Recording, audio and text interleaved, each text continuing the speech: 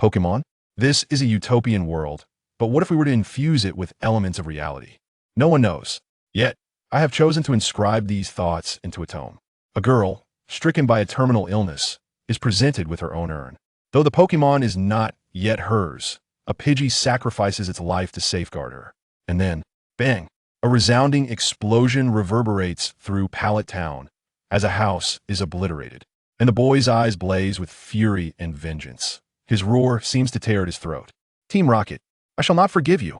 This marks the commencement of Ash's new adventure, one where he has tasted the loss of countless friends, comrades, and family members. What manner of growth awaits this boy? Will he triumph in his quest to become a Pokémon Master? Chapter 1. My name is Ash. I am Ash, 7 years of age, born in Pallet Town, akin to other children of my age. I yearn for adventure in this world, yet to embark on a journey, one must be a full 10 years old. I eagerly await the arrival of that day. My aspiration is to become a Pokémon Master, but to achieve this goal, one must first attain the title of champion. Alas, my familial circumstances are less than favorable. My mother toils alone, unable to save enough for the starter Pokémon provided by the League. Fortunately, Professor Oak in our town is quite benevolent. Despite the substantial cost of his research, he allocates a portion to procure Pokémon eggs for children like me. Thus, my mother has instilled in me a sense of gratitude, and I often assist the professor alongside the other children in town, eagerly anticipating the Pokémon that will hatch. From the eggs that on this day, I arrived at Professor Oak's laboratory, accompanied by my Pokémon egg and friends. Shigeru, my egg has begun to shake. It shall surely hatch before yours, I declared. By the way, Shigeru is Professor Oak's grandson, and we share the same age, having grown up together in Pallet Town as playmates, often engaging in games where we battle against Team Rocket, though I invariably play the role of Team Rocket. Humph, if it weren't for my grandfather's kindness, you'd have no Pokémon egg at all, you pauper, Ash.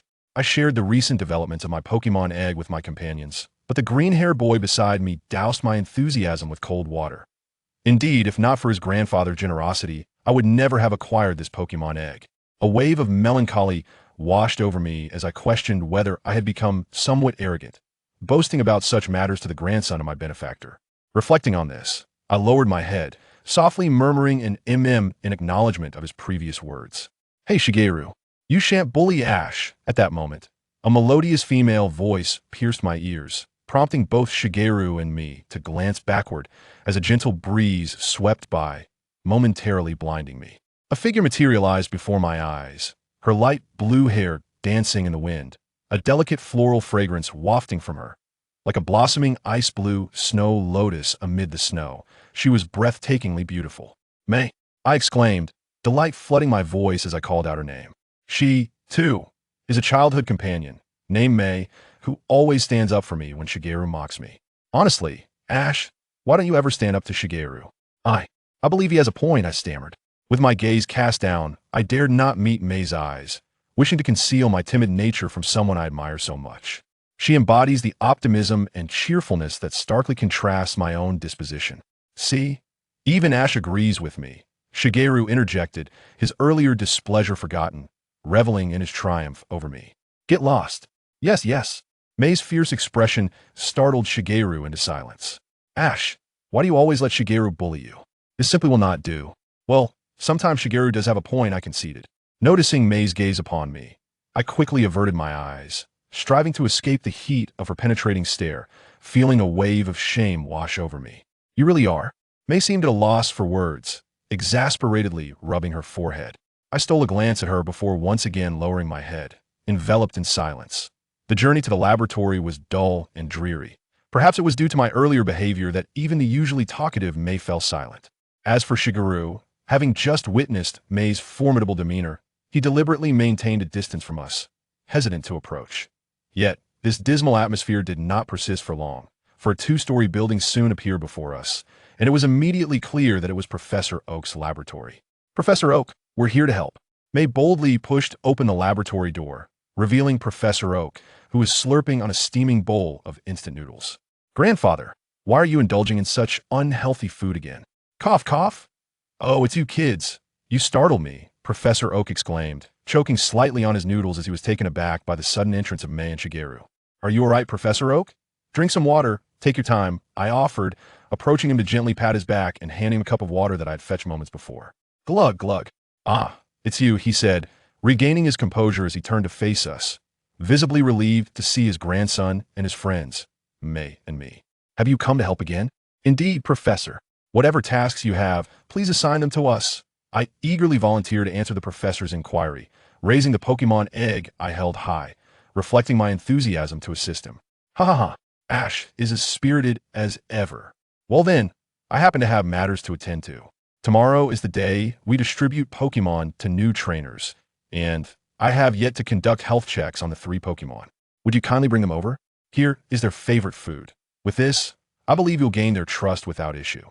Understood. I joyfully accepted the Pokémon food that Professor Oak handed me, my excitement palpable. My love for Pokémon was immense, and the prospect of interacting with a Pokémon in the laboratory filled me with uncontainable joy. Ash, wait for me. Hey, don't forget about me. Upon receiving the Pokémon food, Misty immediately spotted Ash dashing away, and she called out his name while attempting to catch up with him. Behind her was the leisurely figure of Gary, seemingly concerned about being left behind by his 2 companions. He had barely acquired any food before he too took off, leaving Professor Oak shaking his head in resignation. At last, I've caught up with you. Ash, do you even know which Pokémon you intend to bring along? Misty asked, her cheeks flushed and beads of sweat glistening on her delicate skin, exuding a faint fragrance. Of course I don't, Ash retorted. Then why are you running so fast? Misty sighed, accustomed to Ash's unapologetic demeanor, as she tucked the hair that had obstructed her vision behind her ear. Listen well, Ash. We need to bring along Charmander, Bulbasaur, and Squirtle, the 3 Pokémon for novice trainers. Charmander, Bulbasaur, and Squirtle? Those are the Pokémon I've been eager to catch on my journey, Ash exclaimed, already racing off in a particular direction before Misty could respond. Since Squirtle is a water-type Pokémon, it must be lurking near a source of water. Imagining the adorable visage of Squirtle, Ash made his way towards the only water source nearby, chuckling to himself. Squirtle was the Pokémon he desired most among the starter trio, and its blue hue reminded him of Misty, further fueling his ardor for it. Near a pond in Professor Oak's research facility, a Squirtle lounged on the soft sand, basking lazily in the sun. Shoo. Peering through the grass, Ash fixed his gaze on the Squirtle by the pond, his eyes brimming with longing. Setting aside the Pokémon egg he had been cradling, he murmured with a hint of hope, I truly wish you were a Squirtle. Without glancing back at the egg's response, he picked up the Pokémon food provided by Professor Oak and approached the Squirtle. Squirtle, sensing an unusual scent in the air, Squirtle turned to see Ash's stealthy approach. In an instant, its demeanor shifted to one of wariness as it cautiously retreated several steps. Squirtle, don't be afraid. I'm here to bring you delicious food, Ash said, revealing the enticing granules of Pokémon food in his hand. Yet Squirtle seemed unimpressed, continuing to back away closer to the water's edge. This is not good. I must earn Squirtle's trust, or it will be difficult to find it once it enters the pond. Ash stared at Squirtle, his heart racing with anxiety. Though he knew how to resolve the situation, he could not fathom a way to gain Squirtle's trust, especially since it showed little interest in the food.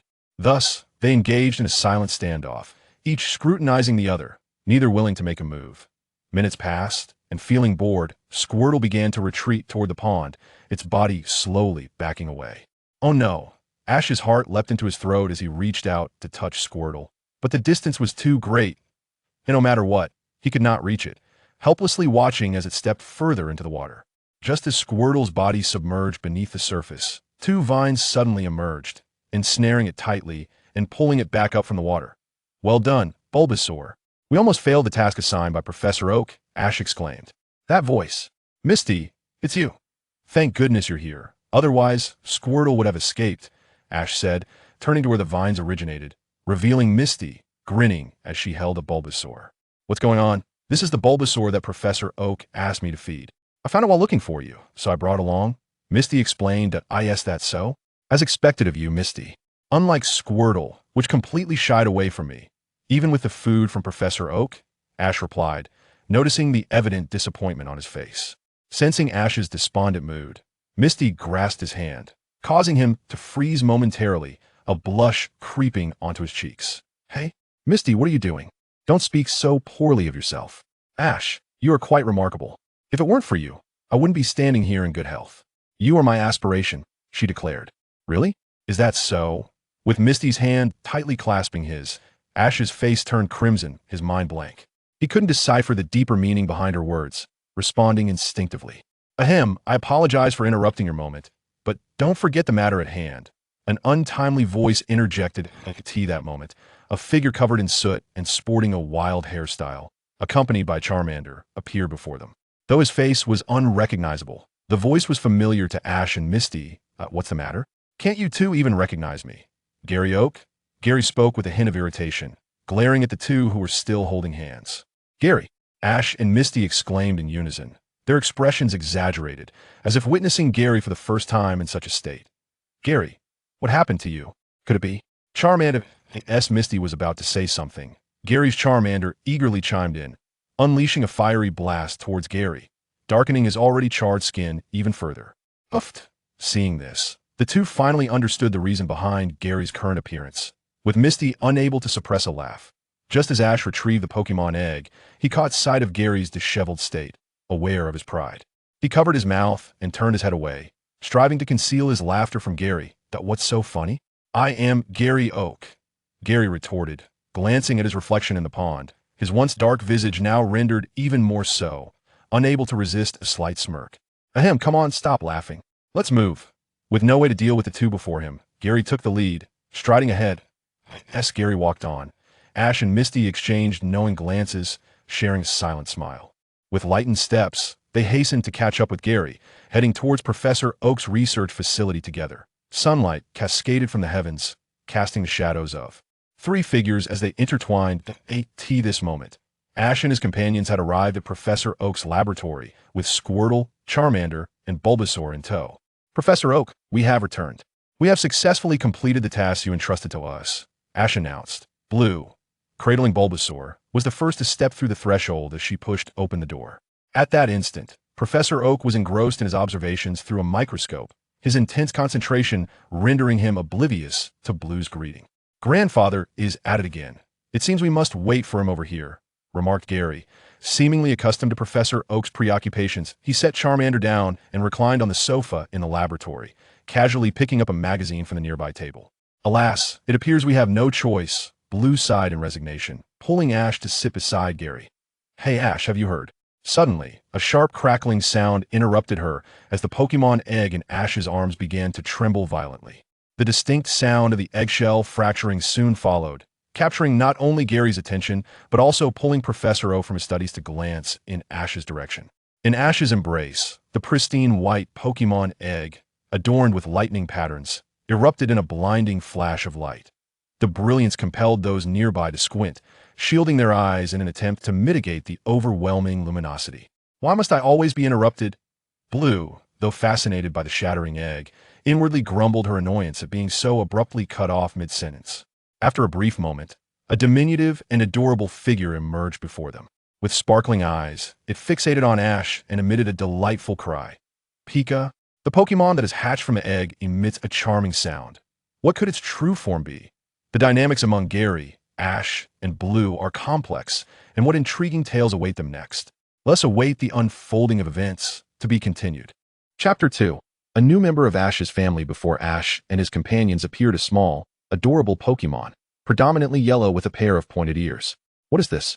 So cute, it resembles Pikachu, Xiaolan exclaimed, her eyes sparkling with countless hearts as she gazed at the Pokémon. If this creature hadn't hatched from Ash's Pokémon egg, she would have likely snatched it up already. This is Piku, the pre-evolution of Pikachu, first discovered in the Chengdu region.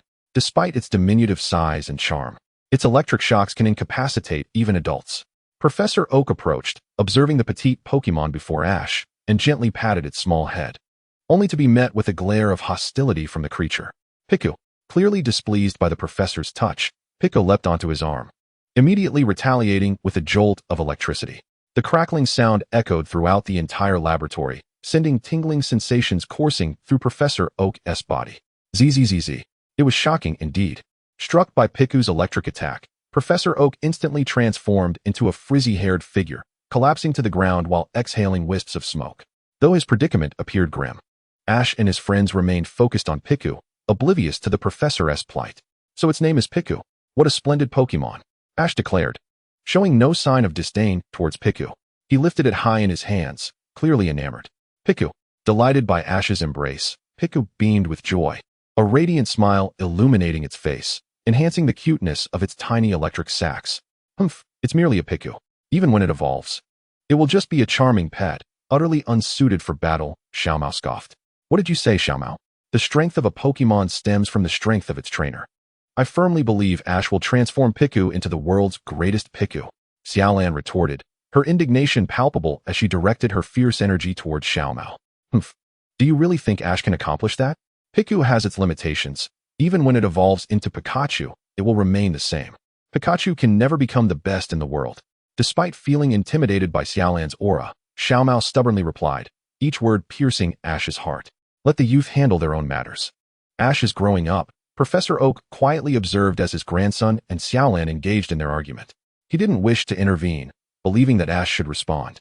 Whether as the target of mockery or as a trainer. I will. As long as I have Piku, we will reach the pinnacle, Ash declared boldly. Huh. Words without proof. Show us the evidence. Seizing the opportunity, Xiaomao fired back, eager to escape Xiaolan's confrontation, fearing further conflict would leave him bruised. I have no evidence, but I will. I will become a Pokémon Master. Let us hope you can follow through, Xiaomao smirked, but Ash unleashed a remarkable aura, his gaze radiating confidence that left Xiaomao momentarily awestruck. Through Xiaomao's eyes, it seemed he could glimpse a distant future where Ash and Pikachu stood atop an empty pinnacle, awaiting challengers. Wonderful, Piku. Xiaomao is supporting us too, Ash exclaimed. Piku. Piku, content in Ash's arms, beamed with joy, its little cheeks unable to contain a smile. Hey, penniless Ash, I didn't mean anything by that. Ha. Xiaomao, you're actually blushing. Are you shy? Not at all. You jerk. Seeing the trio devolve from their earlier argument into playful banter, Professor Oak smiled slightly, delighted by the scene. This is the power of Pokémon. Ash, have you taken your first step? Unbeknownst to them, the three played for an indeterminate time, wreaking havoc throughout the laboratory, scattering books and materials across the floor. After reveling in their playful antics, Ash and his friends collapsed onto the sofa, utterly exhausted. In Ash's embrace, perhaps due to being newly hatched, Piku had already drifted into a deep slumber. Professor Oak surveyed the chaos within his laboratory, then looked at the three sleeping children, shaking his head in exasperation. He produced a large blanket from somewhere and draped it over them to prevent them from catching a cold. Then, he pulled a red and white Pokeball from his pocket and slowly approached Ash. By mid-afternoon, Ash and his friends had awakened, gathered together to watch the live broadcast of the latest Indigo Conference Finals. The Pokemon battling were Gengar and Nidoking. Staring at the robust figures of the two Pokemon on the screen, Ash couldn't help but display a longing gaze. Ash's spirit gradually absorbed into the screen, imagining himself and Piku battling in that arena. Piku, one day we will stand there. Piku, Piku. Piku, nestled in Ash's arms, lifted its head to meet his gaze, its expressive eyes seemingly promising that they would indeed achieve that dream. Humph, penniless Ash could never reach the finals, because I will intervene. And how can you guarantee you won't lose to Ash? Xiaolan responded, visibly annoyed by Xiaomao's comment. It seemed to have become a habit for her to defend Ash whenever Xiaomao taunted him. I am Xiaomao. How could I possibly lose to Ash? Besides, with that pet Pokemon of his, it stands no chance against mine, Xiaomao sneered, a look of disdain for Ash and Pikachu evident in his eyes. Then why doesn't young Master Xiaomao have a Pokemon yet? Xiaolan teased, her voice dripping with sarcasm. Not satisfied, she quickly added. Is it that your pet Pokemon isn't to your liking? Humph, what does that have to do with you? Xiaomao huffed, turning his head away, unwilling to continue the conversation with Xiaolan, as he truly did not possess his own Pokemon. For Xiaomao, it wasn't a matter of affordability, but rather that Professor Oak insisted he wait until he could embark on his journey to choose his first Pokemon from the starter trio. Like Ash, Xiaomao had already decided which Pokemon he would choose, eagerly anticipating the day when he could obtain his own Pokemon and set off on his adventure, striving to become a Pokemon Master before Ash. Stop arguing, both of you. Xiaolan and Xiaomao will eventually have their own Pokemon, right? When that time comes, let us have a Pokemon battle, just like on TV. Piku. Ash smiled, lifting Piku for all to see. Ash, it's getting dark. Your mom just called, asking you to come home for dinner. Oh, and take this Pokeball. It's for Piku, so take good care of it, Professor Oak suddenly announced from behind them, pointing at the clock hanging on the wall. Huh, Pickus. When did Professor Oak put it in the ball? Of course, it was while you were asleep. But it seems this little one doesn't enjoy being in the Pokeball. It jumped out as soon as it was caught. Professor Oak spoke, holding a Pokeball in front of Piku. The latter, as if confronted by a foe, bared its teeth in a menacing display toward the Pokeball. Is that so? Thank you, Professor Oak. Witnessing Piku's defensive reaction, Ash comprehended just how much Piku loathed Pokeballs. Consequently, he took the ball from Professor Oak's hands and stowed it away in his pocket, ensuring Piku could not see it. As for Misty, she would be staying with us for dinner tonight. Your mother called to inform me that she has matters to attend to. Thus, she asked you to spend the night with us. All right, I appreciate your hospitality, Professor. My mother can be quite insistent at times, and I feel rather embarrassed. Ha. Not at all. As long as you're willing to stay, it's perfectly fine. Gary, you must treat Misty well. No bullying her. Bully her? She bullies me more. If anything. Upon hearing his grandfather's remark, Gary could not help but mutter under his breath. However, his voice reached Misty's ears, earning him a fierce glare in return. Realizing Misty had heard him, Gary froze, awkwardness flooding him as he turned his head away, whistling as though nothing had transpired. Besides Professor Oak, Ash also noted the subtle interaction between the two. His pupils flickered, lost in thought, though the smile tugging at his lips appeared somewhat melancholic. Well then, Professor, I shall take my leave. All right, Ash, be careful on your way. After bidding farewell to Professor Oak, Ash stepped out of the research facility. Gary and Misty remained locked in each other's gaze, seemingly engaged in a silent exchange, oblivious to Ash's departure. As the door to the research facility closed, Ash glanced back inside, catching sight of Gary frolicking with Misty. They appeared to be enjoying themselves immensely, yet Ash felt that something was amiss. Though he could not quite place what it was. Let us head home. Piku, my mom is sure to adore you. As the door shut behind him, Ash lowered his head, meeting Piku's gaze. Not wishing it to discern anything from his eyes, he instantly broke into a smile and spoke to it. Ash embarked on his journey home, and when he looked back again, the research facility had dwindled into a mere speck. However, he sensed that two figures had appeared at the entrance. Mom, I'm back. I have good news to share, Ash called out upon entering, prompting his mother to respond from the kitchen, urging him to wash his hands and prepare for dinner while also asking him to set the table. The good news could wait until after the meal. Hearing her son's familiar voice, his mother felt a weight lift from her heart, and she replied gently, increasing the pace of her cooking. Is Ash perhaps a bit distracted? Why has he brought an extra bowl? Hanako, carrying a freshly prepared stew, approached the dining table and noticed an additional bowl meant for two people. Just as she intended to put it away, Ash suddenly appeared, hastily interrupting her actions. Wait. Mom, don't put that away. It's Piku's bowl. Piku, is this little one it? Indeed. This is the Piku that hatched from the Pokemon egg Professor Oak gave me. Hanako gazed at the Piku in Ash's hands, her eyes sparkling as she continued. It's utterly adorable. It suits you perfectly, Ash. With that, Hanako enveloped both Ash and Piku in a warm embrace, holding them tightly to her chest. Mom, please let go. I can't breathe. Piku. Haha, I'm sorry, dear. I got a bit too excited. Now that Ash has his own Pokemon, our family has gained a new member.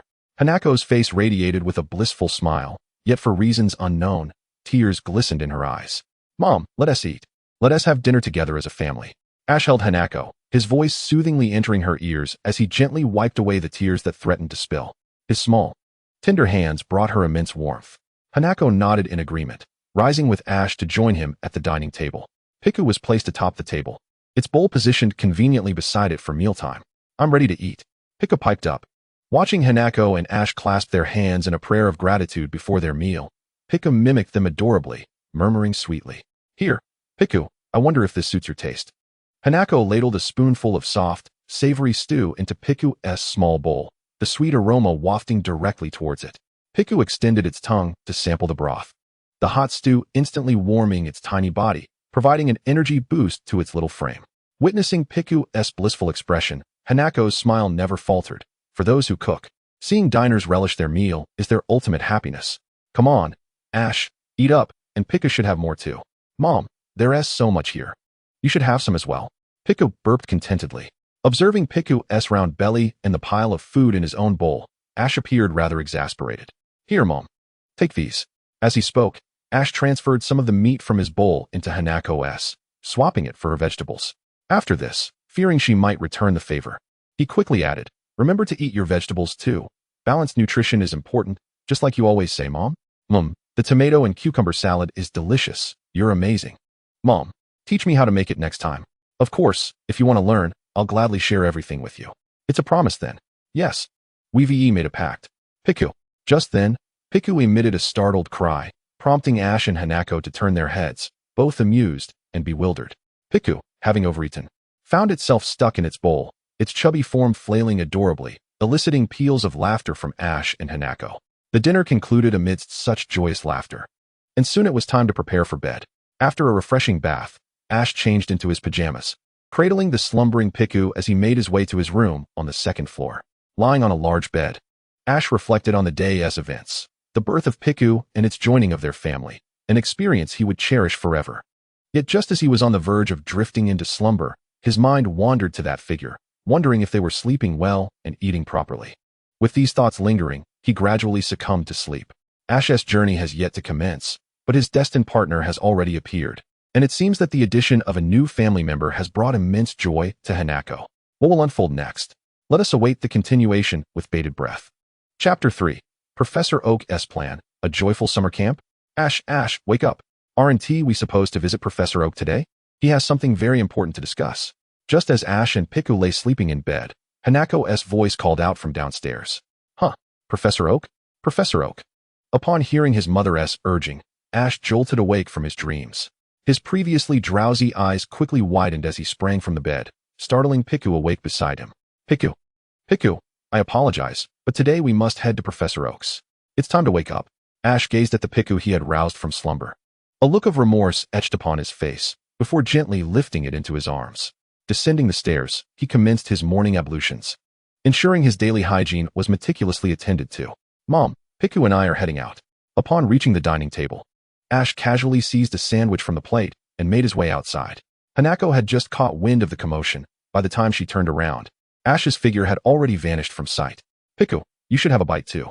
On the way to Professor Oak's lab, Ash tore off a small, softer piece of the sandwich and placed it in Piku's tiny hands. Piku inhaled the aroma of the sandwich, confirming its edibility before opening its mouth and beginning to nibble away at it. The morsel filled Piku's cheeks, puffing them out and rendering it reminiscent of a small round ball. Observing this endearing sight, Ash could not suppress the smile tugging at his lips and reached out to affectionately pat its little head. After walking for quite some time, a familiar white structure appeared on the horizon, and Ash recognized it as the color of Professor Oak's lab. Quickening his pace, Ash and Piku drew ever closer to the entrance of the laboratory. Professor Oak, I have arrived. He pushed open the large door and called out loudly, searching for the professor's presence. You're late, Ash. What took you so long? A girl's voice echoed from the second floor. Looking up, Ash spotted Misty, her expression bright with a smile as she leaned over the balcony. Her hair cascaded down like a waterfall, and her blue eyes sparkled with excitement. Despite her attire mirroring that of the previous day, Ash found himself momentarily entranced. What are you dawdling for? Professor Oak is waiting for us. Huh. Oh right, I'm on it. Ash snapped back to reality at her reminder and hurriedly dashed up the staircase, oblivious to the slight blush that crept onto Misty's cheeks as he turned away. Is Piku here too? How adorable. Upon Ash's arrival on the second floor, Misty immediately extended her hand to gently stroke Piku's little head. Piku emitted a contented sound and even leaned into her palm when she attempted to withdraw her hand. If only it were my Pokemon.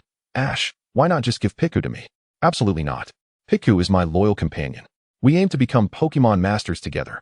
Ash's voice grew animated at Misty's suggestion, clutching Piku closer to his chest, fearful of her pilfering it away. Haha, I was only joking, Ash. Rest assured. I want to take your Piku. Really? You truly won't take my Piku? Of course. You can trust me, can't you? Well, I suppose so. Ash regarded Misty with a hint of suspicion, nodding hesitantly, though his grip on Piku remained steadfast. All right, enough banter. Let us hurry. Professor Oak seems to have exciting news to share with us. Seeing Ash's earnest demeanor, Misty could not help but chuckle, grasping his arm as they ventured deeper into the second floor. Hey, Misty, slow down. Ash stumbled slightly as she pulled him along, yet with Misty guiding him. He was unlikely to fall. Have we perhaps grown a tad closer? Ash pondered, trailing behind Misty, his thoughts swirling. However, no one was there to provide an answer to this inquiry. The truth likely resided solely within him. Professor Oak, we have arrived. Ah, Misty and Ash. Please, take a seat. In the inner sanctum of the second floor, surrounded by towering bookshelves, was the space Professor Oak typically used to impart knowledge about Pokemon to children. Ash had frequented this room many times, often assisting the professor, who would take him, Misty, and Gary along for lessons during his leisure. Yet, the lessons had proven rather dull. Over time, he had only managed to grasp the various types of Pokemon. Now that everyone is here, Let me explain why I summoned you. I trust you are all curious. Indeed, Professor Oak. My mother mentioned something important. What is it? Piku. Ash's inquiry also piqued Piku's curiosity, and it turned its gaze toward Professor Oak alongside Ash. Ahem. Indeed, this is significant for you. The professor's joyful summer camp is once again commencing. This will be your last opportunity to participate in my summer camp here in Pallet Town before you embark on your journey at the age of 10. Once you set off, such carefree days with friends will become a rarity, so cherish this chance. I trust you won't decline? Professor Oak spoke with a sense of nostalgia, as if he could envision the summer camps of years past, where Ash and his friends had bonded, forming lasting friendships that had endured to this day. A summer camp? Of course, I want to participate. Why didn't you mention it sooner? Ash, it's just a summer camp. Why are you so excited? Despite Gary's nonchalant tone, his slightly upturned lips betrayed his true emotions. How could I not be excited?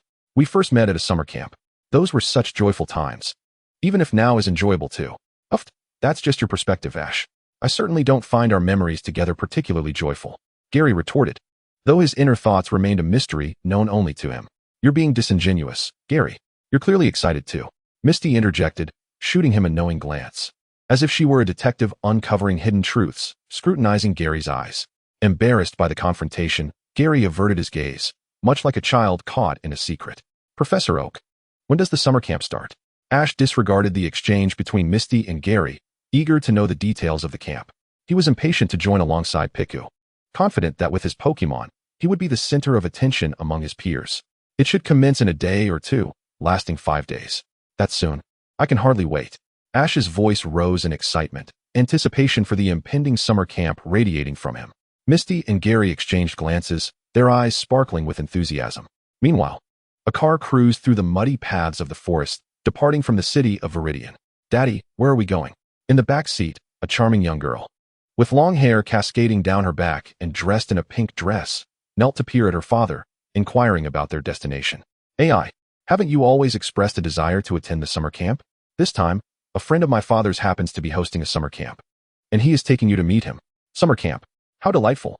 Little AI has always wished to participate in a summer camp. Upon hearing his daughter's words, her father could not help but smile, occasionally glancing at her through the rearview mirror as he drove. And what is your first wish? What could it possibly be? Well, little AI propped her chin on her hand, pondering for a moment before exclaiming, originally, my first wish was to befriend Pokémon. But now don't tell Dad. As she spoke, her body could not help but fidget with excitement. Her father, observing her enthusiasm in the rearview mirror, suspected that, were it not for the seatbelt, she would have already jumped up in joy. Oh, do tell me. No, I absolutely want tea. Back in Pallet Town, Ash was blissfully unaware that a stranger would soon join the summer camp, as he cradled Piku, daydreaming about what the camp would be like. Is that Ash's Pokémon? How adorable. I envy Ash so much. Just imagining that scene brought a smile to Ash's face, though he was still wary of Misty's presence. Considering his reputation, he suppressed his laughter. All right. Aside from this, there are other matters that require your assistance. Observing Professor Oak's amiable demeanor, Gary wore a look of disdain and grumbled, is there something else? All you do is delegate tasks to us kids. Gary, how can you say that? It's such a joy to interact with Pokémon. Ash interjected, defending Professor Oak upon hearing Gary's remarks. Professor Oak glanced at Gary but chose not to respond, instead walking over to Ash and gently ruffling his hair. It's all right, Ash.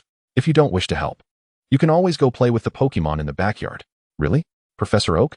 Actually, it's not that important. Haha, I can manage on my own. You all go enjoy yourselves. With that, Professor Oak gently pulled the bewildered Misty up and nudged the 3 children toward the backyard, closing the door behind them with a warm smile, leaving them to their own devices. What should we do now? What else can we do? Of course, we go play. Gazing at the expansive backyard of the lab, even Gary, who had visited countless times, felt a rush of excitement, perhaps due to the myriad of Pokémon that resided there. Seeing Gary dart off, Misty tugged on Ash's sleeve, eager to follow him and witness the Pokémon in the backyard. Just as Ash was caught up in their playful antics, a visitor arrived at the lab. Ding dong. Who is it? Professor Oak had just finished tidying up the cluttered lab when he rushed to the door upon hearing the doorbell. Professor Oak, it's been a while. Dr. Fuji. You're here. Ha. The last time we met was at the lab in Celadon City. Professor Oak warmly greeted the visitor at the door, who seemed to be Dr. Fuji, and nostalgia flickered in the latter's eyes. Indeed, back then we were researching the extraction of genes from Pokémon fossils. And you were always complaining about what was so interesting about a broken stone. Professor Oak chuckled sheepishly at Dr. Fuji's words. He had been quite inexperienced back then, lacking the eloquence he possessed now. However, to avoid further embarrassment, he quickly shifted the topic. By the way, speaking of which, did that experiment succeed? I'm not sure. After you left, I departed as well. But considering the lack of updates, it seems likely that the experiment has failed. I see. It's been a long time since we last met, and you've changed quite a bit. Why are you wearing glasses now? Ha ha ha, it's due to work. I've been straining my eyes for too long. Besides research, we must take care of our health too. Of course, I'm well aware of that. As Dr. Fuji and Professor Oak joyfully reminisced about the past and shared recent changes, a small girl suddenly appeared behind Dr. Fuji. The girl, looking dejected with her head down, did not startle Professor Oak. Instead, he recognized the shadow of Dr. Fuji in her demeanor. And who might this be? Ah, this is my daughter, little AI. She is very eager to join the summer camp. I happen to hear that you are organizing one, so I brought her here. Dr. Fuji paused, glancing at his adorable daughter, then leaned closer to Professor Oak, speaking in a hushed tone meant only for the two of them. You see, little AI's health is quite fragile. She has significant heart issues, and according to the doctors, her time is limited. Thus, I wish to fulfill her wish during this final stretch. Upon hearing this, Professor Oak found himself at a loss for words on how to comfort his old friend. He simply placed a reassuring hand on Dr. Fuji's shoulder and sighed. Rest assured, I will take good care of her. Little AI, your father has some matters to attend to. Would you mind staying here with this uncle for a while? Caught between the two, little AI glanced at Professor Oak, then at her father, and cautiously took the former's hand. Don't worry, Dad, I'll be fine. Seeing his daughter's brave demeanor, Dr. Fuji felt a sense of relief. Please ensure the Pokémon don't frighten her. I entrust this to you, Professor Oak. After giving one last instruction, Dr. Fuji departed from the lab. Little AI stood at the entrance, quietly watching her father leave, her grip on Professor Oak's hand tightening. Let us take her to the lab and have a look. I hope this child can relax a bit. Feeling the strength of her grip, Professor Oak refrained from saying much. After all, he had grandchildren and understood little AI's current feelings. In the backyard of Professor Oak's lab, Ash trailed behind Misty, yet suddenly felt a peculiar sensation, glancing back at the outline of the lab. Ash arrives at Professor Oak's lab with his new family and learns about the upcoming summer camp. At this moment, Dr. Fuji and his daughter little AI make their entrance. Will something extraordinary unfold between Ash and her? Let us wait and see. To be continued. Chapter 4, Little AI. Ash, where are you going? Sorry, Misty. You go ahead. I need to use the restroom. Following closely behind Misty, Ash suddenly felt an unusual urgency in his abdomen. Before he could explain, he dashed back with Piku in tow. Restroom. Restroom. Ash hurriedly raced back to the lab, finding it quiet, and, feeling no cause for alarm, assumed that Professor Oak had returned to the lab. However, he wasn't there to find Professor Oak. He navigated through the familiar corridor until he reached the restroom. He placed Piku on the couch outside the door and rushed inside, stirring up dust as he moved. Is anyone there? The door to the lab on the first floor swung open, and Professor Oak poked his head out. Having heard footsteps, he initially thought it was Ash and the others returning, but upon seeing the empty lab, he assumed he must have misheard. All right, little AI. Let us continue looking at the Pokémon data. Professor Oak held on to Xiaowai with one hand while deftly maneuvering the large screen in the laboratory with the other. With a gentle tap, an image of a Pokémon appeared on the display. This Pokémon, with a silhouette reminiscent of stars, was adorned in soft pink fur, exuding a charm that captivated Xiaowai's attention. For children of Xiaowai's age, adorable and striking Pokémon often draw their gaze. Professor Oak was acutely aware of this, which is why he chose a Pokémon that would resonate with young girls, and this time, he selected the delightful Piku.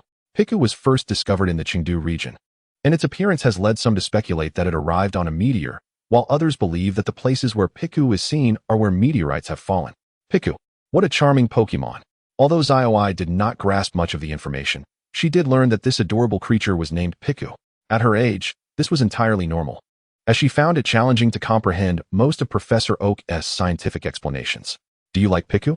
He mused, considering bringing out a Piku that had been captured by a trainer who had previously traveled through town, hoping to bring Xiaowai even more joy. Without a moment's hesitation, after glancing at Xiaowai who was entranced by the photograph, Professor Oak turned and made his way to the storage room where the Pokémon were kept. With a soft click, Professor Oak exited and closed the laboratory door behind him, the sound instantly catching the attention of Piku, who had been waiting by the restroom door. Its little head bobbed back and forth between the restroom and the laboratory, seemingly torn between waiting for Ash or venturing into the lab itself. After pondering for a moment, Piku darted away from the restroom and approached the laboratory door. Now, the challenge for Piku was to open the door. Yet, this was no obstacle for it. With a determined leap, it soared into the air, clutching the doorknob. Once it made contact, Piku grasped it firmly with both hands, swinging its body downward, generating enough momentum to successfully open the laboratory door. With a soft click, the door swung open, and Piku peeked inside, locking eyes with Zaioi, who had been drawn by the sound. After a brief moment of mutual gaze, Piku scurried away toward the restroom, where the faint sound of flushing could be heard. Meanwhile, Zaioi, upon first seeing Piku, was momentarily taken aback, only to react after Piku had disappeared, tilting her head at the door and exclaiming, "What was that? A Pokémon? How adorable." Instantly, the thought of befriending the creature blossomed in her mind, prompting her to dash out of the laboratory, glancing left and right. At that moment, Ash had just exited the restroom, ready to search for Misty in the backyard when Piku leaped onto his shoulder. After taking a few steps, he spotted a girl he did not recognize rushing out of the laboratory. She had long, pale blue hair and resembled a porcelain doll, though her face appeared somewhat pale. Her sparkling eyes seemed to convey unspoken words.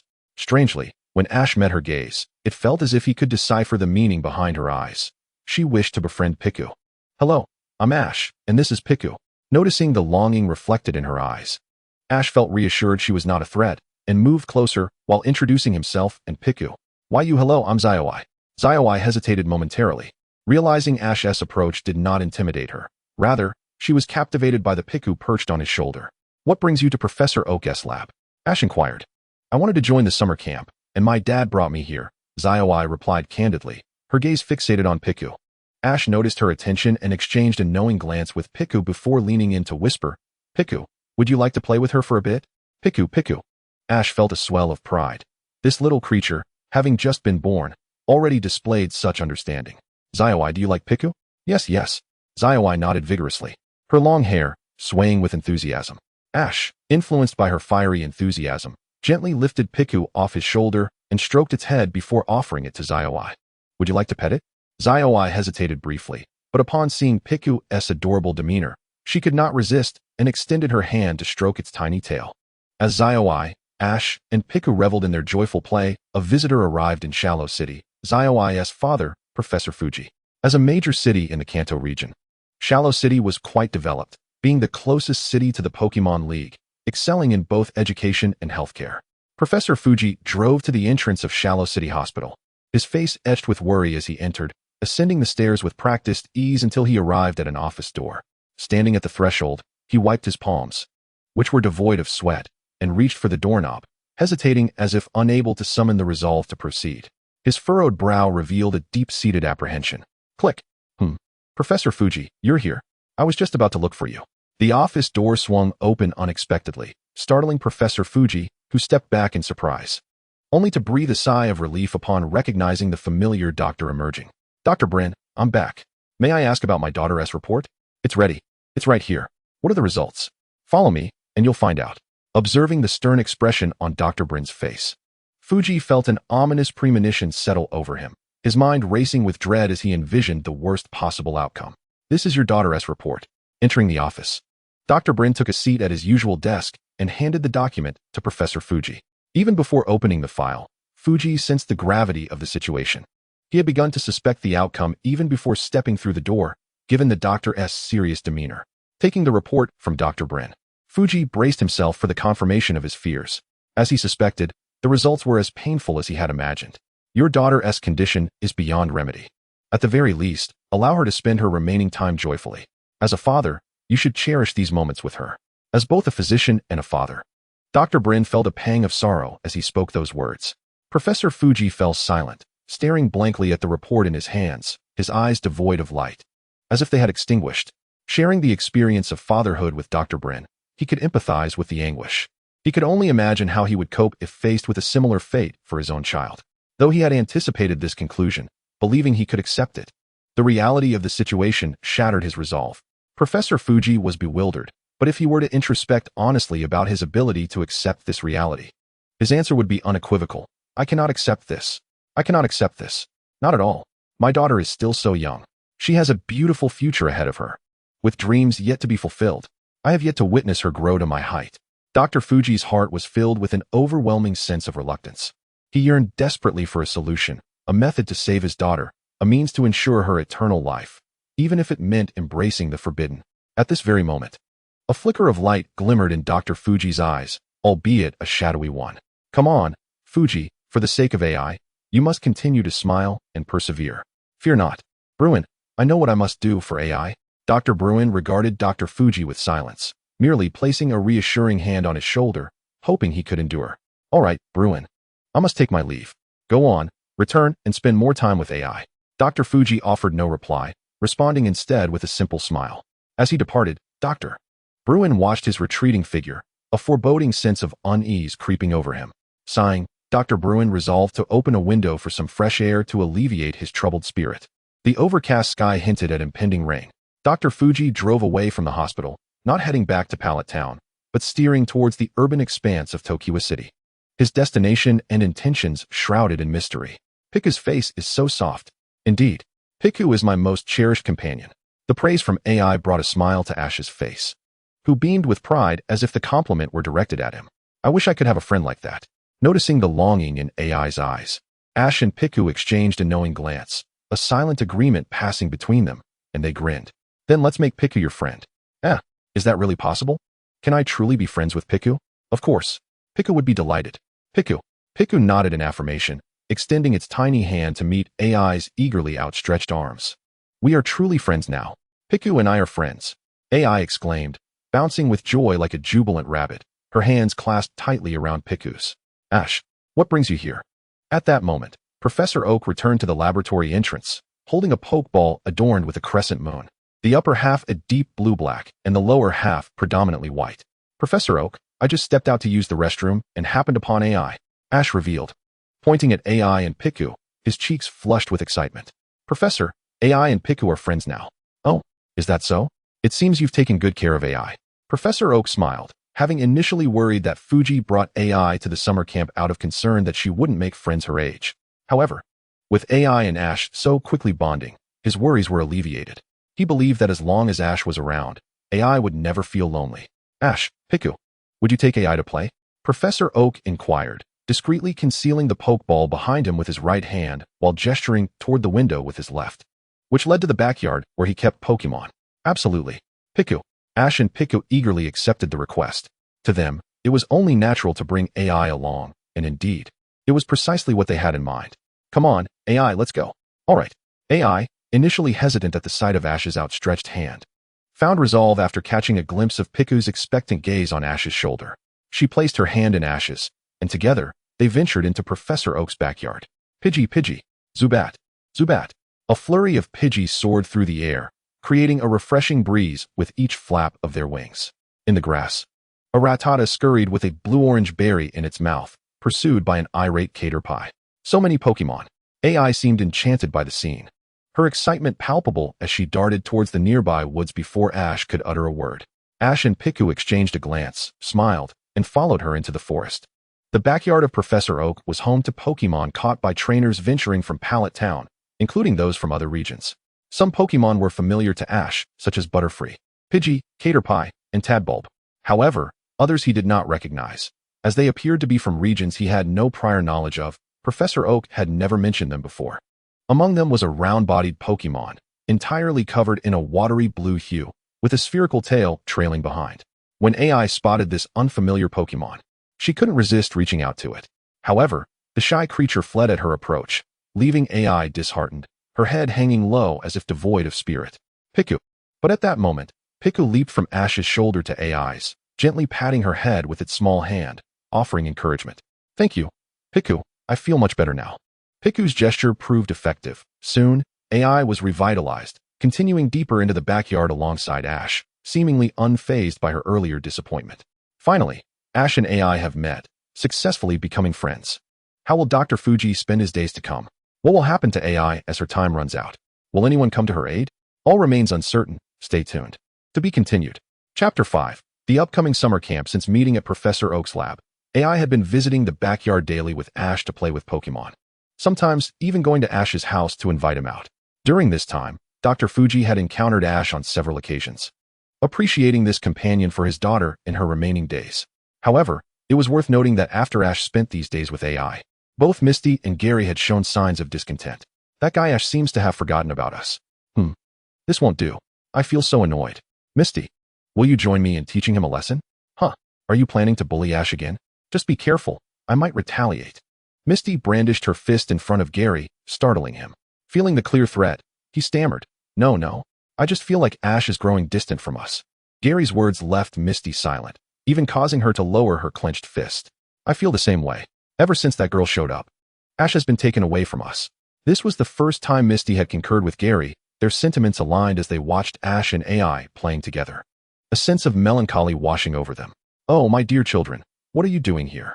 Dr. Oak lifted the floorboard. Rather, it was the ceiling that he emerged from, as he came to the attic of the Research Institute to retrieve some documents stored there.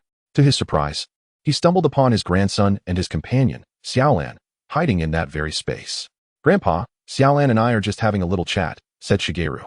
Is that so, Dr. Oak? Very well, I shall not disturb you. Tomorrow is the summer camp I am hosting.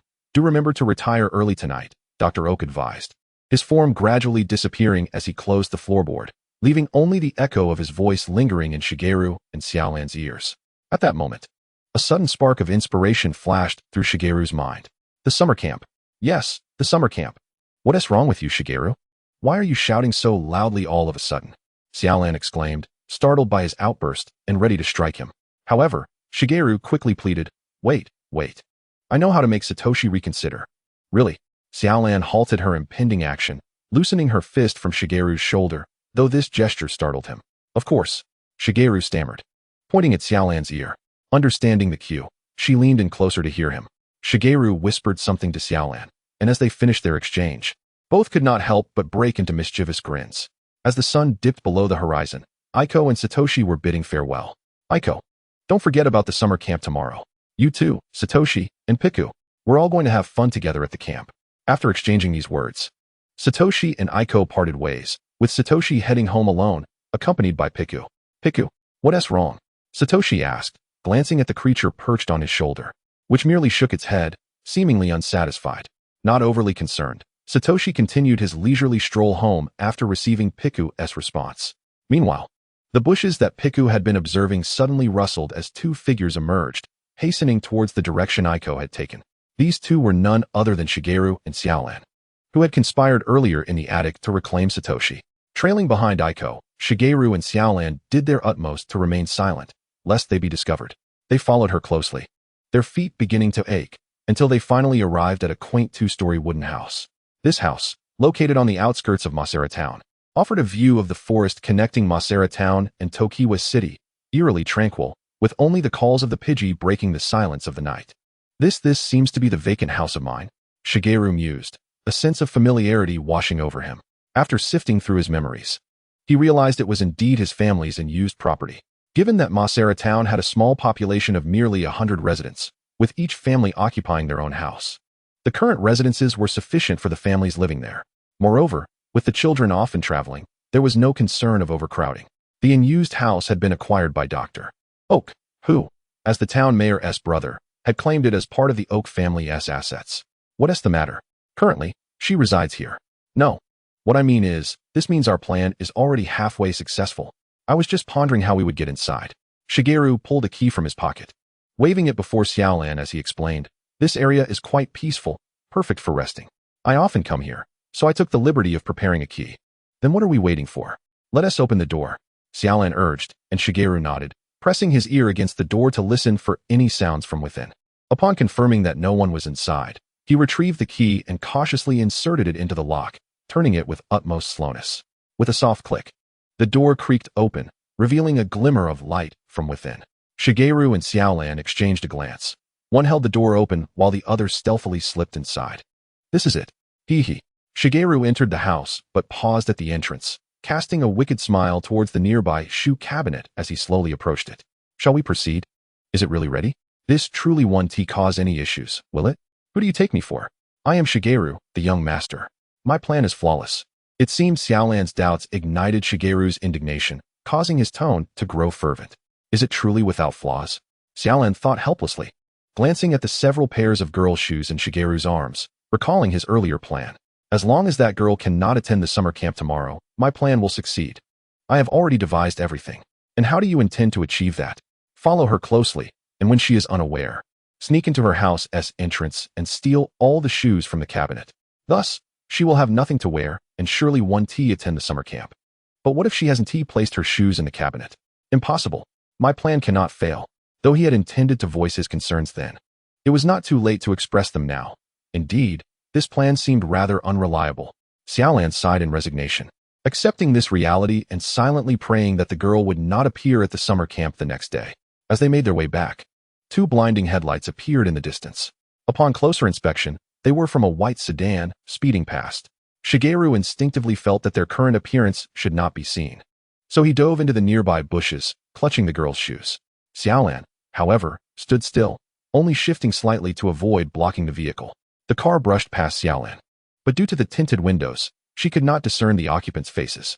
Nevertheless, her keen eye spotted the mud splattered on the car's body and tires, suggesting it had returned from a journey through the forest. Not particularly interested in pursuing this line of thought, she allowed her mind to wander instead. Did they leave? That was close. We almost got discovered. We should hurry back. Indeed, it wouldn't be good if we were seen. Xiaolan nodded, not disputing Shigeru. But their paths diverged on the way home, and they separated. Upon returning home, Xiaolan had dinner, went through her nightly routine, and fell asleep, appearing troubled. She didn't even watch the usual Pokémon guessing game show after dinner. What is wrong with her? Should I ask Dr. Oak? No, it's probably nothing serious. Xiaolan's mother observed her daughter's demeanor, hesitating with the phone in her hand before rubbing her weary eyes, ultimately choosing not to dwell on the matter. The night swiftly passed, and Satoshi welcomed the day of the summer camp. He woke up particularly early that morning, primarily due to the excitement he had felt the previous night. Even after a night of play with Piku, he had not managed to sleep, while Piku, utterly exhausted, lay asleep in Satoshi's pocket. Satoshi, why are you up so early today? Hanako, who was preparing breakfast downstairs, exclaimed in surprise as Satoshi descended the stairs. For he rarely rose so early unless there was a special reason. I had arranged with Xiao AI to attend summer camp together, but today her father was unavailable to take her. Therefore, I thought it best to bring her along so we could have breakfast together before setting off. Oh dear. This is quite the predicament. Xiaoji, you must hurry back. Mother will undoubtedly prepare a sumptuous breakfast for you both. With that, Huazi cheerfully lifted Xiaoji and playfully tossed him out the door, adding, be careful on your way. Honestly, Mom, what is going on? Xiaoji brushed the dust off his rear as he stood at the door, unable to contain his complaints. However, he recognized that it was best to fetch Xiao AI promptly, so he refrained from lingering too long. He hurried along, well acquainted with the terrain of Pallet Town, and soon located the house Xiao AI had described. As he arrived at the front door, he was about to knock when he heard the sound of a girl weeping. This sound was particularly familiar to him, as if he had heard it often of late. That's right, it's Xiao AI. Remembering that this was her temporary residence, he quickly responded to the cries by knocking on the door. Xiao AI, it's me, Xiaoji. What has happened? He pounded on the door with urgency, anxious that something terrible may have befallen her. With a click, the door swung open, revealing Xiao AI, tears streaming down her face. She was a picture of sorrow, her eyes red and puffy, trembling as if she had encountered something profoundly distressing. What's wrong, Xiao AI? Would you like to share with me? Xiao AI glanced up at Xiaoji, seemingly confirming his identity before nodding in agreement. Taking a deep breath, she pointed towards the shoe cabinet beside her. My shoes have all been stolen, woo-woo. What? Xiaoji's mind raced, momentarily overwhelmed by her revelation. However, upon seeing the empty shoe rack meant for young girls, he had no choice but to accept the grim reality. What should I do? This situation can't be ignored. Xiaoji racked his brain for a solution when suddenly an idea struck him. Xiao AI, come here. Turning his back to her, he crouched down and, noticing her hesitation, explained, climb onto my back, and we will return home together. I have spare shoes there. They might be for boys, but is it not the best solution we have? All right, Xiao AI replied, wiping her tears and attempting to calm her emotions, nodding in agreement to Xiaoji's proposition. Hearing her consent, Xiaoji leaned back slightly to facilitate her ascent. Xiao AI, without a hint of awkwardness, wrapped her arms around his neck, being careful not to apply too much pressure. With Xiao AI's legs supported in his arms, Xiaoji stood up slowly, feeling the warmth radiating from her. He began walking back in the direction he had come. Having just finished breakfast and still pondering when Xiaoji would arrive, Huazi heard the door open and promptly vacated her seat at the dining table. She reached the entrance just in time to see Xiaoji gently lowering Xiao AI from his back. Oh my, what has happened? Xiaoji, why are you carrying Xiao AI? Xiaoji, oblivious to the peculiar tone in his mother's voice, scratched his head and recounted the entire series of events. Xiao AI, upon hearing that unique tone from Huazi, immediately understood, her cheeks flushing as she instinctively hid behind Xiaoji. Can you believe such a thing? All the little girl's shoes stolen. Huazi exclaimed in outrage, slapping her hand against the wall, leaving an imprint that startled both Xiaoji and Xiao AI. Don't worry, Xiao AI. If I find out who did this, I will make sure they face the consequences. Ah, thank you, Auntie, Xiao AI replied, still recovering from the shock of Huazi's expression. All right, enough of this. Come and have breakfast, Xiao AI. I've prepared a delightful spread. After we eat, I'll find a few pairs of shoes that will fit you. Okay, thank you, Auntie. Grateful for Huazi's generous invitation, Xiao AI accepted, as she had yet to have breakfast and was eager to fill her stomach. Meanwhile, Xiao Mo's plan was progressing smoothly, yet due to the unpredictable factor of Xiaoji, it ultimately failed. Nonetheless, the bond between Xiaoji and Xiao AI deepened, leaving one to ponder whether this was a good or bad outcome for them. Chapter 6. The summer camp begins. I dug in. Before her lay a neatly arranged plate of sandwiches, and without hesitation, Xiao AI took one and began to savor it. The delightful aroma stirred Pikachu, who had been napping in Xiaoji's pocket, awakening him from his slumber. Huazi, as was customary, had also prepared food specifically for Pikachu. As a newly hatched Pokémon, Pikachu required only small morsels of bread and milk that Huazi had kindly broken into tiny pieces. Xiaoji, already famished when he went to fetch Xiao AI, could not resist the delicious dishes prepared by his mother. He devoured the food voraciously, as if he hadn't eaten in days. Slow down, slow down. No one is competing with you. Watching the enjoyment reflected on Xiaoji and Xiao AI's faces, Huazi couldn't help but smile with happiness. Breakfast time swiftly passed. Having just finished eating, Pikachu instinctively burrowed back into Xiaoji's pocket and fell asleep once more. Here, Xiao AI, try on these shoes. They are a pair of sneakers that Xiaoji used to wear. I wonder if they will fit you. All right. Xiao AI took the sneakers from Huazi and placed them on the ground to compare them with her feet. Upon realizing they seemed a bit small, she immediately began trying them on. Wow, I didn't expect them to fit so perfectly. Then I will wear these shoes. Yes, I think that's a great choice. Unsurprisingly, Xiao AI donned the sneakers, and with the summer camp about to commence, she simply thanked Huazi before heading out with Xiaoji toward Professor Okito's research facility. Inside Professor Okito's lab, Xiao Mo, Xiaolon, and many other children from Pallet Town had gathered, quietly awaiting the start of the summer camp. How strange. Why hasn't Xiaoji arrived yet? Is something holding him up? Don't worry, he won't miss it. Knowing his character, he would never let that happen. Xiao Mo reassured them with confidence, as if he knew Xiaoji intimately. Are you sure? I can't help but think of the girl who has been spending time with him lately, Xiao AI. Xiaolon thought of her and felt her heart flutter, sensing an ominous premonition. Just then, the door to the lab swung open, letting in a beam of sunlight, accompanied by two tall figures. Is that Xiaoji? But why is she with him? Xiao Mo turned to the entrance as Xiaoji and Xiao AI, hand in hand, walked slowly into the research facility. The plan has failed, just as I suspected it would. Xiaolon observed Xiao AI's sneakers and suddenly grasped the situation. Well then, let us just forget about it. It's the last summer camp, so let us make the most of it together, shall we? All right. If you say so. Xiaolon intervened to halt Xiao Mao's thoughts, as Xiao AI was also a friend of Xiaoji.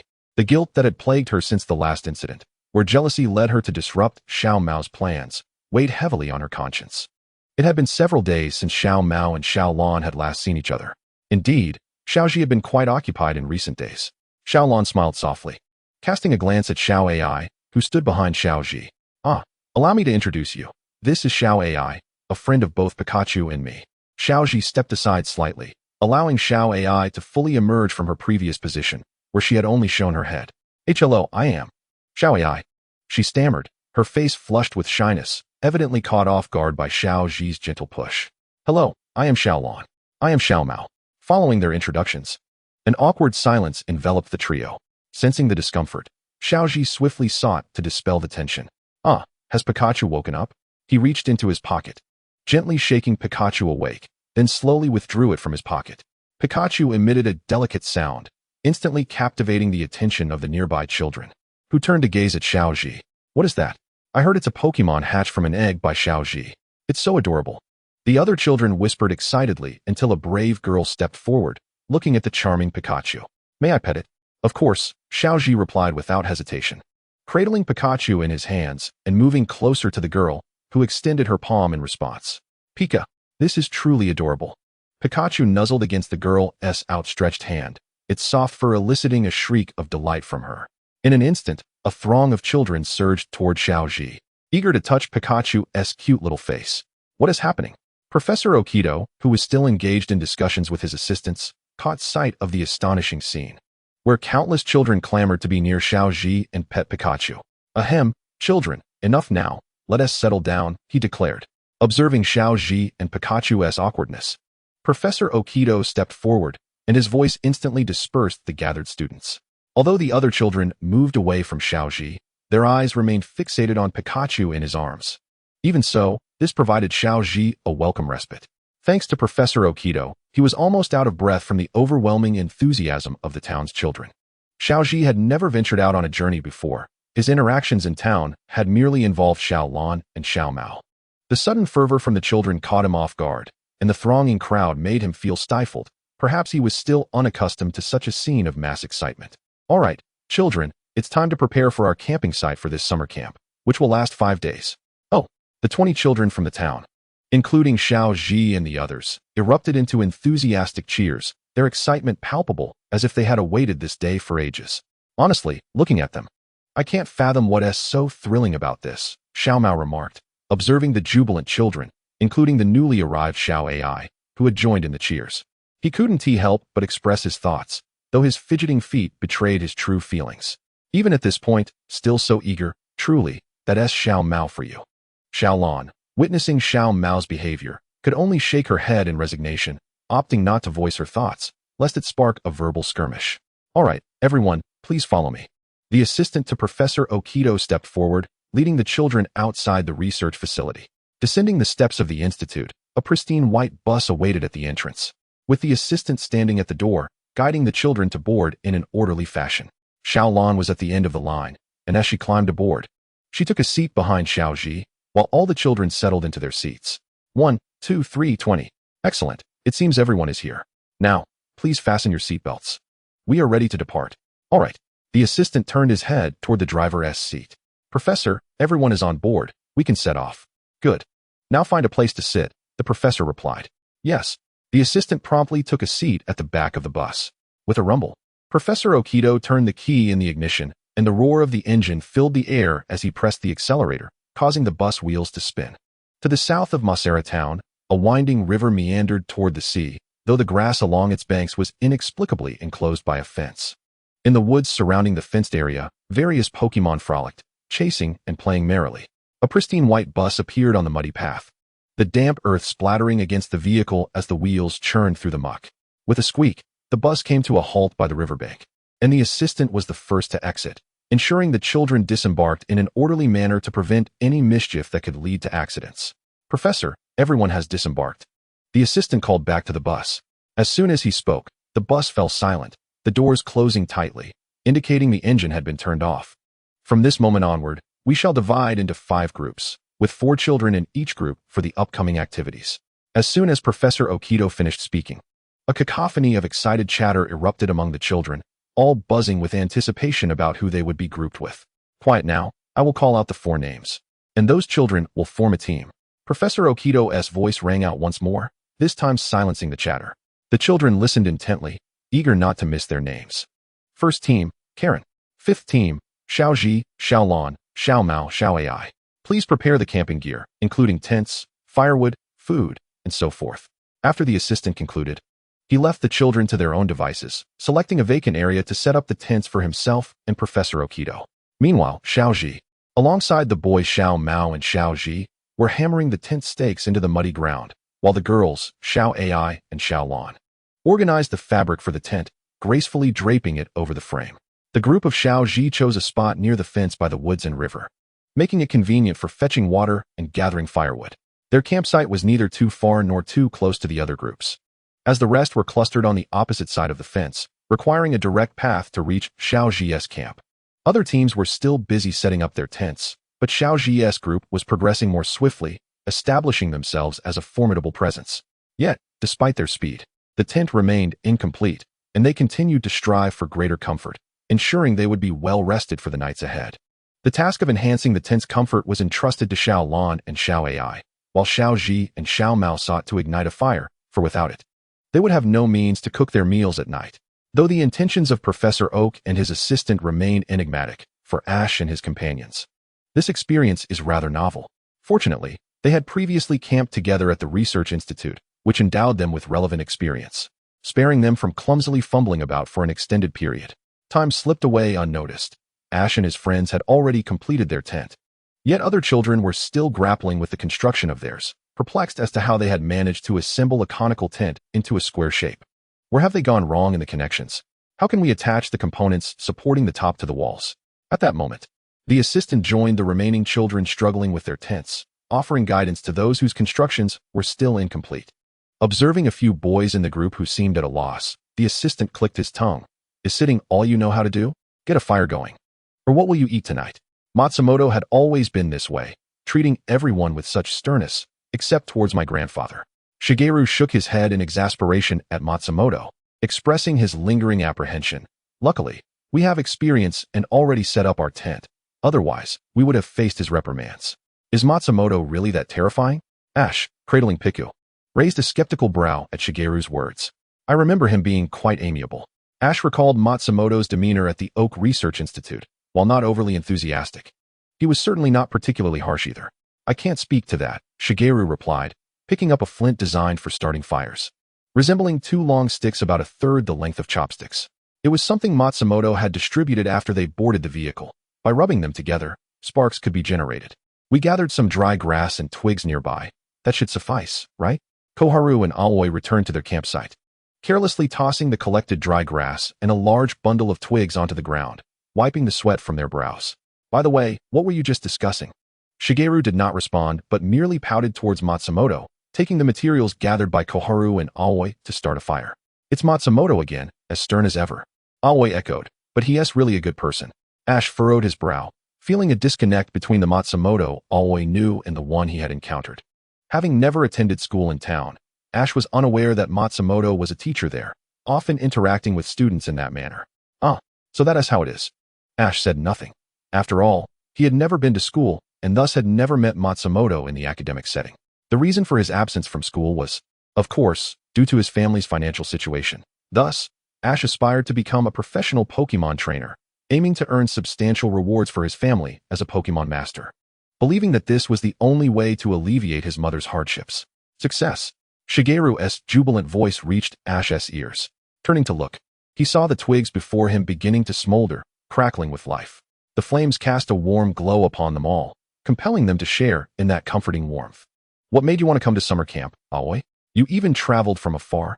Aoi inquired, sitting beside her new friend around the campfire. Seemingly concerned that Aoi might feel out of place or perhaps seeking to atone for earlier events. In any case, Aoi showed particular care for Aoi. The setting sun lingered at the horizon, revealing only a sliver of light, casting a crimson hue over the verdant grass. As Ash and his companions encircled the campfire to help Aoi acclimate to the atmosphere, they shared anecdotes of past adventures until the last team completed their setups. Both tents and fire. Ahem, children, gather round. A voice, aged yet vibrant, resonated. All the summer camp participants turned to see a familiar elder standing before them, Professor Oak, the camp's initiator. I imagine you are all curious as to why you must personally erect tents and kindle fires, correct? The answer is quite simple. You are all about to embark on a journey, stepping into the realm of adventure. Ash, upon hearing this, glanced around at his peers, noting that in the presence of Professor Oak, they all appeared to be of the same age cohort. But do you know? The wilderness is not so safe. While most Pokémon do not attack humans, there are often instances of camping outdoors. In such situations, you will need to construct your tents yourselves and light a fire. For a comfortable and warm environment is the fundamental assurance that will allow your journey to continue. Over the next 4 days, we will provide the food, but cooking will be your responsibility. The remaining time is yours to explore or engage in whatever pursuits you desire, but remember to act within your limits. That is all I have to say. Now, let my assistant Matsumoto distribute tonight's provisions. With that, Professor Oak turned and entered his tent without further ado. At that moment, the last rays of the sun vanished, and the moon ascended. Aside from the silvery light provided by the moon, only the children's campfire illuminated the surroundings. Moments later, Matsumoto reappeared, bearing 5 large bags filled with provisions, distributing them in order of the teams. Chapter 7, Divergence. Ash's team was the fifth, the last to receive dinner. As Ash took the bag of food from Matsumoto, he immediately felt its substantial weight. Eagerly, Ash and his friends tore open the bag, revealing its contents: potatoes, tomatoes, and several knives presumably for preparing the ingredients. The bag felt heavy in their hands, but upon opening it, their disappointment was palpable. The other teams that had just received their bags stood in stunned silence, exchanging bewildered glances. That Matsumoto. Shigeru was about to confront Matsumoto, but the assistant's figure had already vanished. Judging by the shoes at the entrance of Professor Oak's tent, he must have fled long ago. Darn it.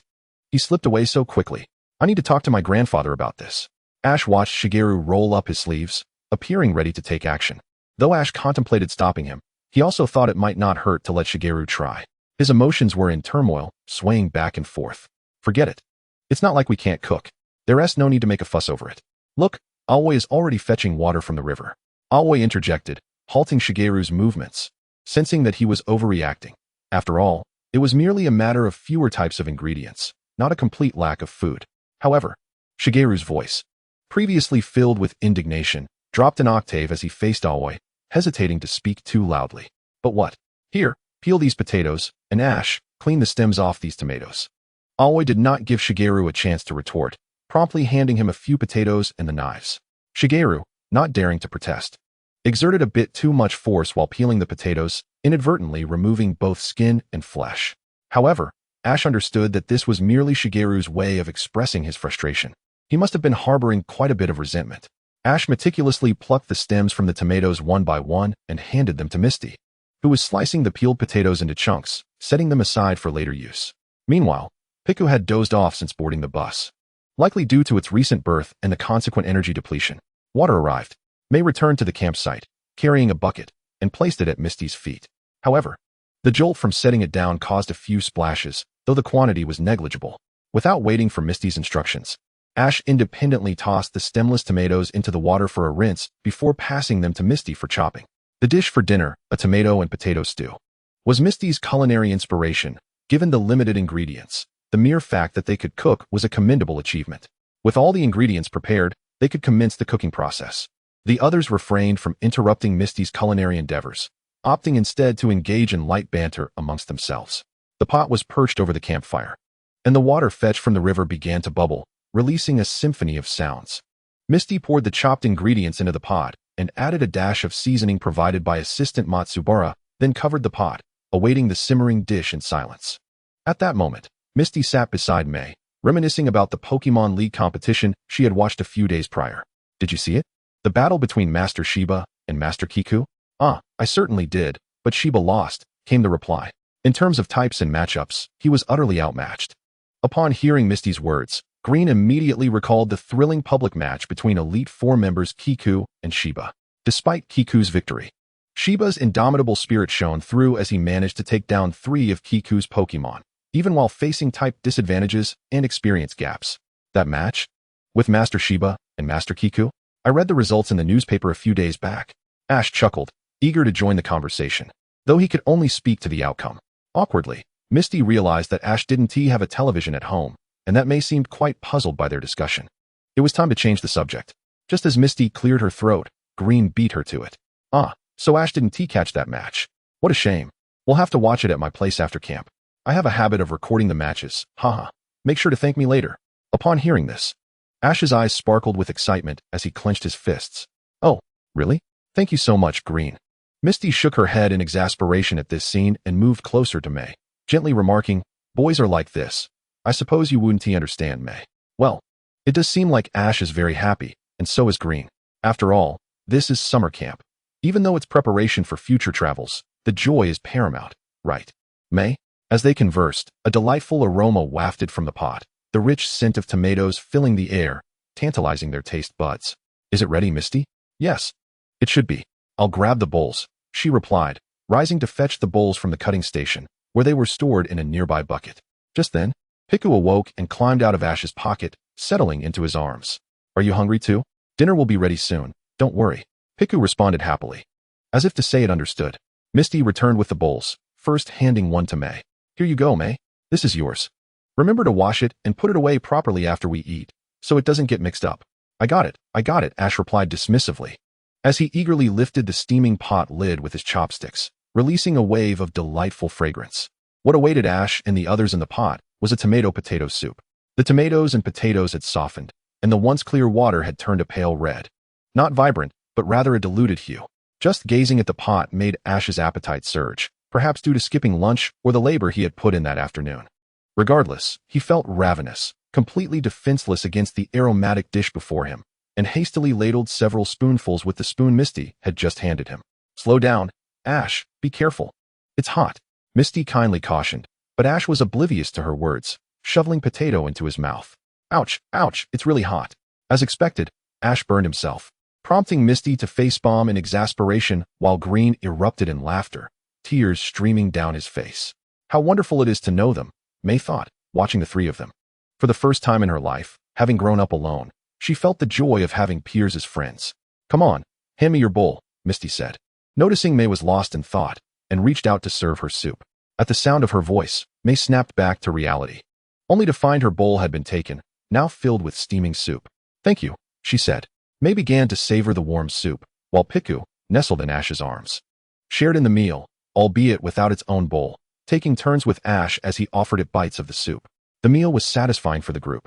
Even without staples or meat, they felt quite full. Ah, now that I'm full, the drowsiness is creeping in. Piku must feel the same way, Ash remarked. Pichu, it replied weakly, swaying its head. Were it not for Ash holding it tightly, it might have tumbled down. Then let us sleep. Good night.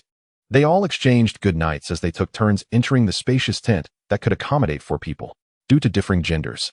The boys' area was separated from the girls' by a black curtain, ensuring no disturbances. As the night passed without incident, the second day of summer camp dawned quietly. Ash and the others rose early, freshened up, and were met by Assistant Matsubara, who distributed breakfast, slices of bread spread with jam. After quickly consuming their breakfast, Ash and the others gathered around the now ash-covered campfire to discuss their plans for the day. After all, Assistant Matsubara and Professor Oak had given them the freedom to choose their activities, so it was time to deliberate. Let us go to the river. The others are there.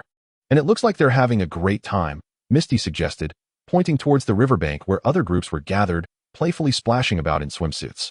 However, Green frowned, seemingly reluctant to go to the river. With a flick of his hair, he confidently proposed, let us explore the woods. That would surely be more exhilarating. I don't quite agree. It could just be aimless wandering in there. What do you think, Ash? Do you want to go to the woods? Misty inquired, seeking Ash's opinion. As for May, it was her first time at such a summer camp, and she was simply happy to be with friends, regardless of where they went. Me? Suddenly called by Xiaolan. Ash found himself taken aback, hesitating and uncertain of how to respond. Observing Ash's flustered demeanor, Xiaolan seemed unfazed. Letting out a sigh, then let us heed my suggestion. We shall head to the riverside. What about you, Xiaomao? Do you have any objections? Xiaolan, taking the initiative for the group, found the indecision rather vexing without a clear goal in sight. No, let's proceed as such. To the riverside it is, Xiaomao replied, shaking his head, harboring discontent yet refraining from voicing it, burdened by various concerns. Now, everyone, change into your swimsuits and let us set off. A few minutes later, Ash and his companions had donned their swimwear and arrived at the riverside, where lush greenery carpeted the ground beneath them, the grass standing as tall as half their legs, occasionally revealing rattatas darting through the foliage. At the riverbank, Ash was engaged in splashing water with Piku, planning to play with his Pokémon for a while before taking the plunge himself. Meanwhile, Xiaolan and Ai mingled with the other girls, joyfully splashing water with them. A simple yet delightful way to enjoy the moment. What was Xiaomao up to? Ash scanned the vicinity and spotted Xiaomao, solitary in a corner of the sandy area. His curiosity piqued. Ash stood up, eager to see what he was doing. Holding Piku firmly, he made his way toward Xiaomao. Upon closer inspection, Ash noticed Xiaomao diligently constructing a sandcastle, which was beginning to take shape. It promised to be a magnificent sight once completed. Sensing someone behind him, Xiaomao instinctively turned, revealing only half of his face, his features taut and serious. Upon recognizing Ash, however, he relaxed instantly, turning fully to face him with a slightly raised head, pride evident in his demeanor. Ah, it's Ash. What brings you to seek me out, young sir? Why are you alone here in the sand? Aren't you going to join everyone else? Ash inquired, with Pika chiming in with its own curious squeaks. A flicker of panic crossed Xiaomao's eyes at the question, but he maintained his haughty expression. I am Xiaomao, the young master. How could I possibly play with them? Is that so? Very well then. Piku and I shall go and find Xiaolan and the others, Ash replied, turning to leave with Piku in his arms. Xiao Mao extended his hand, his mouth slightly agape, but ultimately refrained from calling Ash back, letting his hand fall. At that moment, Ash seemed to sense something amiss and looked back at Xiao Mao, who remained stationary. Aren't you coming along? It's far more enjoyable to play together. Xiao Mao found himself pulled up by Ash, who dragged him toward the riverside. As they approached, the other girls gathered around, showcasing their graceful figures before Xiao Mao. Should we not assist him? Piku perched atop Ash's head, floating on the water's surface. Observe the scene unfolding around Xiao Mao. Ash felt a sense of responsibility to help his friend, but he realized his own strength was insufficient, and considering the girls were involved, he sought the opinions of Xiaolan and AI. No need, no need. That guy is surely relishing the attention, so let us not concern ourselves with him.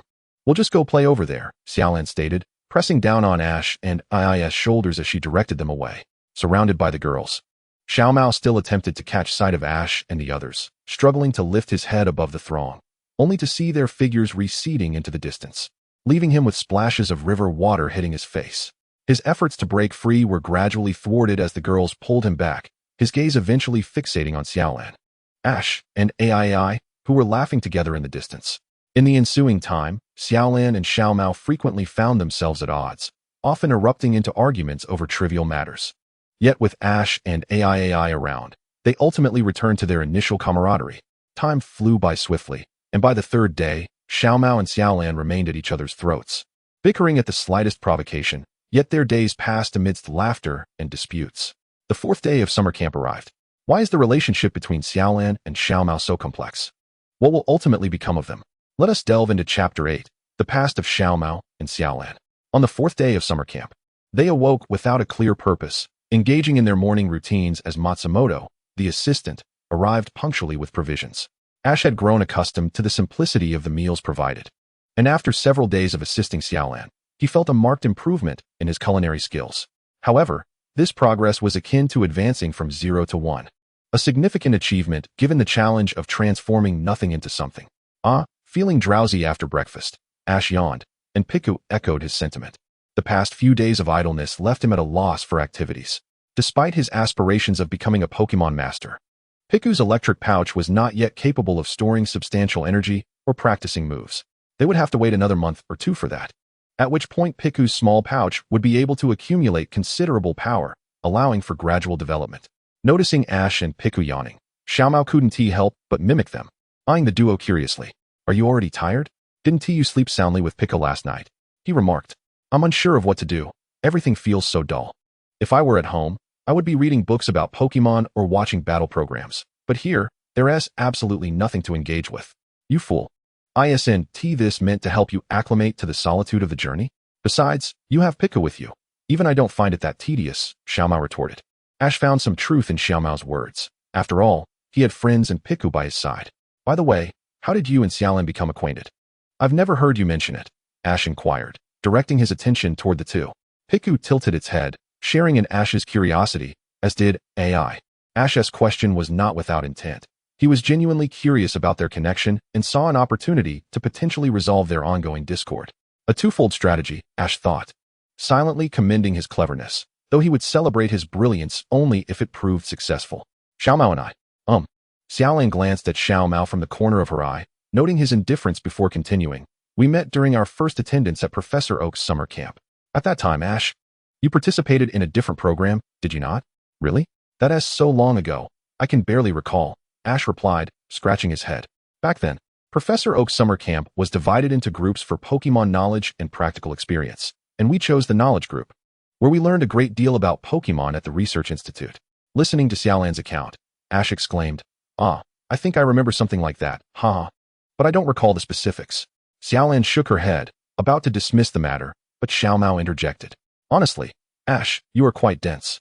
Didn't I mention we were in different groups? It's of no concern to you, so don't fret about it. Xiao Mao spoke without regard for Ash's feelings. And while Ash appeared unfazed, Xiaolan was not inclined to let it slide, promptly countering. Ash was only being kind. What is wrong with that? It's precisely this arrogance of yours that I detest, just like before. Xiaolan spoke, seemingly recalling some unpleasant memories. Her nose twitched slightly, and with a huff, she turned her face away, refusing to look at Xiao Mao's face, which she found quite distasteful. Observing Xiao Lan's demeanor, Xiao Mao chose to remain silent. Muttering under his breath, "Girls are truly troublesome." Fortunately, his words went unheard by Xiao Lan. Otherwise, another fierce battle would have been inevitable. However, for Xiao Ji and Xiao Ai, it would surely be an opportunity to sit down and enjoy the spectacle. Haha, we haven't finished sharing how we met just now. Shall we continue? Xiao Ji awkwardly chuckled, making every effort to ease the tension between the two.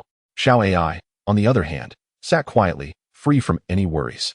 Not to forget, there was also a Piku, but as a Pokémon, it couldn't assist Xiao Ji in any way, merely watching from the sidelines.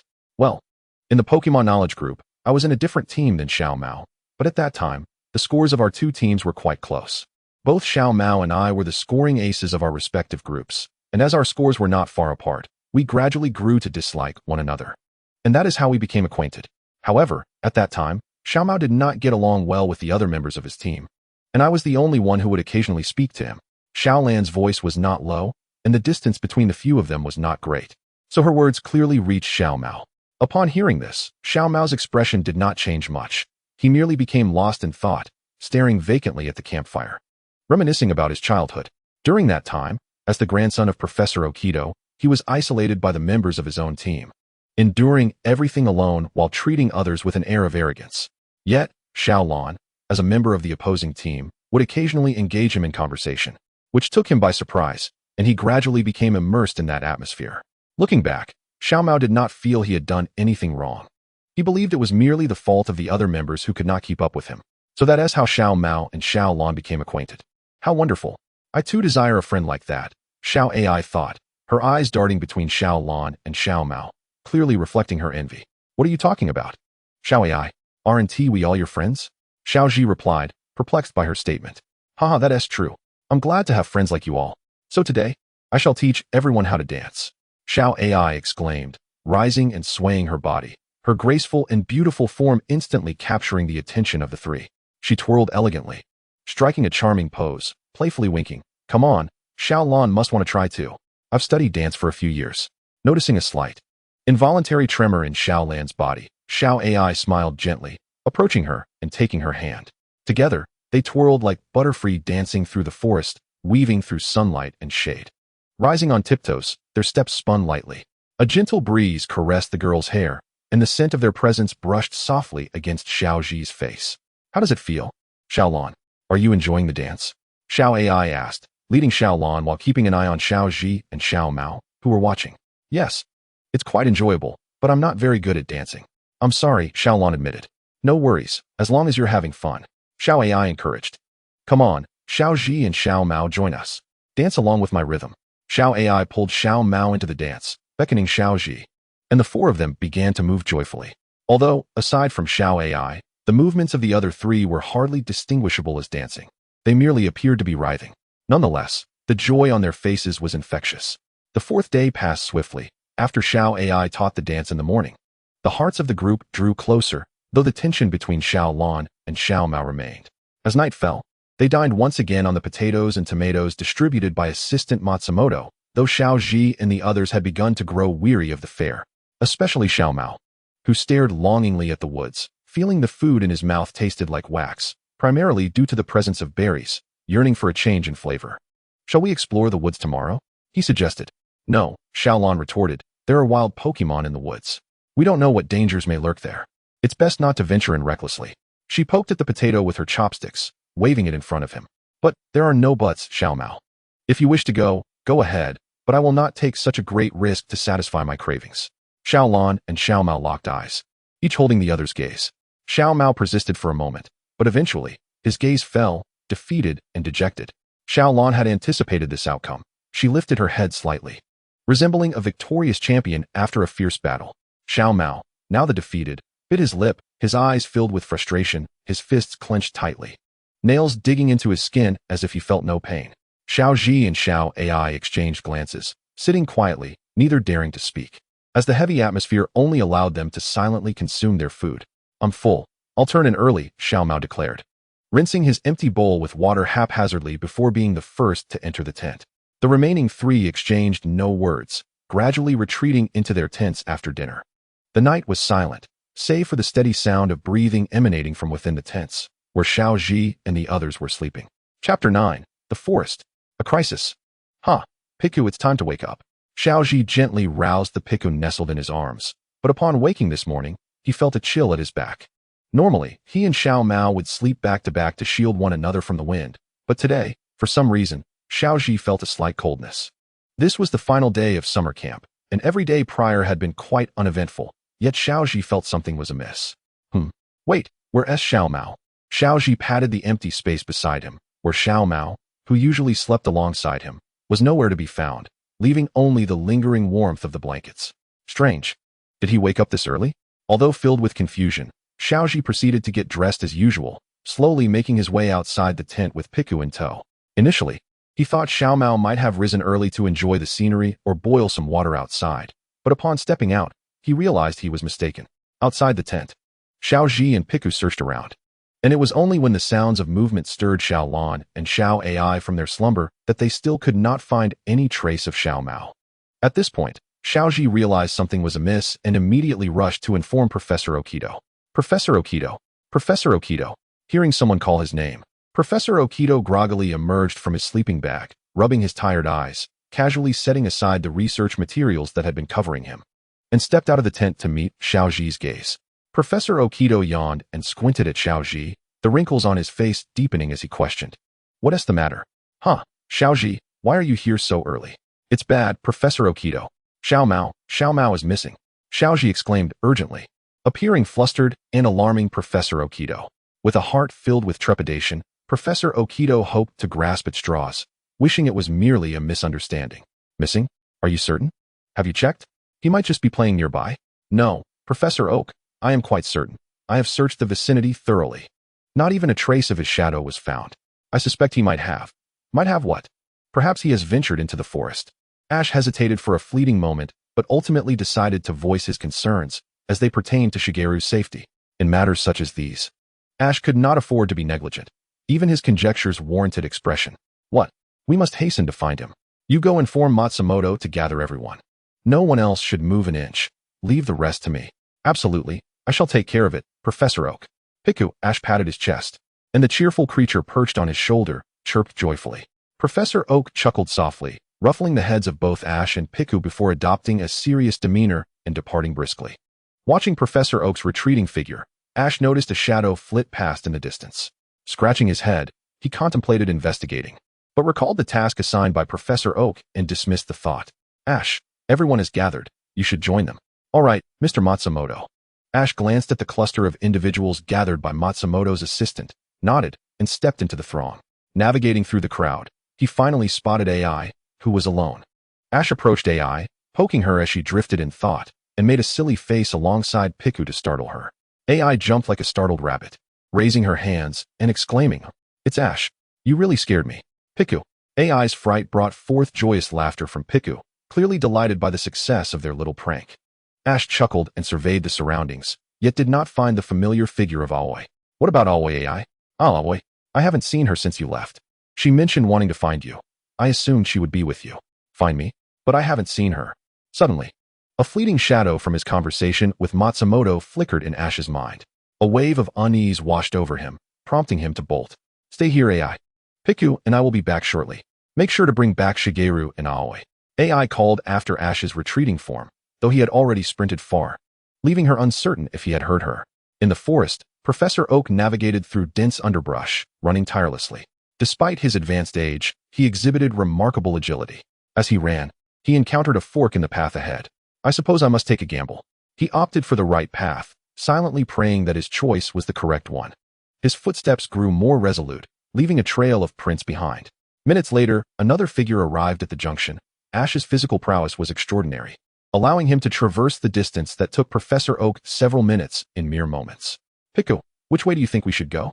Ash observed the footprints leading in both directions, feeling indecisive, and sought Piku's counsel. Piku. With its short finger pointing toward the left, Ash nodded. Very well. We shall proceed left. He moved toward the left path, his steps overlapping with the muddy footprints beneath him. His movements were light. Perhaps the thought of Shigeru's perilous situation instilled a sense of urgency within him, compelling him to remain vigilant. As he continued forward, Ash perceived a commotion not far ahead. Realizing that Shigeru might be in distress, he quickened his pace. Upon reaching a thicket, he halted, peering through the foliage to catch sight of Shigeru.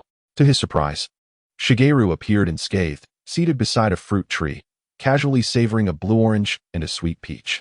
However, Ash's reason for stopping was not merely the sight of Shigeru's safety, but rather a figure standing not far ahead. This figure, adorned with long hair, emanated a faint fragrance. Glaring at Shigeru from the muddy ground, her eyes seemed to interrogate him, demanding to know why he had ventured alone into such a perilous location. Shigeru recognized the meaning behind her gaze and sighed, looking resigned. I'm perfectly fine, see? I'm right here, so there's no need for you to worry. I'm not worried about you. It's just that if anything were to happen, I would blame myself for the words I spoke to you last night. Now, come back with me. Your grandfather will surely be concerned.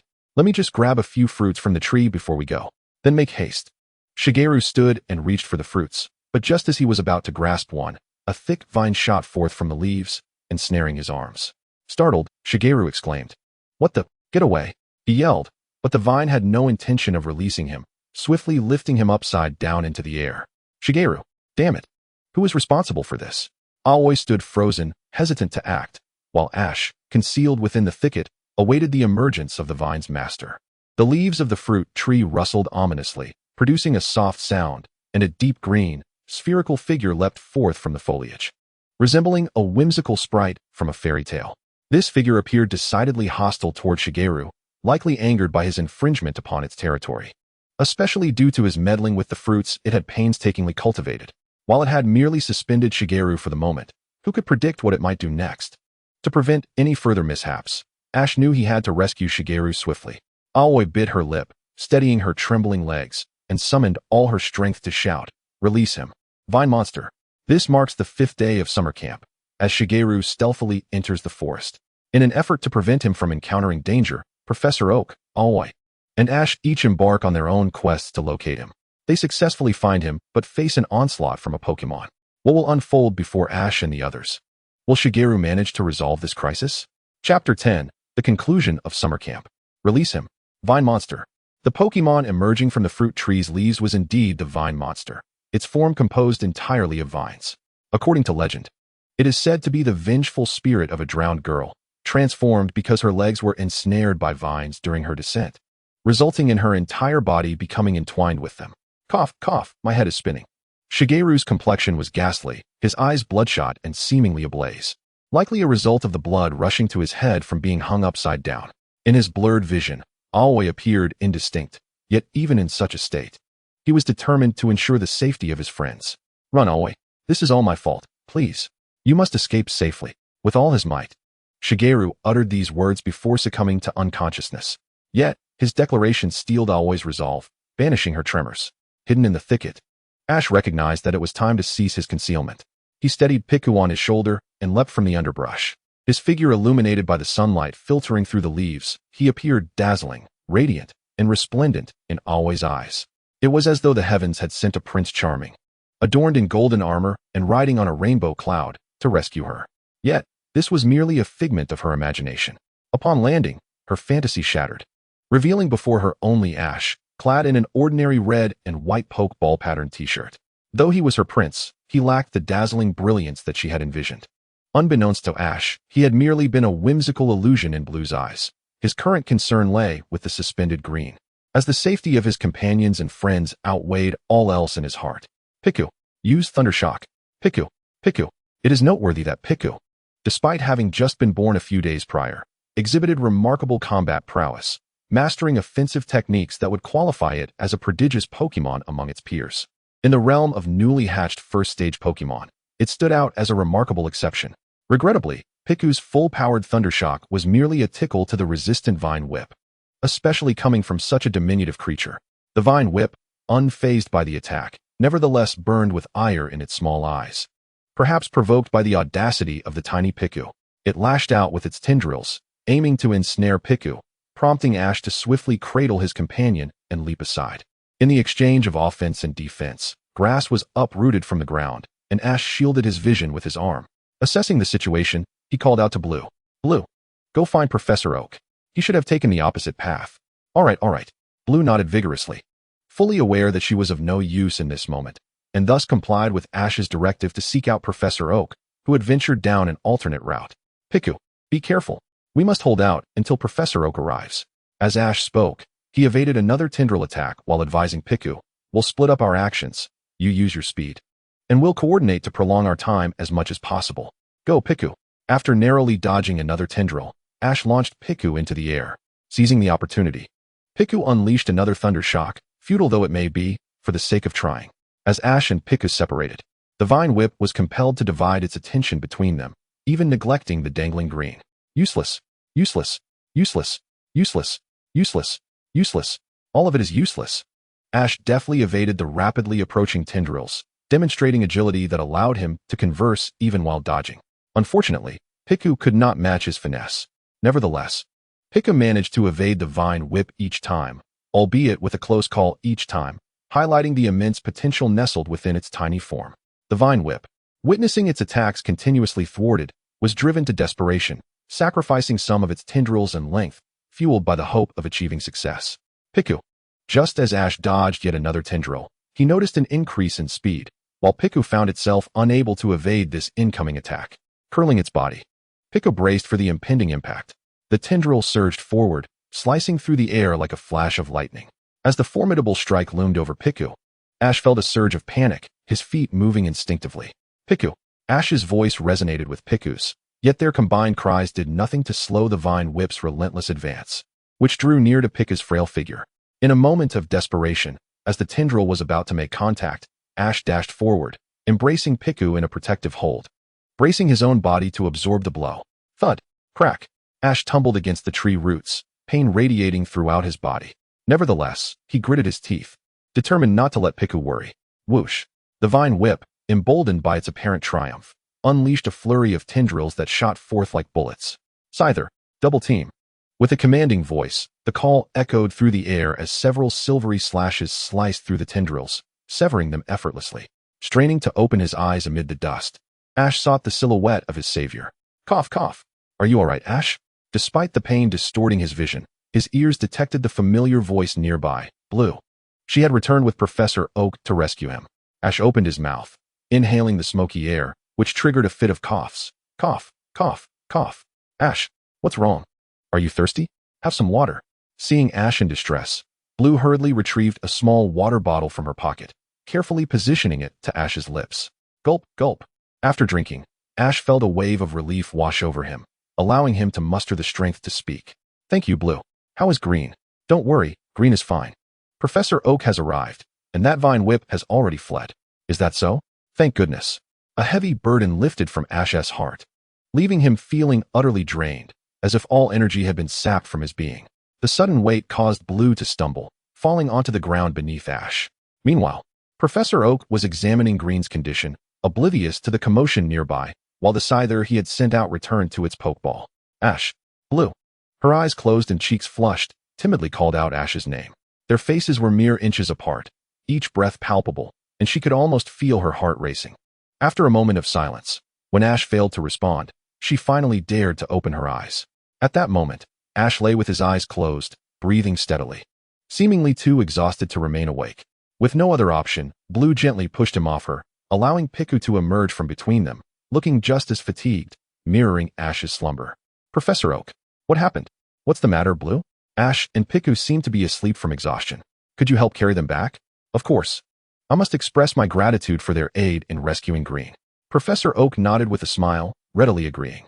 He then commanded Scyther to lift Ash and Piku, while he carried Green on his back, guiding Blue towards the forest's exit.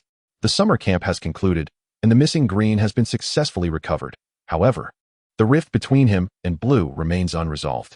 What fate awaits them in the days to come? Chapter 11. A shadow on the sickbed. Ash slowly awakened, his eyes meeting the worried gaze of Piku. Noticing Ash's consciousness returning, Piku leaped joyfully, its concern dissipating in an instant as it bounded onto his head. As Ash attempted to rise, he felt a weight resting on his legs. Lifting his head, he discovered Blue, soundly asleep, curled up on his lap.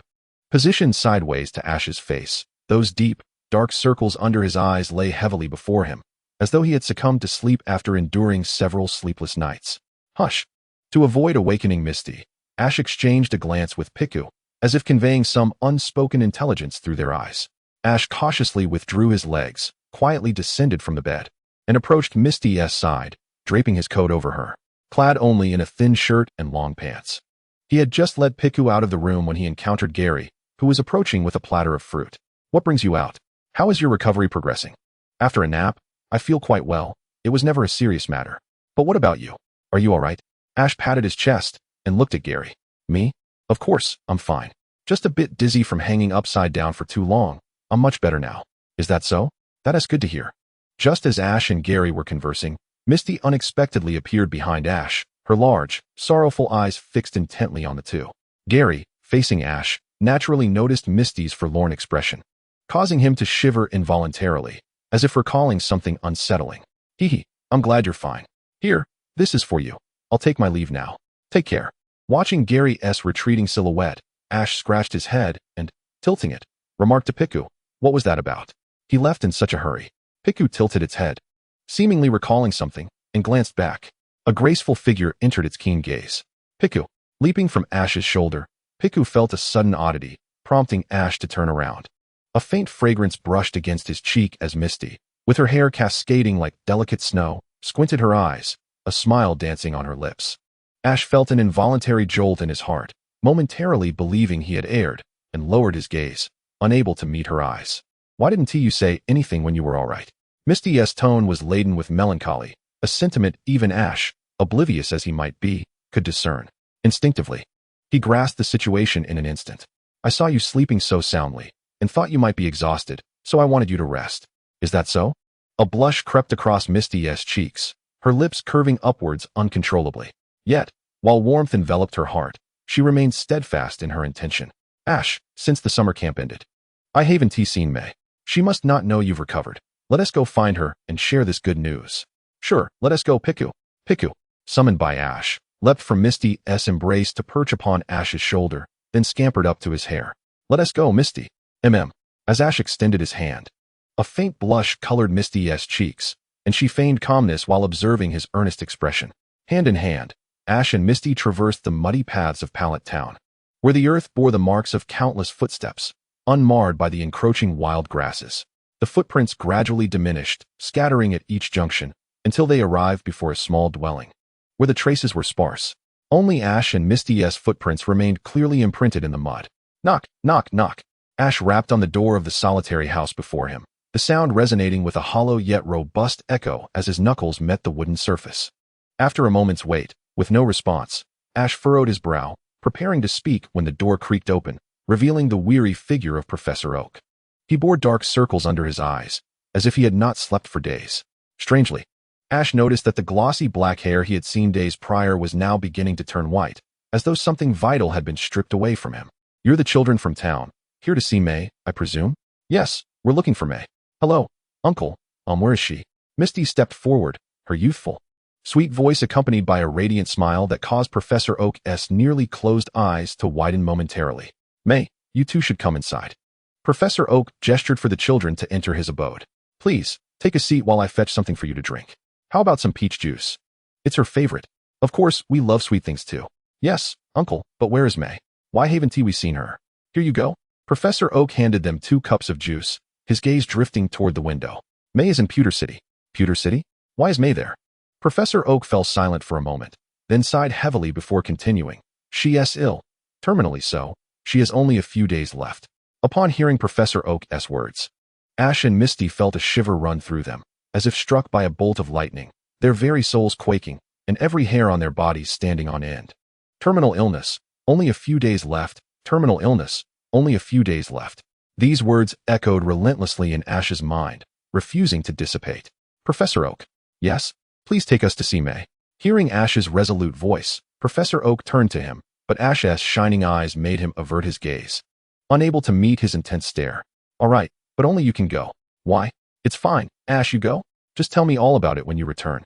Misty grasped Ash's arm, shaking her head. It mattered little to her, and perhaps May would prefer to spend time alone with Ash. Misty surmised, though the reality remained to be seen. Within the Pallet Forest before the town, a car sped through the greenery. The forest was dense with foliage, sunlight filtering through the leaves. Ash sat in the passenger seat while Professor Oak drove. As they burst from the forest, blinding light struck Ash's eyes, prompting him to instinctively shut them. "Is Piku all right?" "Piku." Piku's voice was lively, appearing to merely be reacting to the harsh brightness. When Ash opened his eyes again, a completely different scene unfolded before him, towering skyscrapers of a city. Professor Oak did not venture into the city center, but adeptly navigated around the outskirts of Pewter City. Arriving at the suburban Pewter Hospital, Weavy arrived. Ash hurriedly exited the vehicle, keeping pace with Professor Oak. The hospital was vast, marking Ash's first encounter with a structure larger than Professor Oak's laboratory. Having spent his childhood in Pallet Town, he was familiar with the world outside only through television shows. While he yearned to explore and witness the sights of Pewter City, he remained focused on the pressing matter at hand. "This is it. You can go in alone. What about you, Professor Oak?" And Ash pointed to Piku, who remained loyally perched on his shoulder. "I want to go in. Piku will be fine. Just head inside." Encouraged by Professor Oak, Ash and Piku pushed open the door to the hospital room. A sudden scent of disinfectant pervaded the room, while not overly pungent. It rendered both Ash and Piku somewhat uncomfortable, suggesting they would need a moment to acclimate. Ash and Piku slowly entered the chamber, where a gentle breeze wafted through the unshuttered window, causing the curtains to flutter towards the door. "Dad, is that you again? Isn't it still too early for dinner?" The girl's voice was frail, lacking any semblance of vitality. "It's me, Zioi, and Piku has come to see you too." "Piku." The figure on the hospital bed shivered slightly, her frail back turning slowly to reveal Zioi's haggard visage. Ash had awakened from his slumber, his health seemingly intact. Yet, upon arriving to visit Zioi with Xiaolan, he was met with the astonishing news. Zioi was afflicted with a terminal illness. Was there any hope? Could there be a way to assist her? Chapter 12. Hanako's Culinary Delights. Ash. "Piku, what a surprise to see you." Zioi attempted to rise, but as she propped herself up slightly, a wave of weakness overwhelmed her, causing her to collapse heavily. "Don't strain yourself. We merely came to see how you are." "I'm so sorry for suddenly becoming like this. It's not your fault." Piku leapt from Ash's shoulder onto Zioi's bed, nuzzling her cheek affectionately. "Thank you, Piku." Zioi's face lit up with a radiant smile, infusing her ailing body with a flicker of life. Outside the room, Dr. Fuji beheld Zioi's blossoming smile, and couldn't he help but smile himself. Yet a sudden thought cast a shadow over his expression, his eyes reflecting a tinge of sorrow. Within the room, the conversation between Zioi and Ash continued. "Ash, it seems I don't have much time left. They say it's terminal." Zioi gazed out the window, and Ash followed suit. A yellowed leaf drifted gently from above, ultimately joining the multitude of fallen leaves below. "But I don't want to die. I don't want to miss out on Pokémon or you. There is so much I still wish to do." Zioi turned her gaze back to Ash, their eyes locking as tears streamed down her cheeks, resembling a never-ending river. In response, Ash found himself at a loss for words to comfort her. Observing Piku resting on her, he moved closer to clasp her hand. Startled by this unexpected gesture, Zioi gradually felt her anxious heart settle into tranquility. "Thank you. May I ask you for a favor, Ash?" "What is it?" "Anything within my power, Piku, and I will certainly accomplish." Piku and Ash exchanged determined glances, their confidence radiating. "It's not a difficult request. I believe you and Piku can manage it." "Absolutely." Ash and Piku nodded in unison, their spirits unyielding to the task at hand. "I heard Xiaolan mention that you aspire to become a Pokémon Master and participate in the league competition. I want you to become the champion. I wish for you to realize the dreams I couldn't fulfill. This is what I implore of you." "Piku." "Of course, that's no trouble at all." Ash and Piku shared a look, entirely unbothered by the challenge posed by her request, and readily agreed. "Trust me, Zioi. Piku and I will strive to rise higher. We shall become champions of the league competition," Ash proclaimed confidently, but then suddenly recalled something and added, "No, not just the league champion. I will be the very best in the world." Piku. Witnessing Ash's exuberance, Zioi refrained from speaking, feeling her own confidence surge. Even Piku was swept up in Ash's fervor, letting out an enthusiastic cry.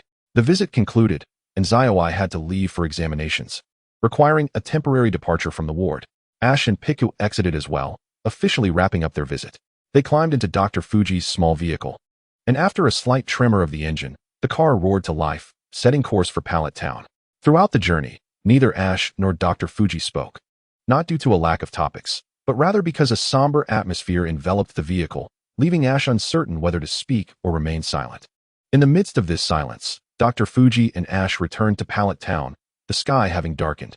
The evening sun radiated a rich crimson, yet Ash felt no inclination to appreciate the picturesque scenery reminiscent of an oil painting. Upon arriving home, As Ash entered, the roar of an engine echoed from outside. The rumbling gradually faded. Ash discerned it was not heading into Pallet Town, but rather departing along the same route they had taken. "I'm back, Piku." Ash spoke weakly upon returning home, eliciting a curious glance from Hanako, for her son's voice had never sounded so subdued. "What is the matter, Ash? Come down and eat." As Ash and Piku began to ascend the stairs, Hanako, having just finished preparing dinner, called them to halt. Ash remained silent and, along with Piku, descended slowly, taking a seat at the dining table without uttering a word.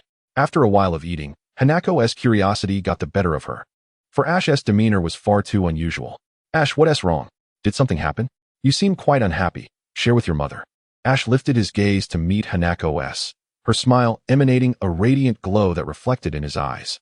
The warmth of her maternal affection dispelled some of his sorrow, wrapping him in a comforting embrace.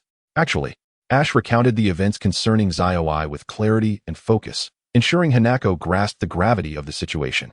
Listening to Ash's somewhat sorrowful tone, Hanako couldn't help but empathize. The thought of having a friend afflicted by a terminal illness was heart-wrenching. "Tomorrow, I'll prepare something delicious for you to take to that poor girl." "All right, Mom."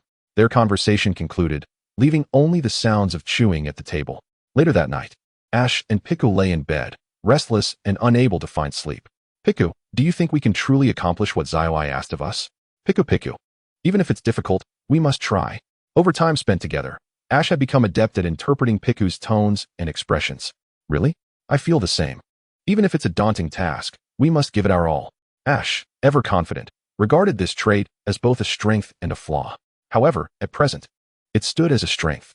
"Piku, let us get some rest. Tomorrow we need to deliver the delicious food made by Mom to Zaioi." Piku. "Mom's cooking is exquisite. Zaioi will surely enjoy it." At this thought, Ash chuckled, his weary eyes gradually closing as he drifted into a peaceful slumber alongside Piku. The following morning at 6:30, Ash rose proactively, without the need for an alarm or Hanako's urging. Naturally, Piku was up with him. "Why are you up so early?" "I have yet to commence my preparations." As Hanako busied herself with the ingredients, she encountered Ash and was equally astonished. However, after a brief moment of contemplation, she discerned the reason. It appeared that Ash was quite concerned for that young lady. "Very well, since both you and Piku are awake, lend me a hand, would you?" Hanako said, extending some ingredients that required peeling and cleaning into Ash's hands. "No problem. Leave it to Piku and me," Ash replied. As Piku chimed in with a cheerful Piku, Ash took the ingredients and, accompanied by Piku, busied himself in a corner. The entire family of Ash was immersed in their tasks, each individual exhibiting utmost seriousness, fearful that even the slightest mistake might mar the meal. The kitchen was filled with the sounds of bustling activity, clattering and clanging, as Hanako prepared the meal. Once the commotion ceased and gradually faded, Hanako emerged from the kitchen, bearing a beautifully wrapped bento, which she handed to Ash, placed delicately within a small paper bag. "Thank you, Mom. Piku and I are heading out now. Be careful on the way."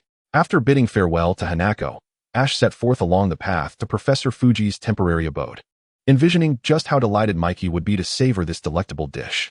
Piku, is my trainer being foolish? Why does he keep grinning like that?" Piku tilted its head, pondering Ash's silly demeanor. The scenery around them transformed as Ash arrived before the house he had seen the previous day, raising his hand to gently knock on the wooden door. Creak. This time, the door opened swiftly, revealing Professor Fuji, though he appeared even more haggard than the day before. His lips were chapped, his eyes devoid of any brightness, and there was an air of despondency about him, as though he had lost something profoundly significant. "Professor Fuji, my mom made some delicious food, and I wanted to bring it to Mikey." Professor Fuji did not respond, merely glancing at the bag Ash held. He extended his tongue to moisten his cracked lips, and in a hoarse voice, he uttered, "It's no use. Mikey can no longer partake. Please, come inside." A sense of foreboding surged within Ash upon hearing Professor Fuji's words. As the professor stepped aside, Ash hurriedly entered the house with Piku, neglecting to change his shoes, and rushed into the living room. Professor Fuji said nothing further, simply shutting the door quietly behind them. Upon entering the living room, they were greeted by Chapter 13, a permanent farewell. Before Ash lay a small, square wooden box placed upon the coffee table, with a grayish-white photograph of Mikey affixed to its side. Ash could hardly believe his eyes as he stared at the box, his feet frozen in place. Piku leapt forward, embracing the box tightly, gazing at Mikey's radiant smile upon it, tears streaming from its small eyes. A tear trickled down Ash's cheek as he gently stroked Piku's back. He understood Piku's feelings. Witnessing a friend transformed into this state before one's eyes would stir sorrow in anyone's heart. Mikey left right after you all departed yesterday. It happened so suddenly. I received the call shortly after I saw you home. Professor Fuji continued, his voice growing increasingly choked with emotion, the hoarseness tinged with a sob, evoking deep sympathy. I rushed to the hospital, but I couldn't even see her one last time. She must have felt so lonely, leaving without a familiar face around her. Listening to Professor Fuji's words, Ash could envision the scene, the coldness enveloping her, surrounded by doctors and nurses clad in white, with not a single person she recognized. Her father and friends were all absent. In her final moments, she could only fix her hopeful gaze upon the door until she could see no more. My Mikey. Professor Fuji wept. Though an adult, he cried like a child, with snot and tears flowing freely. Witnessing Professor Fuji in such distress, even Ash and Piku, who had just regained their composure, could no longer contain their emotions, embracing one another as tears blurred their vision. After a considerable time spent in mourning, Professor Fuji rose silently to gather Mikey's box. After all, as the old saying goes, out of sight, out of mind. Following this, their spirits began to mend more swiftly, though the atmosphere of sorrow still lingered, albeit more bearable than before. Since Mikey can no longer enjoy it, why don't you join us for a meal, Professor? Ash suggested, nudging the bag containing the bento box toward Professor Fuji, while he and Piku gazed at him with eager anticipation. Professor Fuji hesitated, lifting his hand, uncertain whether to accept or decline, prompting Ash to continue. Think of it as a chance to let Mikey experience my mom's culinary delights. Piku, very well. I shall savor it in Mikey's stead. Professor Fuji accepted the bag containing the bento box, deftly unwrapping it, and proceeded to the kitchen to warm it slightly in the microwave. After a few moments, the delectable dishes, released from their confines, filled the air with an enticing aroma that wafted about. A variety of sumptuous dishes adorned the table before Ash, Piku, and Professor Fuji, and merely gazing at the feast made them swallow with anticipation. Your mother seems quite the culinary expert. Just the fragrance alone is irresistible, remarked Professor Fuji, who suddenly wore a hint of a smile, perhaps invigorated by the food or by the company of Ash and Piku, or perhaps it was a combination of both. Hey, Professor Fuji, don't be shy, dig into my mom's cooking, Ash exclaimed, promptly taking up his chopsticks, though he refrained from serving himself first. Instead, he offered several enticing morsels to the small Piku beside him.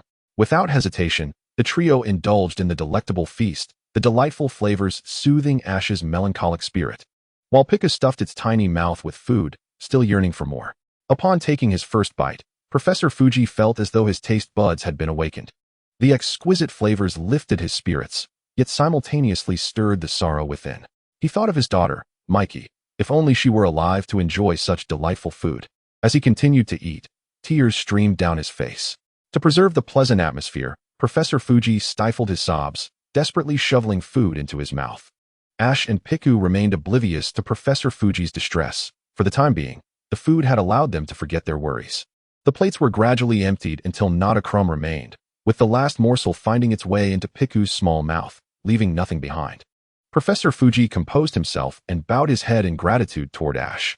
Thank you, Ash. I feel much better. Mikey is fortunate to have a friend like you. Professor Fuji smiled, glancing out the window as the dim light filtered through the glass, illuminating the hardwood floor. He understood that this little companion would soon be heading home. It's getting late. You should hurry back. Understood, Professor Fuji. Ash gathered his belongings, leading Piku to the door. Just as he was about to step outside, a thought struck him. Suddenly turning back, he called out to the waving Professor Fuji, I promise I will fulfill my promise to Mikey with Piku. I will. Piku. Piku. The youthful vigor of the boy was accompanied by a gentle breeze that tousled Fuji's hair. He understood that the young lad before him was not jesting, and with a nod and a smile, he replied, I comprehend. Zaioi must surely feel the same. Farewell, Dr. Fuji. Pikachu-chan. This time, Dr. Fuji did not respond, merely gazing at their retreating figures until they faded into the twilight. He quietly returned to his room, staring at the cold, lifeless box, reminiscing about the moments spent savoring delicacies with Ash. A smile graced his face, but it quickly darkened, overshadowed by an encroaching gloom. I promise, Zaioi, my daughter, I promise. Dr. Fuji knelt before Zaioi's urn, reciting this vow repeatedly, as if it were a solemn decree, his voice resolute and unwavering. Meanwhile, Ash remained oblivious to Dr. Fuji's situation at home, having tidied his spirits alongside Pikachu as they made their way back to his abode. Upon entering, his mother, Hanako, observed Ash's notably improved mood and proudly placed the empty lunchbox on the table. Wasn't my cooking delightful? What did that girl think of it? Hanako inquired with a smile, unaware that her words had swiftly extinguished the flickering joy in Ash and Pikachu's hearts. Mom, it was shared with her father, Dr. Fuji. She can never enjoy it again. Pikachu, bewildered, echoed his sentiment. How could this be? Upon hearing Ash's words, Hanako grasped his meaning, and at that moment, thoughts of her own lovingly prepared meal being consumed entirely felt unbearable. The phrase never again echoed in her mind. Never again. Hanako appeared utterly despondent, silently clearing away the dirty dishes Ash had brought back, uttering not a word, perhaps too disheartened to speak. I'm heading for a shower, Mom. Pika. Ah, very well. You two go ahead. Pikachu trailed behind Ash as they entered the bathroom, and with the sound of running water, they began their cleansing ritual. After their bath, Ash and Pikachu returned upstairs, reclining in their shared room. With little to occupy his time in the days that had passed, Ash resolved to visit Professor Oak the following day, with the primary goal of conveying Zioi's news to Misty and Gary. Curiously, Ash had not seen them for 2 days. The reason for this would likely reveal itself upon his arrival at the Oak Laboratory. The second objective was to commence formal training with Pikachu, as he aspired to become a Pokémon League champion, necessitating a period of diligent study under Professor Oak, followed by selecting an appropriate location for specialized training. At present, these 2 tasks stood as Ash's main priorities, given that he was not yet a fully fledged trainer and could not embark on his journey. Motivated to prepare adequately, Ash contemplated the potential yet untapped within his diminutive Pikachu. As he pondered, a wave of fatigue washed over him. Casting a glance at the already slumbering Pikachu, he gently stroked its small head. Good night, Pikachu. The world succumbed to darkness, illuminated only by the silvery glow that blanketed the earth, transforming everything it touched into a pristine, ash-like whiteness. Zioi's departure from this world has imbued Ash with immense resolve, while Dr. Fuji grapples with profound sorrow. What lies ahead for them? Chapter 14. The unspoken farewell. Today, Ash awoke naturally, though throughout the night, he had startled awake several times from his slumber. The memories preceding his awakenings were hazy, leaving him unaware of the reasons for his disturbances. Consequently, Ash drowsily drifted in and out of sleep, finally rising at noon. Pikachu, sporting dark circles under its eyes, appeared thoroughly displeased, and Ash dared not provoke it. He understood that Pikachu's current state was largely due to his restless night, filled with turning and tossing that had disrupted Pikachu's much-needed rest. After changing into fresh attire, Ash descended the stairs with a Pikachu that seemed to carry an air of resentment akin to that of a pouting spouse. Today, Hanako's mood was notably subdued, likely a result of the news Ash had shared the previous day, which she had yet to fully process. While both Ash and Pikachu shared in her sorrow, they were compelled to look ahead. Though their grief was not outwardly apparent, it was deeply felt, manifesting as an insatiable appetite that cloaked their emotions and actions. I'm full, Ash declared. Pika. Together, they set their dishes down, dutifully placing them in the sink. Pikachu and I are off to Professor Oak's. Farewell, Mom. Pikachu chimed in agreement. Hanako offered no verbal response, simply nodding in acknowledgement of Ash and Pikachu's departure. With her acquiescence, Ash and Pikachu dashed from the house towards the Oak Laboratory. Even if Hanako had objected, Ash and Pikachu would have sought a way to discreetly visit the research facility. Upon entering the laboratory, Ash pushed open the door to find Professor Oak immersed in his work amidst a scattering of books, some pages yellowed with age, hinting at their storied past. Oh, Ash, are you here to see Gary? Yes, in the room at the far end of the second floor, Professor Oak indicated, lifting his gaze momentarily before returning to his search through the literary chaos. Pikachu, ever playful, nestled into the pile of books, seemingly intent on a game of hide-and-seek. However, Ash had no such intentions and lifted Pikachu onto his shoulder. Professor Oak, what are you searching for? I can assist you. Oh, if you could find the book titled The Relationship Between Pokémon Sleeping Positions and Their Emotions, I would greatly appreciate it. I've searched high and low, but to no avail. Is that so? Pikachu should lend a paw too. Ash gently set Pikachu down among the tome heap and began to sift through the stack. Yet, the sheer volume of books was overwhelming. Ash felt as though he had perused countless volumes, yet the pile showed no signs of diminishing. As he navigated the literary labyrinth, he experienced the sensation of swimming amidst an ocean of knowledge. The rigid edges of the books jostled against him, causing minor discomfort, yet he remained focused, embracing the pursuit of wisdom alongside his companion. After an extensive search, Ash finally uncovered the coveted title, The Relationship Between Pokémon Sleeping Positions and Their Emotions. Should there be a next time, he resolved never to volunteer for such a task with Professor Oak again, as it proved to be quite the trial. Meanwhile, Pikachu found itself wedged between the pages of a book, and if it could voice its thoughts, it would undoubtedly echo Ash's sentiments. Professor Oak, is this the one? Let me see. Ash watched as Professor Oak examined the book, his brow furrowing deeper with each page he turned. The longer Professor Oak studied the material, the more Ash's and Pikachu's hearts raced, fearing that he might declare it the wrong book, necessitating another round of searching. Professor Oak sighed, and Ash braced himself, prepared to turn away at a moment's notice. This book is indeed what I sought. However, the contents appear to diverge from my research. Nonetheless, thank you, Ash. Having turned his back, ready to resume his reading, Ash glanced over his shoulder, a smile curving at the corners of his mouth. It's all right, Professor Oak. As long as it's what you desire, Piku and I shall seek out Gary first. Piku. Ash swiftly pulled Piku from the pile of books. And amidst its bewilderment, they hastily fled the hall, darting towards the second floor. Following Professor Oak's guidance, Ash traversed the corridor to the end of the second floor, entering the innermost room. With a creak, the rickety door swung open like a clam, revealing Gary, who sat alone on a sofa, fixated on a large 4K LCD television. Upon hearing the door's opening, Gary turned his head, his eyes gleaming with anticipation. However, upon spotting Ash, the light in his gaze vanished without a trace, and he returned his focus to the latest program on the screen. It was a scientific exploration segment, which Ash cast a fleeting glance at before losing interest. For him, only Pokémon battle shows held any allure. Gary, why are you alone? Where's Daisy? Daisy. She left. Boom.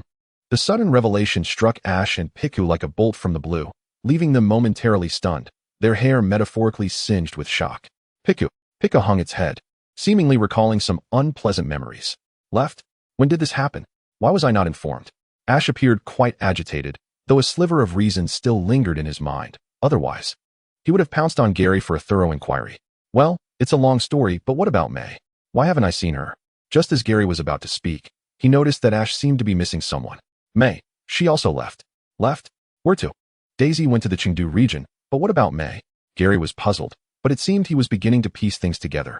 While Ash had already learned of Daisy's situation, Ash recounted the news of May's passing to Gary, ensuring there was no miscommunication that could lead to further confusion. They had just spoken of entirely different matters, yet unexpectedly merged into one, creating unforeseen complications for both themselves and others. Is that so? May, Gary faltered, at a loss for words, his silence resonating with unuttered sentiments. Sigh. Ash sat down beside Gary, with Piku nestled between them. But you mentioned Daisy went to Chengdu? Why? There was not a whisper of news. It seems it was due to her mother's job. I'm not entirely certain. Her departure was so abrupt that even when I last saw her, we hardly exchanged words.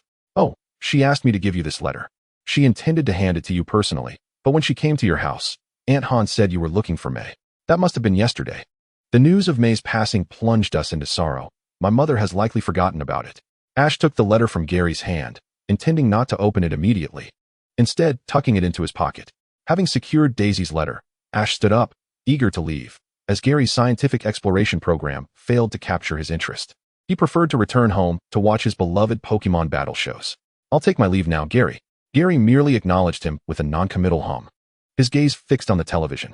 Ash descended the stairs with Piku, and as he passed Professor Oak, he requested a copy of the Pokémon Compendium. This tome contained various information about type advantages, Pokémon habitats, ecological environments, and more. Though Ash could not guarantee he would absorb all the knowledge, he vowed to exert his utmost effort. Upon returning home, Ash retrieved the letter from his pocket, swallowed hard, and with trembling hands, began to unfold it. The letter read, Ash, by the time you read this, I must have already boarded the train to the Chengdu region. Due to my mother's job, I had no choice but to leave you all behind. I hope you won't forget me. Once I become a Pokemon trainer, I will come looking for you. I will also seek you out, by the way. I've heard that the starter Pokemon in Chengdu are different when the time comes. I will surely choose the strongest one. When we meet again, I will defeat you and Gary soundly. Haha. There are so many things I wish to express, but this letter can hardly contain them all. Yet, there is one thing I must say to you. Ash, please make sure you come to my side. The contents of the envelope were brief, but Ash could discern that she had countless more words left unspoken. In truth, he too had much he had yet to share with Daisy, and even the news regarding May weighed heavily on him. Her unexpected departure left him at a loss for words. However, after reading the letter, he resolved to train diligently. determined to seek out Daisy in the Chengdu region in the future. With Daisy's sudden departure, Ash resolved to commence his rigorous training from this day forth. What awaits him in the journey ahead? Chapter 15, MT Mayaska. As spring gives way to winter, Ash and Piku have now endured their first winter together, during which Piku successfully evolved into Pikachu. Ash has also grown a year older, now at the age of 9. With less than a year remaining until the commencement of his journey, he has thoroughly read the Pokémon Compendium from cover to cover, memorizing its contents. For instance, Piku, the tiny mouse Pokémon, first discovered in the Chengdu region. Small in stature, it can emit a charge strong enough to paralyze an adult, often startling even itself. Its ability is static, with its hidden ability being Lightning Rod, frequently found in forested areas. Pikachu, the mouse Pokémon, first discovered in the Kanto region. It possesses small electric sacs on its cheeks, which it discharges when threatened. Its ability is static, with its hidden ability being Lightning Rod, commonly inhabiting forested areas. Notably, Ash's Pikachu also possesses the static ability. One may wonder how he came to know this. It all began one morning when he playfully rubbed his face against the still Piku, resulting in an unexpected jolt of electricity. This incident enlightened him about his Pikachu's ability, which, though common, was not insignificant to him and proved useful in battles. Aside from Pikachu's information, Ash did not retain any other knowledge from the Pokémon Compendium. Nevertheless, this habit instilled in Ash a propensity to consult the book whenever he encountered a Pokémon, akin to a manual Pokédex, albeit a manual one. Today, as was his custom, Ash brushed his teeth and washed his face alongside Pikachu, and during breakfast, he sat before the television, watching the latest replays of the Elite Four Challenge. This particular challenge adopted a one-on-one format, permitting each participant to utilize only a single Pokémon.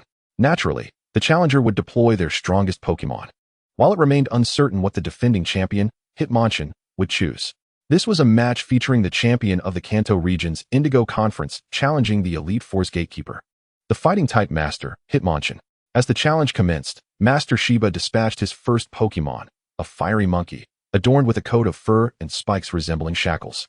The taut muscle lines connecting its arms to its body epitomized its formidable power, while its fierce visage belied a resolute spirit. To any observer, it would be evident that this fiery monkey had been meticulously trained, earning the admiration befitting the fighting master of Kanto, Shiba himself. What a magnificent fiery monkey! I must capture one for myself. Among the Elite Four of Kanto, Ash's favorite was undoubtedly Master Shiba. If asked about the other three, he might falter, but Shiba's name was well known to him, for he was the most prominent figure on television, frequently featured in challenge matches. Moreover, Shiba's battle style resonated with Ash, who favored swift defensive tactics. The current league champion, known as Xiaojia, sent forth a Charizard upon witnessing the fiery monkey's entrance. Ash's eyes sparkled at the sight of Charizard, the final evolution of one of Kanto's starter Pokémon, its dashing appearance and the blazing tail igniting a fire within Ash's heart. He quickly recalled his extensive knowledge of Charizard.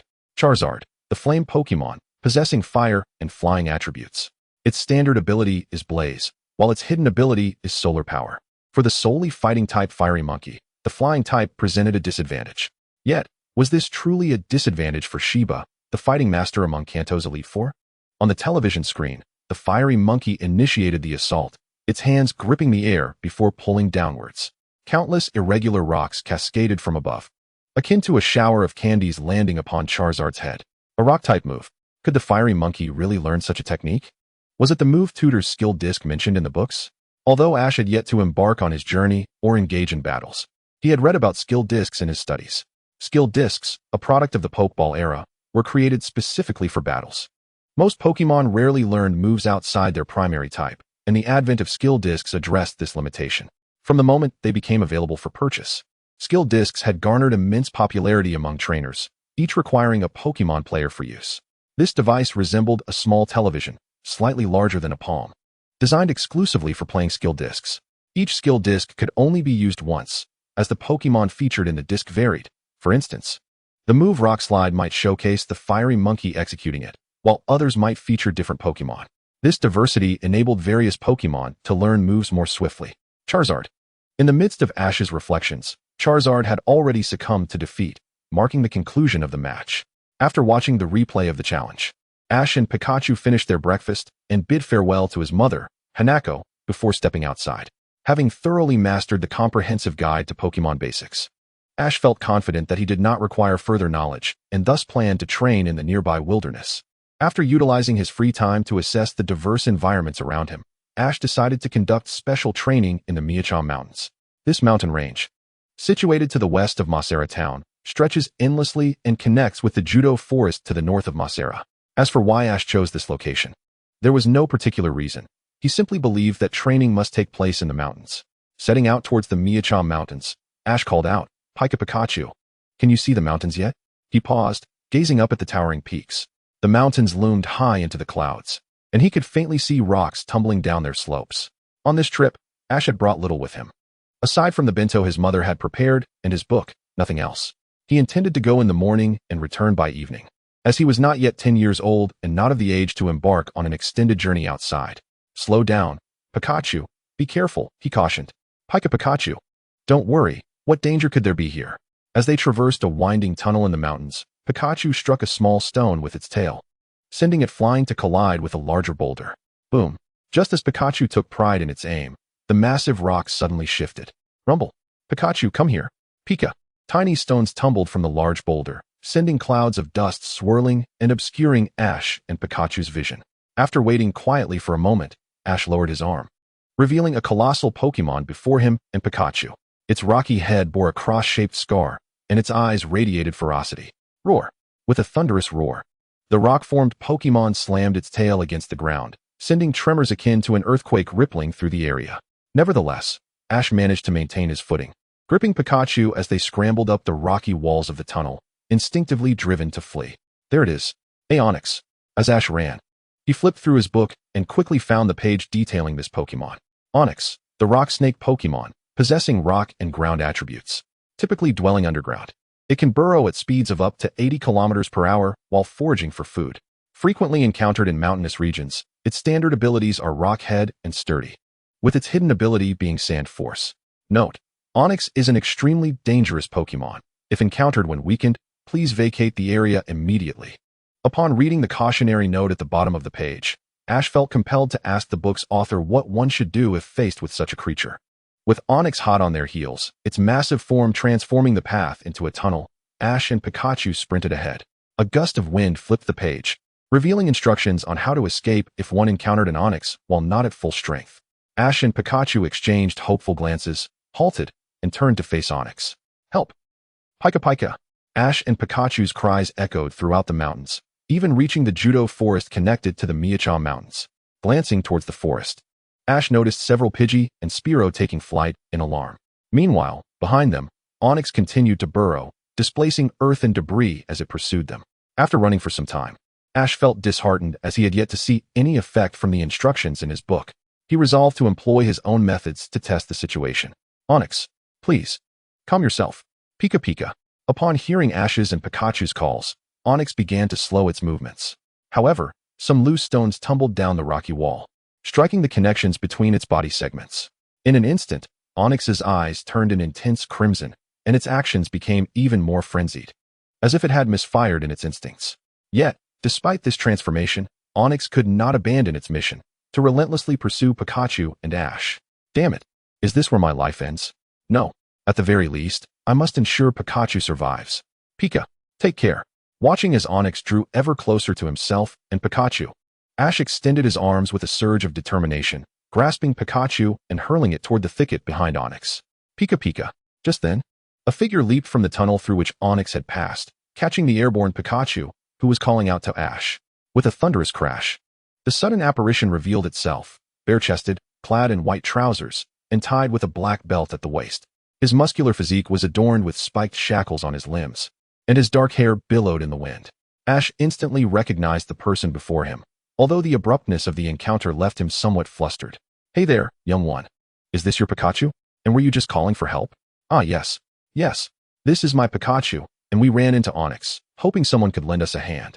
Ash felt as though he was stammering, yet being so close to Champion Shiba made him feel that he had no regrets. "It appears you know me. Leave the rest to me. But remember, next time you encounter an Onix in the wild, make sure to steer clear, especially one as massive as this." Shiba handed Pikachu back to Ash, gently patting its head while imparting wisdom to this budding champion of the league. Suddenly, Onix launched an attack from behind, its colossal stone tail crashing down with immense force, sending a resounding shockwave through the air. Don't interrupt me while I'm imparting knowledge. But seeing your eagerness, I suppose I shall teach you a lesson. Shiba leaped, delivering a side kick to Onyx's tail, causing it to lose balance. Utilizing the tail as a springboard, he propelled himself to the middle of Onyx's massive body. This seems to be the spot. As Shiba traversed the central segment of Onyx, he successfully located a yellow Pokémon wedged within the rocky crevice. Alright, watch this. Hiya. Shiba seized the tail and pulled with all his might. From a distance, Ash watched.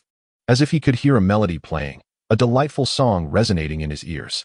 Pulling a radish, hey-ho, pulling a radish. Of course, at this moment, Champion Shiba had no inkling of Ash's thoughts, as he continued to exert himself in extracting the Pokémon.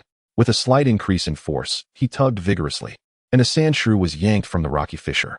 The previously agitated Onyx suddenly seemed to have its energy drained, collapsing to the ground like a lazy serpent, while Shiba managed to catch the sandshrew. Sandshrew. Ash, however, failed to grip sandshrew securely, and its sharp claws grazed his arm, leaving several streaks of blood. Fortunately, the wound was shallow, merely breaking the skin. It would heal in due time. Meanwhile, Shiba was already attending to Onyx, treating the wounds inflicted by the sandshrew's extraction. Stay still, I will apply some medicine. As one of the Elite Four, it was only natural for Shiba to carry healing supplies. Onyx lay quietly, fixated on Shiba, its pupils reflecting his image. Champion Shiba, I apologize, the sandshrew has escaped. Pika. Ash approached Shiba's side, lowering his head in remorse, while Pikachu stood beside Shiba like a teacher, extending a tiny finger to impart lessons. It's quite alright. But are you okay? How's your arm? I'm fine. It's just a minor scrape. A minor scrape? At such a young age, your physical resilience is remarkable. You truly are a promising candidate. Shiba was internally astonished, yet maintained a facade of calm as he continued. How about this? I've been training nearby. Would you like to come and observe? Really, Champion Shiba? Upon hearing Shiba's invitation, Ash was brimming with excitement, nearly leaping in joy. Pikachu, unaware of Ash's elation, simply mirrored his happiness, chirping along. Let's go. Alright, hop on, Pikachu. Pika. Pikachu leaped onto Ash's shoulder, who seemed oblivious to the weight, following in Shiba's wake. Ahead of them, Shiba, having witnessed the earlier scene, felt a surge of delight. It appears this young lad regularly trains, allowing Pokémon to rest upon his shoulder. A commendable spirit. I, Shiba, must take him as my disciple. Just then, as Shiba contemplated this momentous decision, a thunderous sound erupted, the sound of rocks grinding against the ground. Ash had already heard this many times and could easily deduce that it was the distinctive sound of Onyx moving. Sure enough, the immense silhouette of Onyx emerged, blocking the sunlight that had previously illuminated the group, casting them into shadow. What's wrong? You've been treated, why don't you leave? Onyx lowered its head, its gaze fixed intently on Shiba. In that moment, Shiba recalled the look in the eyes of Infernape when he had captured it, and a vague understanding began to dawn upon him. Do you wish to accompany me? Onyx did not respond verbally, but its unwavering gaze provided a clear answer. In that case, come on in, Onyx. Shiba produced a black and yellow advanced Pokeball and gently tapped it against Onyx's head. With a whoosh, a beam of red light enveloped Onyx, drawing it into the ball. From this day forth, you shall be our new companion. Hooray, we caught Onyx. Ash jubilantly leaped into the air, startling Shiba, who was momentarily lost in joy, internally grumbling. Why does it feel as if the one who captured it is you? Nevertheless, I have captured Onyx. Emulating Ash's exuberance, Shiba raised the Pokeball high above his head, a thrill coursing from his toes to his fingertips. Shiba could distinctly feel the bond beginning to form between himself and Onyx. Following closely behind Shiba, Ash refrained from speaking, not out of fear, but from shyness, as this was his first encounter with a figure from television. To distract himself, he pulled out his book to examine the information on the Sandshrew from earlier. Sandshrew, the mouse Pokémon, ground type, first discovered in the Kanto region. In the depths of the earth, creatures excavate burrows to form their nests, instinctively curling up to shield themselves at the slightest hint of danger. Their ordinary ability is Sandveil, while their hidden talent is Sandrush. They often inhabit arid regions. At last, this is where my training begins, thought Ash, as he closed his book upon hearing Shiba's voice and lifted his gaze, with Pikachu curiously peeking alongside him.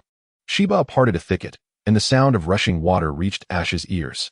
Before Ash and Pikachu appeared a rock face adorned with a small waterfall. At the juncture of the rock and the ground, There was a cave tall enough for a person to enter, facing the sun during the day, allowing a clear view of a pile of extinguished campfire and a mattress made of hay within. This appeared to be Shiba's training abode. Ash and Pikachu gazed around in wonder, as everything was unfamiliar to Ash. "Come, sit here," Shiba invited, leading Ash into the cave and patting the hay-covered ground. "By the way, what is your name?" "Ash. I'm from Pallet Town, and this is my partner, Pikachu." Ash introduced himself quickly, lifting Pikachu for emphasis, exuding vitality. Observing Ash's spirited demeanor, Shiba nodded approvingly and continued their casual conversation. "Have you yet embarked on your journey? How old are you?" "I'm 9. I'm already 9 years old. After this year, I can set off on my journey." "Just a year left, is it?" "No matter. A year is ample time. Would you be willing to become my disciple? I've been observing you since you arrived. The path to this place is no easy feat. Yet you managed to carry Pikachu effortlessly while reading. You're a promising candidate." Shiba articulated his earnest invitation, as being a member of the Elite Four. Nurturing the flowers of the League was his duty. The prospect of taking Ash as a disciple also aligned with his responsibilities. Upon hearing Shiba's words, Ash's mouth fell agape, as if he could hardly believe his ears. Who was this man before him? Shiba, one of the Elite Four from the Kanto region. The very notion that he was invited to be Shiba's disciple ignited a thrill within Ash, for he had yet to embark on his journey. To receive the guidance of an Elite Four member was an extraordinary opportunity. Seeing Ash so exhilarated, Shiba felt assured of success. After all, he was indeed the Elite Four. A top-tier combatant of the region, he was accustomed to others vying to be his disciples, and now he was the one extending an invitation. How could he possibly fail? After a moment of astonishment, Ash collected his thoughts and, taking a deep breath, spoke slowly. "I'm sorry, Master Shiba, but I cannot be your disciple." "Impossible. What?" Shiba gazed incredulously at Ash, blinking in disbelief at his words. "What is your reasoning? Surely you have a justification for your refusal." My dream is to become a Pokémon Master. I want to rely on my own strength to reach that pinnacle alongside Pikachu." Pikachu lifted its tiny arm in agreement. "Is that so? Ha! Truly the flower of the League. Excellent, excellent. I am increasingly fond of you. Since your aspiration is to be a Pokémon Master, it is natural that you cannot settle for being a mere disciple of the Elite Four. However, I trust you would not refuse to train alongside me, would you?" Shiba chuckled, his tone imbued with a hint of self-mockery. "Though I am neither the champion nor a Pokémon Master, the experience gained from training with an Elite Four member is still quite substantial. In that case, I shall take you up on that." Master Shiba. Ash did not accept Shiba's offer to become his disciple, but his willingness to train alongside the very individual he had turned down revealed a commendable openness of spirit. Ash felt it essential to display appropriate courtesy. Although he hadn't become Shiba's disciple, he was still inclined to address him as Master. It was akin to his relationship with Professor Oak. As a junior, Ash held great respect for him. Occasionally, he would even refer to Professor Oak as Master. So it was entirely reasonable to address the Elite Four member in the same manner now. Very well, very well. If you are to train with me, you cannot return to town immediately.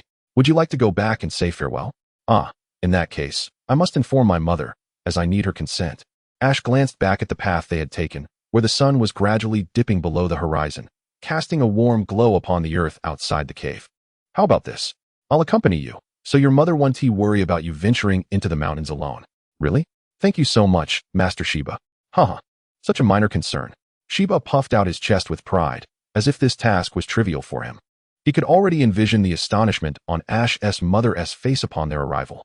Accompanying Ash down the mountain, they departed from Mount Mayakura and returned to Pallet Town. The streets were now sparsely populated, and the few residents who passed by would greet Ash. However, upon noticing the peculiar figure in unconventional attire trailing behind Ash, they hesitated to utter a word, maintaining a distance from the duo. Some townsfolk even contemplated reporting to Professor Oak. But upon recalling that this eccentric individual was brought by Ash, they refrained from further concern. After all, Ash had an excellent reputation among the townsfolk, so their impression of Shiba improved slightly as well. Yet Shiba remained oblivious to the townspeople's sentiments, as he observed their reactions with no inkling of doubt.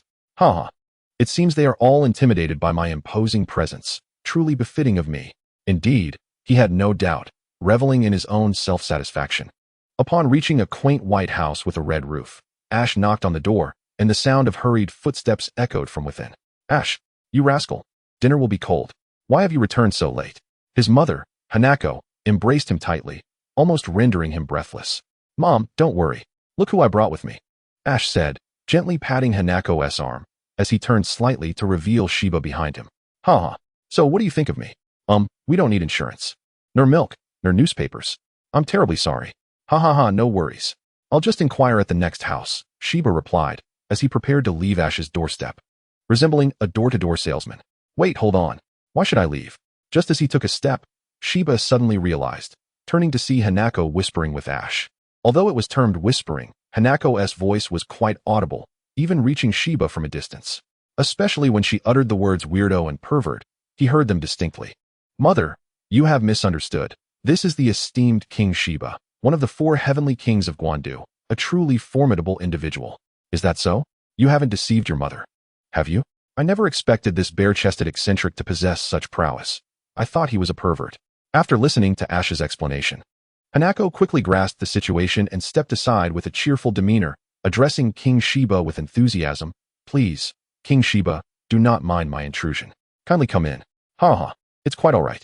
As Shiba stepped into Ash's home, the savory aroma wafting from the dining table filled the corridor, and upon catching a whiff of this delightful scent, he couldn't help but swallow hard. This moment did not escape Hanako's notice. A smile crept across her lips as if she had already devised a plan to handle this king. By the way, King Shiba, I happen to have prepared a meal. You should come and partake. Is that truly permissible? Of course. Please, do join us. I made a bit too much and was pondering how to resolve it. Upon hearing Hanako's invitation, Shiba felt a stir of emotions within him. After a moment's hesitation, he approached the dining table. Upon seeing the array of enticing dishes laid out before him, he could no longer restrain his appetite. Please, indulge yourself, King Shiba. Ash and Pikachu, you should also hurry and eat. All right. Ash, having finished tidying up the empty bento box he had shared with Shiba in the kitchen, joined Pikachu at the dining table. Pulling out his usual seat. Once seated, Hanako brought over bowls and chopsticks, and Ash and his companions eagerly began to enjoy the delectable feast. As Shiba savored the delicious food, he momentarily forgot the purpose of his visit. Upon arriving at Shiba's training ground, Ash was offered an invitation to become Shiba's disciple, which he declined. However, Shiba was not disheartened. Rather, he wished to train alongside Ash. To prolong his time away from home, Shiba resolved to return with Ash to persuade Hanako. Chapter 18, The Commencement of Training. Miss Hanako, I had no idea your culinary skills were so exceptional. It truly is a blessing for Ash to have you as a mother. After a hearty meal, Shiba sincerely admired Ash. As this dinner evoked memories of his own mother's cooking, he realized it had been quite some time since he last visited her, and he vowed to return after this training to see her. King Shiba, Ash whispered Shiba's name, but the latter did not respond. Instead, he furrowed his brow, seemingly inquiring what Ash needed. The training. I need my mother's consent. Oh dear, I almost forgot amidst this delightful feast. Shiba scratched his cheek, feeling a bit embarrassed for having overlooked this matter. Fortunately, Ash's reminder came just in time. Ahem, Ms. Hanako, the reason I accompanied Ash back is for an important matter. Shiba endeavored to adopt a serious expression, as if he were addressing a council meeting. His solemnity conveyed a certain authority befitting a member of the Elite Four. Yet Hanako felt a sense of foreboding at his demeanor. Is it that my Ash has done something wrong? In her mind, Hanako envisioned a scenario where Ash had encountered King Shiba and engaged in a fierce battle. Had Ash and Shiba known of her vivid imagination, they would surely have found it amusing. No, quite the contrary. If that were the case, would I be here dining amicably? That is a fair point. Then what brings you and King Shiba back together? Hanako swallowed hard, her unease persisting despite Shiba's reassurances. I wish to train with Ash at Mount Myareka until the day he departs for his journey. Ah, that is splendid news. With the guidance of a member of the Elite Four, Ash will surely be overjoyed. However, does this mean I will not see him for a long time? Hearing Hanako's concerns, Shiba initially intended to explain that it was for Ash's future benefit. Yet, considering that such a devoted mother would have to experience her child's journey a year in advance, he felt a pang of guilt. How about this? Ash and I will return once a month, and we will cease training in the last month of the year. After the spring festival next year, Ash can embark on his journey. Thank you, King Shiba. Though reluctant, Hanako resolved to let Ash go, recognizing that every fledgling must eventually spread its wings and soar. Why not allow this day to come a little sooner? With this thought, Hanako found peace, knowing that her son's happiness was what mattered most. On the eve of their departure, Hanako hurriedly crafted a training outfit for Ash.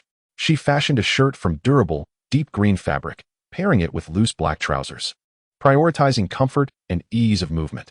After completing her task, Hanako placed the clothing next to Ash's neatly organized backpack, which contained his essentials. Overcome by sleepiness, she yawned as she made her way to her room. The following morning, just as dawn broke, Shiba rose early from Ash's bed. Indeed, he had spent the night with Ash, though he occupied the bed while Ash slept on a mattress on the floor. Ash, rise and shine. Today marks the official beginning of our training. King Shiba, King Shiba? Ash had intended to linger in bed, but upon seeing King Shiba, his mind snapped into action, completely disregarding Pikachu, who lay atop him. He sprang up energetically from his cocoon of blankets, accidentally sending Pikachu tumbling back onto the bedding. Pika. Pikachu puffed out its cheeks, clearly displeased, while its tiny paws pointed accusingly at Ash, as if seeking to assuage its earlier indignation. My apologies, Pikachu.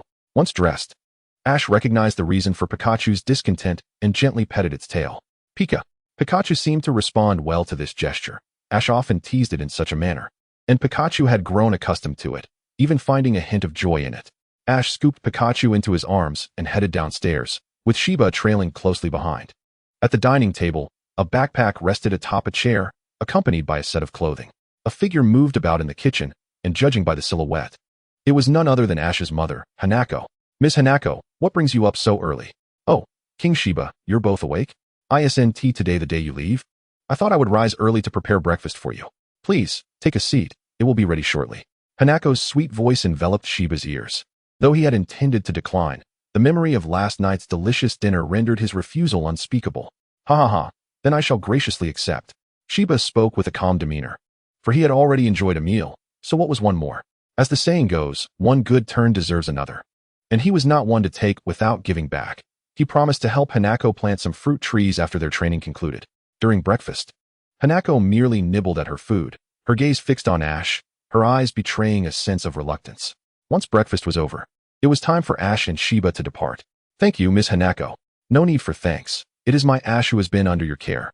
After a brief exchange between Hanako and Shiba, the latter prepared to set off with Ash, mindful that any further delay would plunge them into darkness. Goodbye, Mom, Ash exclaimed, with Pikachu chirping energetically beside him. They departed from Pallet Town and journeyed westward to Mount Miacha, where their ascent to the temporary training ground with Shiba commenced. The mountain path was rugged, with Ash carrying a backpack and Pikachu perched on his shoulder. Yet, this did not deter Ash's relentless determination. He pressed onward with unwavering resolve. Observing Ash's tenacity, Shiba nodded appreciatively, thinking, indeed, he is a fine prospect. Such perseverance is rare. Just as Shiba reveled in his discerning eye, they neared the training site. The sound of rushing water beckoned Ash, who dashed forward with unhesitating eagerness. Before long, a magnificent waterfall greeted him, and the cave beneath it appeared unchanged from the previous day. Come, Ash, we shall rest here. Set your belongings down, and let us warm up first. Ah, sure. Ash responded enthusiastically, intrigued by the prospect of warming up. He carelessly tossed his backpack to the ground and donned the training attire that Hanako had gifted him.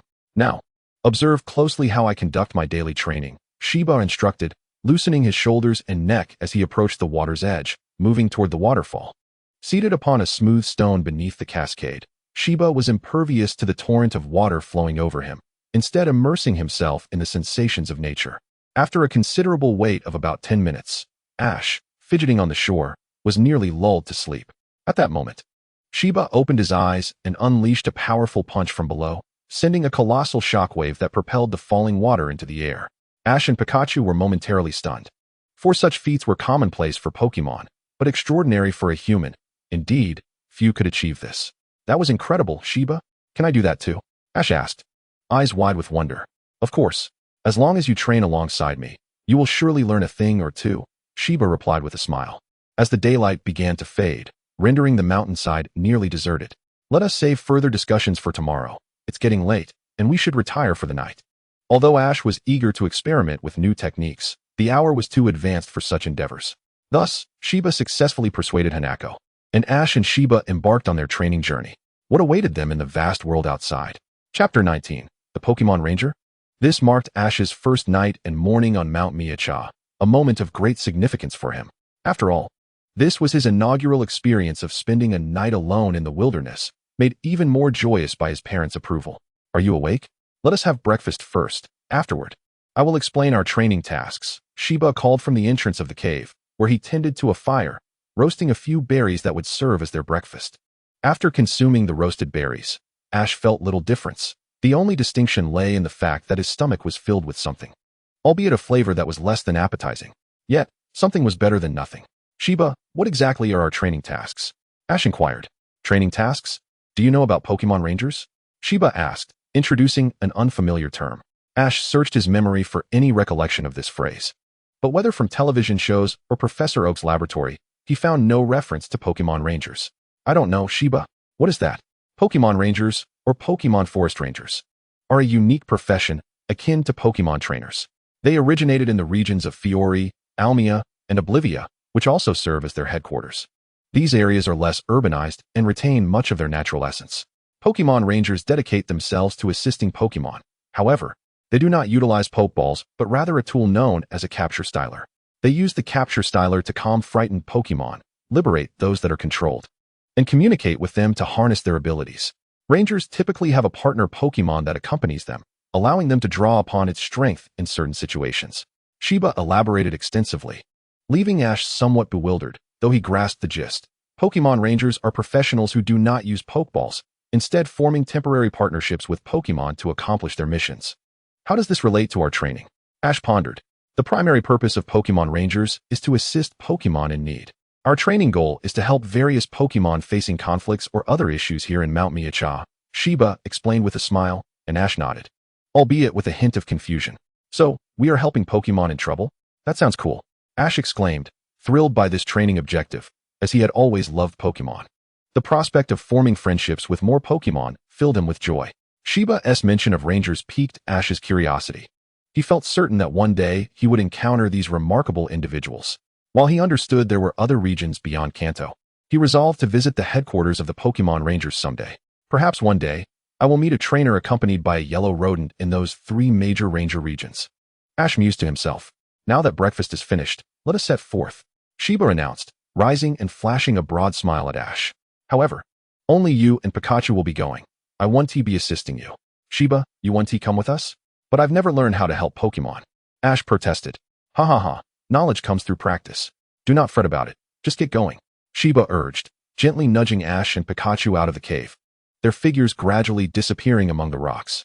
As Ash and Pikachu wandered through the mountains, they were uncertain where to seek out Pokemon in need of assistance, merely meandering about. Pikachu, you're a Pokemon.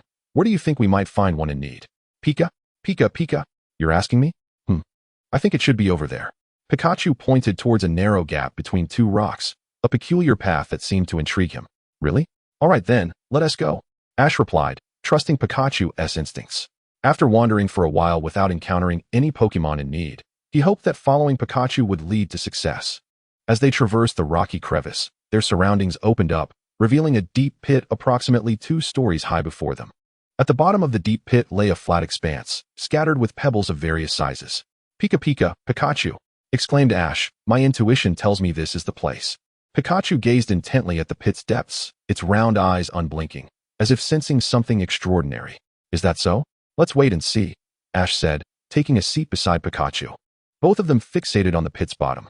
They continued to watch, time slipping away until over half an hour had passed. Nothing had emerged from the depths, and Ash's patience began to wane. Just as he was about to leave, a Mankey suddenly burrowed up from the bottom of the pit. Ash quickly retrieved his Pokédex to look up information on this Pokemon.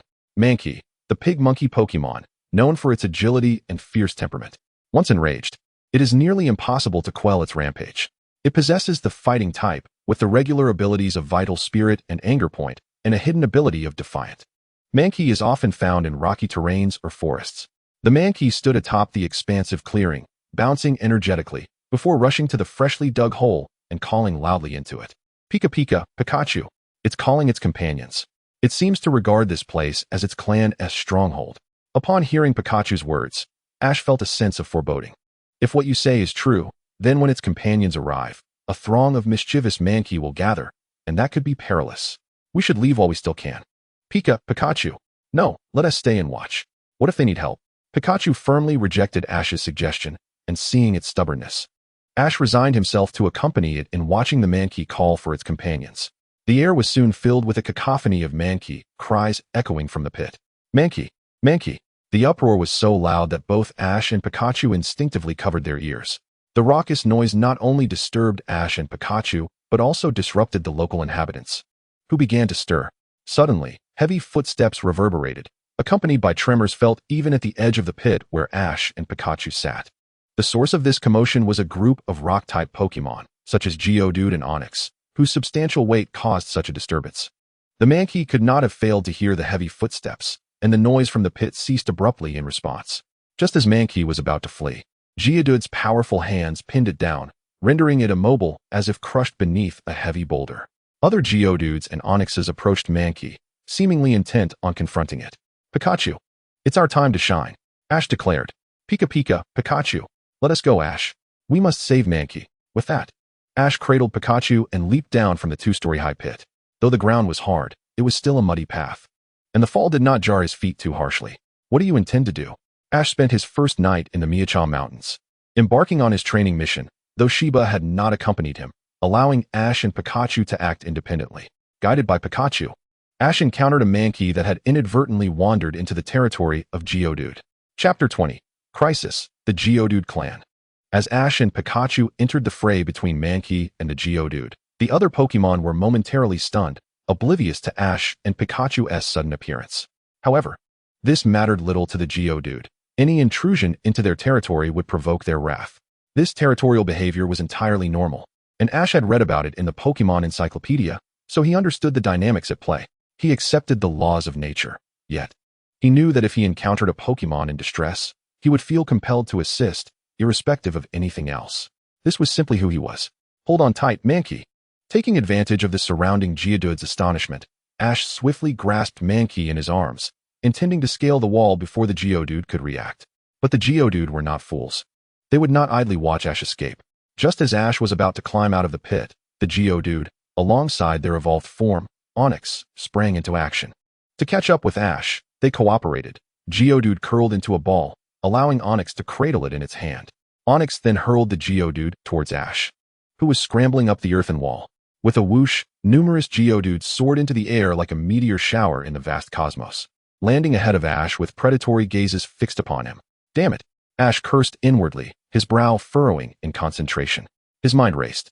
But the Geodude would not grant him an opportunity to strategize. Geodude! Geodude! The Geodude huddled together, launching themselves down the earthen wall, one after another, each like a massive cannonball crashing into the pit, creating craters upon impact. Ash was acutely aware of the dire consequences of being struck.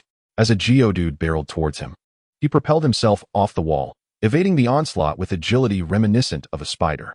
The Geodude that landed back in the pit would be swiftly grasped by Onix. And this relentless cycle continued. Faced with such ferocity, Ash found himself at a loss for a solution and relied solely on his agility to evade the attacks. This was not a sustainable strategy. He needed a plan. Just as he narrowly dodged another oncoming Geodude, exhaustion began to creep in, his breath coming in labored gasps. Pika! Pika Pika! Both Pikachu and Mankey, perched on Ash, felt like burdens, desiring to leap off, but were halted by Ash's firm yet gentle grip. You two stay put. I promise I will get you both out of here. Ash's fervent gaze locked onto Pikachu and Mankey, their resolve strengthened by his unwavering conviction. They sensed that if Ash believed it was possible, it surely would be. Meanwhile, while Ash was embroiled in chaos, Shiba lounged contentedly at the cave entrance, basking in the sun. Why does it suddenly feel overcast? Looks like rain is coming. What if Ash doesn't return? Should I go look for him? Shiba pondered, stroking his chin, before deciding to retreat into the cave. As long as he doesn't trespass into the territory of those social Pokemon, he should be fine. Surely he wouldn't be so foolish, right? Ha.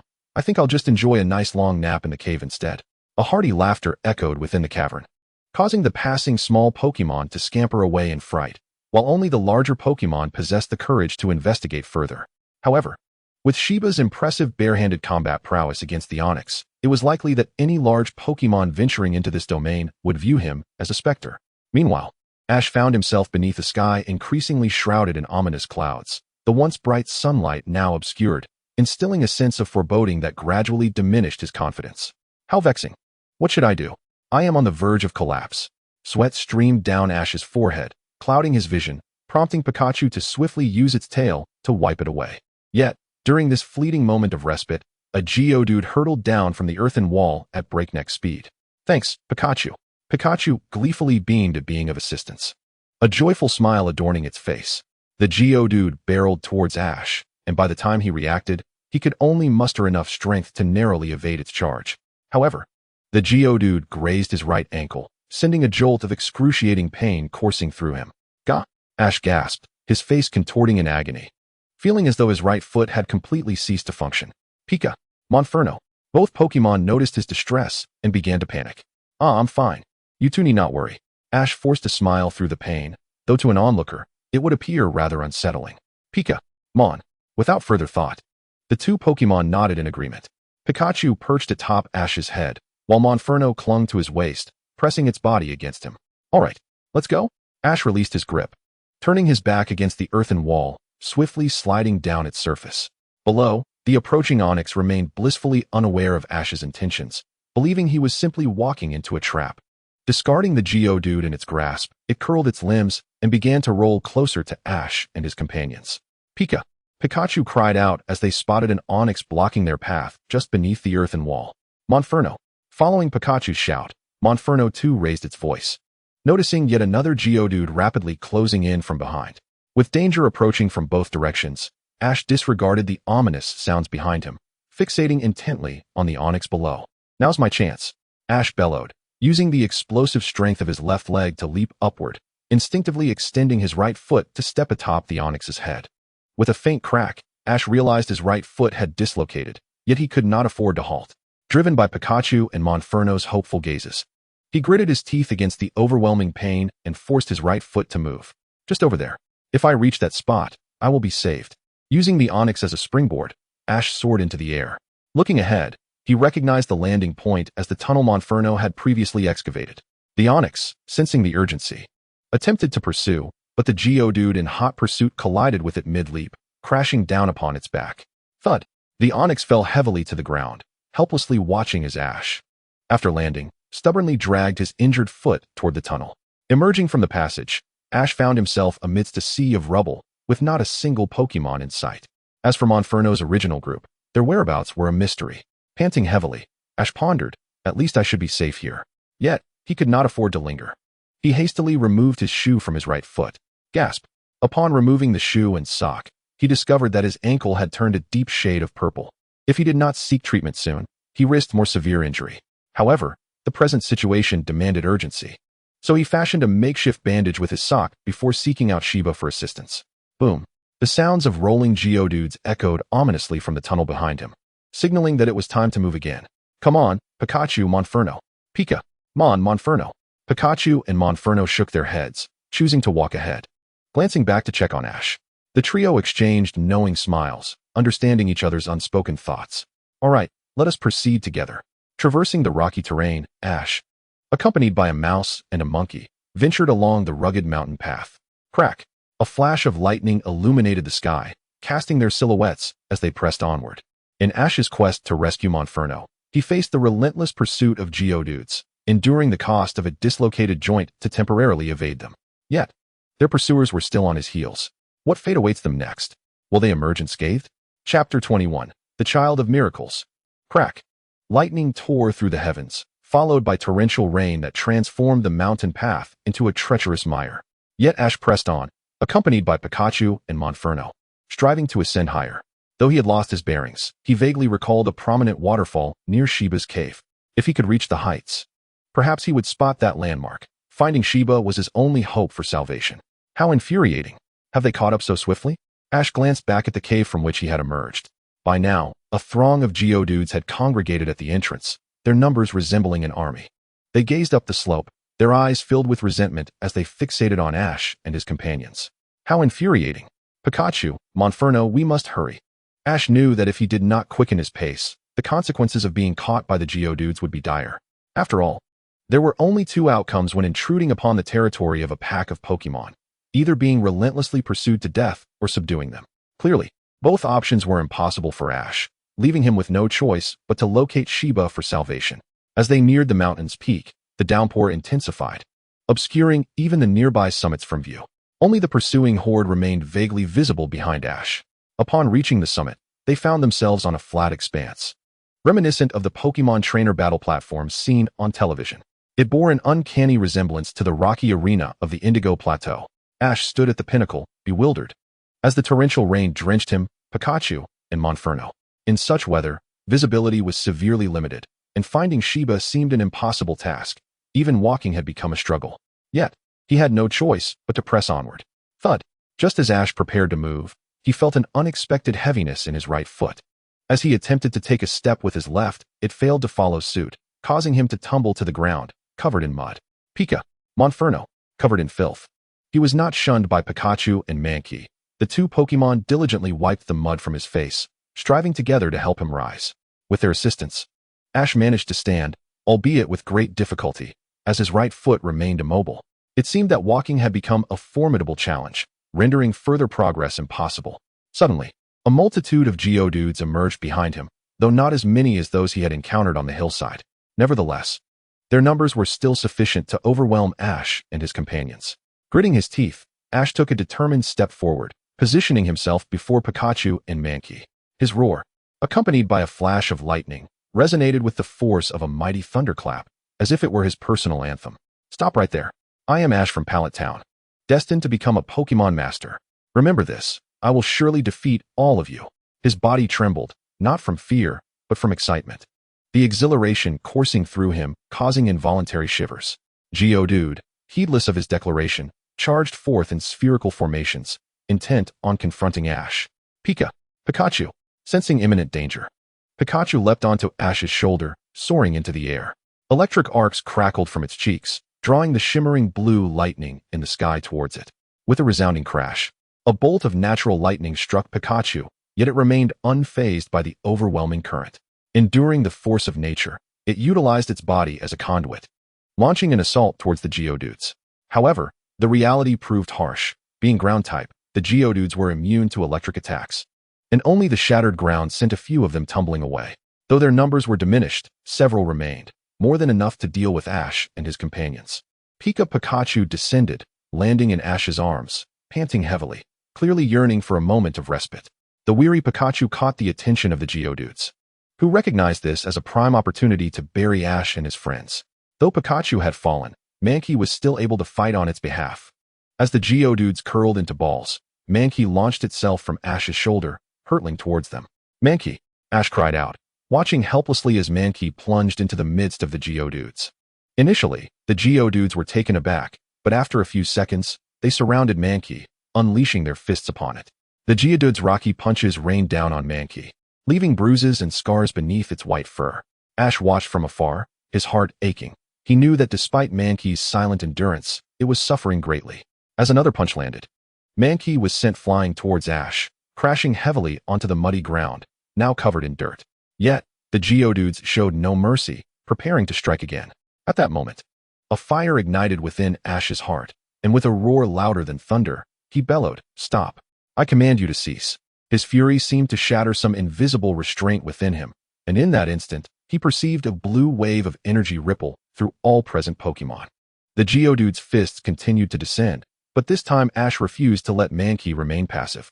Mankey, double the return.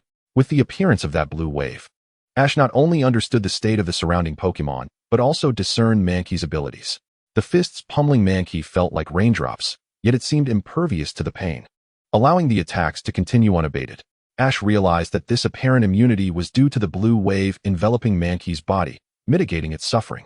Mankey, after enduring for a moment, Mankey erupted in a brilliant white light, emitting a sharp cry. The physical damage it had sustained transformed into a surge of energy, propelling the Geodudes away, sending them tumbling down the hillside. The rain began to lessen, and not far away, Shiba observed the unfolding events from his hiding spot among the rocks. Initially, he had intended to intervene, but Pikachu's sudden arrival had captivated his attention for quite some time. Witnessing Ash unleash the blue wave filled Shiba with astonishment, prompting him to mutter a few words. Child of miracles. Child of miracles. About half an hour earlier, Shiba had been blissfully asleep in a cave when a large Pokémon, a golem, disturbed his slumber. In a fit of rage, he had retaliated fiercely. The unfortunate golem never anticipated that it could be so easily bested by a human. Has it been raining this heavily? Ash hasn't returned. Something must have happened. Shiba resolved to seek Ash. as the sky crackled with lightning and a bolt illuminated the path leading to the mountain's summit, revealing a boy's silhouette. Ash. Shiba recognized the figure instantly and rushed towards the peak. Barefoot, he traversed the muddy terrain with remarkable ease, hastening towards the summit. Just as Ash reached the top, Shiba arrived as well, initially intending to inquire why Ash had come to this place. He instead found himself captivated by the sight of Mankey by Ash's side and the pursuing Geodudes. Shiba gazed at Ash, memories of his mentor's teachings flooding his mind. Shiba, remember, countless crises will arise in the future. Yet, a child of miracles will unite everyone to confront these calamities. If you encounter him, you must protect him. Master, how will I know when I meet him? The child of miracles is born beneath the thunder, with a rainbow as his guide. From that moment, the wheels of fate will begin to turn, and all will progress. Listening to his mentor's cryptic words, Shiba nodded, committing them to memory. Relentlessly pursued by Geodudes. Beset by dreadful weather, physically exhausted yet fiercely protective of his Pokémon, and unexpectedly endowed with newfound abilities. Ash, the child of miracles, what could all of this mean? Chapter 22. The appearance of Ho-Oh and Shiba's attitude. Ash, could you truly be the child of miracles? Master, have I found him? Shiba stared at Ash's back, lost in thought. At that moment, the sky began to clear, beams of sunlight cascading down upon the earth, illuminating Ash. How delightful. Pikachu, Mankey Pika, Pikachu. Mankey. Ash and his two Pokémon lay upon the ground, basking in the sunlight, undeterred by the dirt beneath them. Pikachu. Mankey, look. There's a rainbow. Ash pointed towards the horizon, where a magnificent, vibrant rainbow arched from one side of the sky to a mountaintop. Tweet. As Ash was engrossed in the spectacle before him, a powerful cry resonated through the sky. A colossal Pokémon soared overhead, adorned with feathers that shimmered like a rainbow. Each bead of its wings scattered a kaleidoscope of radiant light. This dazzling brilliance enveloped Ash and his two Pokémon, imparting a sense of warmth and comfort. Thank you, Pikachu. Monferno. Although unaware of the origins of this magnificent creature, Ash's long-held teachings from his mother urged him to express gratitude. A single iridescent feather descended softly into his palm, and as he gazed skyward, the enigmatic Pokémon met his gaze. For reasons unknown, Ash felt he could comprehend the message in its eyes, as if it were inviting him to accept the feather, a gift meant for him. Ash accepted the feather, radiant with vibrant hues, and examined it closely. As he stared into the feather, he sensed a joyous stir deep within his being, as if its very presence had awakened something inside him. He understood this was no ordinary object and quickly tucked it into his pocket, wary of any onlookers in the desolate wilderness. When he lifted his gaze again, the mysterious Pokémon had vanished, leaving only the memory of its resplendent rainbow behind. Ash, are you all right? Hiba emerged from the rocky outcrop, greeting Ash. Moments ago, he had been bewildered by the appearance of Ho-Oh, and upon seeing the rainbow, he realized Ash was indeed the miraculous child he had been searching for. However, meeting Ho-Oh clarified that the true guide was not the rainbow itself, but the legendary Pokémon that summoned it. As a member of the Elite Four from the Kanto region and the neighboring Chengdu, he was well versed in the legends surrounding Ho-Oh. The fact that this long-absent Pokémon had appeared before a young boy was nothing short of astonishing. He was determined to share this experience with Ash while ensuring the secret of Ho-Oh remained undisclosed. I swear, I, Hiba, will protect this boy. Hiba thought of his master's final admonitions as he gazed at Ash's retreating figure, unaware of the Ho-Oh feather resting in Ash's hand.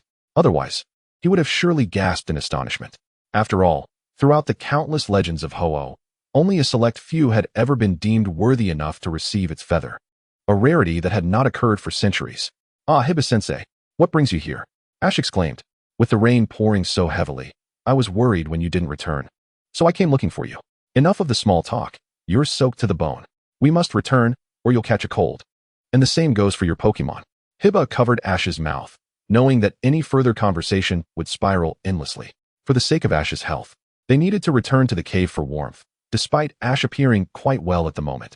However, Hiba was resolute in his vow to prevent any potential hazards.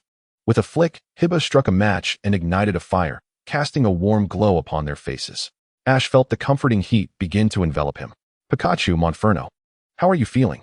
Yet, Ash remained unconcerned for himself. To him, his Pokémon were far more significant than his own well-being. Hiba observed Ash, perhaps beginning to understand why Ho-Oh had chosen to unveil itself before this young boy. In the midst of a torrential downpour, Ash had shielded his Pokémon with his injured body. Now, having escaped danger, his first worry was still for his Pokémon. Such selflessness and virtue were indeed rare in this world. Ash, there is something I wish to discuss with you. Huh? What is it, Hiba-sensei? Regarding your encounter with Ho-Oh, I implore you to refrain from sharing this with anyone, not even those close to you. Upon hearing Hiba's words, Ash's expression turned to one of alarm. Hiba presumed Ash was astonished at his presence during the event, only to find Ash's response left him speechless. Ho-Oh? Who is that? Oh dear. It seems this boy is unaware of the legendary Ho-Oh. Very well, allow me to enlighten you. For the next while, Hiba recounted the tales of Ho-Oh, the Ho-Oh Guardian Squad, and the Bell Tower, narrating from dawn until dusk. Oh, so simply put, Ho-Oh is a really powerful Pokemon, right? Yes, that is a fair interpretation. Thus, you must keep this matter to yourself. In response, Ash resolutely patted his chest and vowed earnestly, rest assured, Hiba-sensei, I will honor this promise. However, I do have one more question for you. Go ahead, ask away. I just wanted to know what this feather is for, since Ho-Oh gave it to me. Ash produced the feather he had intended to conceal, but after hearing Hiba's caution and patient explanations, he chose to trust him and revealed it. This is Ho-Oh's feather. However, I'm unsure of its purpose. It would be wise for you to keep it on your person, just in case of unforeseen circumstances. Thank you, Hiba-sensei. With his question answered, Ash stowed the feather away, realizing that every detail deserved careful consideration before being voiced. By the way, it seems this Monferno has taken quite a liking to you. Why not capture it? Capture? But I don't have any Pokeballs. And I'm not a formal trainer yet. Ash felt a twinge of guilt, uncertain if this would violate any league regulations. Moreover, aside from Pikachu's Pokeball, he possessed no others. Fear not. Ha ha, I am a member of the Elite Four, after all. I have certain privileges. Capturing 2 Pokemon is no issue at all. Hiba chuckled heartily as he retrieved a red and white Pokeball from his waist and handed it to Ash. Thus, the choice to capture it rests in your hands. I shall not compel you. However, Monferno is genuinely eager to accompany you. Monferno, do you truly wish to come with me?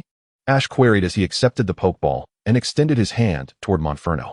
The latter remained silent, but as Ash unveiled the Pokeball, it swiftly pressed the button at the center, transforming into a beam of red light that was drawn inside. When it emerged again, Monferno sensed an invisible bond forming between itself and Ash. You now have 2 Pokemon. Therefore, for your upcoming training, I shall accompany you. Not only for your Pokemon, but for your own physical conditioning as well. Understood, Hiba-sensei. With the newfound knowledge of Ash being the miracle child he was searching for, Hiba's demeanor shifted significantly, becoming more earnest in his mentorship. After all, as a member of the Elite Four, he could not remain by Ash's side indefinitely.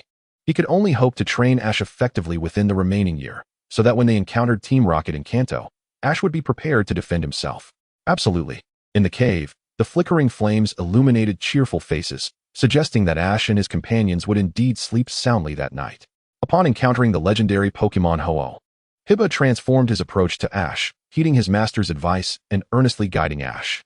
What transformations lie ahead, and what fate awaits Ash? Chapter 23, The Aura Messenger. Time swiftly passes, and the season of blooming spring has faded, giving way to the arrival of winter upon the peaks of Myakasen, where the barren summits don a frosty white mantle. A youth, with unkempt hair and a disheveled appearance, stands amidst the snow-covered rocks alongside his companions, Pikachu and Primeape. They encircle a tearful Oddish, whose eyes glisten with distress. However, the attention of the 2 Pokemon is diverted to their surroundings, while the boy's focus remains solely on Oddish. Fear not, Oddish. We shall accompany you down the mountain, Ash reassures, lifting Oddish gently to reveal the bandage wrapped around its injured foot, suggesting it has suffered an unfortunate mishap.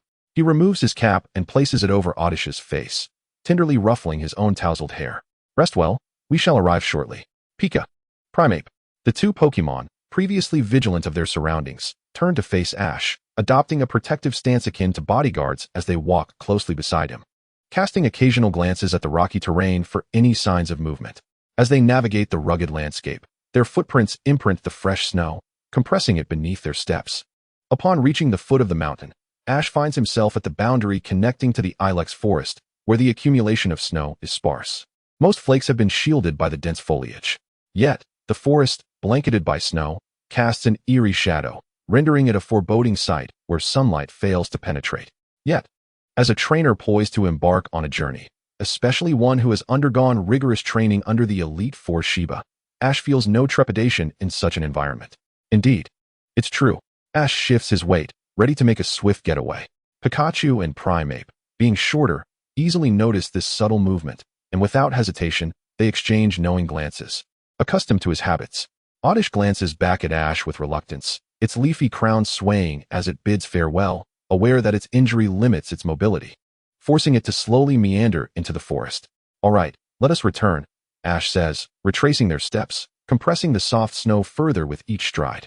Upon their return to the cave, they find Sheba tending to the fire, adding logs to stoke the flames, which illuminate the cavern with warmth. Welcome back, Ash. How did your day fare? I ventured to my cason and encountered an Oddish with an injured foot. It appears the snow caused it to fall. So I applied some ointment before escorting it back to the forest.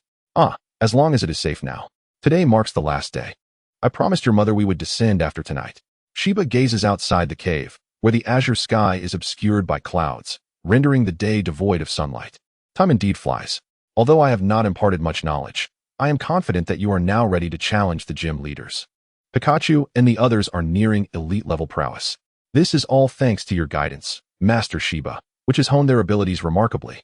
Ash beams with pride as he affectionately ruffles the heads of his Pokémon, feeling a deep sense of accomplishment for their growth. By the way, regarding that ability you mentioned, which allows one to sense the presence of nearby Pokémon, I inquired with the League. Sheba produces an ancient-looking tome and hands it to Ash. This is a manual on a phenomenon known as aura, which exists within every Pokémon and human. However, the quantity within most individuals is minimal and cannot be harnessed. Those like you, who can utilize aura, are referred to as aura messengers. According to the League's findings, only one such messenger currently exists. Ash is taken aback by Sheba's revelation. Are you suggesting that, including myself, there are only two of us? Indeed. The tome you hold is the foundational manual once studied by that aura messenger. He intended to present it to you personally, but as a custodian of the aura lineage. His commitments keep him occupied. However, he left a message. Once you master the manipulation of aura, you must seek him in the Sinnoh region. Sheba gestures to the book in Ash's hands, who looks down to see the words Basic Aura Handbook emblazoned on the cover. Is it truly acceptable for me to receive such an important item? Ash expresses his hesitation, feeling uneasy about accepting something that belongs to another. Rest assured, not only is this manual no longer of use to him, but is one of the only two individuals capable of using aura. He is pleased to pass it on to you. Then I shall gladly accept it. By the way, what is his name, Master Sheba? His name is Ian, the current aura messenger. Although he travels the world in pursuit of enlightenment, his primary base remains in the Sinnoh region. The Sinnoh region? I shall certainly seek him out when I have fully mastered the ability to wield aura. Additionally, here is a gift for you, which he has sent. It is said to enhance the use of aura. Sheba hands Ash a wooden box from seemingly nowhere, which Ash opens to reveal a pair of sleek, black, fingerless gloves. Upon donning them, Ash feels an involuntary surge of aura emanating from him, radiating outward and granting him clarity of the surrounding landscape. This is incredible, Ash exclaims in astonishment, realizing that the ability which had previously surfaced only sporadically can now be unleashed at will, thanks to these gloves. He carefully removes the gloves, placing them back into the box for safekeeping. Though they offer convenience, Ash hopes that one day he can wield aura without relying on external aids.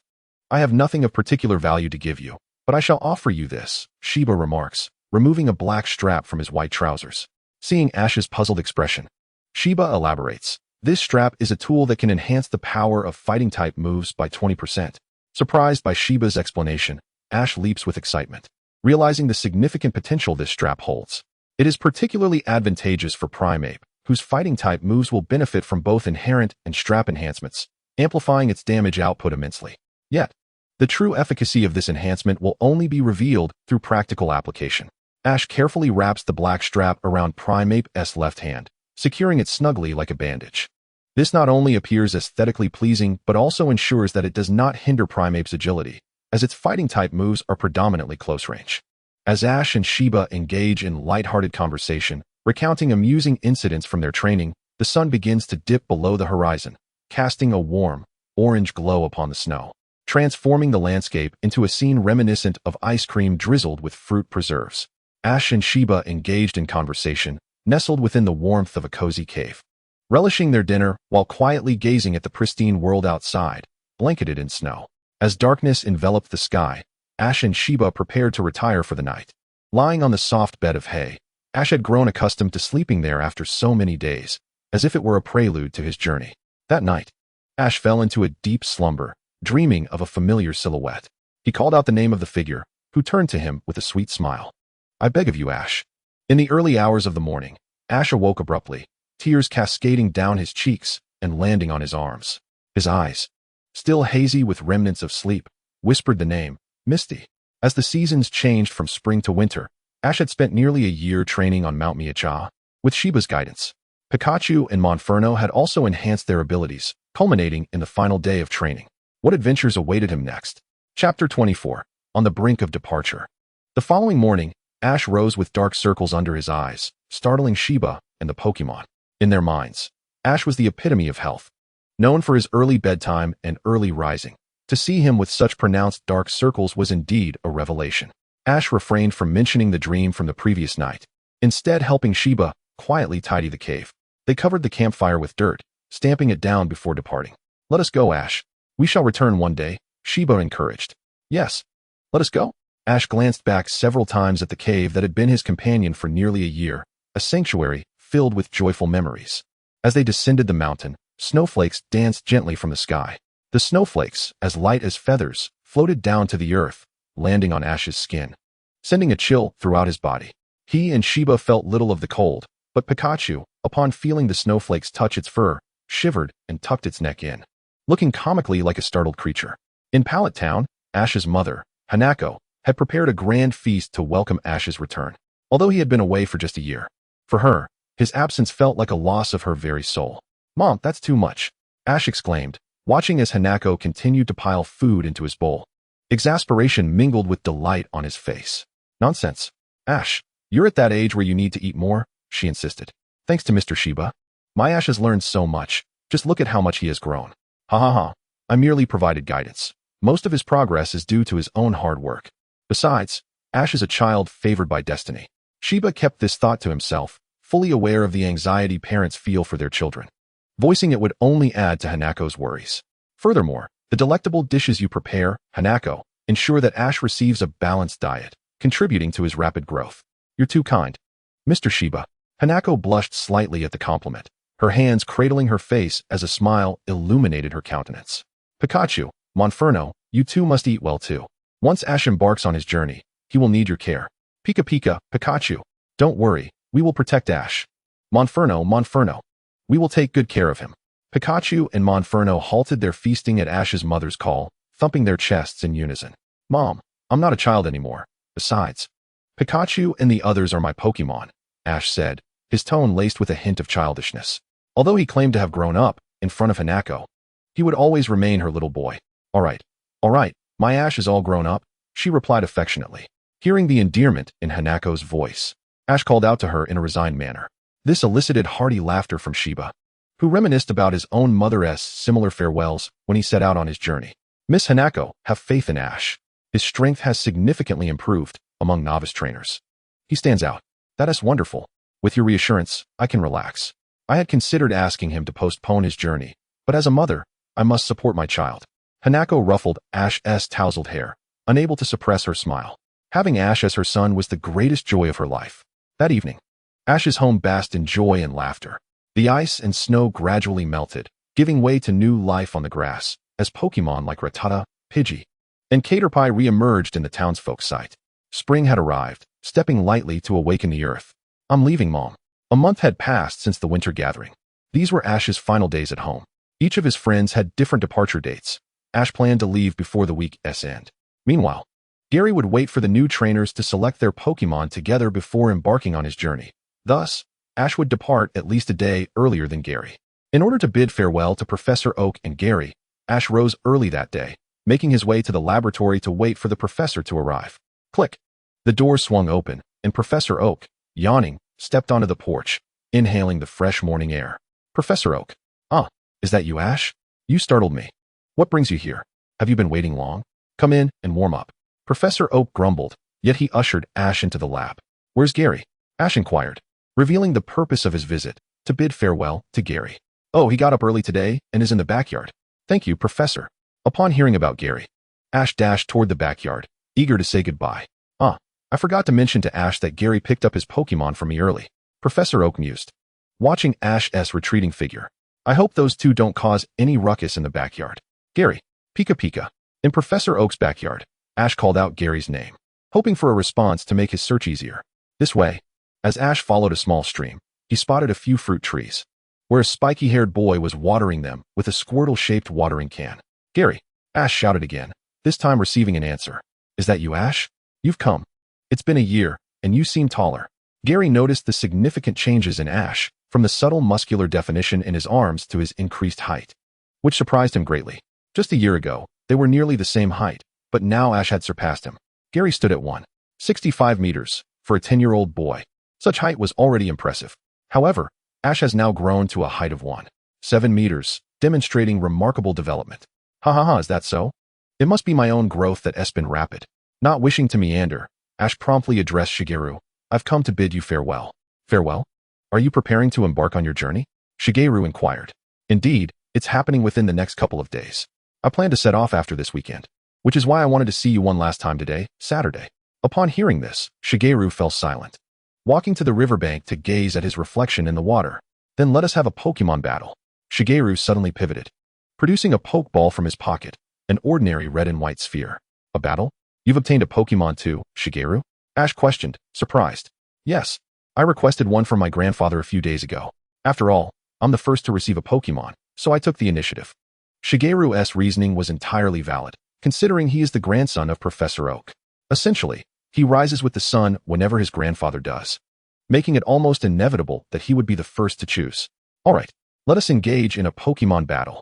Although Ash had trained under Shiba for a year, he lacked actual battle experience, having spent most of his time on specialized training and rescuing Pokemon. While he could battle Shiba, facing the Elite Four right off the bat would surely be a daunting challenge. Here will suffice, the rules are one-on-one.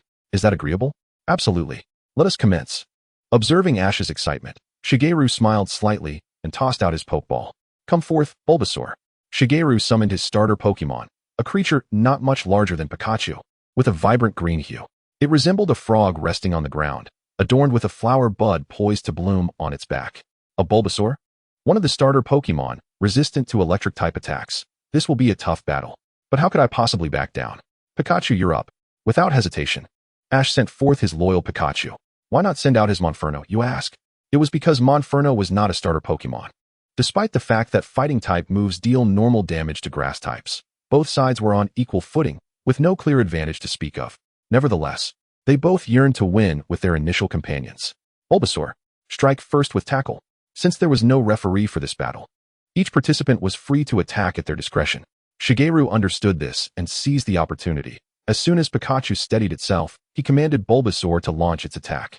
Bulbasaur dashed forward on its short legs, aiming directly for the freshly entered Pikachu. Pikachu, since they're using Tackle, let us counter with Quick Attack. Pika. Upon receiving the command, Pikachu executed the move it had learned during training, Quick Attack. This technique allowed it to significantly increase its speed, aiming to strike first. Pikachu's body glowed with a bright light, its limbs propelling it forward at an astonishing pace. If Bulbasaur's speed was rated at 1, Pikachu was surely double that. With a resounding thud, Pikachu collided with Bulbasaur, though some of the damage was mitigated by Bulbasaur's momentum from its tackle.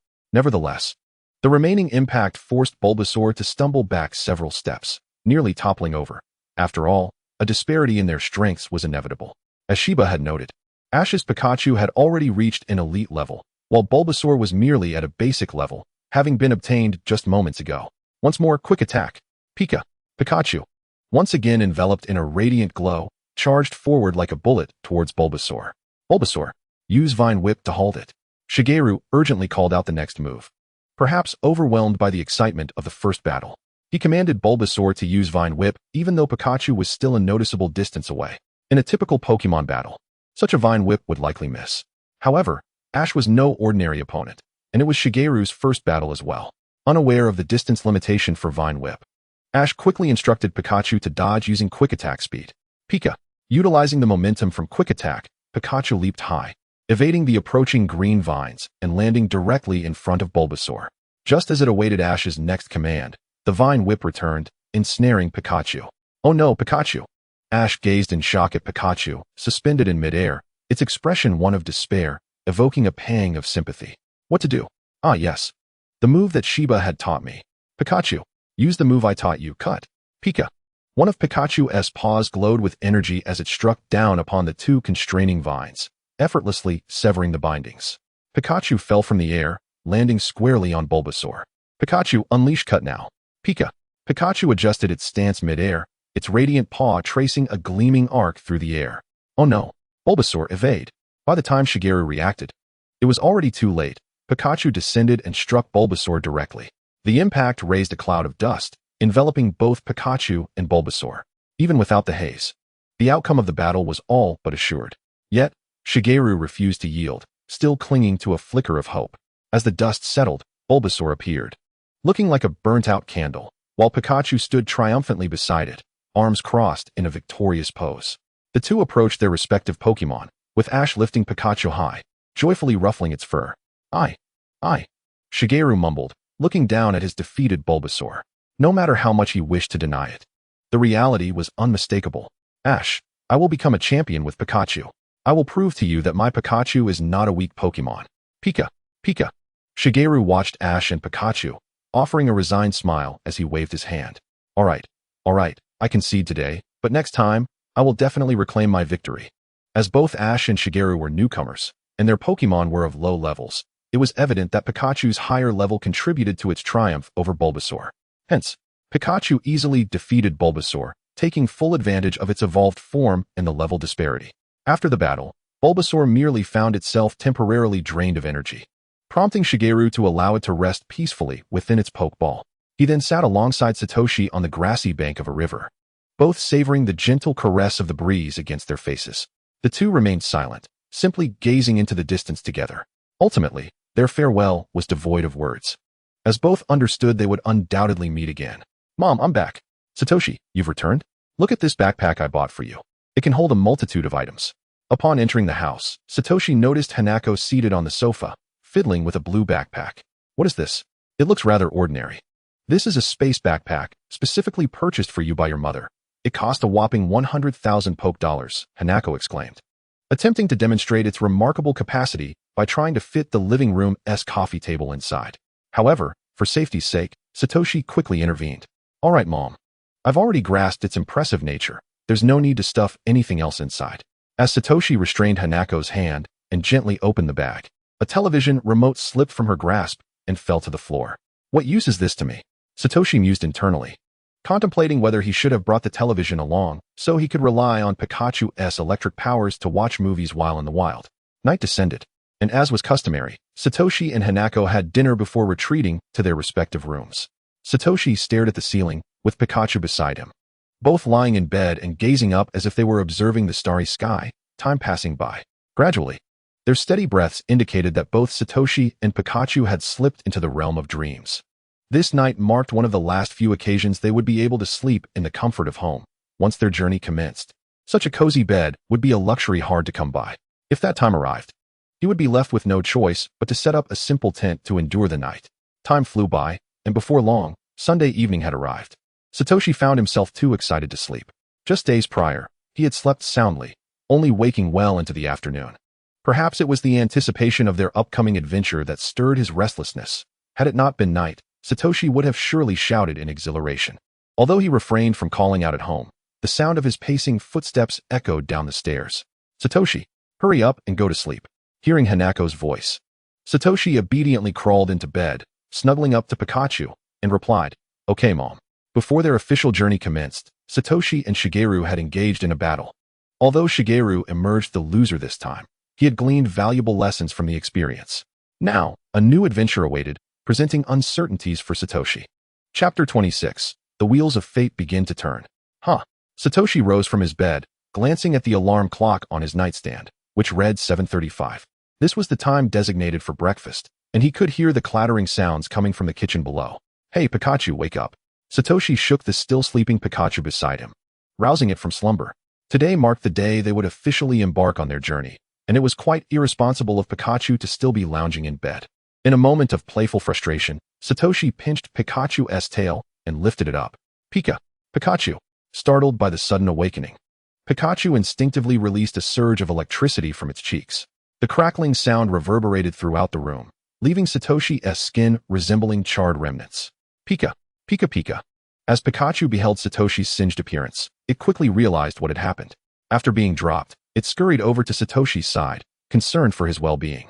Cough, cough, I'm fine. Pikachu, Mom is cooking. Let us hurry downstairs.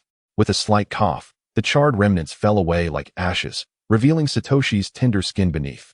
Pikachu stared at Satoshi, its little face a picture of confusion. It could not comprehend how Satoshi, as a human, could withstand such a powerful electric shock unscathed. While Pikachu pondered Satoshi's resilience, Satoshi was observing Pikachu as well. Before him appeared a luminous blue screen, shimmering with waves akin to water, floating in front of his eyes. What is this? Why does it display Pikachu's information?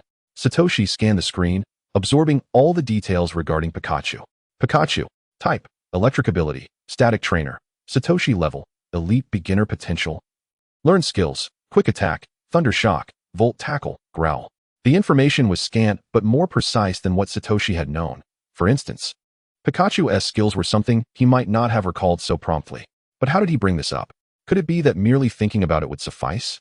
Laughing to himself, Satoshi silently thought close, hoping to test his hypothesis. It really disappeared. Then what about open? Believing that if close worked, perhaps open would yield results as well. Resolute in his intention, Satoshi mentally uttered open, and a screen materialized before him once more. The information displayed about Pikachu was unchanged, but the ability to summon such a screen at will left him astonished. Pikachu, can you not see this? Pika, what are you talking about? Pikachu shook its head. Even if Satoshi did not understand Pokemon language, he could grasp its meaning. Could it be that this was visible only to him? Satoshi speculated that this phenomenon resembled the blue waves encountered during the use of aura, perhaps originating from his life energy. While uncertain of the accuracy of his assumption, it felt close enough to the truth. Pika. Satoshi, what are you looking at? No, it's nothing, Pikachu. Satoshi shook his head, scooping Pikachu into his arms, and acted as if nothing had transpired as he descended the stairs. Upon reaching the kitchen, the aroma wafted toward him, as Hanako had prepared breakfast. Time for breakfast, everyone. Here are sandwiches for the journey, and these first aid items you should pack properly. Remember to change your clothes often, and be careful on the road. Be sure to greet Nurse Joy and Officer Jenny if you encounter them, and remember what Mr. Shiba taught you. Satoshi devoured the delicious meal prepared by Hanako, relishing this final feast before his journey. He ate voraciously, akin to a wolf that had been starved for ages, listening to his mother's incessant reminders, while somewhat annoying. Satoshi understood it was all for his benefit. He nodded in response. Mom, I got it. Struggling to swallow his food, he nearly choked. And Pikachu and Monferno. You must keep an eye on Satoshi. Remember, do not let him take unnecessary risks. After finishing her admonitions to Satoshi, Hanako turned to Pikachu and Monferno, who were seated on the floor enjoying their Pokemon food, and continued her chatter. Two Pokemon exchanged a glance, nodding fervently while simultaneously shoving a handful of Pokemon food into their mouths. Observing his mother, who was chattering away with his two Pokemon, Ash looked on helplessly at both parties and seized the moment to activate the recently acquired interface directed at his Primeape. Primeape. Type, fighting. Ability, vital spirit. Level, ordinary high. Potential, gym peak. Skills, brick break, dig, scary face. Unlike Pikachu, Primeape currently possesses only 3 skills, and the potential that was previously a series of question marks under Pikachu's entry has now transformed into gym peak for Primeape. Perhaps Pikachu is indeed special. However, Ash pondered whether this potential would elevate its limits upon evolution. He recalled having read a report about a trainer's Pidgey that remained stuck at the gym peak level. Yet upon evolving into Pidgeotto, its level surged instantaneously, attaining the strength of a Pokemon at the initial stages of the Elite Four. It is noteworthy that the Gym Peak and Initial Elite Four levels are classifications established by the League to gauge a trainer's prowess. There are a total of 6 tiers: Novice, Ordinary, Elite, Gym, Champion, and Master. Each of these tiers is further divided into 4 stages: Beginner, Intermediate, Advanced, and Peak. Only Pokemon that surpass the peak of their current tier can ascend to the subsequent stage, and Ash speculated that Primeape's potential might very well shift post-evolution.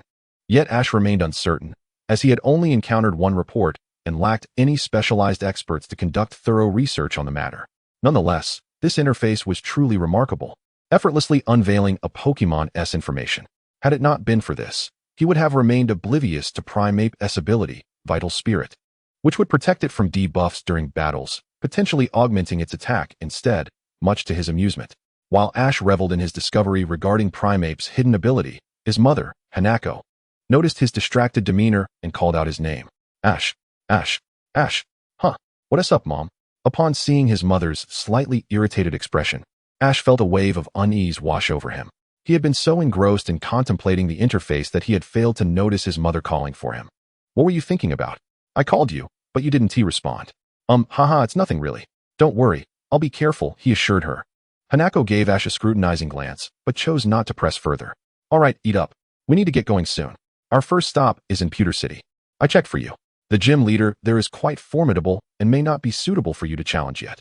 However, we can use it as a waypoint to visit Nurse Joy and register for this year's Indigo Conference. Then we can traverse Viridian Forest and begin our gym challenges from Pewter City, which is the best course of action. I know, Mom. I'm not afraid. It's exactly that strength that makes it a worthy challenge. I will go to Pewter Gym, Ash declared confidently, though his words conveyed agreement. His heart was resolute in a different direction. After all, he was a spirited youth, unwilling to yield easily. He preferred to face challenges head-on rather than shy away from them. Just hearing the name made him apprehensive. Yet how could he fulfill his aspirations and realize Misty's dreams if he hesitated? Not only for himself, but also for Misty, he would never retreat. Pewter Gym was his destination, and he was determined. Even the legendary Ho-Oh could not deter him. He had declared it. As Ash contemplated, he finished his breakfast. Hanako had prepared an ample meal, and she hardly touched her own portion, allowing Ash, Pikachu, and Primeape to consume it all. Watching the three of them satiated brought her joy. Mom, we won't linger any longer. We're off. Okay. At their parting, no sorrowful words escaped her lips.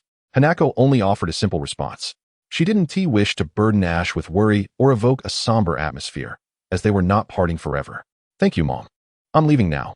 As she escorted Ash to the doorstep, Hanako noticed his disheveled hair and halted him. Wait, hold on a moment. What is it? Observing Hanako ascend the stairs, Ash was filled with curiosity as he adjusted his backpack and exchanged a glance with Pikachu. The latter merely shook its head, indicating it was equally puzzled about Hanako's actions. Here, put this on. Hanako returned downstairs, producing a cap from behind her and placing it atop Ash's head. It suits you well. Be careful on your journey. Got it, Mom. Let us go, Pikachu. Ash adjusted the cap, perched on his head, and strode forward with Pikachu at his side. Not far away on a hillside, Shiba watched Ash as he approached the exit of Pallet Town, choosing to remain in the shadows and not bid him farewell. He merely observed Ash's retreating figure, silently wishing him well. Meanwhile, at Professor Oak's laboratory, Green, who was training his Bulbasaur, seemed to sense something amiss as he gazed at the blue sky. Murmuring to himself, "Be careful on the road." Ash's aura has mutated, forming an interface that allows him to view Pokémon information. The wheels of destiny begin to turn as Ash officially embarks on his journey, with his immediate goals set for Pewter City. What encounters lie ahead on this path? Will they be fraught with danger or ripe with opportunity? All remains uncertain. Chapter 27. The Mysterious Fishing Girl. The sun shone brightly overhead, and the grass swayed gently in the breeze as a boy and his mouse traversed the meadow. This was a path just outside of Pallet Town, surrounded by dense thickets. Only a narrow trail bore the marks of tire tracks from vehicles. With the interface now in his possession, Ash felt assured this was indeed a manifestation of his aura mutation. From the basic guidebook on aura sent by his teacher, Shiba, Ash had learned that once one mastered aura manipulation to a certain level, they could create robust aura barriers and even walk on air. Upon noticing this information, Ash speculated that he might have developed an unconventional aura barrier. After all, aura is an energy inherent to all living beings, merely varying in degree. It is the essence of life itself. This life energy could probe Pokémon information, presenting it through the interface. Is it in this river? This Ganges? As Ash ambled through the grass, contemplating the interface, he caught a glimpse of a Pidgey perched on a nearby rock, preening its feathers, blending seamlessly with the surrounding grass. Shoo, Pikachu, don't move. Ash pressed his hand gently on Pikachu's head and whispered, fearful of startling the Pidgey nearby. He silently urged the interface to activate. Yet it did not appear. Could it be, Ash thought, focusing on Pikachu and willing the interface to activate once more, and it materialized. Now Ash fully comprehended that this interface, born from his own life energy mutation, was perceptible solely to him. He could not access the information of Pokémon that did not belong to him. Resigned, Ash retrieved the book he had stowed in his backpack and began searching for details on Pidgey. Soon, he found the relevant page. Pidgey, normal flying type. A small bird Pokémon. It is calm and collected, disliking battle. Even when attacked, it rarely retaliates, opting instead to kick up dust to protect itself. Its standard abilities are Keen Eye and Tangled Feet, while its hidden ability is Big Pecs. They are often found resting in trees or forests, and their presence is ubiquitous. After perusing the information on Pidgey, Ash realized that he was in need of a flying-type Pokémon, as it would undoubtedly facilitate matters regardless of the circumstances. Pikachu, unleash Quick Attack on that Pidgey, he commanded. Pika. Pikachu nodded, executing the Quick Attack and swiftly charging towards the Pidgey perched upon the rock. Suddenly, a Spearow appeared, its speed rivaling that of Pikachu. Fortunately, Pidgey was ever vigilant of its surroundings, and upon spotting the Spearow, it immediately flapped its wings and ascended into the air, causing Spearow to miss its target. Seizing this opportunity, Pidgey assumed a defensive stance, brandishing its sharp claws. Just as the two Pokémon faced off, Pikachu, utilizing Quick Attack, leaped up onto the rock and collided forcefully with Spearow, sending it flying. Pidgey was momentarily taken aback, staring blankly at Pikachu, bewildered by the sudden appearance of this yellow rodent. While Pidgey was deep in thought, Ash emerged from the underbrush. Pikachu, now's our chance, use Quick Attack. Hearing Ash's command, Pikachu prepared to execute the move, only to be abruptly struck by an unexpected force. Turning to see what had transpired, Pikachu realized it was the previously encountered Spearow charging at it. Infuriated, Pikachu could not tolerate the audacity of a flying-type Pokémon bullying an electric type. It retaliated with a powerful thunderbolt. The anguished cries of Spearow echoed through the sky, prompting Pidgey to flee in haste. Ash and Pikachu were oblivious to the situation, but Pidgey understood all too well. Spearow had called for reinforcements. Remaining here could spell disaster for it. With remarkable speed, Pidgey vanished from sight. Oh no, Pidgey got away. Well, catching a Spearow isn't too bad either, Ash remarked, just as a swarm of dark figures in the distance caught his attention. Pikachu, come here. Pikachu, who was about to continue its pursuit of Spearow, heeded Ash's call and quickly returned to his side. Pika? It inquired, perplexed. That Spearow called for help. We need to flee. Ash pointed towards the ominous cloud of darkness obscuring the sky, pulling Pikachu along as they made their escape. As they ran, Pikachu's eyes widened in horror at the sight of the multitude of Spearow. The cacophony of their cries filled the air, and Ash dared not glance back, focusing solely on fleeing. Fortunately, after a year of training with Shiba, Ash had awakened his aura power, significantly enhancing his physical abilities. He sprinted with all his might, outpacing even the pursuing Spearows. Huh, you can't catch me, you little rascals. He laughed. Pika, Pikachu, Ash, look out ahead. Huh, what? Ash, responding to Pikachu's warning, turned just in time to realize he had lost his footing, tumbling down a waterfall. Luckily, he landed in a river below, sustaining no injuries along with Pikachu. However, this did little to deter the relentless Spearow, who now gained closer proximity. At dusk, the crimson clouds painted the azure sky. Downstream, a girl with short orange hair was idly fishing. She had been watching her bobber for quite some time, but it remained still. Suddenly, the bobber plunged beneath the surface with remarkable speed. Looks like I've hooked a big one. Watch this. The girl, an avid angler, had developed a knack for deducing the size of the Pokémon based on the speed at which the bobber submerged.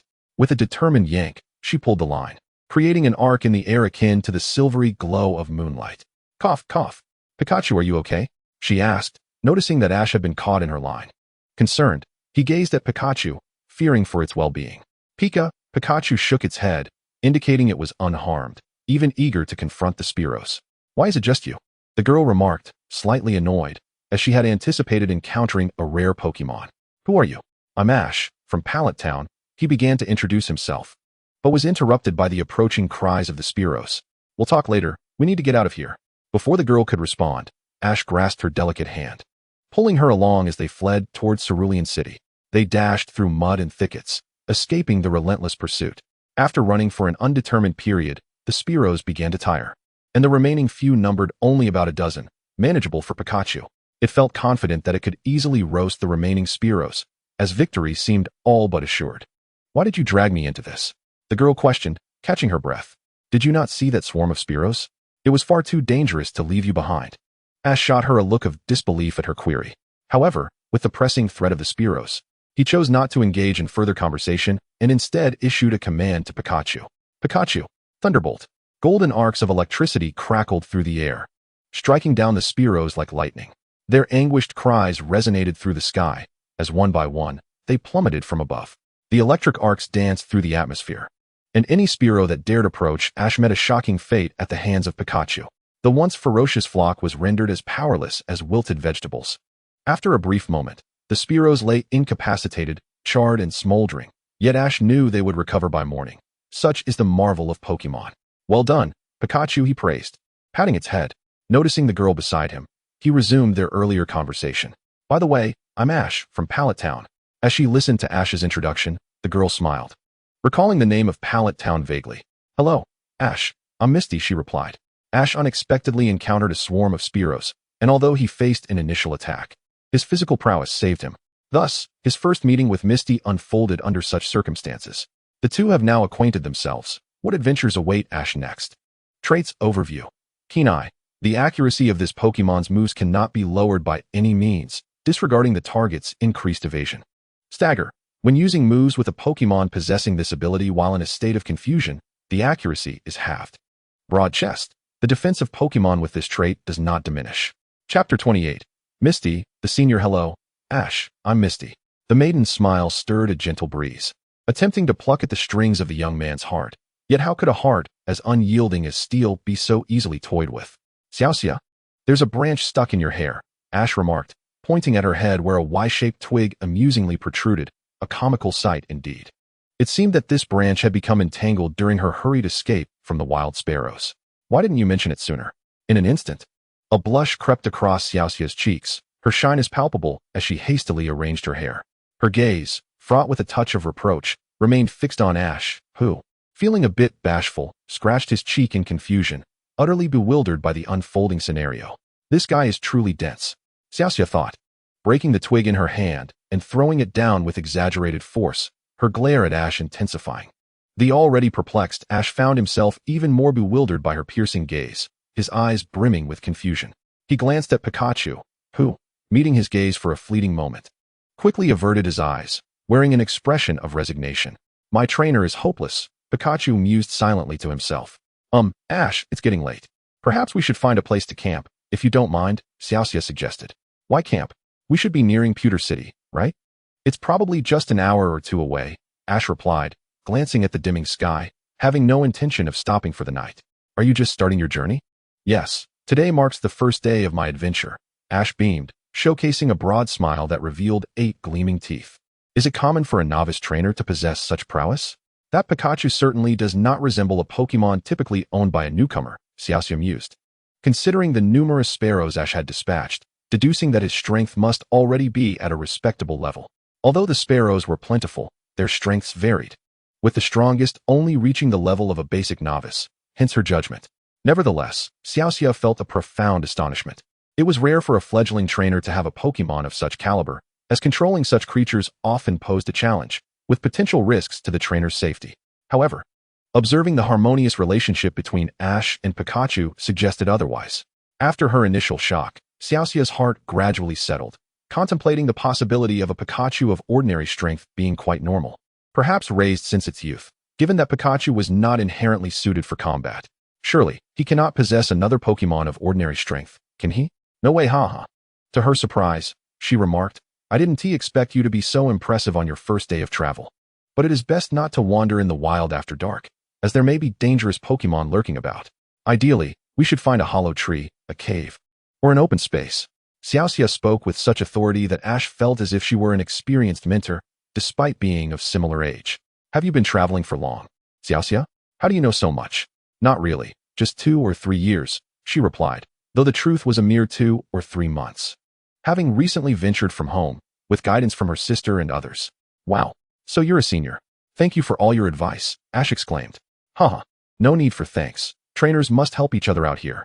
Xiaoxia's smile radiated joy, clearly delighted by Ash's words.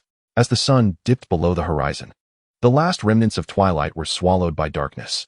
Ash and Xiaoxia found a clearing in the grass and lit a campfire. It was now time for dinner, and Ash pulled out the sandwiches his mother had prepared.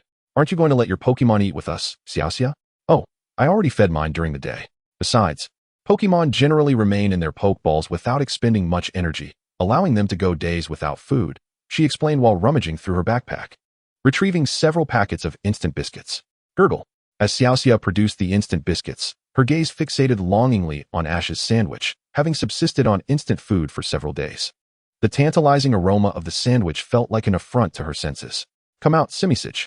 Ash naturally called forth Simisage for dinner, sharing a portion of his sandwich with it. This is for you. Simisage gleefully accepted the sandwich, raising it above its head in jubilant celebration. Meanwhile, Pikachu, also receiving a share, watched with an expression of disdain, seemingly perplexed by the excitement over a mere sandwich. Is it really worth all that fuss? Pikachu pondered, only daring to indulge once he confirmed that no other Pokémon were around to pilfer his meal. With only one sandwich left, as Ash's mother had prepared just enough for him, Pikachu, and Simisage, Ash sighed. Well, guess I'll stick to my biscuits. Xiaoxia shifted her attention from the sandwich to her meager biscuits. Here, have some, Ash offered, splitting the sandwich in two and handing one half to Xiaoxia. But what about you? It's fine. You still have your biscuits, right? I've never tried these before, she replied. Ash's optimistic demeanor brought a smile to Xiaoxia's face, allowing her to sense that this young man was unlike any other novice trainer she had encountered. After a long hiatus from travel, her heart, once dormant, now raced with excitement. With a rosy hue upon her cheeks, Xiaoxia extended her hand, saying, All right then, in light of my seniority, I shall reluctantly accept this. No, Xiaoxia, you ought to express your gratitude properly. Ash exclaimed. Hee, thank you, Xiaoxia-senpai. Here you go. Noticing that Ash was unperturbed, Xiaoxia mustered the courage to avoid his gaze. Breaking off a piece of the biscuit and placing it in his hand, Ash accepted the biscuit, dividing it into 3 small portions, offering a bit to Pikachu and Simisage as well. Together, they all consumed the dry morsels.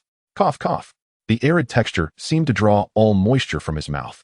Ash could hardly fathom how Xiaoxia managed to eat such things. He certainly found it unpalatable. Gurgle, gurgle. To alleviate his thirst, Ash uncapped his water bottle, taking a sip to soothe his dryness before exhaling a sigh of relief. Xiaoxia-senpai, you're quite resourceful. How did you come to purchase such food? Well, there isn't much food available in the wild, and my cooking skills leave much to be desired. So I resorted to instant meals to stave off hunger, she replied, popping the sandwich into her mouth. In an instant, an explosion of flavors delighted her palate. Jam, vegetables, bread, all mingling in a delightful symphony. She couldn't fathom why such an ordinary sandwich tasted so divine, rendering her instant biscuits somewhat distasteful in comparison. Reflecting on the journey from Cerulean City to this point, she realized that aside from stops in towns and cities, her sustenance had predominantly relied on instant foods in the wilderness. Xiaoxia felt that this was hardly a life befitting a human being. After all, she would not linger long in the city, merely replenishing supplies before continuing her journey. However, since embarking on this adventure, she believed she had learned a great deal and broadened her horizons. She had even encountered trainers like Ash. If given another chance to choose, she would resolutely embrace this world once more. Ash, what are your upcoming goals? The Pokémon League this year. I aim to challenge the Pewter Gym.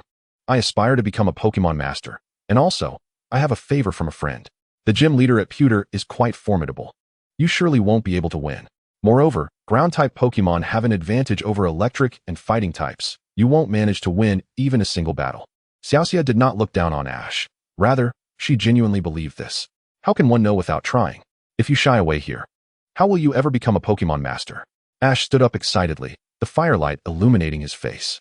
Xiaoxia envisioned Ash as a future Pokémon Master and couldn't help but chuckle. Then, future Pokémon Master, please be merciful when the time comes. Huh, what do you mean, Xiaoxia-senpai? Do you want to battle? Yes. I haven't battled anyone yet. Xiaoxia smiled gently, glancing at his 2 Pokémon. Indeed, but not right now. Upon hearing Xiaoxia's words, Ash, who had just felt a surge of enthusiasm, suddenly felt doused with cold water. Why is that? Huffed. Observing Ash's despondent expression, Xiaoxia comforted him. Don't worry, we will definitely battle soon. Sure. Although Ash did not comprehend Xiaoxia's meaning, he was simply delighted at the prospect of battling, disregarding everything else.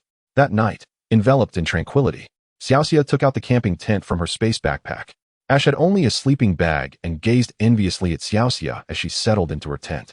Nevertheless, he did not resent his sleeping bag, nor did he blame his mother for not buying him a tent. He silently resolved to persevere on the path of a Pokémon trainer and perhaps find ways to earn some money along the way. As the night deepened, drowsiness overcame Ash, and leaning against a tree, he fell into a deep slumber, with Pikachu and Apom by his side. Ah, what a splendid day, a boy meets a girl. Ash befriends the senior, Xiaoxia. What is her identity? I do not know, but you will find out if you continue reading.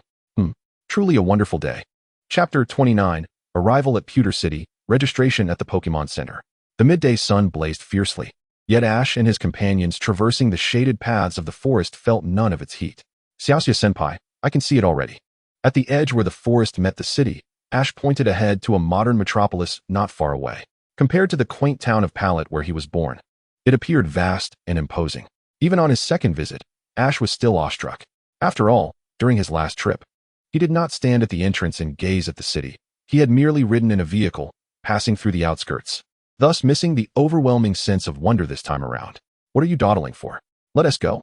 Xiaoxia patted Ash on the shoulder, questioning him. Don't you find it astonishing, Xiaoxia-senpai? This is my first time seeing the city so clearly. No. I was born in Hualan City and have lived in the city my entire life. Pewter City is rather ordinary. Xiaoxia spoke earnestly. In her childhood, she had accompanied her family to the bustling ports of Kanto, including the affluent city of Goldenrod, the richest in the region. Those cities were truly luxurious, one boasting Kanto's largest port responsible for maritime trade, while the other was the most populous and prosperous city in Kanto, complete with high-speed rail connections to Chengdu. It was a hub of modernity, with the headquarters of the Sylph Company situated there, leading the world in technology. There were even 2 gyms, though only one was officially recognized by the Pokémon League, while the other was a privately run fighting gym. Although the latter was not sanctioned by the league and could not award gym badges, its leader was renowned among Kanto's trainers. Not to mention the leader of the Goldenrod Gym, who was among the top 10 trainers in Kanto. The Goldenrod city itself was famous across other regions. In light of this, the city of Celadon seemed rather unremarkable. However, Ash should experience the grandeur of those 2 cities firsthand before forming an opinion. Xiaoxia thought to herself, not intending to divulge the splendor of these cities to Ash. After all, some experiences are best savored personally. Xiaoxia did not wish to tarnish Ash's burgeoning journey. It was better for him to witness it himself. Alright, enough gawking. Aren't you participating in the Pokémon League?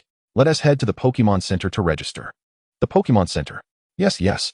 I've only seen it on television. This is my first visit. Pikachu, are you excited? Pikachu. Excited? What's there to be excited about? Is there food? Ha ha ha. You're excited too, aren't you? Ash, unaware of Pikachu's words, had been diligently training his aura every night. However, his mastery over it remained inconsistent, and he had yet to fully grasp it. According to the books, Ash needed to meditate daily with closed eyes until he could sense the aura at will. Thus, he often guessed Pikachu's words based on intuition. Ash, can you understand what Pikachu is saying?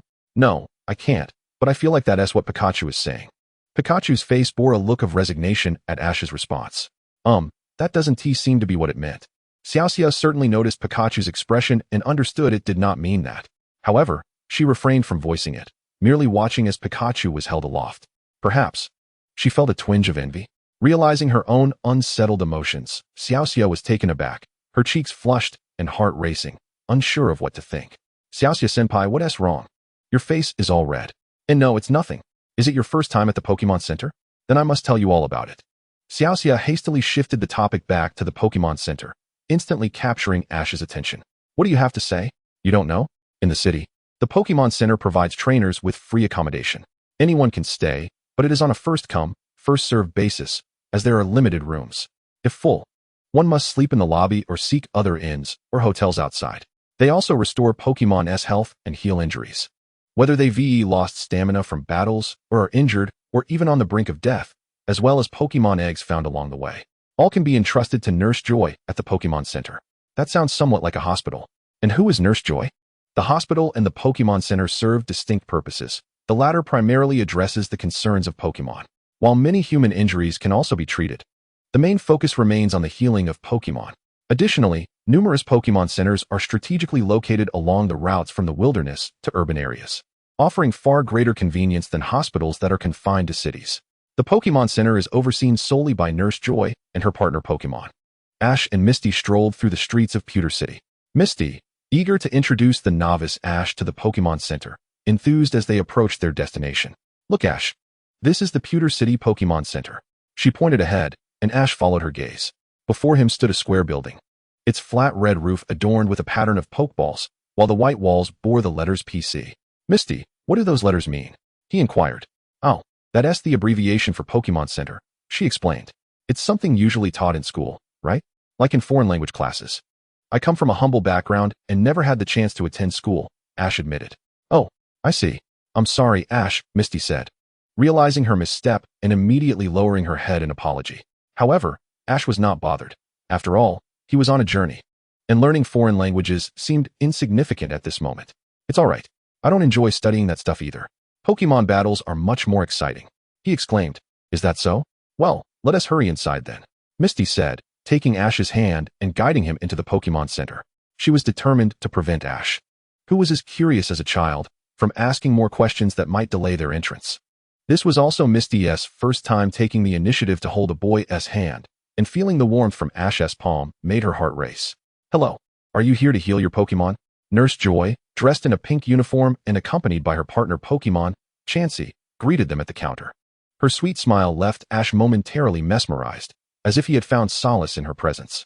Nurse Joy, I'm here to register for the Indigo Conference and also to heal my Pokemon, Ash stammered, snapping back to reality. Please place your Pokemon or Pokeballs here. Nurse Joy replied sweetly. As for the registration form for the Indigo Conference, I'll have Chansey fetch it for you. Chansey, the Pokemon responded, turning to leave after hearing Nurse Joy's request. Are all the Pokemon here? Nurse Joy confirmed with Ash and Misty. Yes, Nurse Joy, they replied in unison. All right, please leave it to me, she said, taking several Pokeballs and Pikachu, who was nestled in a box, towards the back of the Pokemon Center. Before Nurse Joy could return, Chansey came back with a white form and a pen, which had handed to Ash. Ash took the form and began to fill it out, quickly jotting down basic information such as his birthplace, name, and age. However, he encountered a section he was unsure about and turned to Misty, his senior, for assistance. Misty, what is a trainer's license? He asked. Ash, you don't have one? Every trainer must have it, even in remote towns. There are usually research facilities or the mayor that can issue it. How could you forget something so crucial? Misty exclaimed, her frustration evident as she felt anger on Ash's behalf. Well, perhaps he was too busy to remember? Ash suggested. What could possibly be more important than issuing a trainer's license to a newcomer? This is a pivotal moment for every aspiring trainer. Without it, you're not recognized as an official trainer by the league. Misty's indignation was palpable, and she wished to confront the responsible party. Fortunately, you can obtain one here from Nurse Joy, but you'll need to call the person who gave you your initial Pokemon for verification. Otherwise, you won't be able to participate in many official events, she added. Noticing Misty's genuine anger, Ash refrained from further comment, feeling unconcerned as long as he could sort it out later. Ugh. Meanwhile, in Pallet Town, Professor Oak sneezed unexpectedly. Odd. I feel like I've forgotten something. It's probably not important. All right, your Pokemon have been healed. Have you completed your form? Nurse Joy announced, as Pikachu, revitalized, leaped back onto Ash's shoulder. Its previously dirty body now sparkling clean, and its yellow fur smooth and bright. Not yet, Nurse Joy. I don't have a trainer's license and hope to obtain one here, Ash responded. You don't have a trainer's license? You can get one here. Luckily, I have a blank card available. Otherwise, you would have to wait several days to receive it. After all, our Pokemon Center isn't responsible for issuing initial Pokemon. Oh, you'll also need to contact the person who provided your initial Pokemon for verification. Do you have their contact information? I do, Nurse Joy, Ash confirmed. Then please complete this form and follow me, she instructed, retrieving a form from beneath the counter that was quite similar to the one for the Indigo Conference. Ash filled it out in no time. Under Nurse Joy's guidance, they approached a communication device with a screen. Misty followed closely, eager to discover who had bestowed Ash's initial Pokemon upon him. Isn't this Ash? Why are you calling me? Professor Oak's voice came through. Professor Oak, it's about obtaining a trainer's license, Ash explained, and upon hearing the details, Professor Oak slapped his thigh in realization. I knew I had forgotten something. I've been so busy with research lately, my apologies. He chuckled. It's all right, Ash reassured him. Nurse Joy, this child Ash has grown up under my watch. He is undoubtedly a good kid. I can vouch for his trainer qualifications, Professor Oak asserted. Thank you, Professor Oak. Your words carry more weight than any signature or fingerprint from anyone else, Nurse Joy replied with a smile. If it were anyone else providing verification, they would have to come to Pewter City to sign in person. Who is Professor Oak? He is a towering figure in the Pokemon research community, the first to consolidate all information regarding Pokemon in the Kanto region. His published papers and extensive knowledge of Pokemon are remarkable, having made significant contributions to the Pokemon world and impacting countless individuals, earning him fame across various regions. Many young researchers aspire to follow in his footsteps. Misty, behind Ash, could scarcely believe her eyes, initially intending to reprimand the irresponsible party on the other end of the call. She swallowed her words as Professor Oak's familiar face appeared on the screen. She never anticipated that the one bestowing Ash's initial Pokémon would be none other than Professor Oak, and it seemed their relationship was quite amicable. It appeared that, just as Ash had previously stated, the professor was indeed busy. Ash, continue to excel on your journey as a trainer. I have research to attend to. Goodbye. Goodbye. Professor Oak. After hanging up, Nurse Joy promptly proceeded to print Ash's trainer certificate. Meanwhile, Misty stood beside Ash, utterly astonished. Misty, what's the matter? Oh, it's nothing. I just never imagined you knew Professor Oak, Ash. Haha. Yes. Professor Oak is the doctor from my town. Indeed. Pallet Town, Pallet Town. Haha. No wonder that name sounded so familiar. Misty chuckled awkwardly just as Nurse Joy approached. Ash, here is your trainer certificate. Please keep it safe. It features your unique identification number, and I have also filled out the form for the court's conference. Next, please work hard to collect gym badges. Only by obtaining all 8 can you participate in the court's conference. Rest assured I will. Ash replied. By the way, Nurse Joy, could you also arrange 2 rooms for us? There's only 1 room left, she replied, but it's sufficient for 2 people. Would you be all right with that? I'm fine with it, Ash said, glancing at Misty but choosing not to elaborate. Hanako had once informed him that unmarried girls typically do not share a room with boys. Huh, why are you looking at me? I'm fine with it. It's not as if it's 1 bed, Misty insisted. It's like this when you're out. 1 room is perfectly acceptable, Nurse Joy. Very well, I'll fetch the keys for you. Misty feigned a tone of authority, attempting to sound like a seasoned veteran. Yet her heart raced and her cheeks flushed as she spoke those words. However, Ash remained oblivious to Misty's unusual demeanor, merely nodding in appreciation, indicating he had acquired new knowledge. Is this my trainer certificate? Upon arriving at the room Nurse Joy had prepared, Ash lay on the lower bunk, gazing at his trainer certificate while Pikachu nestled beside him, fast asleep. The certificate was rather unremarkable, a card in a cerulean hue, featuring Ash's photo, recently taken by Nurse Joy. It also displayed his birthplace, birth date, and a series of identification numbers. The reverse side bore a standard Pokeball pattern, emblazoned with the full English title of the Pokemon League. On the front, Ash's trainer number read 1997040152220230324. Observing this sequence of numbers, Ash truly felt the exhilaration of being recognized as an official trainer by the league. All right, let's challenge the pewter gym, he exclaimed, leaping up in excitement, startling both Pikachu and Misty, who had been resting on the bed. Hey, let's eat first. Just as Misty contemplated commenting on Ash's boundless energy, the sound of a growling stomach resonated in the air, instantly dispelling any remnants of annoyance from being awakened.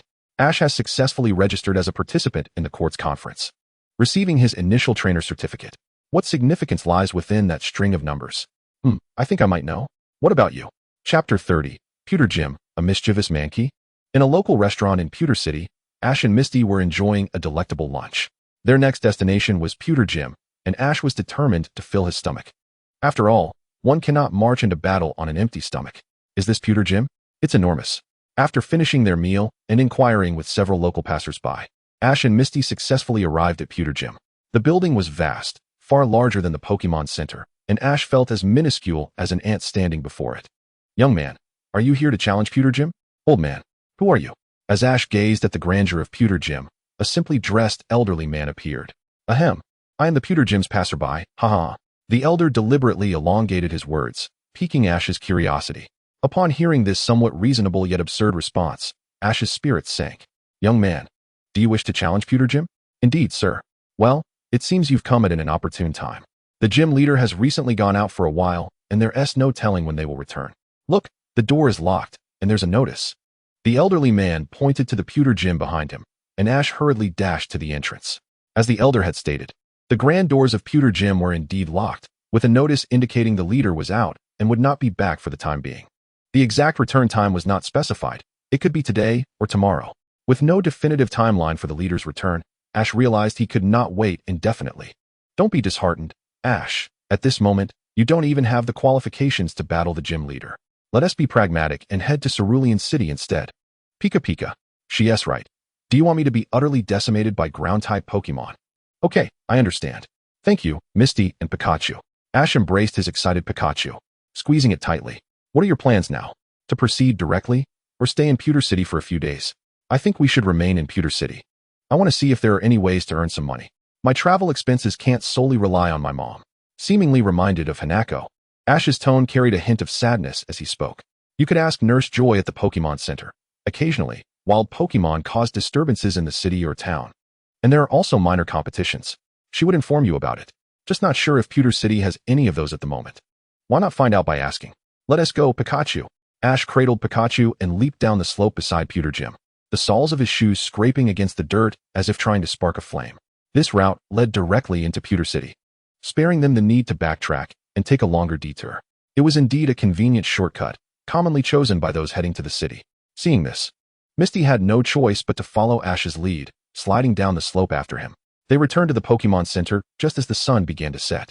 On the way, they encountered an elderly man sprawled on the road, who, despite their attempts to rouse him, consumed considerable time until his granddaughter finally came to drag him away. Nurse Joy was tidying up. During the downtime between trainers, she often took a moment to clean. Her intention was to ensure that upon entering, one would be greeted by a pristine Pokémon Center, calming the mind and spirit. Nurse Joy, are there any recent requests or competitions? Requests? It seems there is one. Upon hearing Ash's inquiry, Nurse Joy appeared to recall something, recounting the details. Recently, the streetlights in Pewter City have been malfunctioning. According to the maintenance electrician, the culprit is a rather mischievous monkey that only appears at night. Many streetlights have become mere punching bags for it, as it incessantly damages them with its fists. Junsha has attempted to capture it as well, but the darkness of the night and its agility have caused her to lose track each time. If it were to be captured, the Changpan police station would reward the captor with a small gift, although the specifics were not disclosed to me. As for the competition, there is indeed one approaching, the P1 Fighting Grand Prix, where the victorious trainer not only receives the prestigious P1 Grand Prix gold belt, but also a plethora of generous prizes and monetary rewards, which vary each year. I believe the prize money amounts to 30,000 Poke Dollars. 30,000 Poke Dollars. Ash could hardly fathom Joy's words. Do not be misled into thinking 30,000 Poke Dollars is a trifling sum. It could purchase 150 ordinary Pokeballs. However, Ash does not require that many Pokeballs. Professor Oak had already gifted him a few before his departure. He still possesses at least several dozen Pokeballs. And as for the 30,000 in prize money, he intends to allocate 20,000 for travel expenses to replenish supplies, especially since he is soon to traverse the Changpan Forest. This journey will undoubtedly consume a considerable amount of food. While wild berries may grow in the wilderness, it cannot be relied upon for every meal, as they serve as a food source for wild Pokémon. Occasional consumption is fine, but excessive intake would disrupt the ecological balance. As for the remaining 10,000, he plans to save it in his trainer card for unforeseen circumstances or to purchase interesting items encountered along the way, perhaps as gifts for his mother. All right, enough daydreaming. You still might not secure the victory. Observing Ash lost in thought, Misty bluntly articulated his current musings. However, this is quite normal. Ash is merely 10 years old, an age rife with fantasies and a desire for recognition. No, I will definitely secure the victory, but for now, the priority is that monkey. We shall stake out the district tonight and ensure we capture it. Very well, then let this senior accompany you. Misty puffed out her chest and shook her head helplessly, adopting a tone akin to that of an adult humorously indulging a child. By the way, I almost forgot something, Ash exclaimed, heading towards the telephone area in the corner of the Pokémon Center, his expression flustered. He recalled that before his departure, his mother had instructed him to call her upon arriving in Changpan City. It was only now, after so long, that he remembered. Perhaps Professor Oak had already informed her. Beep, beep, beep. Hello, is this Ash? Have you arrived in Changpan City? That was close. It seems Professor Oak hadn't spoken to Mom. Upon hearing his mother Hanako's voice, Ash's anxious heart finally settled. Yes, Mom. I have arrived in Changpan City and am currently at the Pokémon Center. Make sure to buy some food for yourself. If you need money, just let me know. Be cautious on your journey and keep warm to avoid catching a cold. Listening to his mother's incessant reminders, Ash nodded in response, though slightly exasperated. Behind him, Misty listened to Hanako's maternal chatter, her eyes glimmering with envy. Standing behind Ash, who was of similar height, she was not completely obscured, catching Hanako's attention. Ash, who is that behind you? Huh, behind me? Ah, this is Misty. Mom, she is a senior I met along the way. She taught me about trainer cards and various things at the Pokémon Center. We are currently traveling together. Oh my. Misty, thank you so much. My Ash can be a bit foolish, so please take good care of him. Oh, no. No. Mrs. I am equally grateful to Ash. He has helped me immensely. Suddenly drawn into the conversation between this mother and son, Misty felt flustered, akin to meeting her boyfriend's parents for the first time. Her cheeks flushed, and she was at a loss for how to respond. All right, I have things to attend to. Ash, you and Misty must do your best. Hanako winked at the two, her expression laden with unspoken significance, leaving Ash momentarily stunned. What is Mom implying? Do you know Pikachu? Ash scratched his cheek, glancing towards Pikachu. Pika, Pika Pika Pika. Sigh. Ash, you are truly hopeless. Pikachu shook its head in exasperation at its dense trainer. Meanwhile, Misty, her face flushed, seized Ash's arm and exclaimed, "We should get moving. It's already nighttime. I understand, but Misty, please don't tug on my collar like that. It's hard to breathe." The moon hung in the night sky, clouds drifted across the heavens, and the moonlight flickered intermittently. In a thicket by the streets of Ongpon City, for figures lurked in the shadows, a yawn escaping one of them. Have we really been waiting for 1 to 2 hours? Will that monkey actually show up? Of course it will. I asked Nurse Joy, and this is the last streetlight it hasn't destroyed. It will definitely come here. Ash's conviction was unwavering, as though he believed with all his heart that the monkey would indeed arrive. Time slipped away quietly for another half hour, and Misty had already dozed off against Ash's shoulder. Pikachu and the monkey, too, were succumbing to sleep, lying beside Ash. Will it really come? Just as Ash began to doubt, the bushes across from him rustled, and a monkey peeked its head out. It scanned the surroundings cautiously, appearing quite wary. Seeing this, Ash seized the opportunity to elbow Misty awake and rouse Pikachu and the monkey. Pikachu, monkey. When it approaches the streetlight, we attack. Pikachu, lead with Thunder Shock, and monkey. Hold it down. And what about me? What should I do? You just need to help me tie it up. Understood. Misty nodded vigorously. As the two trainers and their Pokémon huddled together, intently watching the monkey that emerged from the underbrush while continuously glancing around, Ash finally understood why it had evaded capture so many times before. It was exceedingly cautious. After only a few steps, it had already surveyed its surroundings multiple times. Had they not been lying in wait for so long, it likely would have escaped again.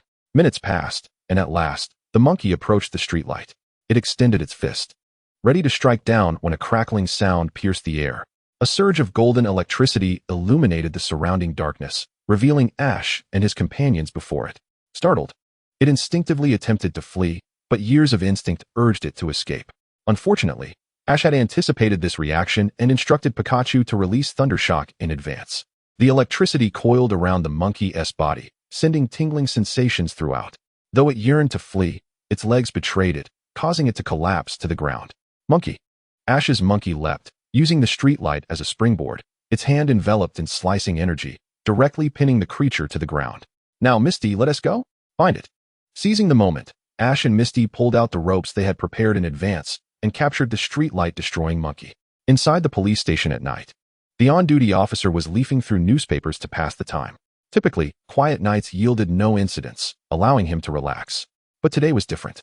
As Ash and Misty entered the station with the monkey in tow. Is that a monkey? What has transpired? As the police officer, engrossed in his newspaper, caught a glimpse of Ash and his companions at the door, he promptly straightened his posture. "Excuse me, officer. We have captured the mischievous monkey that has been vandalizing the streetlights," Ash declared. "The monkey that damages streetlights? It seems there is indeed such a case." "Allow me to verify," the officer replied, moving towards a nearby bulletin board. After examining it closely, he tore down a notice. He mused, placing the notice beside the troublesome monkey, scrutinizing it carefully. "Yes, that gaze, that disdainful smirk. It appears to be the culprit. Please hand it over to me for registration." "Certainly." Ash nodded, accepting the registration form handed to him and inscribing his personal details. "By the way, are you currently residing at the Pokémon Center?" "Yes, is there a problem?" "Nothing of great concern, merely confirming your current address, as you do not seem to be locals. The reward for your commission will be delivered to the Pokémon Center tomorrow, and Miss Joy will present it to you. Thank you for your contributions to Pewter City. This monkey has wreaked havoc on many streetlights, with the League footing the repair bills. It has been quite a headache for us, as this monkey is exceedingly elusive, and we have nearly apprehended it several times, only for it to escape. Is that so? We have merely been fortunate in our capture." After completing the registration, Ash and Misty returned to the Pokémon Center. The night was quiet, and Ash felt an overwhelming fatigue from their earlier stakeout. They returned from the police station just past midnight. Misty nearly dozed off while walking but managed to stay awake and successfully reached the Pokémon Center. However, once she lay down on her bed, she fell into a deep slumber, and Pikachu followed suit. Only Ash remained awake, poring over the basic wave-guiding training manual that Shiba had given him by the moonlight. According to its contents, it was best for him to meditate to practice being able to sense the wave at any moment. This stage was quite arduous and required immense patience, but there were supportive methods.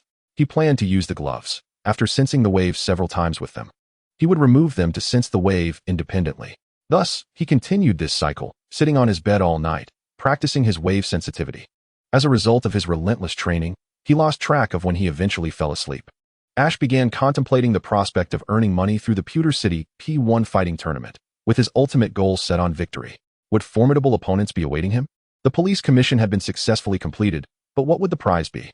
His practice of wave sensitivity continued, and it seemed that Ash would soon grasp the basics of wave guiding. What adventures lay on the horizon for him? Chapter 31. The P1 Fighting Tournament 1. Ouch! My head aches terribly. On a bright and sunny morning, Ash groggily awoke, leaning against the wall to support his throbbing head, which felt as though it might split open. This served as a lesson for him, reminding him to refrain from such intense training in the future, as even the pursuit of wave sensitivity could impose a significant burden on his mind. After a full day of work, his brain had continued to operate through the night. Who could bear that? Pika, what's wrong, Ash? It's early in the morning. Ash's lament awakened Misty and Pikachu, who regarded him with reproachful eyes. Oh, it's nothing, just a bit of a headache from sleeping. Well, that's all right then. Once fully awake, Misty found herself unable to return to sleep, so she decided to rise and freshen up. This morning marked the registration for the P1 fighting tournament. With the competition scheduled for the afternoon, Ash needed to prepare early, as he had already heard the rules from Miss Joy the previous day. There would be a total of 4 matches, where Pokémon could only utilize fighting-type moves, following tournament regulations. The first round would be a preliminary battle where all registered participants would engage in a chaotic melee across 8 arenas. Only the last Pokémon standing would advance to the subsequent matches, totaling 3, quarterfinals, semifinals, and finals. Ash had formulated a strategy for the preliminary round. Given the chaotic nature of the battle, he planned to keep a low profile and eliminate the remaining Pokémon with diminished stamina. Moreover, his monkey possessed the black belt gifted by Shiba, which increased the power of fighting-type moves by 20%, making victory seem attainable, provided there were no Pokémon with levels excessively surpassing his monkey's. After refreshing himself, Ash recalled the prize mentioned by the officer, which was to be given to Miss Joy. Good morning, Miss Joy. Oh, Ash, I didn't expect you to truly complete the commission. This is a reward from Officer Junshaw for you. Joy retrieved a small wooden box from her skirt pocket and handed it to Ash. What's inside? I'm not sure. It should be something valuable, considering you assisted the police. I'll take a look. Ash bid farewell to Miss Joy and returned to his room, where Misty was still washing up. Upon seeing the box in Ash's hands, she recalled the events of the previous day and watched him with curious eyes, seemingly guessing what might be inside. What's that? Ash opened the box to reveal a voucher for a store, redeemable for 10 bags of premium Pokémon food. This unexpected bounty delighted Ash, as Pokémon food was often the most challenging issue to resolve. Being the main combatants, they needed to be well fed. Even basic Pokémon food contained numerous nutrients essential for their growth. However, such beneficial items were typically costly, with even basic Pokémon food priced at 500 Poké per bag. One bag could feed a single Pokémon for 5 days, and with Ash's limited finances, the expense of 1,000 Poké for 5 days was quite burdensome. Now, however, he had received not only free Pokémon food, but premium food valued at 2,000 Poké per bag. With 10 bags, he could sustain his 2 Pokémon for 25 days, over 3 weeks. This thrilled Ash, who decided to redeem the voucher on his way to the P1 tournament, lest he misplace it. What's wrong? You seem so happy. Did you get something good? Ash did not conceal his good fortune from Misty. Although the premium Pokémon food was valuable, he trusted that Misty was not one to be swayed by such trifles. Ash could tell by her demeanor that she was not lacking in means. Leaving the Pokémon Center, Ash hurried to the Pewter General Store, which offered a variety of items, Pokeballs, a few technical machines, and Pokémon food, among others, all related to Pokémon. However, Ash was not there to shop. Excuse me, could you help me redeem this? What is this? All right, let me take care of it. Upon receiving Ash's voucher, the clerk immediately perked up, full of enthusiasm. Here you go, 10 bags of premium Pokémon food. Ash accepted the 10 bags, feeling their substantial weight, and could not suppress his smile. Pikachu, what's with you? You're so happy over a few bags. Pikachu did not understand Ash's joy, but if it knew that the food in Ash's hands was its own sustenance, it might have thought differently. With 10 bags of Pokémon food securely stowed in his backpack, Ash exited the shop. At that moment, he resembled a person cradling a rare treasure, clutching the backpack tightly to his chest, as if fearing that others might discover the valuable contents within. This spectacle elicited a chuckle from Misty, who remarked, "Haha, Ash, there's no need to be so tense. No one will find out." Ash, taking her words to heart, realized he had indeed been overly anxious and adjusted the way he carried the backpack, adopting a demeanor of nonchalance. The true worth of those 10 bags of premium Pokémon food equated to a staggering 20,000 Poke dollars, a sum Ash had never even contemplated spending on such indulgences. The registration area for the P1 Fighting Grand Tournament was situated not far from the shop, in a moderately sized battle park. It was enclosed by railings, with 8 battle arenas demarcated for the competition. At the entrance of the park, a middle-aged man sat at a small table, beside a sign clearly indicating registration. Ash approached the table and declared, "I would like to register for the P1 Fighting Grand Tournament." The man casually glanced up, handed Ash a form without much ado, and instructed him to fill it out. After Ash completed the entry form with his personal details and the Pokémon he intended to use, he returned it to the staff member, intending to grab a meal before the event began. After all, there was still ample time before the competition, and Ash wished to have lunch to sustain him through the afternoon. At midday, the sun had ascended to its zenith, casting its fierce rays across the land. If not for the occasional clouds obscuring its brilliance, the scorching sun would undoubtedly have rendered the air arid. After finishing lunch, Ash returned to the battle park, where the event was about to commence. He and Misty entered the venue, though Ash utilized the contestants' entrance while Misty made her way to the spectator stands. "Welcome, all trainers who adore combat. You are now at the P1 Fighting Grand Tournament's battleground. This event is being broadcast live by the Jotaro television network. For those who wish to catch the replay later, it will be available." The host took center stage in one of the battle arenas, microphone in hand, elucidating the rules of the competition that Ash was already familiar with. "And finally, the victor shall be awarded the championship belt behind me, along with 30,000 Poke dollars and a mysterious prize.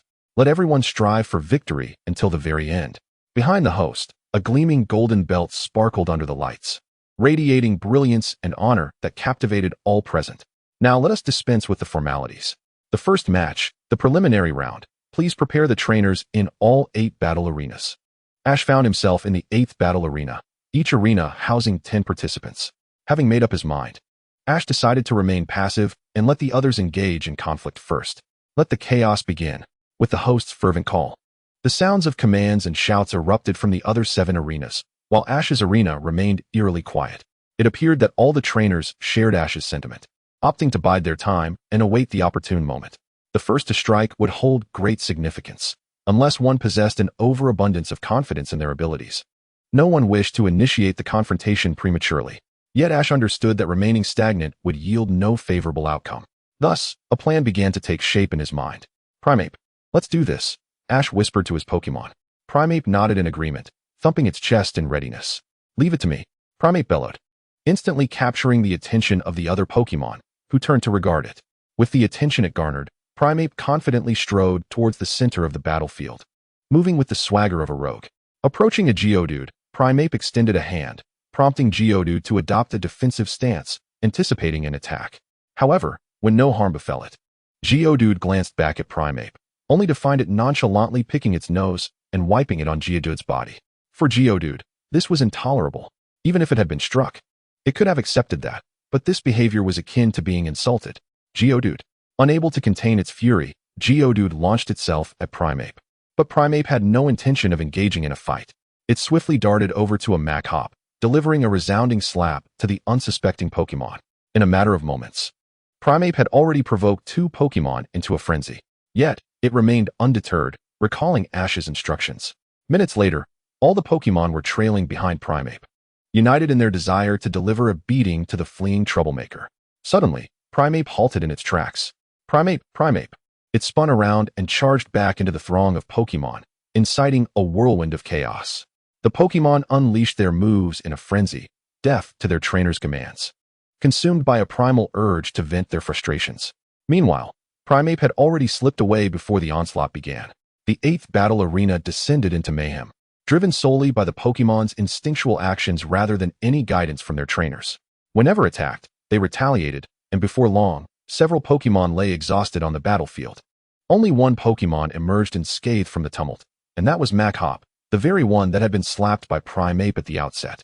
Mach-Hop raised its arms in triumph, seeking to locate the form that had provoked its ire among the fallen Pokémon. However, no sign of Primeape could be found. Just then, an overwhelming force struck from behind. With no strength left to defend itself, Machop was sent sprawling through the air. Yet, it caught a glimpse of Primeape, realizing that it was the latter's attack that had sent it flying. As for why Primeape remained unharmed, Machop had no capacity to ponder further as it succumbed to the ground, drained of all energy. At last, the victor of the 8th battle arena was declared. Ash is the champion. He has secured a place in the next round. Through his cunning intellect, Ash had successfully provoked the emotions of every Pokémon, ensuring Primeape's survival amidst the chaos. However, the forthcoming matches would demand physical prowess. Could he continue to revel in victory? We shall see. The host, true to form, attributed Ash's success to his cleverness. While this was indeed a significant factor, it was also clear that without Primeape's execution of the plan, the strategy would have faltered. Nonetheless, such matters were of little consequence to Ash, for he was determined to prove through his own strength whether he relied solely on wit. The first preliminary round concluded in a mere half hour, followed by a 30-minute intermission. During this time, trainers could restore their Pokémon's stamina in preparation for the next match. Fortunately, Primeape had not sustained any serious injuries, merely fatigued from its prolonged evasion, and would recover with a brief respite. You have done remarkably well. However, in comparison to me, there remains a slight gap. Within the resting tent prepared for the contestants, Ash had just picked up the information of the next competitor when Misty burst in. Misty, what brings you here? Ash inquired, prompting Misty to roll her eyes in response. Are you an idiot? The contestants are resting. What is there to observe? We can't just sit idly for half an hour. Haha, I completely forgot about that.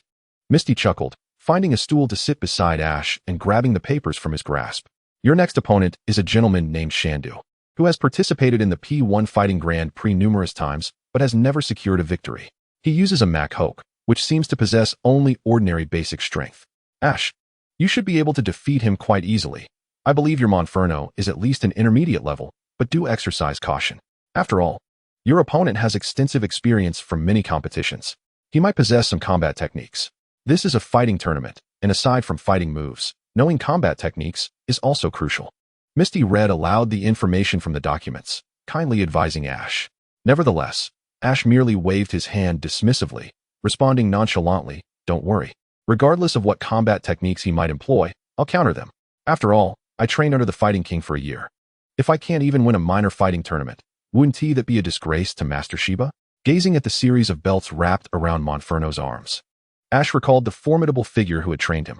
To uphold the honor of his mentor, Ash vowed he would never accept defeat in any of the upcoming matches. Ash received the promised prize, a 10-pack of universal high-grade Pokémon food, which surely delighted Pikachu and Monferno. Just look at that exquisite packaging. It makes me want to taste it too. The preliminary rounds of the P1 Fighting Grand Prix have concluded, and Ash has rightfully qualified. The question now remains, what level of strength do his opponents possess? Will Ash continue to emerge victorious, or will he falter here? Chapter 32, P1 Fighting Grand Prix 2, Quarterfinals, Successfully Advancing. Welcome back, esteemed spectators. I trust the recent chaotic battles have satiated your thirst for excitement. Next, we shall witness the clash between fighters. Skill moves, combat techniques. The fierce exchange of fists promises to deliver breathtaking matches. We are now entering the quarterfinals. Please welcome the two contestants of the first battle. The duration of the match is set for 10 minutes. Now, the heated competition begins in earnest. The battleground has transformed into a ring, suitable for the Fighting Grand Prix, where Pokémon are predominantly fighting types, competing through combat techniques and moves. Such a setting allows them to showcase their strengths and unique characteristics to the fullest. Ash awaited in the contestant waiting room, set to enter the arena fourth. Seizing this opportunity, he keenly observed the styles of the previous fighters. Although he held great confidence in his abilities, he understood that caution was prudent. He must ensure he could secure victory. He could not overlook any detail, seizing every chance to glean insights about his opponents. As matches concluded, it was soon Ash's turn. Having watched several battles, he found that none of the competitors left a lasting impression on him.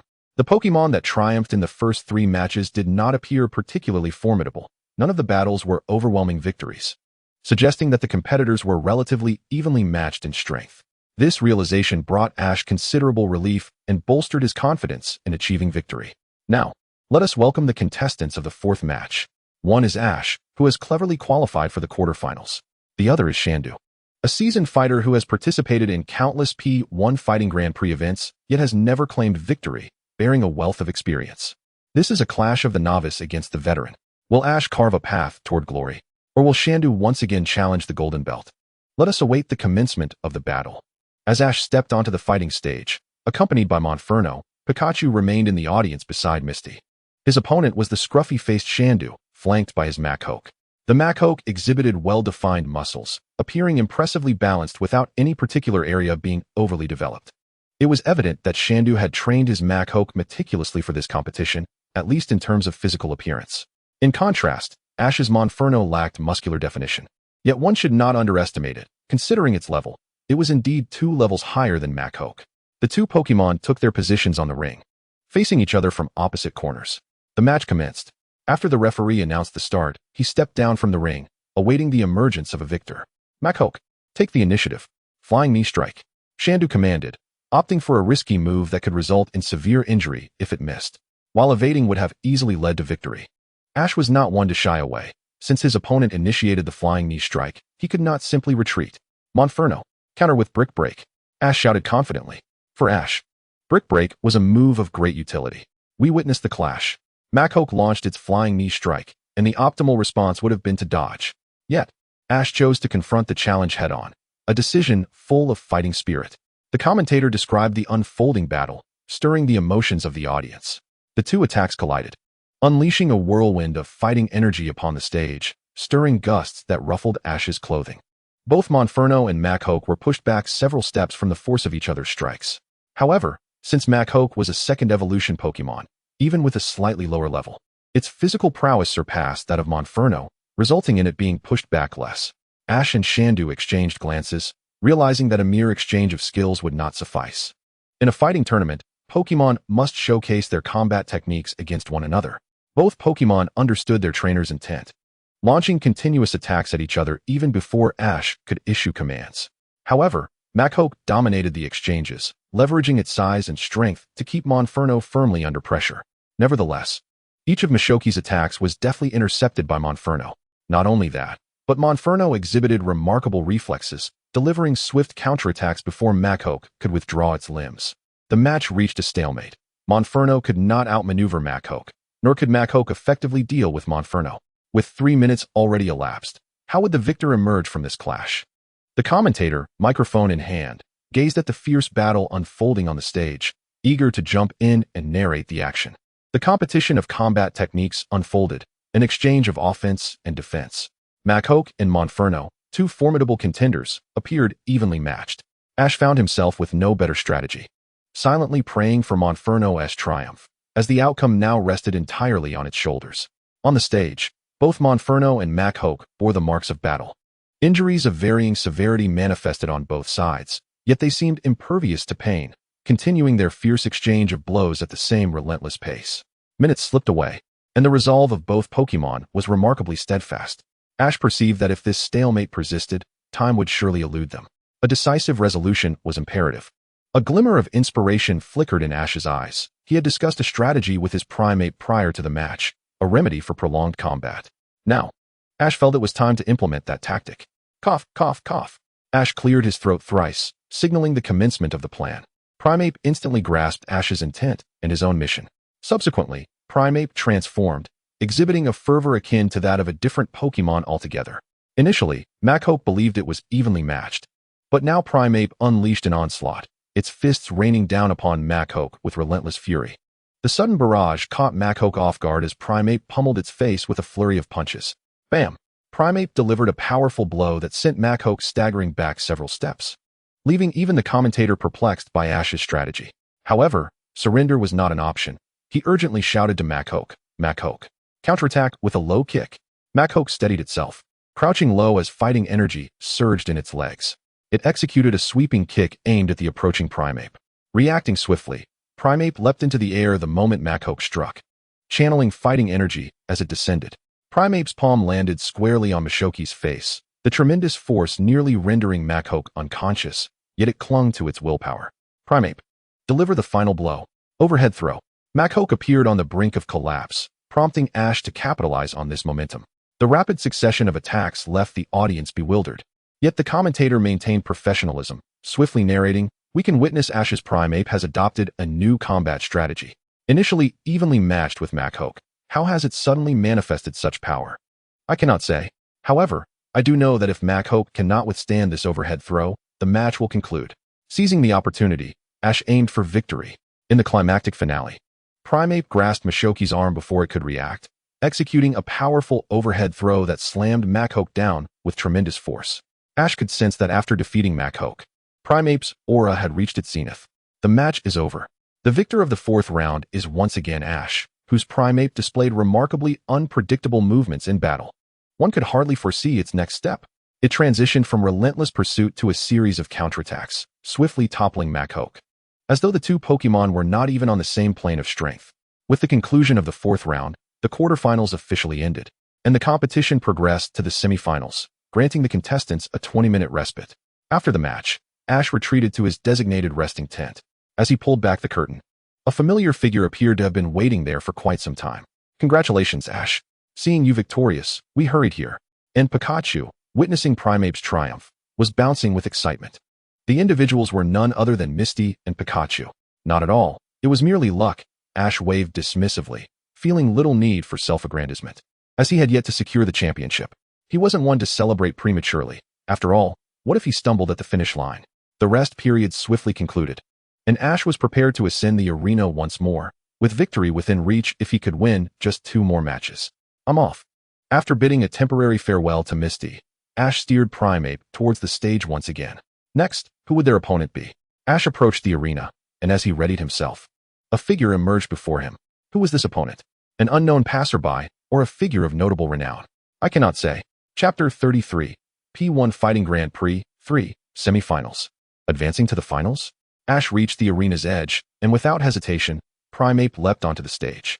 This time, their opponent lacked significant fame, resembling an ordinary martial arts enthusiast. However, Ash dared not underestimate them. After all, this individual had triumphed to reach the top 4 and undoubtedly possessed their own strategies in combat. Next, the P1 Fighting Grand Prix Semifinals.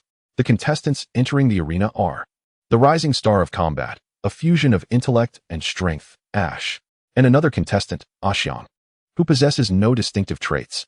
Yet, anyone who can reach the semifinals is not to be taken lightly. Let us eagerly anticipate the clash between these two competitors. The commentator's fervent words ignited excitement, making it hard to believe they were improvised. Compared to Ash, Ashiang's lack of unique attributes was evident. However, as the commentator noted, anyone capable of reaching the top 4 is no mere opponent. On Ash's side was still Primeape, but the Pokémon now exuded a palpable aura of confidence. Markedly different from its initial demeanor, Ashiang, on the other hand, had sent forth a Hitmonchan, the very Pokémon Ash had encountered during the first round of preliminaries. Recognizing that his opponent specialized in punching techniques, Ash knew he could not recklessly engage in a direct brawl. Compared to the previous round's balanced Machoke, Hitmonchan, focused on punch-based combat, posed a far greater challenge for Ash. "Begin." The referee's voice rang out, yet neither Primeape nor Hitmonchan made a move, both fixated on each other. Primeape and Hitmonchan remained still. What could this mean? What were they contemplating? The commentator found himself increasingly baffled. However, as a professional, he was compelled to voice his thoughts. Ashiang seemed unable to contain himself, observing Primeape's inaction, and opted to initiate a test strike. Hitmonchan, Sonic Punch. With a swish, Hitmonchan's fist shot forward, its body propelling itself as though teleporting to Primeape's vicinity. So swift. This was Ash's immediate impression. Hitmonchan's punch was so rapid it defied the naked eye, a testament to its specialization in punching techniques. However, the Sonic Punch was renowned for its speed, sacrificing much of its power for such velocity. So fast, so fast, so fast. Ashiang's Hitmonchan unleashed the Sonic Punch, and a resounding thud echoed as it connected. A glimmer of triumph sparkled in Ashiang's eyes. "I landed a hit." Yet, the Sonic Punch lacked formidable strength. He had not anticipated causing significant damage, as it was merely a probing attack. How could this be possible? Ashiang squinted, realizing that Primeape had effortlessly blocked Hitmonchan's Sonic Punch with one hand, crossing it over its chest. Yet, within his eyes, this should have been deemed an impossibility. After all, throughout all this time, no Pokémon had ever been able to withstand the Sonic Punch of Machoke. As its name suggests, the Sonic Punch is a strike delivered at a velocity that rivals the speed of sound itself. It was blocked. Ash's Apom successfully defended against Machoke's Sonic Punch.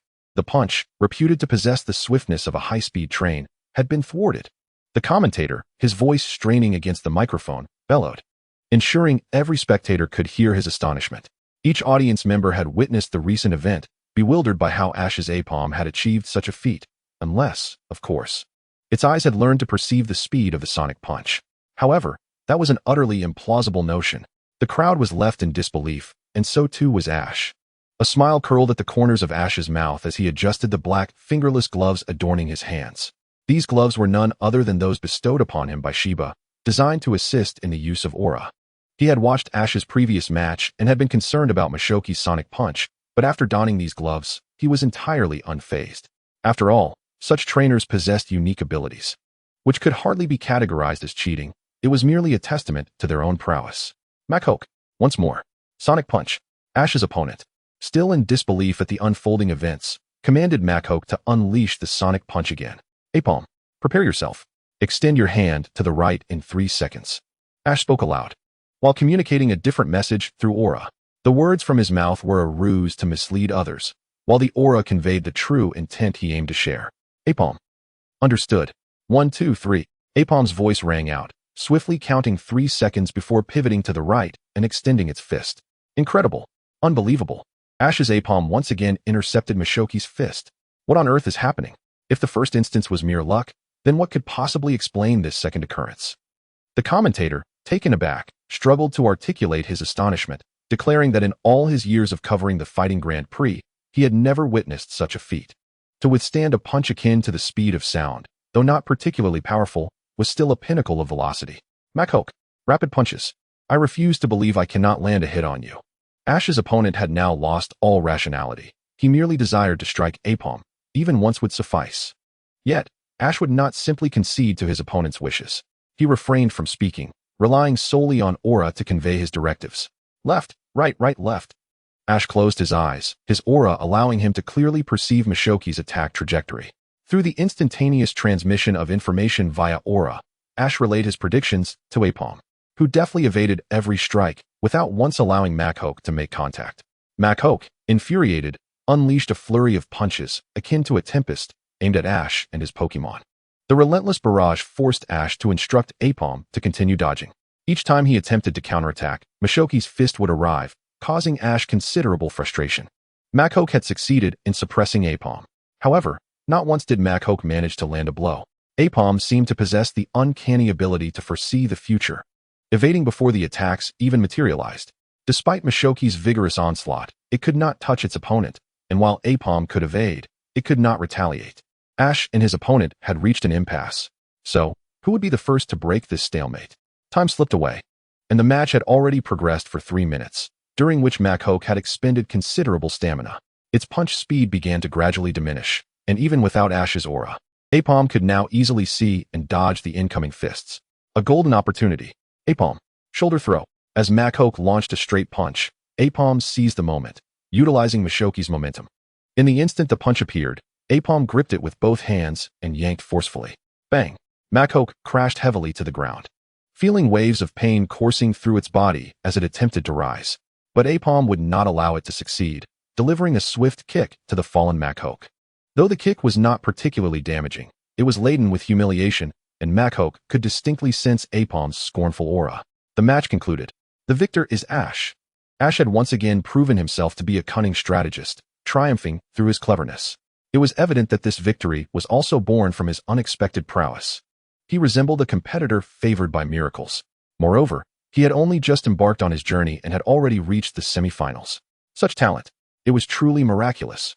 The audience remained transfixed on the figure standing alongside Apom in the arena, that figure brimming with confidence, reminiscent of their own past aspirations. They too had once dreamt of standing in that very spot, vanquishing opponents who sought to claim victory for themselves, only to ultimately succumb to the harshness of reality. At that moment, the spectators felt as though they were witnessing a reflection of their former selves merging with that figure. Among them was the defeated competitor, Uncle Fan, who gazed at Ash with tearful eyes, murmuring, "Is talent truly that significant?" Now, the final match, perhaps the most thrilling contest in history, is about to commence. The semifinals of the Fighting Grand Prix have concluded. Ash and another unknown competitor advance to the finals. What will the next chapter of the story hold? Can Ash secure victory? Let us see. Chapter 34, The Fighting Grand Prix. Winning without battle? The semifinals have ended, and Ash has progressed to the finals. It would be disingenuous to claim he was not exhilarated. After all, this was his first competition, and he had reached the finals, an extraordinary achievement. It demonstrated that he possesses a certain genius in combat. Have we not seen others like Uncle Fan participate for years without ever claiming victory? This alone suffices to affirm Ash's innate talent in Pokémon battles, proving him to be an exceptional trainer. The intermission lasted 10 minutes, allowing trainers to rejuvenate their Pokémon. Ash retrieved Apom's Pokeball and released it. Gazing at Apom before him, Ash felt a surge of strength emanating from it, whether due to its recent victories or something else entirely. Perhaps, Ash seemed to contemplate, focusing intently on Apom while silently invoking the words evolve. A soft blue aura enveloped his vision, displaying Apom's information before him. Apom: type, fighting. Ability, resilience. Level, ordinary peak. Potential, gym peak. Skills, brick break, dig leer. Observing Apom's level had risen from ordinary high to ordinary peak, Ash finally grasped the reason behind its burgeoning aura. It was a consequence of having engaged in several battles of equal caliber, and although it was merely a fighting competition, it represented triumph over adversaries. The experience gained had elevated its level, enhancing its overall capabilities. With this newfound confidence, Ash felt even more prepared to confront his next opponent. 10 minutes had elapsed. The Pokémon of our contestants must have fully recovered by now. Therefore, let us invite the finalists to step into the arena. Oh, Ash, Ash, Ash. Miss Wheezy, Miss Wheezy. The audience erupted in fervent applause and cheers, with the names of Ash and an unfamiliar contender resonating throughout the grand arena. There are so many people. We must triumph. Monferno, Monferno, Monferno. Of course, with the aid of his specially designed gloves, Ash could distinctly comprehend Monferno's words. Sharing a knowing smile with Monferno, he strode confidently toward the battle arena. Ash, Ash. As he entered the stage, the crowd's enthusiastic cheers followed suit. This was Ash's first experience of such an electrifying atmosphere, and until the finals, the audience had been divided in half. Just moments ago, during the semifinals, there had only been a few hundred spectators surrounding Ash, but now, the total number of spectators had surged to over 1,000. This was an unprecedented experience for Ash. And as he absorbed the fervor of the cheers, his blood began to boil with excitement. We will not lose. Monferno. Ultimately, Ash was still a young boy, and in this passionate environment, he could not suppress his exhilaration. His exuberant shout resonated in every corner of the arena. Ash had declared his intent to win. The unparalleled momentum seemed to suggest that victory was just within his grasp. What would his performance in the finals be like?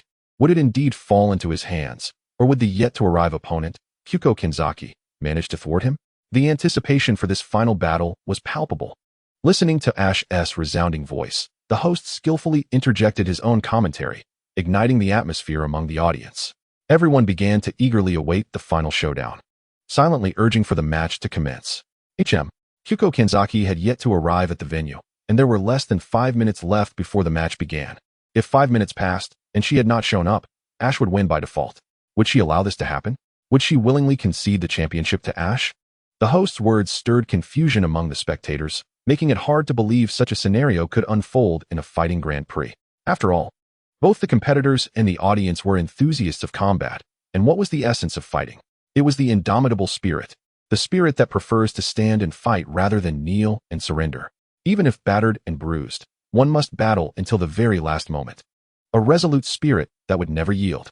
The attention of the crowd was no longer focused solely on Ash, but rather directed toward the entrance of the arena, eagerly anticipating the appearance of a striking figure on the battleground. However, contrary to their hopes, as the countdown to the match continued, there was still no sign of Ash's opponent. Gradually, the audience's anticipation transformed into palpable frustration. Some among the crowd, unable to contain their anger, began to vocally express their dissatisfaction. Damn it, I've waited so long for this, and this is how it ends. Refund. In the stands, a disgruntled spectator rose to vent his frustrations, prompting a nearby kind-hearted individual to intervene with a calming tone. Hey, calm down, brother. The designated time hasn't passed yet. Maybe she's just waiting until the last moment to arrive. Can you blame us for being anxious? This is a fighting Grand Prix. Fighting Grand Prix. Brother, I understand your feelings, but the official time hasn't elapsed yet. Let us sit and wait patiently. 2 more minutes. No need to rush. Well, sigh, I suppose I'll listen to you. The kind man's words seemed to have a calming effect. As the frustrated spectator settled back into his seat, 2 minutes later, damn it. Refund. We waited all this time for nothing. Do you think this is fair to us? The previously calm, kind man stood up once more, and now he was not alone. Even the earlier disgruntled spectator had risen again. A chorus of curses echoed through the arena, cascading like waves toward the organizers. We sincerely apologize, dear audience. Our failure to provide you with an exhilarating match is inexcusable. As compensation, upon exiting the venue, each of you will receive a voucher for a free ticket to the next event. The host relayed the organizers' last-minute decision, knowing full well that failing to take action would result in their scorn. True to form, shortly after the host's announcement, the previously cacophonous crowd fell silent, save for a few in the front row who were unbothered by the monetary compensation and remained discontent. Please proceed to the entrance of the venue, where designated staff will distribute free viewing tickets. The host once again communicated through the microphone. A sea of dark-clad spectators began to move, surging toward the entrance like a swarm of ants emerging from their nest. As the audience departed, the backstage host and some staff members also exited, leaving only Ash and Monferno under the spotlight. Having secured victory, Ash felt no elation. The triumph had come too easily, handed to him by his opponent without any challenge. Although it was an unearned victory, a victory nonetheless, and the accolades would not be withheld from Ash. Remaining staff members brought forth Ash's prize money and gifts, as well as the championship belt. The bag filled with 30,000 poke dollars was bulging, and the gift box was merely a small wooden container, the contents of which Ash was unaware. However, judging by its palm-sized dimensions, it likely wasn't anything of considerable value. After presenting the prize money and gifts, the staff withdrew, and Ash casually placed his winnings into his pocket. As for the championship belt, he decided to keep it for Monferno, for wearing it during battle would be quite cumbersome. Once Monferno evolved into Infernape, it would be a different story, as he would be taller and more adept at handling the belt. Ash's gaze remained fixed on the entrance where his opponent would emerge, but after a while, he reluctantly turned away, no longer harboring any expectations. Come back, Monferno. Ash recalled Monferno, leaving the arena with a sense of regret and disappointment, while at the entrance, Misty awaited him with Pikachu. Upon spotting him, she called out eagerly, "Hey, Ash, over here. Pika Pika." Ash reunited with Misty and Pikachu, and together they exited the competition venue, returning to the Pokémon Center. After their departure, in the now deserted arena, a figure emerged from the corridor designated for Ash's opponent. She surveyed the empty battlefield, letting out a heavy sigh, her melancholic voice resonating in the night air. P1. The Fighting Grand Prix has drawn to a close, with the drama of the finals catching everyone off guard. Who ultimately graced the arena? Was it the absent Kyuko Kenzaki, or someone else entirely? All will be revealed in due time. Chapter 35. Night at the Pokémon Center, the attack of Team Rocket. Ash, how does it feel to have won? It's alright, nothing particularly special, just a bit of emptiness. Emptiness? Because you didn't get to fight in the final match? The uncertainties surrounding that event were manifold. Even if one were to engage in battle, victory was not guaranteed. Is it not preferable to triumph now? Listening to Xiaoxia's words, Ash furrowed his brow, expressing his discontent with her sentiment. What merit is there in something that lacks legitimacy? I would rather forego it entirely. Sensing the hint of irritation in Ash's tone, Xiaoxia realized she had ventured into forbidden territory and hastily shifted the topic. What prize did they bestow upon you? Surely it must be something of great value. This remains uncertain. I have yet to unveil its contents. As Ash and Xiaoxia walked back to the Pokémon Center, they exchanged words, one after another. Pikachu, nestled atop Ash's head, let its ears and tail droop, appearing to have succumbed to slumber.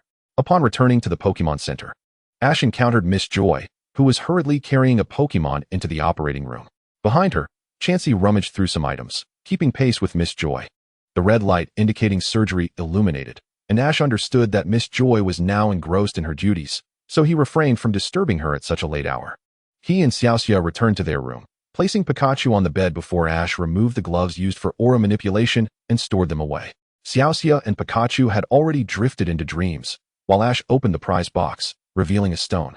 He examined it closely but found nothing particularly remarkable. He decided to set it aside and inquire about it during the day from the knowledgeable Professor Oak. After that, Ash found himself unable to sleep. Instead, he sat cross-legged on the bed, relying solely on his innate abilities to sense the aura without the assistance of the gloves. It seemed as though the night was yielding some progress. He faintly perceived two figures and a cat entering the Pokémon Center through the rooftop. Miss Joy remained in the infirmary, attending to a Pokémon that had just undergone surgery, which was an EV. Suddenly, a deafening explosion erupted, causing the ceiling to tremble. and the chandelier and bed in the room swayed precariously. The recently slumbering Pikachu and Xiaoxia were jolted awake once more, this time due to a crisis unfolding within the Pokémon Center. "Pikachu, we must go," Ash exclaimed, hastily donning his clothes and dragging the bewildered Pikachu out of the room. Upon entering the hall, Ash found the area shrouded in smoke, with only Miss Joy present. Fixating on the silhouettes of two individuals and a Meowth within the haze, Ash inquired with curiosity, "Who are you? I demand to know your identities. Since you have sincerely posed the question, we shall graciously enlighten you. To prevent the world from devastation, to safeguard peace across the globe, we embody the embodiment of love and truth, the charming yet nefarious villains. Jesse James. We are the Rocket Team, traversing the galaxy, and a bright tomorrow awaits us." The peculiar motto delivered by the duo from Team Rocket had an amusing quality. Yet the Pokémon that Miss Joy had rescued remained in their possession. Ash could not afford to be careless. He promptly commanded Pikachu to confront the duo and the Meowth. As the smoke dissipated, Ash caught sight of them preparing to escape in a Meowth-shaped hot air balloon. There was no way he would allow them to flee. He urgently instructed Pikachu to launch an attack. "Pikachu, Thunderbolt." As it was their first appearance, Team Rocket had not prepared adequately. The current surged across the hot air balloon like a slithering serpent. The electricity crackled as it entered the balloon's flame apparatus, causing the internal wiring to malfunction, rendering the balloon powerless just after it had lifted off. Plummeting from the sky, the Meowth balloon descended with sparks and flashes, crashing heavily to the ground. Boom! A small explosion ensued, engulfing the balloon in flames that blazed ever brighter. "Darn it, Jesse! We must flee. The mission entrusted to us by Lord Giovanni cannot fail." James struggled to rise from the ground, shaking his head to regain his wits. Jesse and Meowth followed closely behind, exchanging glances. They seized the unconscious EV lying beside the hot air balloon. "Meowth shall be ours. Not if I can help it." "You talking, Meowth?" Ash shouted, producing another Pokeball. Monferno appeared before Meowth, delivering a swift punch to its face. "Meow." As Meowth reeled from the blow, it brandished its claws in retaliation, only for Monferno to leap into the air and deliver a devastating slap from above. Thud! The sound of Monferno's attack landing on Meowth's head echoed, leaving Meowth dazed, its eyes swirling as it collapsed to the ground. "Hey, Team Rocket, do you not want your Pokémon anymore?" "Is that Meowth?" "Jesse, you take it and run. I will rescue Meowth." James retrieved his Pokeball, intending to venture alone into the rescue. However, Jessie was not so easily persuaded, shaking her head in refusal. "No. If we are to go, we go together. We are Team Rocket, after all. How can we abandon our comrade and flee?" Touched, James wiped his eyes and replied, "All right.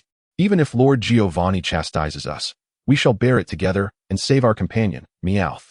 Go, Weezing. Let's go, Arbok." James and Jessie each sent forth 2 poison-type Pokémon, eyeing Ash with malice. Weezing. Smokescreen. Weezing exhaled a thick cloud of smoke, allowing Jessie's Arbok to swiftly navigate through the fog. Being a snake Pokémon, Arbok possessed heat vision, enabling it to locate Meowth without the use of sight, swiftly closing in. "Stereo. Water gun." A youthful voice called out, and a jet of water pierced through the smoke, striking Arbok and forcing it back. "Stereo. Rapid spin." With a whirl, Stereo created a gust, dispersing the smoke and revealing the figure of none other than Xiaoxia, who had been accompanying Ash in recent days. Having awakened just as Ash bolted from their room with Pikachu, she had taken a moment to prepare before arriving at the scene. Gazing at the 2 individuals in white uniforms adorned within our emblem, Xiaoxia's eyes trembled, as if recalling something. "Stereo, water gun." Stereo unleashed 2 consecutive jets of water, one knocking Arbok away and the other repelling Weezing. Both Pokémon collided with their trainer, toppling them over as if they were bowling pins. "Meow? What is happening? Jesse James? What has transpired?" Meowth, regaining consciousness, rubbed its pained head. A talking Meowth. Xiaoxia gazed incredulously at the Meowth before her. She had never encountered a Pokémon that spoke human language, leaving her astounded. "Meow, you are responsible for injuring James and Jesse, aren't you? Behold my fury, relentless scratching. Pikachu, use Razor Leaf." Meowth extended its sharp claws towards Ash, who remained unperturbed as he gazed back at his foe. Suddenly, a streak of yellow dashed onto the scene. A petite fist struck Meowth's abdomen, sending it hurtling through the air to join its 2 companions on the ground. "Primeape. Retrieve EV. ZZZ boom." The burning hot air balloon emitted a menacing crackle of electricity, followed by a resounding explosion that reverberated across the night sky. Team Rocket was propelled upwards like a genuine rocket, transforming into celestial bodies among the stars. What an irritating sensation. X2. How utterly vexing. After Team Rocket's departure, Ash recalled Primeape, bringing Pikachu and Eevee back to Miss Joy, who was wearily cradling a Chansey. Observing Ash's return with Eevee, she strained to escort them to the healing room, ensuring that both Ash and Misty's Pokémon regained their strength. As Ash beheld the gaping hole in the ceiling of the Pokémon Center, he realized that this night would undoubtedly be one of sleeplessness. In the heart of Pewter City, Jessie, James, and Meowth knelt in submission before a rather arrogant Team Rocket officer, Lord Lambda. In the dead of night, Ash diligently practiced his aura abilities, finally making some progress and successfully attuning to the aura. But what was the true purpose behind Team Rocket's nocturnal assault? Was it merely to pilfer sustenance? All answers would unfold in due course. Chapter 36. Will you come with me? In a secluded part of Pewter City, the trio of Team Rocket bowed respectfully before the man before them. Lambda cast a disdainful glance at the trio, his voice dripping with coldness as he spoke. What? You dare return without completing your mission? Hearing Lambda's tone, the three trembled slightly. Jessie's gaze met James's and Meowth's as they stammered. Why yes, we are sorry. We were on the verge of success when an unknown trainer suddenly appeared. He had an exceptionally powerful Pikachu that defeated all our Pokémon. Lambda scoffed at the excuse, delivering a swift kick to James's stomach. Humph. A mere pet Pokémon commonly found on the streets has bested you. Is that not a reflection of your own inadequacies? Ugh. James groaned in agony, clutching his abdomen as the sharp pain rendered him momentarily speechless. Lord Lambda, please grant us another chance. We assure you we will succeed this time. Jessie, on her knees, crawled forward, her slender figure shielding James as Meowth stayed close by his side. She lifted her head, her gaze unwavering as she looked at Lambda. There's no need for you to intervene this time. I shall handle it myself. However, you may gather in my chamber later. Ha ha. Lambda's lips curled into a smirk, his gaze roving over Jessie with a lewd glint. With that, he departed, leaving the three members of Team Rocket huddled together in the dark room. As morning broke in Pewter City, dew glistened on the leaves while sunlight awakened the perennial greenery of the city. By around 8 o'clock, the streets were bustling with the comings and goings of adults and children alike. Adults hurried about for their daily livelihoods, while children prepared to head to school. Among them were trainers like Ash, albeit in scarce numbers. Why was this so? Because at this hour, most trainers were still asleep, having trained their Pokémon late into the night. After all, at their age, with peers striving diligently, could one afford to be idle? Ash was no exception. But the events of the previous night had left him utterly fatigued, and he had slept until 11 in the morning alongside Misty. After washing up, Ash grabbed the key to return to Miss Joy and prepared to leave Pewter City for the next destination. Before that, he intended to consult Professor Oak about the peculiar stone awarded in the P1 Fighting Grand Prix. That seemingly ordinary stone appeared unremarkable regardless of whether he ran water over it or struck it forcefully. It seemed devoid of any special qualities. Beep, beep, beep. Hello? Is that you again, Ash? Is something amiss? Professor Oak, why are you eating instant noodles? Cough, cough. Let's not dwell on that. What brings you here? I'm in the midst of research. Observing Professor Oak's exasperated expression, Ash retrieved the stone from his bag, presenting it to Pikachu, who was perched atop his head, while Misty looked on. Earlier that morning, Ash had inquired about the stone, but she was equally baffled and could only suggest asking Professor Oak. Professor Oak examined the stone held aloft by Pikachu. Did you find this stone on the roadside to trick me? Of course not. This is a prize I earned from the P1 Fighting Grand Prix. Ash replied, somewhat irked by Professor Oak's accusation. He was not the kind of person to idly pick up a stone to deceive the professor. However, he recalled instances when he, Gary, and Daisy had indeed done something similar, claiming to have found an evolution stone by the river, which led Professor Oak to waste several days researching it before realizing he had been duped. Feeling a twinge of guilt, Ash averted his gaze from Professor Oak's eyes. The P1 Grand Prix? Ah, I recall now. I believe it is referred to as the Rage Stone. It appears quite ordinary, but is intended for Primeape, as it can learn a move called Rage Fist during evolution. Interestingly, this move is not of the fighting type, but rather of the ghost type. It perfectly compensates for the weaknesses of a fiery Primeape. Is that so? Ash nodded, expressing his gratitude to Professor Oak. Thank you for taking the time to clarify this for me amidst your busy schedule. Ha ha ha, it's no trouble at all. I look forward to seeing you excel on your journey as a trainer. By the way, if you happen to see my grandson Gary, remind him to call home. Understood. Professor Oak, I will convey your message if I encounter Gary. Very well, goodbye, Ash. Goodbye. As Ash hung up, the screen faded to black, and Professor Oak's figure vanished. Ash, Miss Joy seems to have something to discuss with us. Is that so? Did she mention it to you, Misty? Ash inquired of Misty, who had just returned to his side. She didn't specify what it was. She simply said there was something important. I see, then let us go. Pika Pika. Ash and Pikachu strode ahead, soon arriving at the front desk where Miss Joy appeared to have been waiting for quite some time. You have arrived, she greeted. Have you been waiting long, Miss Joy? Not at all. Please follow me, she replied, leading them deeper into the Pokémon Center. Ash and Misty exchanged a glance before promptly keeping pace with her. In the depths of the Pokémon Center, Miss Joy guided Ash and his companions to the healing room. Before them, on a soft hospital bed, lay an Eevee resting its head on its paws. It appeared fatigued, merely lifting its eyelids slightly upon noticing Miss Joy's arrival. Just as he was about to close his eyes and drift back to sleep, Ash's figure entered his line of sight. The trainer who had led Pikachu and his companions to rescue him last night was not one he could easily forget. Upon seeing Ash, he quickly sprang from his bed and nuzzled against Ash's pant leg, expressing his gratitude for being saved from the clutches of those fiends. He had feared he would be returned to that hellish place, but to his astonishment, he had survived, all thanks to this human before him. Is this Eevee? The one we rescued last night? How adorable! Ash exclaimed as he noticed the Eevee affectionately rubbing against his pants. He reached down to pat its head, inciting a hint of jealousy from Pikachu. With a gaze reminiscent of a current lover eyeing an interloper, Pikachu watched Eevee with a glint of resentment in its small eyes. Unbeknownst to Ash, Pikachu's feelings were far from joyful. He lifted Eevee above his head, surpassing Pikachu's height. Eevee! It called out joyfully, extending a tiny paw toward Ash's hand, its eyes brimming with disdain as if it had successfully charmed a man away from another. This expression irked Pikachu, yet it held back its irritation. After all, they were in the Pokémon Center, and it could not afford to cause a ruckus over such trivial matters. Out of sight, out of mind, Pikachu closed its eyes, choosing not to gaze at Eevee, and its mood considerably improved. Ash, I have come to ask you to take in this Eevee, Nurse Joy stated. Me? Take in this Eevee? Ash replied, somewhat taken aback. Yes, setting aside the fact that you saved it, I fear Team Rocket might return to snatch it away. Only a strong trainer like you would be suitable for its protection. That is why I thought of you, not only because you rescued it, but also because it seems quite attached to you. Nurse Joy cast a look at Eevee, her gaze resembling that of a parent whose precious child is threatened by a wild boar. It was a mix of helplessness and resignation. For Nurse Joy understood that she could not safeguard the creature indefinitely and could only send it away to ensure its safety. Listening to Nurse Joy's words, Ash nodded silently and placed Eevee on the ground. He crouched down to meet its gaze, extending his palm. Eevee, do you wish to come with me? Eevee. It chirped happily, reaching its small paw to rest in Ash's hand. The answer was unmistakably clear.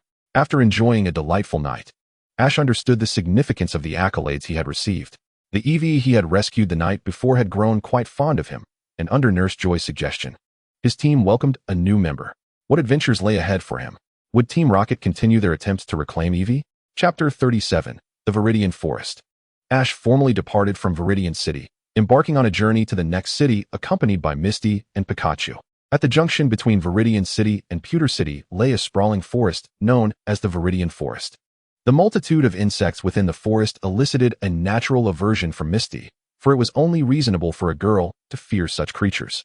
However, Ash had no such concerns. In fact, he wished for the insects to swarm around him, allowing him to observe them closely. A true Pokémon enthusiast, he adored bug-type Pokémon and relished the idea of having them nestled closely against him. Misty, can't we take the main road? Why must we traverse this path filled with so many bugs? Misty, are you still afraid of bugs? Ash asked, bemused by his companion's timid demeanor. He had not anticipated that his senior would be so unreliable, fearful even of bug-type Pokémon. To him, they appeared utterly charming, while, in the eyes of others, they resembled demonic entities. Determined, Ash led Misty through the woods, leaving his footprints imprinted in the soil with each step. What is that? Ash inquired, spotting a caterpie struggling to ascend a fruit tree in search of a snack, undeterred even by its natural predator, Pidgey, perched above. The caterpie remained oblivious to the danger, fixated on reaching the fruits overhead, while Pidgey wore a smug expression, poised to take advantage of the situation. Caterpie? Just as the caterpie neared Pidgey's beak, Ash sprang into action. Stop! He shouted, picking up a stone and hurling it towards Pidgey. The stone flew through the air with precision, akin to a bullet from a firearm, moving so swiftly that it was nearly invisible to the naked eye. This technique had been imparted to him by Shiba during their time on Mount Miacha, focusing his energy into a single point. At that moment, he had concentrated all his strength into the fingers gripping the stone and released it, unleashing a surge of power. Whoosh! The stone grazed Pidgey's head, leaving its feathers in disarray, a comically bare patch visible on its scalp. Bang! The stone collided with the tree trunk, embedding itself with a resounding impact, and Pidgey, startled by the noise, looked back in terror at the smoldering crater left by the stone's strike. It quickly flapped its wings and fled the scene, casting a wary glance over its shoulder, fearful that Ash might pursue it. Ash, what are you doing? Birds eating bugs is a natural law. You're disrupting the balance of the ecosystem. If the ecological balance were so easily disturbed, there wouldn't be so many trainers. Moreover, we could very well be a part of that balance ourselves, Ash replied, his eyes shining with wisdom. This notion was not of his own devising. After all, he was not one to ponder such complexities. He recalled a conversation with Professor Oak from his childhood, who had explained that humans capturing Pokémon might also contribute to the natural balance, as both humans and Pokémon are integral parts of the ecosystem on this planet. Back then, Ash had nodded in partial understanding, but now he found himself articulating this lesson to Misty. I didn't realize you were so knowledgeable, Ash. I may have underestimated you, she admitted. So how do you perceive me, then? Ash inquired curiously, eager to hear her thoughts. Well, you're a bit of a reckless child, but sometimes rather dependable, she mused, recalling their first meeting in the chaotic night when Team Rocket invaded the Pokémon Center. What do you mean, child? I'm already a trainer. Children will always be children, she teased. As they strolled through the forest, Ash and Misty's banter filled the oppressive atmosphere of the woods with lightheartedness. Suddenly, Ash sensed something amiss, an ominous premonition creeping over him. He halted, and Misty bumped into him from behind. Had she been facing him, she would have seen Ash with his eyes closed, seemingly attuned to some unseen force. This was his way of activating his aura powers, probing the surroundings for any indications of danger. Unaware of his actions, Misty rubbed her head, preparing to scold Ash when a pair of large hands suddenly lunged at them. You, mm. Ash quickly covered Misty's mouth, signaling her to keep quiet as he lowered his voice to a whisper. Sure, look. He parted the foliage before them, revealing a large gathering of Metapod encircled in their midst. And at the center of this circle lay a cluster of Beedrill, peacefully slumbering on the ground. Upon witnessing this scene, Xiaoxia was seized by terror and hurriedly stumbled back a few steps, collapsing to the ground.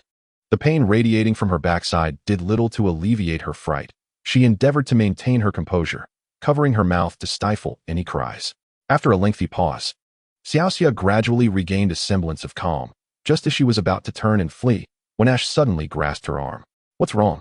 Xiaoxia mimicked Ash, lowering her voice to a whisper as delicate as the rustling of leaves. Hold on, look. Ash parted the grass behind them, revealing that the path they had traveled was now besieged by a swarm of caterpie. The sheer number of them was unfathomable, effectively blocking their escape route. The writhing mass of caterpie, densely packed together, would undoubtedly instill dread in anyone with a fear of clusters, and could even evoke a sense of nausea. Xiaoxia could scarcely endure a mere glance. She would rather traverse through the midst of Beedrill and Metapod. Ash shared her sentiment, as it was evident that breaking through the caterpie would certainly rouse the Beedrill and Metapod.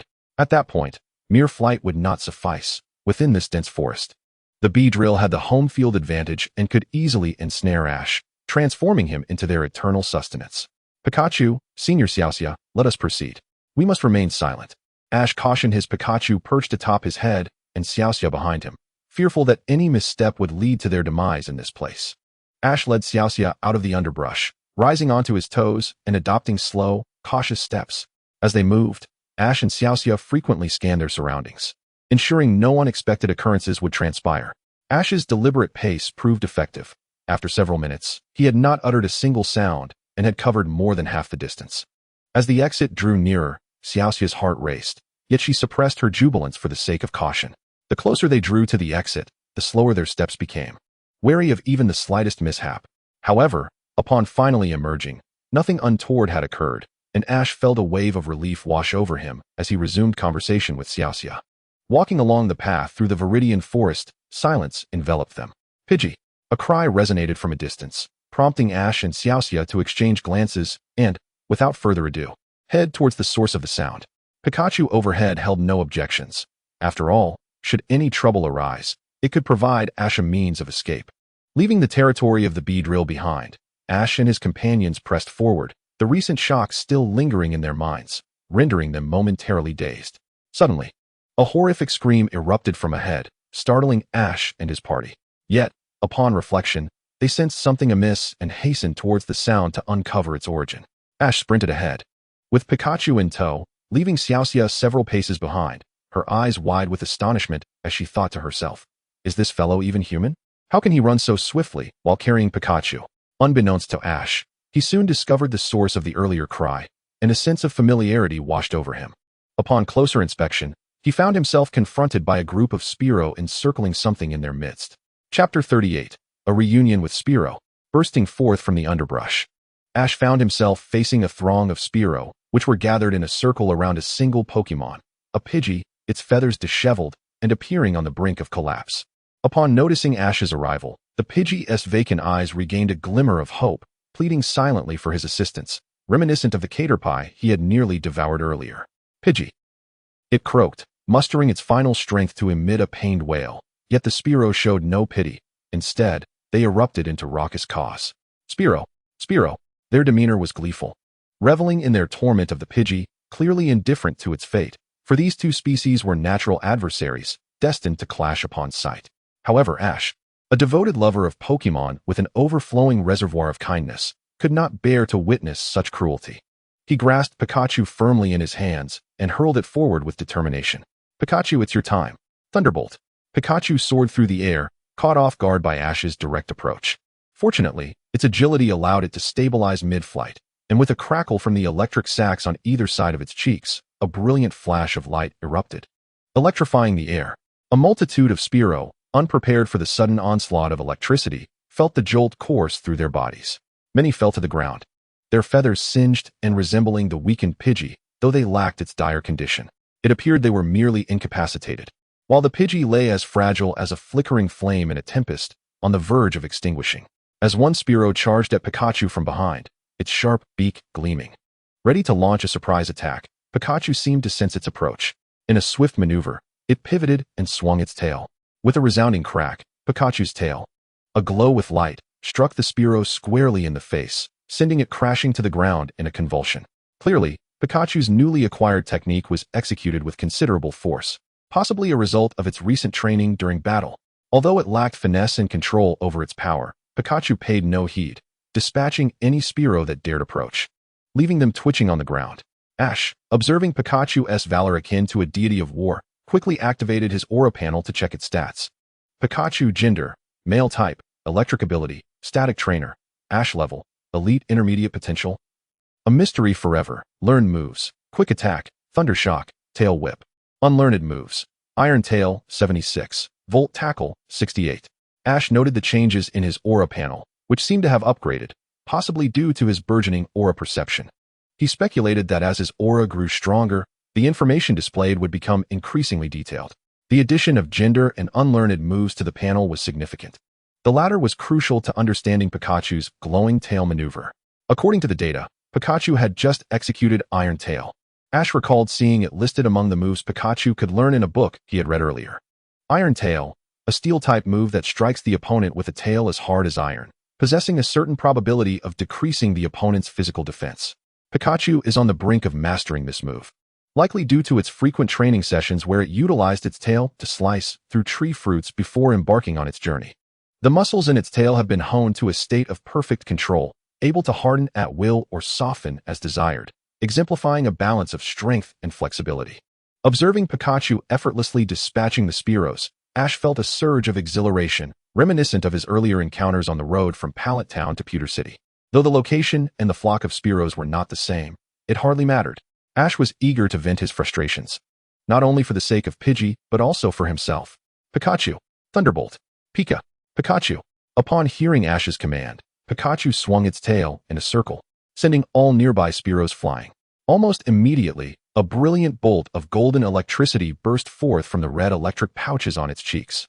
This discharge was far more robust and expansive than a typical thunderbolt. Even the sound of the electricity crackling was imbued with a greater sense of power. Perhaps this was due to Pikachu having mastered 68% of Volt Tackle, which subtly influenced its other electric-type moves. The powerful current emitted a piercing sound, and just as it was about to strike the flock of Spearows, a sphere of energy encased in frost, lightning, and flames materialized. Bang! Pika! What was happening? The two forces collided, nullifying each other, causing Ash and Pikachu to gaze skyward in surprise. A large bird, resembling a Spearow but adorned with a red crown atop its head, descended upon the flock. Ash recognized this Pokémon and quickly retrieved his Pokédex to check its data. Fearow, the beak Pokémon, first discovered in the Kanto region. Generally associated with the flying type, it is the evolved form of Spearow and often inhabits high altitudes, making it a common sight wherever one may be.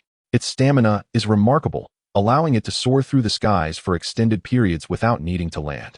Fearow possesses the abilities Keen Eye and Sniper.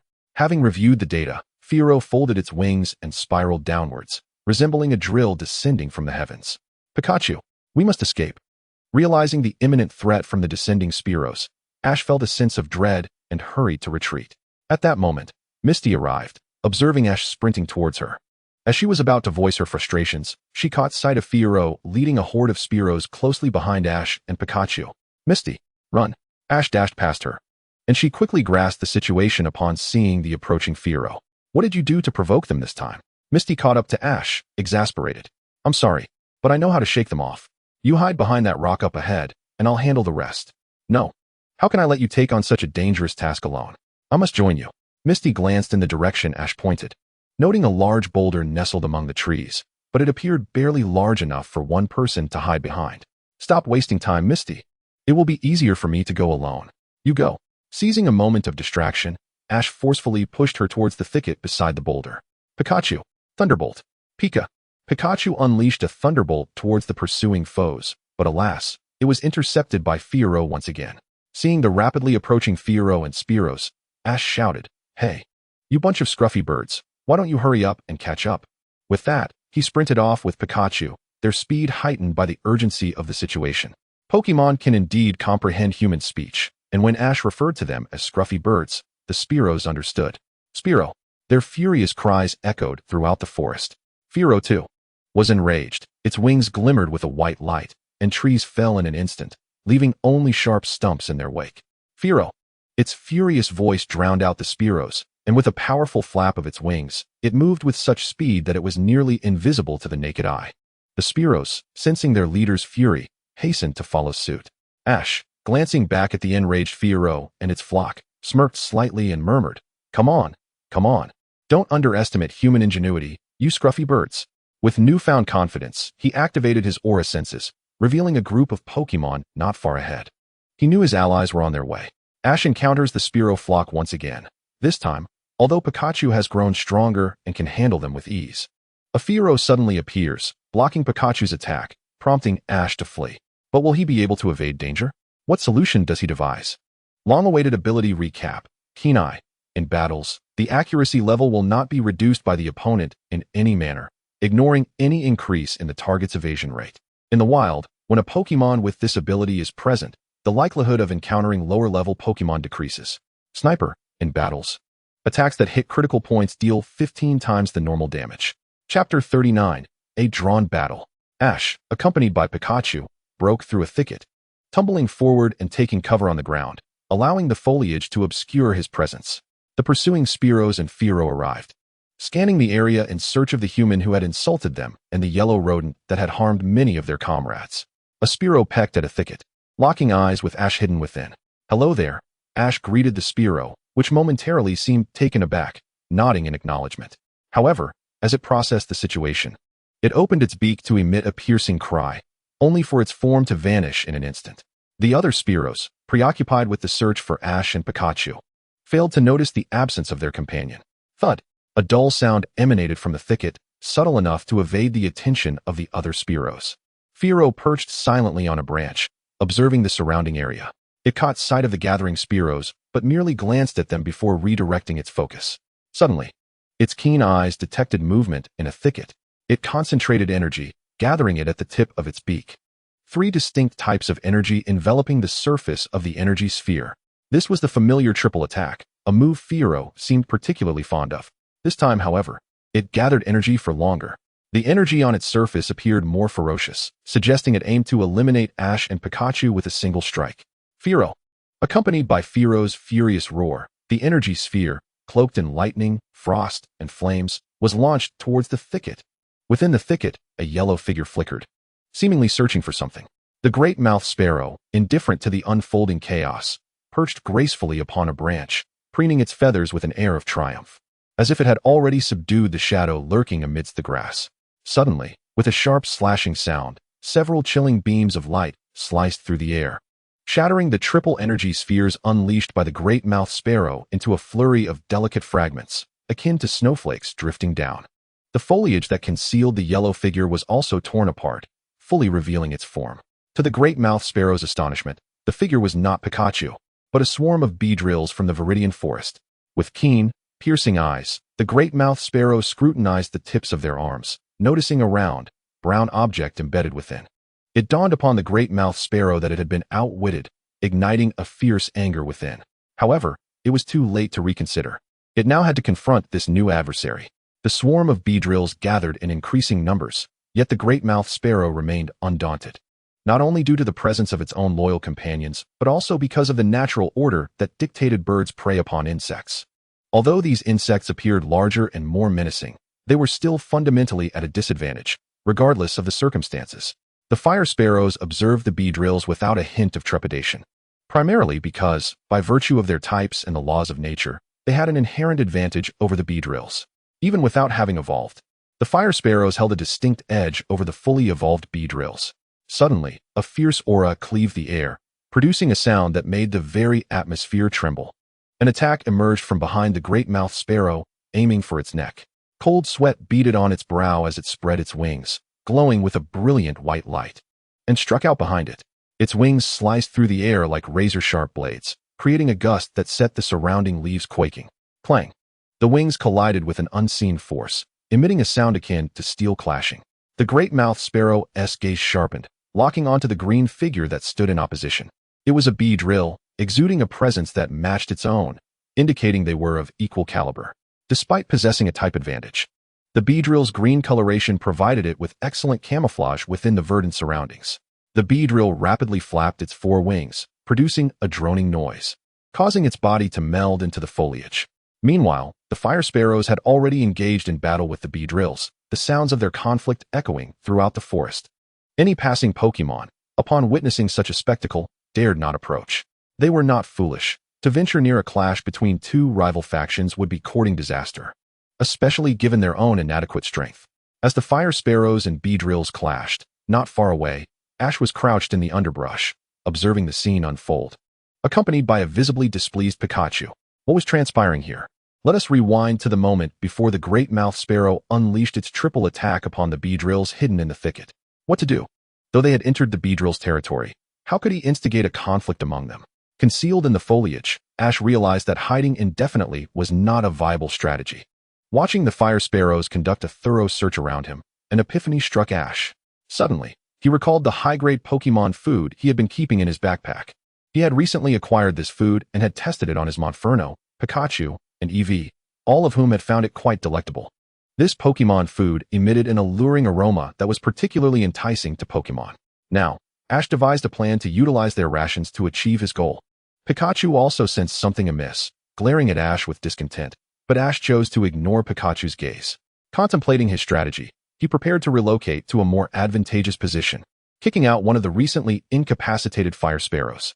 The expelled fire sparrow soared from the thicket like a basketball arcing toward a hoop, capturing the attention of its brethren. Seizing this opportunity, Ash swiftly changed his hiding spot, scattering some high-grade Pokémon food on the ground from his backpack. As the fire sparrows remained preoccupied with the fate of their fallen comrade, Ash discreetly distanced himself, finding a new hiding place. From this vantage point, he extended his aura to sense the situation at the location where he had scattered the Pokémon food. As anticipated, the beedrills had arrived, drawn to the delectable offerings, beginning to sample the high-grade Pokémon food. Just as before, the great-mouthed sparrow unleashed its triple attack, and the beedrills retaliated. Thus commenced the fierce battle between the fire sparrows and the beedrills. The leaders of each faction, the great-mouthed sparrow and the distinctive beedrill, engaged in combat, both Pokémon exhibiting comparable prowess. The great-mouthed sparrow held a type advantage, while the beedrill benefited from its protective coloration. The two Pokémon battled fiercely, each inflicting considerable damage upon the other. Notably, the beedrill sustained more severe injuries than the great-mouthed sparrow. After all, their relationship was one of counter to counter. Any blow landed by the great-mouthed sparrow would inflict significant harm on the beedrills. However, the reverse was not as effective. Despite the Beedrills landing numerous strikes on the Great Mouth Sparrow, the damage was far less pronounced. As the two Pokémon continued to exchange blows, they eventually slowed, panting heavily. Both clearly exhausted. At this juncture, victory was imminent for one side. Just as Ash was contemplating the outcome, the Great Mouth Sparrow sprang into action. Its movements were swift. In a flash of white light enveloping its wings, it appeared before the Beedrill, launching a powerful forward strike. Thud! The Beedrill braced itself against the blow, its body enveloped in white smoke. Suddenly, a sharp sound pierced the air as a stinger infused with an unknown purple energy pierced the Great Mouth Sparrow's body. The pain ignited a fierce fury within the Great Mouth Sparrow. It grit its beak against the rage and continued its assault, its wings slicing through the Beedrill's form, leaving a clear mark upon its abdomen. With both Pokémon having unleashed their final attacks, they succumbed to their injuries, losing their ability to continue fighting. As the Great Mouth Sparrow lay defeated amidst the grass, both factions of Pokémon lost their resolve to continue battling. They clamored and surged forward, vying to reach their fallen leader first. Observing this scene, Ash understood he could no longer remain. Slowly, he and Pikachu retreated, quietly departing from this tumultuous battleground. Ash and Pikachu successfully evaded the pursuit of the Great Mouth Sparrow, having expended considerable effort and wasted a small portion of high-grade Pokémon food. However, in the grand scheme of things, it was all worthwhile, was it not? Not only Ash, but I too seem to have overlooked something. Oh well, it likely isn't of great importance. Chapter 40, A Gift from the Viridian Forest. Phew, that was close. I'm glad I spared that bit of Pokémon food. Ash wiped away non-existent beads of sweat from his brow as he passed through the Beedrill's territory. As Ash reached the edge of Beedrill territory, a Pokémon egg unexpectedly tumbled from a tree, startling him. Could this egg belong to the Beedrills? Pikachu seemed to think so. The little electric mouse gently shook the shell and pressed his ear against it, hoping to hear any signs of life from within. Alas, despite his efforts, nothing stirred.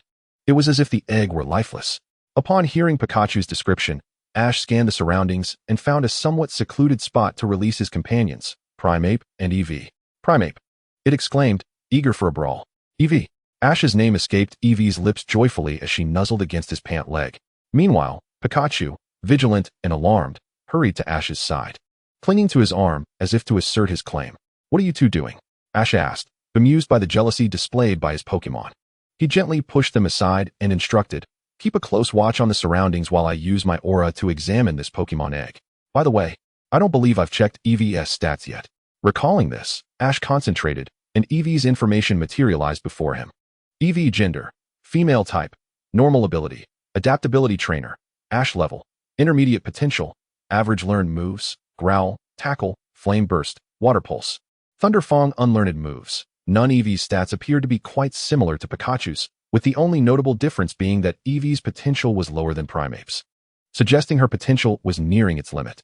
What struck Ash as peculiar were the learned moves. The first two seemed rather mundane, typical of a novice Pokémon. Yet the latter three appeared remarkably incongruous, especially for an Eevee. How could she possess Fire-type Flame Burst, Water-type Water Pulse, and Electric-type Thunderfang? Ash wished to have Eevee demonstrate these three moves immediately, but safety concerns necessitated waiting until he had assessed the Pokémon egg. He extended his aura, penetrating the egg, and the faint life within seemed to sense Ash's life energy, greedily drawing from it, reviving the once-fading spark of life. Pika! What is that? Pikachu exclaimed, glancing back at Ash as a green light emanated from the trees, slowly flowing into Ash's body. Eevee! She called, while Primeape, filled with excitement, shouted, fight! Fight! Let me fight! However, the green glow brought no sense of hostility. Rather, it enveloped them in a warmth reminiscent of a mother's embrace. The two Pokémon relaxed, joining Pikachu in observing the green energy merge with Ash. As the focal point of this green energy, Ash felt a comforting warmth enveloping him, his aura instinctively radiating and merging with this newfound energy. Though distinct, both energies stemmed from the life force, and their recent mingling had allowed each to absorb some of the other's characteristics, enhancing their essence. Regardless of the outcome, it was undoubtedly beneficial for Ash. He opened his eyes, exhaling a breath of stale air, his body glowing with a verdant light. The brilliance illuminated Pikachu and the others, filling them with vitality and an invigorating sense of strength. In Ash's mind, the method of utilizing this extraordinary power revealed itself, along with its origin. This power was known as the power of Tokiwa, a gift from the Tokiwa forest to those who cherish it. It could heal Pokémon injuries and restore their stamina, making it an invaluable asset for support. Now endowed with two unique abilities, Ash was among the rare few who could possess such gifts. With two extraordinary powers, he stood apart from the multitude, a truly exceptional being. The Pokémon egg quivered in his arms, and the green light surrounding Ash gradually faded. It seems you two have regained your vitality. Now, let us venture forth to find Misty, Ash declared, rising with the egg cradled in his arms. His three Pokémon trailing closely behind. Where could Misty have gone? Ash pondered, relying on his memory to locate the large rock where she had sought refuge. Yet, upon arriving, he found no trace of her. Undeterred, Ash resolved to activate his aura perception to locate her. However, his abilities were not yet strong enough to cover the entire forest. As a novice, he could only sense within a radius of approximately 100 meters, and upon activating his aura perception, he found no sign of Misty. It was evident that she had long since departed. This posed a dilemma. The vastness of the Tokiwa forest made it challenging to locate her if she had indeed gone missing. Yet, as a companion on their journey, Ash could never abandon Misty. He vowed to scour the entire forest until he found her. With determination, Ash and his three Pokémon began their search for Misty within the Tokiwa forest, leaving behind footprints as they pressed onward. Upon passing the very same large rock where Misty had hidden moments before, Ash sensed something amiss. Primeape, use Brick Break on that rock, but be careful not to shatter it, Ash instructed. Without hesitation, Primeape unleashed a powerful strike, leaving two impressions on the stone. Ash nodded in approval at the marks left behind. All right, let us keep moving, Ash said, leading his Pokémon onward. Yet, less than 100 meters later, they encountered the same large rock again, this time devoid of the impressions Primeape had left. Could it be? Ash thought, immediately activating his aura perception. Within his 100-meter range, he discovered 5 rocks identical in size to the one in question, including the one that bore Primeape's markings. It then dawned on Ash that he had not located the original rock where Misty had hidden. Rather, he had stumbled upon one that merely resembled it. Moreover, it appeared that many such rocks were scattered throughout the vicinity. It seemed he would be searching for quite some time. Yet, Ash would not concede defeat. He silently vowed that he would not leave the forest without finding Misty. Determined, Ash continued his search for Misty, and as luck would have it, he spotted her silhouette by a tranquil pond. Her former shorts and overalls had been replaced by a striking blue dress, which stood out vividly against the forest backdrop. As he approached her, Ash couldn't shake the peculiar feeling that she seemed taller. Was it merely an illusion? Doubt lingered in his mind as he called out, "Misty, is that you? I've been searching high and low for you." Upon hearing his voice, Misty's figure trembled slightly, as if startled. "Oh, it's you. You gave me quite a fright. How do I look?" She responded with a smile, twirling around in her flowing blue gown. However, Ash's attention was elsewhere. Having successfully escaped a skirmish between Spearows and Beedrills using high-quality Pokémon food obtained from capturing mischievous monkeys, Ash stumbled upon a Pokémon egg, which he rescued using his aura powers, earning a gift from the Viridian Forest. With his bountiful haul, he was fortunate to find Misty again. Yet something about her felt amiss. In Chapter 41, titled A Great Crisis, The Return of Team Rocket, Ash couldn't shake the unsettling sensation that something was off with Misty. Although they had finally reunited, he sensed a disingenuous quality to her smile, and her beautiful eyes were fixated intently on his EV. Channeling his aura, Ash unveiled her true form, revealing a man, a lewd, unscrupulous individual, unmistakably malevolent. Who was this person? Although Ash did not recognize him, it appeared the man knew both him and Misty. Given recent events, Ash concluded that it could only be Team Rocket. They were the only ones who would go to such lengths to approach him and steal his EV. This vile man had disguised himself as Misty to get closer for that very purpose. Despite the ability to disguise one's appearance and attire, height and physique could not be altered, a detail that allowed Ash to discern the truth. Yet, rather than expose him immediately, Ash utilized his aura to devise a battle strategy with Pikachu, Mischievous Monkey, and EV. Pikachu and Mischievous Monkey were to incapacitate the foe, while he and EV would bind him with ropes. With the plan set, all that remained was waiting for the right moment to strike. Fortunately, Ash possessed the power of aura, enabling him to communicate directly with his Pokémon's minds, thereby minimizing spoken words and catching the adversary off guard. This adversary being the suspected Team Rocket member. "What's wrong, Ash?"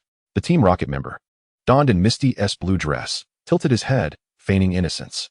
Yet to Ash, who had activated his aura, the figure appeared as a grotesque, lecherous uncle. Repugnant in every aspect. Unable to endure the discomfort any longer, Ash resolved to act preemptively, disregarding notions of timing. All he craved was to deliver a thorough beating to this repulsive individual. With that thought, Ash could no longer contain himself. Through the aura, he instructed, Pikachu, Thunderbolt. Mischievous Monkey, Brick Break. Both Pokémon received the command simultaneously, launching their attacks in unison. Electricity surged, and fists flew towards the imposter before him. The figure merely smiled, a sinister curve gracing his lips, and suddenly a Weezing appeared at his side. Weezing, block it. A green barrier materialized before Weezing, absorbing the blows from Mischievous Monkey and Pikachu. Realizing the gravity of their situation, Ash felt a wave of apprehension wash over him. His aura allowed him to gauge Weezing's formidable strength, and comparing it to Pikachu's was akin to contrasting the moon with mere stars. The very essence of aura was life energy, and a Pokémon's prowess was intrinsically linked to it. In Ash's eyes, the disparity between Weezing's aura and Pikachu's was staggering. Even with his 3 Pokémon combined, they would be utterly outmatched. I don't know how you figured out my identity, but what difference does it make? I am a high-ranking officer of Team Rocket. I am Lambda. The shrill voice emerged from Misty's guise as he yanked at his own skin, peeling away the facade with a tearing sound, revealing his true lecherous form. Faced with the man, Ash understood the intent was to seize Eevee, and he bellowed in rage. What do you want? I will not hand over Eevee to you. What do we want? Since you've asked so earnestly, Lambda's expression darkened. Frustrated by the influence of the inept trio of Team Rocket. Hand over Eevee, and I might spare your life. That Pokémon egg looks promising too. Let it be raised by us in Team Rocket. Never. Eevee is my Pokémon, and this egg is mine to protect. I will not surrender them to anyone, Ash declared, cradling Eevee and the precious egg tightly in his arms as he stepped back. Seeing Ash's intent to flee, Lambda could not let him escape so easily. He immediately commanded Weezing, use smokescreen to block their path. Upon hearing their master's orders, Weezing expelled a murky cloud of purple and black smoke, obstructing Ash's escape route. The noxious fog enveloped the area, causing the surrounding foliage to wither rapidly. Ash recognized the dire situation.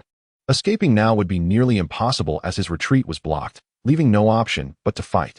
Ash was not one to shy away from battle, nor were his Pokémon. Even in the face of overwhelming odds, he would not falter. If it came to a fight to the death, then so be it. He and his Pokémon had been mentally prepared for such a scenario since the beginning of their journey. Pikachu, Quick Attack. Mischievous Monkey, Brick Break. The 2 Pokémon executed their commands without hesitation, unleashing their techniques. Pikachu transformed into a streak of yellow light, darting through the shadows of the trees, while Mischievous Monkey, muscles taut with power, leaped upward, using its tail to swing from branches before launching towards Weezing. Their attacks surged towards Weezing, yet Lambda remained unfazed, exuding a calm demeanor as if he had no concern for his Pokémon's well-being. Lambda toyed with his purple mohawk, a sinister smile curling at the corners of his lips. Double Bomb Gas, Euroball. Upon hearing Lambda's command, Double Bomb Gas began to rotate slowly, gradually increasing in speed. As it spun, its body became enveloped in a silvery sheen. The larger bomb resembled a hefty iron sphere, while the smaller one appeared as a diminutive iron ball. The attack from the monkey monster arrived first, striking towards the rapidly spinning Double Bomb Gas. Yet, before the attack could connect, the rotating small bomb struck the monkey monster's abdomen. The impact was tremendous, causing the monkey monster's eyes to bulge and its tongue to involuntarily loll out. As it felt its stomach churning violently, as if it might vomit at any moment, the monkey monster's body shot forth like a cannonball, colliding with a tree before coming to a halt, shards of splintered wood embedding themselves in its form. Blood flowed profusely, enveloping it in a crimson shroud. The monkey monster was swiftly defeated by Double Bomb Gas in a single blow. The disparity in strength between the two was insurmountable. Monkey Monster. Ash rushed to the fallen creature's side, a green light emanating from his hands as he invoked the recently acquired power of Tokiwa. Witnessing Ash utilize Tokiwa to heal the monkey monster, Lambda was taken aback, astonished that this boy was, in fact, a wielder of special abilities. This revelation prompted Lambda to consider not only defeating Eevee and the Pokémon Egg, but also Ash himself. Would you care to join Team Rocket? Special abilities are quite rare. With your talents, you could soon find yourself at my side. Dream on. Even if I were to die, I would never join Team Rocket. Then I shall have to defeat you and make you submit. Ash turned away, ignoring Lambda's taunts. As the green light in his hands healed much of the monkey monster's wounds, stopping the bleeding. What remained were mere superficial injuries. Given Ash's current mastery of Tokiwa, achieving this was commendable. However, even after the healing, Ash did not wish for the monkey monster to continue battling, promptly recalling it into its Pokeball. If his own life were in peril, that would be one matter, but he would never allow the lives of his Pokémon to be endangered. The battle raged on, with Pikachu darting through the shadows of the trees, its yellow form seeking an opportunity. Suddenly, Double Bomb Gas came to a halt. It had spun for too long and was now feeling dizzy. At such times, it would pause to rest. Pikachu seized this moment. With a surge of energy, it propelled itself forward like a yellow comet, charging at Double Bomb Gas. The interval from Double Bomb Gas stopping to Pikachu's attack was less than 10 seconds. Lambda, witnessing Pikachu's approach, murmured to himself, "My Double Bomb Gas only needs a 3-second respite." Yet Ash and Pikachu were unaware of this information, seemingly lost in the thrill of seizing their chance. In the next moment, as Double Bomb Gas resumed its spinning, Ash's smile froze in place. "Pikachu!" His shout echoed throughout the forest, startling numerous Pokémon, while one figure sprinted towards the source of the sound. Faced with the resurgent Euro Ball from Double Bomb Gas, Pikachu realized it was too late to halt its advance. A spark of inspiration flashed within its small mind. It devised a new tactic, using a burst of electricity to accelerate its spinning motion. Neither Lambda nor Ash could comprehend Pikachu's intentions. They could only watch as it collided with Double Bomb Gas. Clang! The moment Pikachu and Double Bomb Gas made contact, a metallic clash resonated, and Pikachu was sent hurtling backward. However, unlike the monkey monster, it did not lose its fighting capability in one blow. What is happening? How can it endure a strike from Double Bomb Gas without being incapacitated? My Double Bomb Gas is a near-legendary Pokémon, a pinnacle of gym mastery, yet this mere Pikachu, merely an elite-level Pokémon.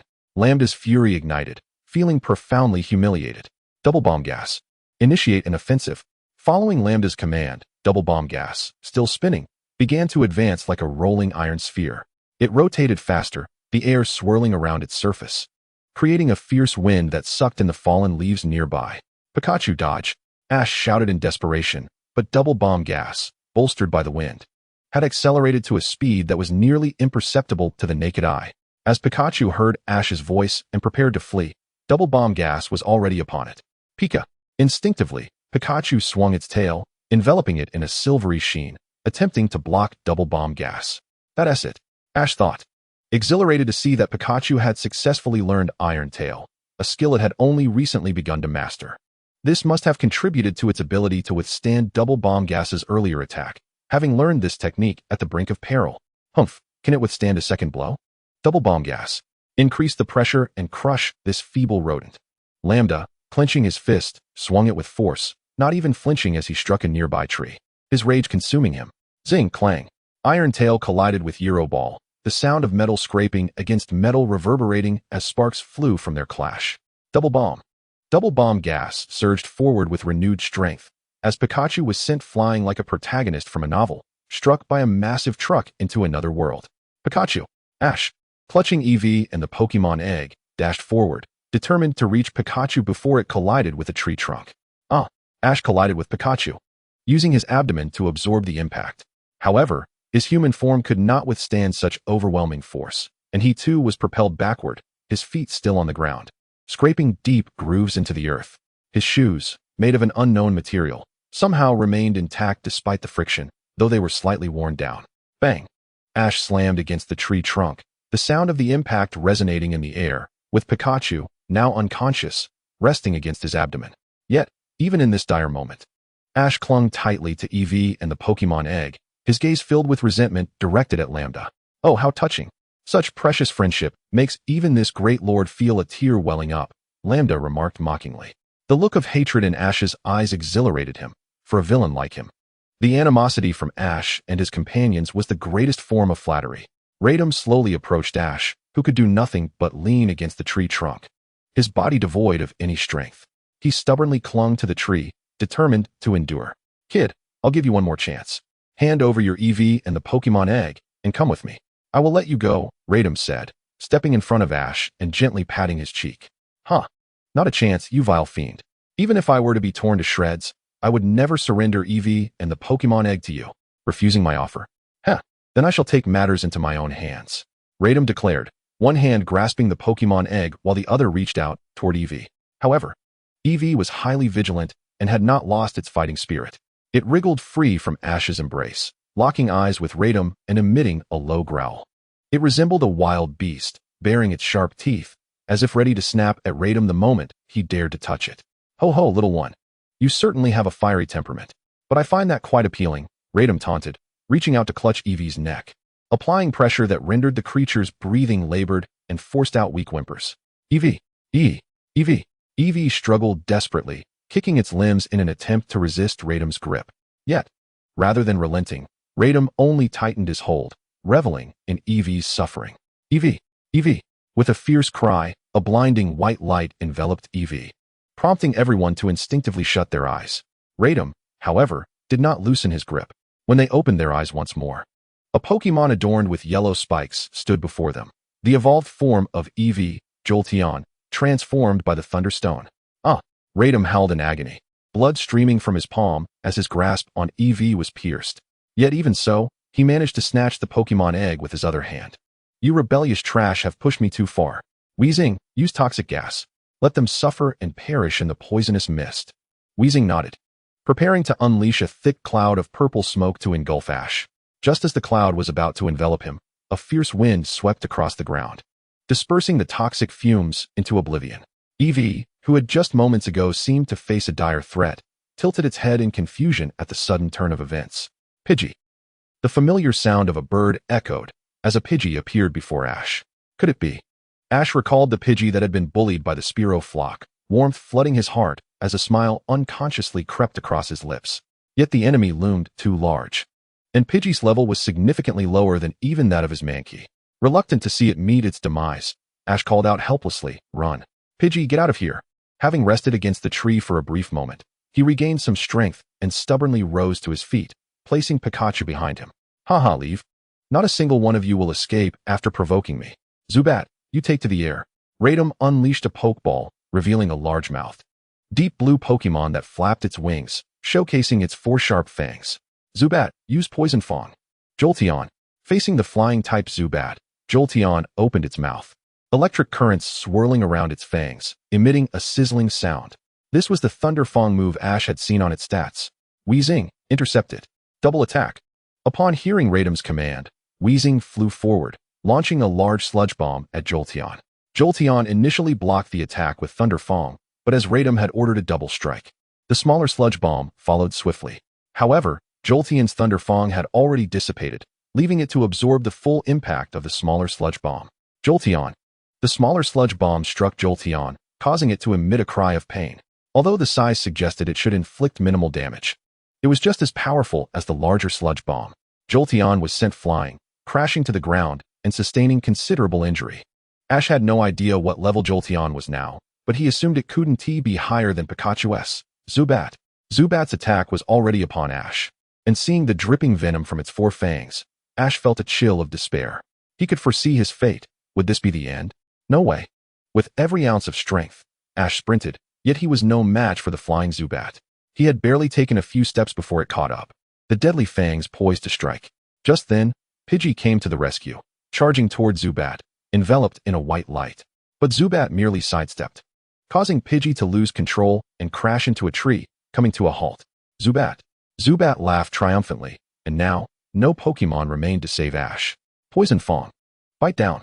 The viscous venom on Zubat's south fangs drew perilously close to Ash's skin. Clang. The Poison Fang was halted. It struck a green Pokémon, unable to penetrate its hardened form. Is that Metapod? Ash recognized the Pokémon. It was the evolved form of Caterpie, Metapod. Yet he did not recall having ever aided it. As Ash looked at Pidgey, a thought crossed his mind, and he turned back to Metapod. You can't be that Caterpie, can you? Metapod remained silent, unable to speak, but it nodded slightly. Though Metapod was not particularly strong, neither was Radom's Zubat. In Ash's eyes, it was merely at the elite level. Metapod was a regular advanced Pokémon, proficient in defense, and could withstand a Poison Fang. Watching Metapod and Pidgey, Ash felt deeply moved, realizing that just by having once assisted them, they were now willing to risk their lives for his sake. Ho ho, how touching. Wild Pokémon actually aiding a human. I don't know how you managed it, but this is where it ends. Zubat, Air Cutter. Weezing, roast them alive. Flamethrower. Radom shouted hoarsely, and his 2 Pokémon nodded, launching their attacks. Zubat's wings glowed white as it unleashed several crescent-shaped energy blades, spiraling toward Ash. Weezing inhaled deeply, gathering flames in its mouth before forcefully expelling them, forming a towering column of fire. Metapod, being a bug type, was vulnerable to both attacks. Yet it did not budge an inch. It pressed firmly against Ash, determined to shield him from some of the damage. Jolteon. The body of Raichu once again emanated a radiant white light, transforming into a cerulean hue, its tail morphing into a fin reminiscent of a fish. Raichu had evolved into its aquatic form, Vaporeon, through the use of a water stone. As Vaporeon emerged, it let out a piercing cry. A turbulent wave, reminiscent of crashing ocean waves, surged towards the blasting flames, intertwining water and fire, resulting in a thick plume of white smoke. Ash stood in awe as Raichu suddenly transformed into Vaporeon. He had rationalized the prior evolution into Raichu as a consequence of having previously touched the stone and storing the energy for evolution. But how had Raichu transformed into Vaporeon? Such a Pokemon had never been documented in existing knowledge. Ha ha ha, truly a testament to Team Rocket's experimental Pokemon. The Doctor has succeeded. The Pokemon Gene Fusion Project is now poised to embark on a grand scheme. Lambda, however, appeared unfazed, as if already cognizant of the outcome. Ash was puzzled by Lambda's words, yet he could sense that Team Rocket was undoubtedly plotting something perilously significant. He chuckled, thinking that having witnessed this firsthand, the subject was now of little use, as the Doctor had ample data from the experiment. It was time for him to obliterate them all. Lambda revealed a sinister smile, his gaze akin to that of a predatory serpent fixated on its prey. The battle raged on, and razor-sharp air blades approached Ash. While Kakuna prepared to sacrifice itself to shield against the onslaught, Ash embraced it, offering his back in a bid to shield against the air blades. At that moment, Pidgey returned just in time. Its body still glowed with white light as it charged towards the air blades. Slicing through the air, the blades grazed Pidgey's body, leaving only minor cuts. The injuries were not severe. Toxic Fong. Suddenly, Zubat burst forth from the foliage, its venom-coated fangs sinking into Pidgey. Pidgey felt its strength wane yet held no regrets. Without Ash, it might not have soared this far. Alas, it longed to continue flying. Pidgey. The sharp fangs pierced Pidgey's neck, and it fell silent, succumbing quietly. Only Ash's anguished and heroic cry reverberated throughout the forest. Pidgey had perished, sacrificed for Ash. As its body descended, Ash leaped to catch it just before it touched the ground.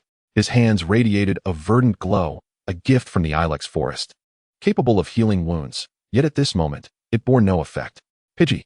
Tears streamed down Ash's face, though they had only recently met.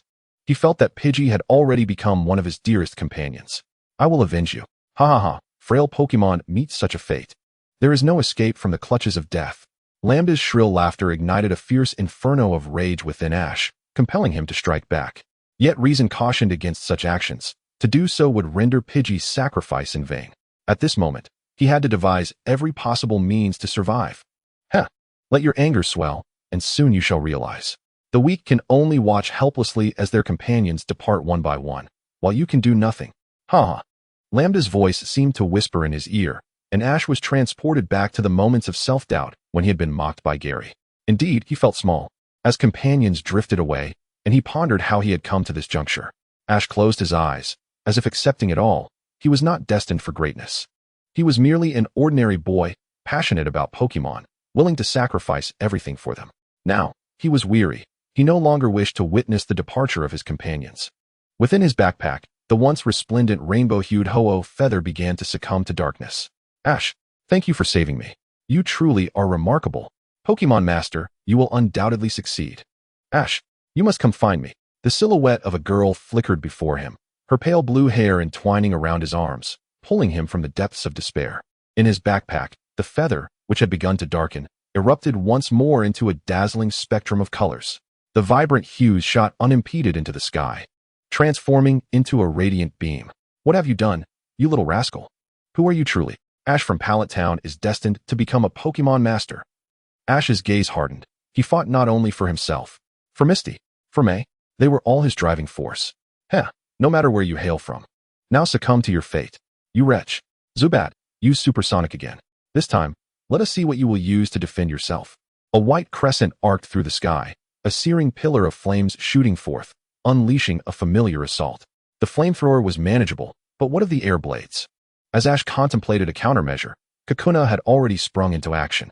It expelled white threads, adhering to branches, then ascended into the air, entangling itself in the threads. Thus ensnared, Kakuna collided with the air blades. Though the attack was thwarted, the sharp blades still sliced through the threads, one of them cutting into Kakuna's exoskeleton. Kakuna. Ash had initially expected it to meet the same fate as Pidgey, but from the gash emerged two pairs of wings, one large and one small. A new figure materialized amidst the trees, soaring in the air, its silhouette merging with that of Pidgey in Ash's eyes. Butterfree flapped its wings, scattering powdery scales. The scales, carried by the winds from its wings, drifted toward Zubat, adhering to its skin. Zubat, Zubat. Zubat felt its energy drain, its wings growing increasingly feeble, until it slowly descended to the ground, succumbing to slumber. Sleep powder? Cursed be it, return now, Zubat. All that remains is you, Weezing. Weezing nodded, amplifying the flamethrower's output, unleashing its full might. Initially, the murky water Vaporeon conjured could slightly withstand the onslaught of flamethrower. Yet as Weezing intensified its power, Vaporeon could no longer hold its ground. The flames triumphed over the murky waters. With overwhelming force, it surged forward, and Vaporeon braced itself against the strike, preventing further advance. Though Vaporeon managed to withstand the blow, being a water-type Pokémon, it still exhausted its strength, sustaining numerous burns. After all, this was the full force of a quasi-elite attack. And it was fortunate that Vaporeon remained alive. Vaporeon collapsed onto the ground, its body gradually shrinking, its azure form reverting to a brown fur. Ash cradled the reverted EV in his arms, his hands radiating green light, a gesture he had performed several times before. He had done the same when Pikachu fell. Very well. Weezing, this time, no one can obstruct us.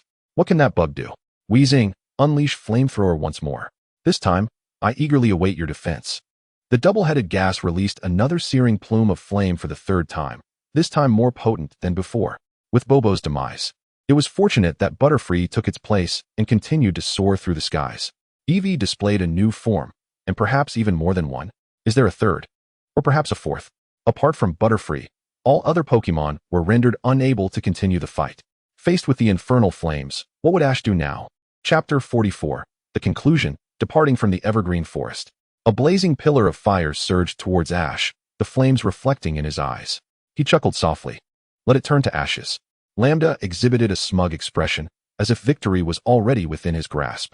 Butterfree's antennae twitched slightly, an invisible energy attaching itself to the column of flames, momentarily stalling it for a second or two. Observing the ineffectiveness of its move, Butterfree flew in front of Ash, determined to shield the human who had once saved it. Butterfree. Ash rushed forward, embracing Butterfree. He could not bear to witness his companions depart from him once more. The fire illuminated Ash and Butterfree, and just as it was about to engulf them, a jet of water appeared, pushing the flames back. Realizing the peril, double-headed gas immediately ceased its energy release, evading the water jet. Thank you, Gyarados. A familiar voice resonated, prompting Ash to turn his head and call out the name. May. Upon seeing her sudden arrival, Ash felt an overwhelming sense of support. Don't worry, Ash, I've arrived. He cannot harm you. Gyarados, I entrust you. Hydro Pump. Gyarados nodded, unleashing a robust stream of blue water directly towards double-headed gas. Huh, how powerful can that little girl's Hydro Pump be? Double-headed gas, counterattack. Despite Lambda's command, double-headed gas felt despair. Hadn't he just witnessed the flames being retracted to avoid the water attack? If double-headed gas could articulate its thoughts, it would surely declare, no way, boss. Yet, at this juncture, thoughts were futile. It had no choice but to heed Lambda's orders, well aware of its master's temperament. Disobedience could lead to consequences far graver than mere defeat. As the water jet approached, double-headed gas did not succumb to fear. Instead, it contemplated how to strike a cool pose while succumbing to defeat. Unfortunately, it was oblivious to the fact that, merely by appearance, it had no association with the term cool. Boom. Double-headed gas was struck directly by the hydro pump, and in that moment of contact, it felt dizzy, as if a 1,000-pound weight had crashed upon its head. Then, everything faded to black, and it succumbed peacefully to unconsciousness. How is this possible? You little girl. How could your Gyarados be so powerful? Lambda exclaimed, astonished, his jaw nearly dropping. To obliterate his double-headed gas in an instant would require a Pokémon of Elite 4 caliber. And not just any elite, but at least a mid-tier one. Gazing at the Gyarados, Lambda felt a sense of déjà vu wait. It dawned on him. This Gyarados could not possibly be. Ha! I never imagined you would be that fellow's daughter. May from Hoenn. Your father sacrificed himself to stop us from disposing of that discarded experiment in the sewers. He perished in the process. Now, He remains a topic of gossip within Team Rocket, all thanks to your father. I have never seen such a foolish gym leader, willing to forsake his own life for inconsequential citizens. Shut your mouth. Upon hearing Lambda's taunts, May's fury ignited. If circumstances allowed, she would have relished the chance to eliminate him on the spot. My father was a hero. He sacrificed himself to protect the citizens of Hoenn. May retorted defiantly, observing Lambda's growing ire. Yet, maintaining composure during battle was essential. To regain her resolve, she gently caressed Gyarados' body. Reminiscent of the rough hands of her father from her childhood, her emotions gradually calming. All right, Gyarados, eliminate the foe. Hyper Beam. May commanded with finality. As a massive beam of energy erupted from Gyarados' mouth, hurtling directly towards Lambda. Gas bomb, smokescreen. Although Lambda lacked Pokemon capable of countering, as a Team Rocket officer, he certainly possessed more than just 2 Pokemon.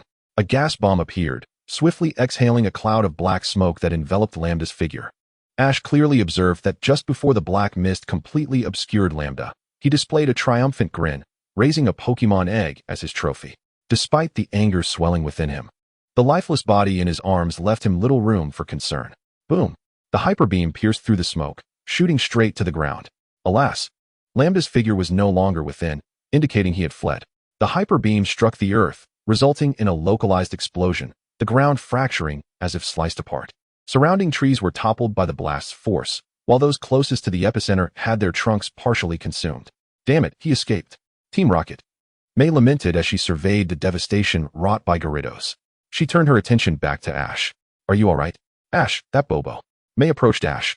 Noticing the unconscious Pikachu and Eevee by his side, along with the lifeless Bobo in his arms. It has perished. However, Butterfree will continue to soar in its stead. Ash extended his hand, and Butterfree landed delicately upon his palm. Yet, in the next moment, its left wing appeared to be severed, plummeting to the ground. Butterfree.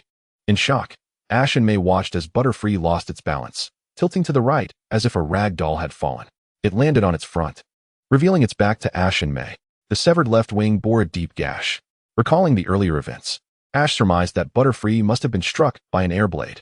Gently lifting Butterfree, Ash immediately utilized the power of the Evergreen, a newfound strength that had safeguarded the lives of his 3 Pokemon.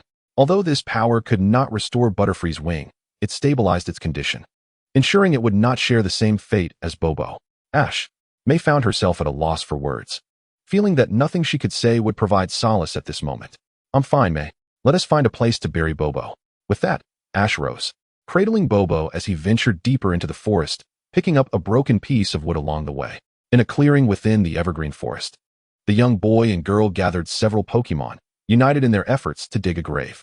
Once the hole reached a depth sufficient to accommodate Bobo, they gently placed its lifeless body within. Dust returns to dust, earth returns to earth. Although Pidgey is a flying-type Pokemon, it must ultimately return to the ground, akin to the falling leaves returning to their roots. After burying it, Ash inscribed 4 significant characters on a wooden board using a stone readily available nearby, Pidgey's grave. Once completed, Ash stepped back a few paces, gazing deeply at the small mound of earth before him. Accompanied by Misty, Pikachu, Apom, Eevee, and Butterfree, the 2 humans and 4 Pokemon bowed their heads in solemn tribute, expressing their gratitude. At that moment, a gentle breeze swept through, rustling the leaves, while the wind whistled through the forest like a sorrowful lament, as if the very woods mourned Pidgey's departure. The wind grew stronger, causing leaves to cascade down upon Pidgey's small grave. Subsequently, another gust lifted the leaves, which soared together, resembling the wings of a bird ascending to the distant sky. Ash watched the departing foliage and murmured, Pidgey, may your journey be peaceful. The air was thick with melancholy, yet the adventure must persist, regardless of the circumstances. Ash would continue onward. This was a promise he intended to uphold. At the exit of the Viridian Forest, Ash turned to see only one winged Butterfree remaining. He crouched down to meet its gaze. Are you truly not coming with us? Pikachu added reassuringly. Ash won't abandon you, rest assured. Be Butter. It responded. Is that so? Then do your best. Butterfree nodded, hesitant to linger any longer for fear of growing too attached, before turning back toward the forest. Ash watched the single-winged Butterfree for a while until its figure vanished amidst the green foliage, reluctantly withdrawing his gaze. Let us go, Misty. All right. Misty suddenly appeared, having saved Ash from a near-fatal encounter with Lambda. After laying Pidgey to rest, the entire forest seemed to mourn its loss as Ash pressed forward.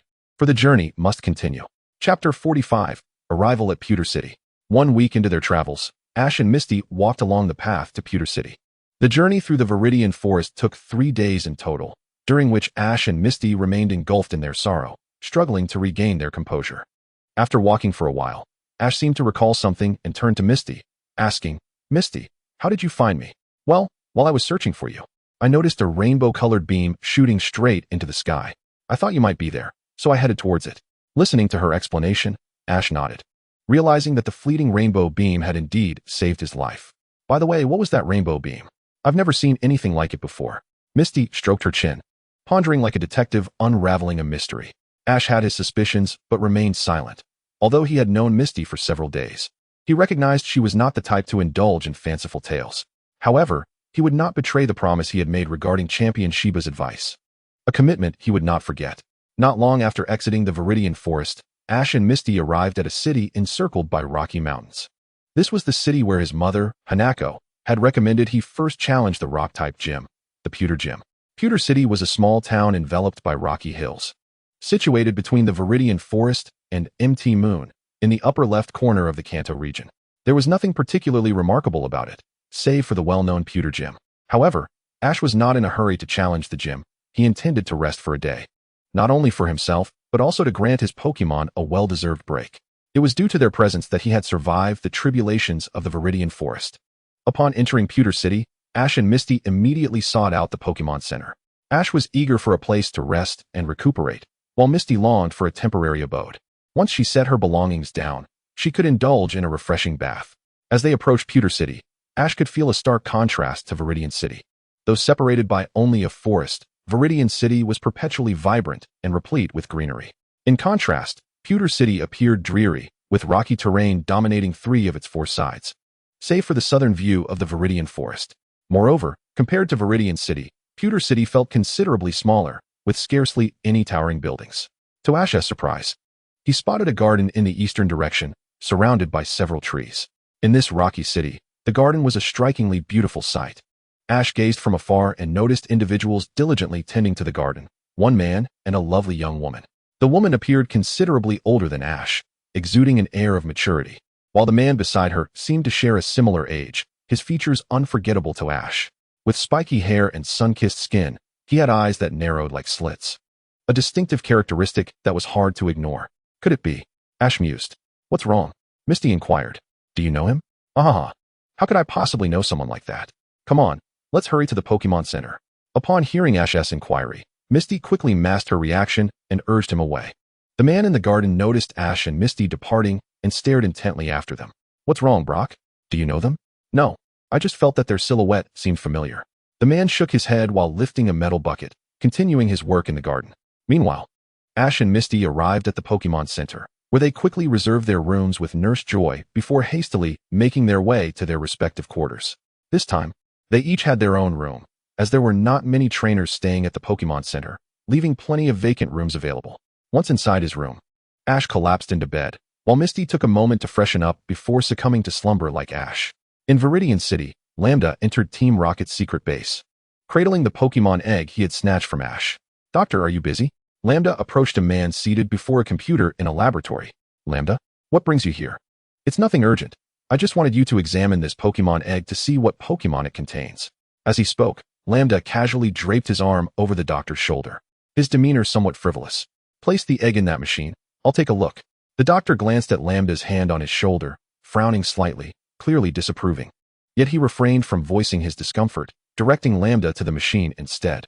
Lambda placed the Pokémon egg into the machine, retrieving a disc-like object.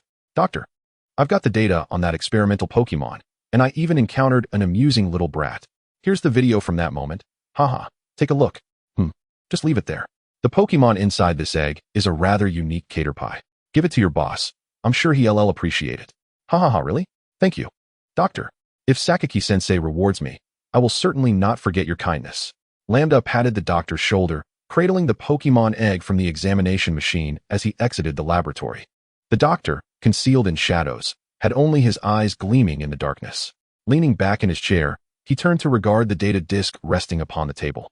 With a soft crackle, he inserted the disk, and the computer screen transformed into a vibrant forest scene, where a boy accompanied by a Pikachu emerged as the first figure.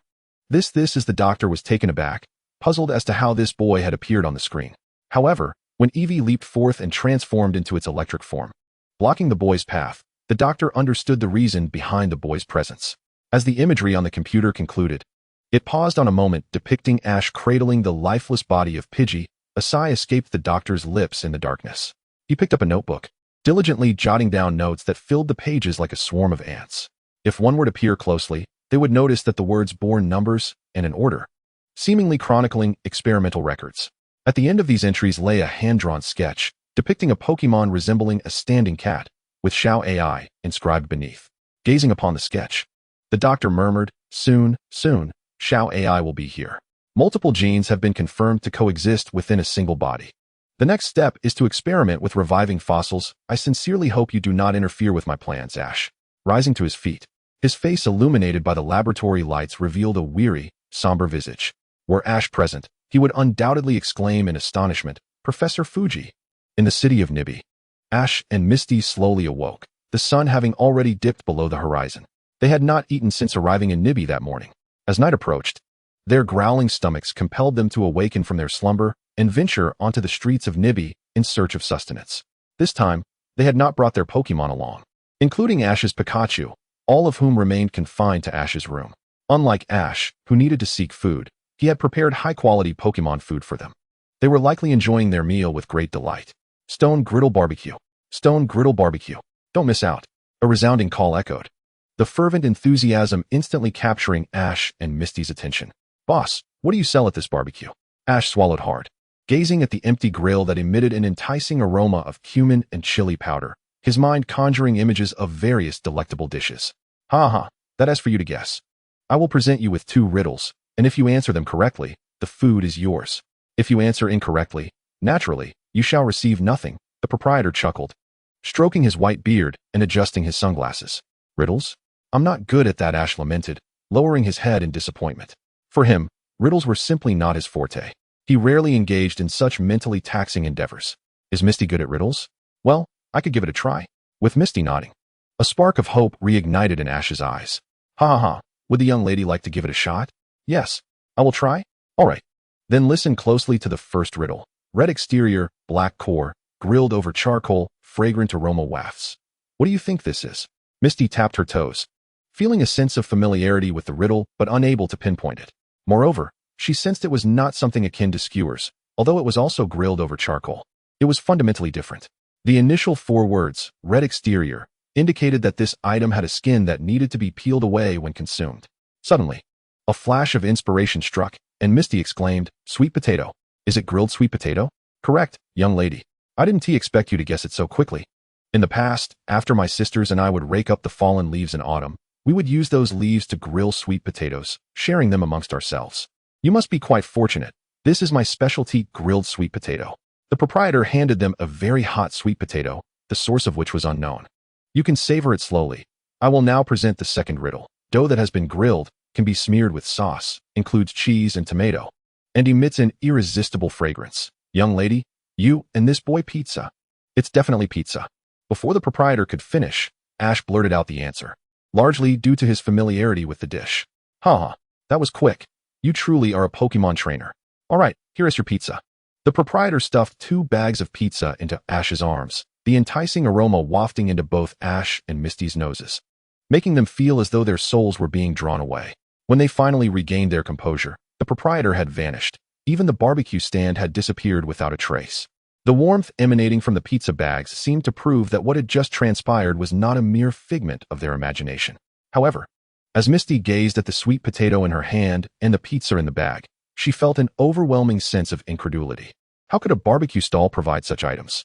Having departed from the Evergrande forest, Ash had been away from home for over a week, and his journey had brought him to Nibby City. Today was a leisurely day, aside from the peculiar encounter with the barbecue stall owner. It was truly strange. How could a barbecue stall offer nothing resembling barbecue? What was he truly up to? Chapter 46. Nibby Museum. After the sun had completely set, Ash and Misty located a park, where they sat together on a bench, the grilled sweet potato and pizza laid out between them. The surroundings were cloaked in darkness, save for the street lamp behind Ash that illuminated them. Above, The round moon occasionally revealed itself, then shyly retreated behind the clouds, resembling a bashful girl partially obscuring her face. After some time, Ash and Misty had satisfied their hunger. After tidying up their refuse, they began the journey back home, which merely meant returning to the Pokémon Center and their temporary accommodation. Upon entering the room, Ash found Pikachu, Monferno, and Eevee already asleep, sprawled across his bed, occupying most of the space. With no choice but to lie down among them, Ash felt a sense of security, despite being unable to move. In the stillness of the night, Ash and Misty drifted into slumber. Even the moon seemed weary enough to conceal itself. The following morning, sunlight streamed through the window onto Ash's bed. The glaring light hit his eyes, prompting Ash to rub his fatigued orbs, rising slowly without disturbing Pikachu and the others. Ash carefully got up, preparing for his morning routine. Although his movements were minimal, he still inadvertently woke Pikachu and the others. Reluctantly, Ash had to bring them along as they brushed their teeth and washed their faces. After the customary morning rituals, Ash decided not to rush to challenge the gym today. Having heard from Misty the previous night about a museum in Nibby City, Ash felt intrigued and planned to visit there first. Knock, knock, knock. Here we come. Misty exclaimed as she opened the door, revealing Ash and Pikachu before her. Why are you all up so early? Are you going somewhere? To the museum, of course. Xiaoxia, aren't you joining us? Don't you plan on challenging the gym? I certainly intend to challenge it, but not right now. Tomorrow will suffice, Ash declared, radiating confidence. Xiaoxia found merit in his words, realizing that whether she challenged now or later made little difference. After pondering for a moment, she replied, All right, just wait for me. I'll be ready in a jiffy. With that, Xiaoxia closed her room door, while Ash stood eagerly at the entrance. But this wait made him truly aware of how long a jiffy could be. 2 hours later, at 10:30, Ash sat on the floor with Pikachu, leaning against the wall. Their expressions devoid of hope, and one could easily imagine the ordeal they had endured. Click. The door swung open, and Ash's eyes sparkled as he turned towards Xiaoxia, who peeked out, looking radiant. Sorry, Ash. Just a moment. I'll be ready soon, she assured, promptly shutting the door again. Completely oblivious to the stone-like expressions of Ash and Pikachu, Ash silently vowed that next time, he would take a nap first to avoid such a predicament. As he and Pikachu sat at the door, they continued their agonizing wait, which extended for another hour and a half. Time had progressed to noon, transforming what began as breakfast into the time suitable for lunch. Click. Another door opened, and this time Ash merely turned his head slightly to glance at the entrance. Xiaoxia appeared before him, her delicate makeup enhancing her features, dressed in overalls and a yellow t-shirt that accentuated her youthful beauty. She even adorned her ears with cute earrings. And her hair was neatly styled, clearly freshly washed. Yet to Ash, she appeared no different from the day before. He could not comprehend why Xiaoxia had spent the entire morning preparing, only to emerge looking like this. However, he dared not voice that thought aloud, as he had a strong premonition that doing so would lead to dire consequences. Noticing Ash's gaze fixed upon her, Xiaoxia beamed with pride, inwardly reveling in her appearance. So, what do you think? Doesn't my little makeover look fantastic? She asked, twirling around to face him.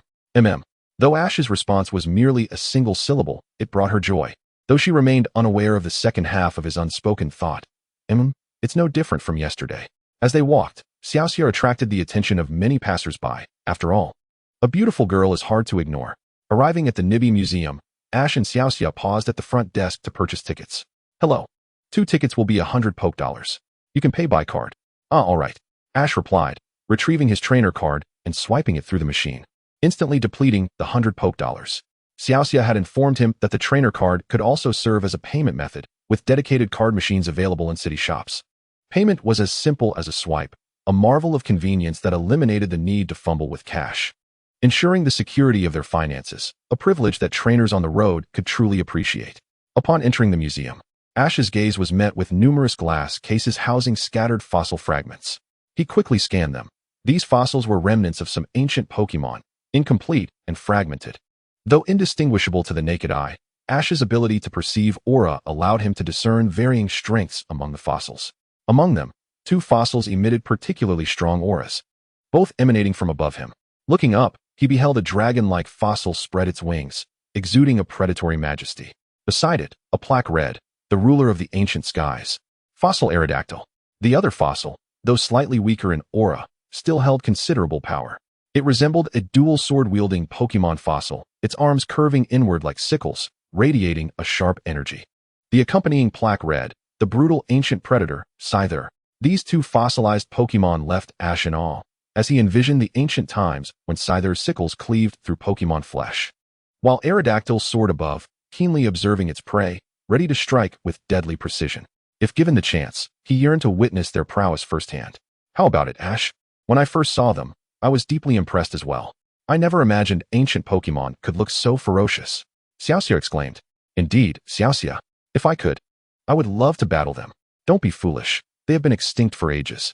Now, let's head to the second floor. It's getting late, and we should have dinner after exploring. Watching Xiaoxia ascend the stairs, Ash refrained from responding, a vague sense within him whispering that the day would eventually arrive. Catching up to Xiaoxia, Ash entered the exhibition hall on the second floor, which was significantly smaller than the first. The glass cases displayed mainly models of spacecraft and a couple of stones. Though Ash found little interest in the spacecraft, the stones piqued his curiosity. A simple label next to the stones read, Moonstone. These stones allowed certain Pokémon to evolve, their dark surfaces resembling the night sky, rumored to be from outer space. Is that so? How fascinating. I wonder what outer space is like. Ash mused, leaning closer to the glass case to scrutinize the stones, wishing he could reach out and touch them if not for the barrier. I don't know. Perhaps you could go see for yourself someday? Yes. If I get the chance. The resolute expression on Ash's face elicited an inexplicable smile from Xiaoxia. Huh. Traveling to space is quite a hassle. And what would you even do there? Well, I'm not entirely sure, Xiaoxia. Ash scratched his head, uncertain of how to respond as they concluded their exploration of the second floor and prepared to leave the museum. By then, night had fallen, and Ash planned to take Xiaoxia and their Pokémon out for dinner. He needed to be well rested for the gym challenge the following day, and so did the Pokémon. Shortly after Ash and Xiaoxia departed from the Nibi Museum, the museum closed its doors, but a few shadowy figures stealthily slipped inside. Ash and Xiaoxia thoroughly explored the Nibi Museum. The complete fossils of Scyther and Aerodactyl were truly breathtaking, vividly embodying the ferocity of ancient Pokémon and the circumstances of their era. With the museum now closed, who could still be entering? What could their intentions be? Chapter 47. The Rocket Team's Nocturnal Adventures. The night sky shimmered with countless stars, while the moonlight filtered through the clouds, casting a silvery glow upon the earth. Ash and Misty wandered the streets, seeking their evening meal, passing by the very corner where they had first arrived. However, the barbecue vendor who had set up shop that night was nowhere to be found. Ash was curious about the vendor's whereabouts. Although the barbecue stand hadn't provided them with actual barbecue, the food had been quite delectable. As for tonight, Ash and Misty settled for a random eatery to satisfy their dinner needs. Pikachu and the others naturally continued to feast on Ash's premium Pokémon food, which had originally been expected to last them 3 weeks. Now, Ash calculated conservatively that they had barely over a week left. This was not only due to the half bag of Pokémon food he had used to lure Beedrill in the Viridian Forest, but also because of the addition of EV to their ranks. The consumption of Pokémon food had increased even further, and Ash found himself at a loss for how to sustain them once the premium food ran out. For now, he could only take it one step at a time and deal with the situation as it arose. As the moon concealed itself behind the clouds, the stars continued to twinkle in the dark night. Ash lay in bed, preparing for slumber. Even though he had already rested earlier in the day, this time he intended to rejuvenate and ready himself for the challenge of the pewter gym. Suddenly, he felt a chill, as if a draft had slipped through. Was the window left ajar? Feeling the cool breeze against his neck, Ash decided to rise and close the window. His room's window faced the largest building in Pewter City, the Pewter Museum. Just as Ash was about to shut the window, he caught sight of 3 shadowy figures atop the museum's roof. However, they were too distant for Ash to discern clearly, and even with his aura abilities, he could not perceive them from such a distance. Driven by curiosity, he splashed some water on his face to invigorate himself. Equipped with 2 Pokeballs clipped to his waist and Pikachu perched on his shoulder, Ash tidied up and glanced around his now neater room. He then descended to the Pokemon Center, where the lobby lights were still aglow, and a different Nurse Joy was on duty, accompanied by a Wigglytuff. In every Pokemon Center, 2 Nurse Joys were typically present, each with their respective partners. This arrangement was due to the center's 24-hour operation, with one Joy and her partner handling the day shift while the other took the night shift. Ash recalled Misty mentioning this during their time in Pewter City. Otherwise, he might have thought Nurse Joy possessed extraordinary stamina to work around the clock. Out this late? Nurse Joy inquired. I have something to attend to, Ash replied, attempting to slip away quietly. However, Nurse Joy's keen gaze pierced through him, as if she sought to extract more information. Ash averted his eyes, avoiding direct contact. Is that so? Then do be careful. she cautioned, turning to glance at her. Ash noticed the dark circles under her eyes and her vacant expression. He sensed that this Nurse Joy was different from the ones he had encountered before. Although they bore a striking resemblance, there was something more human about her demeanor. Shaking his head, Ash decided not to dwell on it. His priority was to investigate the 3 shadowy figures at the museum. What could they possibly want inside the museum at this hour? After leaving the Pokémon Center, Ash soon arrived at the Pewter Museum, which was securely locked. However, after a brief exploration, he discovered the rope the 3 figures had used to infiltrate the museum. Without hesitation, he climbed up and made his way to the rooftop. Upon reaching the museum's roof, Ash gazed into a dark abyss and spotted a rope leading into the interior. He wasted no time, glancing briefly into the unfathomable depths before slowly descending the rope. Pikachu remained vigilant, watching closely for any guards below. Unfortunately, the 3 figures seemed unconcerned. Upon landing, Ash felt his feet make contact with something solid. His aura indicated he had landed on a display case containing models of spacecraft. Through his perception, he confirmed that all the models were intact, save for the 2 moonstones that had been taken by the 3 figures. Without a doubt, they were the culprits. And with a sense of determination to catch the thieves and reclaim the stolen items, Ash and Pikachu stealthily approached the staircase leading to the lower level. Ash could clearly see a pure white beam of light moving below, seemingly searching for something. It must be the beam from a flashlight, he surmised, taking advantage of the moment when the beam shifted elsewhere to quietly ascend the stairs. Pikachu followed cautiously, mimicking Ash's movements, albeit at a slower pace. Thus, Ash and Pikachu traversed from the 2nd floor of the Pewter Museum down to the 1st. Suddenly, the light beam swept back in their direction.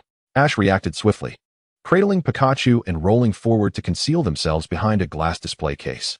Using this cover, Ash dared to peek toward the 3 figures. To his astonishment, it was the infamous trio he had encountered in Viridian City, the Team Rocket trio. Although they were referred to as a trio, a more accurate description would be 2 individuals accompanied by a Meowth. As he observed them pilfering various fossils from the display cases, Ash recalled their signature entrance lines. One of them leaped atop a display case, and the sudden noise drew the attention of Jesse and James. Meow? What was that? Meowth inquired.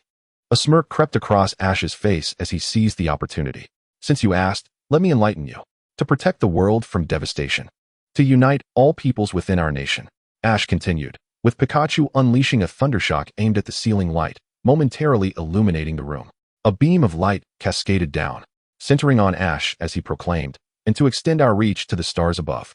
Pikachu harmonized with Ash, delivering a playful pika-pika that echoed throughout the museum. As their voices faded, the electricity sustaining the light flickered and died, plunging Ash into darkness. In the shadows, Team Rocket's expressions shifted from embarrassment to wrath as they realized Ash had stolen their thunder. Fury ignited within them, and they threw their pokeballs. Weezing, Arbok, Pikachu, don't let them attack first. Thunderbolt, Iron Tail. Ash reacted swiftly, aiming to launch his own assault while Team Rocket was still reeling from surprise. His instincts proved correct. Jesse and James were momentarily caught off guard, with the sudden flash of electricity lighting up the room, even though Arbok possessed thermal sensing. It could not anticipate the oncoming attack. The unexpected brilliance caused it to close its eyes and halt its movements, leaving it vulnerable to the strike. Pikachu, utilizing the fleeting glimmer of light, keenly registered the position of the Weezing, his small eyes gleaming with mischief. As darkness once again enveloped the light, a silver flash cleaved through the shadows, sending Weezing flying with tremendous force. The crackling sound echoed, a reflexive release of electricity from Pikachu's 2 electric sacks, a sign of his burgeoning excitement. In merely 2 moves, Pikachu had rendered Team Rocket's Pokémon unable to retaliate. Ash could not suppress a swell of pride within him. He extended his hand, provocatively beckoning the duo and Meowth. If you have any prowess, then bring it on. It would be best if you came at me together, otherwise, one at a time is too feeble. You insufferable brat. Today, you shall witness the might of adults. The blaring sirens from outside the museum interrupted, prompting James to hastily restrain Jesse, who was eager to engage. James, what are you doing? Calm down, Jesse. Officer Jenny is here. We must make our escape. All right. Jesse reluctantly acquiesced, even though she was loath to abandon the opportunity to torment Ash. Their mission had been accomplished, and staying further would be ill-advised, especially considering the uncertain repercussions should Officer Jenny apprehend them. Don't run away. Ash resolved to pursue Team Rocket, but Weezing exhaled a thick cloud of smoke, halting Ash in his tracks. As the smoke dissipated, the trio from Team Rocket had vanished without a trace, leaving Ash alone in the expansive museum. Bang! Officer Jenny. Hands up. And that Pikachu too. Officer Jenny advanced towards Ash, her gaze locking onto his youthful visage, momentarily taken aback. However, duty called. She could not afford to underestimate him merely because of his tender appearance. She restrained Ash's hands and escorted him into the police car for questioning. So, your name is Ash, is it? What brings you to the Pewter Museum at such a late hour? Well, it's like this. Ash had nothing to conceal from Officer Jenny, acknowledging that his own impulsiveness had led to this predicament. He had not anticipated that the skirmish with Team Rocket would startle a passerby into promptly calling the police, culminating in the current scenario. Listening intently as Ash recounted his discovery of Team Rocket at the Pokémon Center and the ensuing battle, Officer Jenny refrained from interrupting until he had finished. I see. I understand everything you've said, but next time, do refrain from such reckless actions, young man. According to the museum's surveillance, it seems this is indeed the case. Team Rocket has been unusually active lately. We do not know if something significant is afoot, but as a budding trainer, you should not meddle in such affairs. Your safety is paramount. Understood, Officer Jenny. All right, you can go now, but remember to take your Pokémon with you. It's been waiting outside and has fallen asleep. Do be careful on your way. Officer Jenny organized her notes, gesturing towards the chair outside the interrogation room, where Pikachu lay peacefully asleep. That was Ash's Pikachu, nestled comfortably in slumber. Ash, unwilling to disturb its rest, gently cradled Pikachu in his arms, ensuring it remained undisturbed on their journey back to the Pokémon Center. Upon returning, Nurse Joy noticed Ash's arrival and was about to greet him when she spotted the sleeping Pikachu in his arms. She ceased her words, merely moving her lips as if uttering something. Ash understood perfectly. It was a phrase his mother often said, "Welcome back." A simple yet profound expression that warmed Ash's heart. Nurse Joy's genuine warmth struck him, and he mused about how this particular Nurse Joy felt distinctly different from others he had encountered, irrespective of the night shift. He dismissed such thoughts as trivial, recognizing their insignificance. Back in his room, Ash gently placed Pikachu on the bed and tucked him in. Exhausted, Ash lay down beside him, tenderly stroking Pikachu's cheek, whispering, "Good night." Pikachu. The lights in the Pokémon Center's lodging area extinguished, leaving only the police station and the main hall of the Pokémon Center illuminated in the otherwise slumbering city of Pewter, where even the moon seemed to have concealed itself behind clouds, perhaps succumbing to drowsiness. The following day, Ash awoke groggily, blinking the sleep from his eyes, rubbing them. He gazed out the window as the morning sun cast its golden rays upon the leaves and the floor. It seemed the sun had only recently risen. And as fatigue washed over him once more, Ash succumbed to sleep, drifting into dreams.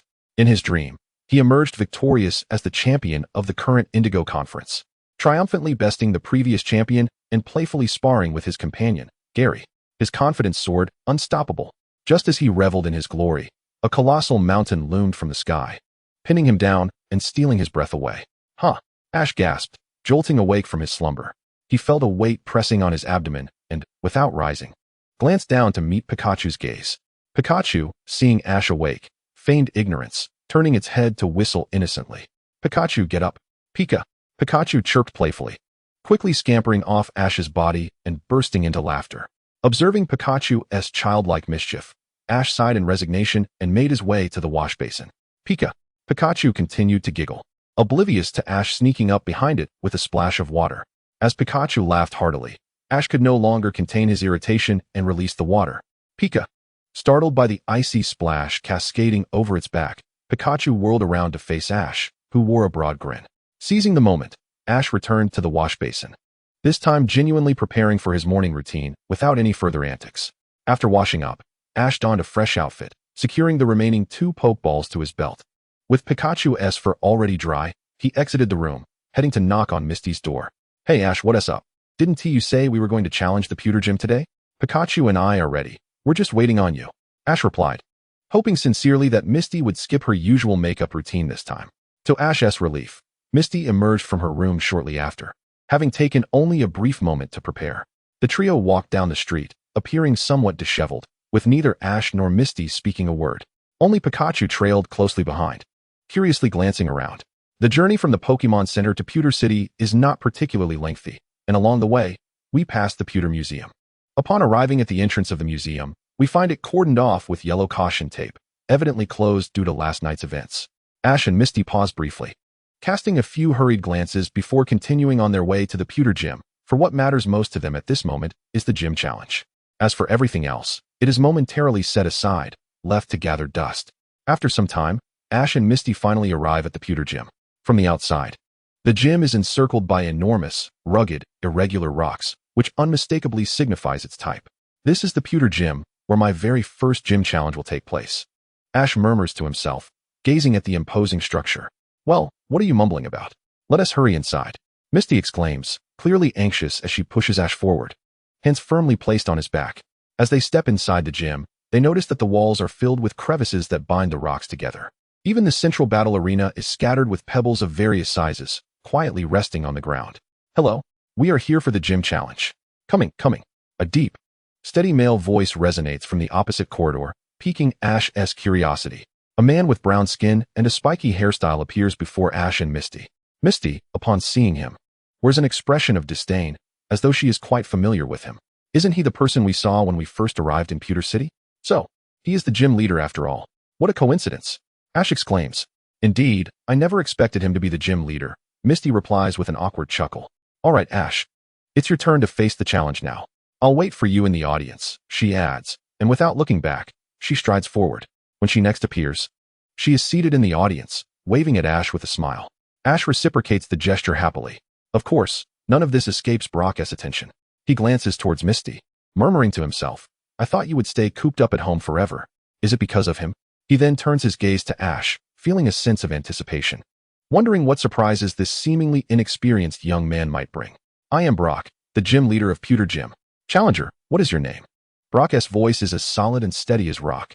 After hearing Brock's question, Ash looks into his narrowed eyes and earnestly responds, I'm Ash. I hail from Pallet Town. Ash's first gym challenge is about to commence. Will he emerge victorious or face defeat? The suspense is palpable. His heart races, his hands tremble. The gym challenge is about to begin. What unknowns await him? Chapter 49, the first gym challenge. Pewter Gym. Listening to Ash's resonant and penetrating voice, Brock finds it intriguing, a slight smile playing on his lips. Ash from Pallet Town, do you know the rules for the Pewter Gym challenge? No, I don't. Misty hadn't explained the specifics to Ash. She had only briefly mentioned that the rules vary from gym to gym. However, there is one consistency. Every gym tends to show leniency to newcomers, even if they lose. Yet, should they earn the gym leader's recognition, a badge is bestowed upon the defeated challenger. After all, the primary duty of a gym is to nurture talent, not to mercilessly crush challengers. Listen closely then. Pewter Gym is a rock-type gym. The rules dictate a 3-on-3 battle, where only the challenger is permitted to switch Pokémon. Our gym trainers cannot change their Pokémon. You must defeat my 3 Pokémon to successfully complete the challenge. 3. Brock, what are you thinking? He is just a newcomer. While Ash remained silent upon hearing the rules, Misty became visibly excited. Brock, however, chose not to respond, instead pondering silently. If he cannot even defeat me, how can he possibly handle the challenges of Cerulean City? Brock raised his head, slightly opening his left eye, locking eyes with Misty, their unspoken understanding lingering in the air. Looking at Misty, Brock recalled years past when he had accompanied his father to a gathering of gym trainers and encountered a charming little girl who evoked a protective instinct within him. Now, however, the state of the Cerulean Gym left much to be desired. Don't worry, Misty. I have 3 Pokémon. A 3-on-3 battle is fair, Ash declared with a grin, gesturing to the 2 Pokeballs at his waist. Fool. Although Brock appears youthful, his 3rd Pokémon has been in the gym for quite some time and is on the verge of advancing to intermediate level. That Pokémon is not something your little cuties can overcome, Misty thought to herself, already contemplating how to comfort Ash after his inevitable defeat, seemingly dismissing any possibility of victory on his part. Very well. Now this is becoming interesting. Challenger, no? Ash from Pallet Town. My first Pokémon will be Geodude. It's your turn. Brock released a Pokeball, and a familiar figure materialized on the battlefield. It was a Geodude, a sight Ash had encountered countless times in the past, having fled in terror during one such encounter, only to summon his strength in a moment of crisis to escape. Now, he had grown strong enough to face a Geodude in battle. Primeape, let us meet an old friend. Primeape. Ash's Primeape appeared on the battlefield, casting a disdainful glance at the Geodude, a creature it had bested many times before. Although those victories were achieved with Ash's assistance, to Primeape, Ash's strength equated to its own. By that reasoning, it had single-handedly defeated those Geodudes. Primeape, don't let your guard down. The opponent is formidable, Ash cautioned. Possessing the ability to sense the strength of his opponents through his aura, He recognized that this Geodude was a tier above Primeape, an elite-level Pokémon, only slightly lower in level than Pikachu. Currently, Primeape was merely at the peak of its normal level, and despite the type advantage, the gap in strength remained significant. Observing Brock's composed demeanor and the ever-present smile on his face, Ash felt as if a formidable mountain loomed before him. The surrounding cliffs were steep, and the only way forward was to surmount this imposing peak. A smile crept across Ash's lips, seemingly invigorated by the challenging endeavor ahead. If you want to make a move, then I shall. Primeape, use Fury Swipes. Upon hearing Ash's command, Primeape's hands glowed with energy as it charged towards Geodude. The move Brick Break is a martial arts technique that inflicts significant damage on the rock-type Geodude. Ash's choice of this skill is commendable. However, Misty, casting a glance at the indifferent Brock, feels an unsettling confidence emanating from him, bordering on the abnormal. Geodude, Sandstorm. The Geodude raises its arms, and with its cry, a sandstorm sweeps across the battlefield. Only those with ground, steel, or rock types are immune to the ravages of this tempest. Countless grains of sand swirl around, obscuring Mankey's vision, which it can keenly sense. Within this sandstorm, Geodude's figure becomes elusive, and Mankey's stamina gradually wanes under the storm's relentless assault. The storm may obscure Geodude's sight, but it does not hinder Ash's aura perception. Ash's pupils glow with a cerulean light. Through his aura, he can discern Geodude's exact location. Geodude, to the left, strike with Brick Break. Upon hearing Ash's command, Mankey charges forward without hesitation, undeterred by the abrasive sandstorm. It sees Geodude's silhouette ahead, and Mankey raises its hands high. With a fighting spirit embodied in its fists, it descends with overwhelming force, aiming a powerful chop at Geodude. How could he possibly pinpoint Geodude's location? Who is this boy? Brock's heart is shaken to its core. Yet, as a gym leader and Geodude's trainer, he must maintain his composure. Suppressing his shock and confusion, Brock quickly readjusts his mindset. Regardless of how Ash achieved this, the most pressing concern is the battle unfolding before them. There is no room for distractions. Geodude, defense curl, brace yourself. With no means of evasion, Brock makes a decisive judgment, allowing Geodude to withstand the damage. Despite the type disadvantage, Geodude is at least a level higher. Brock refuses to believe that his Geodude could be knocked out by a single Brick Break. Geodude curls into a ball, enhancing its defense, and braces itself against Mankey's strike. Mankey, realizing its attack has been thwarted, Mankey grows frantic, exerting all its strength against the Brick Break. Geodude, retreat and use Mud Slap. Utilizing Mankey's force, Geodude retracts its hands while rolling backward, carrying Mankey's attack with it. Subsequently, Geodude digs its hands into the ground, and the soil it touches rapidly becomes viscous. With a swift upward motion, it sends two sticky mud balls crashing into Mankey's face. This sequence of actions flows seamlessly, from Geodude's roll to the mud balls striking Mankey, all transpiring in a mere 3 seconds. Mankey, covered in mud and sustaining some damage, Mankey finds itself disoriented and panicked. Stay calm, Mankey. Hearing Ash's voice, Mankey ceases its frantic movements, resembling a serene doll as it remains still on the battlefield. Now, Mankey fully trusts Ash's directives, embracing his guidance wholeheartedly. This Mankey exhibits remarkable judgment. Rather than blindly searching for Geodude, it chooses to place complete faith in its trainer. Such trust is a rarity, seldom seen between a Pokémon and its trainer. However, this is a gym challenge, not a moment for sentimental exchanges. Geodude, roll out. Geodude simultaneously concentrates energy in both hands, rhythmically pounding the ground. Under the impact of its strikes, the earth undulates like ocean waves, cascading toward Mankey. Mankey jump. Mankey's muscles tense, gathering strength as the waves approach. It leaps with all its might, momentarily suspended in midair. Suddenly, a towering wave rushes forth, nearly reaching the ceiling. Faced with this formidable tide, Mankey finds itself with nowhere to retreat. What to do? What should I do? Brick Break? No, what if it's not strong enough? Dig? That won't work either. What if the energy still affects the ground? Pondering these dilemmas, Ash struggles to decide on a skill, while Geodude's rollout attack does not pause for his indecision. Boom.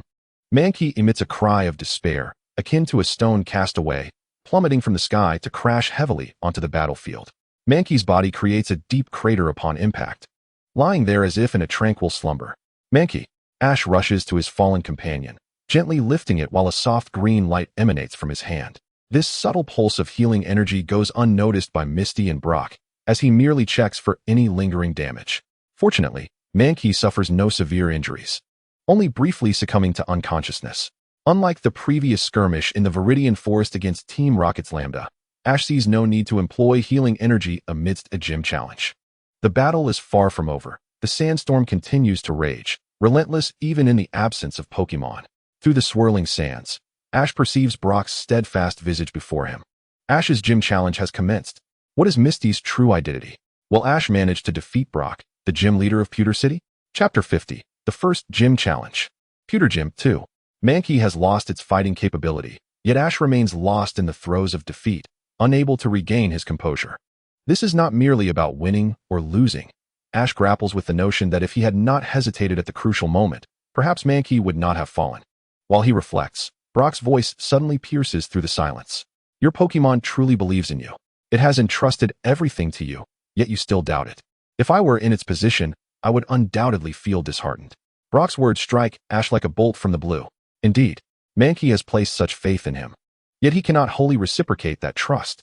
Ash bites his lip, unable to retort, fully aware that Brock's assessment is entirely accurate. Retrieving Mankey into its Pokeball, Ash reclaims his position as a trainer. The challenge is not yet concluded, and he must persevere. No matter the circumstances, he shall not yield. EV. You shall be my choice. EV. As soon as it appears, the lingering sandstorm from Geodude's earlier attack envelopes EV. Evolve, EV, into Vaporeon. Since discovering EV's potential to evolve into Jolteon or Vaporeon in the Viridian Forest, Ash has longed to unleash its power in battle. Though he was aware of the peculiarity of his EV, he could not suppress the urge to showcase it. Moreover, he did not anticipate any adverse consequences. It was quite normal. After all, Ash had only just embarked on his journey and was not inclined to overthink matters at this stage. A radiant burst of white light illuminated the battlefield as a water-type EV, resplendent in shades of blue like an ethereal sprite, materialized before them. Wow, it's a water-type EV. How adorable. Charge forth and defeat Brock's Geodude. Misty, seated in the audience, was overjoyed upon witnessing the arrival of the water-type EV, her eyes brimming with affection for it. Water EV. Water Pulse. The evolution into a water type not only conferred a strategic advantage, but Ash also contemplated using Water Pulse to dispel the sandstorm, thereby nullifying any weather-related superiority held by his opponent. This tactic would also restore visibility for his Pokémon, preventing them from losing sight of their adversary. Has it evolved? Has it accumulated energy? This is quite sudden. Geodude, jump and evade. Following their encounter in the Viridian Forest, Eevee had indeed shown signs of improvement, having reached the status of a standard novice even prior to its evolution. If it had evolved, it would surely attain the rank of an ordinary peak. The panels of the 3 Pokémon under his command had undergone slight alterations, particularly that of his Mankey. Mankey level, ordinary peak potential, gym peak skills learned. Skills not yet learned. Fury Swipes, 96. This was Mankey's panel, which exhibited minimal changes, save for the nearly complete Fury Swipe skill, yet to be mastered. Pikachu's panel also showed little variation. It had merely learned Iron Tail, while its percentage for Thunderbolt was nearing completion, indicating that mastery was imminent. Finally, Eevee's panel appeared as follows. Eevee level, ordinary novice potential, ordinary novice skills learned, Growl, Quick Attack, Fire Fong, Thunder Fong, Water Pulse. Though seemingly unchanged, Eevee's level had reached the cap of its potential. Its former skill, Tackle, had transformed into the new skill Quick Attack, having reached the apex of its potential. One could only wonder if Eevee was destined to remain at the ordinary novice level indefinitely. No, Ash could not entertain such notions. After all, the outcome was not yet determined, and he held on to the belief that opportunities still lay ahead, just like the current battle. As Water Eevee unleashed Water Pulse with the ferocity of a monstrous tidal wave, it appeared ready to engulf Geodude and deliver a decisive blow. However, Brock remained unfazed. He calmly instructed Geodude, once more, use Rollout. Layers of earthen waves rose to form towering barriers, with deep chasms intercepting the Water Pulse, halting its advance just a wall's breadth from Geodude. Yet this was merely a temporary reprieve.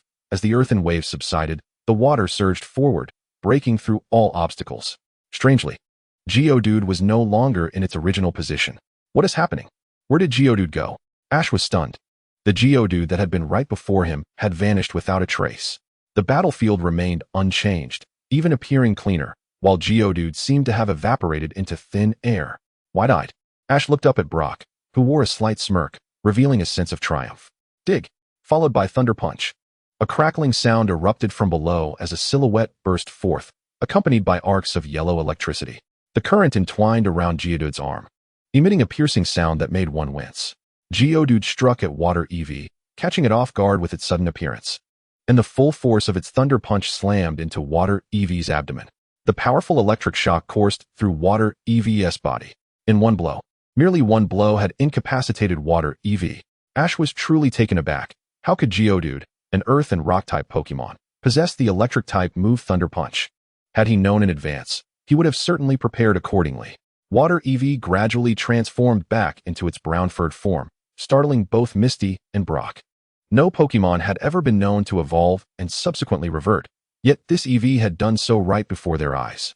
This EV truly was a marvel. As the gym leader, Brock, who was tasked with protecting the citizens, would not speak lightly about such an extraordinary phenomenon.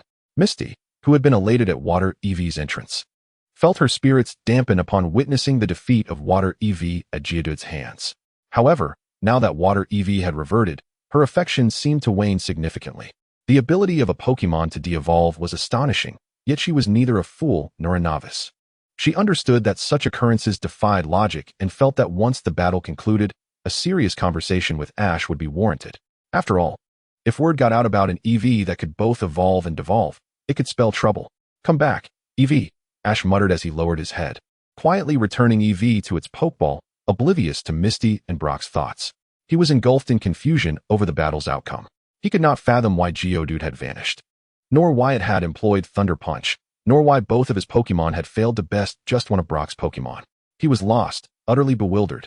Ash stared at the ground, his spirits dampened, uncertain if he should continue fighting. Yet, if he pressed on, did he truly hold any hope of victory? The last Pokemon remaining was Pikachu, which was at a disadvantage against ground types. Did he genuinely believe he could win? He understood nothing, nor did he know. Perhaps surrender was the wisest choice. Pika, Pika, Pika. Ash, do not fear, let us strive together. A yellow Pokemon approached and tugged at the hem of his pants. Indeed, if Pikachu was undaunted, what did he have to fear? A glimmer of hope reignited in Ash's eyes. If Pikachu had not given up, then as its trainer, he had even less reason to concede. Across from Ash, Brock observed his downcast figure, silently contemplating. If you give up now, then you shall lack the merit to advance further. Seeing Ash hesitate to call forth his next Pokemon, Brock turned away, no longer anticipating anything.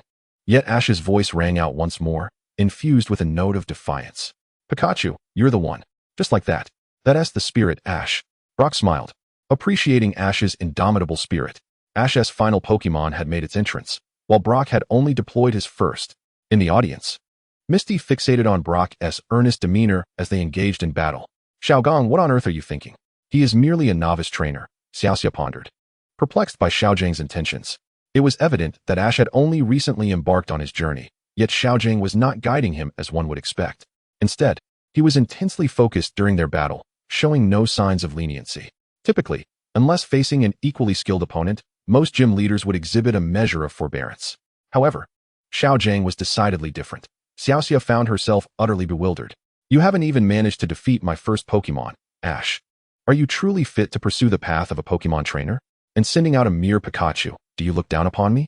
You cannot triumph against a Pokemon of the same type, and yet you believe you can win against one of the opposite type? Such delusions are laughable.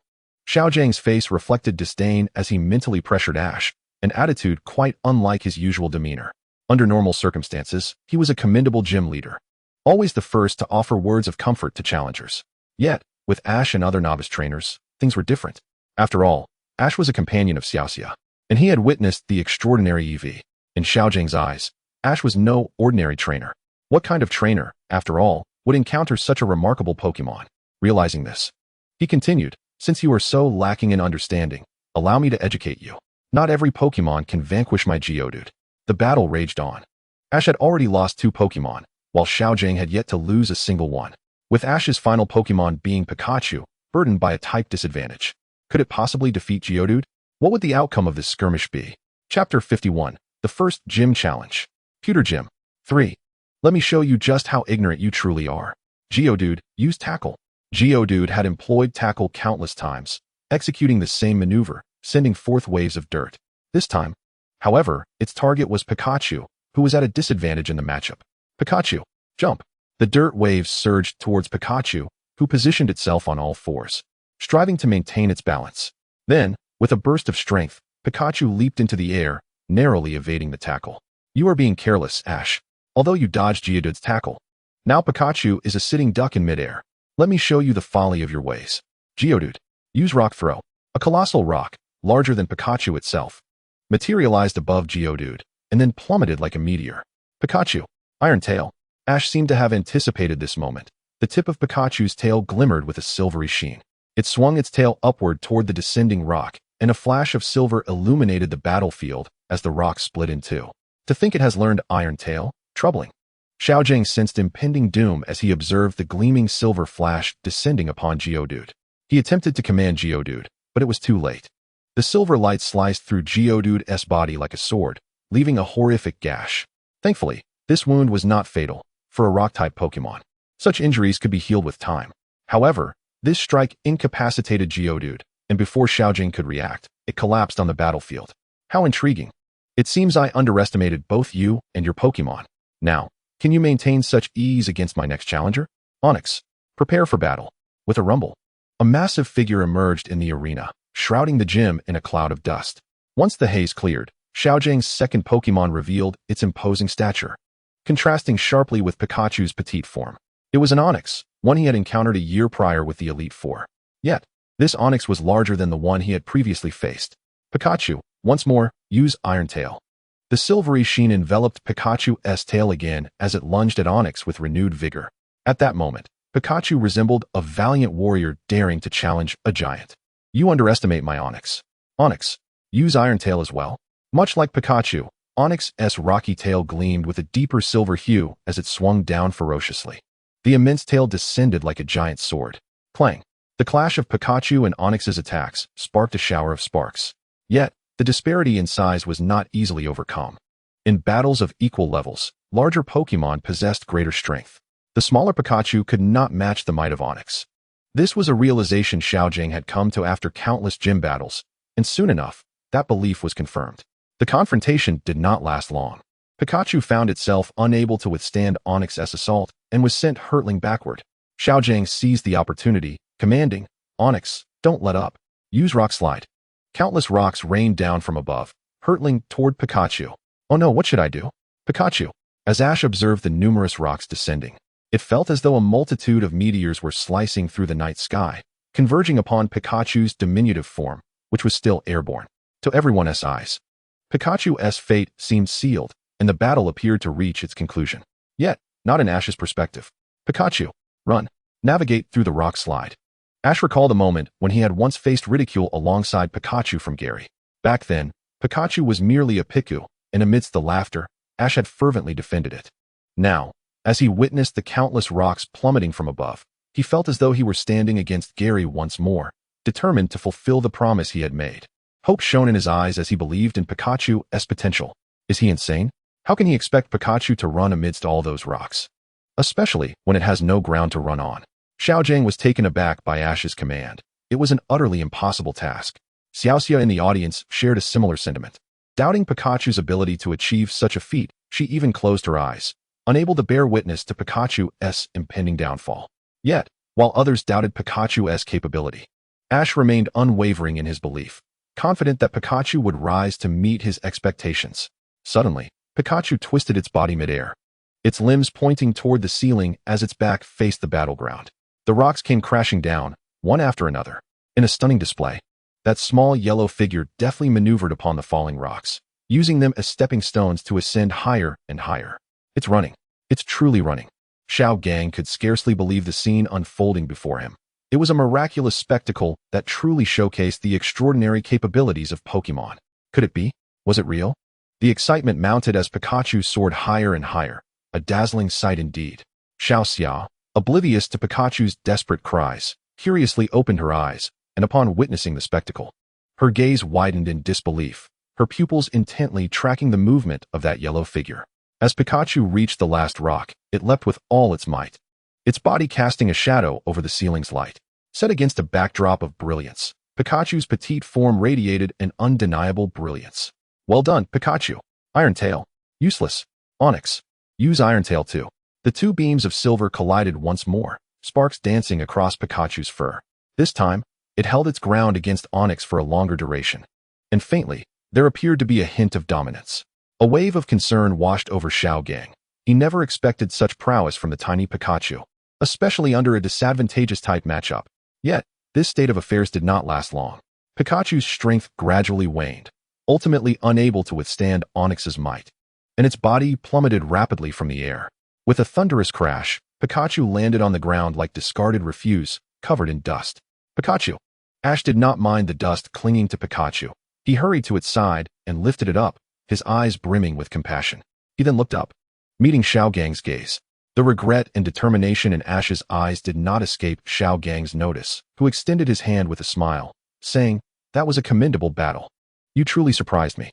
I never anticipated your Pikachu would be so formidable." "Not at all. Gym leader Xiaogang is incredibly strong. My Pokémon and I exerted our utmost effort, but still could not triumph over you." Observing the sudden gentleness in Xiaogang's demeanor, Ash grasped his outstretched hand and was pulled to his feet. "Ash!" Xiaoxia appeared behind him, racing towards them, and upon seeing Xiaogang, she expressed her displeasure. "You, Xiaogang, must you be so strict with Ash, who is merely a novice trainer?" Xiaogang merely smiled in response, choosing not to reply, but Ash interjected. "Senior Xiaoxia, the primary issue lies with my own inadequacies. I realize now that my lack of faith in Monferno and EV was a significant weakness." Xiaoxia was taken aback, surprised by Ash's self-reflection. She affectionately ruffled his hair, her tone gentle and nurturing, enveloping him in warmth. "It's all right, Ash. You have done remarkably well. After all, this fellow had no intention of allowing you to pass the gym challenge." As she spoke, she pointed disdainfully at Xiaogang. "Do not say that, Ash. You have performed admirably, surpassing many novice trainers who have taken badges from me. If you are willing, accept this symbol of the Nibi gym. This gray badge." Xiaogang produced a gray hexagonal badge from his pocket and offered it to Ash. Although Ash had not won the gym challenge, he had nonetheless earned Xiaogang's acknowledgement and was deemed worthy of receiving the Nibi gym badge. However, Ash merely shook his head, declining to accept the badge. "I'm sorry, Gym Leader Xiaogang, but I do not yet deserve this badge. Next time, in our next challenge, I will defeat your 3 Pokémon and earn that gym badge." The determination in Ash's eyes stirred Xiaogang, who chuckled helplessly. "Very well. I assure you that I will not hold back in our next gym challenge." "That's perfectly fine. In fact, it is precisely what I anticipate." Xiaogang smiled brightly. Having encountered countless challengers, he had not expected to meet such a spirited novice trainer. Subsequently, Ash departed the gym first, for all 3 of his Pokémon were battered and bruised. Though they were not gravely hurt, he needed to hasten to the Pokémon Center for their recovery. Even with the power of the Everstone, he preferred to use it sparingly. After all, if they became accustomed to seeking him out every time they sustained an injury, it would pose a risk if he were not present. Xiaoxia remained in the Nibi gym, stating her intention to retrieve the recording of their battle. "Thank you, Xiaogang." After securing the recording, she left the Nibi gym and headed to the Pokémon Center, planning to review the challenge with Ash. Xiaogang, observing the vibrant figure of Xiaoxia as she departed, pondered the latest news from the Hualan gym, murmuring to himself, "Xiaoxia, what choices await you?" The challenge at the Nibi gym has concluded. Ash lost the battle, yet gained Xiaogang's recognition. However, he did not accept the gym badge, believing that as a man, he should earn victory honorably. Indeed, Ash lives up to his reputation. What strategies will he employ in the upcoming gym challenges? Or perhaps, what new events await him? Chapter 52, Review, the Nibi City Rock Obstacle Race. "Miss Joy, thank you for your assistance." "No need for thanks, it is my duty." Ash received the Pokeballs and Pikachu from Miss Joy, cradling them as he returned to his room. Sitting on the bed, he reflected on his mistakes, particularly his lack of faith in Monferno, which he recognized as his gravest error. He also pondered the inexplicable disappearance of Geodude, as it seemed impossible for it to leave no trace even when using Dig. Just then, a knock resounded at the door, and a familiar voice called out, "Ash, open up. I've brought you something wonderful that will be of great use." Ash opened the door to find Xiaoxia standing before him. "Senior Xiaoxia, what brings you here? Weren't you at the Nibi gym?" "Of course, it's because of this." She held out a recording disc. "I acquired this from Xiaogang. It contains footage of your battle against him. Be sure to review it to identify your shortcomings. Oh, by the way, I remembered that I saw an announcement stating that tomorrow Nibi City will host a rock obstacle race. If you're interested, you might consider participating." Xiaoxia handed Ash the disc and slowly exited the room. She could only do so much for him. The rest depended on Ash's own understanding and reflection. A recording disc and a rock obstacle race. I should watch the disc first before considering the competition, Ash murmured. Inserting the disc Xiaoxia had given him into the television player in his room. Each room at the Pokémon Center came equipped with a television and player, but one needed their own discs to view content. With a whir, the square television, resembling a small box, displayed the classic black and white static before transitioning to a vibrant array of colors after a brief pause. The screen illuminated with the scene of Ash's battle against Xiao Gang. As he watched the moment in the first battle when Monferno lost its fighting capability due to his hesitation, Ash felt a pang of sorrow. He loathed himself for hesitating, for not believing in his Monferno. As he lingered in his grief, the footage of Vaporeon battling Geodude began to play. Initially, a sandstorm swept across the battlefield. But once Vaporeon emerged and unleashed Water Pulse, the storm was dispelled entirely. Ash gazed at the screen displaying the sandstorm being swept away and finally comprehended why Geodude left no trace behind. The reason was quite simple. The sandstorm that had been carried away still lingered in the murky current. After Geodude employed Dig, the remnants of the sandstorm were covered up, effectively restoring the entire battlefield. No wonder he felt that the battleground appeared overly pristine at the time. Observing Brock on the screen, Ash marveled at his adaptability, realizing that his own murky current had inadvertently become a hidden tool for the opponent. As he watched the constantly changing images on the screen, Ash fixated on the silhouettes of himself and Brock, increasingly aware of the vast disparity between them. It was akin to the difference between the stars in the sky and the frost on the ground. Even though it seemed Ash had triumphed over two of the opponent's Pokémon with Pikachu, the opponent had yet to deploy their true main force. After all, to become a gym leader in a city, one must possess at least one gym-level Pokémon. This was akin to the progression of trainers at various stages. To attain the rank of an elite trainer, one must possess elite-level Pokémon. Similarly, to become a champion trainer, one must have champion-level Pokémon. And the same applies to becoming a regional champion, necessitating at least one champion-tier Pokémon. Contemplating his future aspiration of becoming a Pokémon Master, Ash realized he would need at least 6 Pokémon of champion caliber, if not beyond. Although he was uncertain if there were further tiers beyond champion, he resolved to pursue them if they existed. As Ash reflected on these thoughts, the footage before him reached its conclusion, leading him to recognize his own shortcomings. The first was his lack of faith in his Pokémon. The second was failing to assess the opponent's strength and Pokémon prior to the match. If given another chance, he would undoubtedly act differently. However, when it came to underestimating the opponent, Brock was equally guilty. During the battle between Onix and Pikachu, Ash had deliberately withheld the move Brick Break, intending to catch Brock off guard in their next gym challenge and lead him to believe that Pikachu could only attack with Iron Tail. Hahaha. Ash wore a mischievous grin, causing Pikachu beside him to bristle uncomfortably, sensing something amiss with its trainer's intentions. What was Ash plotting? Pikachu couldn't decipher it, but the look on Ash's face hinted at something more. Next, they would head to the rock obstacle course. Remembering Misty's instructions before she departed, Ash took Pikachu and left the Pokémon Center, heading towards the open space northwest of Pewter City. This area was connected to the mountains, and the registration booth was located there. Excuse me, is this the registration point for the Pewter City rock obstacle course? Ash inquired, pointing to the promotional flyer behind the person under the blue canopy. I'm quite interested, but I've never participated in a rock obstacle course before. Could you tell me more about it? Of course. The rock obstacle course. The staff member at the registration booth elaborated on the competition rules in a clear and engaging manner, ensuring Ash grasped every detail. This year's rock obstacle course was designed for participants of all ages. Essentially, anyone with their own Pokémon could join.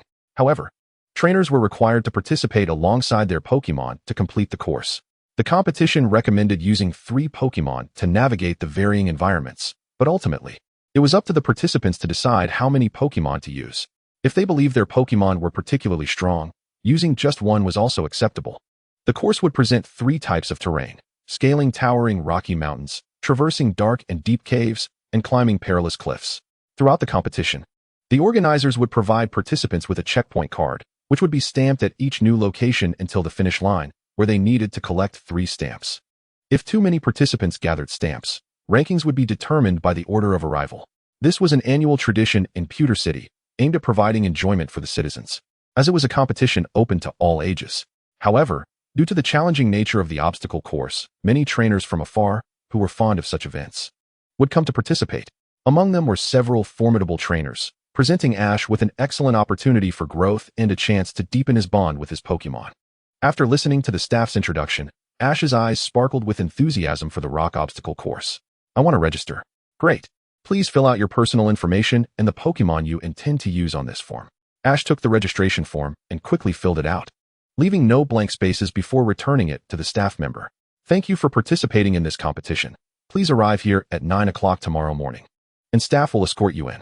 The staff pointed to the enclosed area behind a fence where the mountains loomed in the distance, indicating that tomorrow's competition would take place there. Just a glance left Ash thrilled at the prospect of the competition, eagerly anticipating the chance to encounter a truly formidable opponent. Whether this would come to fruition remained to be seen on the morrow. Misty brought back the review from the pewter gym, and after Ash viewed it, he learned valuable lessons and recognized his mistakes. In the next gym challenge, he would strive to perform even more impressively. The upcoming adventure was the rock obstacle course to be held in Pewter City, a competition that attracted many powerful trainers from various places. What remarkable displays would Ash showcase in this competition? Let us await the outcome with bated breath. Chapter 53, The Pewter City Rock Obstacle Course, 1. Today was cloudless, with the bright sunlight illuminating the barren mountains, where vegetation was sparse and green was a rare sight. Instead, loose stones littered the ground, and the soil, due to the sunlight, had low moisture content. The rock-type Pokemon of the Kanto region favored this habitat. These mountains were part of the sub-range of Mt. Moon. While they lacked a renowned name, collectively, they were referred to as the Starfall Mountains. The reason behind this name was a long tale to tell. Ha, Pikachu! What a splendid day! What time is it? Ash awoke from his slumber and greeted Pikachu, who lay beside him. This was their customary morning salutation. Glancing at the small wall clock, Ash rubbed his sleepy eyes to see more clearly. He focused on the hour hand, scrutinizing which number it pointed to. It's only 8:30. Ha ha ha, still early, Ash exclaimed, pulling the covers over his head, intending to catch a few more winks. Pikachu, you have the rock obstacle course at 9. Are you sure it's still early? Just as Ash was about to drift off again, Pikachu's voice pierced through his drowsiness. Through countless nights of attuning to the aura, Ash had honed his ability to communicate with Pikachu and the others via aura, significantly strengthening his aura powers since his initial foray. Now, even on ordinary days, his aura flowed as naturally as breathing. If one were to categorize Ash's aura into 4 levels, beginner, intermediate, advanced, and peak, he would currently be at the intermediate level. In the early stages, one can only utilize their abilities when the moment arises. Prolonged usage leads to physical exhaustion and a throbbing headache. What? It's already 8:30. With a sudden burst of energy, Ash sprang up from his bed, hastily washing up and changing clothes before rushing out the door. His frantic preparations and departure startled Misty awake. Watching Ash's retreating figure, a flicker of melancholy crossed her eyes. However, as if resolute, her gaze hardened, and she murmured to herself, "Brock, perhaps you were right. I truly made a mistake."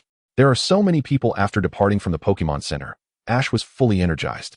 Arriving at the registration site from the previous day in less than half an hour, a throng of individuals congested the entrance, comprising both contestants and spectators eager to witness the annual event.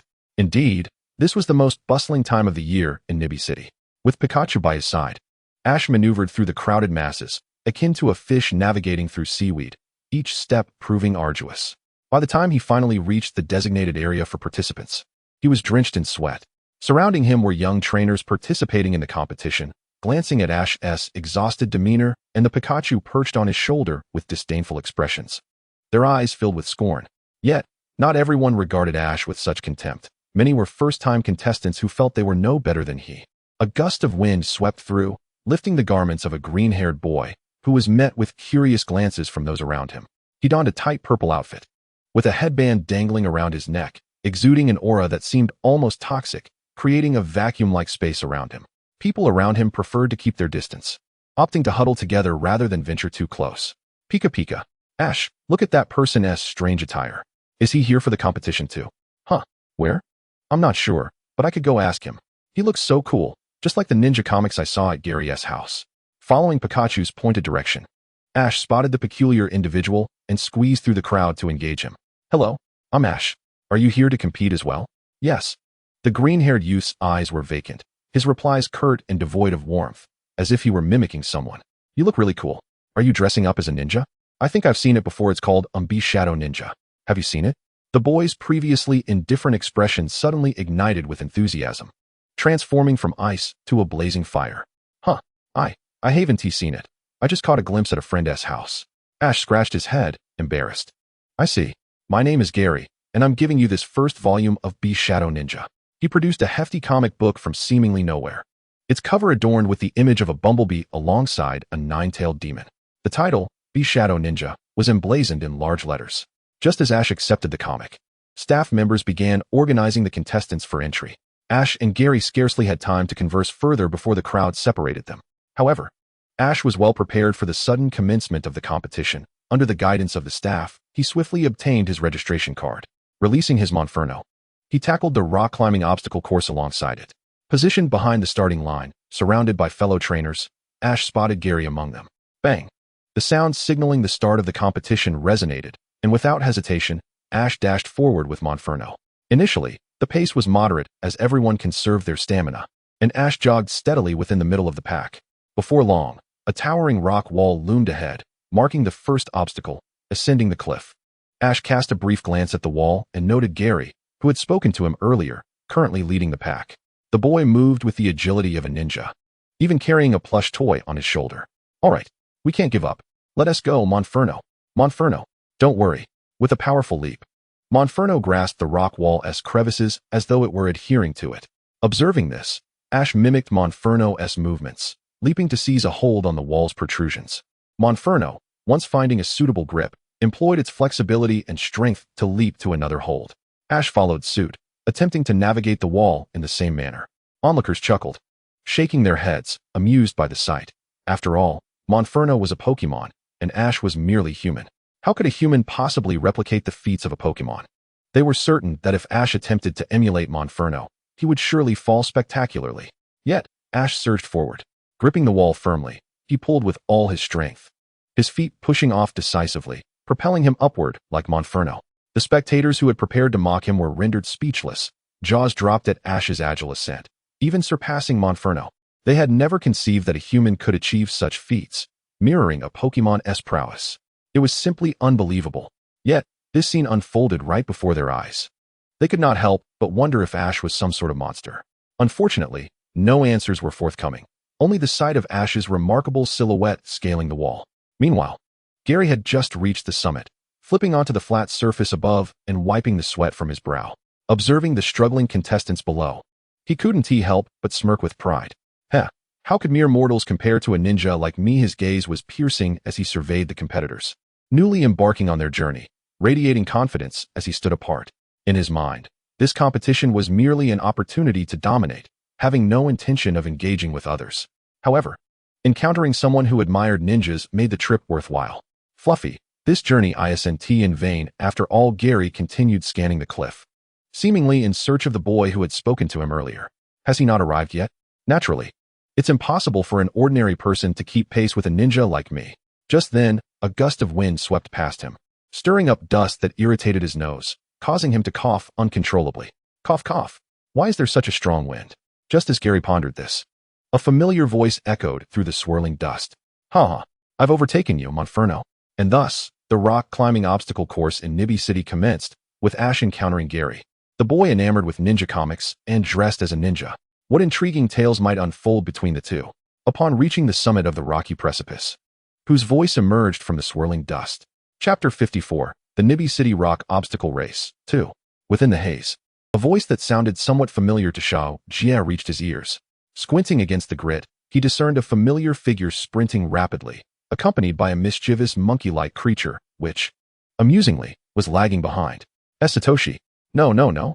I must be imagining things. Satoshi is just an ordinary person. How could he possibly outrun someone as skilled as me? A ninja? Xiao Jia shook his head, attempting to dispel his disbelief. Yet as he lifted his gaze again and beheld Satoshi's silhouette darting through the dust, he couldn't help but exclaim in astonishment. It truly is him.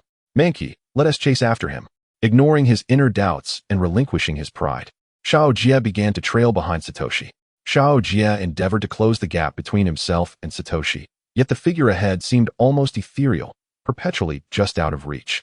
No matter how fervently he pursued, the distance remained unbridged, leaving only the sight of Satoshi's distant form. Just as Xiao Jia and Satoshi vied for the title of first place at the next obstacle within the winding cave course, two figures clad in white along with a Meowth were lurking, their intentions shrouded in secrecy. In this dim environment, their laughter, tinged with mischief, echoed ominously. Arbok, spray a bit more, and scatter some poison deeper inside. In this dark and narrow cave, that little brat and the other competitors will undoubtedly pass through this sole exit. Once they step into our specially devised trap, it will be quite the spectacle. Meow. That little troublemaker always loves to interfere. This time, we'll make sure he pays. Once Meow finished speaking, the trio erupted into wicked laughter, their mirth resonating unsettlingly in the cave's darkness. Is this the checkpoint? Satoshi inquired, gazing at the blue canopy before him, beneath which hung a sign that read checkpoint. Without a doubt, this was the location for the race's stamping.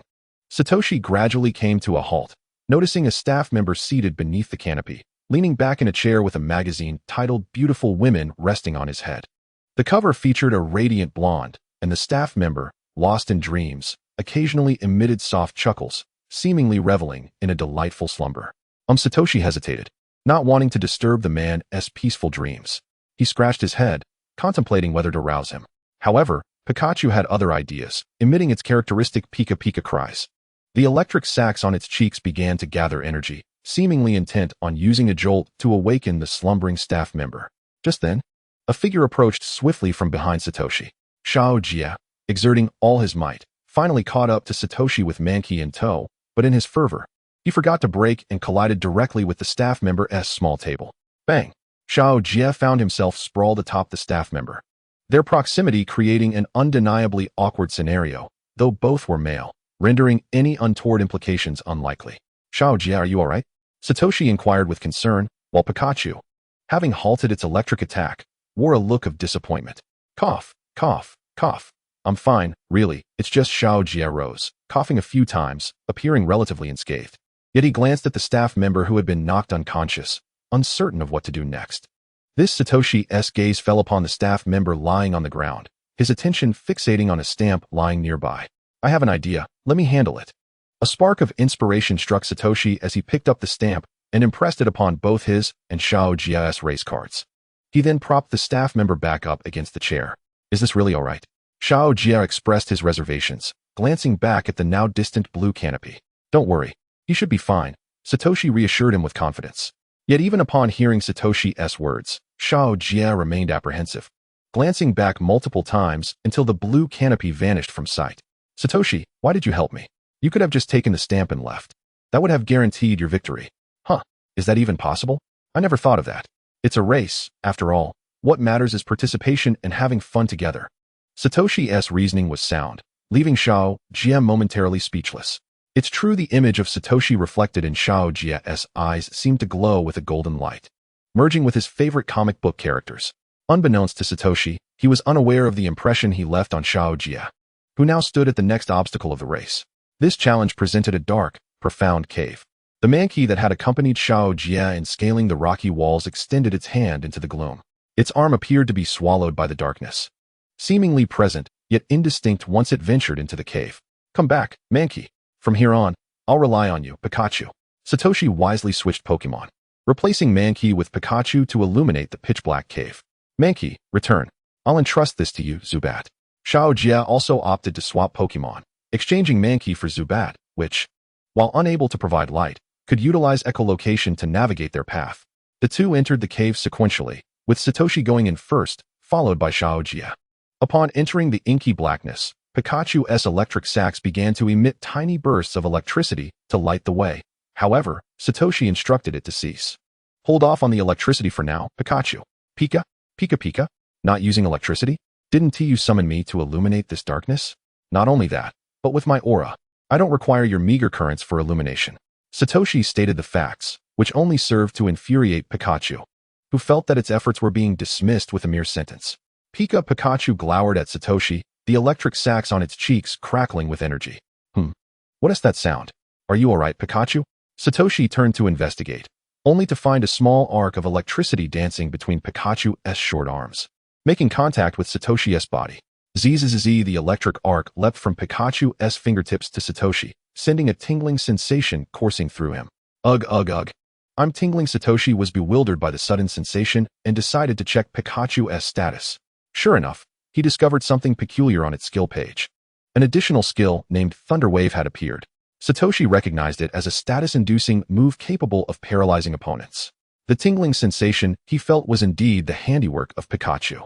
With a resigned gaze, Satoshi looked at Pikachu, who wore a triumphant expression, akin to a mischievous imp reveling in its success. After a while, Satoshi regained his composure, finding no lasting harm.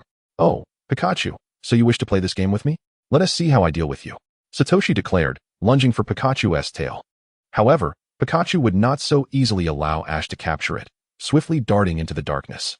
Despite still being in the midst of a competition, the two engaged in playful antics. Such negligence. "Even though you assisted me, I shall not yield to you." Listening to the sounds of their frolicking in the shadows, little Jack grasped the tail of his Zubat and hurriedly followed it towards the exit. Here it comes, a little kid is approaching. Team Rocket's James crouched behind a rock, concealing his form in the obscurity, not far from the trap they had set, where a radiant light emanated from the exit. "What is the matter, Zubat?" At that moment, Zubat halted, its eyeless visage gaping toward the darkness ahead, revealing its 4 sharp fangs. "What's wrong, Zubat? Is something there?" Noticing Zubat's sudden stop, little Jack inquired, stretching his neck in an attempt to discern what lay ahead in the dark. "Meow?" Look at Meowth's wild thrashing. In the murkiness, 3 glints of cold light sliced through the shadows, seizing Zubat by utilizing the advantage of their surroundings. What the thud? Little Jack was startled by the sudden attack. Just as he was about to speak, a heavy blow struck his neck. The rock obstacle race continues, and Team Rocket launches a surprise attack. Why would they target such a minor competition? What could their motives possibly be? And will Ash discover the truth? Chapter 55, The Rock Obstacle Race in Pewter City, 3. "Pikachu, I've caught you." In the pitch-black cave, Ash managed to seize Pikachu, who was hiding behind a rock. With the power of aura, he traversed the darkness with ease, needing no light whatsoever. He could navigate even with his eyes closed. "Pika, that is cheating." Pikachu, having been found by Ash, protested indignantly, believing his ability to be an act of deceit. However, Ash disagreed, lifting Pikachu by its tail and declaring, "This is my skill, not cheating.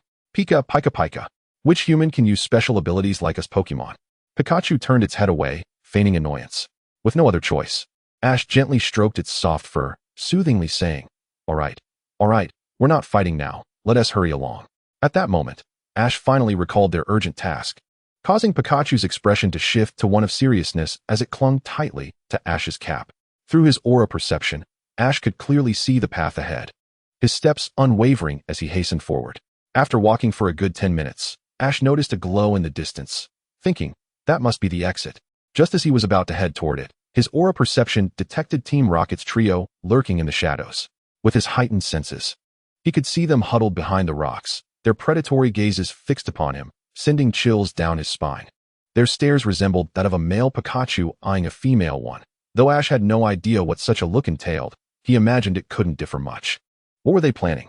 Ash pondered as he cautiously approached the viscous pool of venom that an Arbok had spat out, intending to use it to deceive Team Rocket.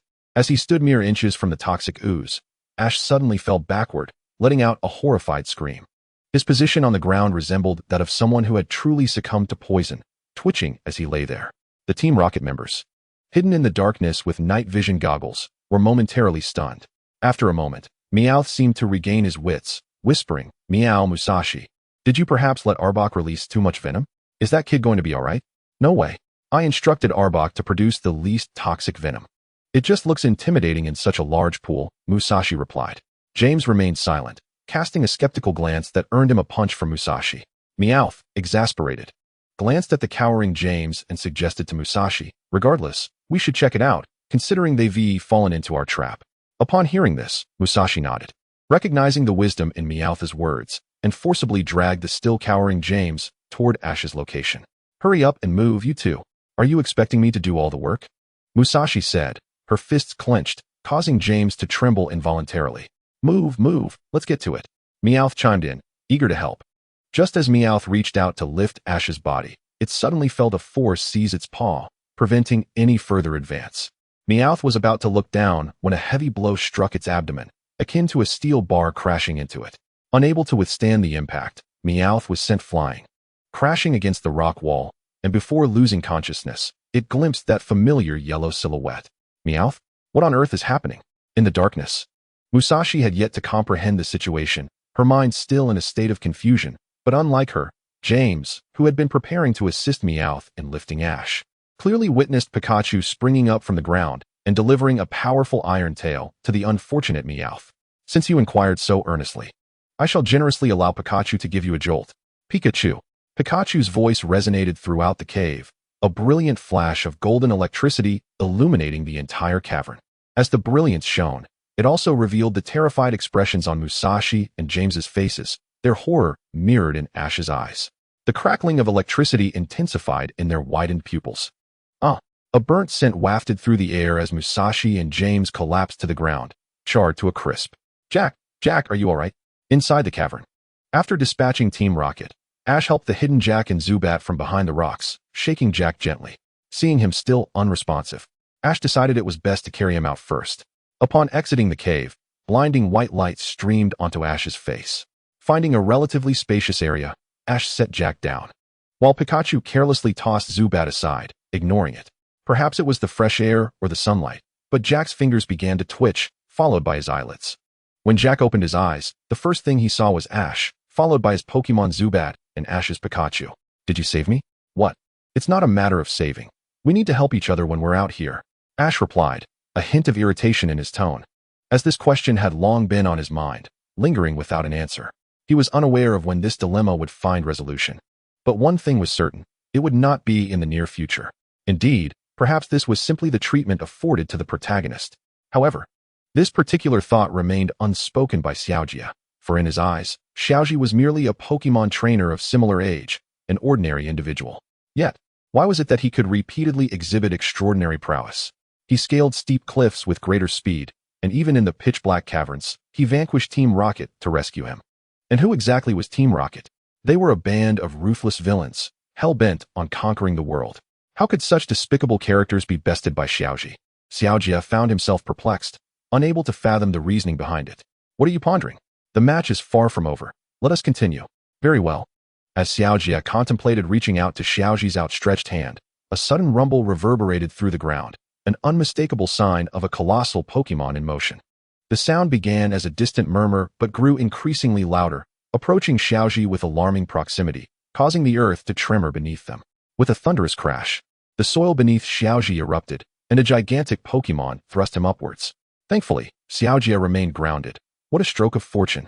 Xiaoji, what are you doing here?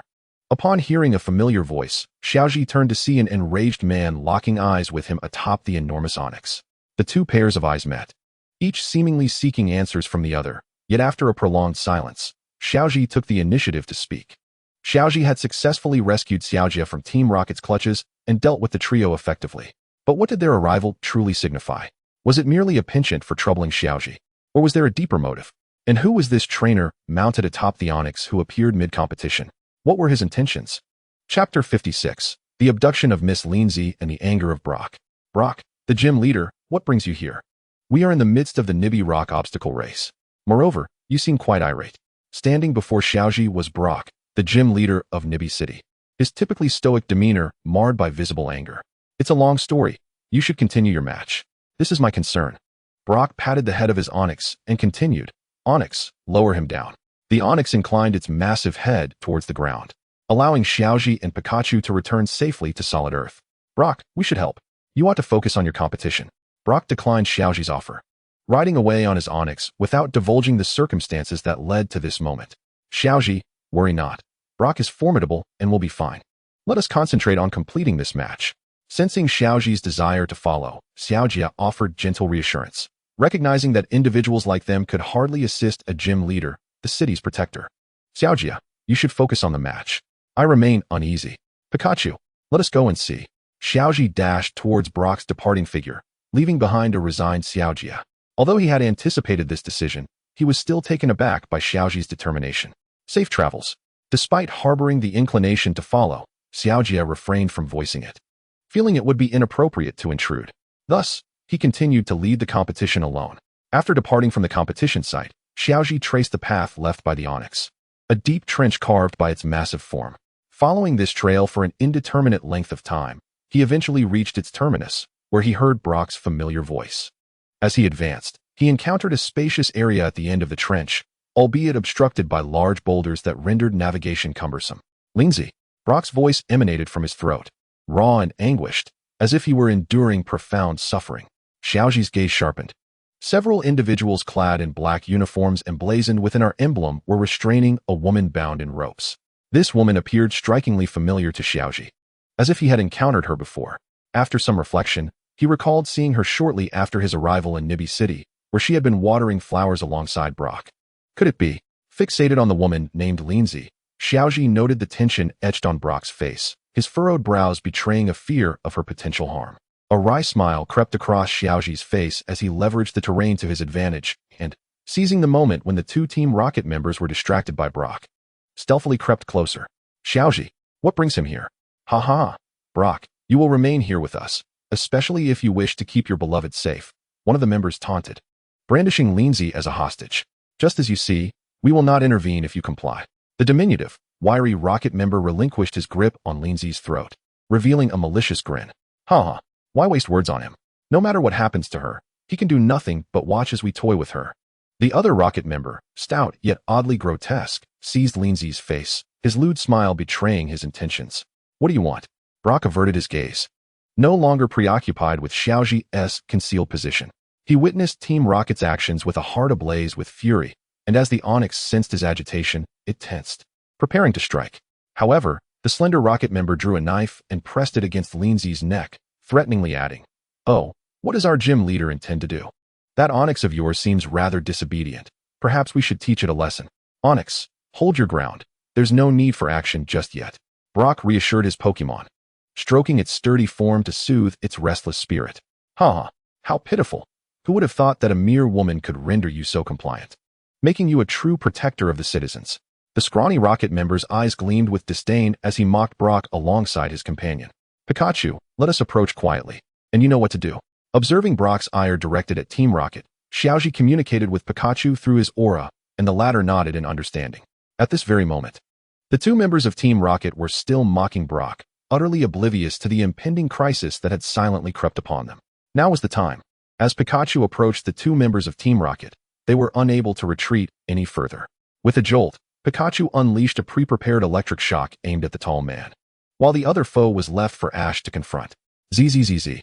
Electricity coursed through the towering Team Rocket member, and within mere seconds, he collapsed, his body charred and unconscious, leaving one to wonder about the severity of his condition. What?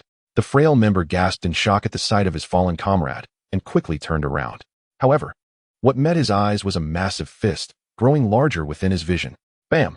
A muffled thud echoed across the clearing as Ash's fist emitted a cloud of smoke, seemingly fueled by all his might. Naturally, the feeble Team Rocket member could not withstand the force of Ash's blow. His eyes fluttered closed, and his head lolled to the side as he succumbed to unconsciousness. Rin, Ash, Brock, accompanied by his Onyx, hurried over to Ash and Rin, his anger boiling as he delivered a few more kicks to the downed Team Rocket members. Rin, are you all right? I'm fine, Brock. Thank you. And also to this gentleman, said Rin, looking remarkably calm after being freed, as if the ordeal had left no mark on her spirit. I'm glad to hear that. But Ash, what are you doing here? Aren't you supposed to be in the competition? I followed you because I could tell something was seriously wrong, Ash replied. I see. I really appreciate your help. But what exactly are Team Rocket up to? Could it be? Brock pondered, but was interrupted by the sight of flames erupting from a distance, with boulders tumbling down the mountainside, signaling that something disastrous was afoot. Brock's expression hardened as he voiced his concern. Are they targeting Crescent Moon Mountain? Ash, can I ask you for a favor? What is it? Could you go and check what Team Rocket is doing at Crescent Moon Mountain? Just observe. For your own safety, do not engage. I need to take Rin back to the city. I'll have Misty come to meet you. Leave it to me, Ash confidently replied, patting his chest. Please, do not act recklessly, Brock cautioned as he left, aware that as a gym leader, he would be devastated if a capable young trainer were to come to harm. In essence, he wished for the blossoms of the Pokémon League to remain unharmed. After Brock departed, Ash sprinted towards the brightly lit Crescent Moon Mountain, uncertain of what awaited him, yet feeling a profound sense that this journey would yield significant revelations. Having rescued Rin from Team Rocket's clutches, it appeared their objective was merely to delay Brock. Meanwhile, at Crescent Moon Mountain, something unexpected seemed to be unfolding. Driven by the quest for truth and to discern Team Rocket's true intentions, Ash resolutely set forth on the path to Crescent Moon Mountain. Chapter 57. Team Rocket at Crescent Moon Mountain. Ash, accompanied by Pikachu, arrived at the foot of Crescent Moon Mountain, having spent quite some time on the journey. What had begun as daylight had now transitioned into night. At the base of the mountain, Ash crouched among the bushes, rubbing his sore feet. How to gain entry? At the cave's entrance, 2 Team Rocket members stood guard, occasionally glancing around to prevent anyone from sneaking in, exuding an air of intimidation. Ash ruffled his hair in contemplation and ultimately devised what could hardly be called a plan: to charge in. Although Brock had advised him to be cautious and prudent, this was a matter between him, not Pikachu, who was always ready for a fight. Thus, Ash made his decision. He commanded Pikachu to unleash an electric shock to send the guards into a deep slumber. The 2 Team Rocket sentinels at the cave's entrance collapsed to the ground, and Ash slipped past them into the cave. Inside, the cave was brightly lit with incandescent bulbs, and numerous Pokémon scurried about. This scene was unlike anything Ash had ever witnessed. His curiosity piqued. He reached for his trusty Pokémon handbook, which contained vital information for novice trainers embarking on their journeys. Flipping through the pages, Ash quickly located a section detailing the very situation before him, and he read intently. His confusion transformed into understanding, which then ignited into fury. His anger was not directed at mere trivialities. Rather, it stemmed from the realization that the content would infuriate any Pokémon enthusiast. Simply put, Pokémon thrive within specific environments. Pokémon such as Zubat, Geodude, and various species that inhabit caves typically dwell in darkness. Yet, under Team Rocket's influence, the cave's shadowy sanctuary had been obliterated, a calamity for the Pokémon that called it home. Many Pokémon would be displaced, forced to vacate their habitats and thrust into unfamiliar surroundings, likely unable to adapt and vulnerable to the aggression of other Pokémon. Upon reading the detailed descriptions in the handbook, Ash was filled with a surge of indignation. Initially planning to observe and report back to Brock, he found himself unable to abandon the plight of these unfortunate Pokémon. This time, he would not shy away. He vowed to take down every member of Team Rocket present. With a determined heart, he released all his Pokémon. Eevee and Monferno appeared in the brightly lit cave. Monferno, Eevee, and Pikachu, let us make our stand. Though uncertain of the outcome, Ash felt confident he could prevail as long as he did not encounter any high-ranking Team Rocket members like Lambda. With that thought in mind, Ash and his trio of Pokémon stealthily navigated the cave's walls, advancing deeper into the heart of the mountain. Who are you? Pikachu, Thunderbolt. Team Rocket member A fell, and the commotion attracted the attention of Team Rocket member B. What are you doing? Monferno, Flame Wheel. Team Rocket member B was dispatched, and Team Rocket member C appeared next. You, Eevee, evolve and use Muddy Water. Team Rocket member C fell before he could even finish his line. Afterwards, Ash pressed onward, encountering numerous Team Rocket members along the way, all of whom were swiftly dealt with by his Pokémon. Whenever his Pokémon grew weary, Ash would step in, providing them with sustenance to replenish their strength. Within the cavern of Crescent Moon Mountain, Ash, accompanied by his Pokémon, moved like a harbinger of doom. Any Team Rocket member that dared to confront him was swiftly subdued within mere moments.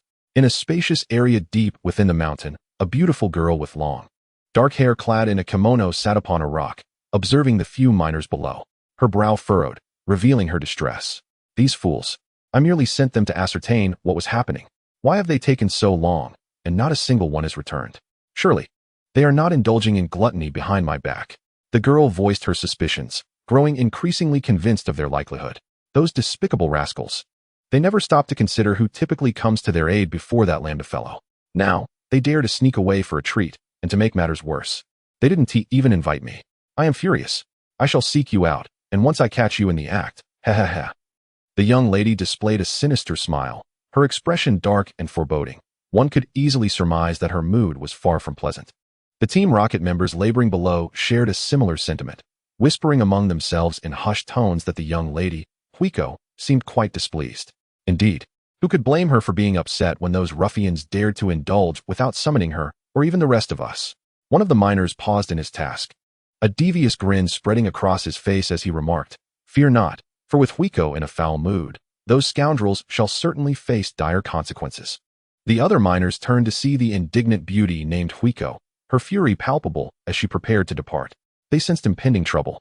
This was a shared thought among the remaining Team Rocket members, who had an inkling that as soon as Huiko exited this vast space, those who had absconded would not find respite.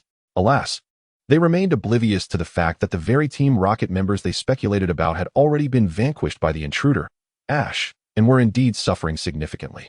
"You lot," Focus on your work and cease your idle thoughts of sloth. I shall return shortly. Huiko produced a Pokeball, and with a flash of crimson light, a strikingly golden-haired purple Pokemon materialized behind the group. Indeed, it was a Ms. Mime. Machoke, use Karate Chop. At that moment, a Machoke flew from the entrance of the open space, executing a Karate Chop with precision. The strike sliced through the air without hesitation, revealing the Pokemon's increasing mastery of its technique. Just moments prior, Ash had consulted his Pokédex concerning the opponent's details. The adversary was an Ice and Psychic-type Pokemon, and among those at his disposal, only his Flareon could effectively counter its attributes. As for Flareon, it had responded affirmatively when Ash inquired about evolving into a third form. Although Mashoki's fighting-type moves were advantageous against Ms. Mime's Ice-type, it was also vulnerable to her Psychic-type, resulting in an equal footing where neither had a clear advantage.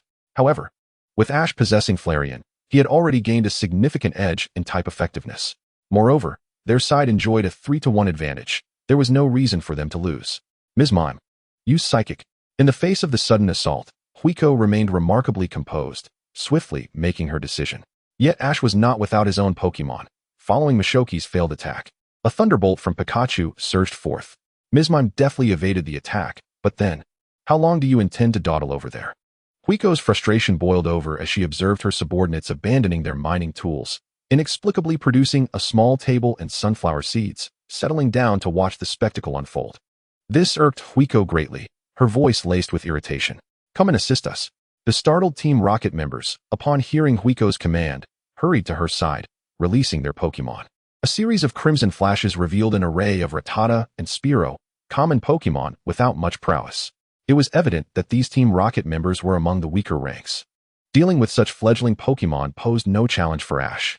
While his own Pokemon were also not exceptionally powerful, Flareon and Pikachu were at least evolved forms, exuding both charm and genuine strength. And thus, the battle in this open expanse was on the verge of commencing. Ash versus Team Rocket. The clash is about to begin. What nefarious ambitions do these members of Team Rocket harbor? Can Ash triumph over them? Chapter 58. Huiko, the young officer of Team Rocket. Everyone, let us go. We cannot allow him to harm our leader. In a rallying cry led by what appeared to be a lower-tier Team Rocket leader, the members commanded their Pokemon to launch a collective assault, executing the most rudimentary tackle attacks. Yet as the saying goes, where there are many ants, they can bring down an elephant. While individually, the Rattata presented little threat, their synchronized assault akin to a disciplined battalion was indeed imposing. Pikachu, use Thunderbolt. Pika Pika. The electric assault descended from above, akin to a stone cast into a serene pond, sending ripples outward. ZZZZTT. Following the powerful jolt, all of the Rattata were rendered unconscious, leaving Pikachu scratching its head in mild surprise, pondering why these Pokemon appeared weaker than the humans he had faced before. Such utter incompetence. Huiko sighed in exasperation, aware of the Rattata's frailty, yet astonished by their abysmal performance, still resorting to tackle as their primary move. Were they mere rookie trainers just beginning their journey? However, to defeat all those Rattata in one fell swoop, Pikachu must possess at least elite-level strength, comparable to her Ms. Mime. Huiko scrutinized Ash's Pikachu before her gaze shifted to Ash himself. There was something familiar about this individual, as if she had encountered him before. Both Ash and Huiko found themselves pondering this shared sense of familiarity, as if they had crossed paths not long ago. Where could it have been? Simultaneously, they both questioned within, soon arriving at the answer: the fighting tournament in Pewter City. Ash recalled that Huiko from Team Rocket was the very person he was meant to face in the finals. He vividly remembered watching her matches. Despite Ms. Mime not being a fighting type, she exhibited remarkable combat techniques. Ash had eagerly anticipated that final showdown, only to find Huiko absent from the event, the reasons for which remained a mystery. Of course, Huiko also recognized Ash's identity. Upon noticing Ash's gaze fixed upon her, she surmised his thoughts. I was assigned a task by my superior that day, which caused my tardiness. By the time I arrived at the venue, it was already far too late, completely empty.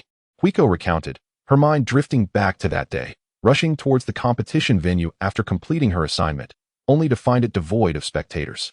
Surely, the audience must have been disappointed, and she herself felt quite disheartened. Machoke, use Karate Chop. Just as Huiko was immersed in her melancholic reverie, Ash launched a surprise attack, successfully striking Ms. Mime. What are you doing? I was just feeling sentimental. Don't you realize a girl needs comfort during such moments? The somber atmosphere shattered by Ash's sudden assault, Huiko glared at him in irritation. Aren't you eager for a battle?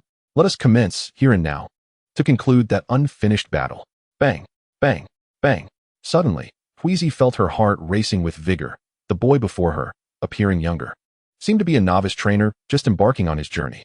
Yet, his words pierced through her facade, revealing her innermost desires, causing her to regard him with newfound respect. I am Ash from Pallet Town, aspiring to become a Pokémon Master. And you? I'm Wheezy Chinzy. Hailing from the city of Tokawa, my goals are still undefined. Wheezy had not intended to introduce herself as Ash did, but for reasons unknown, she found herself compelled to respond. Ash, you say? Wheezy quietly etched the name into her memory, sensing that it would soon resonate throughout Team Rocket, perhaps even the world. Strike first. Monferno. Use Mach Punch. Monferno executed a sweeping kick towards Ms. Mime, who remained unfazed, evading the attack with a graceful leap, without needing Wheezy's command. Mach Punch. Ms. Mime. Let us counter with Mach Punch as well.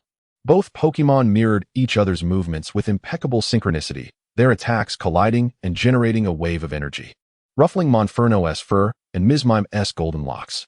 Wheezy was perplexed. As a member of Team Rocket, albeit a minor one, she found herself engaged in a legitimate battle against a league trainer. Logically, she should have resorted to Ms. Mime's psychic abilities to secure an advantage. Yet, she questioned why she refrained from taking such a route. Perhaps, deep down, she yearned to stand in the sunlight, joyfully partaking in a Pokémon battle like her opponent. And now was the opportune moment. At this instant, she needed no distractions. She was determined to unleash all of her in Ms. Mime's prowess in this duel against the Pokémon trainer before her. As Monferno struggled against Ms. Mime's Mach Punch, it began to falter. Ms. Mime, seize the opportunity. Use Triple Axle. Recognizing Monferno's dwindling strength, Wheezy quickly instructed Ms. Mime to change tactics, aiming to secure victory in the moment Monferno was caught off guard.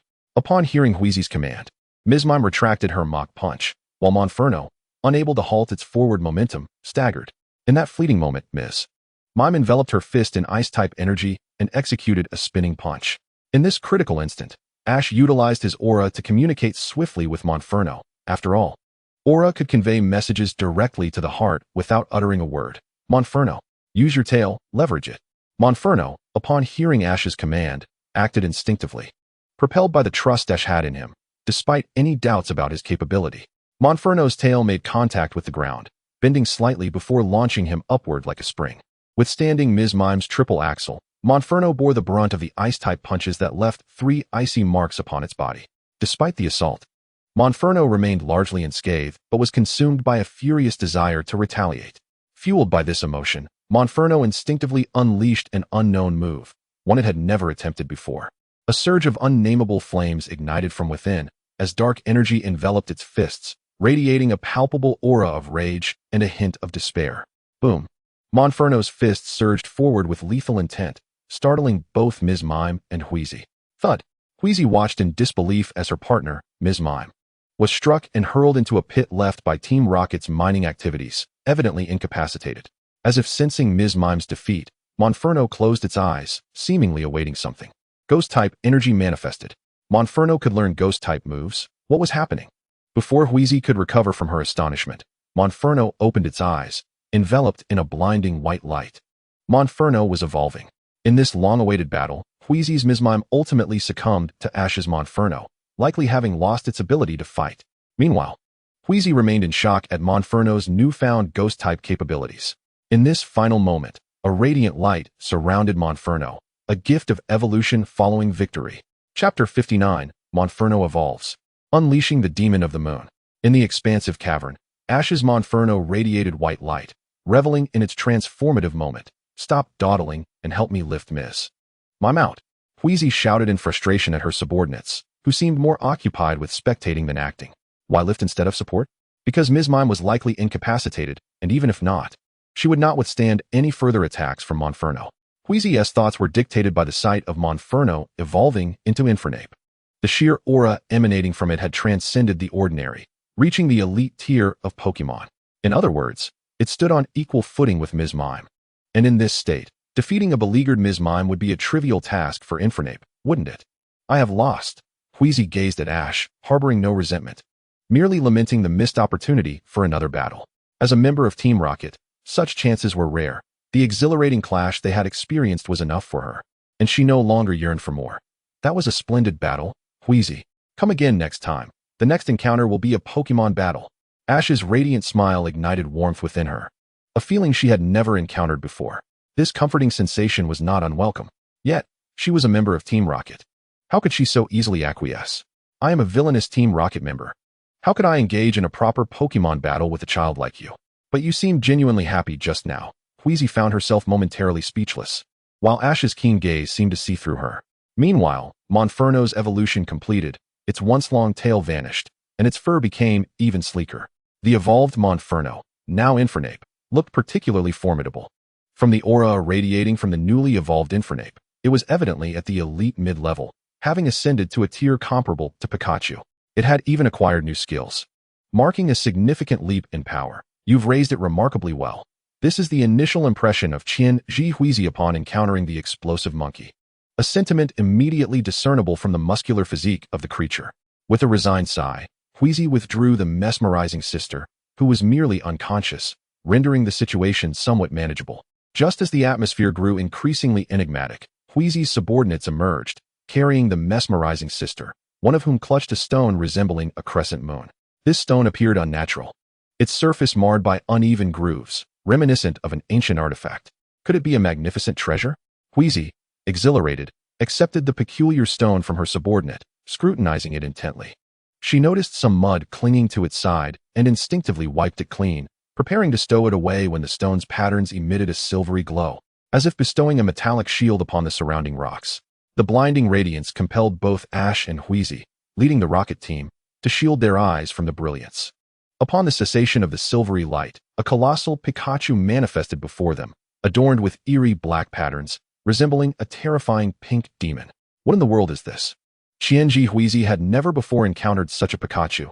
Despite being familiar with the species, she had never seen one of such immense size, marked with dark designs. The sudden appearance of this Pikachu instilled fear in the onlookers, or perhaps it was the creature itself that exuded an aura of terror. Pikachu sprang into action, unleashing a powerful roar that reverberated throughout the cavern.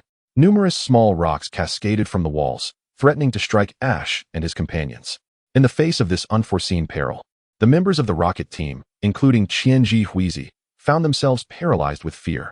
Only Ash remained undaunted, directing Pikachu to execute a tail whip against the massive Pokémon before them. Pikachu leapt into the air, dashing along the rock wall, seizing the moment to swing its steel-colored tail at Pikachu. Boom! Pikachu's tail whip was effortlessly intercepted by Pikachu. The strike that could cleave rocks in twain failed to inflict any damage whatsoever.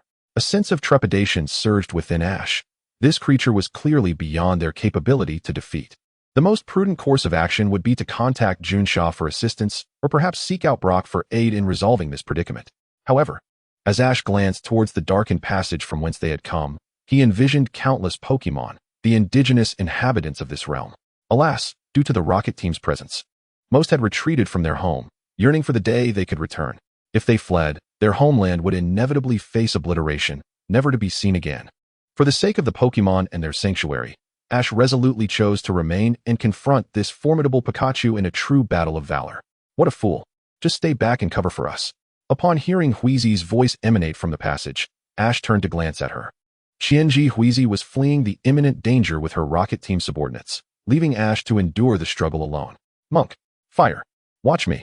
The explosive monkey soared into the air, and as it approached Pikachu, its fists unleashed a relentless barrage akin to a machine gun, targeting Pikachu's form.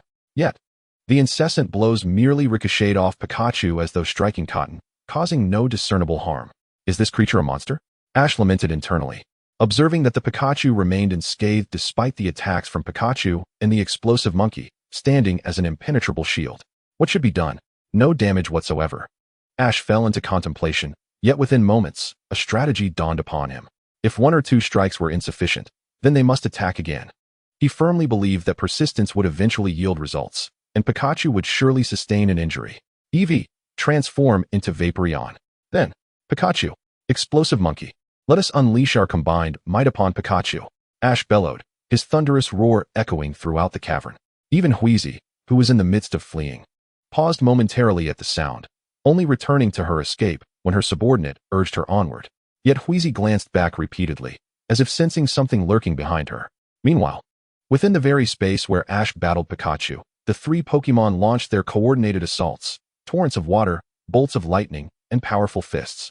This time, the diverse attacks struck Pikachu, resulting in a tangible response. It staggered backwards several steps, unable to maintain its ground. Pikachu! Pikachu! To be struck by what it deemed the attacks of mere insects was a profound humiliation for Pikachu. Enraged, it accumulated a formidable surge of energy, releasing it in a single breath when it reached its zenith. A beam of destructive energy erupted from Pikachu's mouth, radiating an aura of annihilation. This was the devastating move known as the Destruction Beam, the pinnacle of Pikachu's abilities. Even the ceiling was pierced, allowing silvery moonlight to cascade upon it. Gazing at Pikachu, Ash conceived an epithet befitting the creature, the Demon of the Moon. Mysterious Pokémon Pikachu appears. The Rocket Team flees in totality, leaving Ash to valiantly persevere against overwhelming odds. What strategies will Ash employ to vanquish this formidable foe? Chapter 60, Fierce Battle. The Demon of the Moon, Pikachu. Bathed in moonlight, Pikachu's form appeared even more fearsome, akin to a true demon. As Pikachu unleashed the Destruction Beam, Ash and his Pokémon narrowly evaded its wrath, yet the ensuing shockwave nearly toppled them to the ground. Damn it! What should be done? The disparity in strength is insurmountable. Facing Pikachu, Ash was drenched in sweat, overwhelmed by an immense pressure. Although Brock had mentioned calling Misty for assistance, he was uncertain whether she had been contacted or if she would arrive in time. In any case, Misty remained an unpredictable variable. While Ash longed for her arrival, he was unsure if he could endure until then. Given his current state and circumstances, achieving that goal seemed daunting, particularly since Misty's arrival was not guaranteed. However, having an additional ally could alter the situation dramatically. Ash believed he could hold out until Misty arrived. Yet, even with another ally, he could not assure victory. For the time being, survival against this Pikachu was paramount. After employing the Destruction Beam, Pikachu, like any ordinary Pokémon, would fall into a state of rigidity, utterly immobile. In such a state, Pikachu was vulnerable and could be struck down. However, this state lasted merely for a fleeting dozen seconds before Pikachu regained control over its body. Just as Ash intended to launch an attack while his opponent was incapacitated, he was compelled to halt, watching warily as Pikachu resumed its stance. Despite Ash's heightened caution, the opponent remained unfazed, frolicking with the carefree exuberance of a child. Pika! With a thunderous roar, Pikachu unleashed a sound wave that nearly swept Ash and his Pokémon away. In the next instant, its fists radiated a blinding light, illuminating the entire space as if a meteor streaked across the night sky. Sensing the impending danger, Ash urgently commanded his three Pokémon, Infernape, use Fury Swipes. Pikachu, Iron Tail, Vaporeon, Aqua Jet, halt its advance. Under Ash's guidance, Pikachu and Infernape immediately executed their most potent melee attacks, Iron Tail and Enraged Punches. The two assaults collided with Pikachu's fists, which shone with a comet-like brilliance. Yet, Pikachu and Infernape found themselves slightly overmatched. Thankfully, Vaporeon's Aqua Jet managed to impede Pikachu's advance, though the resulting shockwave from the clash sapped considerable energy from all three Pokémon. Caught off guard by the force, they were unceremoniously blown away. Realizing that close-range attacks were ineffective, Pikachu shifted tactics, its mouth slightly agape as it produced a melodious sound. Akin to a song, slow, graceful, and irresistibly enchanting. The Pokémon under Ash's command felt dizzy, as though they might collapse at any moment. What is this? A sound-based attack? Everyone, cover your ears. Ash urged, the best solution he could conceive. Pikachu and the others complied, and while some relief was felt, it was far from sufficient. Just as Ash found himself at a loss, a melodious sound, reminiscent of a bird's call, echoed forth. Sister Lurantis. Song of the End. A cacophony of jarring notes erupted from the passageway, black musical notes swirling around Pikachu. Emerging from the corridor were Keiko and Lurantis, similarly ensnared by the dark notes. Ash, hold on. Just endure 3 more of its attacks. Keiko instructed, recalling Lurantis into its Pokeball. To neutralize the effects of the Song of the End. This was the only recourse. Ash understood the gravity of the situation, nodding in excitement. He never anticipated Keiko, a member of Team Rocket, would return to assist him. The irony of it would surely provoke laughter if shared with others, for it was unprecedented for a Team Rocket member to offer help. Akin to a worm assisting a bird, an almost impossible scenario. In fact, Ash had never considered that Keiko would come to his aid. He was preoccupied with waiting for Misty's rescue. Pika! Pika! Sensing its transformation and the effect of the Song of the End, Pikachu panicked. its strength was not particularly formidable, having been classified at the elite peak in Ash's prior aura assessment. Had it been otherwise, Ash's 3 Pokémon would not have been able to withstand its attacks. The only formidable aspect was its massive physique, which augmented the potency of its moves. Pika. The dark patterns on its body shimmered, as if something had changed, yet nothing appeared different at first glance. Nevertheless, Ash could sense an alteration. Pikachu's fingers twitched slightly, and on its right side, several leaves enveloped in an enigmatic energy floated. But that was not all. A large flame shaped like the character for Big slowly manifested in its left hand, cradled within its grasp. Meanwhile, a blustery blizzard coalesced from its mouth, swirling with fierce winds. Fire, grass, ice. 3 distinct elemental moves were unleashed simultaneously by Pikachu. This was a sight unknown to both Ash and Keiko. The mystery behind Pikachu's ability to wield 3 moves at once was no longer of consequence. What mattered was how they could survive such an onslaught. Fire, ice, and grass. The 3 disparate energies converged beautifully, forming a colossal energy sphere. Even without the aura, Ash and Keiko could feel the terrifying power contained within that sphere. Lurantis. Keiko summoned Lurantis once more, the black notes reappearing around it. She could no longer afford to hesitate. If they failed to withstand this attack, not only would they be unable to counter the Song of the End, but they might perish here as well. Everyone, unleash your strongest moves. Pika Pika. This time, it was not the novice Pokemon's electric shock. The current was more potent, thicker, and laden with pressure. Ash instantly recognized it as Thunderbolt, evident from Pikachu's nearly full charge. But he never expected it to be unleashed at such a critical moment. Pikachu did not hastily release the Thunderbolt. Instead, it coalesced in front of itself, forming a small energy sphere while continuously channeling energy into it. Shortly thereafter, Vaporeon's Aqua Jet joined the electrified energy sphere. Lurantis, use Calm Mind. A unique energy enveloped the sphere, perfectly shaping it, and under Pikachu's relentless energy output, it swelled to an enormous size. Now, it's your turn, Infernape. Use Fury Swipes. The energy sphere resembled a basketball as Pikachu passed it to Infernape's hands.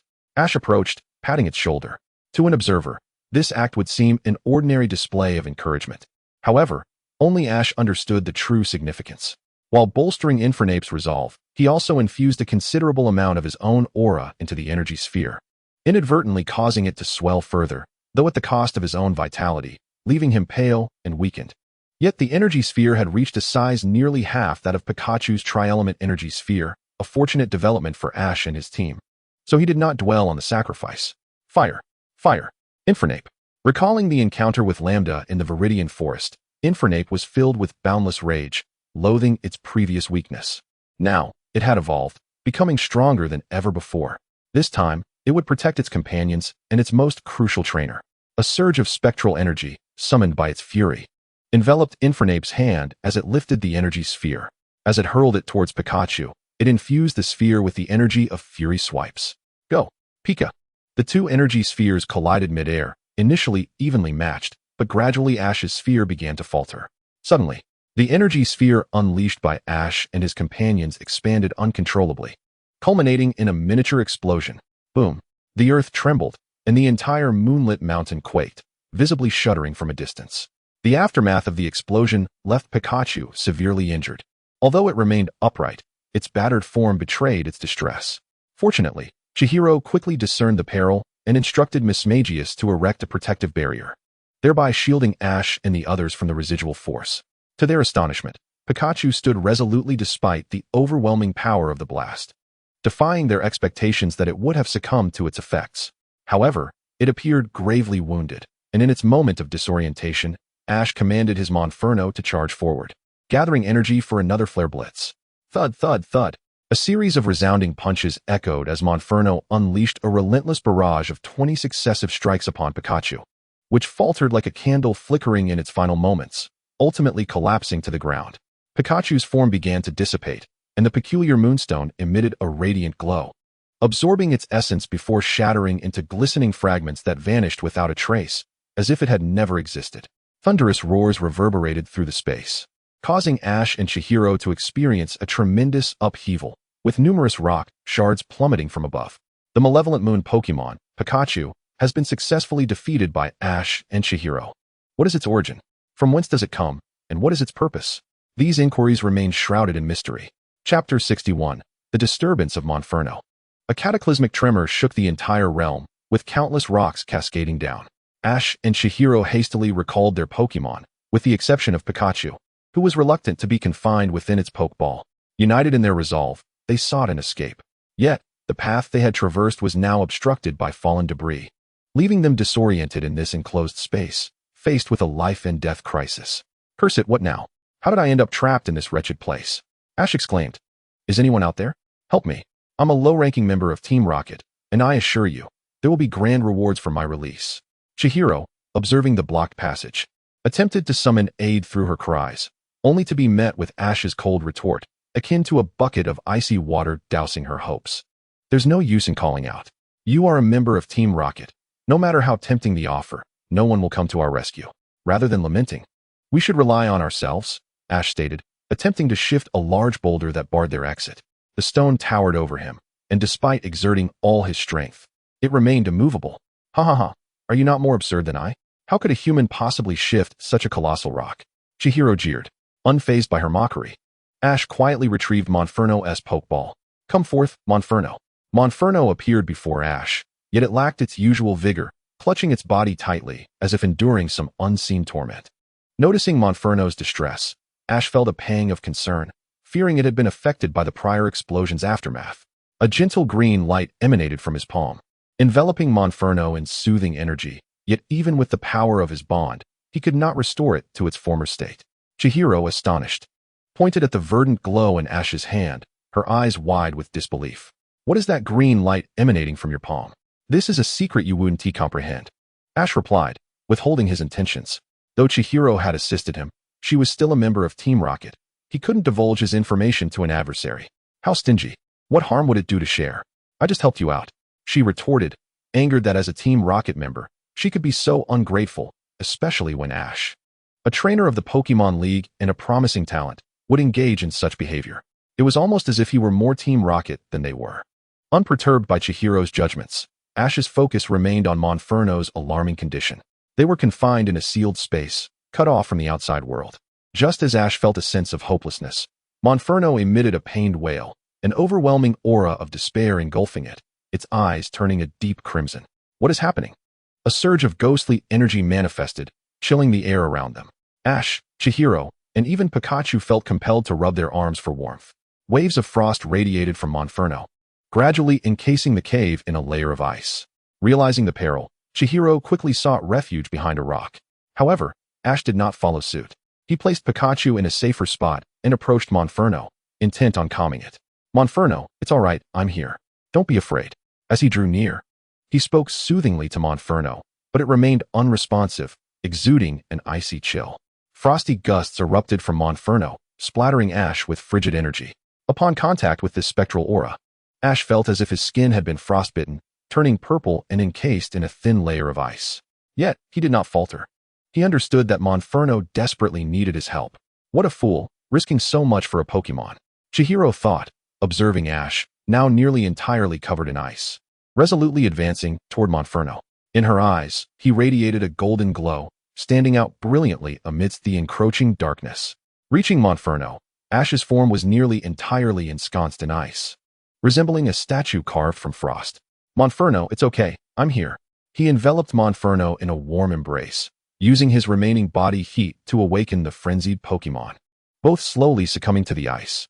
Suddenly, Ash found himself in a realm of darkness, boundless and expansive, yet permeated by an aura of death. Confused, he wandered through this desolate world until he encountered a Pokémon, with piercing crimson eyes and a coat of pale gray fur that stirred gently. It bore circular rings on its feet and left hand, though the one on its hand was fractured. Despite its altered appearance, Ash recognized it immediately. It was his Monferno. He was oblivious to the reasons behind the transformation of the fiery monkey, yet he refrained from asking further questions. Instead, he slowly approached it and enveloped it in a warm embrace. Fiery monkey, you look incredibly cool now. Abandon?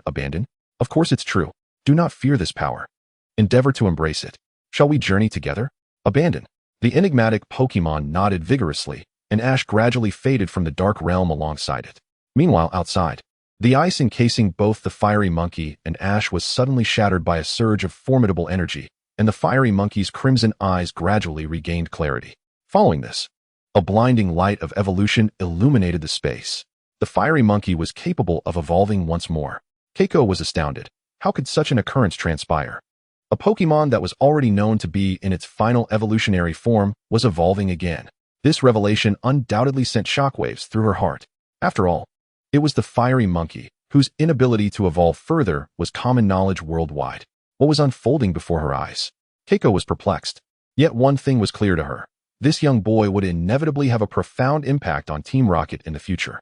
Perhaps here, she hesitated to raise her arm, rolling up her sleeve to reveal a watch concealed beneath it. With a crisp snap, the watch's cover transformed into an object resembling a scope aimed at Ash's neck. Within her watch were minuscule, highly toxic needles, a gift bestowed upon her promotion to a junior officer, which she had yet to utilize. Perhaps now was the time to employ it, she mused silently, as she raised her arm towards Ash, preparing to press the launch button. Suddenly, the ground trembled once more, tilting precariously, causing both Keiko and Ash to lose their footing and tumble to the ground. The fiery monkey remained motionless, undergoing its evolution, while Ash collided with Keiko, his hands brushing against something soft. Just as Ash was about to speak, a sharp crack resounded as a resounding slap struck his face, leaving a red handprint that contrasted with Keiko's flushed cheeks. Pikachu, who had been hiding, peeked out with wide eyes, astonished by the boldness of its trainer, who had garnered a newfound respect in its eyes. Moonlight filtered through the overhead void, casting a glow upon Ash, as the light seemed to warp the space around him, something inexplicable converging upon him. The evolution of the fiery monkey, Keiko's slap, the spatial distortion brought by the moonlight. A series of events unfolded around Ash. And how would he respond to these occurrences? Chapter 62, The Soul from MT Tsukimi. Abandon. Abandon the world. The fiery monkey completed its evolution, revealing a creature that appeared sinister and fraught with peril, just as seen in the Dark Realm. Fiery monkey. Abandon. The voice of this unknown Pokémon was deep and resonant, tinged with an air of desolation, as if it could pull one into an endless abyss. Ash struggled to comprehend its meaning and tentatively inquired, "Are you saying you are no longer the fiery monkey, but now you are called the abandoned monkey?" Abandon. The Pokémon, now named Abandoned Monkey, nodded emphatically. Just as Ash was about to request its assistance in shattering the rocks, an ancient voice resonated from within his own body. Such powerful aura. "Young one, who are you? Your aura feels so familiar." Ash was startled by the sudden emergence of this voice, casting a wary glance around before turning to Keiko, regarding her as if she were a fool. What is it?" Keiko, bewildered by Ash's expression, felt discomfort by his gaze and retorted, "What are you looking at? Is it because I am too beautiful, captivating you?"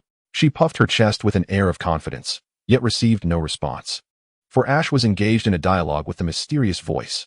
"Young man, stop staring at that girl. You cannot find me, for I am but a ghost." Listening to the voice within, Ash remained vigilant, whispering, "A ghost? Why would a ghost appear here, and why would it seek me? I do not know why I am here. It seems I have been dead for a long time, forgotten many things. However, I still remember a few. And allowing me to inhabit your body may not be a bad thing." And what benefits would that bring me? Your aura is not harnessed to its fullest potential. There remains much to be developed, and I can assist you. Besides, having another soul to converse with is rather pleasant. As Ash engaged in conversation with the spirit within, Keiko regarded him as if he were deranged. "In that case, let me teach you the first method of utilizing your aura. It will conveniently resolve your current predicament. Furthermore, you can communicate in your mind from now on. I can hear you. That girl is looking at you as if you are insane. Is that so? You should have said so earlier. I thought I had to vocalize it." Ash awkwardly scratched his head, noticing Keiko's disapproving gaze. Just as he intended to explain, he suddenly felt his control over his body slip away. A flash of blue light flickered in Ash's pupils, and a powerful aura emanated from him, startling Keiko, who was unsure of the changes occurring within him. "This aura, I have only seen it in Boss Sakaki, yet it seems even stronger." Keiko could hardly believe she was comparing a novice trainer to her own boss. The fact that her boss was outshone by a newcomer filled her with a sense of shame. Under the influence of the nameless spirit, Ash slowly approached the boulder obstructing the path, placing his palm against it, murmuring, "The aura resides in my heart." As Ash's words fell, a surge of blue energy pulsed in his palm before vanishing. The boulder then emitted cracking sounds from within, culminating in a thunderous explosion as it shattered. Ash turned away indifferently, his gaze devoid of emotion as he locked eyes with Keiko. After a few moments, a flicker of blue light flashed in Ash's eyes, and he regained control over his body. Though he did not fully comprehend what had just transpired, He understood it was the nameless spirit that had orchestrated the events. How did you accomplish that? Quite simply, concentrate the aura in your palm and direct it into an object to destroy it from within. That isn't what I meant. How did you control my body? That is simply a ghost's inherent ability. You cannot learn it. Upon hearing this, Ash chose to refrain from further inquiry. Realizing he had misinterpreted the situation, the spirit did not seem to harbor intentions of seizing his body, or perhaps some limitations restricted the nameless spirit. Come on, let's go. The brief exchange with the nameless spirit lasted only a few fleeting seconds.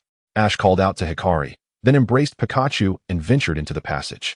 As he walked through the corridor, a familiar silhouette soon graced his vision, prompting him to excitedly shout, "Misty, I'm over here. Misty, I've finally found you. What on earth happened here? Why are there so many Team Rocket members sprawled out?" I was so frightened that I quickly alerted Junsha to come and take them away. Ha ha ha. It seems like a series of unexpected events unfolded.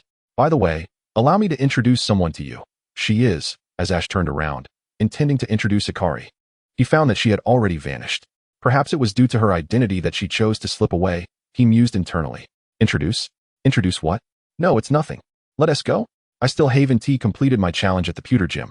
I need to continue. About that. This is something Brock asked me to pass on to you before I came, Misty said, reaching into her pocket to retrieve a gray badge resembling a rock. This badge served as proof of having passed the pewter gym, and it was Ash's very first badge, the gray badge. Why are you giving this to me so suddenly? Aren't you going to continue your gym challenge? Ash scratched his cheek, feeling a bit awkward about accepting the badge directly. Thank you for your help. That means you should accept this badge. What's wrong with that? Misty reassured him. Your strength would surely have won you the challenge under normal circumstances, so don't worry. Well then, I guess I will gratefully accept it. Ash accepted the rock badge and tucked it into the inner pocket of his jacket. Now that he had acquired the rock badge, there was no need to return to Pewter City. He prepared to set off towards the next city. Under Misty's guidance, an experienced trainer, Ash traversed MT Moon with remarkable ease, perhaps owing to the absence of obstacles, such as wild Pokémon, along the way, which allowed them to exit the mountain in just one night. Will the Pokémon inside be alright? Ash expressed his concern. Don't worry, Ash. The League will assist in restoring the ecology of MT Moon, and those Pokémon will surely return. Despite leaving MT Moon, Ash couldn't shake off thoughts of the Pokémon that had been displaced by Team Rocket. Why do you care so much about those creatures? Aren't you human? Shouldn't you be using them to wage wars and conquer the world? The voice of the nameless spirit resurfaced, leaving Ash momentarily speechless as he internally pondered. I really wonder which era you hail from. In today's world, with the League's assistance, humans and Pokémon have learned to coexist peacefully. Yet there are still organizations that wish to exploit Pokémon to conquer the world. Some of them are quite despicable, but there are still a few kind-hearted souls among them. Ash had initially intended to assert that all were vile, but reflecting on Hikari's kindness, he softened his stance. Really? It seems times have indeed changed. Unlike in our era, the world has become extraordinarily beautiful. Your era? When was that? I'm not quite sure, but I recall a time when wars were rampant, instigated by the exploitation of Pokémon. The flames of conflict ravaged countless homes of both Pokémon and humans. As the nameless spirit recalled, Ash found himself imagining a road that suddenly transformed before him. It morphed into a world engulfed in flames and chaos, reminiscent of the hellish existence that the nameless spirit once inhabited. Ash was taken aback by the sight, feeling a wave of discomfort wash over him as these visions manifested for mere seconds. This was the world I once knew, an abominable realm. I used a bit of aura to reveal this to you, but it has drained me. I must rest now. With that, the voice of the nameless spirit faded away, leaving Ash in a daze. Ash, what's wrong? You're sweating profusely. And no, it's nothing, Misty. I'm just a bit warm, ha ha. Just a bit warm. Is that so? Well, alright then. Misty cast a skeptical glance at Ash, but chose not to press further, continuing ahead of him. On the road to Cerulean City, Ash attempted to adjust his mindset, diverting his focus from the recent revelations of the nameless spirit. Hey, did you challenge him? Huh. Who are you talking about? Along the way, Ash and Misty encountered two trainers engaged in conversation. They exchanged glances and slowed their pace to listen intently. Of course, I'm talking about Ash. I heard he's on a 99-win streak. Just one more victory away from 100. Oh, is that so? Is he still battling? Yes. I can't miss this. Let us hurry and see if anyone is challenging him. With that, the two trainers concluded their discussion and headed down another path through the grass. Should we go take a look? Absolutely. A trainer with a 99-win streak must be incredibly strong. After a brief exchange, Ash and Misty quickly followed suit.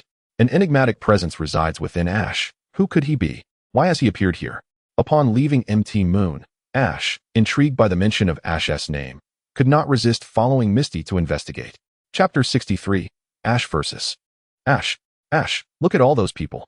Yes, Misty, that trainer named Ash must be very powerful. Ash navigated through the throngs of spectators, exerting considerable effort to reach the front. At the center of the gathering stood a makeshift Pokémon battle arena, where a boy who appeared to be around Ash's age stood confidently. Beside him was a wooden sign emblazoned with the words, Ash's Wild Unofficial Gym. An unofficial gym? Ash inquired, turning to Misty. What does that mean? I'm not quite sure. When did such a thing appear near Cerulean City? Perhaps we should ask him, Misty suggested, striding forward to approach Ash. Are you Ash? Yes, I am Ash. And you are?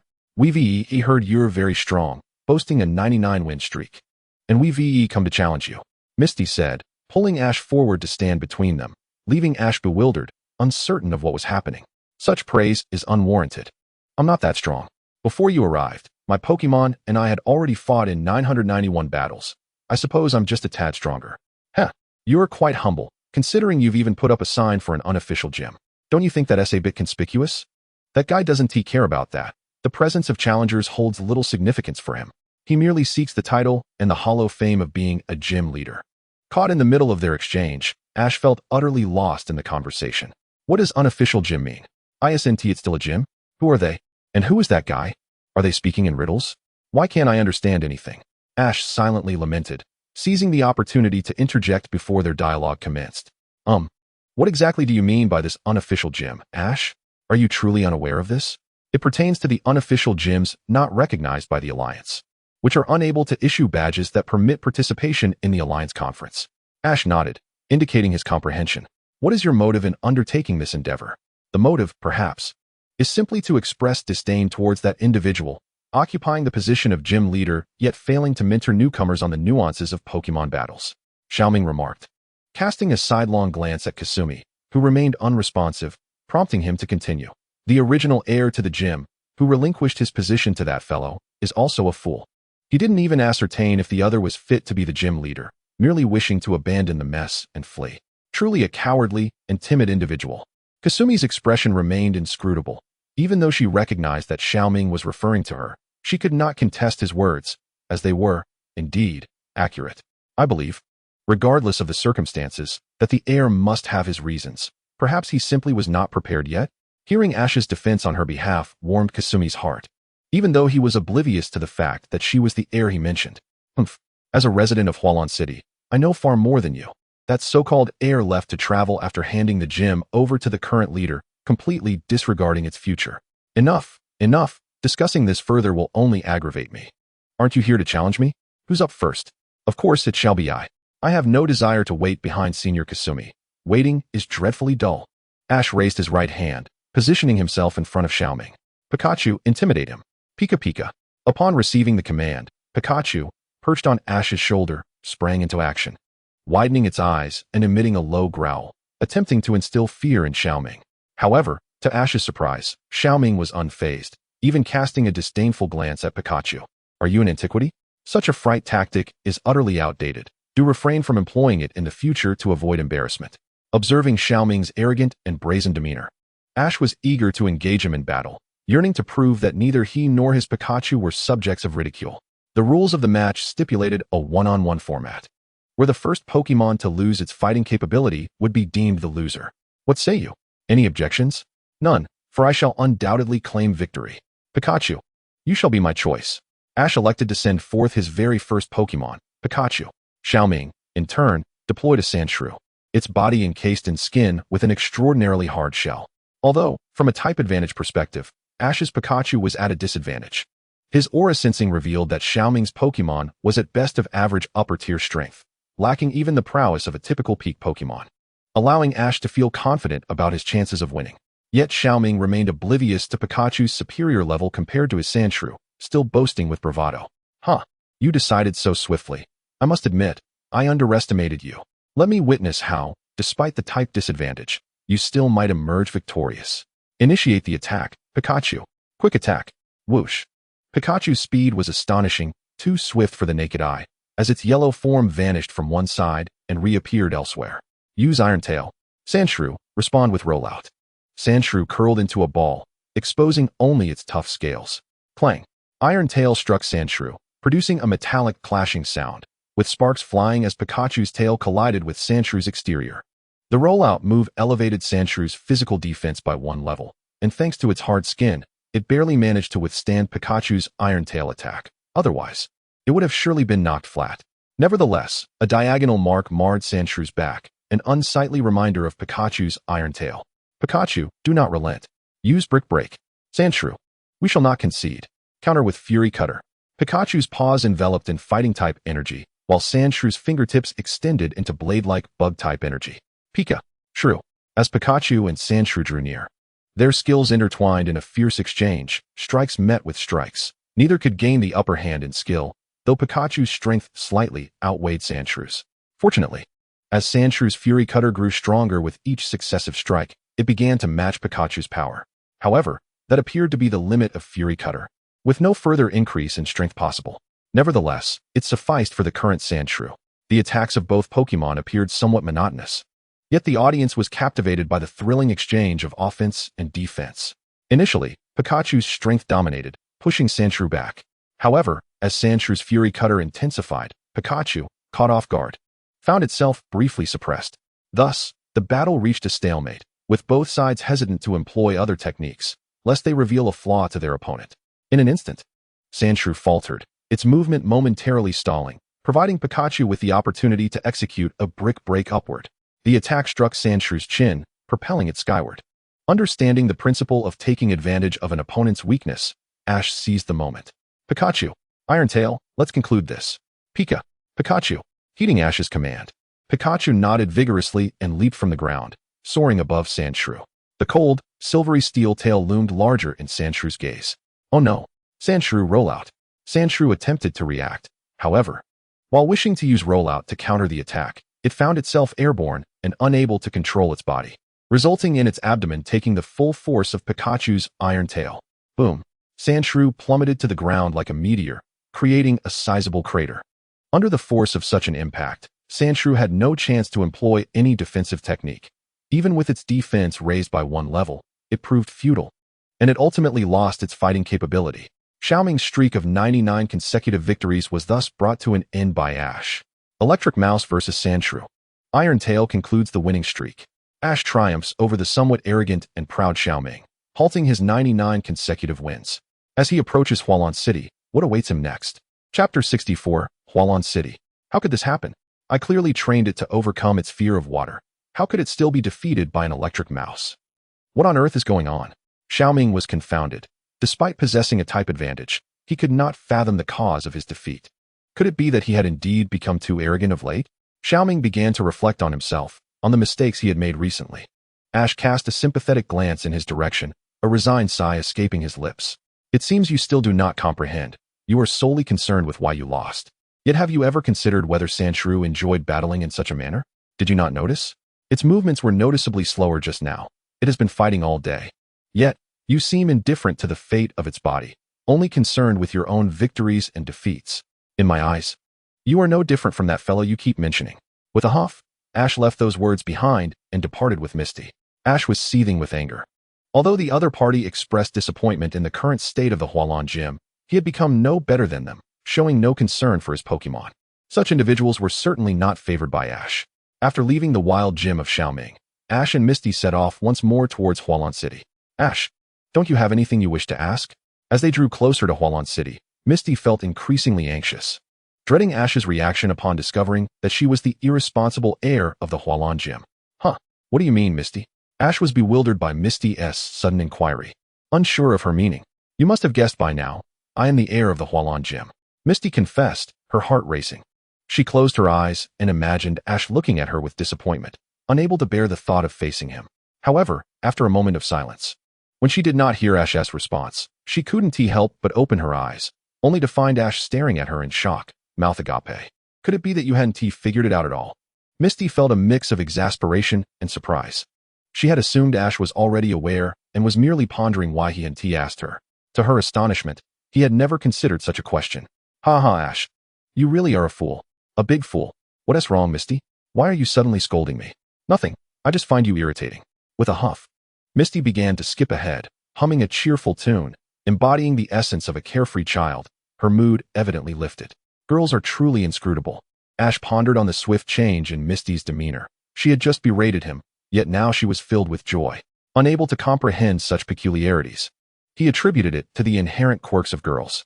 Following closely behind Misty, they soon arrived at Hualan City. The entrance to Hualan City was flanked by a river, adorned with fountains, giving the impression of a city enveloped by water.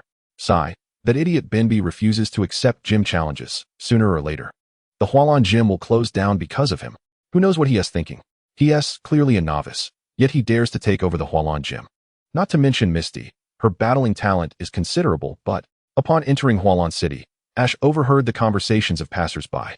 He glanced at Misty, who had her head down, resembling a child caught in wrongdoing, looking utterly dejected.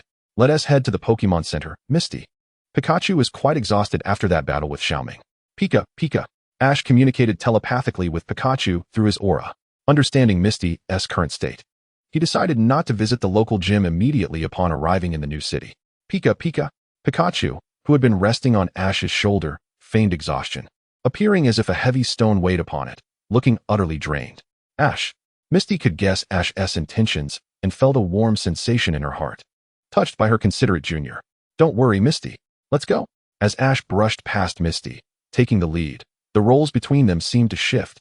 Misty, once the senior, now resembled a child being guided forward by Ash. Following behind him, Misty felt a sense of familiarity in his silhouette, reminiscent of the times spent with her father. Welcome to the Pokémon Center. Would you like to heal your Pokémon or do something else? This familiar feeling compelled Ash to glance at Nurse Joy, an overwhelming sense of recognition flooding over him. Her heavy dark circles and vacant gaze evoked a sense of nostalgia. I would like to restore its strength, Nurse Joy. Nurse Joy nodded, accepting Pikachu from Ash's hands, her hand lingering in his for a brief moment. Ash paused, meeting her gaze, before pretending nothing had occurred, slipping his hands into his pockets. Once Pikachu was restored, Ash requested 2 rooms from Nurse Joy. Though Misty was a local, it seemed she had no desire to return home under the current circumstances. Misty, get some rest. Don't overthink things.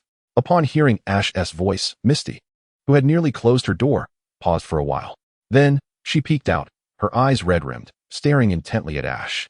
Yes, I understand. Thank you, Ash. Ash was taken aback by Misty's appearance, not solely because she looked lovely or pitiable, but because her visage reminded him of someone far away, a figure he had longed for. Back in their room, Pikachu lay listlessly on the bed, merely raising a paw to greet Ash with a soft pika. Ash glanced at Pikachu, then rummaged through his pocket to retrieve a crumpled piece of paper. Pika? What is this? This was handed to me by Nurse Joy when I gave her you. All right, let us unfold it and see what Nurse Joy wrote. As Ash carefully opened the crumpled paper, a sheet roughly the size of his 2 hands appeared, with a message inscribed in the center, at midnight. Come to the lobby and find Wigglytuff. It will take you to meet me. The rest will be discussed then. Upon reading this, Ash was uncertain of Nurse Joy's intentions. Nevertheless, he figured he should comply with her instructions, as she might have something important to convey. With this thought in mind, he turned to the small television placed in the room, contemplating. It seems time will have to be passed with this. As midnight approached, Ash donned his clothes and tidied up the leftover Pokemon food for his Chimchar and Eevee, along with Pikachu.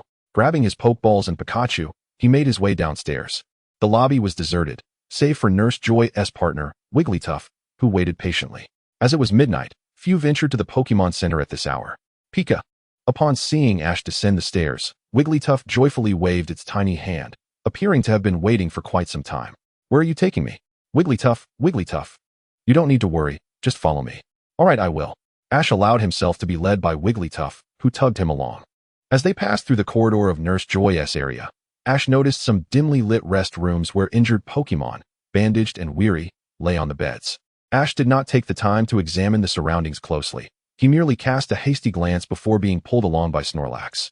Arriving at the innermost room at the end of the corridor, a glimmer of light seeped through the crack of the door, indicating that Miss Joy was indeed waiting inside. Is this the place? After receiving a confirming nod from Snorlax, Ash hesitated no longer and turned the doorknob. Creak. The door swung open. Within the confines of Hualan City, discussions abound regarding the current decline of the Hualan Gym. What is Ash's perspective on the successor, Misty? It appears to be favorable. As midnight approached, he followed Snorlax to a designated room as per Miss Joy's instructions. What awaited him? What experiences would he encounter in Hualan City? Chapter 65. The Squirtle in the Sewers. Creak. Without a moment's pause, Ash pushed open the door to the room at the end of the corridor and stepped inside. Within, Miss Joy was seated at a table, and an additional chair was set up, seemingly reserved for Ash. Please, have a seat, Ash. Miss Joy, what is it that you wish to discuss with me? Ash inquired as he took his seat. Pikachu, sensing the drowsiness of the late hour, made its way onto the table, already weary from being roused. Just as it touched the surface, it promptly dozed off.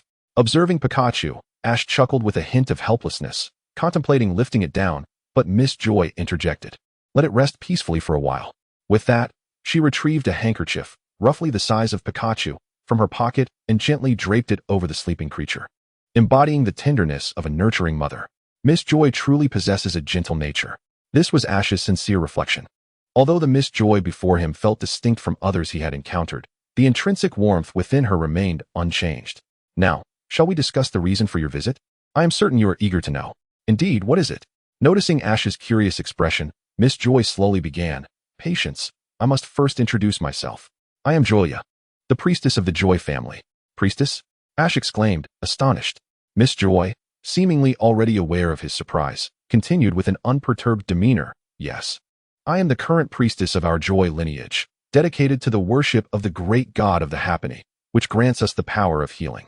I am the one endowed with the strongest healing abilities among us, naturally chosen as the priestess. Miss Joy spoke rapidly, glossing over these matters as though reluctant to dwell on them. I sense a formidable power within you. You should be capable of addressing the recent crises in Hualan City. Crisis? Healing power? What do these terms mean? While Ash could comprehend Miss Joy's words, their meanings eluded him, particularly the concept of healing power. Simply put, the healing power is a special ability bestowed upon families or villages that offer a deity Pokémon, with the nature of the abilities varying widely. In the case of our worship of Happiny, the granted ability is healing. It is said that those who venerate Snorlax receive the gift of gluttony. Generally speaking, only priestess-level healing powers are the strongest, often referred to as divine gifts. Listening to Miss Joy's explanation, Ash began to grasp what healing power entailed. In essence, it was akin to his own ability, the Tokiwa power. However, his Tokiwa power encompassed more than just healing. It allowed him to comprehend Pokémon's speech and soothe their emotions, of which healing was merely one aspect. By comparison, the divine power seemed rather trivial. Of course, Ash dared not voice such thoughts. Julia, unaware of Ash's musings, continued without pause. As for the crisis, I have treated many Pokémon belonging to trainers in Hualan City recently. Some were severely injured and still lie bedridden. You must have seen this on your way here. This is partly my fault. I should not have assigned that task to those trainers. A hint of self-reproach flickered in Julia's eyes. What exactly transpired? What was that task? It seems there have been strange roars and noises emanating from the sewers lately. So I thought to send trainers to investigate. To my dismay, their Pokémon ended up in dire straits. Just as I was at a loss for what to do, you appeared here. It truly is fortuitous. I had heard of the events that transpired at the museum in Nibi City and the incidents at MT Tsukimi. Now that I see you, I feel you are the perfect candidate to resolve this situation. Thus, Ash, I would like to formally entrust you with this task. I will compensate you for your assistance. With a smile, Ash replied, rest assured, Miss Julia, regardless of any reward. I cannot turn a blind eye to the plight of injured Pokémon. Upon hearing Ash's response, the weight in Julia's heart lifted. She had genuinely feared he might refuse her. For who would willingly assist a stranger? Thankfully, she had not misjudged Ash. The young man before her was indeed the one she had been searching for. Perhaps one day, he would. Julia shook her head, striving to dismiss such complex thoughts. Without further ado, I shall set off immediately, she declared, taking advantage of the cover of night to investigate. Since that is the case, I will accompany you. I can help treat the Pokémon. I will be of assistance, Julia asserted, preparing to rise alongside Ash. However, he gently placed a hand on her shoulder. Do not worry, Miss Julia. I will be fine. What if a severely injured Pokémon appears and you are not there? Please trust me. Since you have faith in my abilities, I will not let you down. While Ash expressed these sentiments, he harbored reservations about Julia's presence complicating matters. Not only could unexpected incidents occur during battle, but he also feared that she might witness him utilizing his Tokiwa power. It was not that Ash feared the exposure of his abilities, but rather that he worried Julia's confidence might wane upon seeing his Tokiwa power, despite his ignorance of her own healing capabilities. He presumed they would not be overly remarkable. Furthermore, his Tokiwa power was a composite ability, with healing being but a minor facet. Thus, for both himself and Julia, Ash was determined to prevent her from accompanying him. All right, but do take care. If anything happens, ensure you return here with your Pokémon. I will tend to them. Understood. Thank you, Miss Julia. With that, Ash departed swiftly, Pikachu in tow, vanishing into the night's embrace. Julia gazed in the direction of his retreat, feeling a sense of relief as she murmured, "Does he know how to access the sewers?" Halfway there, Ash suddenly remembered he had yet to inquire how to enter the sewers of Hualan City. Just as he was growing apprehensive, his peripheral vision caught a glimpse of a slightly lifted manhole cover nearby. Pikachu, what a stench. Why did you bring me here? Ash. Pikachu, who had been blissfully asleep, was jolted awake by an unusual scent. To its surprise, it found itself alongside Ash in a damp, murky sewer. They stood on a wet concrete floor, with a channel of filthy water running between them. Hush, don't make a sound, Pikachu. It seems something is approaching. Initially inclined to express its annoyance, Pikachu, upon hearing Ash's words, refrained from further complaints and focused intently on their surroundings, vigilant for any unforeseen dangers that might befall Ash. Pitter-patter. A series of distinct footsteps echoed ominously against the ground, drawing ever closer to Ash's position. As the sounds approached, Ash felt a surge of tension. His gaze fixated on the corner ahead. Squirtle, Squirtle. Emerging from the corner was a gang of Squirtless, donned in sunglasses, exuding a gang-like demeanor, with the lead Squirtle appearing particularly menacing. Squirtle? Squirtle. The sight of the Squirtless, the very Pokémon Ash had longed for, filled him with excitement. But just as he was about to approach them, they lunged at him like rabid dogs. Beneath their sunglasses glinted a savage red, and in an instant, they were upon Pikachu. Pikachu, use Thunderbolt. Since the time Pikachu unleashed Thunderbolt on Moonview Mountain, Ash had not called out the name of the move with such fervor. This was indeed the first time. Pikachu. A powerful surge of electricity erupted from Pikachu's cheeks, filling the air with arcs of electricity. In the blink of an eye, the Squirtless were all vanquished. This was not merely due to type advantage. It was also because Ash's Pikachu was of a higher level than them. This shouldn't be so simple, Ash mused, harboring a suspicion that the situation was far more complicated. Or else numerous Pokémon trainers would not have suffered such severe injuries. Commissioned by Joy and Leah, Ash successfully navigated to the sewer. What events would unfold after defeating the troublesome Squirtless? Chapter 66, The Mysterious Chamber of the Sewers. Ash bound the defeated Squirtless, intending to return for them once the incident was resolved. Continuing through the sewers of Celadon City, Pikachu and Ash had begun to acclimate to the strange odors surrounding them. However, the persistently damp environment remained uncomfortable. The walls were slick, the ground slippery, and patches of moss indicated neglect in the city's sewer maintenance. The sewer was eerily quiet. Apart from the gang of Squirtless they had encountered, Ash and Pikachu had seen no other Pokémon. Whether due to a lack of Pokémon inhabiting this place or an unseen force compelling them to hide, they remained elusive. Unbeknownst to Ash, he could only press onward until he reached the end of the sewer. Ash had lost track of time in the sewer, his footsteps unceasing since his arrival. Eventually, he came upon an exit blocked by a metal grate. The grate appeared relatively new, as if recently installed, yet it bore the marks of claws and teeth. Ash believed that it would not withstand many more attacks before crumbling into dust and debris. However, he did not need to wait for that eventuality. He had arrived. To access this suspicious exit, Ash resolved to breach the metal grate. Pikachu, Iron Tail, Pikachu. Without hesitation, Pikachu swung its iron tail at the grate. The iron tail shattered the grate as if it were made of clay, offering no resistance whatsoever. Clattering, the fragments of the grate sank into the murky wastewater. But Ash merely cast a fleeting glance before stepping forward with Pikachu into the exit. Inside, the atmosphere was even more humid, with each step feeling as if they were walking on soap. Ash and Pikachu proceeded cautiously, advancing slowly. After what felt like ages, Ash finally reached the end of the circular passage, where a bright light greeted him. The sight beyond exceeded his imagination. It resembled a secret chamber, though barred by a rusted net with several gaping holes.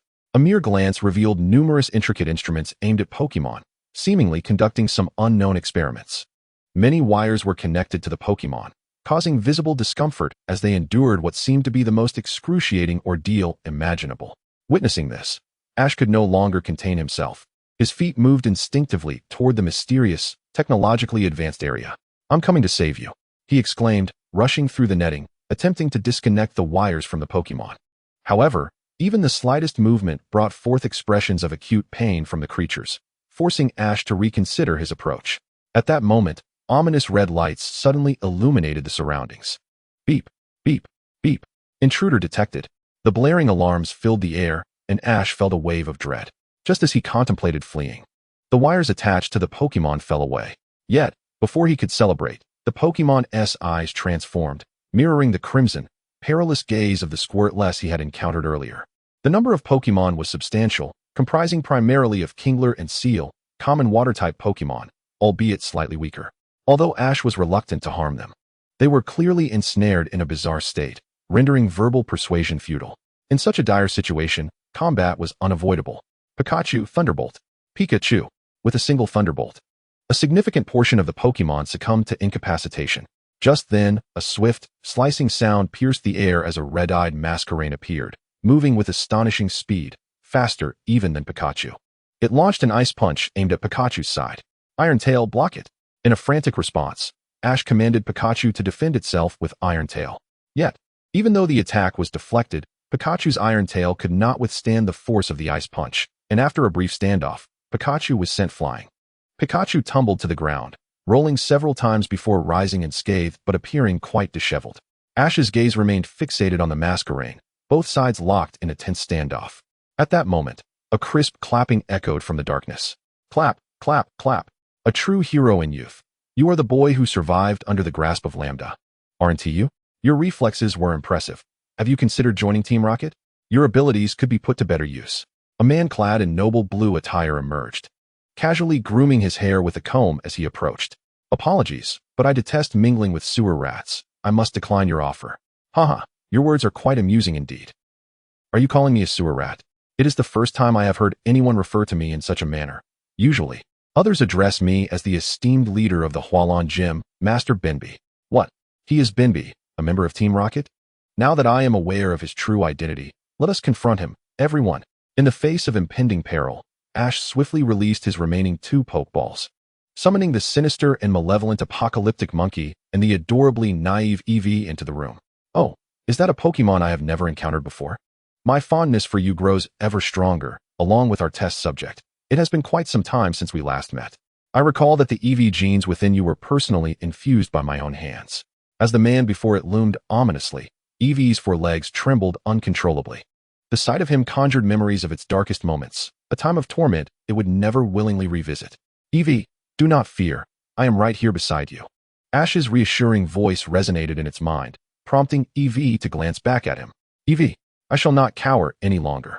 Feeling the safety emanating from Ash behind it, Eevee steadied its trembling legs, fixing its gaze resolutely ahead. How intriguing. You dare to resist me? Mosquito Fighter, teach them a lesson. Benby pointed his comb menacingly toward Ash, and with a resounding crack, akin to a bullet being fired, Mosquito Fighter instantaneously appeared beside Apocalyptic Monkey. Mosquito.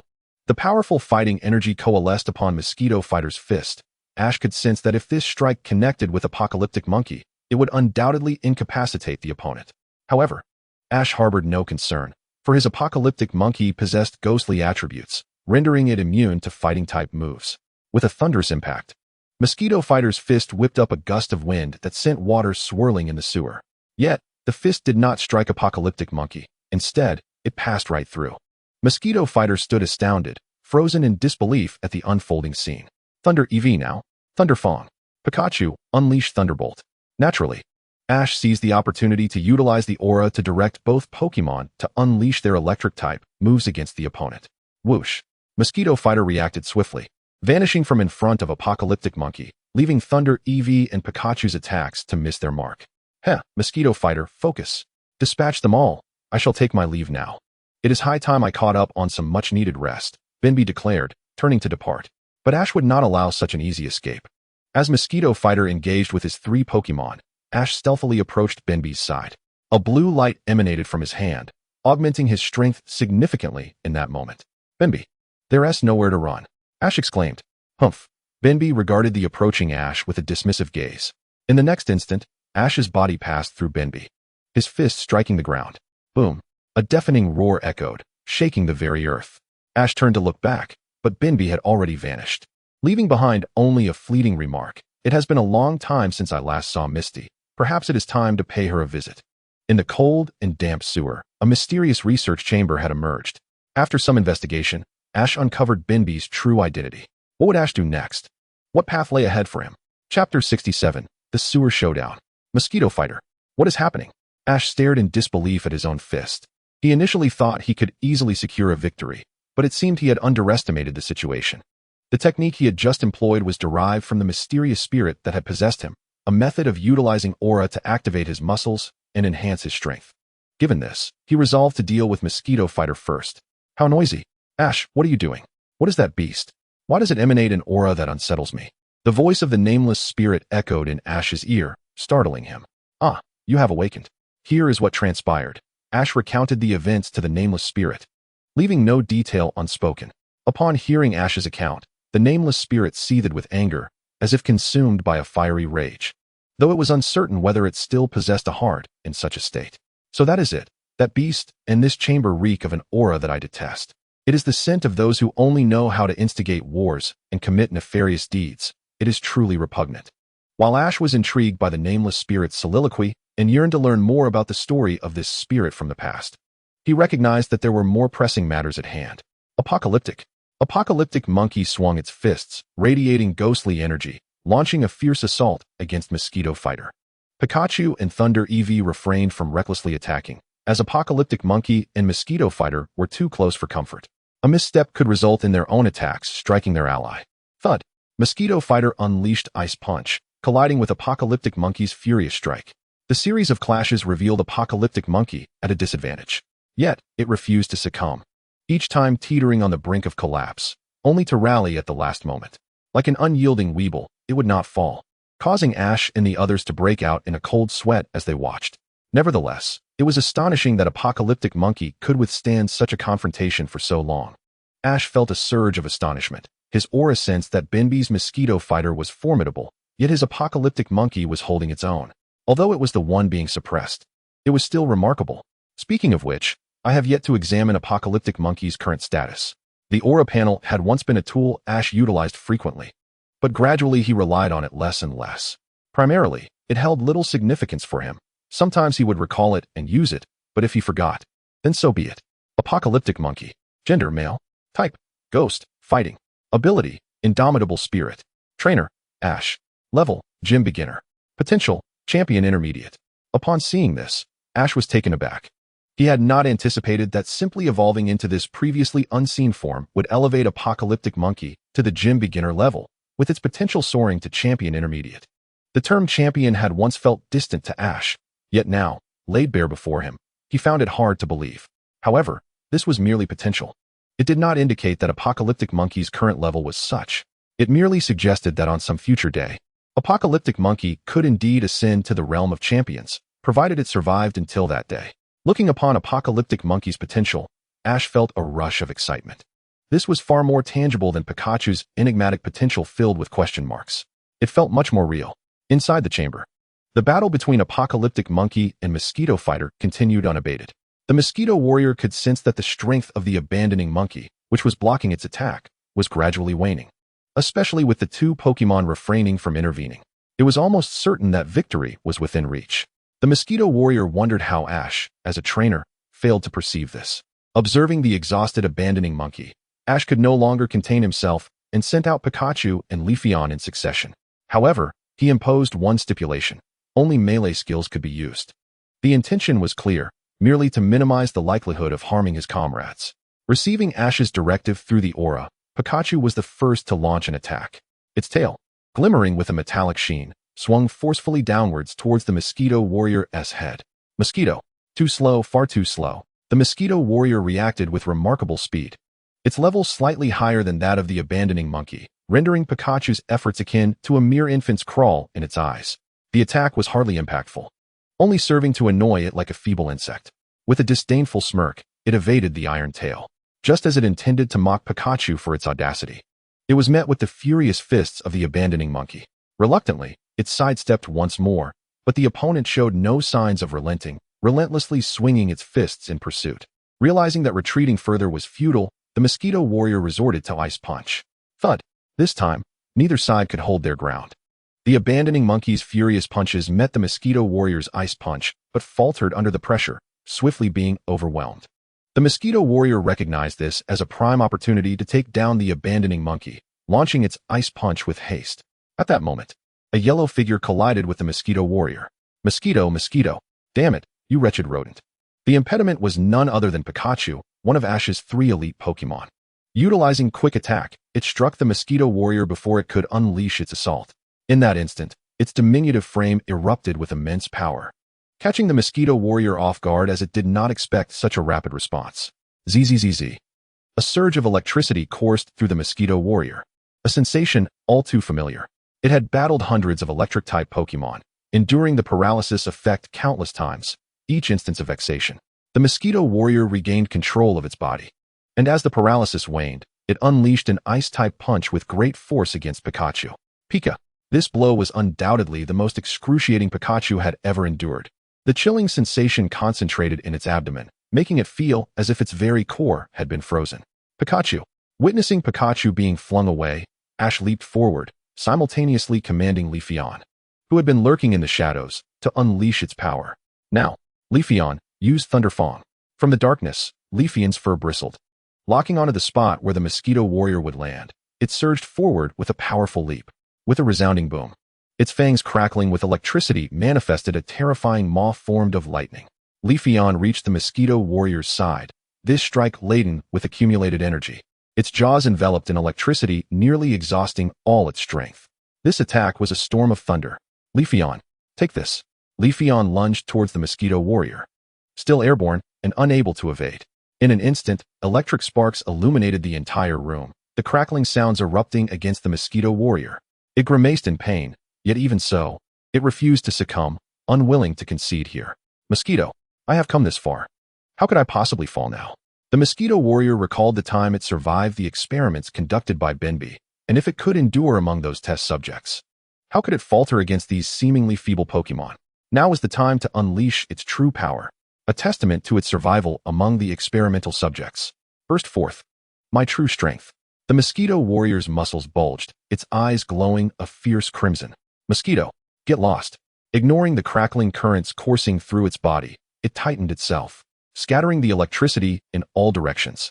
At that moment, it resembled a vengeful spirit from the depths of hell. After Benby's disappearance, Ash and his companions began their battle against the mosquito warrior. With the combined efforts of Ash's 3 elite Pokémon, they barely managed to hold their ground against the mosquito warrior. However, this was not the end. The mosquito warrior revealed its true power. What direction will the story take next? Will Ash and his companions succeed in overcoming the mosquito warrior that has manifested its true strength? Chapter 68. The Fiend of the Sewers. Ash vs. Mosquito Warrior. Leafeon. The mosquito warrior startled Leafeon, causing it to release its grip and take several steps back. Mosquito. Weaklings, clear out. Despite hearing the mosquito warrior's menacing voice, Leafeon would not yield, not out of fear, but because its trainer stood resolutely behind it. Leafeon, it's impossible for me to back down. Mosquito, mosquito, mosquito. If that's the case, then I'll strike you down. With a resounding boom, the mosquito warrior was propelled forward, its scarlet eyes fixated on Leafeon's neck. Its hands were shrouded in frost, targeting Leafeon with deadly intent. Die. The mosquito warrior envisioned Leafeon's head encased in ice, its neck frozen, and with a mere flick of its wrist, it would shatter Leafeon's form, extinguishing its life. Bang! Its punch was intercepted by a robust arm adorned with a black ring, a stout hand that caught the frosty blow. Even though the arm that blocked the attack was cloaked in frost, its owner exhibited unwavering resolve. The abandoning monkey stood firm, its determined gaze unflinching despite the terrifying aura emanating from the mosquito warrior. The outcome, however, was that both it and Leafeon were sent flying. Incredible! How did this creature become so powerful all of a sudden? Ash pondered as he watched the mosquito warrior unleash its newfound ferocity, recalling how it had previously been evenly matched with the abandoning monkey. This stench, this beast is actually using its own aura to exchange for strength. It seems its time is limited. The nameless soul muttered to itself, yet it served as a timely reminder for Ash. What is happening? Its aura is gradually weakening. It won TB long before it. Ash was baffled as to why it would go to such lengths for Benby, sacrificing its very life force for such immense power. The mosquito warrior flashed a sinister grin at Ash, unaware that he had discerned the source of its strength. Mosquito. Once I eliminate them, Master Benby will surely reward me handsomely. The mosquito warrior declared, charging towards Ash with its icy fist poised to strike. Having used Ice Punch countless times, the mosquito warrior had mastered this technique to an astonishing degree. Look out, Ash, quickly dodge.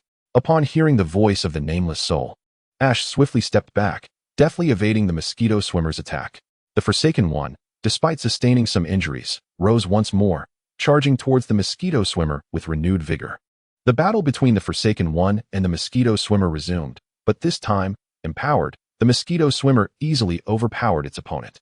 In a matter of moments, the Forsaken One was knocked to the ground, immobilized.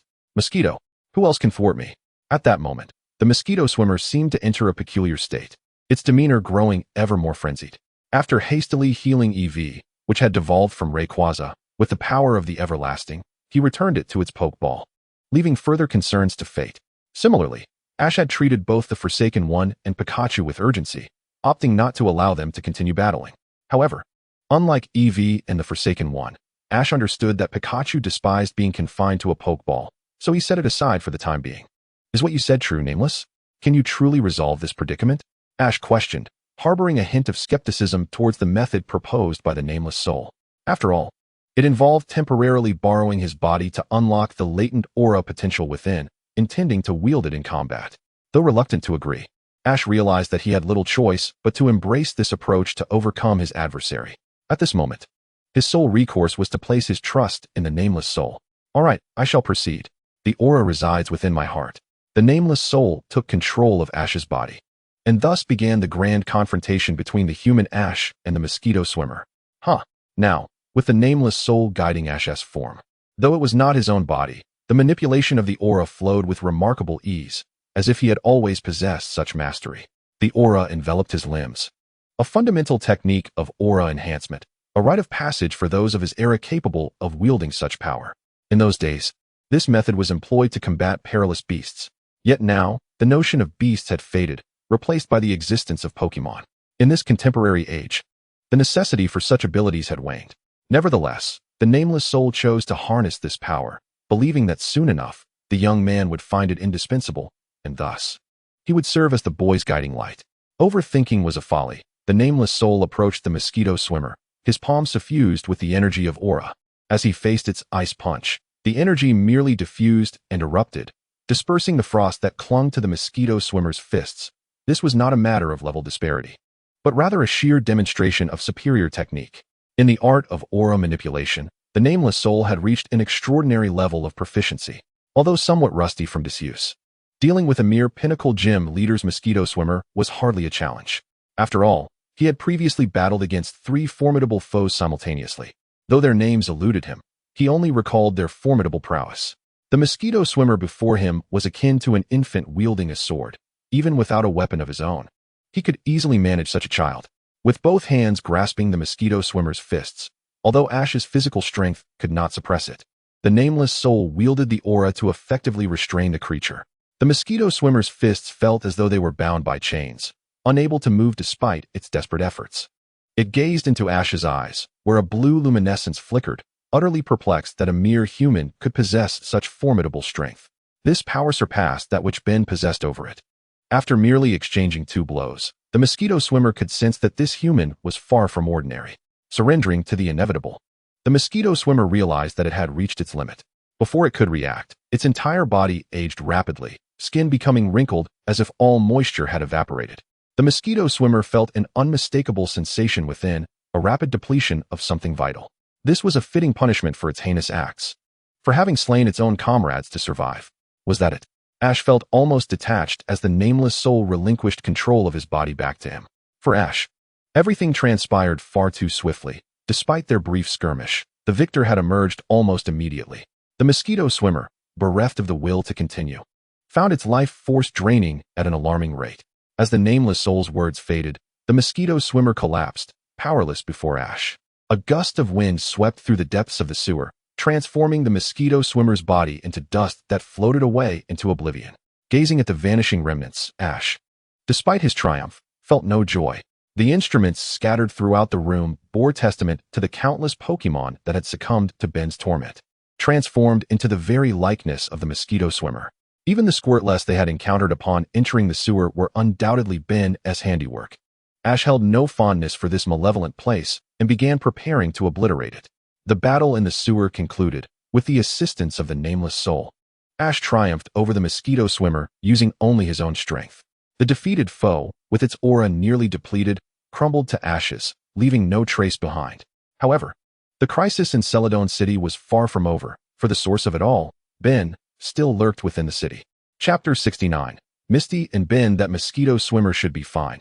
It didn't seem particularly strong, mused Ben, reassured by Lambda's words that Misty had aided in the escape from his grasp. Within the Celadon gym, Ben stood before a full-length mirror, admiring his reflection as he continued. There's nothing to worry about, moving forward. Heh, Misty, it's been so long since we last met. I've missed you, ha ha ha. Ben departed from his quarters in the Celadon gym, confident that the mosquito swimmer would not falter, paying little heed to the outcome of the battle. After donning a new guise, Ben stepped out of the gym, radiating an exquisite allure despite the late hour. He strolled alone through the nocturnal streets, heading toward the Pokémon Center. I'm so thirsty. In the middle of the night, Misty rose from her slumber, glancing around her empty room before quenching her thirst with a glass of water. For reasons unknown, she felt an unsettling sensation, as if she were being watched. As she drank, her eyes darted around cautiously, wary of any potential threats lurking in the shadows. Gulp, gulp, hic. Having downed the glass of water, Misty felt her throat refreshingly clear, just as she contemplated returning to her warm bed. Yet, she felt her back pressed against something sharp. Hee, Xiaoxia, long time no see. Why didn't you say a word upon your return? I have missed you dearly. The man's voice was rich and magnetic, unmistakably that of a charming, handsome fellow. However, upon hearing it, Xiaoxia was filled with a chilling sensation. Even without turning her head, she knew who was behind her. Benby, you scoundrel, you've taken over the dojo. What more do you want? She exclaimed, her fists clenched tightly, her agitation growing. Oh, come now, don't be so worked up. You're just like your master. So easily riled up, Benby chuckled, stroking Xiaoxia's arm, leaning his head against her shoulder, and whispering softly in her ear, this is precisely your family's flaw. Don't emulate your teacher. He left in the prime of his life, leaving you alone to manage the dojo. What could the young you possibly understand? You need me to help keep the dojo running, don't you? You're talking nonsense. You're the one who snatched the Hualan dojo from my grasp. Xiaoxia retorted angrily. You despicable fiend. Don't push your luck.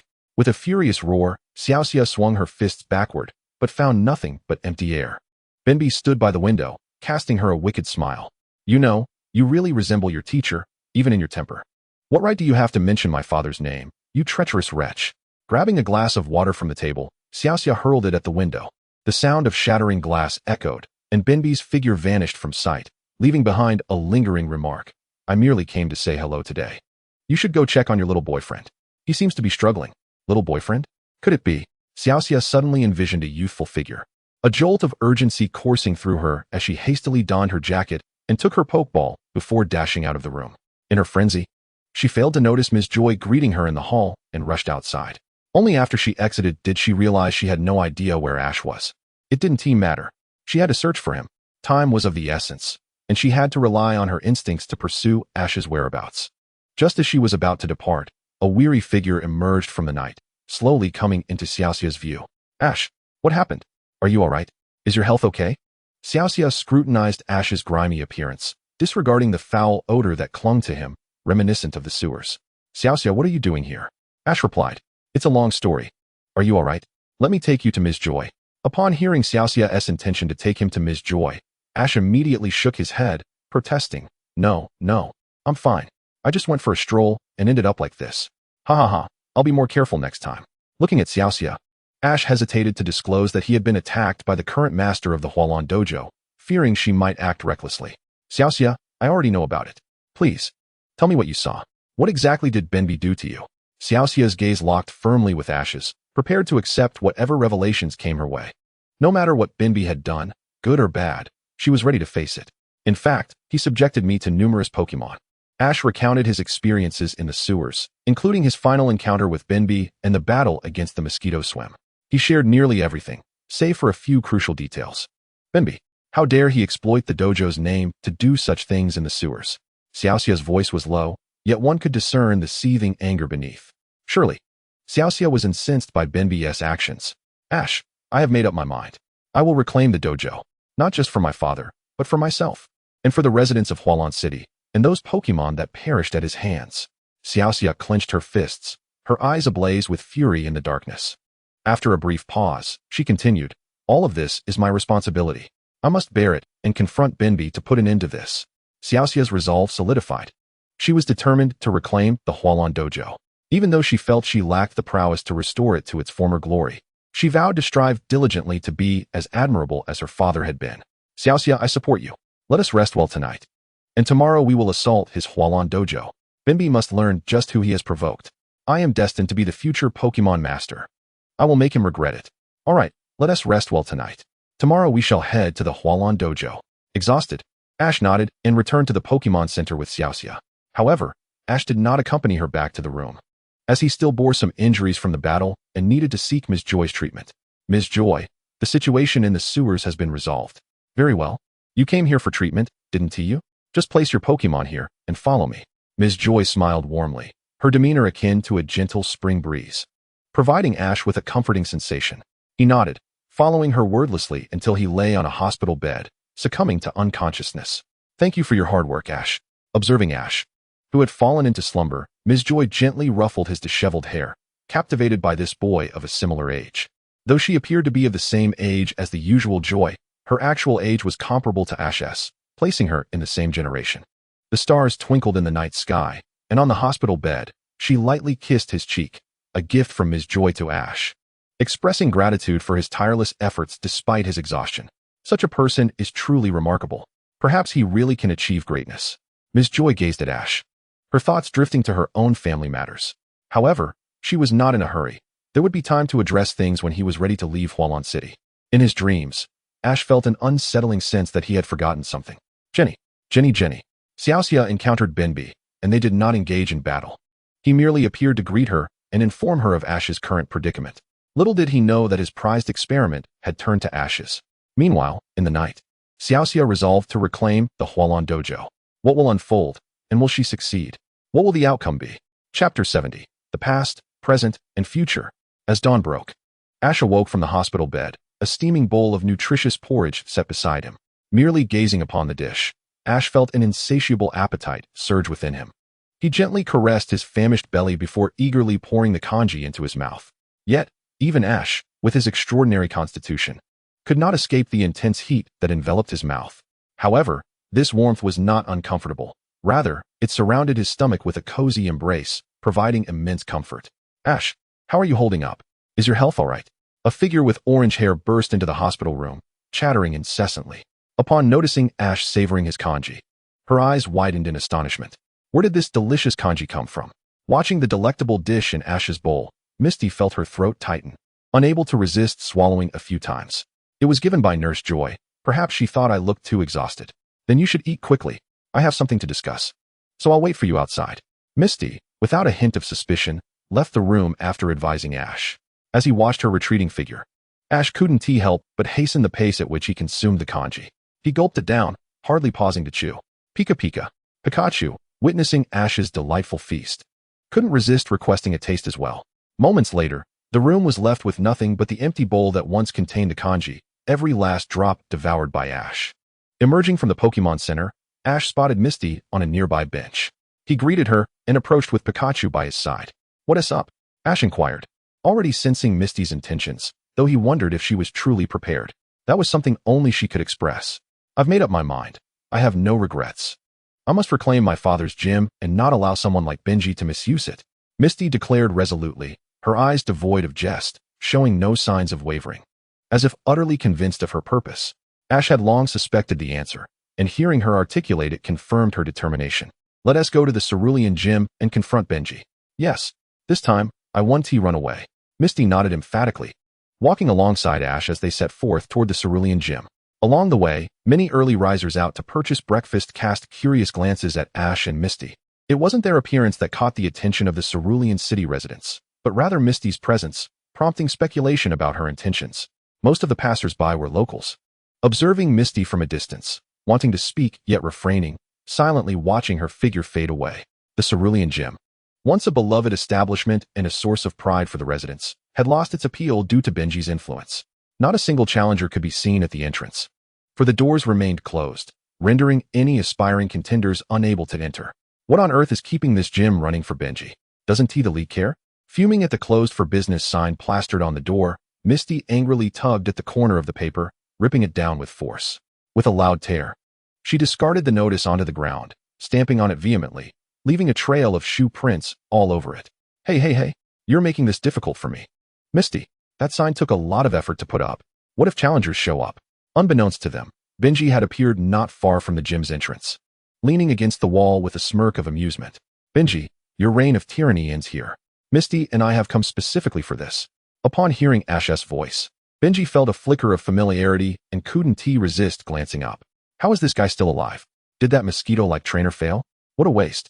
But it's fine. I have enough Pokemon to deal with both of them. Benji let out a sharp, gleeful laugh, seemingly reveling in a delightful thought. It seems there's nothing to discuss. You've defiled my father's gym. What could we possibly talk about? Benji merely revealed a confident smile, tossing out 2 Pokeballs. In a flash of red light, 2 Pokemon materialized before the gym's entrance. Starmie, Slowbro. Benji had summoned a Starmie and a Slowbro, both water types, the former possessing a secondary poison type, while the latter had a psychic subtype. Ash recalled this information from his ever-reliable Pokemon encyclopedia, pulling it out whenever he encountered unfamiliar Pokemon. Then, I shall take you on. Pikachu, Golduck, I'm counting on you. Ash and Misty each sent forth a Pokemon, and as the daughter of a water-type gym leader, Misty had mainly water-type Pokemon at her disposal. Observing the sluggish and cumbersome Slowbro, Ash believed Pikachu was perfectly suited to take on the challenge. Thus, he said to Misty, "Leave Slowbro to me. We'll go first, Pikachu." Despite the apparent size difference, Ash insisted Pikachu initiate the attack. Thunderbolt. Pikachu. A brilliant flash of golden lightning sliced through the air, crackling loudly as it reached Slowbro. No dramatic turn of events occurred. The Thunderbolt struck Slowbro directly. However, Slowbro stood there, seemingly impervious to pain, enduring the relentless electric assault without flinching. What is going on? Ash pondered quietly, attempting to gauge Slowbro's condition through his aura. While Ash was engaged in this contemplation, Misty found herself in distress. The Starmie was relentless, thwarting Misty's attempts to command Golduck to attack at every turn. Starmie. Poison Sting. With a focused gaze, Starmie's tentacles slowly manifested with venom, each tip enveloped in toxic fluid. Swish, swish, swish. Starmie's tendrils shot forth like fish darting through water, racing toward Golduck with unmatched ferocity. Golduck, evade, and then counter with Water Gun to give Starmie a bath. Misty shouted hoarsely, wishing she could dismantle Benji right there and then, but Starmie's incessant interference made it impossible to manage. Both Ash and Misty found themselves ensnared in a predicament. Yet after probing Slowbro's aura, Ash made a startling discovery. Its brain was surprisingly small. Perhaps it was this diminutive brain that rendered Slowbro so oblivious, appearing rather dim-witted. Yet, physical endurance has its limits. When pushed too far, even the most resilient will succumb to fatigue. Enduring only leads to futility. The sight of you two stubbornly resisting is truly exhilarating. Please, struggle with all your might. Don't let this amusement fade away. Ha. Bimby watched as Ash and Misty desperately devised strategies to defeat him, unaware that both Pokemon were merely overlooked. Positioned in the second tier of rankings, the battle raged on, drawing the attention of numerous townsfolk who rushed to witness the spectacle, utterly engrossed in the unfolding drama. Ash and Misty officially began to confront Benby, intent on reclaiming the Celadon gym for the lost spirits in the sewers. Misty no longer feared the burden imposed by the gym leader. After all, everyone must bear their own fate. With a resolute determination to reclaim the Celadon gym, she finally grasped the essence of her destiny. But would Ash and Misty succeed in their endeavor? A Pokemon trivia question: what is the primary type of Psyduck, which can effortlessly utilize psychic abilities through its forehead gem? A. Pure water type. B. Pure psychic type. C. Water and psychic types. D. Psychic water type. Chapter 70. This battle for Celadon. Tentacruel. Do not relent. Continuous poison jab. With a sweeping motion, Benby unleashed his malice, sending countless tentacles flying towards Psyduck. Akin to a martial arts master, the relentless assault forced Psyduck to sweat profusely in its attempts to evade the onslaught, yet Tentacruel showed no signs of abating. Poison jab. Seizing an unguarded moment, one tentacle ensnared Psyduck's foot, pulling with a fierce force. Psyduck! It cried out in shock, tumbling to the ground as numerous tentacles began to ascend its body, its face a mask of terror as it opened its mouth wide, emitting a scream laden with dread. Witnessing Psyduck's despairing gaze, Misty felt a profound sense of helplessness wash over her. Psyduck. Tears streamed from Misty's eyes as she helplessly watched her beloved Psyduck being consumed by Tentacruel. Bimby could not suppress his sharp laughter, tilting his head as he remarked, "Your Psyduck is rather impressive, having reached gym class. Yet my Tentacruel has long been at the pinnacle of gym prowess. The League would never allow a little girl who cannot even protect her Pokémon to become a gym leader." Bimby continued to taunt, but Misty was beyond hearing. Her Psyduck was dead, devoured by another Pokémon. Memories flooded back as tears cascaded down her cheeks, recalling the cherished moments with Psyduck, which had once been a delightful Pokémon egg given to her by her father. Back then, she would embrace Psyduck every day, and it would often use its psychic abilities to play with her. As they grew, Psyduck evolved into Golduck, and they journeyed together to this day. Yet now Golduck was Misty sobbed uncontrollably, shocking the onlookers who had gathered to witness the spectacle. A few, unable to bear the scene, stepped forward, exclaiming, "Bimby, what sort of skill is it to bully a young girl? Is this a battle? You're nothing but a monster. Indeed, you've gone too far. Wantonly harming others' Pokémon is a violation of League law." Observing these weak yet brave citizens, Bimby sneered dismissively. "Humph. Slowpoke, use Psychic to deal with them." Unfazed by notions of the League or gym leaders, his only desire was to eliminate the daughter who had once impeded his experiments, causing him to waste precious time before he could develop the Pokémon Rage Chip anew. "Misty, let me tell you another thing. Your father's death. The League reported it as a sudden Pokémon riot. He was utterly exhausted trying to prevent it and ultimately perished saving a child. But it was all my doing. Your father was a fool, completely unaware, believing I was still that pathetic gym apprentice. A grave error. That day, I was testing my magnificent invention when he barged in, defeating my Pokémon one after another and destroying my prideful machine. I deliberately drove my Pokémon to frenzy, and in a bid to protect me, he was struck and killed by his own Pokémon. Ha ha ha, how utterly amusing." Staring at the derisively laughing Bimby, Misty's eyes blazed red, filled with fury. She let out a furious roar, charging at Bimby, shouting, "You beast! You scoundrel! I will have you torn to shreds." Her wrath echoed in the ears of every Celadon citizen, witnessing Misty transform from a mere girl into a resolute figure. Their hearts stirred with disdain for Bimby, who had brought about the gym's visible decline since taking over. The root of it all lay in the past, when Misty's father had saved Bimby, not realizing he had spared the worst of individuals. One by one, the residents emerged from their spectator-esque stance, rallying behind Misty, their eyes fixed on her determined silhouette. "What is happening? Why are all the residents coming out?" Ash pondered while attempting to free Pikachu from the sudden psychic restraint when his aura sense detected a massive surge of energy gathering behind him. Turning around, he saw many Celadon citizens standing not far behind, intently watching Misty's defiance against Bimby. But suddenly, as Misty rushed toward Bimby, an invisible force ensnared her, rendering her unable to advance no matter how hard she struggled. She turned to see Slowpoke's eyes glistening as it focused on her, its finger pointed at Pikachu, maximizing its power. "For the residents of Celadon, I cannot fall here." "Ah, Psyduck!" A familiar cry erupted from within Tentacruel's belly, and in less than a minute, its lower body unexpectedly expanded. As if repulsed by something vile, Tentacruel curled up and forcefully expelled. The frail silhouette emerged before the eyes of all. It was Psyduck, recently consumed. Psyduck. It regarded the seemingly exhausted Tentacruel with no trace of sympathy, its icy indifference making hearts chill. Golduck. Psyduck had no intention of sparing Tentacruel, as the gem atop its head began to radiate light, powerful psychic energy binding Tentacruel. Tentacruel felt as though it were being crushed by an unseen force, the pressure making it feel as if it would burst at any moment. Poison. Poison jab. There was no longer a reason to endure. Tentacruel gradually lost consciousness, its mind ceasing to function, its body becoming a lifeless husk, discarded upon the ground. Tentacruel. Bimby gaped at Tentacruel's fallen form, a surge of unnameable fury igniting within him. Not again. Why must my experiments always be thwarted? Bimby could not comprehend why his experiments continually failed despite his intentions to conduct them. Now, his gaze shifted to Slowpoke, the only Pokémon left in his arsenal, with 2 unopened Pokeballs still at his waist, signifying his true power. "It's all right, Bimby. There's no need to bring them into the fray. Everything is fine. All we need is for the dull beast to unleash its fury." Bimby contemplated his next course of action, observing Golduck and the subdued Pikachu, convinced that this was the perfect opportunity. He believed that once the dull beast entered its berserk state, the resolution would swiftly follow. "Dull beast, it's time. Dull, dull." The dull beast let out a fierce roar as the rage chip within began to stimulate various cells and tissues throughout its body. Benby felt a surge of satisfaction, believing that events were unfolding precisely as he had orchestrated.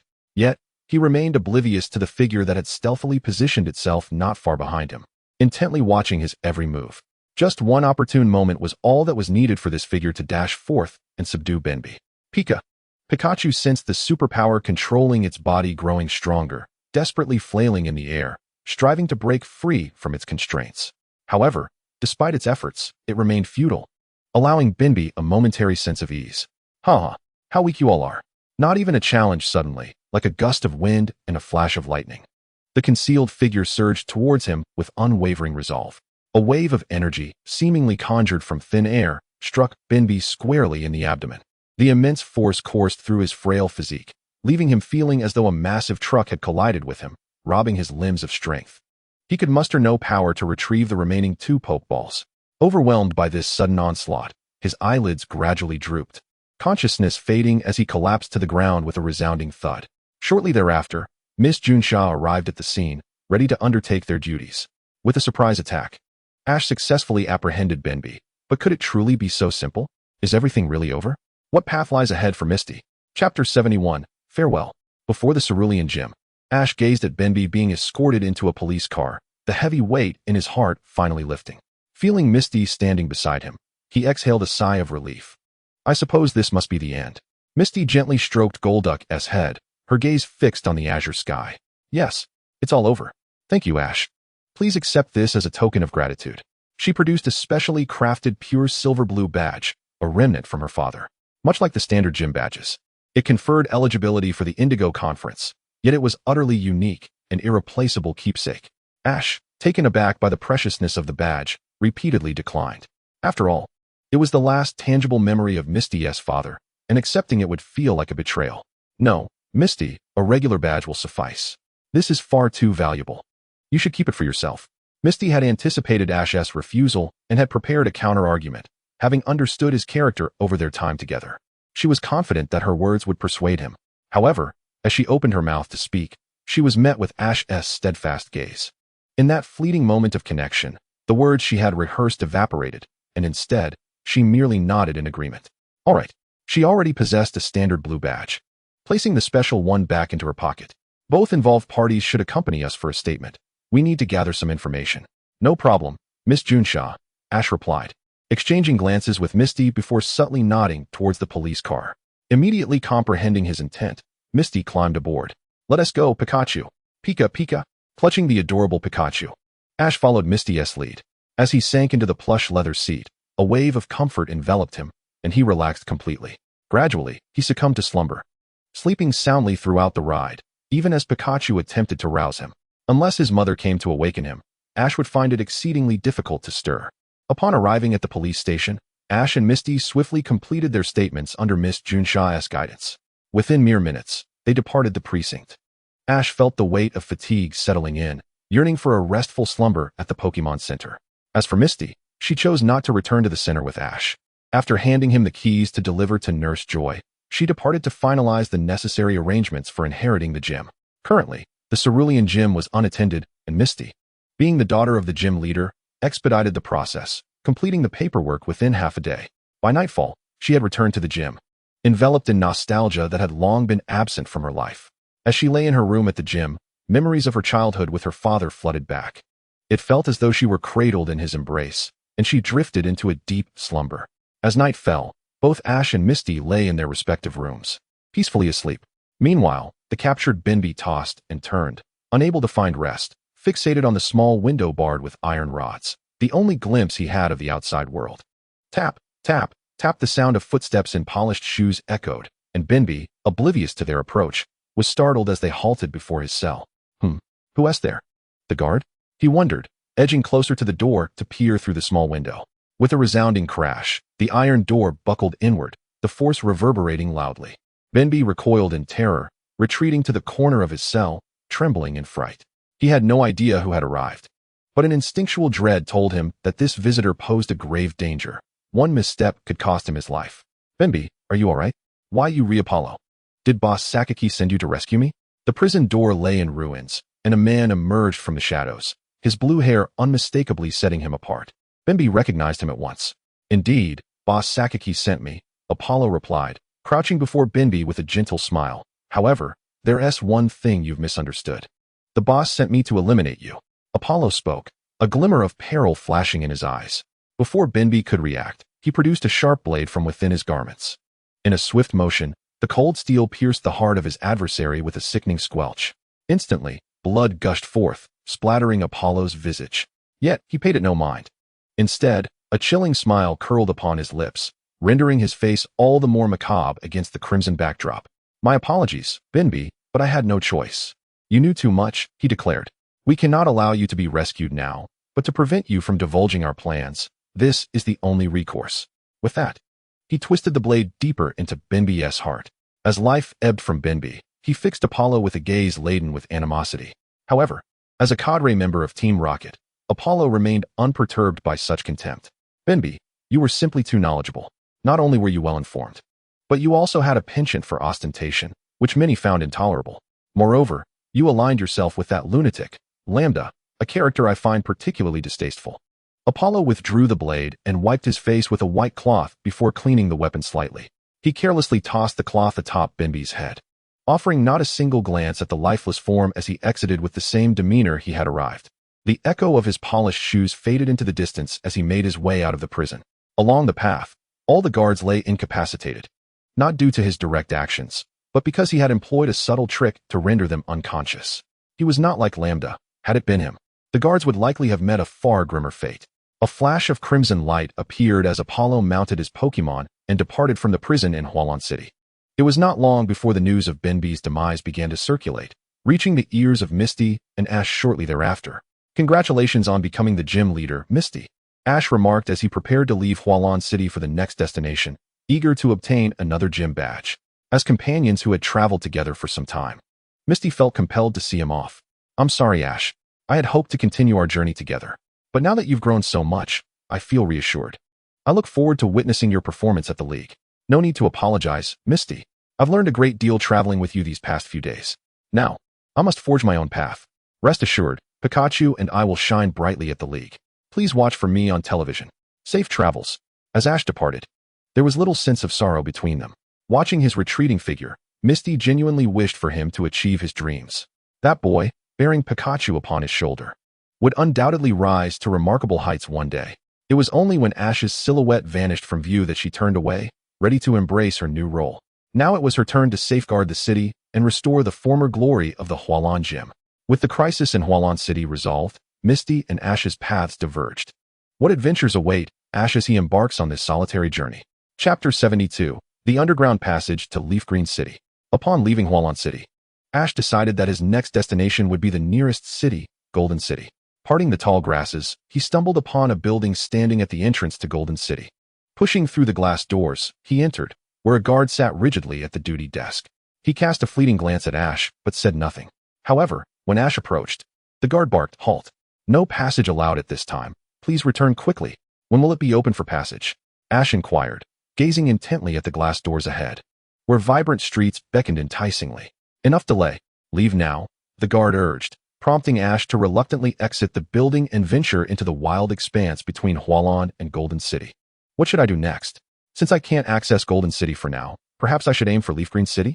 Ash pondered, stroking his chin as he contemplated his next move. Returning to Hualan City was out of the question. It was fortuitous that he had heard of an underground passage that connected Hualan City to Leaf Green City, allowing him to bypass Golden City entirely.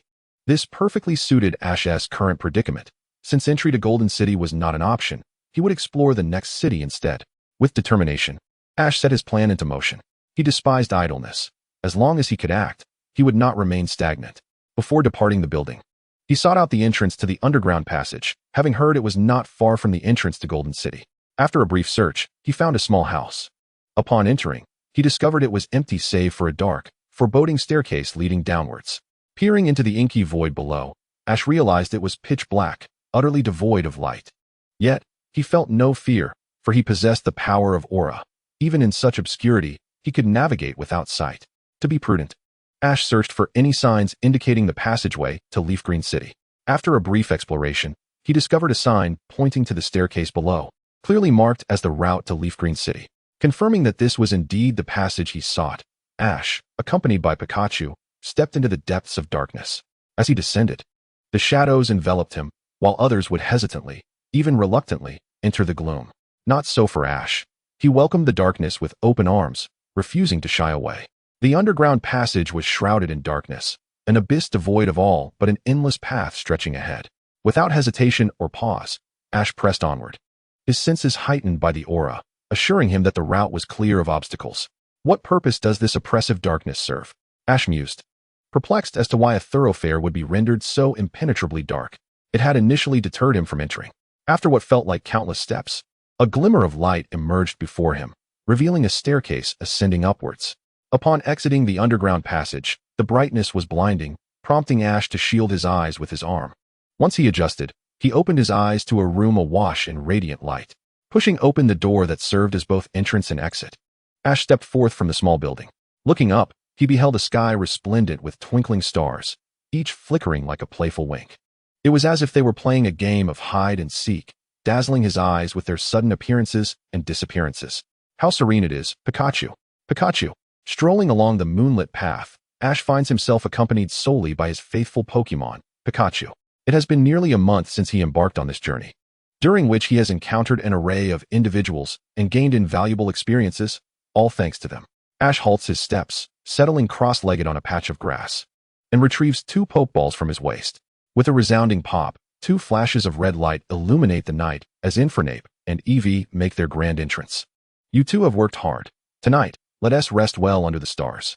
Ash embraces his Pokémon, acknowledging that overcoming challenges during this time has been made possible by their unwavering support. Without them by his side, he shudders to think how he might have fared in the face of adversity. With Pokémon by his side, he feels assured that any obstacle can be surmounted. Gazing at the starry sky, Ash sincerely believes this to be true. The gentle night breeze is refreshing, and in this comforting ambience, he and Pikachu gradually succumb to drowsiness. With his eyes closed, he drifts into a peaceful slumber. When he awakens, the dawn has already broken. Ash tidies himself and rouses his Pokémon. Those who are to return to their Pokeballs do so, leaving only Pikachu to accompany him. Leaf Green City, a bustling port town, welcomes Ash and Pikachu without a hitch as they enter the city, unimpeded by any guards. The entrance is situated on a hillside, surrounded by trees with leaves tinged with a hint of yellow, imparting the sensation that autumn has arrived. As the wind rustles through the foliage, the fallen leaves dance around him, evoking the feeling of wandering through an autumnal woodland. How vast! The ocean! Ash exclaims, spotting the dock teeming with vessels. Standing atop the hillside, he takes in the panorama of Leaf Green City, with the dock capturing his utmost fascination. Ships from all corners of the globe converge here, some laden with cargo while others have just been emptied. As he descends the slope, the view of the harbor fades, yet the awe-inspiring sentiment lingers within him, refusing to abate. Upon entering the city, Ash finds himself dwarfed by towering edifices, feeling an acute sense of disconnection. His shoes, muddied and speckled with grass clippings, draw curious glances from passers-by, intensifying his discomfort. Adjusting his cap, he diverts his gaze to the street, making eye contact with Pikachu. Pika? Ash. Pikachu tilts its head, its eyes reflecting concern at Ash's demeanor. Noticing Pikachu's worried expression, Ash is suddenly engulfed in a moment of disorientation, as if Pikachu momentarily transforms into a figure with blue hair. Shaking off the daze, he rubs his eyes, and, upon confirming that it is indeed still Pikachu before him, breathes a sigh of relief. However, after glimpsing that fleeting figure, Ash becomes acutely aware that he is no longer affected by the prying gazes around him. The prickling stares gradually dissipate from his consciousness, and he lifts his head anew. This time, undeterred by the onlookers, Ash strides forward, uncertain of his destination. Having finally arrived in a new city, his first priority is to visit the Pokémon Center as it pertains to his accommodations in this locale. How could he neglect to resolve that first? With this thought in mind, Ash walks along the thoroughfare, scanning for the unmistakable red-roofed building adorned with a Pokeball emblem. Before long, he spots the Pokémon Center's distinctive sign. His eyes fixate on the structure, and without a moment's hesitation, he approaches and pushes through the doors. Inside, he is greeted by the familiar sight of the lobby and its bustling patrons. Ash adeptly requests a room key from Nurse Joy and ascends to the second-floor lodging area to rest. After placing his backpack down, Ash gazes out the window, with Pikachu pressing its face against the glass, both marveling at the distant sea. Since the Pokémon Center is situated near the shoreline, the azure expanse of the ocean appears almost within reach. Ash has arrived in Leaf Green City, departing from the originally planned Goldenrod City, and now finds himself in this port metropolis. Due to the guard's intervention, he remains unaware of the current state of Goldenrod City, but he trusts that all is well. Now in Leaf Green City, Ash will regard it as a temporary residence while he embarks on his gym challenge. What adventures await him in this new locale? Chapter 73, Gym Leader Marzio, Leaf Green Gym. After setting down his backpack, Ash feels no urgency to explore the city just yet. Today, he intends to commence his challenge at the Leaf Green Gym. This marks the first time he has arrived in a city and immediately sought to tackle a gym challenge. In the past, he often planned to visit the gym first, but circumstances rarely aligned. He has grown significantly since then and now possesses a deeper understanding of gym battles. The Leaf Green Gym specializes in electric-type Pokémon, and while he lacks any Pokémon advantageous against them, as a future Pokémon Master, why should he fear such a minor hurdle? With this resolve, Ash springs from his bed, scooping Pikachu into his arms. Pikachu, shall we take on the gym challenge? You will lend me your strength, won't you? Pika, Pikachu, Pika Pika. A challenge? Of course. I'll support you all the way. Hearing Pikachu's enthusiastic response brings a bright smile to Ash's face as he exits the Pokémon Center with his companion. Their destination is the Leaf Green Gym, renowned for its amiable leader, Marzio. The gym challenge? What is that? A voice echoes within Ash, a remnant of a past life. Bewildered by the notion of a gym challenge, this city fills him with curiosity, bustling with buildings and a diverse array of people. The gym challenge serves as a test of skill. Only those with formidable strength can pass the trials and collect 8 gym badges, qualifying them for the Kanto League tournament. The Kanto League tournament? Yet another new term arises, invoking wonder in Ash's mind. The world has transformed drastically. Gone are the days of conflict, replaced by harmony between magical beasts and humanity. This is the utopia he has long envisioned. To exist in this world would be a dream come true. It is the place where all Kanto trainers aspire to gather, where elite trainers who have collected all 8 badges come together. They dispatch their most cherished Pokémon to compete, vying for supremacy and the coveted title of champion. Following that, the path leads to challenging the Elite Four, with the ultimate goal of becoming the regional champion. As Ash speaks with growing fervor, his excitement surges. This aspiration is not solely his dream, but also that of his beloved Misty. Is that so? How exhilarating. The voice within Ash resonates with his enthusiasm, conjuring images of an expansive arena. In the depths of his imagination, Ash envisions himself clad in a dapper outfit, surrounded by an impressive cadre of powerful Pokémon, including Pikachu, basking in the spotlight.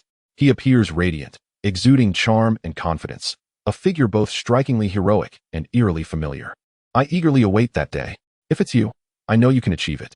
Having inhabited the body of this youth for several days, the nameless soul felt it had gleaned considerable insight into the boy known as Ash. Deep within, he believed that this young lad possessed the unwavering potential to realize his dreams. As he prepared to depart from the Pokémon Center, Nurse Joy was bustling with activity, attending to numerous injured Pokémon being ushered into the operating room. The majority of these were sailors' Pokémon, as every voyage was fraught with uncertainty, and the occasional encounter with danger could result in the loss of a beloved partner, an outcome Ash could not bear. Indeed, if such a day were to come, he would much prefer it be his own life that was sacrificed rather than that of his Pokémon. Pushing open the glass doors, Ash cast a fleeting glance at Nurse Joy, who was occupied with several severely injured Pokémon being rushed into the emergency room. The extent of their injuries indicated just how formidable their adversaries must have been. Although Ash was taken aback, he did not dwell on it for long and soon exited the hall. The streets were teeming with people, while trucks sped along the roads, each laden with goods destined for various locales. After inquiring with a passerby about the route to the gym, Ash proceeded along the coastline. Passing the harbor, he was indeed struck by the sight of the cargo ships, though the true marvel lay in a luxurious passenger vessel that stood out magnificently. How delightful it would be to explore its opulent interiors. Gazing longingly at the grand cruise ship, Ash's desire to board grew. Yet he was acutely aware of the meager funds remaining on his trainer card, barely enough to cover half the price of a ticket. Just as he was about to leave, a powerful hand seized him. "Who are you?" Ash inquired, feeling a sense of unease regarding the heavily cloaked figure behind him. "Pardon me, but are you a Pokémon trainer?" The voice was somewhat gruff, likely belonging to a man. As the words left the stranger's lips, Ash exchanged a glance with Pikachu, unsure of how to respond. Did he not appear to be a Pokemon trainer? Indeed, I am striving to become a Pokemon Master and am currently en route to participate in the Kanto League Conference. Observing Ash's spirited demeanor, the cloaked man suddenly broke into a smile, reaching into his garment to produce a thin piece of paper. This is a ticket for the SS, and you can board tonight for some leisure. The SS and? Ash queried, glancing back at the luxurious cruise ship that beckoned him. It was as if fate had delivered him a pillow just as he began to feel drowsy, though he remained uncertain of the ticket's authenticity. Why are you giving this to me? Ah, I see you as a formidable trainer, and coincidentally, there are many trainers aboard. I, unfortunately, cannot go myself, so I thought I might indulge you. The man's laughter was rough, akin to someone with a persistent cough. Is that so? Ash pondered the ticket in hand. But before he could say more, the man had vanished. Reluctantly, Ash tucked the ticket away, resolving to visit the ship after completing his gym challenge. Continuing along the coastline, Ash finally arrived before a grand edifice that stood alone beside the sea, creating an almost vacuum-like area devoid of other structures or people. Raising his gaze to the gym's roof, adorned with the emblem of the Pokemon League, Ash hesitated not at the entrance, ready to push the door open. Just then, the door swung open from within, and a boy of similar age rushed out, cradling an unconscious Pokemon in his arms. The expression of deep concern on his face was evident, and Ash noted that the injuries on the Pokemon were not unlike those of the severely burned ones he had observed at the Pokemon Center. A vague sense of foreboding began to stir within him. Yet, even with the knowledge of potential danger ahead, Ash felt no excessive worry. He trusted that the gym leader, as the head of this establishment, would wield their power judiciously. Entering the gym, Ash navigated through the interior until he arrived at the battle arena designed for challenges. It appeared that a battle had recently concluded, as the gym leader was seated, conversing jovially with several underlings. Noticing Ash's presence, one of the underlings pointed him out, prompting the tall man at the center to rise. Dressed in camouflage pants and a sleeveless green vest, donned with sunglasses, he possessed sharp features framed by golden hair. Even without uttering a word, his commanding presence starkly contrasted with that of his subordinates. Greetings, adorable novice. I am Brock, the gym leader of this establishment. Ash had unexpectedly received a ticket for the SS and from a mysterious individual and had come to the gym to challenge for a badge, intending to visit the ship afterward. The mere thought of stepping aboard thrilled him. The gym battle was about to commence. Would Ash emerge victorious? What exciting tales awaited him on the SS and, still using a baby Pokemon, are we? Such a cute little creature is about to face a battle? TSK. I truly wonder what today's novice trainers are thinking. Brock adjusted his sunglasses, revealing his golden eyes as he scrutinized Pikachu, his expression profoundly mocking. Baby? Are you referring to my Pikachu? Ash had never encountered such an arrogant gym leader before, and his mood soured in an instant. Why not? Do you think your baby Pikachu is particularly strong? It hasn't even evolved yet. Soon it will find itself in the same predicament as those naive trainers before you, having to seek Nurse Joy's assistance for healing. Brock's expression twisted into a grimace as if the burden of extra work had been thrust upon him. Allow me to show you the true power of Pokemon. A non-evolved Pokemon is merely a baby.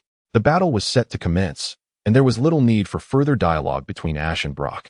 Their disdain for one another was palpable. Each sought to prove the validity of their perspectives through the strength of their Pokemon. Moments later, amidst a whirlwind of emotions, Brock stood in disbelief, gazing at Pikachu triumphantly perched atop Raichu. How is this possible? It was merely a baby Pokemon.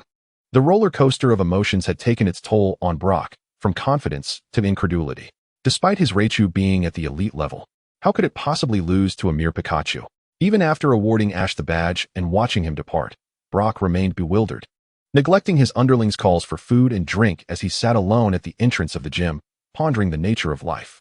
At that moment, several youths, appearing to be about the same age as Ash, approached. They halted beside Majishur, exchanging glances and playfully shoving one another, seemingly harboring unspoken words. After a brief hesitation, one boy cradling a walking grass stepped forward from the group and bowed to Majishur. Thank you, Gym Leader Majishur. If it weren't for your timely wake-up call, we would have remained oblivious to the intricacies of Pokemon battles. Indeed, Gym Leader Majishur, we were overly eager and utterly unprepared.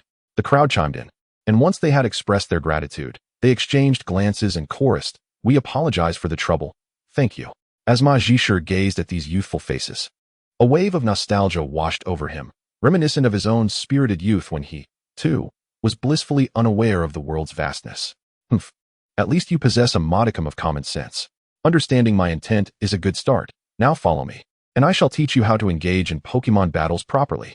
Majishir came to the realization that, as the gym leader, it was his primary duty to mentor these youngsters, much like his own instructor had once guided him. Everything seemed to be progressing toward a brighter future, though Ash remained blissfully unaware of this unfolding narrative. Even if he had known, it would have been a matter for another day. At this moment, Ash was making his way towards the SS and, strolling along the coastline, captivated by the luxurious cruise ship at the distant harbor. He couldn't help but feel a sense of yearning. Who would have thought that a boy of modest means like him would one day board such an opulent vessel? Upon reaching the SS, Ash presented the unexpectedly acquired ticket and, under the guidance of a crew member, successfully boarded the ship. Pika, it's enormous. Pikachu, look at all these people. As soon as they set foot on the ship, Ash and Pikachu were awestruck by the bustling first-floor hall, which felt at least 10 times larger than his own living room. They surveyed the ornate doorframe, which gleamed as if adorned with golden edges, radiating an exceptional brilliance. Hey, don't block the way, you bumpkin. Just as Ash was admiring the doorframe, a displeasing voice interrupted. Ash turned to see the source of the voice. But the individual did not wait for him to move aside. Instead, they shoved past him, shouldering him aside as they entered the hall. Nevertheless, Ash caught a glimpse of the person, a figure with skin so dark it stood out starkly, a rarity in his memory. Even Brock had a sun-kissed complexion, albeit slightly deeper. What a rude individual. Pikachu. Indeed, such people are utterly detestable. Pikachu echoed Ash's sentiments, both of them sharing their distaste for the figure they had just encountered. However, they quickly dismissed the incident and turned their attention elsewhere. Suddenly, a violent tremor reverberated beneath Ash's feet, jolting him from his thoughts. He dashed out of the cabin and onto the deck. The SS and had officially set sail, bound for Rainbow City, a destination Ash had intended to visit. Since the ship was en route, he decided to stay aboard rather than disembark early. As he watched the port recede into the distance, shrinking into a mere shadow against the setting sun, he finally returned to reality. The deck was now deserted, with other passengers seemingly having retreated into the ship's interior. Ash was left pondering what had caused the commotion that drew everyone else away, as he remained quietly entranced by the ocean. I should check for some food. I'm feeling rather hungry. How about you, Pikachu? Pikachu. Me too. I feel so hungry. Ash patted his abdomen, soothing its restlessness, and upon hearing Pikachu's agreement, he promptly made his way towards the entrance to the hall. The grand door was firmly shut, yet a tantalizing aroma wafted from within. Ash realized that the banquet on the ship had commenced. He pushed open the door, revealing a dazzling hall before him. However, the fellow travelers who had been accompanying him were not engaged in lively conversation or relishing the sumptuous feast laid out before them. Instead, their expressions mirrored those of discomfort. As if constipated, their features contorted as they fixated on those clad in black uniforms adorned with an emblem. Team Rocket, Ash exclaimed in surprise, unable to contain himself. Yet, he quickly regained his composure upon noticing that every member of Team Rocket was now staring directly at him. Ash offered an awkward smile and politely greeted them. Thank you for your hard work. He waved his hand dismissively, leaving Team Rocket momentarily flabbergasted, their original intentions momentarily forgotten as they stood there, staring at Ash as he closed the door behind him once more. After a few seconds, it appeared that one of the Team Rocket members was the first to recover. Who was that just now? I don't know, but he went out to the deck. Should we go after him? Are you foolish? What would be the point? With Lord Lambda here, we could easily dispose of that little brat. The mention of Lambda's name ignited a sense of excitement within the questioning Team Rocket member, who eagerly agreed. Yes. As long as Lord Lambda is present, there will be no issues. Just as the two expressed their reverence for Lambda, a discordant voice pierced the air. TCH, calling yourselves Team Rocket and not even daring to chase after him? I see nothing but cowards here. The hall fell silent, all eyes turning towards the speaker. The individual was draped in dark skin, inciting irritation among the Team Rocket members. One of them retaliated with a punch aimed at the speaker's face. What are you doing? Humph. You. A Team Rocket member shot back, followed by a flurry of fists directed at the speaker's face.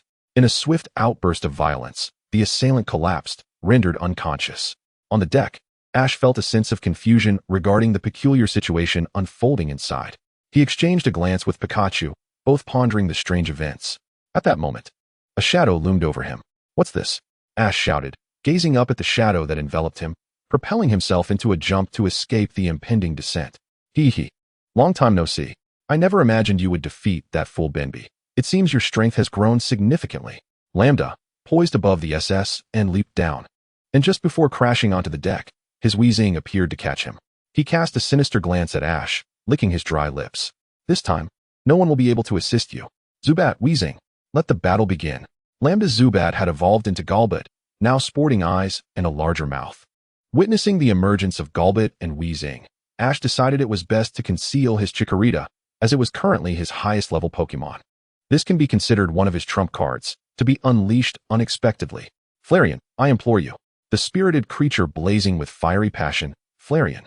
As Flareon leaped from its Pokeball, its brown fur shifted in hue from tail to head, transforming into a vibrant fiery red. Its paws touched the ground, sparking tiny embers. Flareon, Flame Fawn. Pikachu, Thunderbolt. Without affording Lambda a moment to react, Ash initiated the offensive, determined not to be the passive player as he had been in their previous encounter. Ha ha ha. Do you really believe this will give you the upper hand? You underestimate me. Wheezing. Smokescreen. Double Edge. Wheezing exhaled a thick cloud of smoke from its mouths and the openings on its body.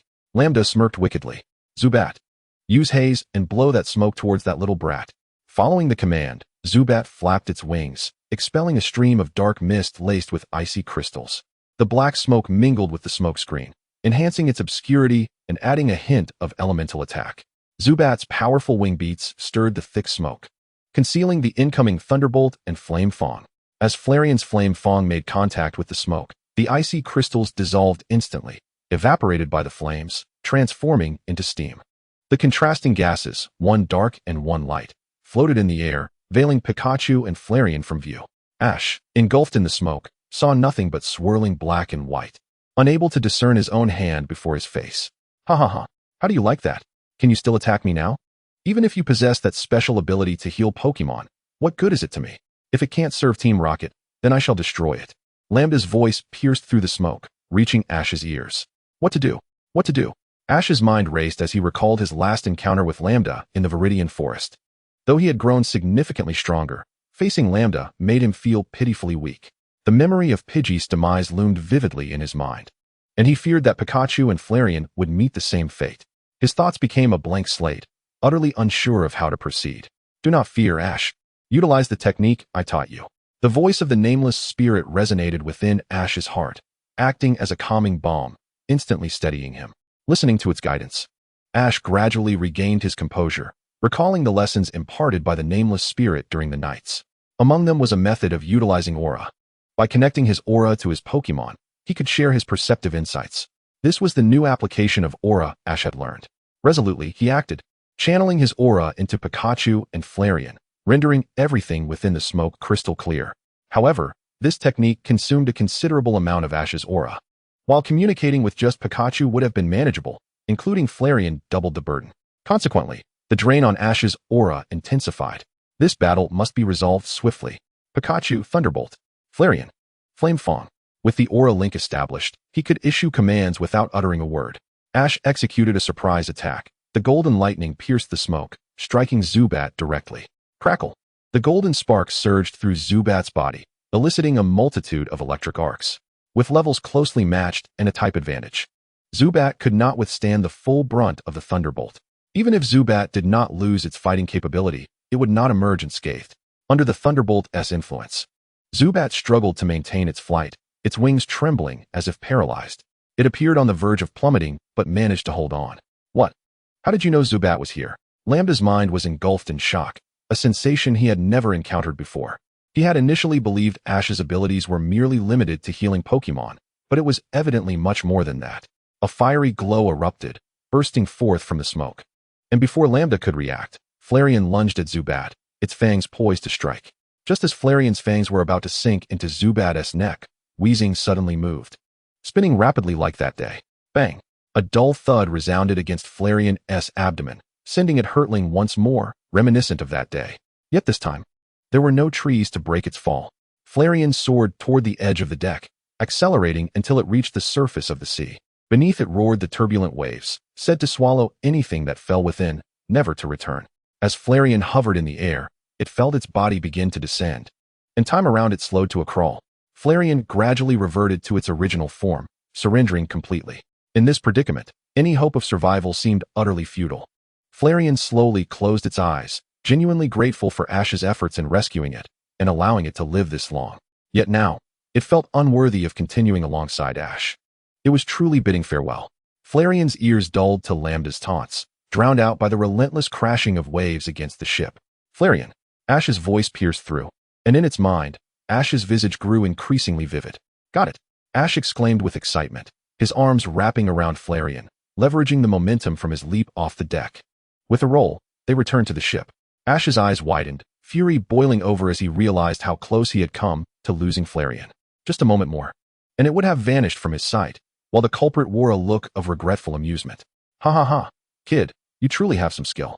I never thought you could save it. What a pity. I wanted to see you cry your heart out. Lambda, I don't know if you'll see me cry, but I assure you, I will make you wish you could not move. Ash clenched his fists. Though he spoke defiantly, doubt still gnawed at him. The adrenaline surged. But reason remained. He was acutely aware of the disparity between himself and Lambda. Even sending out a sacrificial Pokémon would only delay the inevitable, merely causing a minor inconvenience. Ha ha ha, you really have guts.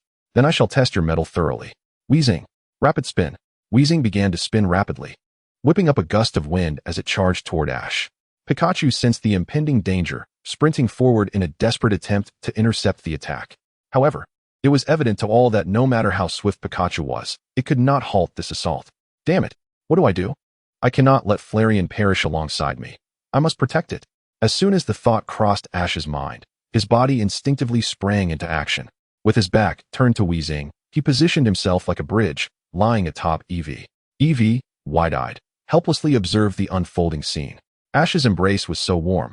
If Wheezing's attack were to strike, it would be the last warmth it ever felt. Eevee, battle, battle, and more battle. The fight has only just begun. What will unfold between Ash and Lambda next?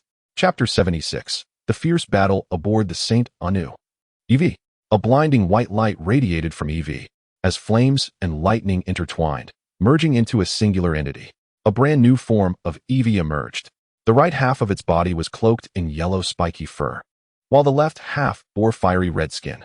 This bizarre form significantly augmented Eevee's power. Within Ash's perception, Eevee's strength now rivaled that of the abandoned monkey. What is this? Lambda's eyes widened in disbelief as the Eevee before him managed to fuse the genes of two evolutionary forms. This shattered all conventional wisdom. It was as inconceivable as reviving Pokémon from two distinct fossils and successfully merging them. Eevee. Flames and lightning simultaneously ignited upon Eevee's fangs, activating both Thunder Fang and Fire Fang. The two energies fused, creating an entirely new move. Unfazed by Lambda's thoughts, it gathered energy in its mouth, the tempestuous power of electricity and flames threatening to overwhelm it.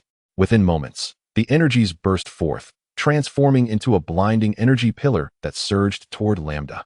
The flames and lightning intertwined as they swept across the deck, making the surface feel as molten as liquid, glowing a fiery red. This is bad, Lambda thought to himself. Realizing the speed of this attack was staggering, and with no room to evade on the deck, he resolved to act. Casting a glance at the precariously swaying Zubat, he had already made up his mind. Zubat, it's time for you to prove your worth. A chilling smile crept across Lambda's lips as he commanded Wheezing. Wheezing, use rapid spin against Zubat. Hearing Lambda's order, Wheezing turned to him, initially thinking that their trainer was joking in such a critical moment. However, upon witnessing the seriousness in Lambda's eyes, Wheezing hesitated. Despite its reluctance, the command prompted Wheezing into action. Its body began to spin, generating a gust of wind around it. Wheezing collided with Zubat, the tremendous force propelling Zubat directly into the oncoming pillar of flame and lightning. Big mouth. The thunder and fire engulfed Zubat, its form gradually disintegrating into ash, vanishing within the assault.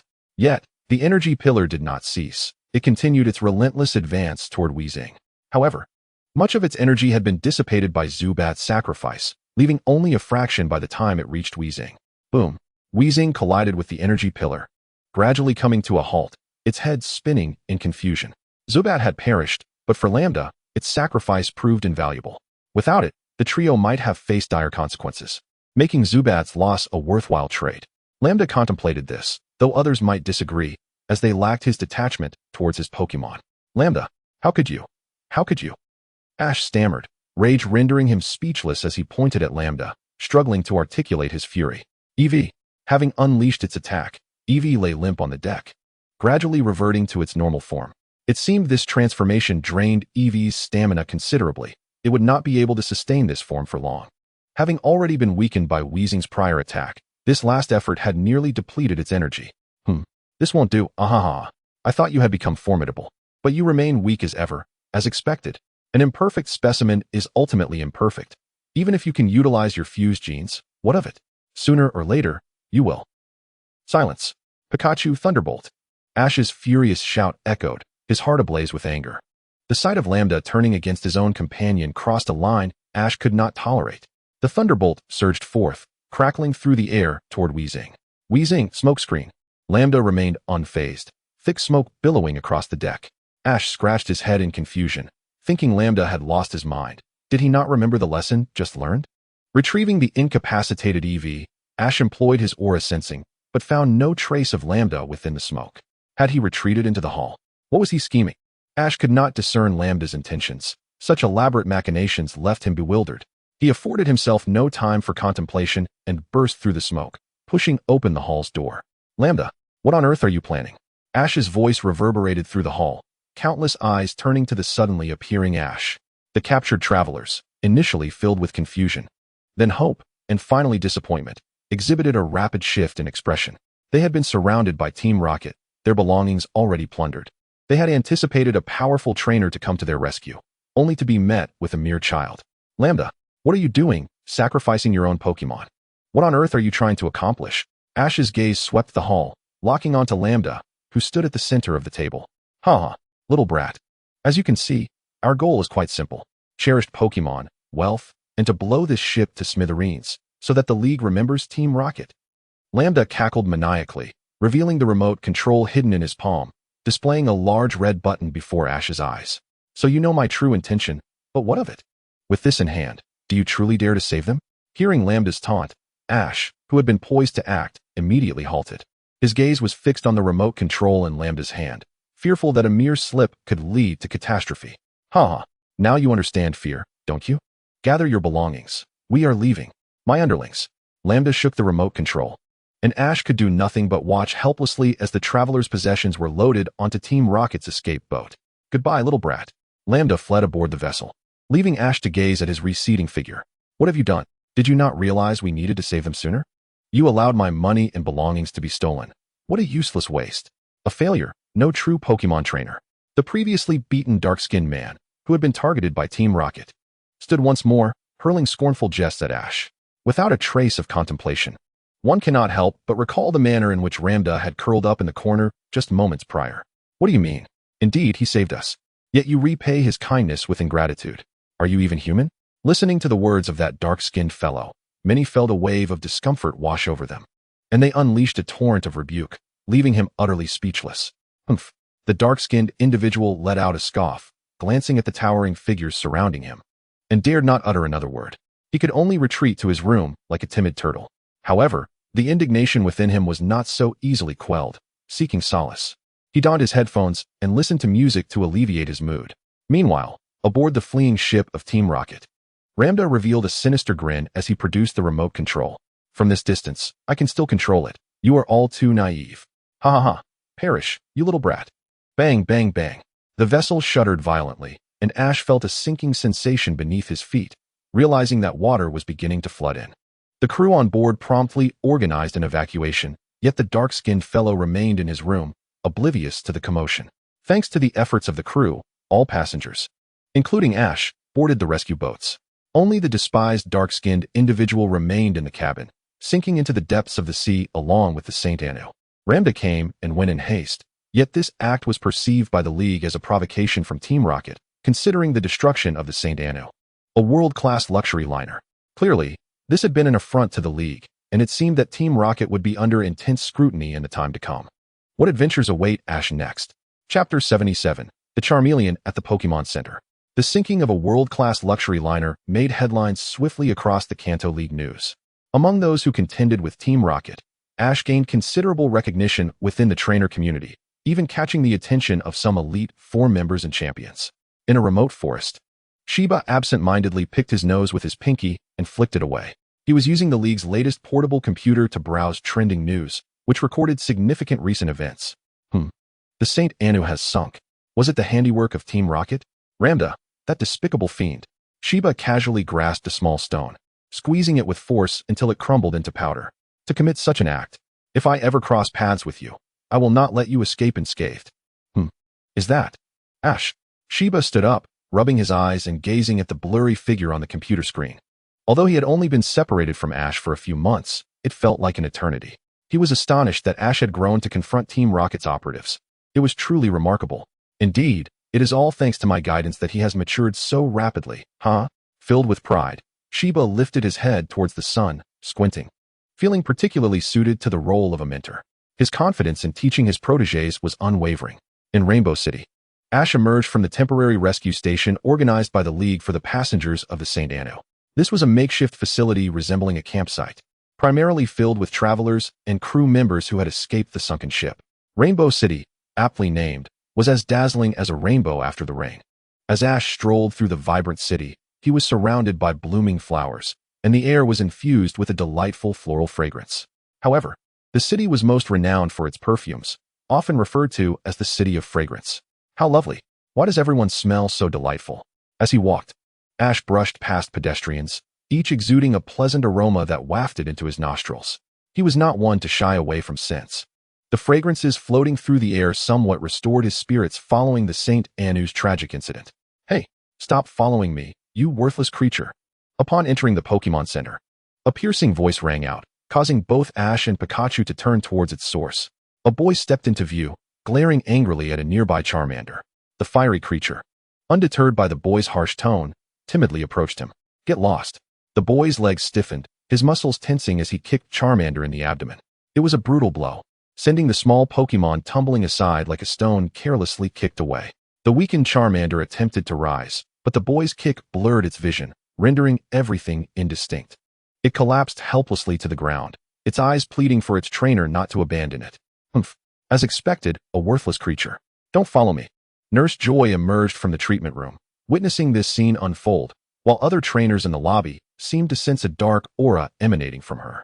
This trainer, please. Nurse Joy intended to intervene, but before she could finish her sentence, a fist suddenly appeared. With a resounding thud, it struck the boy in the face, knocking him to the floor in one swift motion. You are utterly unworthy of being a trainer. Ash had intervened, his punches remarkably swift. To the onlookers, all they could see were shadows of fists relentlessly pummeling the boy's face. His features contorted, bruised, and battered. Anyone familiar with him would scarcely recognize his current state. Cough. Cough. Who are you? Why are you hitting me? The boy spat blood, trembling as he pointed a shaky finger at Ash. Yet Ash paid him no heed, tightening his fists as he approached, while Pikachu flicked its tail, seemingly eager to join the fray. Panicking, the boy stumbled backward. Noticing Nurse Joy beside him, suddenly grasping at straws, he darted around Ash, desperately clutching the counter at Nurse Joy's station, his eyes radiating a plea. Nurse Joy, please help me this guy is a lunatic. He is attacking me for no reason. The boy exclaimed, attempting to grasp Nurse Joy's hand, convinced that without her intervention, he would truly perish at Ash's hands. I believe Chansey had something to discuss with me. Nurse Joy appeared oblivious to the boy's plight, evading his grasp as she returned to the treatment room. With his lifeline severed, the boy felt despair wash over him, scanning his surroundings for assistance. However, the other trainers avoided his gaze, completely disregarding him. Some even blocked the entrance to the Pokémon Center, preventing anyone from entering or exiting, ensuring that this spectacle would unfold uninterrupted. Cries of anguish echoed continuously from the Pokémon Center. Yet the soundproofing ensured that nearby residents remained oblivious to the commotion. Only those within the lobby could hear it, but they felt no disturbance. Instead, they found a sense of pleasure in the unfolding drama. After all, this boy was infuriating, and had it not been for the potential consequences, they would have eagerly joined in. Moments later, the boy succumbed to the combined assault of Ash and Pikachu, slipping into unconsciousness. Gazing at the boy who resembled a lifeless pig, Ash could not contain his anger and delivered a swift kick to his side. The other trainers, witnessing the scene, felt a pang of guilt for not participating, and one by one, they joined in, each leaving their mark upon the boy's body. His face and clothes became a tapestry of footprints, rendering him utterly wretched. At that moment, Nurse Joy emerged from the treatment room, surveying the surrounding trainers. Upon meeting her gaze, these trainers, all of Ash's age, lowered their heads like children caught in mischief, afraid to utter a sound. Is it over? Nurse Joy inquired, fixing her attention on Ash, the first to strike. Ash nodded, expecting her to chastise him for his severity, but her demeanor suggested otherwise. It's my turn now. Scum. Wretch. Nurse Joy unleashed a brutal 2 kicks to the boy's abdomen, each blow more forceful than those delivered by Ash and his companions. What made it even more formidable was that she wore high heels. The impact of her strikes elicited a visceral reaction from the boy. Ugh. Cough. What's happening, Joy? The boy, enduring the agonizing pain in his gut, spoke weakly, his eyes reflecting the brightness of the overhead lights as if he beheld an angel. Alas, this angel lifted her foot and, with a forceful thrust of her stiletto, struck him squarely on the forehead. The devastating blow caused him to lose consciousness once more. The surrounding trainers, including Ash, were taken aback by Nurse Joy's ferocity, fearing that he might suffer serious repercussions. Nurse Joy, what are you doing? Ash chuckled awkwardly, glancing at her, unable to muster the same ruthlessness. Rest assured, he won't come to harm. Leave the rest to me. I'll ensure he remains alive. Do you have any further business? Upon hearing her words, Ash and his companions regarded her with expressions akin to those witnessing a great horror. They hastily shook their heads. No, we're fine. Oh dear, it seems late. Pikachu, let us take our leave. Ash hastily conjured an excuse, pulling Pikachu away from the scene. Before departing, he cast a glance at the now-recovered Charmeleon, lying upon the treatment room bed. The flickering flames of its tail were deeply imprinted in Ash's mind. Having arrived in Rainbow City, Ash dealt with the detestable trainer. He initially thought Nurse Joy would reprimand them, but unexpectedly, she too had taken action against the vile individual. What would transpire next was beyond Ash's knowledge. However, he could have sworn he heard the anguished wails of a spirit emanating from the Pokémon Center's designated refuse area. Chapter 78. The aspiring Charmeleon beneath the azure sky. Flowers bloomed in the warmth of the sun, and a fragrant breeze wafted through Rainbow City. Within the Pokémon Center, Ash slowly rose from his bed, glancing at Pikachu, who lay beside him, as memories of the previous day's events flooded back. Though he had dealt with the infuriating trainer, a lingering discontent festered within him. His concern for Charmeleon weighed heavily on his heart. He recalled its stubborn demeanor, and his chest tightened in empathy. Was it merely a loss in battle? Why unleash one's frustrations upon a Pokémon, yet fail to reflect on one's shortcomings? This belief had always resonated with Ash. Trainers and their Pokémon were interdependent, each essential to the other. The previous night's actions had been justified. Such individuals deserved a thorough reckoning. The voice of the unnamed spirit echoed in his mind, its elation palpable, as Ash envisioned the spirit's joyful countenance. Pokémon are our partners, always and forever. Such scoundrels do not deserve to be trainers. Partners I seem to recall having one as well. The spirit pondered, a figure gradually materializing in its mind, yet growing increasingly indistinct. No matter how hard it tried, the details eluded it, save for the sense of a profound bond. Lost in contemplation, the spirit fell silent, prompting Ash to turn his attention to the now-awakened Pikachu. Pikachu, let us go check on Charmeleon. Pika Pika. Sure. After tidying up briefly, Ash and Pikachu made their way downstairs. Charmeleon remained just as it had the previous day, lying on the treatment bed, although the flames at the tip of its tail burned more fiercely. During this time, the Pokémon Center was still relatively quiet, allowing Nurse Joy to notice Ash, who stood gazing into the treatment room. Setting aside her duties, Nurse Joy approached Ash. It's nearly recovered. It just needs to awaken. Would you like to go in and see? Absolutely. Ash's eyes sparkled with excitement as he nodded eagerly, clearly enamored by Nurse Joy's suggestion. Following Nurse Joy into the treatment room, Ash and Pikachu gazed starry-eyed at the slumbering Charmeleon. Its breathing was steady, the flames on its tail flickering gently, a sight that melted Ash's heart. Char. As if responding to their presence, Charmeleon slowly opened its eyes, fixating on Ash and Pikachu beside its bed. Hello, Charmeleon. I'm Ash, and this is Pikachu. Charmeleon. Charmeleon regarded Ash and Pikachu with a puzzled expression before shifting its gaze elsewhere, scanning the ceiling and then the floor as if searching for something. Charmeleon seemingly recalling something. Charmeleon gazed forlornly at the ground. Ash, sensing the shift, exchanged a glance with Pikachu and gently placed his hand on Charmeleon's head. Pikachu climbed onto the bed, wrapping its arms around Charmeleon. Charmeleon.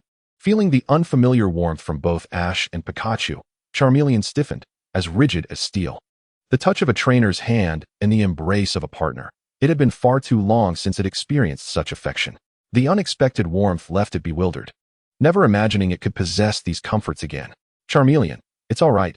You've done wonderfully. Ash's voice reverberated in Charmeleon's mind, a soothing mantra that echoed repeatedly. Tears streamed from Charmeleon's eyes uncontrollably, a torrent of emotion unleashed. How long had it been? How long since it had endured the torment of being chosen by that despicable trainer as a starter Pokémon, never knowing a moment of peace? Each day was a battle against higher-level Pokémon or those that countered its type.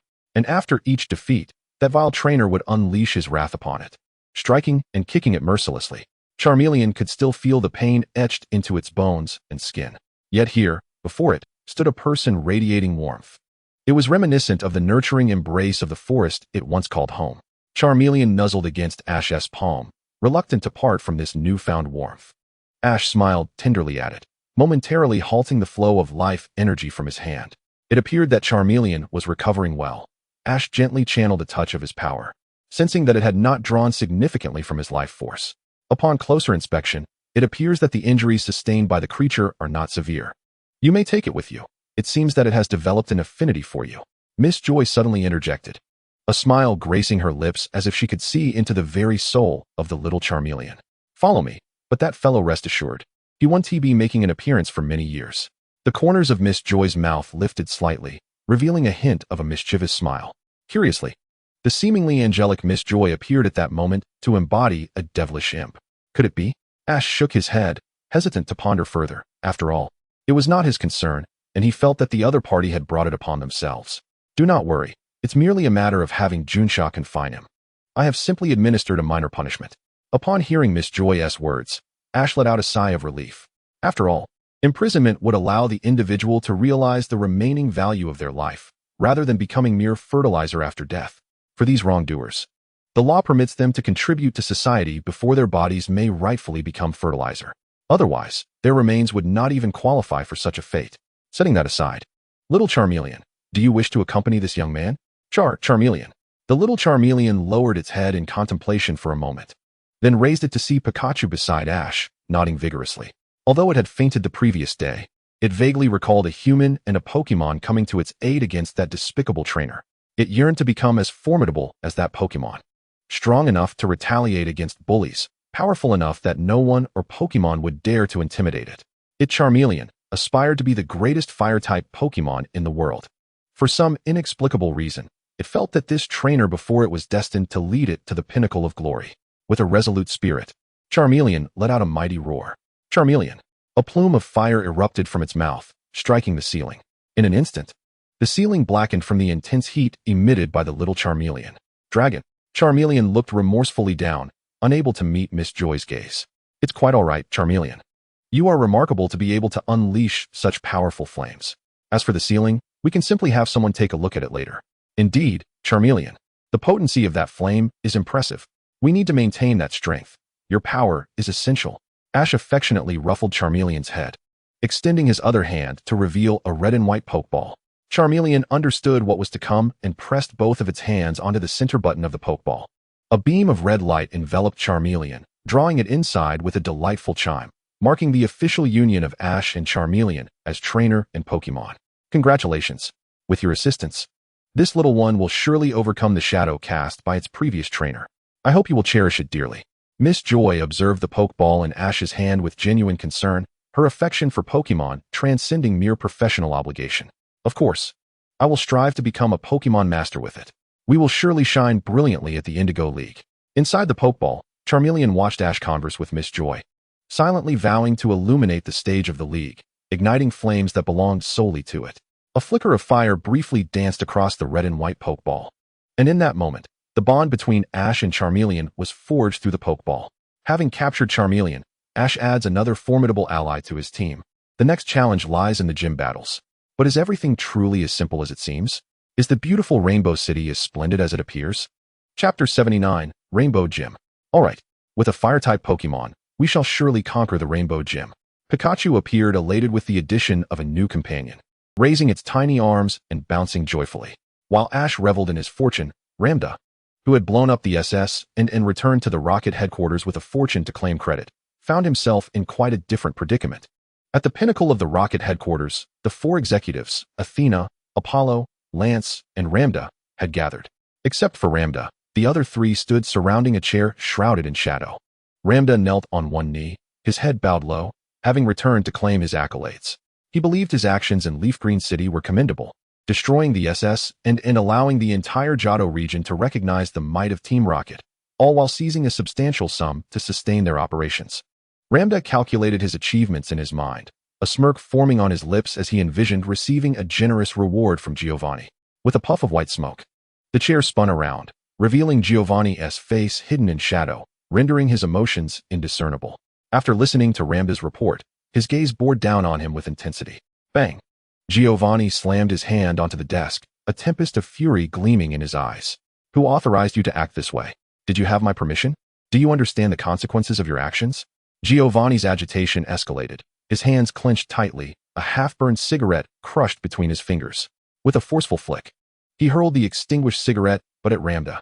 The butt struck Lambda's face, shattering his illusions. He stared blankly at Giovanni, pressing his hand against the spot where the butt had hit, perplexed by the sudden outburst. Lambda glanced at the other three executives, their disdainful and mocking gazes converging upon him. His expression contorted as if he were enduring great torment. Giovanni, however, remained indifferent to Lambda's feelings or thoughts. Your actions will draw the League's attention to us. Even the substantial sum you believe to be beneficial cannot be spent while under their scrutiny. How could we possibly utilize such funds while being watched by the League?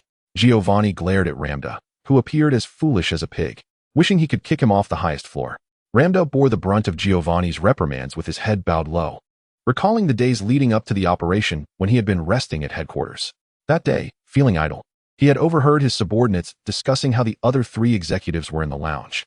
He had initially intended to join Apollo and the others for a chat. However, through the crack in the door, he spied them seemingly plotting something significant. Naturally sinister and cunning, he instinctively concealed himself at the door. Through the crack in the doorframe, Lambda overheard their plans to attack the SS and discussing how they intended to exclude him so that the three of them could evenly divide Giovanni's rewards. Upon hearing this, Lambda could hardly contain his rage. He abandoned the idea of entering the lounge and resolved to preemptively assault the SS and which led to the subsequent events. Could it be? Seemingly struck by a realization, Lambda abruptly raised his head to look at Apollo and the others. He perceived mockery in their eyes, a derisive amusement at his expense, and a sneer at his foolishness. A surge of fury ignited within him, but he could only suppress it in Giovanni's presence. Sigh. Never mind. Given that you brought something commendable last time, I shall spare you this time. However, should there be a next time, you are well aware of the consequences. Are you not? Sakaki remarked, a dangerous glimmer dancing in his eyes as a smile curled at the corners of his mouth, fixating on Lambda. As you command. Lambda bowed his head, feeling fortunate that his superior, Sakaki, did not lay blame upon him this time. Otherwise, he would have faced dire repercussions. Being stripped of his rank was but a minor concern. One could only imagine the fate that awaited him. The mere thought sent shivers down Lambda's spine, causing him to tremble involuntarily. Meanwhile, as Lambda narrowly escaped calamity, Ash had already arrived at the Rainbow City Gym. Hello, I am here to challenge the gym. Pika, Pika Pika. Upon entering the reception of the gym, Ash felt as though he had stepped into another realm. If Rainbow City was the city of flowers, then this place was an ocean of blossoms. The ceiling and walls were adorned with a myriad of colorful, peculiarly blooming flowers, and an exotic fragrance wafted through the air, enveloping the entire gym. How delightful! Pikachu, can you smell that? Pika, indeed, it is truly fragrant. Pikachu chirped melodiously, its spirits lifted by the enticing aroma, reminiscent of having its favorite tomato sauce with every meal. These are flowers I have meticulously cultivated. Of course, they are fragrant. A mature and knowledgeable voice emerged beside Ash. A girl with short hair clad in a kimono appeared, radiating a floral scent. And you are? The girl before him was strikingly beautiful, seemingly not much older than him. Perhaps slightly older than Misty. I am the gym leader of this Rainbow Gym, and my name is Rika. You are the gym leader. Quickly, let us engage in a gym challenge. My Pokémon, and I can hardly wait. Ash rubbed his hands together, unable to contain his excitement. Patience, first answer a question, and then we shall proceed with the gym challenge. A question? What is it? Well, it is quite simple. I would like to inquire about your views on perfume. Rika retrieved a small bottle of perfume from her kimono sleeve and gently pressed the nozzle. A mist of fragrance filled the air around Ash. My views. There is nothing particularly special to say. It smells pleasant, and such scents can certainly uplift one's mood. Moreover, if something exists in this world, it must possess its value. If it is accepted by the populace, then its worth is affirmed. Ah, Professor Oak's words are truly insightful, huh? Having a good memory is indeed a blessing. Ash spoke with an air of philosophical wisdom, though he merely echoed the sentiments of Professor Oak. To think you hold such a perspective. I had assumed that boys of your age would generally harbor disdain for perfume, or at least be indifferent. Rika covered her mouth with her sleeve, her eyes sparkling with amusement as she continued. I also heard about the incident at the Pokémon Center yesterday. You did well. You truly stand out. You flatter me. I believe any trainer would feel irate in such circumstances.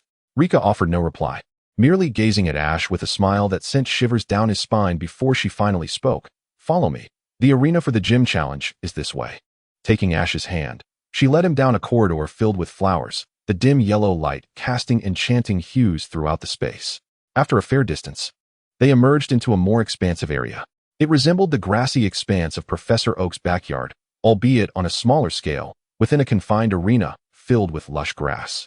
Though anticipated, the reality surpassed Ash's imagination. He had expected merely an ordinary battleground adorned with some flowers. Yet it appeared as if a patch of prairie had been transplanted here. Is this where we battle? I am brimming with determination. Ash clenched his fists, adopting a battle stance. You seem quite spirited. I am Rika, the gym leader of the Rainbow Gym. Are you prepared to be enchanted by the fragrance of flowers? The gym challenge is about to commence, with Lambda facing Sakiki's wrath. What unfolds next? Chapter 8, The Rainbow Arcade. Charmeleon, evade. Ember attack. Within the Rainbow Gym, Ash was commanding Charmeleon as it battled Rika's victory bell. Despite the disdainful treatment Charmeleon received from that detestable trainer, it was performing exceptionally well under Ash's guidance. Leveraging its type advantage, Charmeleon swiftly overcame Rika's two formidable Pokémon. This is a clear advantage, Ash mused. It was a well-known fact among many. Once gym trainers became serious, newcomers had little chance. Nevertheless, even so, Charmeleon was panting heavily after 3 consecutive battles, its stamina dwindling. It is time to settle this. Let us unleash this technique. Charmeleon, unleash Dragon Breath on Victory Bell. Roar. Charmeleon let out a cry, releasing a plume of vapor from its nostrils as potent dragon-type energy coalesced within its mouth. Once the attack was charged, a mist-like stream of dragon breath shot forth, striking Victory Bell's eyes. Victory Bell. The creature was engulfed by the dragon breath, the resulting airflow creating a gust within the gym. Even Ash was taken aback by Charmeleon's formidable prowess, unable to comprehend why that detestable trainer had dismissed it. Truly impressive. This Charmeleon surpasses the typical ones by a significant margin. You have nurtured it well, Ash. Rika withdrew Victory Bell, gently stroking Charmeleon while the flames on its tail flickered in her eyes. You flatter me, Rika. Charmeleon is inherently strong. Ash rubbed his cheek, feeling somewhat bashful. Having only captured Charmeleon a few days prior, new trainers today are remarkably modest, Rika chuckled, producing a badge adorned with 7 colored petals. This is proof of your victory over me, the rainbow badge of the Rainbow Gym. Accept it. Taking the badge, Ash recalled Charmeleon and exited the gym with Pikachu. The bright sunlight bathed his face, prompting him to shield his eyes with his arm as he retrieved Charmeleon's Pokeball. The panel opened, silently reciting the 4 words.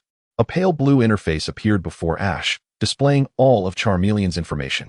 Charmeleon gender, male type, fire ability, blaze trainer, Ash level, elite beginner potential, champion high learned skills, dragon breath, ember, smokescreen, flamethrower, scary face, growl, scratch. Unlearned skills, metal claw, 99. As Ash gazed at Charizard's panel, he was astonished to realize that this little fellow, barely captured, was on the verge of matching Pikachu's prowess. What a treasure I've been gifted. That scoundrel truly does not know how to cherish such a find. Silently mocking, Ash shrank the Pokeball and secured it to his waist.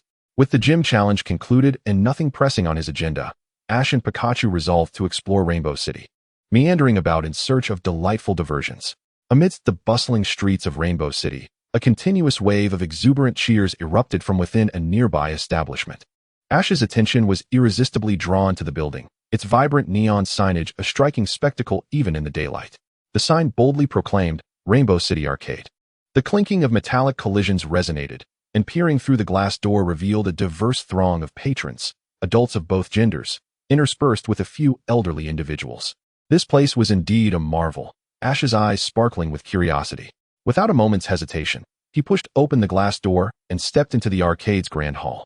Inside, 2/3 of the space was occupied by an array of slot machines, all molded from the same design. The remaining third was claimed by gaming tables, with nearly every slot machine brimming with eager players, leaving only a few vacant seats. Similarly, The gaming tables were crowded, surrounded by individuals.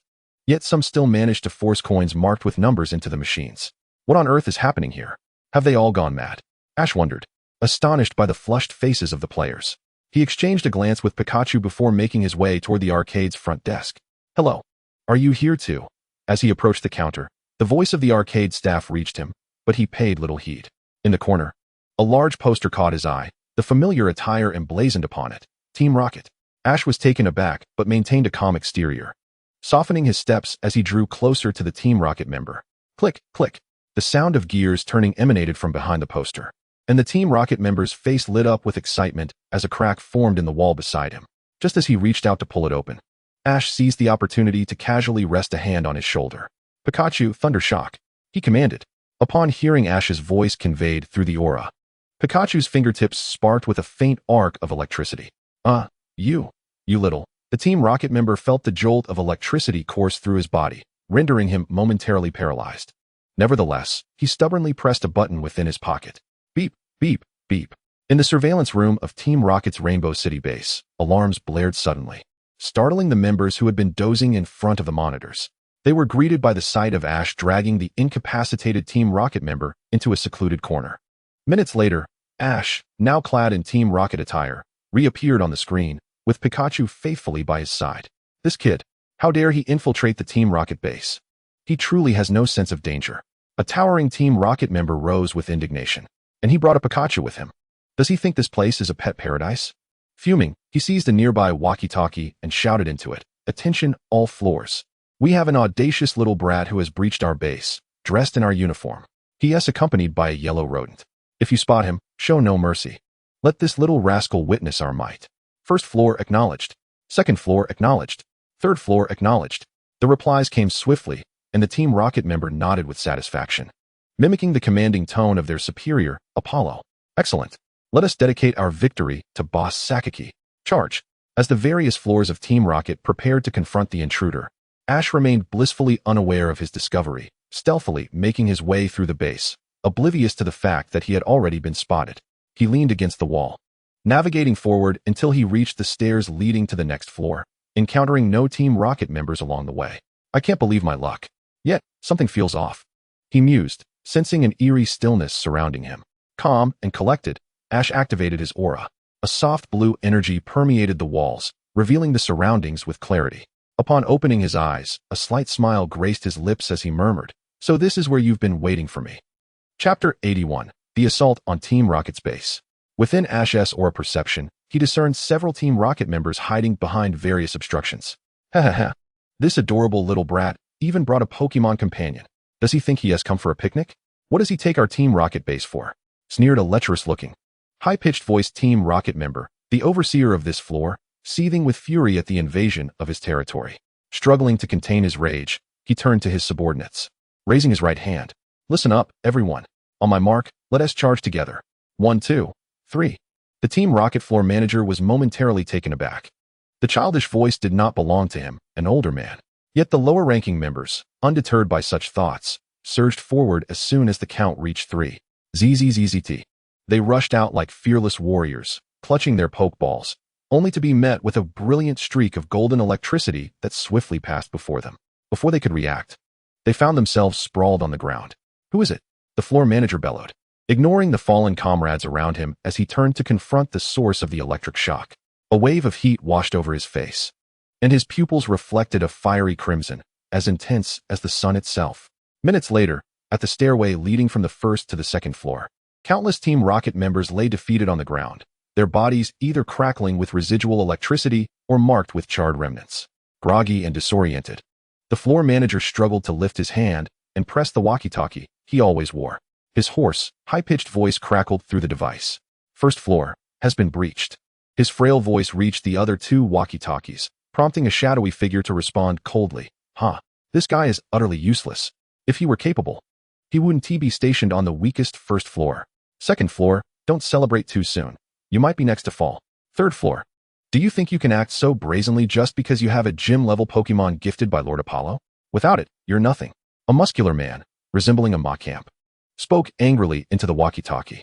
Why don't you ask Lord Apollo for a gift, huh? Oh, I remember now. It's because you're too foolish, he retorted. Foolish enough to mispronounce his name in front of him, calling him the one he despises most, Lord Lambda.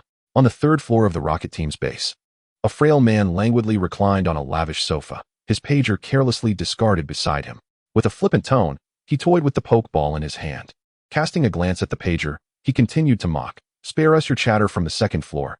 You ought to conserve your strength, lest that little brat makes a spectacle of you and brings disgrace upon our rocket team.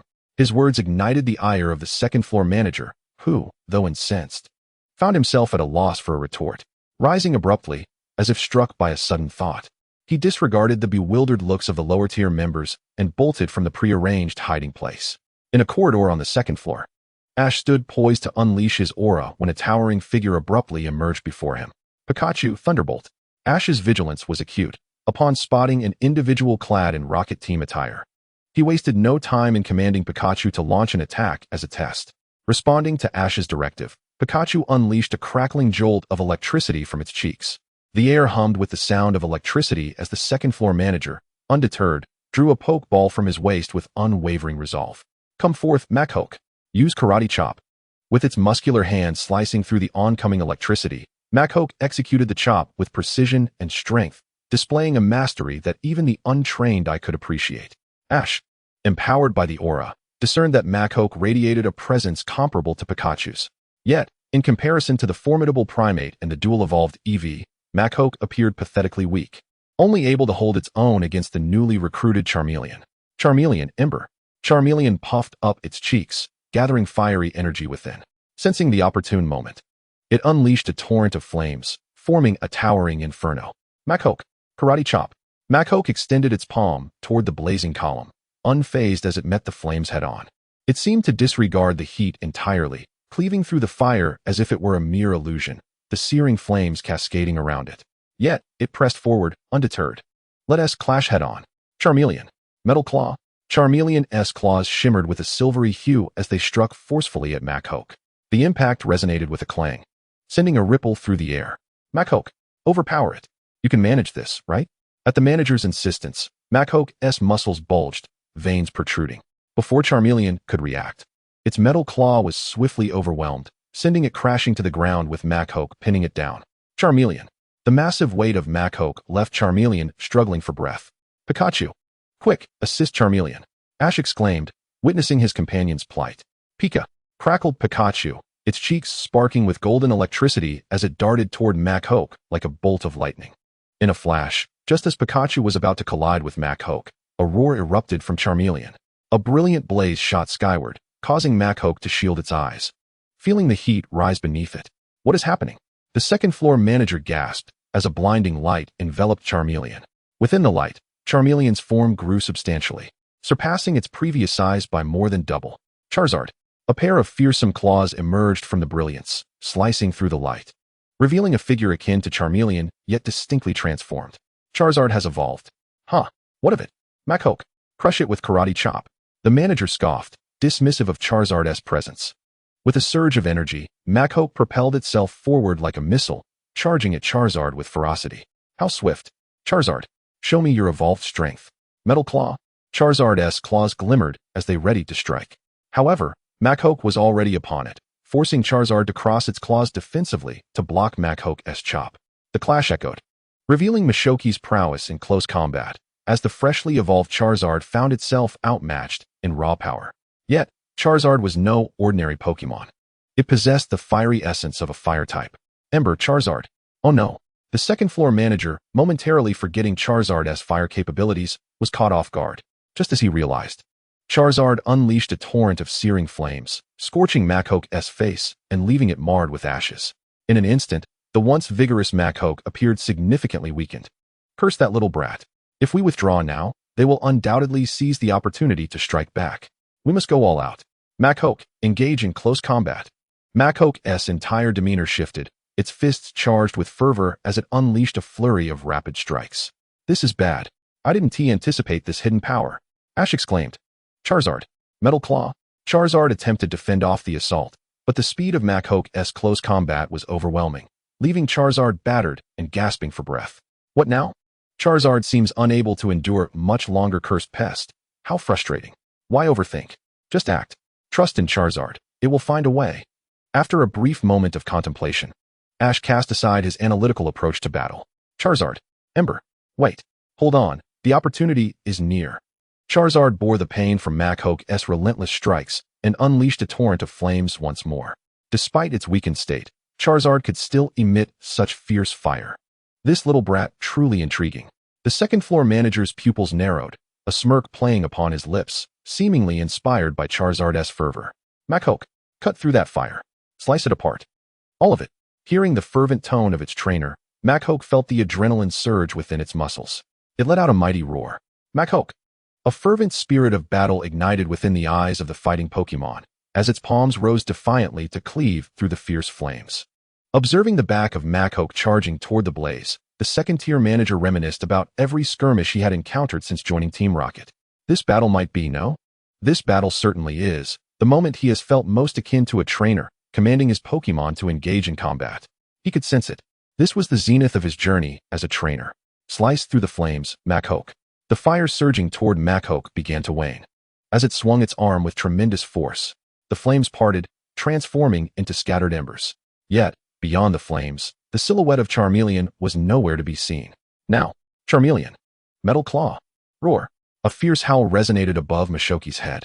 Startled, it looked up to find Charmeleon's claws deeply embedded in the ceiling. It was a mystery how its opponent had managed to reach that position unnoticed. Bang! The metal claw struck Machoke's head, leaving it momentarily dazed. Yet it stood firm. However, the second strike of Metal Claw was already upon it. Machoke collapsed to the ground, incapacitated, yet an unparalleled smile graced its face. We have lost. Nevertheless, Machoke, this was the moment you embodied the essence of a fighting Pokémon, and I, too, felt like a true trainer. Manager, we have come to assist you. Voices from the lower-tier members echoed behind him, causing Ash to become instantly vigilant, with Pikachu leaping down from his shoulder. The reason was clear. Charmeleon was not in a healthy state, and surely needed to return to its Pokeball for some well-deserved rest. In its place was the electric mouse Pokemon, Pikachu. Wait, I have already lost, let him pass. Upon hearing the words of this evidently authoritative figure, Ash's body shuddered slightly. Having previously deemed Team Rocket as nothing but a motley crew of misfits, he found this individual intriguing. So, Team Rocket member, what is your name? Hearing Ash's inquiry, the second-tier manager turned, gazing blankly at him. Ash flashed a toothy grin, showcasing his innocuous demeanor. Indeed, I am asking you, what is your name? Oh, my name is Daiki, but you can just call me Daiki. A hint of bashfulness crossed Daiki's face, despite being on the verge of middle age. This was the first time he had revealed his name to someone outside of Team Rocket. Hee, Uncle Daiki, I am Ash. From Pallet Town, Ash. Your Machoke is impressive. It was a delight to battle you. Let's have another thrilling fight next time. As Ash's earnest eyes met Daiki's, the latter understood that Ash was not jesting.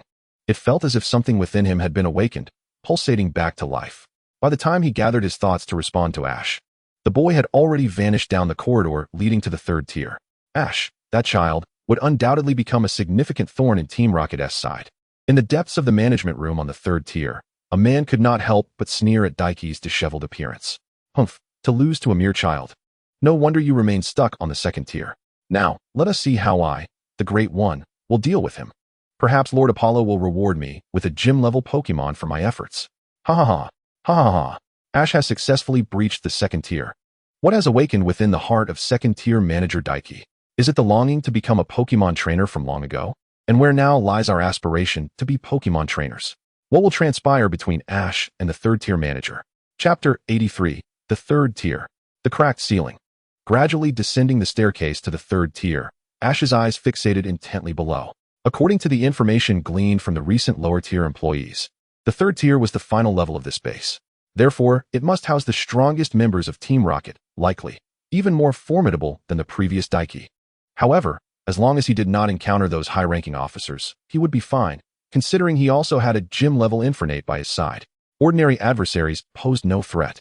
Confidence radiated from Ash's face, lightening even his previously heavy footsteps. Pikachu, perched on Ash's shoulder, sensed something amiss below and emitted a low, grave sound. Hearing Pikachu's unusual tone, Ash slowed his pace. Pikachu, do you sense something? Pikachu shook his head, indicating that it wasn't a specific sensation, merely an instinct that something felt off below. Understanding Pikachu's intent, Ash harnessed his aura powers to probe into the third tier. Strange, something feels quite peculiar. Ash furrowed his brow, unable to articulate precisely what was strange. Yet he sensed an oddity. Although his aura reached the third tier, he felt nothing. The peculiar aspect was the absence of any sensation. Logically, there should be a throng of lower-tier Team Rocket members awaiting them. But why? Why was there nothing? Unable to fathom it, Ash decided to proceed directly. Rather than lingering here, it was better to investigate. Such was his nature. Such was Ash's style. Tap, tap, tap. The sound of his rapid footsteps echoed as he sprinted down the staircase, his figure resembling a gust of wind. Ah, he truly possesses audacity, daring to tread into the third tier. Stop right there. It's just me here. However, one person is more than enough to deal with you. Just as Ash descended the stairs, a shrill voice, reminiscent of a child's, reached his ears. He looked up to find a long-faced, square-headed individual with round nostrils staring back at him. Although Ash was not well-versed in the art of physiognomy, he had heard Little Blue mention it before and could now discern the truth. This was a quintessential horse-faced individual. Naturally suited for flattery, his strength was uncertain, but his ability to flatter was undoubtedly profound. Ash smiled slightly, concealing his thoughts. Hey, you little brat. You've said it all aloud. You claim to keep it to yourself. Daring to say such things in front of me, I'll show you just how powerful flattery can be. With that, the horse-faced man hurled a red and white pokeball, releasing a figure that appeared as if it were made of mud with a soft explosion. Is that Grimer?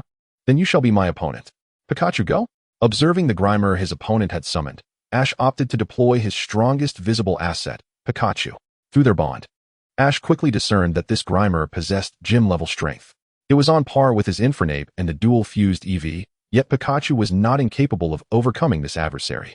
Speed is Pikachu's distinct advantage, and one merely needs to observe the physique of the Grimer to understand that it pales in comparison in terms of agility. Ash contemplated this and immediately resolved how to deal with his adversary. Pikachu, quick attack. Pika. In a flash, Pikachu surged forward, traversing the expansive arena in mere seconds. Perhaps the absence of walls allowed for more unfettered movement. In that brief moment, it reached Grimer's vicinity, delivering a forceful headbutt. However, this strike, while impactful, failed to inflict any significant damage upon Grimer's malleable form. Instead, Grimer now unleashed toxic gas. Pikachu felt itself ensnared by Grimer's body, and soon, a wave of poisonous gas infiltrated its system. Pika! The hoarse cry indicated that Pikachu's predicament was far from favorable. Pikachu, use Thunderbolt. Crackling sounds erupted as fierce currents of electricity surged within Grimer's form. Grimer, despite being considerably stronger than this yellow rodent, could not fathom why the electric shock felt so potent. It was as though not merely a thunderbolt, but a ferocious beast of lightning roared and ravaged its insides. Yet, even amid this turmoil, Grimer maintained its grip on Pikachu, relentlessly transmitting poisonous gas. With a sudden jolt, Grimer's body stiffened, causing its muddy grasp on Pikachu to loosen. Pika. Feeling a surge of lightness, Pikachu joyfully dashed back to Ash's side. However, with the continuous flow of poison, it succumbed to a state of toxicity, the electric sacs on its cheeks displaying a faint purplish hue. Nevertheless, Ash remained unfazed. In stark contrast, the man with the horse-like face wore an expression of discontent. Inwardly cursing, how infuriating. This little brat is simply too lucky to be paralyzed. Truly maddening. Yet, he found some solace in knowing that Pikachu, too, was afflicted by poison, a state far more challenging to manage than Grimer's paralysis. I refuse to believe he has. Wait, what is that? A citrus berry? No. Could it be true that a trainer would carry such a berry with them? The man's mind buzzed in disbelief. He had not expected to encounter a trainer of such caliber who would carry berries.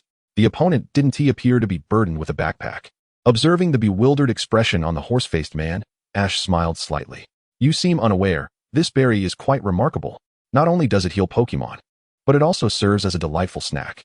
Crisp and sweet, one bite is simply irresistible. The man was taken aback, after finally finding an opportunity to poison his opponent. He was thwarted by the trait of gluttony. Curse it, Grimer Mudbalm. After receiving the command, Grimer yearned to spring into action, yet its paralyzed state was a significant hindrance. Now's your chance. Pikachu, Iron Tail. Shatter it. Pika. Pikachu's tail glimmered with silvery light, as if imbued with metallic energy, gaining a slight heft. As Pikachu dragged its tail across the ground, sparks flew, accompanied by faint arcs of electricity. It was indeed a dazzling display of sparks and lightning. With a swift motion, The silver tail sliced through the air at lightning speed. Bang! Pikachu's iron tail struck Grimer squarely on the head. Just one strike. Merely a single strike. Grimer's eyes spun with stars as its already limp form succumbed to the force, collapsing to the ground like a puddle of purple mud. Crack! Just as Ash reveled in his triumph, a commotion arose above him, causing him to glance upward in alarm. Was Pikachu's iron tail truly so formidable? To his astonishment, he witnessed the ceiling splitting straight down the middle, slowly parting. Chapter 84. A figure descending from the sky. The ceiling continued to crack. And it was not just Ash who was transfixed. The horse-faced man stood equally dumbfounded. Just moments ago, Ash had taken out a berry. And now the ceiling appeared to have been cleaved by Iron Tail. Both were utterly bewildered. A gust of wind rushed toward them, swirling dust and sand, causing both Ash and the horse-faced man to shield their eyes with their arms. However, this action rendered them unable to see anything, particularly for the horse-faced man. As for Ash, he possessed the ability of aura, allowing him to perceive his surroundings without the need for sight. He sensed someone approaching. Who could it be? Ash's aura detected a male figure swiftly descending from above. A Zubat. Within his perception, the aura of a Zubat intertwined with that of the figure plummeting beside the horse-faced man. Was this an enemy? Ash immediately heightened his vigilance. At that moment, the sandstorm began to dissipate, revealing before him a figure of elegant stature, with blue hair, moving with the grace of a nobleman. Apollo. Ash recognized this individual. Apollo was an executive of Team Rocket. But what could possibly bring him here? Long time no see, kid. I can tell from your expression that you're quite curious about my presence here, Apollo said, bowing at a 90-degree angle, akin to a gentleman, revealing a self-assured smile. This is all due to a certain little mouse infiltrating our base, causing utter chaos. Boss Giovanni is exceedingly furious. He initially planned to come himself, but decided to send me instead. Upon hearing Apollo's words, Ash raised an eyebrow. No need for Apollo to elaborate. He already understood that the executive was referring to him. Executives possessed strength nearing that of champions, and with Apollo being the foremost among them, it was clear that hiding would be futile. Eevee, Simisage, come forth. Ash threw 2 more Pokeballs, summoning 2 Pokemon to stand by his side. Eevee, Eevee. Upon seeing Apollo, Eevee seemed to recall many unpleasant memories, baring its fangs and glaring fiercely at him. It instinctively evolved into a Flareon. This little brat had indeed kept a secret. That peculiar Pokemon appeared even stronger than his Grimer. The horse-faced man was left in awe, startled by Ash's true prowess. He had initially thought Ash was merely a novice trainer, yet here he was, possessing gym-level Pokemon at such a young age. Generally, even with extraordinary talent, it would take 2 to 3 months for a Pokemon to reach elite status, while gym-level Pokemon required over a year. The horse-faced man gasped, internally exclaiming, "This kid is terrifyingly formidable. Given time, the Rocket team will undoubtedly become the most formidable obstacle to the expansion into other regions." However, he cast a glance at Apollo beside him, and perceived that Ash's fortunate days were numbered. Of all the encounters, why did it have to be with the illustrious leader of the Rocket team, Lord Apollo? It seemed that Ash's journey as a Pokemon trainer was destined for ruin. Eevee, unleash your full power. And you, apocalyptic monkey, do your best to buy us some time. Soon, it will be over. Strangely enough, Ash did not feel despair, rather. He was filled with a flicker of excitement, as if he still held a trump card. How intriguing, you still possess the spirit to fight against me. What is it that fuels your tenacity? Apollo mused, affectionately stroking the head of the Golbat fluttering nearby. This Golbat had already attained the strength of a quasi-champion. Let it entertain you for a while. Allow me to shatter your pride as a Pokemon trainer. With a menacing declaration, Apollo aimed to intimidate, yet Ash remained unfazed. As long as I have my Pokemon by my side, I shall absolutely, positively, never give up. Pikachu, Eevee, apocalyptic monkey, attack, Pika, Eevee, APOC. Pikachu unleashed a thunderbolt of 100,000 volts, an elite-level quick attack, charged with raw energy, surging towards Golbat. Eevee and apocalyptic monkey were equally determined. Eevee immediately activated its dual forms, one resembling Flareon, the other Jolteon. The simultaneous manifestation of electric and fire attributes coalesced into a torrent of energy, swiftly chasing after Pikachu's thunder. Unlike Pikachu's unbridled lightning, Eevee's attack was an uncontrollable fusion of electricity and flames, a tremendous force of annihilation merging with Pikachu's lightning. Block it. Apollo, sensing the overwhelming energy, dared not let Golbat face it head-on, for electric types had a distinct advantage over flying types. A single strike could spell disaster. Suddenly, Apocalyptic Monkey emerged from an unexpected angle, its fist aimed at Golbat's protective barrier. Golbat, once more, defend yourself. Double barrier. Apollo realized Apocalyptic Monkey's intent and glanced at Ash. This Pokémon seemed unlikely to devise such a strategy. It must be the boy's idea, but why? He hadn't even spoken to this peculiar Pokémon. Thud. Boom. The sounds echoed as Apocalyptic Monkey's fist struck the barrier, followed by the combined assault of Pikachu and Eevee's fiery electric energy. No matter what secrets you harbor, we'll uncover them once we bring you back for thorough examination. Upon hearing Apollo's words, Ash remained unperturbed, his mind wholly focused on prolonging the battle. He had merely intended for Apocalyptic Monkey to break through the first layer of the barrier, ensuring that the energy attack would unerringly hit Golbat. Yet, he had not anticipated Apollo's astonishing reflexes. Golbat. Air slash. Whoosh. Whoosh. Whoosh.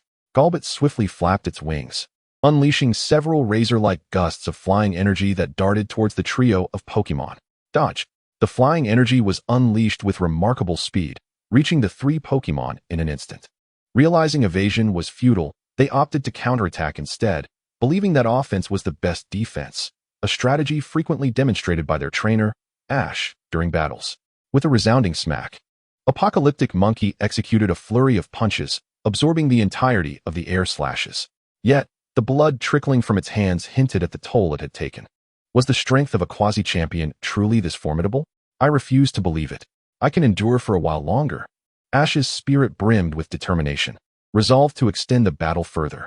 Chapter 85. Ash's ultimate move. On the third floor of the Rocket Team base in Rainbow City, the ceiling had cracked open, and blinding sunlight streamed down from above. Apollo gazed into Ash's unwavering eyes, seemingly resolved to prolong the confrontation, sneering coldly. Humph, I wonder what scheme you are concocting. Nevertheless, your little ploys will prove futile in the face of absolute power. Ash remained expressionless, unmoved or frightened by Apollo's taunts, just as his Pokémon were his strength. He understood that he too was a source of power in their eyes. How could one falter before the battle had even begun? Everyone, close combat. With a wave of his hand, Eevee, Pikachu, and Apocalyptic Monkey charged towards Golbat from three different angles. Pikachu transformed into a streak of light, electrifyingly fast. Just as it neared Golbat, the latter swiftly erected a barrier. Thud. The dull sound of Pikachu colliding with the protective barrier reverberated. Before Golbat could retaliate, Eevee, now bolstered by dual forms, suddenly materialized beside it. Its fangs glimmered with electricity and flames, forcing Golbat to flap its wings and retreat a step. Yet this seemed to be anticipated by the opponent. Apocalyptic Monkey emerged from behind, its fists ready to strike in a pincer maneuver. The only escape route left was upwards. Golbat flapped its wings vigorously, ascending into the air. Observing the grounded Apocalyptic Monkey and Eevee, it wore a smug grin, as if declaring victory. Now you're trapped, aren't you? Excellent. Pikachu, Iron Tail. What? Both Apollo and Golbat looked up in unison. The blinding sunlight pierced their eyes, prompting them to instinctively shield themselves. But soon a figure appeared to block the glare. That figure was none other than Pikachu. Its tail gleamed with a metallic silver hue, reflecting the warm sunlight. Descending rapidly towards Golbat, the silver light shone brightly. Iron Tail descends. Pikachu's head struck true, and Golbat felt a dizzying sensation as it struggled to maintain consciousness. Eevee and Apocalyptic Monkey recognized this golden opportunity. Thunderflame Fawn. Furious Punch. The two attacks ascended from below, striking Golbat. Three assaults converged. And while a true champion might withstand such force, Golbat, newly ascended to the ranks of quasi-champions, lacked the fortitude to endure such intensity. Moreover, it was inherently a Pokémon of limited stamina. With a resounding thud, it plummeted to the ground. Had this been a formal competition, a referee would have immediately declared, Golbat is unable to battle. Trainer Ash secures the first victory. Unfortunately, this was not a sanctioned match. Haha, I was too careless. I thought I could handle you merely by allowing Golbat to act on its own. I didn't anticipate you would deliver such a delightful surprise. Truly unexpected. Now, what shall come next? Allow me to demonstrate my true capabilities. As Apollo revealed a Pokeball far more advanced than a standard Pokeball, Ash swallowed hard, realizing that the impending challenge would not be an easily surmountable Pokemon. The ultimate move. Ash pondered these three words as he gazed skyward. Is this your final farewell? Ha ha ha, let me show you. A Pokemon from Chengdu, the embodiment of malevolence and flames. Houndoom. A deafening roar echoed through the air, accompanied by a fierce wind. The overwhelming aura emanating from Houndoom rendered Ash and several of his Pokemon breathless. Cough, cough, cough. This is unbearable. Is this the power of a champion? So formidable. The immense pressure left Ash and his Pokémon feeling dizzy, as if they were on the brink of fainting. Roar. At that moment, an even greater force descended from above, heralded by the roar of a dragon, revealing a crimson cloak.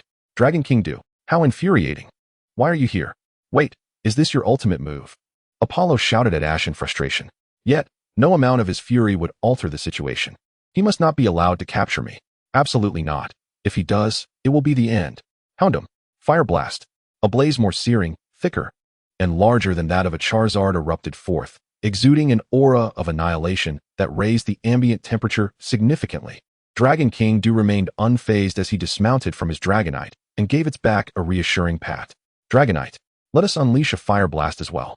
Dragonite emitted a column of flames that elevated the temperature even further, its fire more intense and robust than Houndoom's, infused with a purifying essence aimed at vanquishing all evil.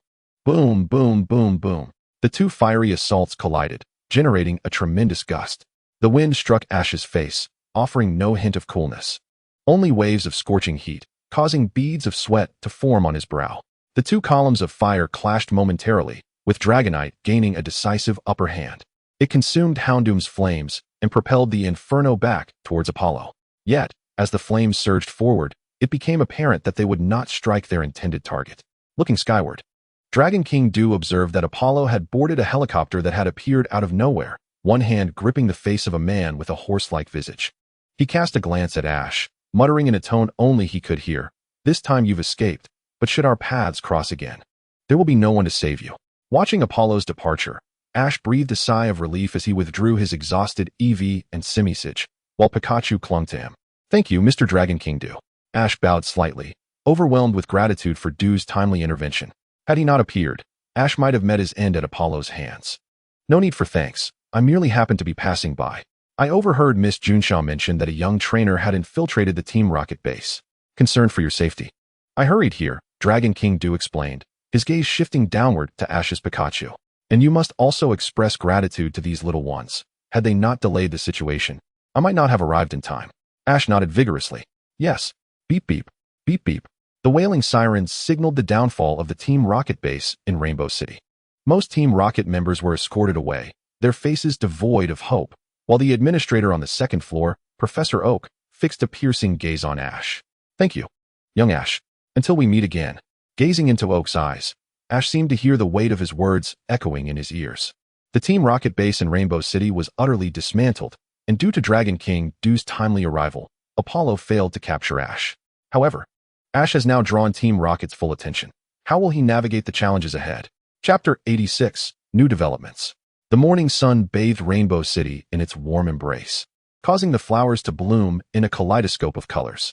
These hues intertwined to create the very essence of a rainbow, which inspired the name of the city itself. At the Pokémon Center, having dealt with Team Rocket's presence in Rainbow City, Ash enjoyed a rejuvenating slumber, waking only when the sun reached its zenith. Upon descending the stairs, he spotted Dragon King Do in the lobby, signing autographs for several trainers of similar age.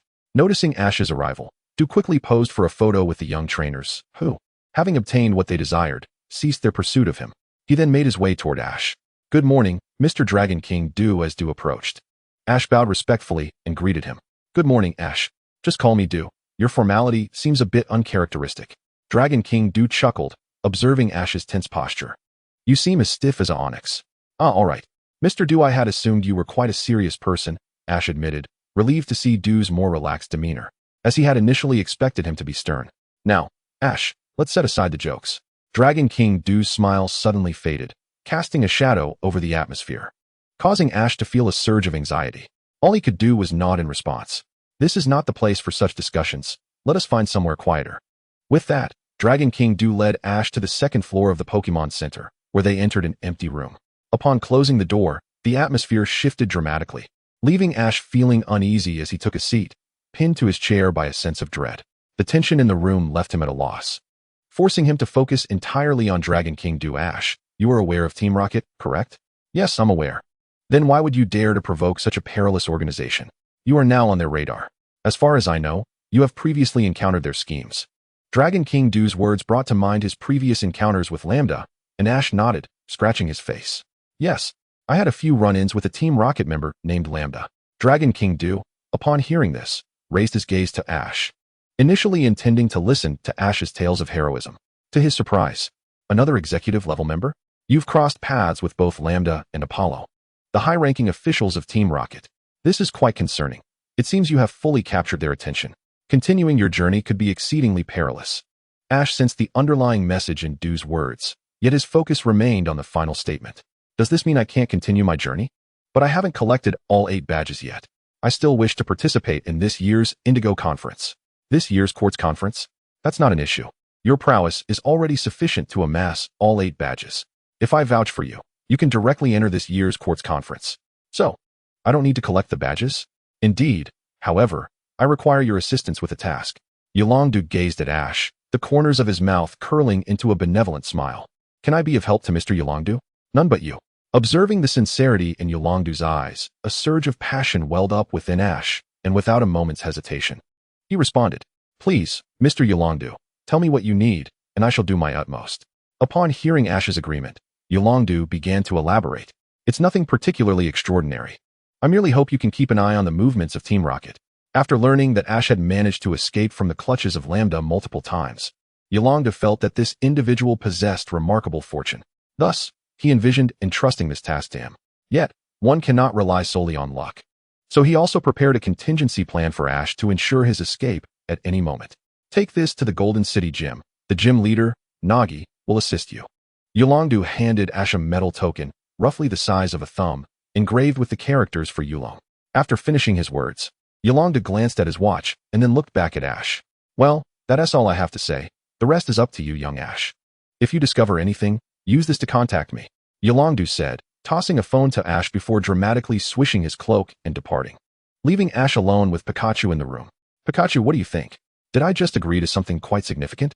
The fervor began to wane as Ash realized that he had seemingly made a considerable commitment. Pika, Pika. Pikachu nodded, waving a paw in a gesture of resignation, as if to say, how did I end up with such a trainer? Well, it's done now. I might as well seek out the Miss Nagi that Mr. Yolongdu mentioned. According to him, she must be formidable.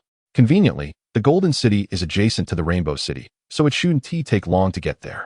Let us go, Pikachu. Pika, Pika. Pikachu leapt onto Ash's shoulder, and together they exited the Pokémon Hall. Upon leaving Rainbow City, Ash glanced at his map, deducing the direction of Golden City before continuing onward. Along the way, he encountered a forest that obstructed his path. He pressed through. He faced a towering mountain that impeded his journey. He climbed over. After enduring a week of arduous travel through wind and rain, Ash finally arrived at Lavender Town. Examining the map in his hand, he was puzzled by how he had ended up here. I was clearly on the right path. So how did I end up in this place? Unable to comprehend, Ash decided to dismiss the thought. Since I'm here, I might as well explore a bit before heading to Golden City. Embracing this newfound resolve, Ash planned to linger for a day or two in this town that appeared somewhat ominous before setting off for Golden City. Having accepted Yolongdu's mission and earned the privilege to participate in the Quartz Conference without collecting badges, Ash now intended to seek out Gym Leader Nagi in Golden City, but inadvertently found himself in Lavender Town. What will transpire next? Chapter 87. Team Rocket in Lavender Town. Lavender Town is located in the northwest region of Kanto and is home to a towering edifice that rises steeply alongside a rocky mountain.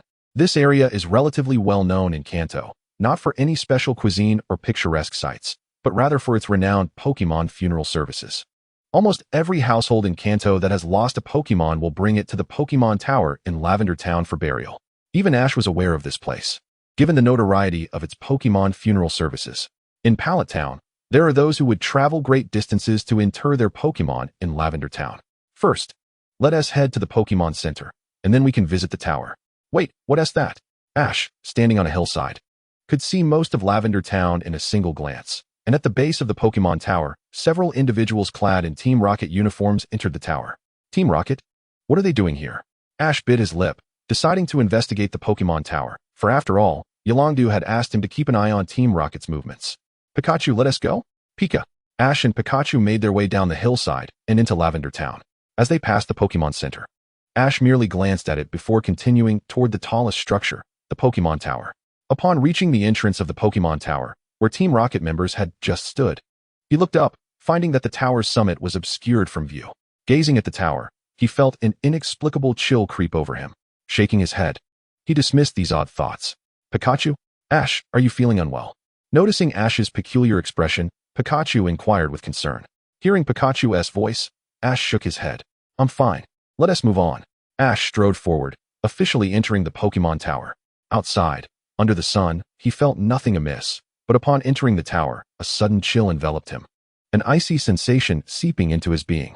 However, this chill lingered only on the surface and did not penetrate deeply. There are quite a few people here. Is this place really that popular? Observing the small graves and the visitors paying their respects in the hall, Ash mused. Team Rocket isn't here. Have they gone upstairs? Ash scanned the area but saw no sign of Team Rocket, so he turned and ascended to the second floor. The second floor was similar to the first, but with more small graves, though fewer visitors. After a cursory glance, he still did not spot Team Rocket, so he continued upward. Upon reaching the third floor, he found it empty of visitors, with only himself present. Moving up again, he reached the fourth floor. Ash quickly surveyed the space, and this time, finally caught sight of Team Rocket. However, they did not pause, continuing their ascent to the higher floors. Following the Team Rocket members, Ash ascended as well, doing his best to maintain a distance so as not to be detected.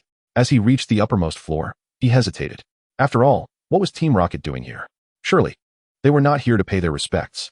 This speculation was something even Ash could hardly believe. The notion of Team Rocket actually honoring their Pokémon was beyond his wildest imagination. I'll find out soon enough. Let us go, Pikachu.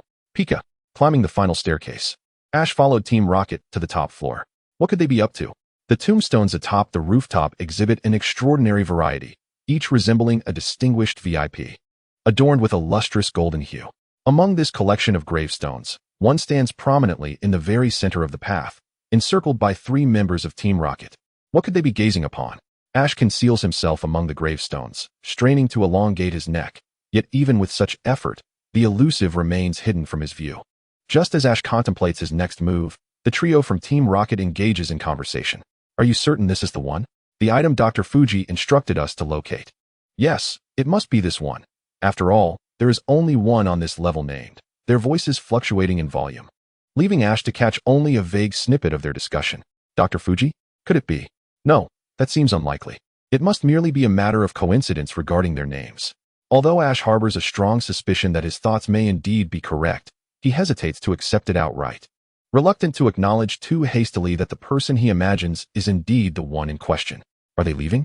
Ash snaps back to reality, dismissing the Team Rocket members' recent dialogue from his mind. However, the 3 figures have vanished, evidently preparing to exit the Pokémon Tower. Then I shall too.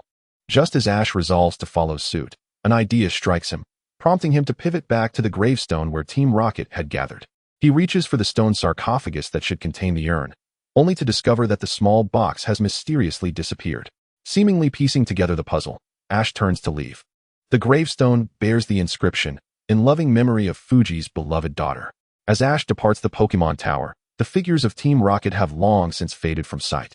Upon entry, the sun shone brightly, but now ominous clouds loom overhead. A sense of foreboding envelopes him, as if some great event is on the horizon. Pikachu, he murmurs.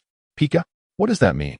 Nothing. Merely my musings, Ash replies with a smile, offering no further clarification. Drip drop, the rain descends upon the earth, falling onto the grass, the pinnacle of the Pokémon Tower, and splattering onto Ash's nose.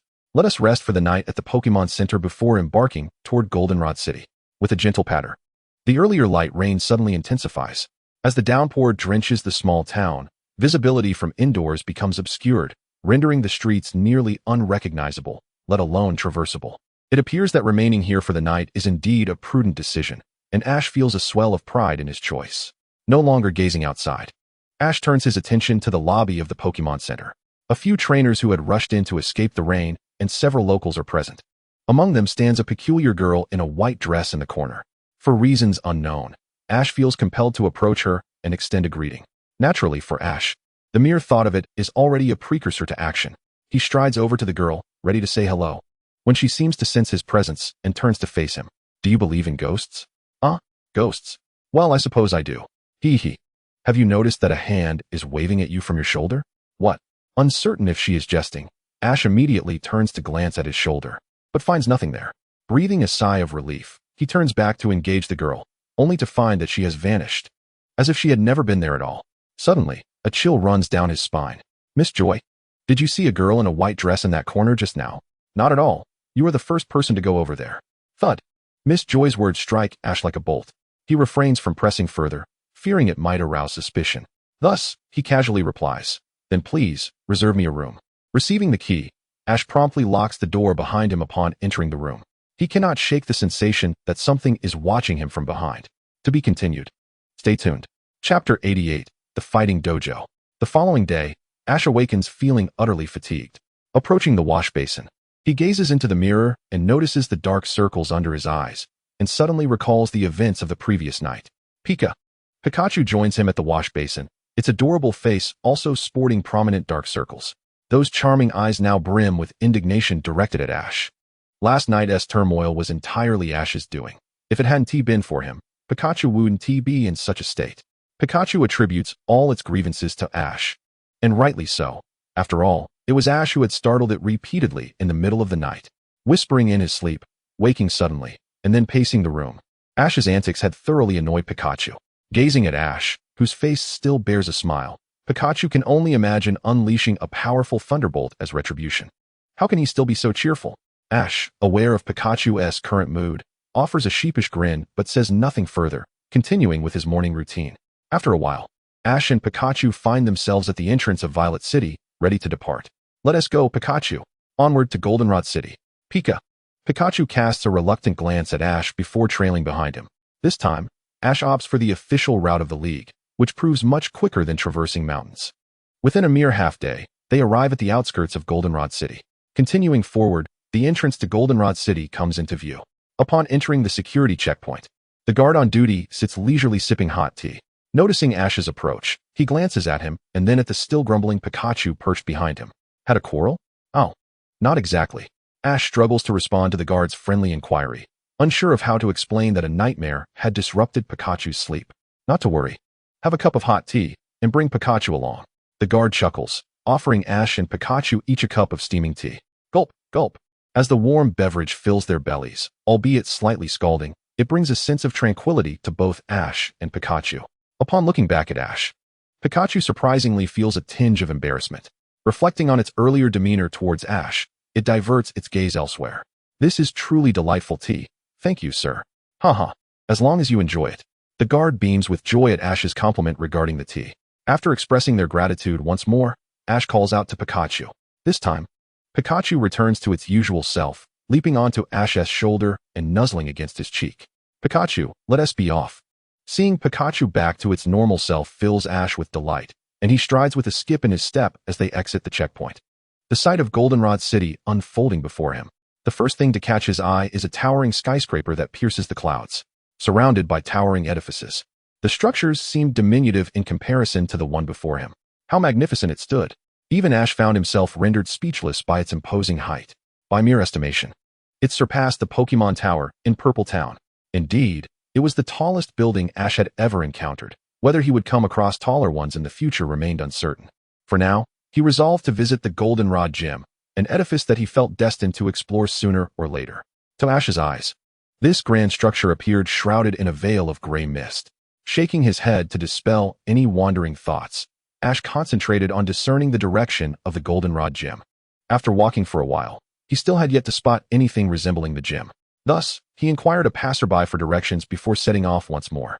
This time, it seemed he was indeed on the right path, and after approximately half an hour, two buildings emerged before him. One was a modern architectural marvel, emblazoned with the official Pokeball insignia atop its roof. Surely, this must be the Goldenrod Gym. The other structure, slightly smaller, was constructed entirely of wooden planks. It bore no official insignia, merely a large sign reading Fighting Dojo. For reasons unknown, Ash found the Fighting Dojo far more enticing than the Goldenrod Gym. Which one should he visit first? His finger hovered indecisively between the two options, and fate led him to the Fighting Dojo. Upon seeing his preferred choice, Ash's heart soared with joy. Leading Pikachu by his side, he confidently stepped into the dojo. As Ash and Pikachu crossed the threshold, they were met with countless gazes fixated upon them. Surrounded by muscular figures whose brawn dwarfed his own, he politely greeted them. Please, continue. I'm merely here to observe. Ash scratched his head awkwardly. Facing such formidable men, he dared not make any rash moves.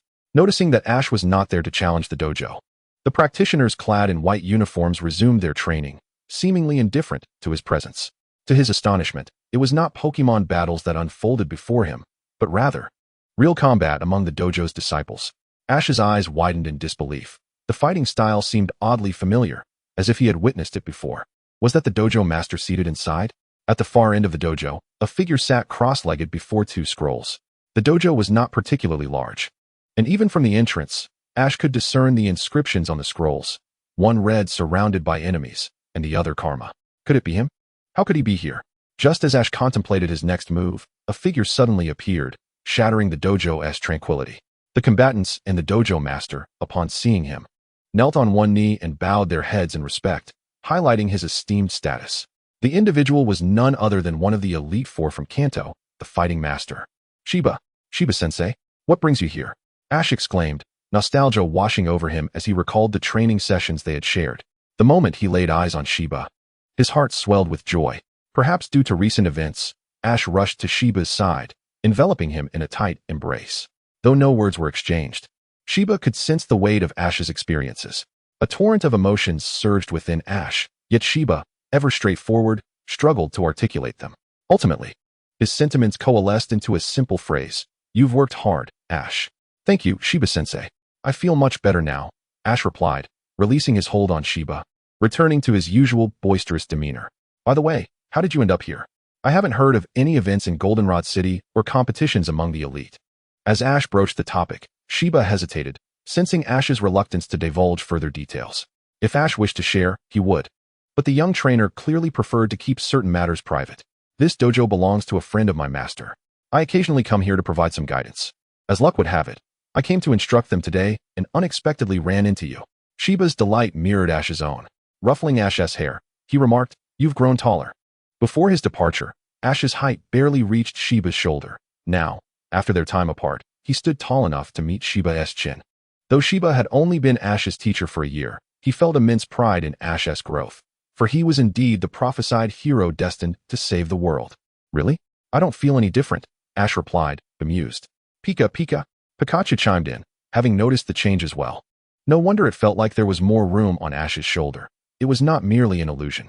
It seems you've been nurturing your Pokémon well, Shiba remarked, gently patting Pikachu's head. But what brings you here? Well, I suppose I can share this with you, Shiba-sensei, since you are one of the Elite Four, Ash thought. Exchanging a glance with Pikachu, they had already reached a consensus on the matter. Ash began to recount the tale of what the Dragon Master had told him. Although the details had faded from his memory, the general information remained intact. What? That scoundrel, letting you undertake such perilous tasks, Shiba exclaimed. His fists clenched as if he could confront the Dragon Master himself. Next time I see him, I'll make him pay. But isn't he the strongest among the Elite Four, wielding powerful Dragon-type Pokémon? Ash questioned, skepticism evident in his gaze. Shiba flashed a roguish grin. Who said I was going to battle him with Pokémon? Besides, Koga is quite displeased with him as well. He has been rather reckless lately, especially in our presence. Even Agatha has grown weary of him. It's high time he received a proper lesson. That flying-type master, Lance. The mere thought of the Dragon Master ignited a desire in Shiba to throw a punch. He even began to call out the nickname they often used for him in the league. Their camaraderie was apparent. As Shiba's disdain for the Dragon Master came to light, Ash couldn't help but think of Gary. While others might perceive Gary as less than amicable, Ash knew the truth. They were, in fact, quite good friends. Reflecting on Shiba's demeanor, Ash pondered, what is Gary up to now? In the Oak Laboratory of Pallet Town. Achoo, is the weather turning cooler? Let us depart. Bulbasaur, and also assist Grandpa in gathering the recent ecological records of Pokémon. Upon returning to the laboratory, Shigeru cast a sympathetic glance at Professor Oak, who was engrossed in his work. Grandpa, you've forgotten to eat again, haven't you? He remarked, picking up the untouched lunchbox on the table. I'll go heat it up. Ah, thank you, Shigeru, replied Professor Oak, resuming his research fervently. Honestly, Grandpa becomes so absorbed in his studies that he forgets to eat. Unlike that certain someone who knows only how to feast. I wonder how he is faring now. Has he collected any badges? With a click, Shigeru closed the microwave and pressed the heating button, gazing out the window as he mused. Perhaps that guy hasn't even obtained a single badge yet. When the time comes, I shall have the pleasure of teasing him. Bulbasaur looked up at his master, recognizing that despite his words, there was a genuine concern for that individual in his tone, a sentiment cultivated through their time together. Indeed, his master possesses quite the proud demeanor. By the way, Aren't you off to find Natsum? Let me accompany you. It would be unwise for her to misuse her psychic powers. Shiba led Satoshi out of the fighting dojo, heading towards the neighboring Goldenrod gym. Along the way, he incessantly extolled the unique qualities of Natsum, particularly her formidable psychic abilities, leaving Satoshi feeling a chill of apprehension. She can shrink people, turn them into dolls, teleport, and wield telekinesis, among other powers. Is she not invincible? Satoshi exclaimed, pondering, if she is so powerful, why even bother with Pokemon? Wouldn't she be a being surpassing even Pokemon themselves? Yet, he was reminded that even psychics have their weaknesses. After all, she could hardly be more formidable than Grandma Kikuko's ghost Pokemon. Moreover, due to her upbringing, she adhered to the law, albeit with a playful spirit. Hearing this, Satoshi nodded in agreement. The moment they stepped into the gym, a familiar voice echoed in Satoshi's mind. Had a good sleep, young Satoshi. This building exudes a potent aura, yet it is not of the aura power. The voice of the nameless spirit resonated within his consciousness, to which Satoshi replied mentally. That must be the gym leader, Miss Natsum. She is indeed a psychic. A psychic, you say? I see, be cautious. Psychics often have peculiarities in their minds. Do not let yourself be ensnared, the spirit warned. Satoshi found himself puzzled. How could someone from an earlier time be aware of psychics? Did such individuals exist in his era as well? And was he implying that Miss Natsum had issues? Satoshi sighed in exasperation, yet his curiosity lingered.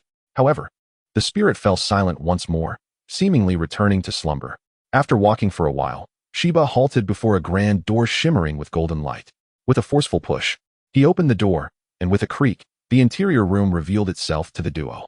Inside was a clean and orderly battlefield, where a long-haired woman sat in an armchair, her cold visage reminiscent of a snow-capped mountain, devoid of smiles. Is this Natsum? Satoshi wondered. For some reason, under Natsum's gaze, he felt an uncomfortable chill, as if he had plunged into an icy abyss. This is my student, the young Satoshi from Pallet Town, Shiba introduced.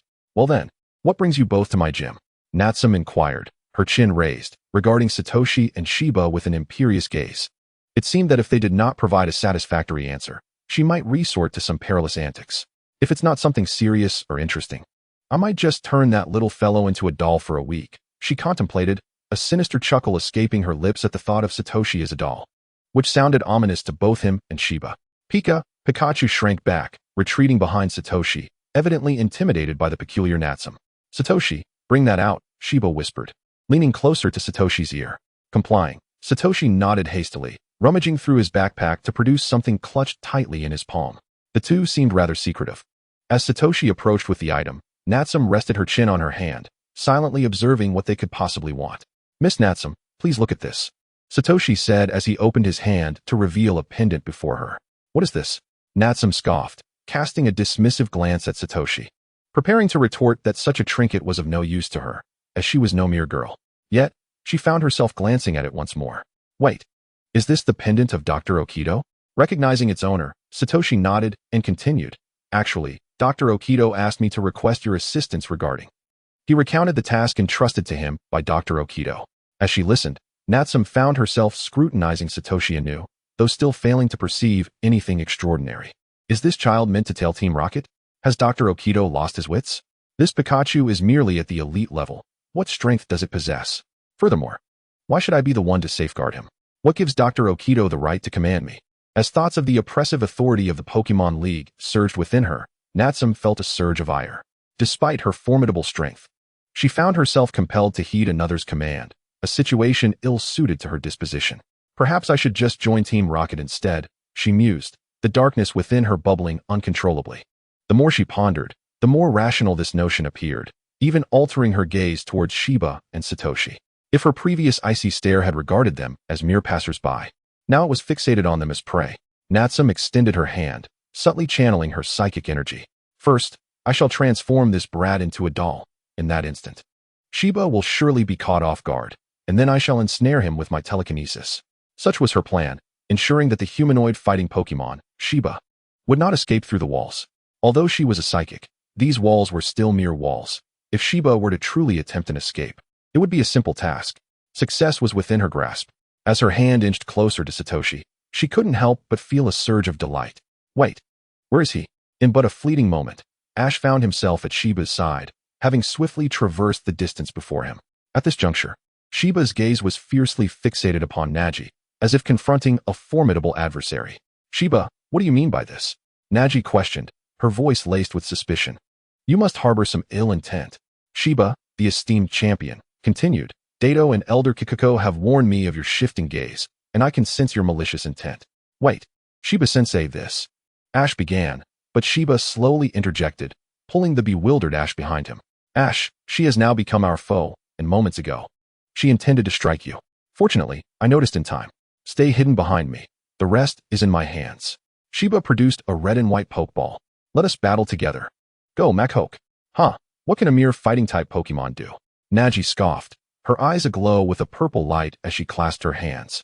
A peculiar energy enveloped Machoke, ensnaring it tightly, a clear manifestation of psychic prowess. Indeed, subduing a top-tier Pokemon of a champion was no trivial task. Just then, Machoke felt an unexpected lightness, and as it prepared to act, a shadow loomed overhead. Looking up, it beheld the ceiling descending upon them. Machoke, Ice Punch. A fist emanating a chilling aura shot skyward, and upon making contact with the falling ceiling, it was instantly frozen into an icy block. With a surge of strength, Machoke shattered the massive ice into sparkling fragments. If the above is impenetrable, then I shall strike from below. Suddenly, the ground trembled violently, causing both Machoke and Shiba to lose their footing, their focus having been solely on the ceiling. What is happening? As Shiba attempted to rise, he found himself ensnared by a multitude of debris. He glanced at Machoke, hoping for its assistance, only to discover it too was under control. Damn it! What now? She is a psychic. Run, Ash. Inform Dato. Naji has gone mad. Shiba harbored no illusions of his own escape. He merely wished for Ash to flee and relay his message. No one is leaving, Naji declared, her hand sweeping as the walls of the gym surged toward Ash, envisioning him soon to be reduced to a mere pancake. Bang! Bang! The sounds of two Pokeballs opening resounded, eliciting a derisive smile from Naji. What use are Pokemon now? Abandon this world. Pikachu. The cry of the Pokemon rang out, and in that instant, the walls halted. Then, boom! The walls crumbled, billowing dust, as four figures emerged from the haze. You have performed admirably. Now, allow me to take charge. Ash crouched down to embrace his three Pokemon, a blue light igniting in his eyes. The voice of the nameless spirit resonated in his mind. Young one, leave the rest to me. Your current mastery of aura cannot surpass her. Understanding the truth in the spirit's words, Ash gradually relaxed, allowing the nameless soul to seize control of his body. So he is unharmed. Huh. I did not anticipate he possessed two Pokemon of gym-level strength. Yet, even that will prove futile. Boom. Boom. Boom. An unprecedented aura erupted from Ash, a swirling blue energy coalescing beside him. Naji stared in astonishment, as a figure seemingly materialized behind him, a man clad in a blue cloak, resembling a valiant warrior. Humph. No matter your tricks, you cannot defeat me, a psychic. Naji scoffed, dismissively waving her hands, sending a myriad of debris hurtling toward Ash. Is that so? I beg to differ. Bang. Bang. A blue energy sphere manifested in Ash's hands, multiplying before being hurled in all directions. The stones were effortlessly halted. This fellow. How has he transformed? Just moments ago, he seemed devoid of any power. The aura resonated throughout Goldenrod City, and within the Pokemon Center, an egg began to tremble. Seemingly sensing something, it slowly cracked, emitting a radiant white light. In the Shurruff building, Chairman Shurruff gazed down from the top floor, observing the Goldenrod gym reduced to a mere wall, a wry smile gracing his lips. Naji has likely lost her mind again. I hope no one is harmed. A gentle breeze swept through the Goldenrod gym, ruffling Naji's hair and lifting Ash's collar. At this moment, neither party made a move, simply standing in silence, scrutinizing one another. To the side, Shiba was utterly astounded. Ash, how have you suddenly grown so powerful? Who shall prevail, aura or psychic powers? To be continued, stay tuned. Chapter 91, Aura versus Psychic? Ash, give it your all. Teach that madwoman Naji a lesson. Shiba's voice shattered the stillness. Naji arched an eyebrow, her fingers manipulating a force of telekinesis. Ouch! A small stone plummeted from above, striking Shiba on the head. It was then that he realized the ferocity of Naji's gaze, as if she intended to devour him. Sensing imminent danger, he promptly sealed his lips, choosing silence. Whoosh! Whoosh! Two stones levitated from the ground, hurtling towards Ash. Just as they were about to make contact, he had already gathered aura energy in his hands, forming a sphere. The stones disintegrated into ashes upon collision with the aura blast. It appeared that aside from this energy sphere, he possessed no other offensive capabilities, likely akin to Shiba's strength in combat. With that in mind, Nagi's eyes glimmered with purple light as she ascended into the air, gazing down upon Ash. Out of options, are we? Even with that energy sphere, you cannot achieve a guaranteed hit. Whoosh. Just as Nagi finished her taunt, an energy sphere sped toward her. Closing in rapidly. Narrowing her eyes, she vanished from her original position, reappearing a distance away from the sphere. It seems this is your limit, no matter how formidable. You cannot hope to rival my psychic prowess. My abilities are invincible. In the midst of her self-satisfaction, Nagi felt an unexpected force collide with her from behind. Then boom. A tremendous power surged forth. Having become overly confident, Nagi neglected her defenses, allowing her psychic energy to serve only for flight and balance, rather than protection. As the force struck her, she lost control, her body lurching forward. Oh no! Under the control of the nameless spirit, Ash propelled himself upward. Shiba, buried beneath the rubble, widened his eyes in disbelief, exclaiming, "What the hell?"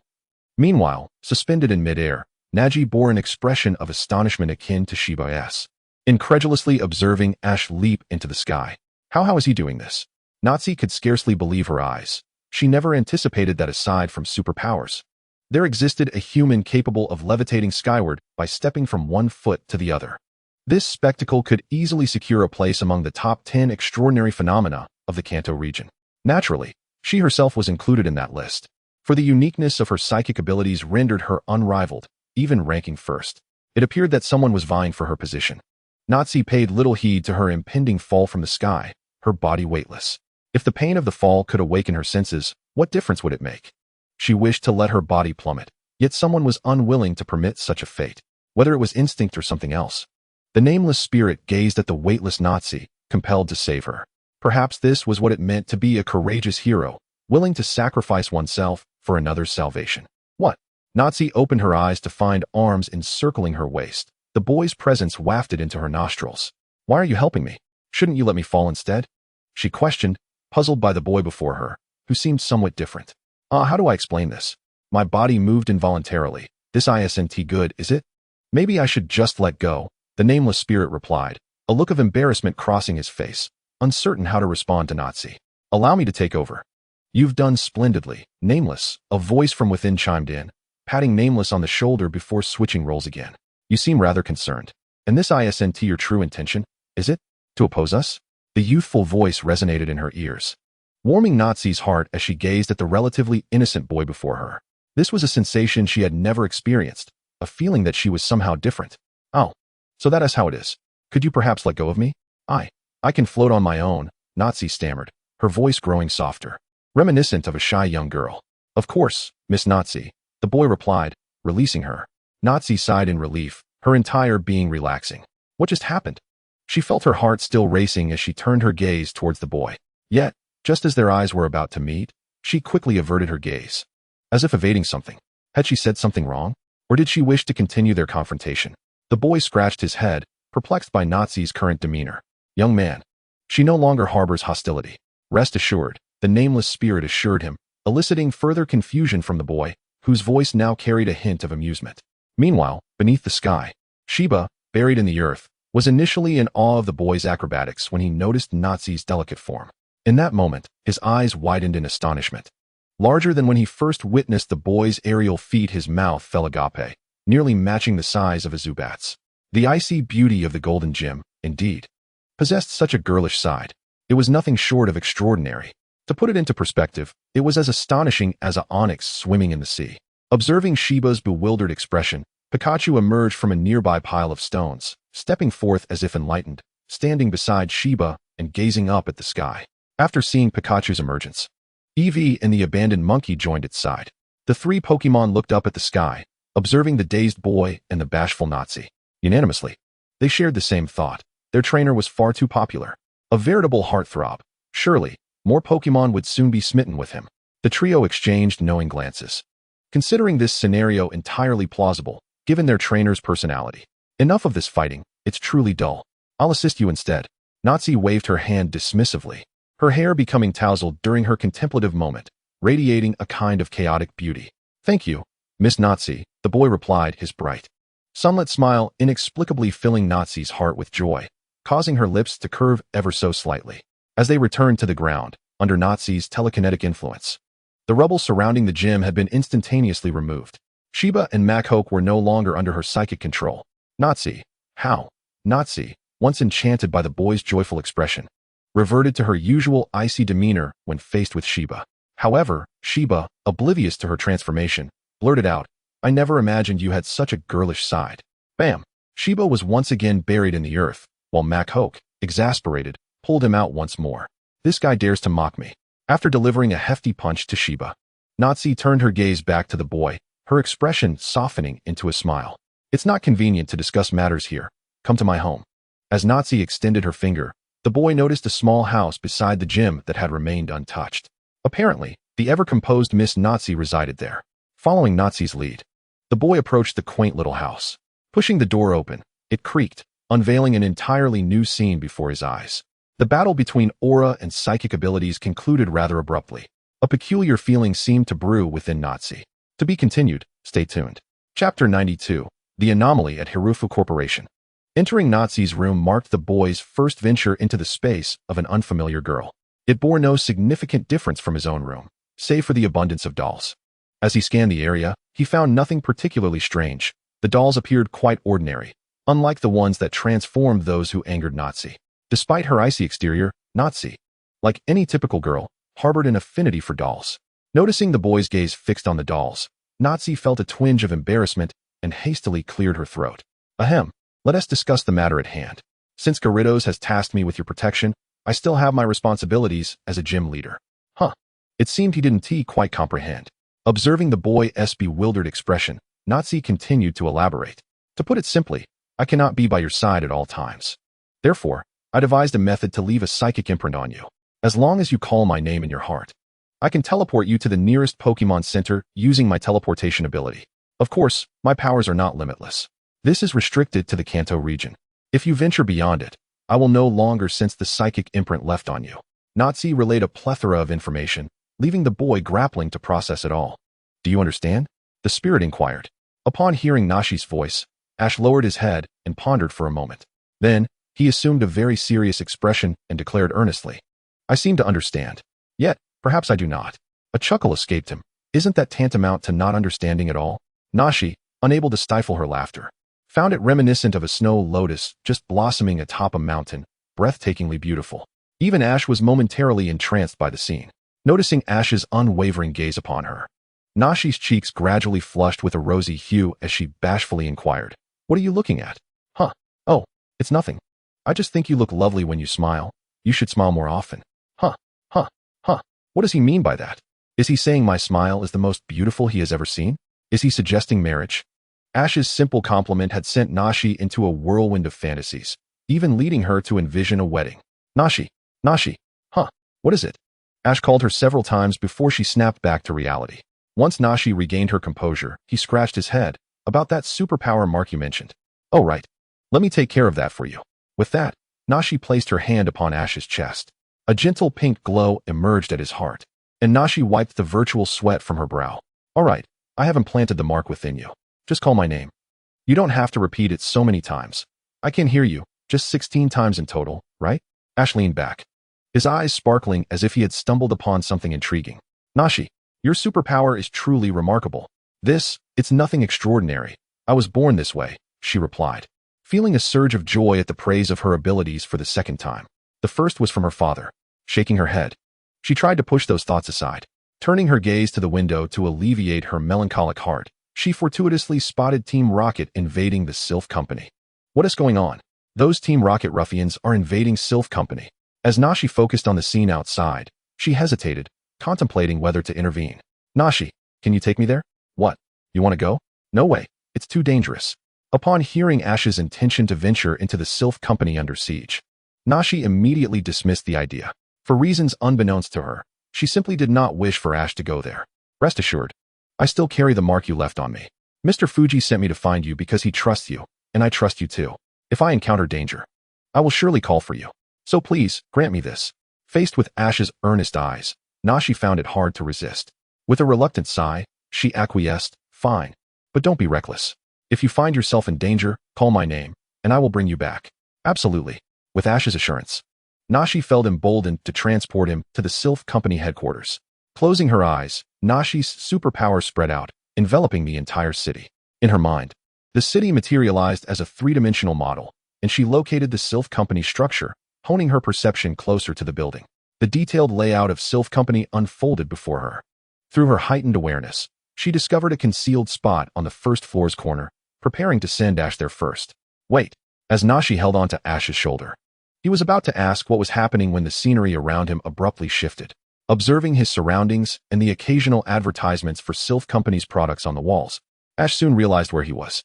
Superpowers are indeed convenient, he mused, yet my aura and the power of Eternatus are not to be underestimated either. Reflecting on his own unique abilities, he acknowledged that while they may not rival Nashi's, they were nonetheless practical. After all, his aspiration was to become a Pokémon Master, not a master of extraordinary abilities. So many people here. There must be something extraordinary upstairs. Ash moved cautiously, his attention fixated on the Team Rocket members, oblivious to the peculiar tiles beneath his feet. Upon stepping onto one, the surroundings began to morph, and he found himself in a corridor devoid of Team Rocket members. The only thing across the passage was a tile identical to the one he had just stepped on. With a glimmer of excitement in his eyes, Ash took a few steps forward and stepped onto the tile again. Whoosh! Ash reappeared on a different floor, only to fortuitously encounter a patrolling Team Rocket member. Who are you? There was only one opponent, and Ash sensed an opportunity. He commanded Pikachu to strike swiftly before the enemy could react. A surge of electric energy coursed through the assailant. To be continued, stay tuned. Chapter 93, Confronting Sakaki. After defeating the Team Rocket member, Ash hastily departed the area. As he passed by the peculiar tiles within the Sylph building, his curiosity compelled him to step on one again. This method allowed him to traverse the floors rapidly, evading Team Rocket while secretly observing everything. But, what floor is this? Ash wondered, gazing out the glass window, surrounded by a sea of clouds. Looking upwards, he was astonished to find he had reached the top floor. The top floor? Ash glanced back. The corridor led to only one room, presumably that of the Sylph Company's president. He hesitated, unsure if Team Rocket had arrived there, yet he deemed it prudent to warn the unfamiliar chairman. Even if he encountered Team Rocket, with Nashi's superpower, he should be able to escape safely. Reaching the door to the chairman's office, Ash grasped the doorknob. But for some reason, he felt a cold sweat trickling down his back before even opening it. Who is inside? What awaits? Narrowing his eyes, Ash instinctively sensed danger. Although he could easily call Nashi's name to flee, he refrained, instead feeling a surge of determination ignited by the invisible pressure. I shall see who possesses such an overwhelming presence. As someone aspiring to be a Pokémon Master, Ash despised retreating without a fight, even in defeat. He preferred to lose with dignity rather than scurry away like a frightened rat, which was utterly uncharacteristic of him. Creak! Ash pushed open the door, revealing two men clad in suits. One was portly, his belly straining against the fabric, and upon looking up, he appeared remarkably shrewd. The other exuded an air of sophistication, with hands thrust into his pockets, a rugged exterior, and a buzz cut that made him resemble a character from a crime film, a quintessential leader of the underworld. As Ash observed the sudden intrusion of Sakaki into the room, the latter furrowed his brow and sternly reprimanded. Which department do you belong to? Did your superior not inform you that you are forbidden from entering this floor? Upon hearing Sakaki's words, the previously anxious Ash breathed a sigh of relief. It seemed the other party was still unaware of his true identity, which made things easier. I'm called Koki. I deeply admire Team Rocket, and I wish to join you. Pikachu, standing beside him, mimicked Ash's bow as he bent down in deference to Sakaki. This child, is that Pikachu's Pokémon? Indeed, it is a rather feeble creature. Nevertheless, Koki, come forward. Though Sakaki's voice remained low, Ash could discern a hint of gentleness within it. Could it be that he was unexpectedly amiable? As Ash approached, Sakaki grasped his shoulder and drew him closer. Now, allow me to share with you the objectives of Team Rocket, our purpose for existence, and our reasons for opposing the League. It is simply because I aspire to create a world where everyone can live fairly. At the Golden Gym, Naji stood face to face with Athena, one of Team Rocket's Elite Four. Shiba, disguised as a gym staff member, concealed himself behind her. Gym leader Naji, our boss wishes to advise you against making any rash moves. He is currently preoccupied with serious matters. This concerns the future of Team Rocket, and we hope you will refrain from interference. Otherwise, Athena smirked disdainfully. her eyes filled with contempt for Naji. Otherwise, let me show you the might of the second-ranked Elite Four. Naji remained silent. Sensing that Ash had encountered the boss of Team Rocket, Sakaki. Please, do not let anything happen to you, Ash. As Naji's silence lingered, Athena prepared to continue her taunts. But Sheba, lurking behind Naji, interjected, Humph, second place is still not as formidable as Apollo with a mere finger. Who asked for your opinion? Your master hasn't even spoken yet. How dare you? Athena bellowed in fury. Unfazed, Sheba smirked, ready to retort, when Naji abruptly spoke. Ash is in contact with Sakaki. We must leave at once. What? That cannot be allowed. With that, Naji and Sheba prepared to rush towards the Sylph Company building. Did you think I would let you go? Just as Athena attempted to intercept Naji and Sheba, she suddenly found her mouth unable to move and her body immobilized. In the next instant, a tremendous force struck from above. In that fleeting moment, she glimpsed the true face of the individual she had mistaken for a staff member at the Golden Gym. Sheba, the Elite Four, no? The gravity of the situation dawned on her, but by then, she had already succumbed to unconsciousness. Sheba pressed Athena's head into the floor, then withdrew his hand and dusted it off. He turned back to the unconscious Athena and remarked, Naji is certainly not my master. With that, Sheba followed in Naji's footsteps, departing without a backward glance. Team Rocket will ultimately dominate the world, and then, we shall transform this world into the beautiful realm we envision. Koki, will you witness it alongside us? Sakaki extended his hand, his gaze earnest as he looked toward Ash.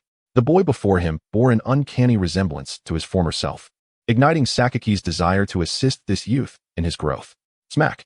Ash angrily swatted Sakaki's hand away, glaring at him. What do you mean by fairness? What do you mean by ideals? My ideals are not like this. I want to become a Pokémon Master and befriend Pokémon. I do not want to betray others' expectations. Stepping back, he retrieved a Pokeball from his waist.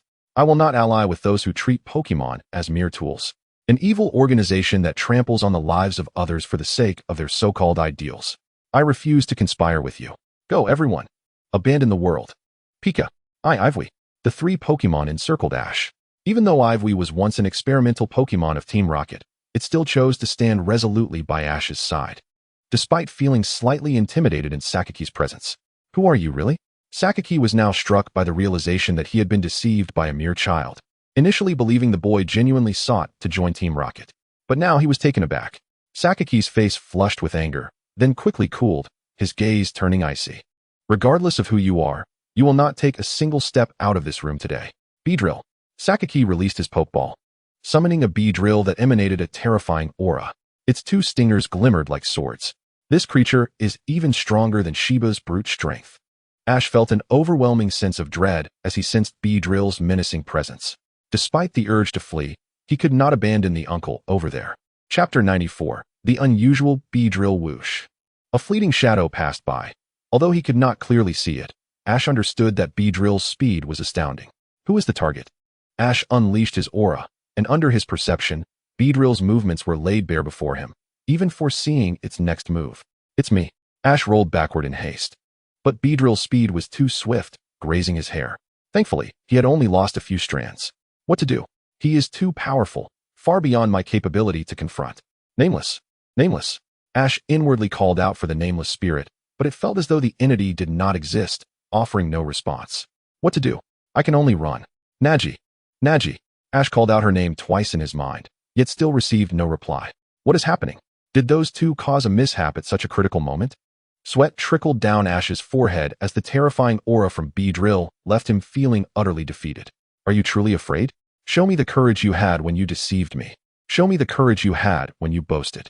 Show me your bravery. Prove to me that you can become a Pokémon Master. Sakaki's words bore down on Ash, intent on crushing the spirit of this boy who had dared to speak of dreams before him. However, Ash was not so easily subdued by Sakaki. I did not boast. Clenching his fists, the fiery passion within him seemed to conquer his fear of Beedrill. Even in the face of such a formidable foe, he bravely emitted a defiant roar.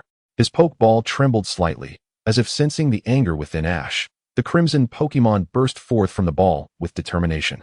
Roar! A dragon's roar echoed as flames coalesced in its mouth, erupting forth in a blazing display. Naji, why can't we use teleport to get there? It should be an easy task for you. In response to Sheba's inquiry, Naji was at a loss for words and could only express her true feelings. I am perplexed, utterly at a loss as to why I am unable to utilize teleportation. It seems as though an enigmatic force compels me to refrain from using it precisely at the moments I yearn to do so, incessantly obstructing my attempts. It is akin to a hero making a dramatic entrance at the last possible moment. I cannot comprehend you, yet it matters little. We shall arrive shortly. Wait for us. Ash, do not perish. Sheba is utterly speechless at Naz's claims of some mysterious power preventing her from teleporting. If such a force truly exists, I would be most curious to witness its nature. This flame is feeble. Let the beedrill shatter it. Sakamichi disdainfully glanced at the flames emitted by the Charmeleon, his interest waning. Instead, he turned his gaze toward the newly revealed Pokémon, the abandoned monkey, a creature he had never encountered before. What manner of Pokémon is this? It resembles an evolved form of a fire monkey, perhaps? Sakamichi, not being a Pokémon professor, could only make a rough estimation, yet he could discern the abandoned monkey's strength. Is it merely at the gym leader level? It appears to be a rather unimpressive Pokémon. Sakamichi shifted his focus back to Ash, his tone devoid of warmth. The game is about to reach its conclusion, young one. Though this is a Pokémon I recently captured, with these two, your chances of survival are non-existent. As Sakamichi's words fell, a second beedrill emerged onto the battlefield, its entire form drenched in a blood-red hue. So familiar. I feel as though I have encountered this beedrill's aura before. Perhaps I could establish a connection through its aura. Ash, channeling his aura, endeavored to reach into the depths of the beedrill's heart. As Ash's aura enveloped the beedrill, it visibly trembled, and to everyone's astonishment, tears began to flow from its crimson eyes. The beedrill remembers, recalls the warmth that saved it from the brink of death. It is him, the one it has longed to see. But the beedrill recollects the deeds it was commanded to perform by Sakamichi. Can it truly stand by his side again? Undoubtedly not. Yet can it bear to watch him perish here? The answer is painfully clear. It cannot. Thus, there remains but one choice. Clang. What is happening? Beedrill, what are you doing?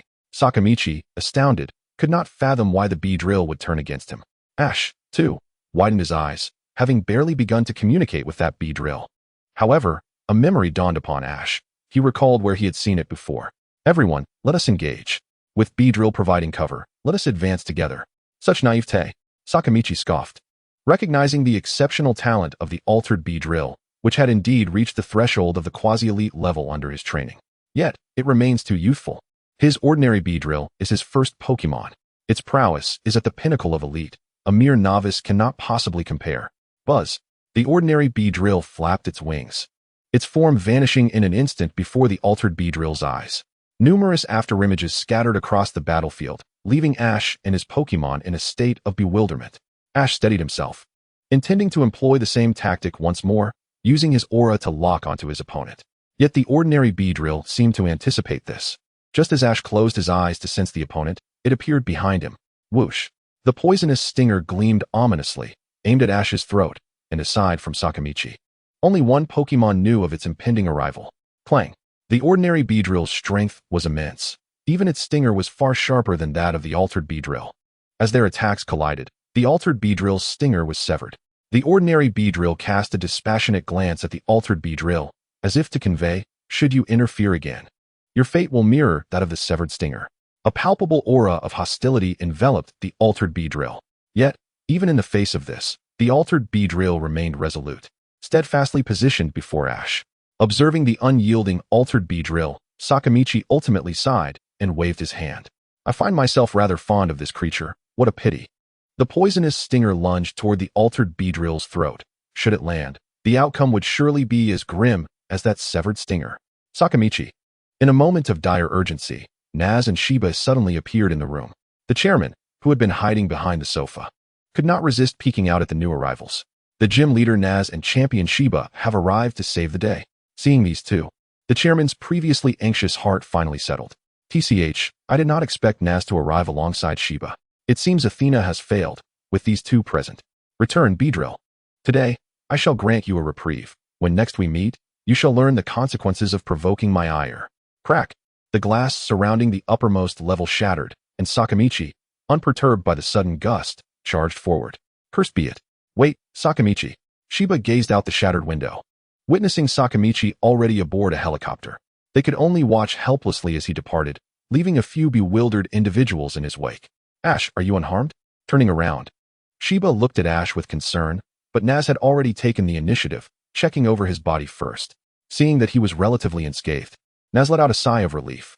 All is well, Miss Naz. I am fine. The crucial matter is this bee drill. Ash pointed to the bee drill lying on the ground after the battle, its broken stinger rendering it quite disheveled.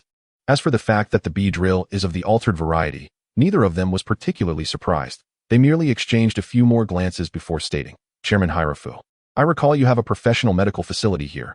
May we use it? Of course you may. I have yet to properly thank you. Aside from the medical facility, I hope you can stay for a meal. I wish to express my gratitude. Sheba had intended to decline, but his stomach, betraying him with a loud grumble, forced him to acquiesce. Chapter 95, Returning Home. Within the Hierophant Corporation, Ash sat at an enormous dining table alongside Naz and Sheba. To convey its size, even 100 Pikachu could not fully cover its expanse. And upon this grand table was an array of dishes, all of which Ash had never encountered before. Wow, it smells amazing, Sheba-sensei. Ash eagerly devoured the food, as did Pikachu, fearing that it might vanish in an instant. Such a prodigious appetite was something Sheba had never witnessed in his life. To be candid, he was a bit taken aback. Observing Ash's incessant chewing and swallowing, Sheba began to wonder if this fellow was, in fact, human. However, Chairman Hierophant appeared quite pleased, watching Ash indulge so heartily. He too became animated. Ha! You eat so swiftly, splendid. Allow me to give it a try. With that, Chairman Hierophant attempted to mimic Ash's voracious style. First, he stuffed something into his mouth with his left hand, then with his right, and then back to his left, continuing this cycle. However, before he could repeat the process for the third time with his right hand, Chairman Shurruff choked, yet he was still imitating Ash. Consequently, Chairman Shurruff became the first person to be hospitalized from choking on food since Sheba's arrival. As he watched Chairman Shurruff being carried away by the medical staff, only Ash, Sheba, and Naji remained. What could possibly draw Sakaki's attention to this place? As one of the Elite Four, Sheba was naturally concerned about Team Rocket's movements. Even though it was mealtime, thoughts of these matters had completely diminished his appetite. Sheba-sensei, why aren't you eating? Ash asked. Hey, where's Chairman Shurruff? It was only when he noticed Sheriff's absence that Sheba let out a resigned sigh. Only now do you realize? Chairman Shurruff just choked on something and has been taken to the hospital, Naji replied, swallowing her food. What? How could he choke? That's really careless. Ash exclaimed. He should think about who caused it, Sheba contemplated, looking at the student he had taught for a year before asking Ash. So, Ash, what are your plans now? There's no need to collect badges anymore, right? Well, I suppose so. I think I'll head home first and then continue my journey. My team isn't ready for the league yet, so I want to see if I can find some suitable Pokemon in the meantime. What about that Beedrill? Isn't it quite good? It helped you buy time against Sheba. Yes, but it needs a long recovery period for its broken stinger. As long as you don't mind that it originally belonged to Sheba. Of course, I don't mind. However, I want Beedrill to recover fully first. Its strength surpasses any of my current Pokemon. I think I'll wait until I'm stronger before attempting to catch it. Sheba glanced at Ash and chose not to say anything more, as his own thoughts were paramount. Moreover, Sheba believed that such an approach was indeed wise. No wonder you want to go home. You might as well leave Beedrill at Professor Okito's place. It will certainly recover faster there. Considering it's a safe and tranquil environment, one could say Beedrill is going for a retirement, Sheba remarked, his eyes filled with a longing. If he were a Pokemon, he too would wish to stay at Professor Okito's research facility. Sheba-sensei, would you like to come with me? Let us not. I have work to do. After the meal, the three were almost ready to part ways. However, Ash had already arrived in Kimbo City, and walking back to Masera Town would take far too long. Even taking the waterway to Kureha City would take a week, as the last ferry to Masera Town only departed that evening. Therefore, Naji had a suggestion. What? You want to teleport me directly to Kureha City? Really? Thank you so much, Miss Naji, Ash exclaimed, his heart leaping with joy as he couldn't help but hug Naji. At that moment, all his previous negative impressions of her vanished, and he felt that she was truly a wonderful person, albeit a bit quirky in personality. Pika Pika. Pikachu squatted on the ground, looking mischievous as it observed the two. After all, one cannot enjoy the gossip alone. Seizing the moment when Ash was distracted, Pikachu opened 3 Pokeballs at his waist. 3 Pokemon appeared beside Pikachu. Although they could see what was happening outside from within the Pokeballs, it was nowhere near as exhilarating as being present at the scene. Ash hugged me. Naji's cheeks flushed bright red as Ash embraced her. This was her first hug with a stranger, and moreover, it was with a boy radiating youthful charm. Naji felt her heart racing, as if something was about to burst forth from her body. What is it? What is trying to escape from me? I can't hold it back. Suddenly, Ash was teleported away by Naji's psychic power, leaving him bewildered. Soon, he realized he was in midair. The unexpected situation filled him with dread, and even Pikachu and the others, who had been enjoying the moment, were left stunned. Screams echoed from above. Splash, splash, splash. One after another, the sounds of splashing water rang out as Ash and Pikachu fell into the sea beside a beach in Korea City. Oh, what a huge splash. I declare this year's splashing championship team has emerged. As Ash surfaced, he saw a crowd rushing towards him. Even Pikachu and the others were lifted high in the air, and then he was brought to the podium. I'm so moved.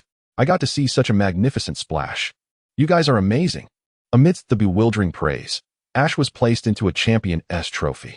And only after the awarding ceremony did he realize he had inadvertently crashed the annual splashing contest in Korea City. This competition involved contestants leading their Pokémon off a diving board to see who could create the biggest splash to win. After hearing all this, Ash sheepishly scratched his head. Leaving the event area, he made his way to the ferry terminal. Lying down in his room, the accumulated fatigue he had been holding back burst forth all at once. He glanced at the unique Beedrill Pokeball that Sakaki had thrown aside in his backpack before falling into a deep slumber. At Team Rocket's base, Lambda emerged from Sakaki's room, looking disgruntled. TCH, that annoying brat made me get a scolding from Boss Sakaki. I will make you taste this humiliation. In the empty corridor, Lambda kicked the wall beside him in frustration, and feeling it wasn't enough, he kicked it again. By the way, that brat seems to live in Master Town. Haha, I've got it. I know how to punish that arrogant brat. A sinister smile crept across Lambda's face, as if he had stumbled upon something intriguing. All of this was witnessed by Qian Zhihuizi, hiding around the corner. To be continued, stay tuned. Chapter 96, The Taste of Home. Attention all passengers, the ferry from Korea City to Master Town is now officially sailing. After departure, passengers feeling unwell are advised to proceed to the medical room on the second floor for examination. The announcement woke Ash from his slumber as the ferry officially set sail. Rocking gently with the waves, and Ash followed suit, swaying along with the vessel. However, he felt no discomfort, as he was not particularly prone to motion sickness. The ferry did not reach Master Town in one go. It would stop at islands with towns along the way, and the number of passengers on board gradually dwindled. The journey across the sea was incredibly smooth, taking only 4 days to arrive at Ash's hometown, Master Town. Upon arrival, Ash was the only one to disembark, as previous passengers had all exited at the islands along the route. Stepping onto the soil of Master Town, Ash felt a long-lost tranquility envelop him, slowly healing his weary body and spirit. Mom, I'm back. Pika Pika. It was precisely lunchtime when Ash stepped through the threshold of his home, immediately enveloped by the tantalizing aromas wafting from the kitchen. Clang. The sound of a spatula clattering to the floor reached his ears, inciting a surge of concern for his mother, prompting him to hastily rush into the kitchen. Mom, he exclaimed, as he laid eyes upon Hanako, who stood frozen in place, gazing at Ash with wide-eyed wonder. Is it really you?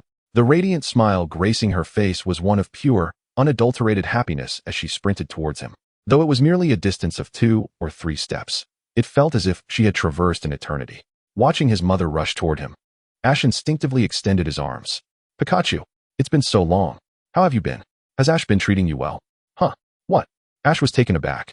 Unable to fathom his mother's priorities, it seemed he paled in significance compared to Pikachu in her eyes. Mom, I'm back.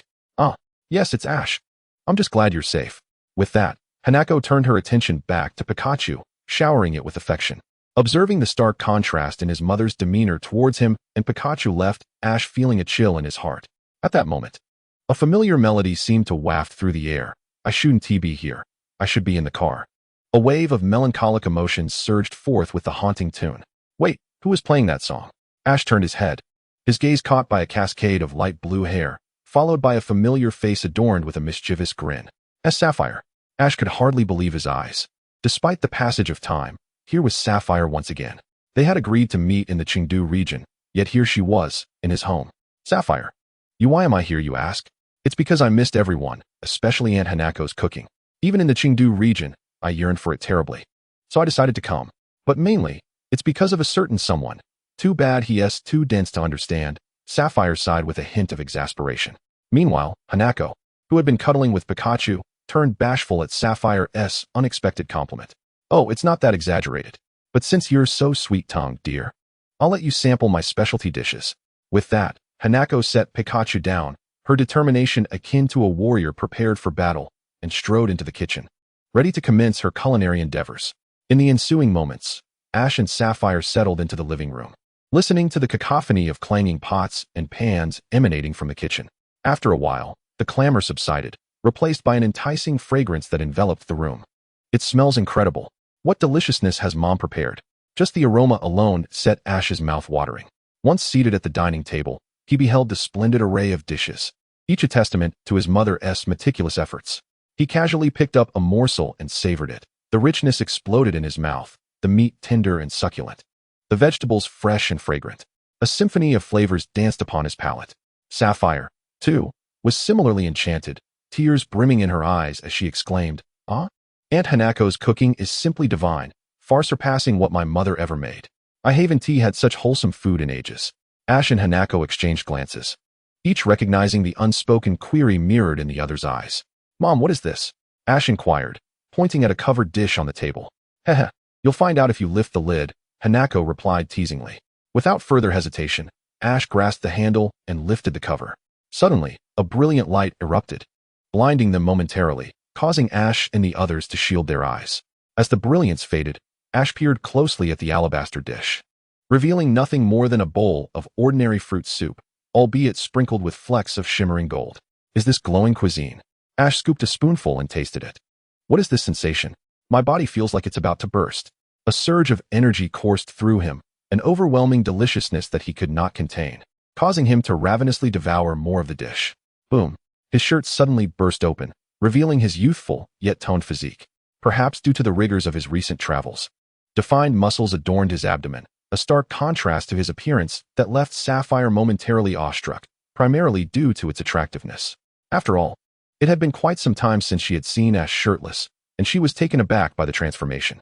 As she gazed, a hint of shyness crept across her face. Ash, however, felt little discomfort, quickly finishing his mother's dish before scampering upstairs to change. As he donned his shirt once more, Sapphire sighed in relief, tinged with a hint of disappointment. That night, Ash lay in bed, enveloped by a familiar scent, the scent of home. It enveloped him in a sense of comfort, and as he closed his eyes, tranquility washed over him. It felt as if today had been a dream.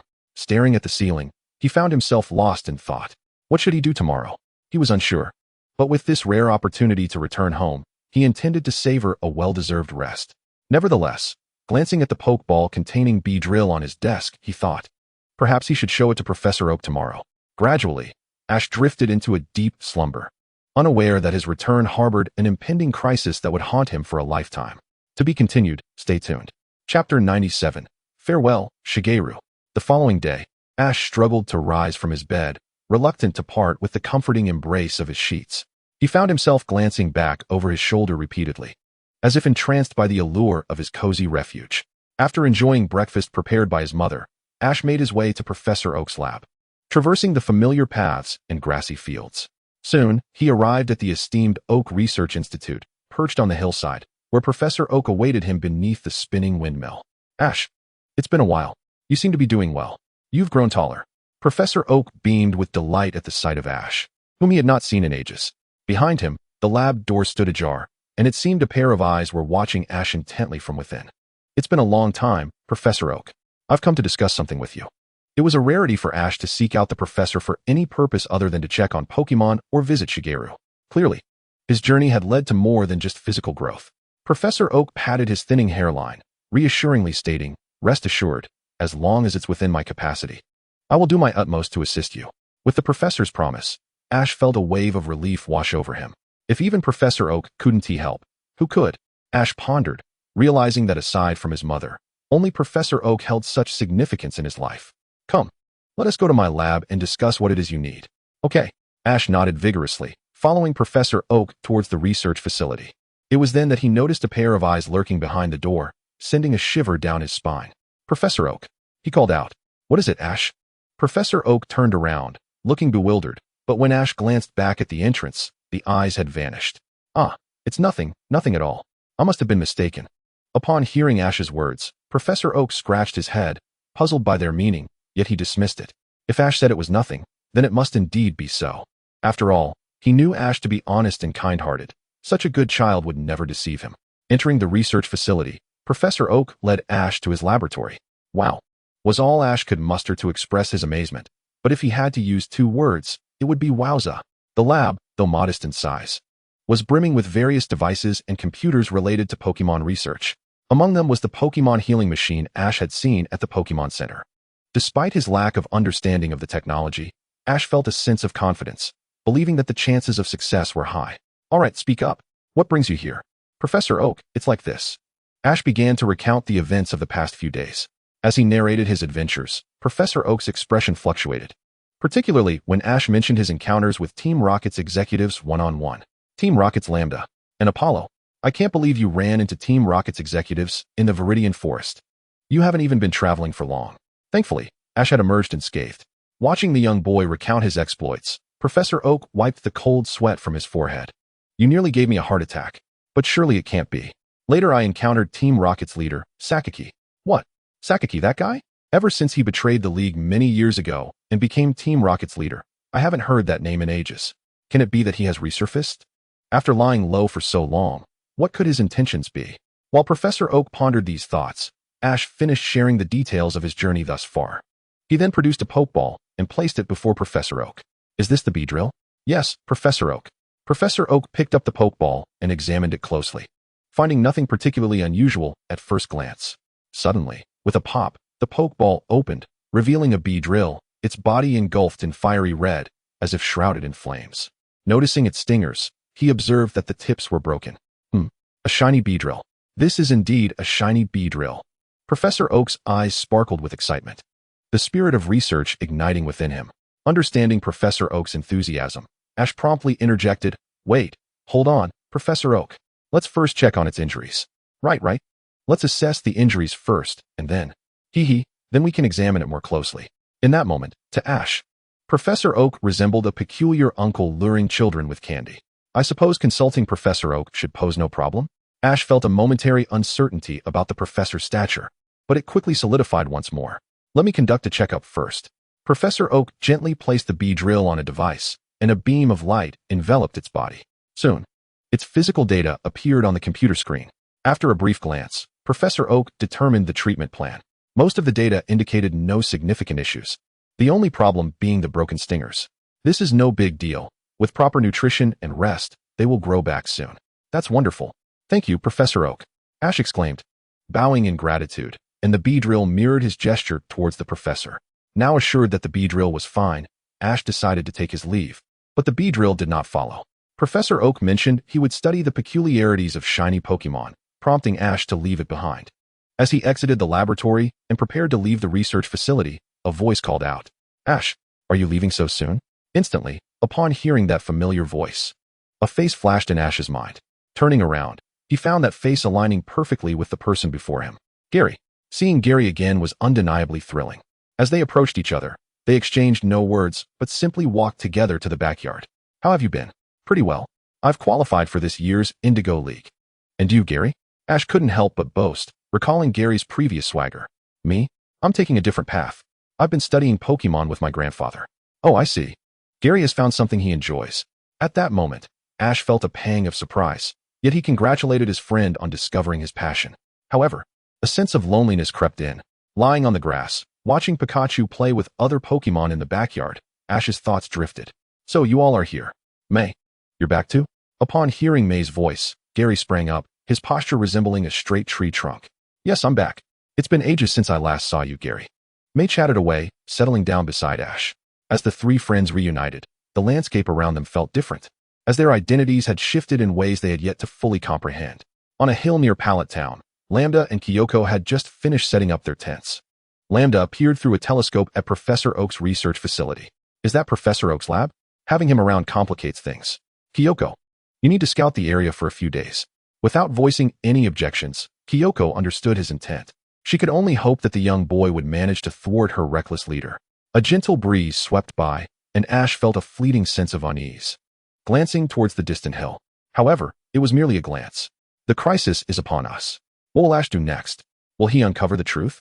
How will he confront the impending challenges? Chapter 98, The Crisis Descends. 3 days after returning to Pallet Town and learning that Beedrill only needed rest, Ash decided to let it stay at home with his mother to bask in the sun and watch television. Meanwhile, he ventured to MT Miacha for intensive training. Aware of his shortcomings, he focused on enhancing his Pokémon's physical strength, endurance, and attack power. The first two aspects were manageable, as climbing mountains and enduring blows could bolster their strength, but improving attack power required practical combat training. Ash quickly found suitable training partners. I harbor no grudges. I merely find them exceedingly appropriate. Indeed, quite fitting indeed. Gazing at the small geodudes nestled within the deep pit, Ash displayed a radiant smile reminiscent of sunshine. However, this was merely a reflection of his inner self. In the eyes of Pikachu and the others, for reasons unbeknownst to them, their trainer wore a rather peculiar smile. Come on, everyone. Let us train hard and tidy up properly. Pikachu and Chimchar, who had initially accompanied Ash, exchanged eye rolls. Isn't this just holding a grudge? Crackle, crackle. Lightning and flames erupted from the small geodudes, their chaotic attacks swirling in disarray. Over the next few days, Ash and his Pokémon engaged in rigorous training. Their stamina and endurance significantly improved, though their attack power saw only a modest increase. Yet, any improvement is better than none. During this time, Beedrill gradually regained strength during its rest periods, and its broken stingers had begun to grow back. For these days, it had been spending time with Hananoko, developing a routine of sitting obediently in front of the television to watch Pokémon romantic dramas. Immersed in such joyful moments, time seemed to pass in the blink of an eye. These days felt as if they had vanished in an instant. Standing on the hillside, Ash's friends were no longer by his side. Misty had only come to visit for a few days before returning, as she had academic commitments in Chengdu.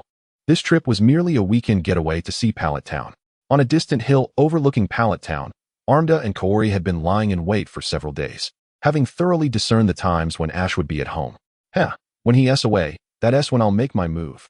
Lambda, resting his hand on Kaori's shoulder, leaned in closely, as if savoring her scent.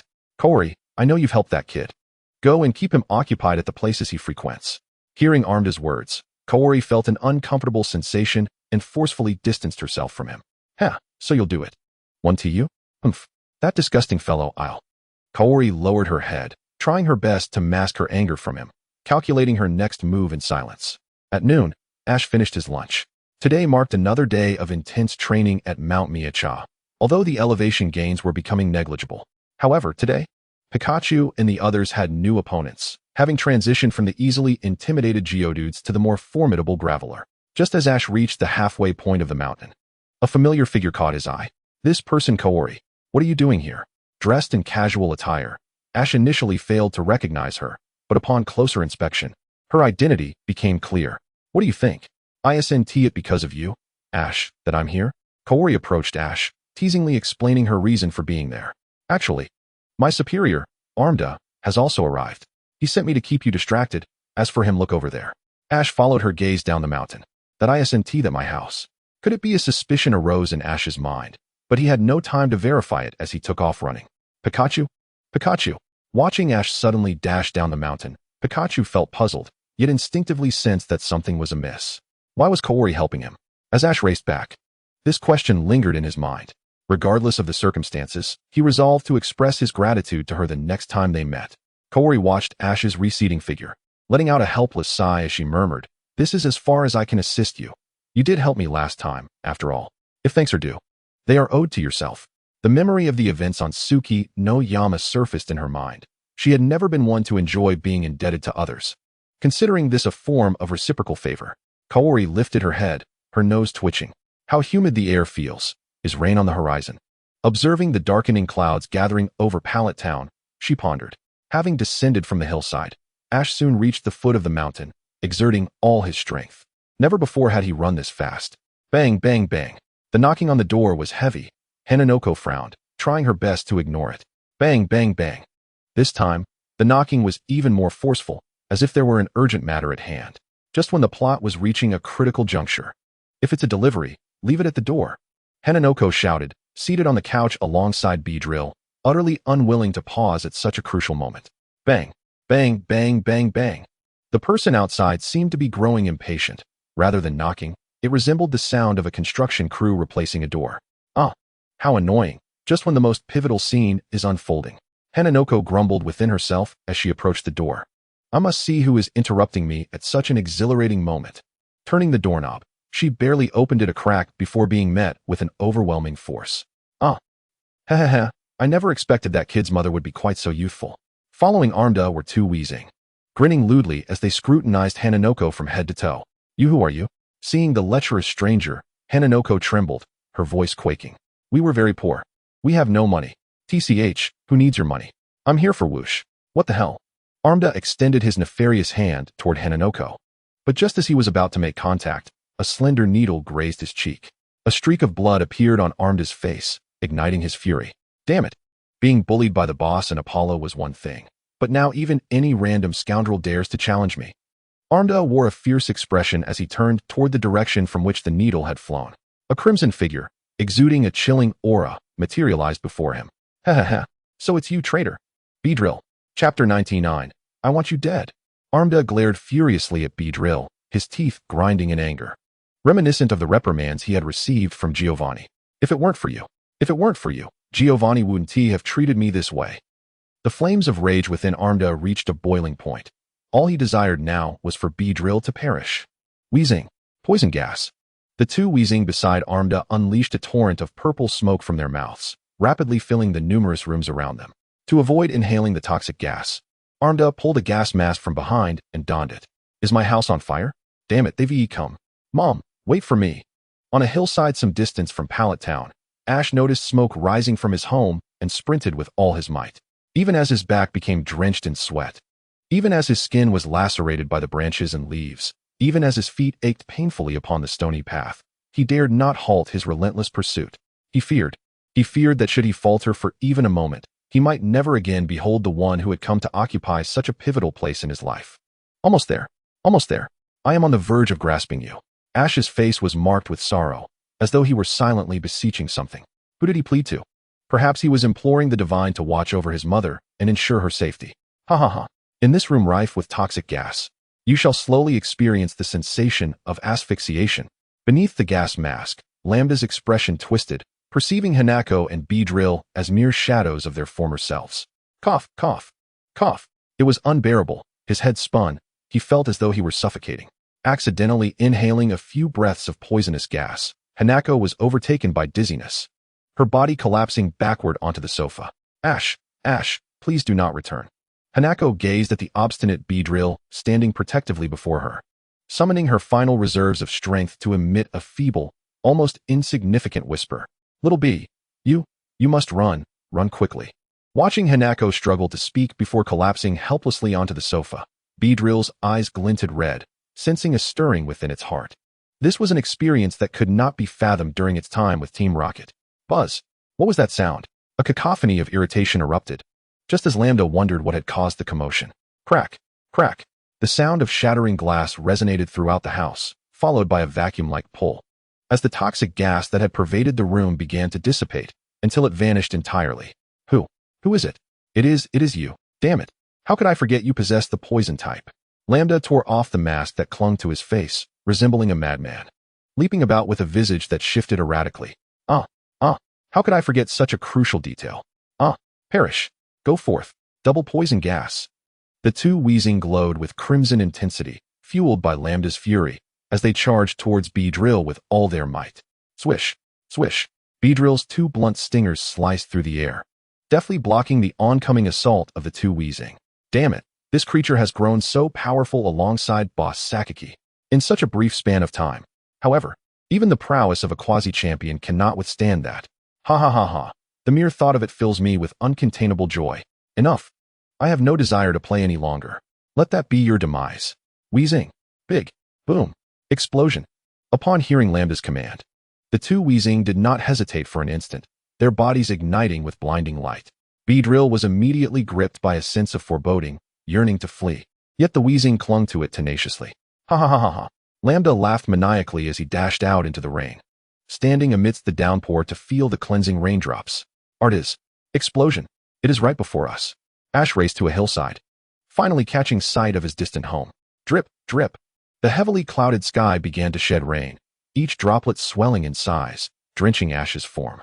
Yet even so, the rain did not slow his pace. The muddy ground, slick from the rain, caught him unawares as he stepped on a stone, causing him to slip. No. Just a little further. Just a tad more. Ash fell to the ground, his body coated in mud, his hands struggling to prop him up, yet feeling as though all strength had ebbed away. He would lift himself just a fraction, only to collapse again, repeatedly. Despair gradually filled his heart. In that moment, a figure surged into the rain, shouting wildly. Ash stared in shock, recognizing that familiar silhouette, Lambda from Team Rocket, whom he had seen numerous times before. Suddenly, a thunderous explosion reverberated across the sky of Pallet Town, Ash's home reduced to rubble in the aftermath of the cataclysm. No, Lambda, I want you dead. Raindrops fell relentlessly upon Ash, his heart aching profoundly, unable to discern whether the streams cascading down his face were rain or tears. Ha ha ha ha ha. This is the price for defying me. Little brat, savor this gift I bestow upon you. Lambda guffawed, disdainfully regarding Ash, who lay in the mud like a lost pup. With no strength left, Ash struggled to crawl forward, driven not only by a desire for vengeance against Lambda, but also to ascertain if his mother still clung to life amidst the ruins of their home. Ha ha ha. With that pace of yours, you might crawl until next year. Lambda regarded him like a jester meant for amusement, casually waving his hand as he departed, leaving Ash to crawl slowly toward his home. Gazing at the remnants of what had once been a home, Ash wept bitterly. Now he could discern the truth. The droplets slipping down his face were not mere rain, but each drop was a tear of anguish and sorrow. In that moment, a sound emerged from the debris ahead. Ash ceased his weeping, staring blankly at the pile of rubble. Bam! A blunt, venomous stinger shot forth, only to droop helplessly afterward. Witnessing this, Ash's flickering hope was abruptly extinguished once more. Yet even if it is Beedrill, I must save it. Ash had no means to prop himself up, left with no choice but to lie helplessly on the ground. Yet, a familiar voice called out, as if echoing from the past. Chapter 100 Mother. Ash. This is it. That was his mother's voice, though faint. It would have gone unnoticed amidst the torrential rain. But this was Ash's mother, and no matter how noisy the world became, he could always hear her. Ash's tears flowed freely as he wept and struggled to rise. He limped forward, dragging one leg through the rain, laboring to reach the pile of rubble before him. Following the venomous stinger that protruded from Beedrill's form, he exerted all his strength to push aside the debris, once, twice, thrice. Even as his hands were cut and blood flowed like rain. Even as his body ached and fatigue threatened to overwhelm him, he refused to cease his efforts. Gradually, the rubble was cleared away, revealing a delicate white arm before his eyes. A surge of joy filled Ash's heart, and he found renewed strength from somewhere, digging with even greater fervor. Mom, please hold on. You must hold on. Ash screamed, yet as the rubble was cleared further, tears once again streamed from his eyes. His mother was still alive, and her body bore no injuries. As for the reason, it was due to the presence of a Beedrill, which had arched its body to support a large mass of rubble. Ash attempted to communicate with the Beedrill through his aura, but felt nothing. The Beedrill was dead. It had sacrificed itself to save his mother. Ash, hurry, save the Beedrill. This child protected me.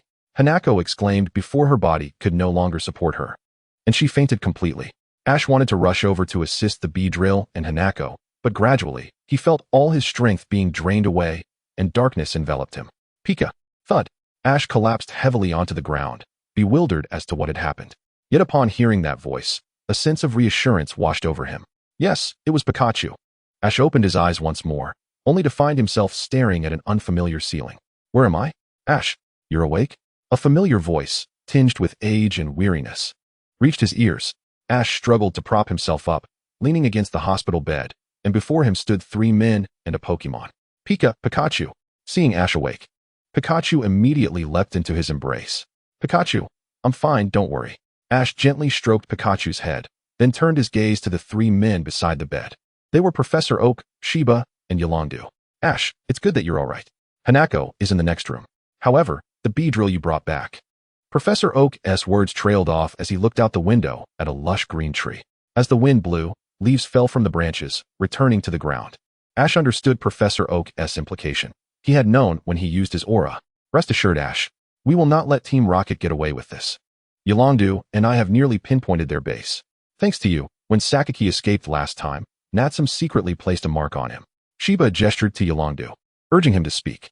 Yes. Ash, you can rest easy, leave the rest to us. We will definitely capture those Team Rocket scoundrels. Ash looked at Yolongdu, aware of his own limitations, thinking he might only hinder their efforts. But there was that one person. Noticing Ash's silence, Yolongdu suddenly recalled something and continued. By the way, We will help repair your home. I assure you it will be even better than before. Furthermore, to compensate you, the League will reimburse your travel expenses from now on. Ash shook his head. Actually, I want to go to Team Rocket's headquarters. Upon hearing this, Professor Oak was taken aback, leaping to his feet. What are you saying? Ash, do you have any idea how dangerous those people are? You've survived this far solely by luck. Can you guarantee you'll have such luck again next time? And what about Hanako? Would she agree? Yolongdu and Shiba stood by, nodding in agreement, hesitant to interject. Just as Ash was about to respond, a voice interrupted. I agree, Professor Oak. I support Ash going. All four turned towards the door, where a frail and sickly figure appeared. Hanako, why did you come out? Didn't the doctor tell you to rest? Professor Oak approached, wanting to assist Hanako, but she shook her head. She walked straight towards Ash, her expression serious, speaking in a tone he had never heard before. Ash, I agree with your decision to go. Those people harmed the bee drill, so you must go and avenge it. Hanako, typically gentle in demeanor, was viewed by Professor Oak and Ash as a kind-hearted mother and a benevolent person. She often greeted neighbors and townsfolk with a smile, harboring no conflicts, and everyone held her in high regard. Yet, in this moment, Ash saw a fire of fury in her eyes. I understand. Professor Oak gazed at the mother and son, letting out a resigned sigh.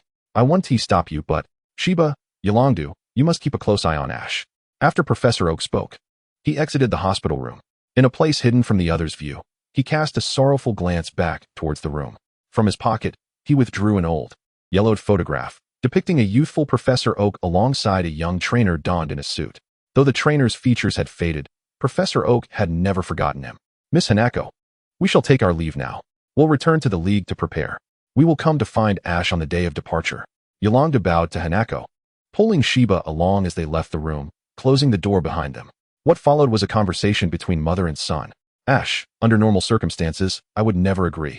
But during my unconsciousness, I dreamt of your father. I believe if it were him, he would want you to do this. Hanako's eyes reflected sadness. Ash knew nothing of his father. However, seeing his mother in such sorrow led him to conclude that the man must have been irresponsible. Mom, what kind of person was my father? He was quite a serious fellow. I remember when we both set out as trainers from Pallet Town. Every time we encountered him on our journey, he would shy away from speaking to me, always dressed in his old-fashioned suit. Yet he would always step up whenever I or my Pokémon faced trouble. Thinking back, he was rather dashing.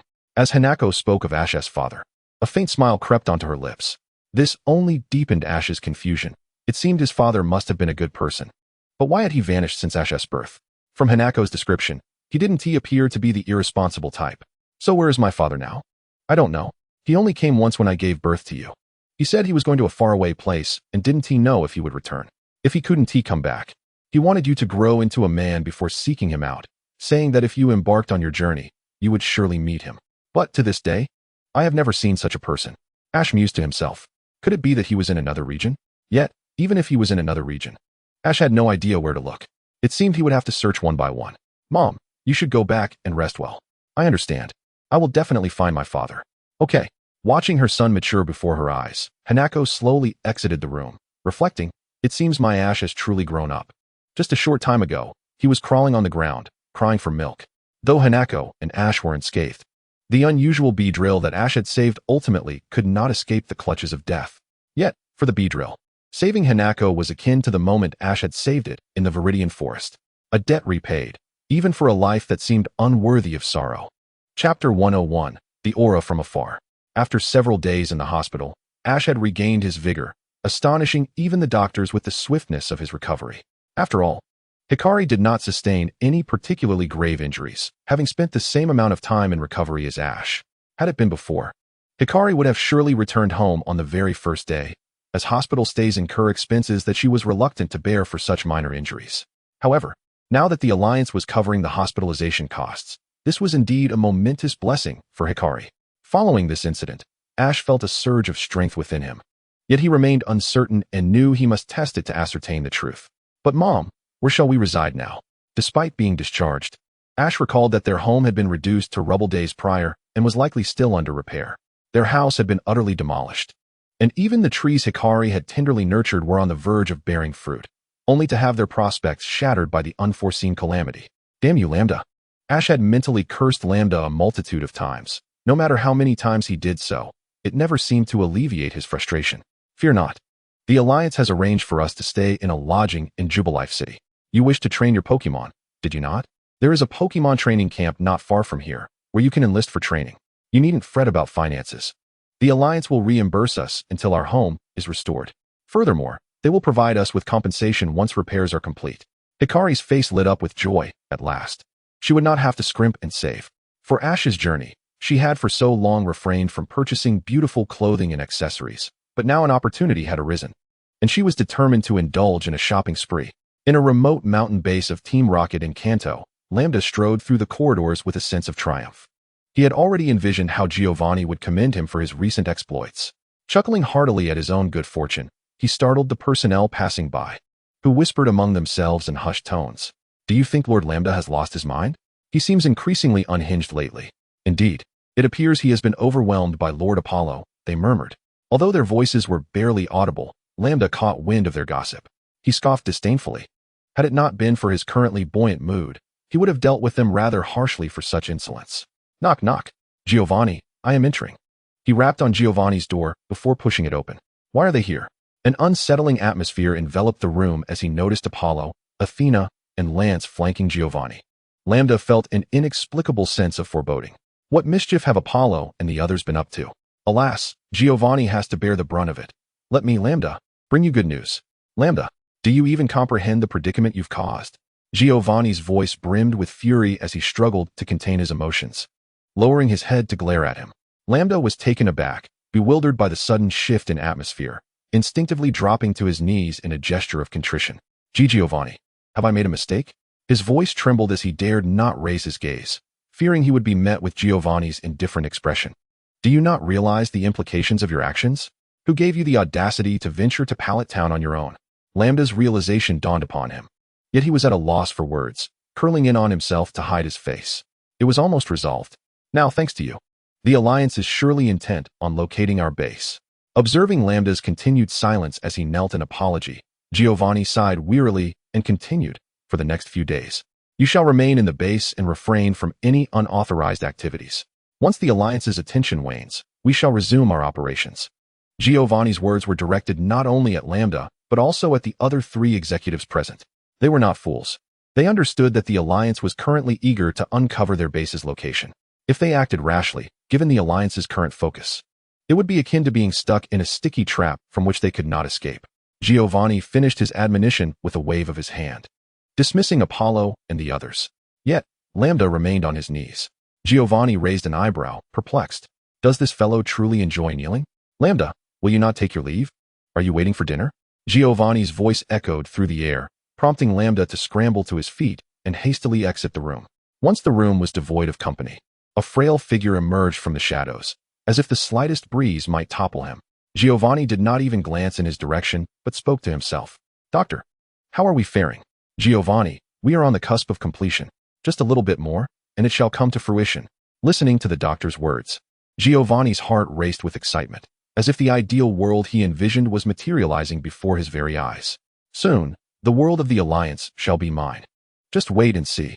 The doctor, shrouded in shadows, remained silent, but a faint smile crept upon his lips, as if recalling a delightful memory. In the adjacent room, a space that had long been relegated to storage, Kiko had claimed it as her own secret base. The entrance had been disguised and secured with a password, allowing only a select few to enter. Leaning against the wall, she eavesdropped on the conversation from Giovanni's room, from Lambda's reprimand to the dialogue between Giovanni and the doctor. After hearing what should have remained clandestine, she fell into a deep silence, burying her head in her knees, her expression dark and her brow furrowed. Outside the Team Rocket base, atop the surrounding Rocky Mountains, Garridos lay low, using binoculars to observe the comings and goings of Team Rocket members. This must be the place, he mused as he set up a signal transmitter provided by the Alliance, enabling them to lock onto the base's precise location. Once his task was complete, he prepared to withdraw. With a thought, he summoned his Dragonite. Mounting the Pokémon, he vanished from the area in the blink of an eye, unnoticed by Team Rocket, who remained oblivious to his fleeting presence on the barren mountainside. In the forest outside Jubilife City, a pair of rookie trainers, a boy and a girl, appeared. They had only recently embarked on their journey. Hey, Kenji, how much longer until we reach the exit? I'm exhausted, and there are so many bugs here. The girl trailed behind GNC, her energy waning as she observed the bug Pokémon occasionally emerging from the branches or underbrush, a wave of despair washing over her. Jianxi, noticing her demeanor, let out a sigh and said with resignation, "All right, Naishua. No more complaints. We have not been here long. However, if you are fatigued, we can take a break and have lunch." "Yes, that sounds great." Upon hearing the prospect of rest, the girl named Naishua's voice brimmed with newfound vitality. Their lunch was simple, consisting of merely some processed ingredients, jam, and sandwiches made with 2 slices of bread. Yet, even this modest fare exuded a delightful sweetness. What Pokémon is that? Just as Naishua was about to dig in, a small, blue Pokémon resembling a standing dog appeared before her, its round, sparkling eyes fixated on the sandwich. "So adorable. Do you want some?" A pitiful whimper escaped its throat, and seeing the numerous sandwiches, Naishua tore off a piece to share with it. She watched as it accepted the food, savoring it slowly. Stars twinkled in her eyes as she turned to Jianxi, who had remained silent. "Jianxi, Jianxi, can I catch it?" Jianxi rolled his eyes in response to her inquiry. "Of course, it's a wild Pokémon. You should try battling it to weaken its stamina before attempting to capture it." "All right. But where did it go?" In the brief moment of their conversation, the Pokémon had vanished without a trace, along with a piece of sandwich. Chapter 102, Riolu and Aura. Where? Since the moment of my birth. I have been searching for you. Where are you? I can sense you nearby, yet why have I not found you? Throughout the streets of Shurjin City, a blue Pokémon resembling a small dog was desperately searching for something. "I want to see you." With a surge of intense emotion, a pale blue energy radiated outward, extending to the borders of Shurjin City. What was that sound? Ash spun around abruptly, yet saw nothing. A sound had clearly resonated in his mind, but why was there no one in sight? Just as Ash was engulfed in confusion, a long-lost voice suddenly emerged. "Is that Aura? Are you awake? Can you feel it?" The nameless spirit seemed to reminisce, speaking slowly. "Ah, yes, I can feel it. Such a wealth of emotional aura. How could I not sense it? Feelings? You can perceive those too? Of course. When your aura becomes stronger, you will discover it as well. For now, let us go back to that, home." "What? I didn't catch that." As if the signal had been interrupted, the nameless spirit's words came in fits and starts, and after finishing, it fell silent, unresponsive to Ash's calls. "Forget it. Let's have Pikachu and the others train at this Pokémon camp for now." Ash turned to the open area ahead, where tents and various equipment had been set up. This was the so-called Pokémon training camp, the place his mother Hanako had mentioned. Approaching the camp leader, Ash found a middle-aged man with a scruffy beard, giving off an air of unreliability. Yet, the fire burning in his eyes was unmistakably fierce. "Hello, I'm Ash. I would like to enroll in the Pokémon training camp." "What? Speak up. I didn't hear you. Where's your passion?" Ash covered his ears, looking at the man helplessly. "I want to enroll in the Pokémon training camp." "What? Passion? Be more passionate." "This guy." Ash's eyelids twitched as he struggled to contain his emotions, unleashing an angry roar. "Enroll." The volume startled Pikachu, the sound sharp and piercing, akin to Ash using a metal sound move on it. The leader's eyes blazed with fiery intensity, reminiscent of the sacred fire Ash had seen on television during the league. "All right, my name is Afu. Let life be filled with passion. Let Pokémon be infused with passion. Let trainers be brimming with passion. Experience a passionate life." Strangely, Ash felt a fire ignite within him, and both he and Afu radiated fervor. "Yes, life should be full of passion. Passion transforms lives. Let us join together. 3, 2, 1. As Afu counted down, both he and Ash shouted in unison, "Passion." The sound soared into the heavens, causing the other trainers already enrolled in the camp to turn their heads curiously. Initially believing Afu's exuberant personality to be one of a kind, they were astonished to find such a kindred spirit so easily. Everyone, the Pokémon training camp has gained an interesting new member. Let us commence today's passionate training. Afu's every word was shouted with maximum intensity, causing all trainers except Ash to keep their distance. Subsequently, Ash and the other trainers began specialized training with their Pokémon.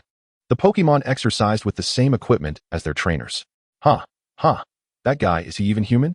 During the training session, the other trainers were soon overwhelmed, gasping for breath, unable to complete their sentences.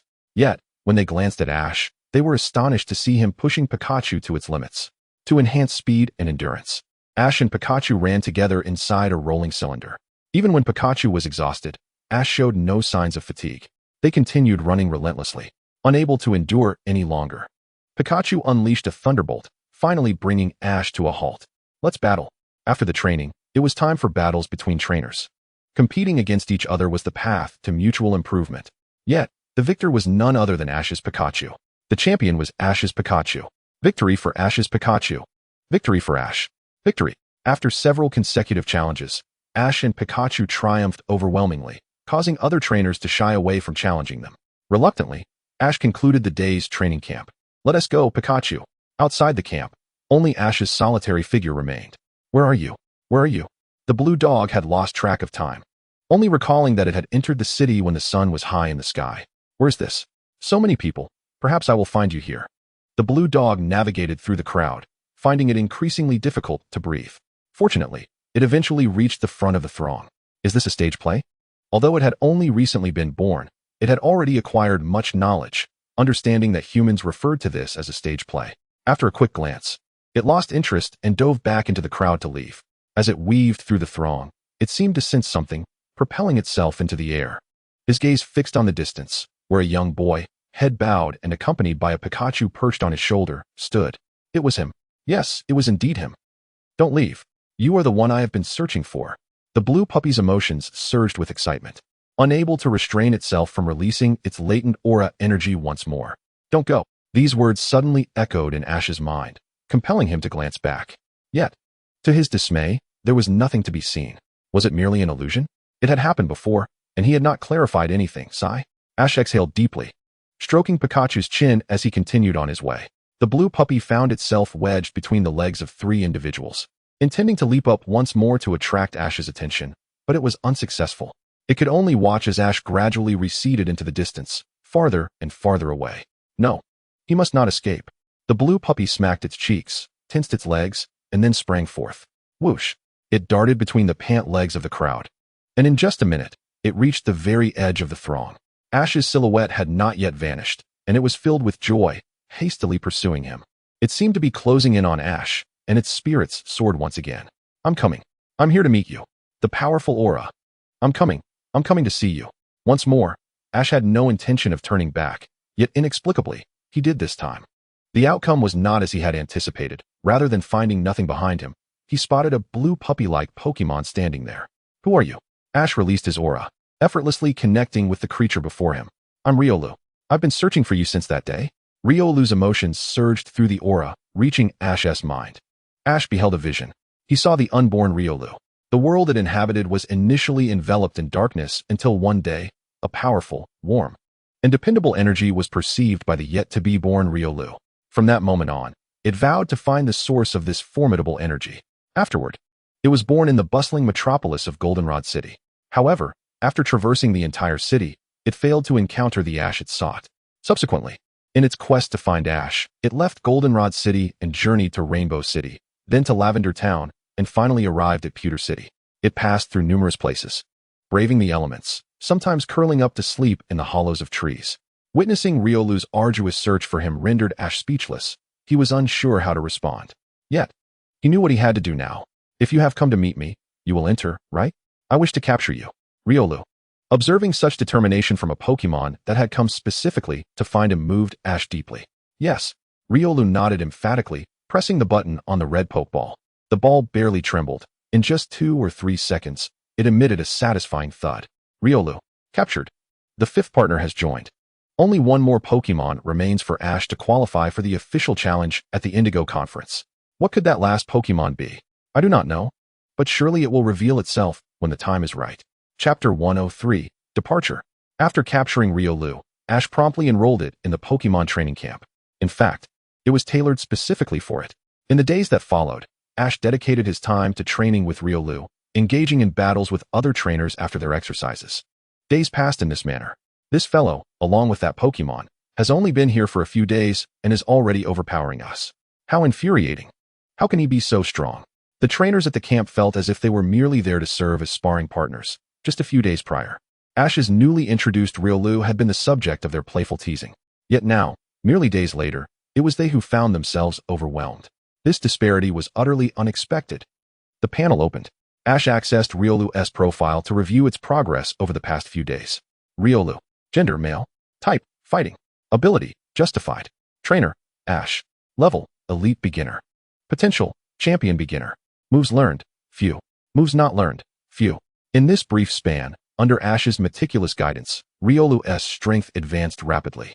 Even Pikachu and the others had made some progress. With the exception of the rather unique Eevee, all had improved. The Chimchar had reached the Gym Advanced level, while Pikachu had attained the Gym Beginner level. Even Charmeleon had reached the Gym Beginner level, and it was believed that it would soon undergo another transformation. Although Eevee's strength remained unchanged, it had become adept at mastering evolutionary transformations and had diversified its dual forms, maintaining them for longer durations.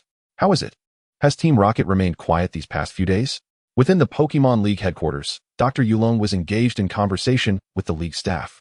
Indeed, aside from the basic personnel responsible for resupplying resources, there has been no movement from them. Dr. Yulong rubbed his chin, observing the surveillance that displayed only 2 low-ranking Team Rocket members stationed at their base.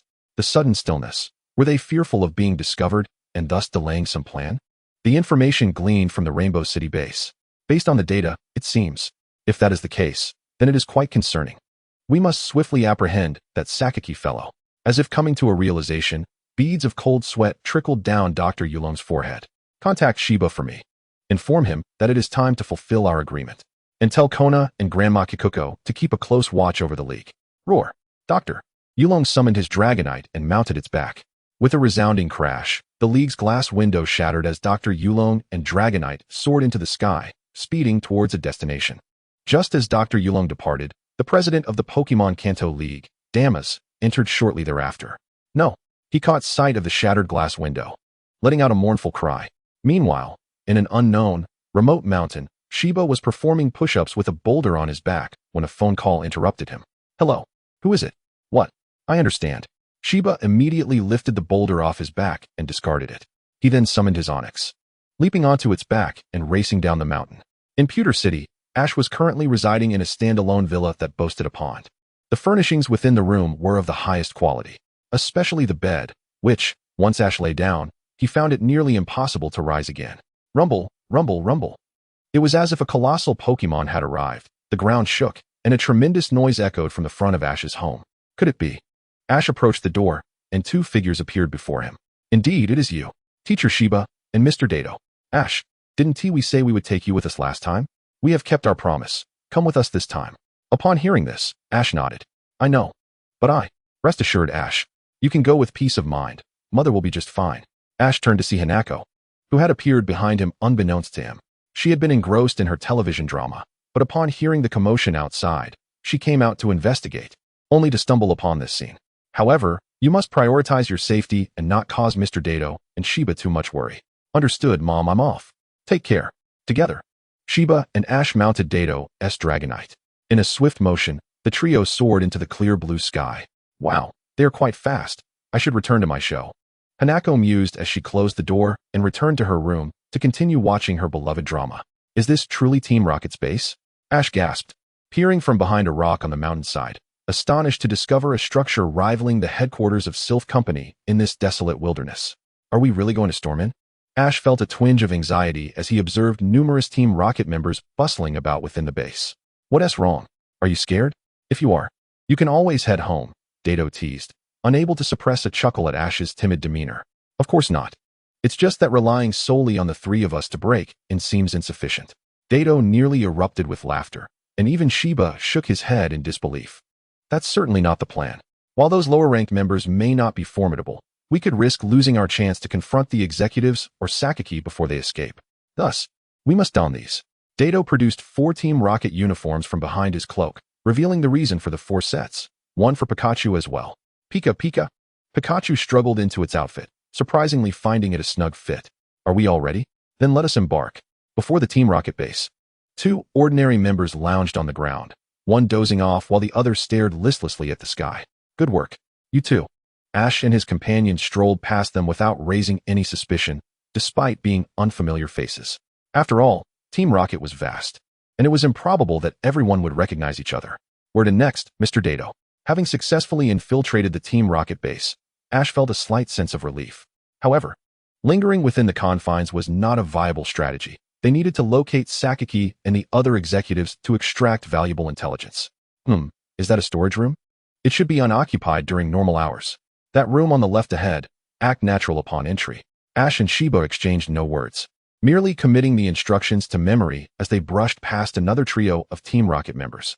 Dato approached the designated room, twisting the doorknob and entering, closing the door behind him. Their movements were fluid and practiced, as though this were their own home. Yet, as they turned to survey the room, they found a girl already present. Keiko glanced at the trio, hastily concealing her chips and soda behind her, simultaneously using her foot to turn off the anime playing on the television. Who are you? What are you doing here? I don't think I've seen you before. Despite being caught slacking off, Keiko rebutted without a hint of embarrassment, confident in her status as a junior executive. Observing their uniforms, she showed no signs of intimidation. It would be wise to leave quickly. I was just about to witness a thrilling part. Keiko, Ash exclaimed. Oh, you know me? If you do, then why aren't you leaving? Keiko focused her gaze on Ash, the smallest and most unassuming of the trio. The lighting in the storage room was dim, obscuring her view of his face, but she must have encountered him before. It's me, Ash. Oh, Ash. Wait a moment. Ash. Keiko stepped closer, her eyes finally recognizing him. It really is Ash. And those beside you are Sheba and Dato. This can't be happening. I was just slacking off. There's no need for me to be apprehended by two of the league's top trainers. Seeing Sheba and Dato, Keiko's face paled, and she slumped to the ground. Chapter 104. The third of Team Rocket's 4 executives. Do you know her? Sheba and Dato were accustomed to such reactions from Team Rocket members upon seeing them. Many had reacted similarly. However, they had yet to encounter someone so utterly flustered. I do. She is not one of the truly nefarious Team Rocket members. Perhaps we can inquire with her. Keiko, seizing a glimmer of hope in Ash's words, eagerly inquired. What do you want to ask me? What do you want to know? The three exchanged glances, while Pikachu stood by, watching the unfolding drama. Dato glanced at Ash, trusting in his judgment and ability to read people. I want to know where Apollo and the others, as well as Sakaki, are located. Apollo is in the lounge on the top floor. As for Sakaki, I don't know where he is. He is not at the base today. Keiko lowered her head, concealing her apprehension. In truth, she was aware of Sakaki's whereabouts, but her position prevented her from divulging such information. Dato did not question the credibility of her information.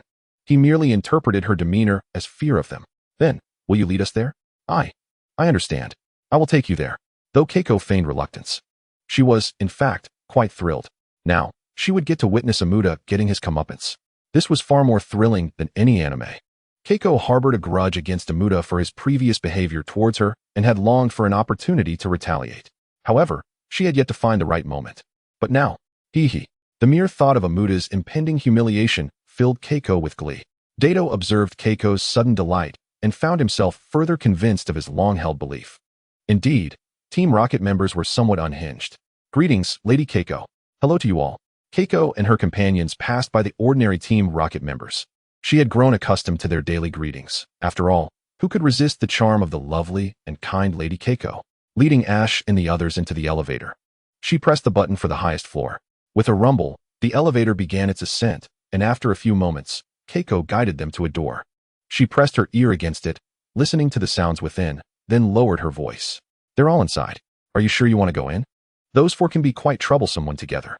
Qianji Huizi cast a discreet glance at Ash, who remained impassive and unresponsive, while her eyes brimmed with worry, nearly spilling over. Indeed, with both me and Sheba here, it suffices. The formidable aura emanating from Yolongdu was palpable as he slowly lifted his left foot. Boom. With a powerful kick, he sent the door flying, enveloping the area in a cloud of dust. Who is it? Lambda let out an enraged roar. And upon hearing it, Qianji Huizi sensed trouble and swiftly found a hiding spot, revealing only her head. Damn it, why is it me? Beside Lambda, Lance and Athena struggled to stifle their laughter, but upon seeing Lambda's head embedded in the door that had just flown in, they could not contain themselves.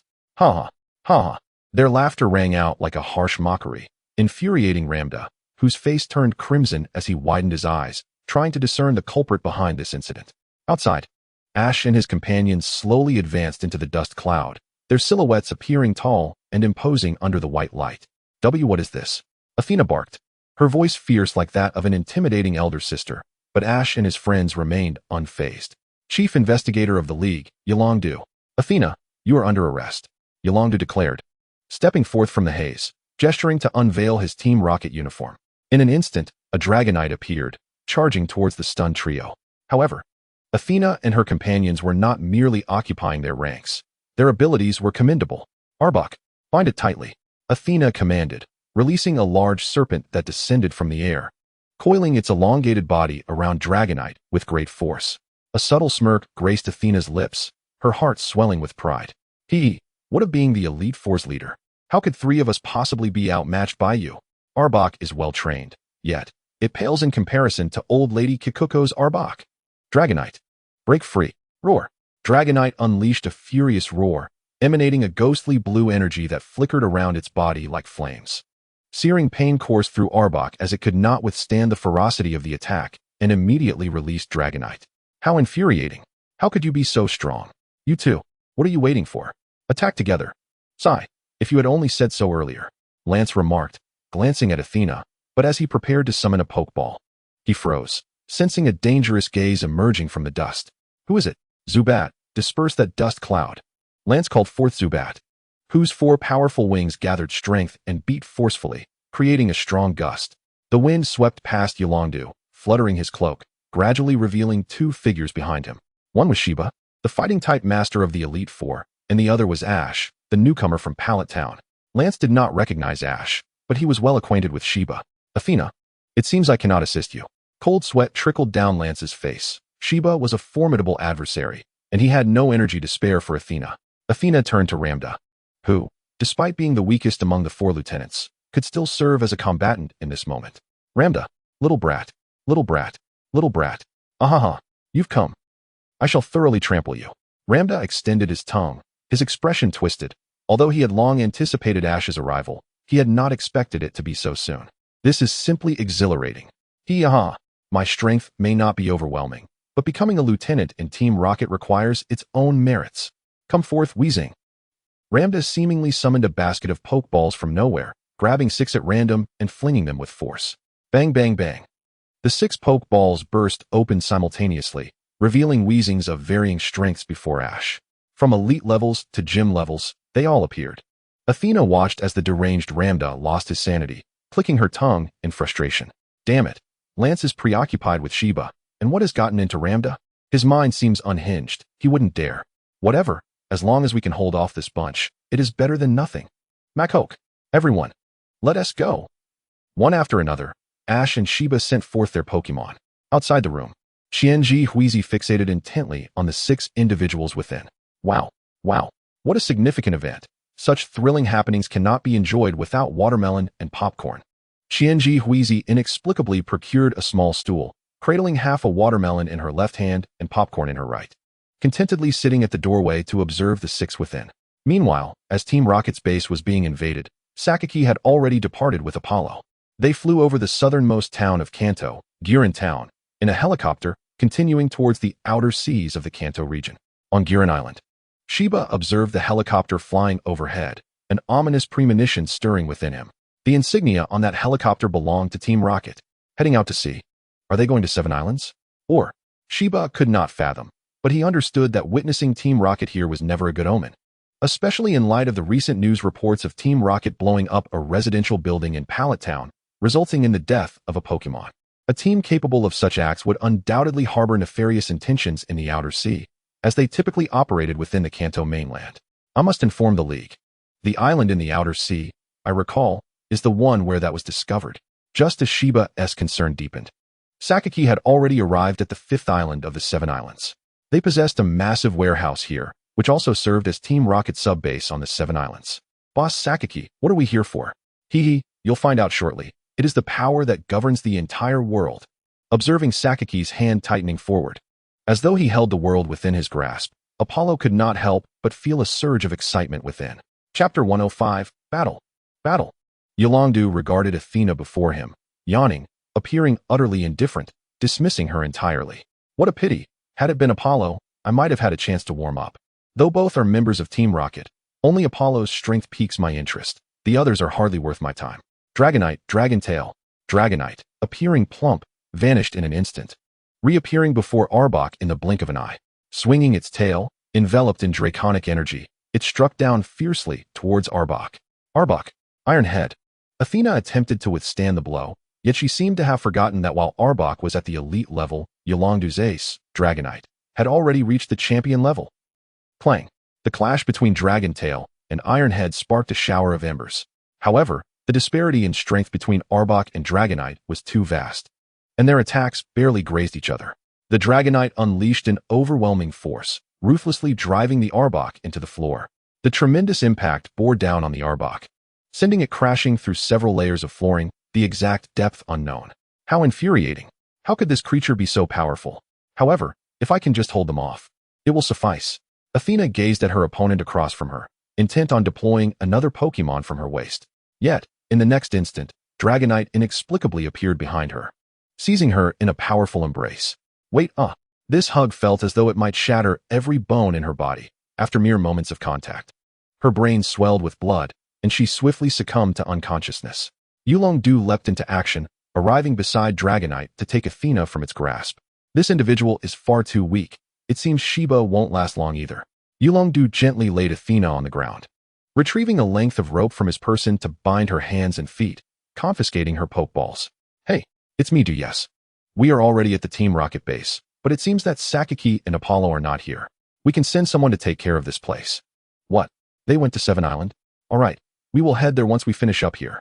After ending the call, Yulong-Du turned his attention to Sheba and Ash. Observing their current states, it appeared they would not require assistance. That lance was no challenge for Sheba. However, the conflict between Lambda and Ash should be resolved by themselves. We shall not intervene. Leaning against the wall, Yulong-Du entrusted the battle between Ash and Sheba to them, quietly watching from the sidelines. On the fifth island of Seven Island, within the Team Rocket warehouse, Sakaki and Apollo, escorted by a throng of underlings, descended to the lowest level of the warehouse. Boss Sakaki, Lord Apollo, the items are inside. I shall not accompany you any further. The warehouse manager unlocked the final password-protected door. Watching as Sakaki and Apollo entered a room he had never set foot in. Is this it, Boss Sakaki? Indeed, this is it. With this, we shall hold dominion over the entire world. Sakaki's eyes ignited with fervor, a grin spreading across his face as if he had discovered a priceless treasure. That was the flame of conquest, the fire of salvation that would change the world, and within that flame shimmered a silver-white metallic armor. Humph. Is that all you've got? Machamp, take care of him. 1,000,000-ton punch. A glimmer flashed in Machamp's eyes as it surged forward, leaping high into the air towards the airborne Zubat. Energy coalesced in its fist as it approached Zubat, delivering a powerful strike. The fist whipped up a strong wind, disturbing the air around Zubat and causing it to wobble in flight. Seizing the opportunity, Machamp swiftly launched another right hook. The Gale Force punch bore down on Lance before he could react. Boom. In the blink of an eye, Zubat was embedded into the wall, leaving Lance dumbfounded, utterly unaware of what had transpired. As he beheld Sheba advancing towards him, Lance fell to his knees with a thud. In his eyes, Sheba appeared as a demon risen from the depths of hell. The sight of Sheba's clenched fists sent shivers throughout his body. Sheba, spare my life. I surrender. Sheba blinked, momentarily taken aback. He could not comprehend. Was he truly that terrifying? Though he did not consider himself particularly handsome, he believed himself to be ruggedly charming. Why did Lance react as if he had seen a ghost? He had merely intended to inquire if Lance was still willing to fight. Sheba scratched his head, perplexed. It simply did not make sense. However, it seemed unnecessary to expend further effort in subduing Lance. Like Yulong-Du, Sheba prepared to bind Lance. Yet, unlike Yulong-Du, he had no ropes on hand. The only item he possessed suitable for binding was the black belt at his waist, although not particularly long. It would suffice to restrain Lance. As Sheba withdrew the belt, Lance's eyes widened in terror, conjuring unspeakable images in his mind. He cried out in fright, "No! Don't come any closer! Go ahead, scream. Even if you shout until your throat is raw, no one will come to your aid." Sheba tugged at the belt, approaching Lance with a mischievous grin. Lance found himself bound hand and foot by Sheba's belt. "Next is you, Ash." Sheba turned to where Ash was locked in a standoff with Lambda. "Boom. Where do you think you're running?" "Ha ha. Explosion. Explosion. Explosion." Several wheezing burst forth, unleashing a barrage of powerful explosions. Boom, boom, boom. The series of detonations rocked the entire Team Rocket base. Has he lost his mind? Ash stared in confusion at Lambda. Observing the maniacal expression on his face, he was certain. Lambda had indeed gone mad. How infuriating. What now? I can't even get close. I must tread carefully lest I be caught in the blasts. Boom.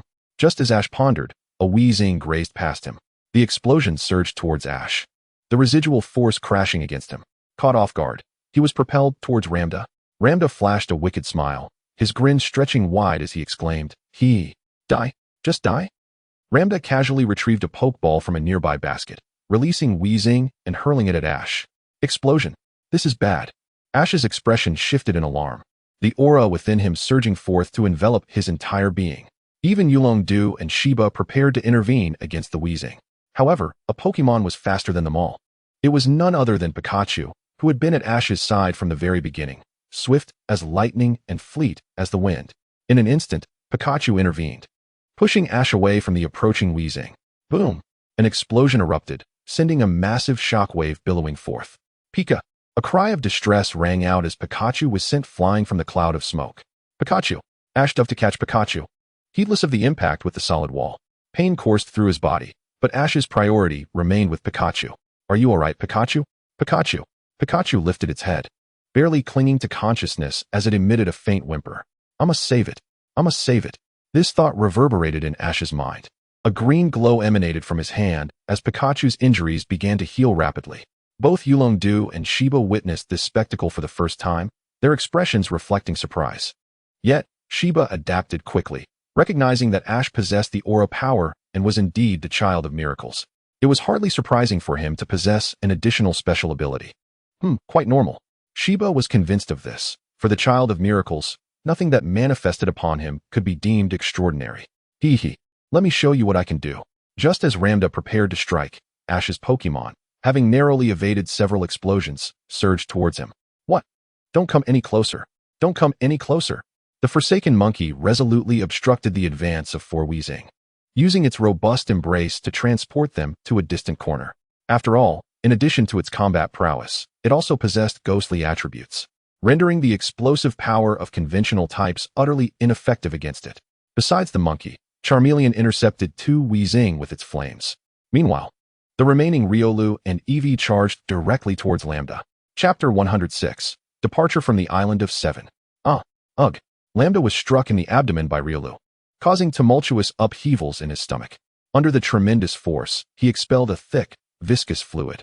In the blink of an eye, the once manic Lambda found himself in a state of utter disarray.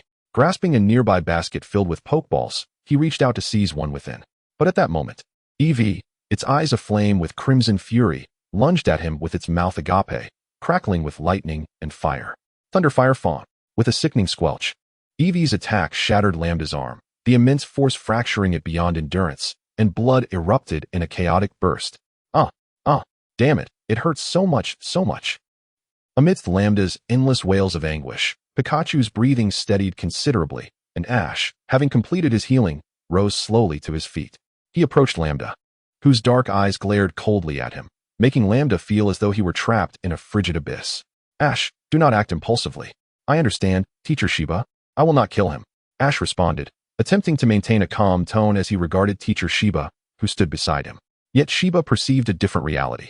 He observed Ash's fury materializing as a tangible wave, as if he were on the verge of strangling Lambda to death. Shiba took 2 steps back, realizing that no words could deter Ash at this moment. He could only allow Ash to vent his pent-up rage. With a resigned sigh, Shiba patted Ash's shoulder and cautioned, do not kill him. Leave him alive, and the League will take care of him. Rest assured, Teacher Shiba, I know how to temper my strength. Ash smiled, but to Shiba, this smile appeared exceedingly sinister, especially under the glow of the green light emanating from Ash's hand. Not only was it eerie, but it also bore a somewhat terrifying aura. You little brat, do you wish to kill me? To avenge those worthless fools? Indeed. The wretched and the wretched often find kinship. Ha. Even when Ash stood before him, Lambda showed no sign of intimidation. His words not only mocked Ash, but also derided the fallen Pidgey and Beedrill. Say what you will, soon you shall realize your error. With that, Ash fiercely grasped Lambda's shattered arm, first using the power of the evergreen to staunch the bleeding, then casually tearing a strip of cloth from his own attire to bandage him. You truly are compassionate, little brat. No, rather, you are weak. No wonder those 2 fools perished. Under Ash's ministrations, Lambda regained a modicum of vitality, continuing to taunt Ash. Yet he remained oblivious that the nightmare was only just beginning. Ash delivered a heavy punch to Lambda's lower body, the sound reminiscent of something shattering. Lambda's face contorted, revealing an expression of profound sorrow. Watching this gruesome spectacle, Shiba and Gyarados couldn't help but clench their legs in horror, gasping at the brutality inflicted upon Lambda. However, The suffering he endured was still far from sufficient to satisfy Ash's desire for retribution. A flash of green light enveloped Lambda's lower half, initiating a restoration process. Boom! With this punch, augmented by the power of aura, Ash imparted a pain that pierced to the very core of Lambda's being. The subsequent surge of green light revealed to him a torment more harrowing than death itself. Kill me. Kill me, please. Lambda nearly exhausted his final reserves of strength, screaming hoarsely. Yet Ash merely responded with a cold, disdainful smile. You are not worthy of commanding me. What followed was a harrowing ordeal for Lambda, witnessed by Gyarados and Shiba, an experience of unparalleled agony. Even Qianji Huizi, who had been hiding outside, was taken aback, yet she maintained a sense of voyeuristic intrigue, capturing the scene of Lambda's disgrace on her phone. Observing Lambda in such torment brought a sense of satisfaction to the three of them, and they collectively harbored a singular thought: never provoke Ash's wrath. After a time, Lambda had succumbed to unconsciousness, frothing at the mouth, his body trembling as if afflicted by seizures. Remarkably, he had retained a breath of life, aside from his severed arm, with no other injuries to speak of. Truly incredible, your ability. Shiba pondered, wishing to inquire about its nature. But the current circumstances did not permit a moment of respite for discussion. We must proceed to the Island of Seven. The League's helicopter will be arriving shortly. Gyarados approached, casting a fleeting glance at Lambda before diverting his attention, for the true agenda concerning Sakaki, Apollo, and Team Rocket remained paramount. The Island of Seven? What manner of place is that? This was Ash's inaugural encounter with the name, sparking curiosity within him. The Island of Seven. Located at the southernmost edge of Kanto, comprises 9 islands. 9 islands? Shouldn't there be 7? Gyarados chuckled knowingly, explaining, aside from the 7 main islands inhabited by humans, there are 2 smaller isles that are virtually unvisited. He proceeded to enumerate. The first island is Friendship Island. The second is Unity Island. The third is Mother and Child Island. The fourth is Frozen Island. The fifth is Time Island. The sixth is Fortune Island. The seventh is Exploration Island, along with Naval Rock and Birth Island. All these islands fall under the jurisdiction of the Island of Seven, hence the name, even though it actually comprises 9 islands. Mr. Gyarados is remarkably knowledgeable, considering he hails from Chengdu. Haha, that's because one of my colleagues is from Frozen Island. Each time she returns home for vacation, she talks incessantly about it, and naturally, I've learned a great deal. Listening to Gyarados, Shiba couldn't help but recall how every time Kona returned, she would extol the myriad virtues of the Island of Seven from dawn till dusk. Consequently, despite never having visited, he felt as familiar with the geography as a local. Rumbling.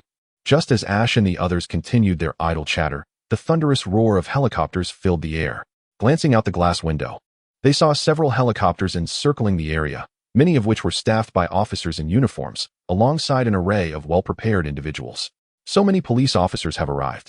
Is the League attempting to ensnare us all? No, it's not about us anymore. As long as I manage to escape, that's sufficient. Qianji Huizi dashed amongst the rocky terrain, witnessing the swarm of League's special police descending from the helicopters. A wave of trepidation washed over her, grateful for having overheard Gyarados' conversation regarding the phone call.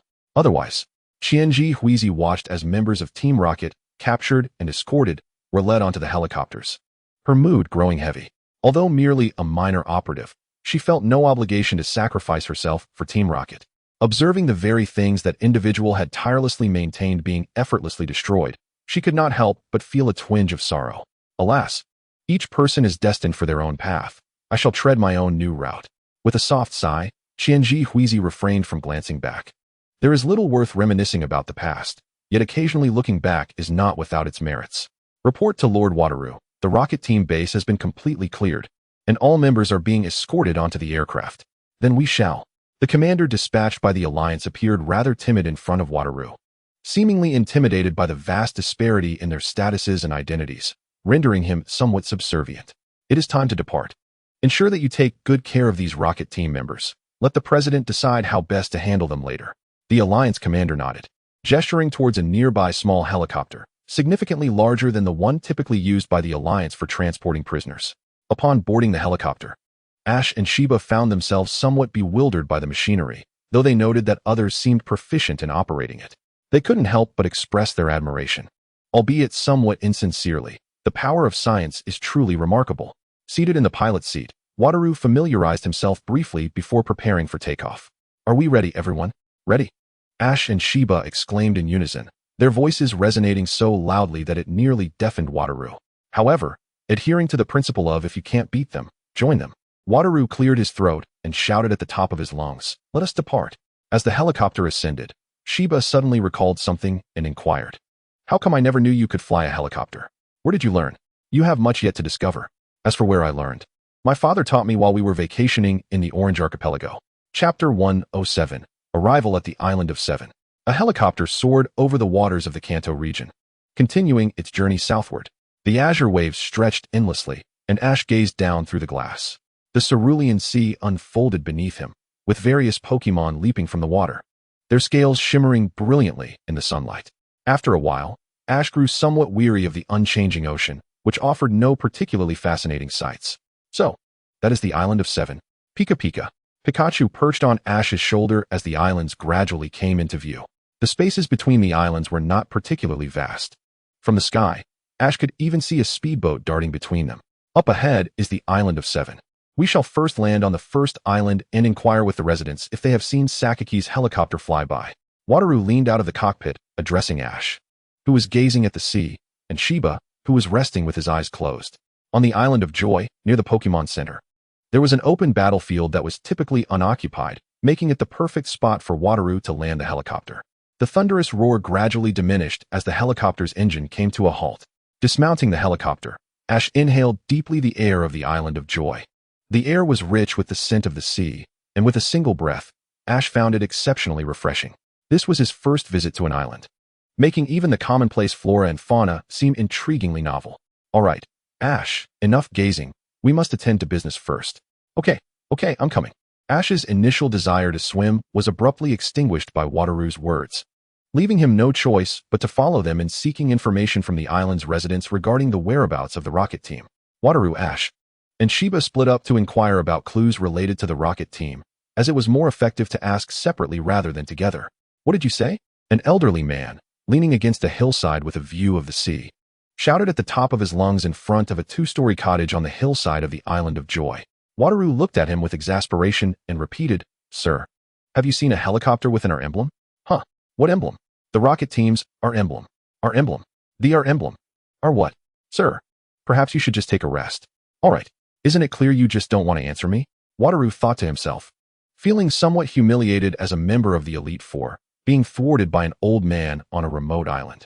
Just as Wataru was about to leave to check on Ash and the others, an aged voice floated from behind him. It seemed to be a self-reflection, yet it also appeared to guide Wataru in a particular direction. "Ah, that helicopter belonging to the rocket team just blocked my sunshine, preventing me from getting an even tan. I believe those wretched fellows headed towards the direction of the fifth island." Wataru turned back in disbelief, noticing the old man had reclined back in his rocking chair, already snoring. However, Wataru was entirely certain that the previous voice had indeed come from him. "Never mind, I should find Ash and the others." Dismissing the matter, Wataru hastened away, for finding Sakaki was far more pressing than these trivialities. Yet, after Wataru departed, the elderly man revealed a head that glinted in the sunlight. "Oh, aside from mirrors, what else can reflect light?" Answer: "Of course, it's my brilliantly polished bald head. Ha ha ha." Wataru awaited Ash and Shiba at the Pokémon Center. Where on earth are these two? Just as he was about to drift off to sleep, he spotted two figures approaching from a distance. Ash and Shiba ambled toward him, hands clasped behind their backs, heads downcast. "What did you find out?" Wataru inquired, observing Ash's dejected demeanor and Shiba's expressionless face. Already guessing the outcome. "Mr. Wataru, we did not uncover anything of value." "Yes, I suspected as much." Wataru nodded. He had already obtained useful information, so it mattered little whether they had found anything or not.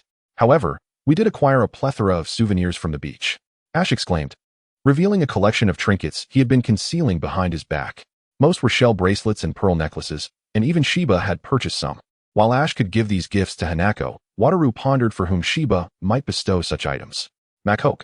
The mere thought of Makoke adorned with these souvenirs sent a shiver down Wataru's spine. It seemed utterly bizarre. "Ahem, Wataru, what about you? Did you gather any leads?" Noticing Wataru's gaze, Shiba cleared his throat and promptly redirected the conversation back to business. "I just heard from an old gentleman that Sakaki and the others seem to have gone to the Island of Time." "The fifth island? Then we must leave at once. Or it may be too late. Sakaki could slip away again," Shiba declared, heading toward the Pokémon Center, where their helicopter awaited.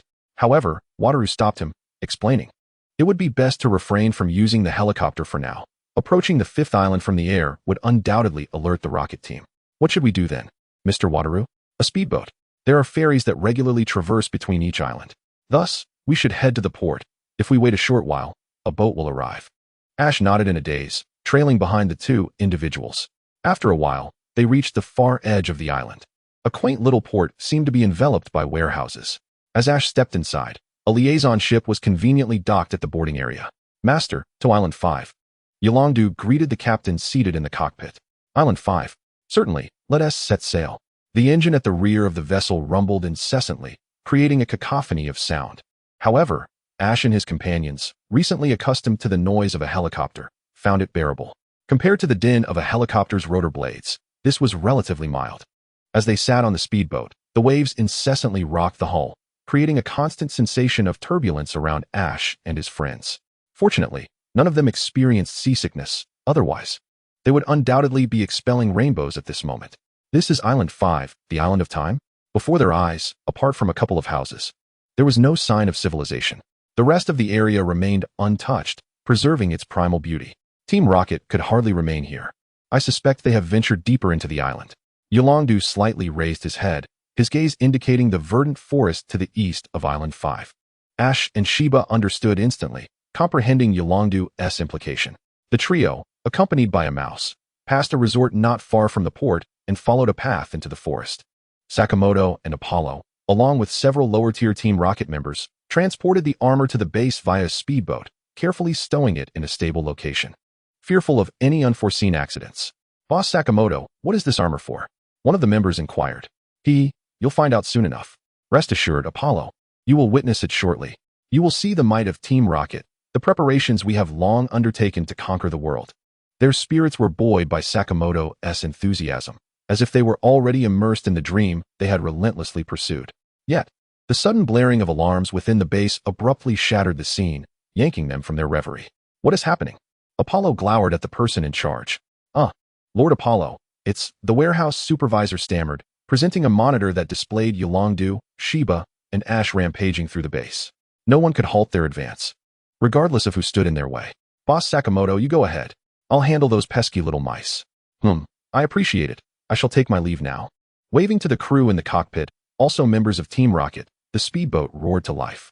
Sakamoto departed Island 5, oblivious to where he might go next. Meanwhile, inside Team Rocket's base on Island 5, Ash and his companions continued their relentless onslaught, with no one possessing the strength or credentials to impede their progress. Until Chapter 108, A New Island? Why the haste, gentlemen? Why not sit down for a cup of tea first? A voice interrupted, causing Shiba's expression to darken as he admonished, Apollo, step aside if you know what's good for you, or my companion, and I will make your head bloom. With that, Shiba cracked his knuckles, the sound echoing ominously, as if to convey his willingness to follow through.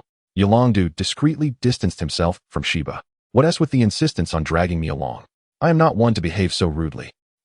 You boast so freely. Let us see if you possess any real skill. Apollo's gaze sharpened, and a fiery aura surged towards Shiba from the shadows. Shiba shuddered in surprise. Apollo, you lack martial ethics. As an officer of Team Rocket, disregarding martial ethics is a fundamental principle. I assent it? Apollo smirked, envisioning Shiba scorched by flames. How delightful that would be. Bring it on. Unfazed by the imminent onslaught of crimson flames, Shiba shouted, bending backward at a 90-degree angle. What the? Apollo, witnessing Shiba emerge unscathed, was left utterly dumbfounded. Oh dear, it's quite hot. This flame is indeed formidable. Shiba, you rascal. This taunt transformed into mere ambient warmth for Apollo, raising the temperature slightly, without any further effect. Fuming with anger, Apollo resolved to demonstrate the might of the top brass of Team Rocket, the foremost of the 4 officers. Houndoom, flamethrower. A torrent of flames surged forth, as Houndoom unleashed its utmost power, transforming what began as a mere column of fire into a torrential wave, inundating Shiba and the others. I was wrong. Don't hit my face, be gentle. Minutes later, Apollo and Houndoom found themselves entangled, both enduring a mixed onslaught from Yolongdu and Shiba. Were all members of Team Rocket so inept? Observing Apollo, Ash couldn't help but reflect on other Team Rocket members. It seemed Lance, among the officers, shared a similar disposition. Yet, Lance appeared to possess a bit more discernment, promptly surrendering when faced with defeat. Ash admired this quality. A true gentleman can both yield and resist. In stark contrast stood Apollo. Remember this. Once Boss Sakamoto arrives, Shiba stomped hard on Apollo's ankle. And in the moment of his gaping mouth, he stuffed a dark cloth into it. Gag. A foul odor invaded his nostrils. If one were to inquire when he had been closest to death in his life, would it be during battles with the Elite Four? During the destruction of the base? Or when he was forced off a cliff? No, none of those. It was now, as Shiba's sock was lodged in his mouth. Gur. Houndoom, witnessing Apollo's humiliation, attempted to rise in defiance, baring its teeth at Yolongdu, sparks dancing across its fangs. Slap. A resounding smack echoed against Houndoom's face, leaving it instantly swollen and red. Gur. Noting Houndoom's lingering defiance, Dragonite unleashed a mighty roar, exuding the aura of a champion Pokémon. Feeling the overwhelming pressure, Houndoom trembled, collapsing once more to the ground. After a moment, Yolongdu bound Apollo's limbs and discarded him aside. Let us go. Sakamoto should be deep within. Understood. Ash and Shiba nodded, following closely behind Yolongdu. Hee. Boss Sakamoto must have departed. You shall never stop Team Rocket. Apollo chuckled ominously as he watched Ash and his companions retreat, despite the obstruction in his mouth. Yet, it did little to quell the fervor of his spirit. Is this it? Is Sakamoto inside here? Gazing at the final grand door, Yolongdu felt an unsettling sense of foreboding. Dragonite, flamethrower. Blazing fire erupted from Dragonite's mouth, unleashing its fierce flames to dissolve the door. Behind it, however, lay nothing but an empty glass display case. What is going on? Where is Sakamoto? Is that guy not here? Shiba burst into the vacant room, where, apart from their small group, there was not a single trace of another soul. He anxiously scoured the corners in search of any sign. Damn it, if that guy isn't here. What on earth are we doing here after all our effort? Wait, Shiba, don't be so hasty. Sakaki was definitely here before. He must have just stepped out. As for where he has gone, surely someone knows. Ryudo reassured him, placing a calming hand on Shiba's shoulder. Koji shared Ryudo's sentiments, believing that it was simply a matter of Sakaki and Apollo being together. Thud, thud, thud. A few footsteps approached Apollo. I knew those guys would come back. He squinted, fixating on the three individuals who had made their way towards him, defiantly turning his body away as if to signal to Koji and the others that he would not divulge anything, no matter what. Humph. I will make you speak immediately. Shiba clenched his fists, seemingly intent on employing his previous method. However, Ryudo intervened, pulling the foreign object from Apollo's mouth and slowly inquiring, Apollo, where did Sakaki go? Huh. Do you truly believe I would divulge anything to you? Apollo's arrogant demeanor incited Shiba's frustration, prompting him to deliver a forceful kick to Apollo's abdomen. Ugh. Cough, cough. Even if you were to kill me, I would not utter a word. Gazing into Apollo's unwavering eyes, Ryudo recognized the truth in his words. Given this, it was clear that no clues would be extracted from Apollo's lips. In light of this, Ryudo seemed to have an epiphany. He turned to Koji and whispered something in his ear. By the way, Koji, you mentioned you saw a ship before coming in. Where was it headed? Oh, I remember it was heading further south, Koji replied. Hearing the exchange between Ryudo and Koji, Apollo leaned in to eavesdrop. Could it be that Sakaki was spotted by them? No, that shouldn't be the case. Apollo pondered, wavering in his skepticism and deciding to continue listening. Observing Apollo inch closer, Ryudo felt vindicated in his assumption that Sakaki had indeed taken a boat southward. I remember the south is. Ryudo refrained from completing his thought, wishing to incite Apollo's imagination further while gauging his reaction. It's over. Sakaki has been seen. No, it should be fine. Even if they show up now, they would arrive later than the boss. By then, the boss will surely.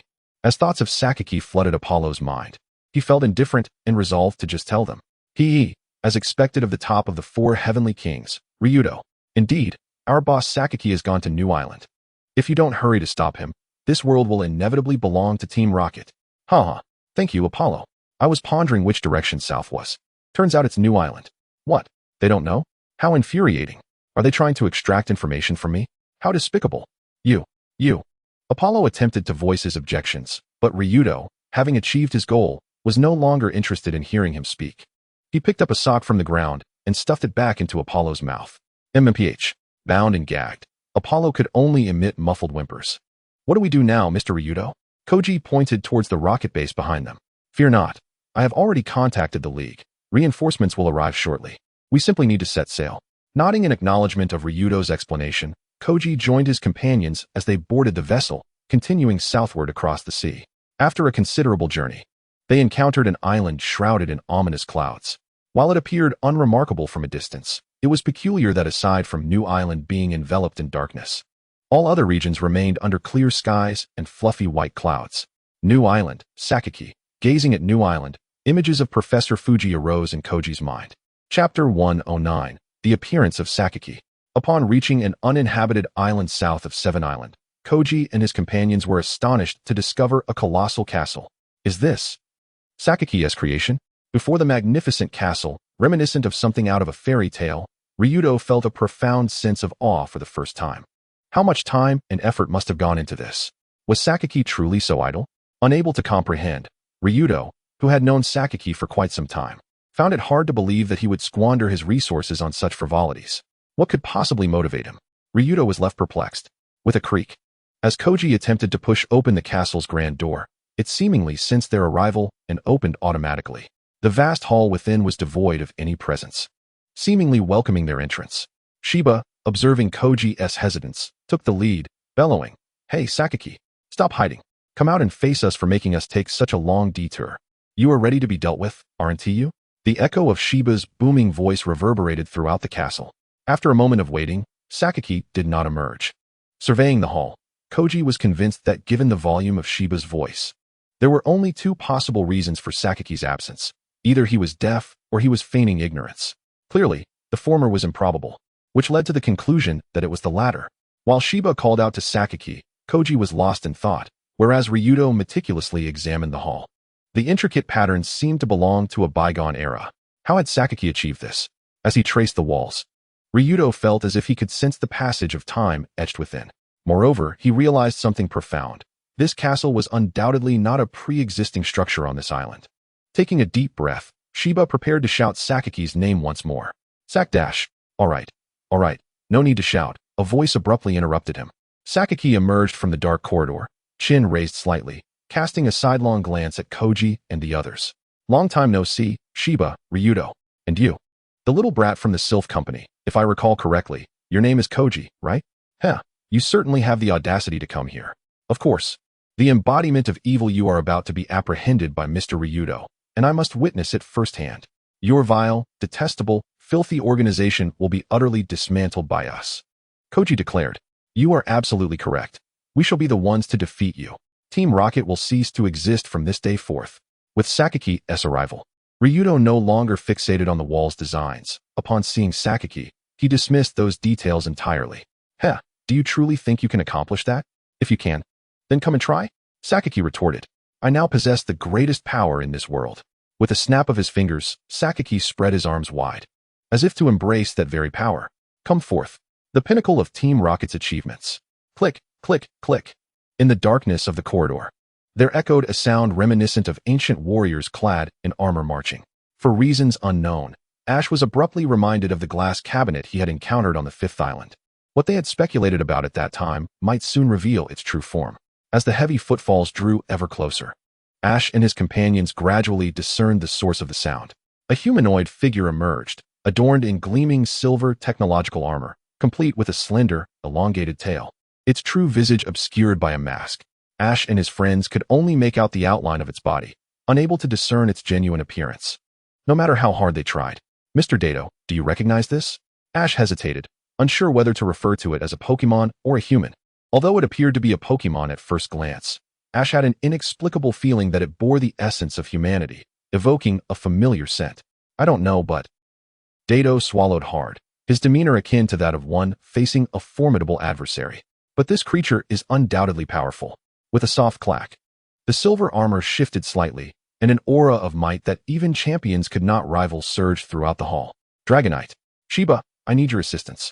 Dato exclaimed, realizing that this foe was beyond his solitary capabilities. Where on earth did Sakaki acquire this monstrosity? Dato's expression was fraught with anxiety as he glanced at the composed Sakaki, unable to suppress a click of his tongue. Does he truly believe he has already secured victory? With Shiba's help, I am certain I can prevail. Feeling Shiba's presence beside him, Dato regained a modicum of confidence. He believed that while Shiba's strength may not surpass his own, he was still among the elite of the Elite Four. Together, they could undoubtedly astonish Sakaki. Initially, Dato was genuinely convinced of this. However, 10 minutes later, Dragonite was on the verge of exhaustion, and Shiba's immense strength was waning as well, yet no matter what, they could not land a hit on this creature. Reflecting on the battle over the past 10 minutes, Dato felt a sense of frustration.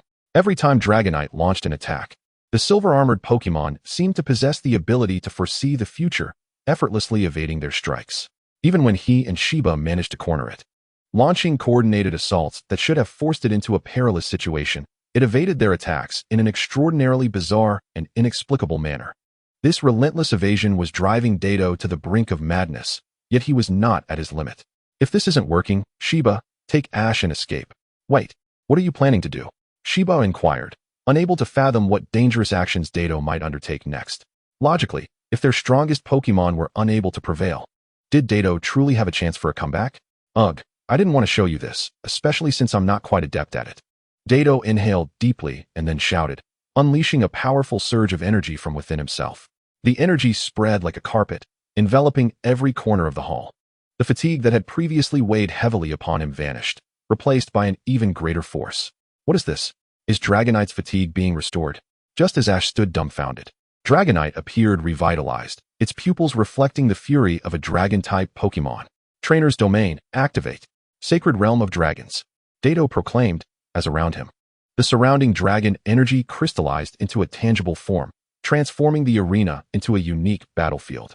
Dragon fangs of varying sizes erupted from the ground, leaving Ash in awe as he gazed at Dato. What is this power? This was Ash's first encounter with such wondrous energy, profoundly impacting his spirit. Suddenly, he felt as though his own aura of the wave was not so extraordinary in comparison. In contrast to Ash's astonishment, Shiba adapted quickly. Initially taken aback, but then reflecting on the situation. Dato has reached that realm, hasn't he? Shiba mused aloud. Shiba, do you know what that is? Oh, that is the Trainer's Domain, a realm where a trainer reaches a certain pinnacle and communicates with their Pokémon. This extraordinary power that emanates from within can alter the battlefield and provide immense strength to one's Pokémon. Individuals like Steven from Hoenn, Cynthia from Sinnoh, and Alder from Unova have all touched upon this. There are likely others as well, though I am not well versed in all of them. Can I also possess the Trainer's Domain? Ash inquired, his gaze fixated on the glowing dragon fangs sprouting from the ground. Sensing Ash's thoughts, Shiba continued, rest assured. This power is theoretically attainable by everyone. Feeling warmth radiating from his shoulder, Ash smiled knowingly. So, Shiba, do you have this power? Shiba averted his gaze, unwilling to answer. Wasn't it obvious? Observing Shiba's flustered expression, Ash couldn't help but grin mischievously. Huh, merely a futile struggle, and you still managed to smile. Sakaki's menacing stare bore down on Ash and Shiba. Deep beneath the new island, a labyrinth of circuits and sophisticated instruments sprawled, housing the Team Rocket laboratory where their most formidable researchers toiled. Among them, Ash was well acquainted with one individual in particular, Dr. Fuji. Chapter 110, Sacred Realm of Dragons vs. Silver Armor. To the south of the 7th island, within the castle on New Island, Dragonite vanished in the blink of an eye, its speed surpassing all previous measures. Roar!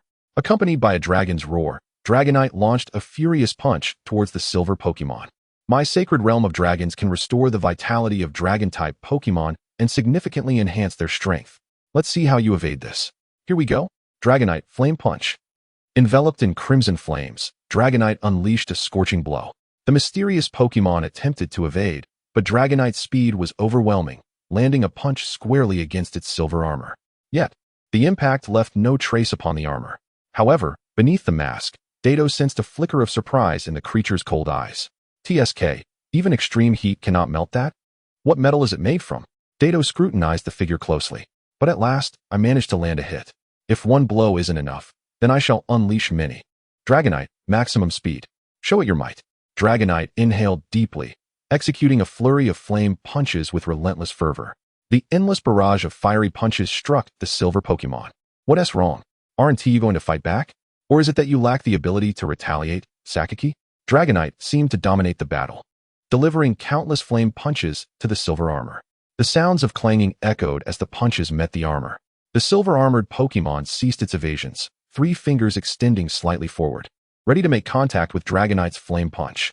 Suddenly, a green barrier materialized before it, blocking the impending attack. In the next moment, it clasped its hands together, unleashing a powerful psychic force that restrained Dragonite. Ugh ugh ugh. The Dragonite, as if its throat were being constricted, emitted a mournful wail. This psychic force proved to be astonishingly potent. At this moment, Yulong-Du and Dragonite shared an unspoken bond, sensing each other's feelings. However, we are not easily subdued. Dragonite, break free with all your might. Roar! Dragonite bellowed to the heavens, channeling its strength throughout its entire being, forcefully shattering the psychic grip. Excellent. The horn of counterattack has sounded. Dragon Tail. Dragonite's petite wings were not merely ornamental or cute. With a slight movement, they stirred up a whirlwind of dust, akin to a jet fighter hurtling towards the enigmatic Pokémon. The mysterious creature observed the approaching Dragonite, enveloped in a gossamer purple light, and instantly vanished from sight. Above, Yulong-Du looked up, and Dragonite swiftly altered its course, soaring upwards. The mysterious Pokémon reappeared midair, poised to launch an attack against Dragonite, but the latter seemed to anticipate its arrival. Whipping its tail, imbued with dragon energy, it charged upwards. Caught off guard, the creature instinctively flailed its arms in a futile attempt to block Dragonite's assault. Clang! A smile curled at the corner of the mysterious Pokémon's mouth. Such a level of attack was insufficient to shatter the armor clinging to its surface. Yet, it failed to notice the subtle deformation of its armor. This heat does have an effect on it. If that is the case, I have a plan. Unbeknownst to it, Yulong-Du had indeed perceived the almost imperceptible change in the armor. Dragonite. Ice Punch. Swiftly, Yulong-Du's thoughts led Dragonite to follow up its dragon tail with an ice punch, not allowing the opponent a moment to react. Clang, clang, clang. After enduring several strikes, the silver-armored Pokémon utilized teleportation to distance itself once more. At this moment, Dragonite and Yulong-Du were in perfect sync. As soon as the opponent appeared elsewhere, Yulong-Du could instantly detect it. Time and again, the mysterious Pokémon evaded while Dragonite pursued. No matter how far the distance grew, as long as they remained within the castle, Dragonite would swiftly catch up. This adversary cannot even mount an attack. Is this really the pinnacle of Sakiki's power? Yulong-Du had an inkling that it should not be so. As if that armor acted as a restraining device, holding the creature back. But there was no time to ponder. They had come this far. Whether it was a restraint or not, I shall defeat you. Onward, Dragonite. Employ Ice Punch and Fire Punch simultaneously. Roar. The roar of the dragon echoed through the skies, the clash of ice and flame. At this moment, Dragonite's speed reached its zenith, pursuing the silver armor with a velocity that defied logic, even surpassing that of teleportation. With a resounding impact, the two fists struck down. Crack, crack. Under the dual influence of searing heat and glacial cold, even a technologically advanced armor forged from unknown metals could not withstand such erratic temperatures. The chest portion of the silver armor began to fragment slowly, breaking into tiny shards that fell like meteors. Sakiki, is this truly your ultimate power? Provoked by Yulong-Du's taunt, Sakiki merely smiled faintly, revealing no further reaction. This opponent is indeed exceedingly composed. Allow me to show you the bond between Dragonite and myself. Do not grant it a moment's respite. Dragonite, we are not just the strongest in Kanto, no? We are the mightiest force from Kanto to Chengdu. How could the mere rocket team stand in our way? Shatter it. Roar. The flames and ice on Dragonite's fists coalesced into two ferocious dragon heads, gaping wide with ravenous mouths. The dragon heads clamped down on the silver armor encasing the mysterious Pokémon's arms, rendering the creature momentarily paralyzed with fear, unable to react. With a crack, the armor on its arms shattered, revealing the flesh beneath. Just as the dragon heads sought to bite down further, a surge of energy erupted from the opponent, repelling Dragonite. Yulong-Du, do you believe you have harmed it? Heh, this is merely the beginning. As if to validate Yulong-Du's earlier suspicion, Sakiki spoke slowly, a sinister and audacious smile adorning his face. Seemingly corroborating Sakiki's words, a formidable psychic force coalesced into a tangible form, resembling a colossal hand that reached out towards Dragonite. Dodge. Quickly evade. Dragonite flapped its small wings, creating afterimages, and swiftly dodged the impending attack. Boom. The castle's ground trembled as the colossal hand struck, causing violent vibrations that shook the entire structure. The hand shattered the flooring, fissures appearing in the ground, even impacting Ash and his companions. Ash, be careful. The cracks spread like a canyon beneath Ash's feet, lost in the battle between Dragonite and the mysterious Pokémon. He remained oblivious to the unfolding danger below. Fortunately, Shiba reacted swiftly, grabbing Ash and Pikachu, leaping to safety. A direct hit would have been disastrous. Yulong-Du truly believed so. That previous attack far surpassed the psychic force that had restrained Dragonite. One fold, two folds, no? Even more than that. Heh, even so. Dragonite, and I shall vanquish you. Dragon Dive. Evading the attack also presented an opportunity for counterattack. Dragonite soared into the air, spinning gracefully. As an energy surge emerged, enveloping its form, the energy transformed into a dragon shape, resembling a skeletal dragon that had found its quarry, lunging towards the mysterious Pokémon. Buzz. Dragonite felt a jolt of impact, its head ringing dully. The energy surrounding its body became uncontrollable, dissipating into nothingness. Dragonite, what is happening? Why this sudden surge of power? Yulongdu also sensed the overwhelming psychic energy emanating from that Pokémon. It not only caused Dragonite's head to throb with pain, but also affected Yulongdu, Ash, and Shiba. However, for Ash and Shiba, the sensation was fleeting, gradually returning to normal. Roar. Yet, after that energy surge, beads of sweat began to bead on Dragonite's cheeks. We are nearing our limits, not just Dragonite, but I as well. At this moment, Yulongdu and Dragonite were in perfect harmony, acutely aware of each other's changes. He too felt it. His limit in the trainer's domain was approaching, depleting his mental fortitude, not only from that previous surge of energy, but his head now throbbed painfully. In that case, let us gamble everything. This strike shall channel our full strength. We cannot cease our assault, Dragonite. Wreak havoc, for you are a dragon soaring through the skies, a dragon with formidable destructive power. This strike shall determine our fate. Yulongdu took a deep breath. This battle, which had endured for an indeterminate duration, had left his throat hoarse. His head felt heavy, his body at its breaking point. Yet, even so, he refused to succumb at this moment. His weary body roared in defiance, echoing a sound akin to a dragon's roar. Reverse scale. Chapter 111. Surpassing Dreams, Overcoming Mutuo. Roar. Emerging from the body of Dragonite were flames of a haunting azure hue, as Yulongdu aimed to determine the outcome with this singular strike. Dragon's sacred domain. Merge. The dragon fangs enveloping the entire arena slowly coalesced around Dragonite, with Yulongdu channeling all the energy of the dragon's sacred domain into it. Gradually, Dragonite's aura grew increasingly formidable. The ethereal azure flames that cloaked its form seemed to warp the very air surrounding it. As it unleashed this terrifying assault, Dragonite surged towards its adversary with remarkable speed. Now, fixated on that silhouette, Yulongdu's longing for victory reached a fever pitch. The enigmatic Pokémon merely lifted a hand nonchalantly, and in the next instant, time appeared to freeze. Dragonite halted before it, the azure flames stilled. With a hiss, white smoke emanated from beneath the Pokémon's helmet, and a blue light flickered across its visor. Clang! The remnants of its armor and helmet fell away, revealing the true visage of the mysterious Pokémon. Yet its gaze seemed disturbingly vacant. Sakamoto retrieved a cigarette, lit it, and inhaled deeply. The scent of nicotine spread through his body, enveloping him in a cloud of white mist. Now, let them witness your terror. You are a creation of Team Rocket, a Pokémon that transcends the realms of dreams. Mutuo. A Pokémon that surpasses dreams? Yulongdu was familiar with Mew, the legendary Pokémon, despite being a pure-blood from Chengdu. As a member of the Elite Four from Kanto, he was well-versed in the myths surrounding the legendary progenitor Pokémon of the Kanto region. Transcending dreams, such audacity.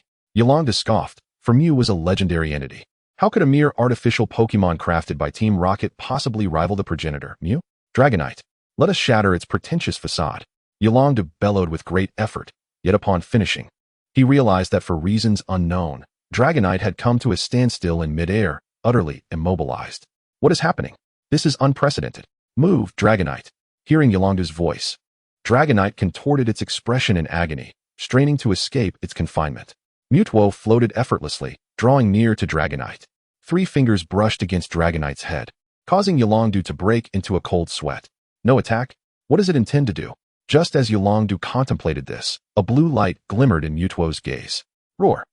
Dragonite's anguished cries echoed through the castle. It felt as though its very body was being crushed, each nerve ablaze with pain, distorting its features in anguish. With a mere flick of its finger, Mutuo discarded Dragonite, as one would cast aside a toy no longer of interest. Whoosh! Dragonite was sent hurtling back, crashing against the castle wall with a resounding tremor, losing all combat capability with that single blow. In Yulongdu's mind, only 2 words could encapsulate it: terrifying. Beyond terrifying, it was sheer horror. Haha. Mutuo, born of the genes of the legendary Pokémon Mew, is a natural harbinger of destruction, wielding immense power. It is meant to serve our will. This world shall rightfully belong to us. Sakamoto laughed heartily, gripping the chandelier above as if holding the very lifeblood of the planet. No one can thwart us. Yolongdu has already succumbed. We are now invincible. Sakamoto glanced down at the bothersome Ash and his companions, disdain radiating from his gaze. Eliminate them for us, Mutuo. At Sakamoto's command, Mutuo exhibited no hesitation or contemplation, moving like a soulless automaton. Such was the nature befitting their roles within Team Rocket. They had long sought such a Pokémon, a being to serve as their ultimate weapon. Mutuo hovered in the air, its psychic power surging forth like an unfathomable ocean, cascading down upon them. Ash and his friends found it increasingly difficult to breathe, as if an unseen weight pressed down upon them. What do we do? Breathing is so difficult. Mr. Yolongdu has failed. What shall we do next? Our strongest has already been vanquished. Ash felt engulfed in darkness, hearing nothing but the voice within. What of the Pokémon Master? Does a deceased master still count as a master? I am so weak, about to be effortlessly extinguished like a mere insect. I am so tired. In that moment, Ash felt himself sinking into a quagmire, devoid of hope to escape. He resigned himself to decay, awaiting death in silence. This Pokémon is insurmountable. I wish to sleep for a while. Slap. A resounding clap echoed in Ash's mind, momentarily igniting a glimmer of light within his engulfed heart. What are you doing? Pull yourself together. Did we not make a pact? The voice belonged to the long-absent girl, appearing in Ash's consciousness, evoking a mix of nostalgia and longing. Xiao AI, I can't. It's over. Mr. Yolongdu has lost. I could never. Observing Ash's self-pity and despair, Xiao AI, translucent and ethereal, floated in the air with a cheerful smile. You used to be like this, always seeking to evade difficulties. But later, did you not face them for me, for everyone? I will assist you, so please do not give up. With renewed hope igniting in Ash's eyes, the oppressive psychic force seemed to lighten significantly. Wait, it's not just a semblance. It truly has lessened. Did you do this? Ash turned to Xiao AI. She offered no reply but smiled warmly at him, her form shimmering with starlight as she began to dissipate. Ash, help, save my father. What does this mean? The question remained unanswered, as Xiao AI seemed to wish for him to discover the truth himself. When Ash opened his eyes once more, he found himself standing, the psychic pressure exerted by Mutuo now rendered impotent before him. What is happening? This brat. Sakamoto stared intently at Ash, puzzled by the failure of Mutuo's psychic dominance. Clop, clop, clop. The sound of footsteps echoed down the corridor. Sakamoto turned to see what appeared to be a dear friend approaching, extending his arms as if to embrace him, smiling. Dr. Fuji, your efforts for Team Rocket are much appreciated. Sakamoto, it's no trouble at all. I must thank you for Team Rocket's support. Dr. Fuji also extended his arms. But as their hands made contact, he subtly pilfered something from Sakamoto's waist. By the way, Sakamoto, do you know what happens if the Pokeball controlling Mutuo malfunctions? What happens? Sakamoto recalled the Pokeball that Fuji had entrusted to him not long ago, which was said to ensure Mutuo's compliance. Now, hearing Fuji bring it up again, curiosity piqued within him. Ha ha ha, it will bring my little AI back to life. The consciousness of AI will inhabit the body of Mutuo, resurrecting in a different form. Therefore, my apologies, Boss Sakaki. Awaken AI. Dr. Fuji produced the Pokeball he had surreptitiously taken from Sakaki and tossed it to the ground, stamping on it. With a crack, the Pokeball slowly shattered into fragments. Mutuo's vacant gaze gradually regained clarity. Little AI, it's me, your father. Mutuo tilted its head, locking eyes with Dr. Fuji.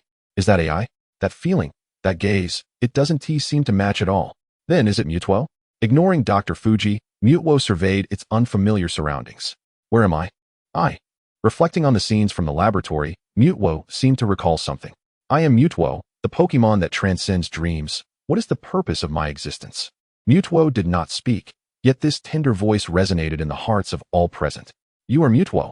You are stronger than I. And you shall help us conquer the world. Sakaki declared his ambitions to Mutuo. Conquer the world? I am stronger than Mew, seemingly having confirmed something. The entire castle's roof was blown away. Mutuo ascended slowly into the air. Outside, thunder rumbled, fierce winds howled, and the sea boiled as if on the verge of eruption. At this moment, a singular thought arose in the hearts of all present. This is the true deity. Chapter 112, Battle with Mutuo. At this moment, Ash felt an overwhelming pressure bearing down on him. Glancing around, he sought a fragment of guidance from teacher Shiba. Yet, Shiba stood transfixed, staring at Mutuo, beads of sweat cascading down his cheeks. His once robust arms trembled slightly. Gazing at Mutuo, Only one thought filled his mind. I'm going to die. Though Ash could not decipher Shiba's thoughts, he could infer his fear from the teacher's demeanor. Is Teacher Shiba afraid? Ash's face turned pale at this moment. He could rely solely on Teacher Shiba. Turning back to Mutuo, Ash's pupils were resolute as they met Mutuo's gaze. It's up to me now, mister. Ketchum has already lost, and Teacher Shiba is also frightened. I absolutely cannot give up. I must protect everyone. I must protect them. Come help me, everyone. To shield his friends behind him, Ash cast aside his trepidation. If you are a god, then I shall defeat you too. Well said, Ash. It seems I have awakened just in time. Unknown, you are awake. Can you assist us in resolving our current predicament? A voice within Ash felt like a lifeline. The opponent is overwhelmingly powerful, but if you bestow the aura onto the Pokémon, they may have a fighting chance. As for the rest, it appears to depend on luck. Upon hearing this, Ash felt not despair but exhilaration. So, there is still a chance. Defeating Mutuo is not an impossible feat. With that in mind, let us go, Ash shouted, as the immense aura within him, developed through countless trials, began to surge into his 4 Pokémon. Apart from Riolu, Ash summoned his remaining Pokémon. After all, in such a confrontation, he should utilize the strongest powers at his disposal. Moreover, Riolu was still too small. While it was acceptable for it to participate in trainer battles, Ash dared not expose the freshly born Riolu to such perilous combat. The only one who could cause Mutuo any trouble would be the abandonment monkey, while Pikachu's speed was commendable as well. Charizard and Eevee would provide support, using ranged skills to harass Mutuo. With roles assigned, Ash need not speak. The aura conveyed the strategy to Pikachu and the others. Once they grasped the offensive plan, Pikachu and the others sprang into action. Ash would no longer direct them, but instead focus intently on Mutuo, knowing that if one of his Pokémon fell, it would spell disaster. Pikachu, imbued with electric speed, charged toward Mutuo. Mutuo retreated a few steps, but flames erupted from behind. Frowning, it clenched its fist, extinguishing the flames as if snuffed out. Yet, Pikachu seized this opportunity to leap into Mutuo's face. With its tail aglow, Pikachu swung down with its iron tail. Mutuo raised its left hand, summoning a protective shield to block. Huh, is that all you can do? Mutuo felt as though it were playing with a bunch of infants. The opponent's attacks did not evoke even a hint of danger. It even found the situation amusing. Abandonment. The abandonment monkey forcefully kicked off the ceiling, swinging its fist down from above. The energy encasing its fist provided a semblance of pain, and just as it was about to use its shield again, the fiery form of Eevee unleashed a boiling wave towards Mutuo. Boom. A thunderous impact. The wave crashed against Mutuo's shield. This was Eevee's first time using such an energy-intensive attack. Being so effortlessly repelled left it feeling somewhat discontent. However, the abandonment monkey might soon have its revenge. Seeing the abandonment monkey, aided by the other Pokémon, approach Mutuo, its fists raised to strike. Mutuo's form suddenly vanished. A teleportation? Where? Abandonment monkey. Above. Everyone, propel the abandonment monkey upwards. Ash hurriedly scanned the surroundings, having sensed Mutuo's imminent appearance above the abandonment monkey. Pikachu and the others understood the need to elevate the abandonment monkey. Pikachu propelled itself against the abandonment monkey's feet with great force. Using the principle of reaction, Pikachu landed on the ground, while the abandonment monkey soared higher. Now it's my turn. As Mutuo hovered above them and prepared to attack, the abandonment monkey had already closed in. Bang! The abandonment monkey unleashed its long-stored punch, channeling all its pent-up rage into the strike. This punch shattered the air. This punch transcended time. This punch would strike the deity. Boom! The abandonment monkey propelled its fist, aiming for Mutuo's head. At the moment of impact, dust erupted, obscuring the forms of the 2 Pokémon. Did it connect? Retreat, abandonment monkey. Seeing the abandonment monkey's attack was ineffective, Ash immediately called for its withdrawal. As if anticipating this outcome, abandon. Upon failing to strike, the abandonment monkey, intending to attack again, heard Ash's command and withdrew. But Mutuo's hand gripped it tightly. Abandon. Abandon. Abandon. Oh no. Ash's expression shifted, his mind going blank. Damn it. Everyone, don't go. In the face of despair, Ash felt a profound ache within his heart. Although he wished otherwise, he knew he had to exercise greater caution to prevent further casualties among his Pokémon. Pikachu and Charmeleon lowered their heads in dejection, acutely aware of Ash's truth, yet their unwillingness to concede weighed heavily upon them. Just then, Eevee transformed into its Flareon form and charged towards Mutuo, baring its fangs, with lightning coursing around its teeth as it lunged forward. Eevee! Ash's heart raced as he watched Eevee dart towards Mutwo. Mere meters from its target, Eevee abruptly halted. Its face flushed as though gripped by an invisible hand around its throat. It struggled to open its eyes, half squinting towards Mutwo, painful memories flooding its mind. Years prior, the naive Eevee had been captured by Team Rocket and subjected to inhumane experiments, forcibly merging the genes of its 3 evolutionary forms within its body. Was this creature the result of those experiments? The data seemed promising. It appeared Mutwo's plan could commence in earnest. But what would become of this little one? In that moment, the weakened Eevee lifted its head and met the cold gaze of 2 sets of eyes. Subsequently, it seized an opportunity to escape from Team Rocket and encountered Ash. Vividly, it recalled the warmth and safety of Ash's embrace. How fortunate it was to have met Ash. This thought flickered through Eevee's mind as it stole a glance at Ash, now devoid of any regrets. Just one glance was sufficient. Eevee. A brilliant white light enveloped Eevee, illuminating the somber skies as bright as day. Both Mutwo and Ash shut their eyes against the blinding radiance. When they opened them again, they beheld Eevee transformed into an unknown form. Its head was that of Flareon, its body that of Jolteon, and its limbs and tail bore the features of Vaporeon. The amalgamation of these 3 distinct attributes bestowed upon Eevee an overwhelming power. In that moment, it felt capable of easily defeating Mutwo. Yet, shortly after this surge of strength, a wave of agonizing pain surged through its body, as if it were being torn apart. There was no time to lose. Mutwo had to be dealt with swiftly. Eevee sprang into action, summoning all its might to break free from the psychic restraints that bound it. Enveloped in flames, it charged at Mutwo. Bang! The fiery assault collided with Mutwo's shield. Faster! Faster! Faster! Eevee propelled itself forward with all its strength, yet each attempt was thwarted by Mutwo's barrier. Was it still not strong enough? Struggling to escape the overwhelming sensation of power, Eevee now felt as fragile as a child in the presence of Mutwo. Nevertheless, it was determined to protect those behind it. The sensation of tearing pain intensified, pushing Eevee to its limits. Was this its breaking point? With resolve in its eyes, Eevee charged at Mutwo once more, this time without the expectation of inflicting significant damage. It simply longed for one hit. Just this once. Mutwo regarded Eevee, a smirk playing at the corners of its mouth, aware that time was running out for the little one. If it could just avoid this strike, all would be well. Eevee! The cry was hoarse and filled with desperation, as blood seeped from every pore of its body. The simultaneous presence of 3 genes had begun to cause its very form to unravel. This strike would be its last. With blurred vision from the blood obscuring its sight, Eevee could still make out Mutwo ahead. Just a step away from its target, Mutwo suddenly levitated into the air. Eevee attempted to push off the ground, but its hind legs had lost all strength, leaving it to gaze up desperately at Mutwo. Had it been toying with it all along? It realized now that Mutwo was far too powerful, strong enough to make them believe it was engaged in a serious battle when, in truth, it was merely toying with them. I'm sorry, Ash, Eevee's mind was foggy, its body swaying as if it were on the verge of collapsing. Eevee, who could come to its aid? Suddenly, a whirlwind rose beneath Eevee, lifting it into the air. In a daze, it caught sight of a bird frantically flapping its wings below. A smile crossed its face as it recognized a former comrade come to rescue it. In midair, Mutwo was startled to see Eevee suddenly appear beside it. Just as it contemplated using teleportation to escape, a flurry of multicolored powder enveloped the area. Mutwo hesitated, a drowsy sensation creeping into its mind. Glancing around, it spotted a single-winged butterfree observing it from the shattered rooftop. Below, Eevee had reached its side. This time, there was no escape. It could no longer toy with Eevee. Boom!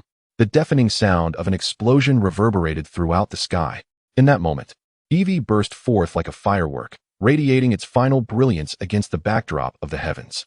Its fading gaze remained fixed on Ash. Farewell, Ash. Ash saw its determination, understanding the depth of its sacrifice, tears welling in his eyes. Eevee was gone, departing as suddenly as it had joined Ash's team.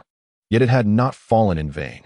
In this ultimate act of self-detonation, it had inflicted significant damage upon Mutwo. Now, Mutwo plummeted from the smoke of the explosion, descending like a torn cloth. With a crash, it landed heavily upon the castle floor. Cursed be it, the strongest power of Team Rocket has been undone by that pitiful, failed experiment. There was no choice but to start anew. The base in Chengdu had shown promise. It was time to regroup and continue the development of Team Rocket elsewhere. Kanto had become untenable. Sakaki, realizing Mutwo was no longer combat-ready, contemplated his next move. Although Kanto was his stronghold, with it compromised, he needed to seek refuge elsewhere. Just as he pondered this, he felt a jab on his shoulder. Was it that fool Fuji? What is it, Dr. Fuji? Sakaki turned, only to be met with a massive fist, striking him squarely in the face. Dazed and disoriented, he felt the world spinning around him. He extended a finger towards the assailant, ready to speak, but was met with another heavy blow. Humph, this guy must be scheming to escape again. Shiba examined his fist, glancing at Sakaki sprawled on the ground, swiftly binding his hands and feet. Once satisfied, Shiba gazed upwards at the crater Mutuo had left in its wake. As Dr. Fuji approached him slowly, "Little AI, it's your father. I've come for you." Dr. Fuji gently caressed the visage of Mutuo, and within this Pokemon's corporeal form, he had infused a fragment of Xiao AI. This was indeed the result of his request to a member of Team Rocket, who had ventured to Lavender Town to bring it back. Drip, a tear cascaded down Dr. Fuji's cheek, landing softly on Mutuo's face. "Father, do not weep. Xiao AI is truly happy. You have worked so hard to reunite with me." A voice emanated from behind him. Dr. Fuji turned to see Xiao AI, appearing like a phantom, her translucent form standing before him.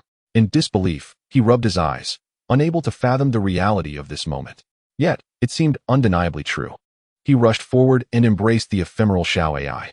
"You have endured much, father. For the sake of Xiao AI, nothing is too arduous." Dr. Fuji's voice trembled, choked with emotion. "I am aware, but this time I have caused everyone so much trouble. You must remember to apologize sincerely."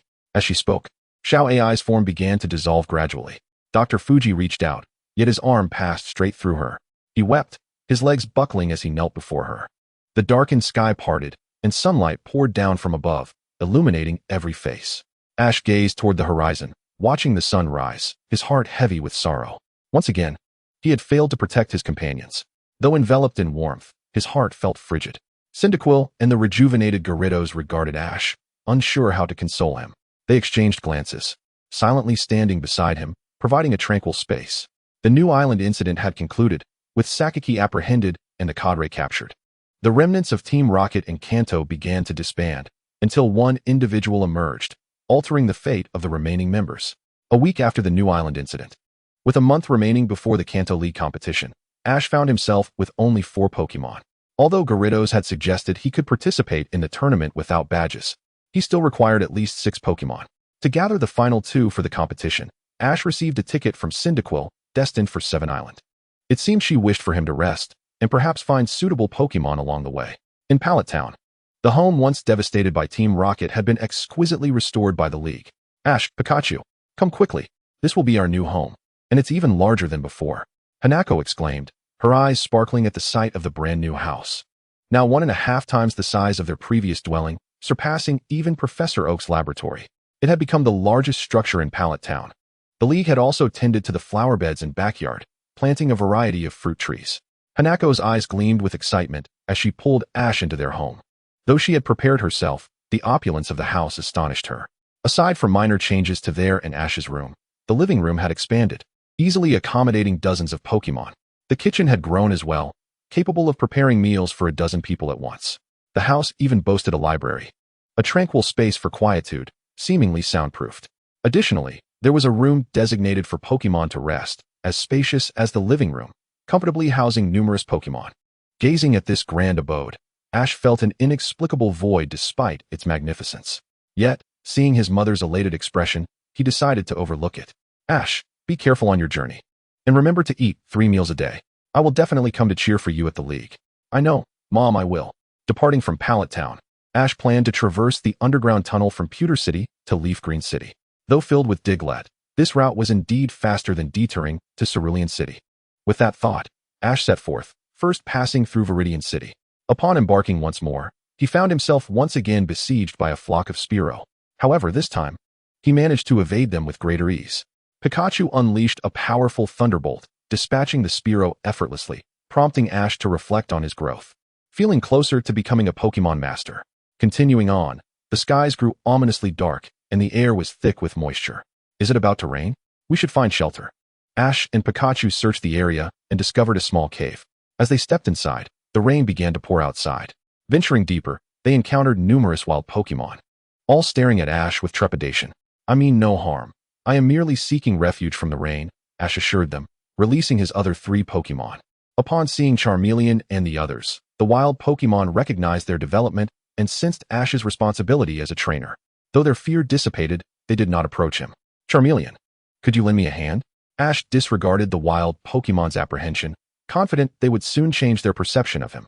For now, he needed Charmeleon to ignite the pile of dead wood before them. With a resounding roar, the wood ignited, and Ash set up a pot. During his visit home, he had taken the time to learn cooking from his mother. Although he struggled with fancy dishes, he was adept at preparing a hearty stew. Despite its unappealing appearance, it tasted delightful. The aroma filled the cave, capturing the attention of the wild Pokemon. A small Nidoran curiously approached, drawn by the enticing smell, peering into the pot. Be careful, Nidoran, don't get burned. After a while, the stew was fully cooked. Anticipating this scenario, Ash had packed numerous bowls in his backpack. He served the stew to each Pokemon, and since they were all small, there was plenty left, ensuring a satisfying meal for them all. The rain continued to fall, and the cave was filled with warmth as Ash, the wild Pokemon, and Pikachu created cherished memories together. Chapter 114, Nidoran joins the team. When the rain ceased and the sun re-emerged, the Pokemon thanked Ash for his meal. After expressing their gratitude, most of the wild Pokemon departed, having lived in the wild their entire lives. If not for the torrential downpour, they would never have crossed paths with Ash. Though grateful for his kindness, they had their own lives to lead. However, one Pokemon remained behind. It was a diminutive Nidoran, smaller than any Ash had seen on television. Was it underdeveloped? What's wrong, Nidoran? Ash inquired, crouching down to meet its gaze. Neato. Nidoran's gaze drifted towards Ash's waist, where the Pokeball hung, its intent unmistakable. Do you wish to join me? Ash inquired, retrieving the Pokeball and pointing it at Nidoran.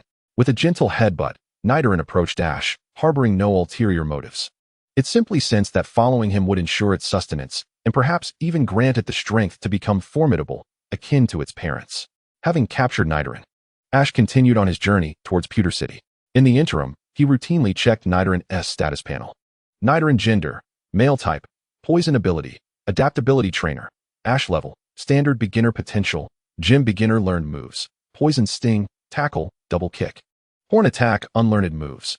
None. This panel represented a rather unremarkable Pokemon profile. However, Ash remained undeterred. He firmly believed that under his guidance, Nidoran would grow to be as powerful as Pikachu and the others, strong enough to protect itself, safeguard others, and shield everyone. Gazing up at the cerulean sky, he reminisced about that particular individual before leaving New Island. He pondered its fate. It had neither become Oak's strength nor served as Fuji's medium for reviving Mew. Was it lost in confusion? Ash recalled the last sighting of Mutwo before departing New Island. Deep within a cave in Celadon City, Mutwo sat in meditative silence. After being subdued by Eevee's self-sacrifice, it seemed to have gained a semblance of clarity. Yet, it remained oblivious to its future.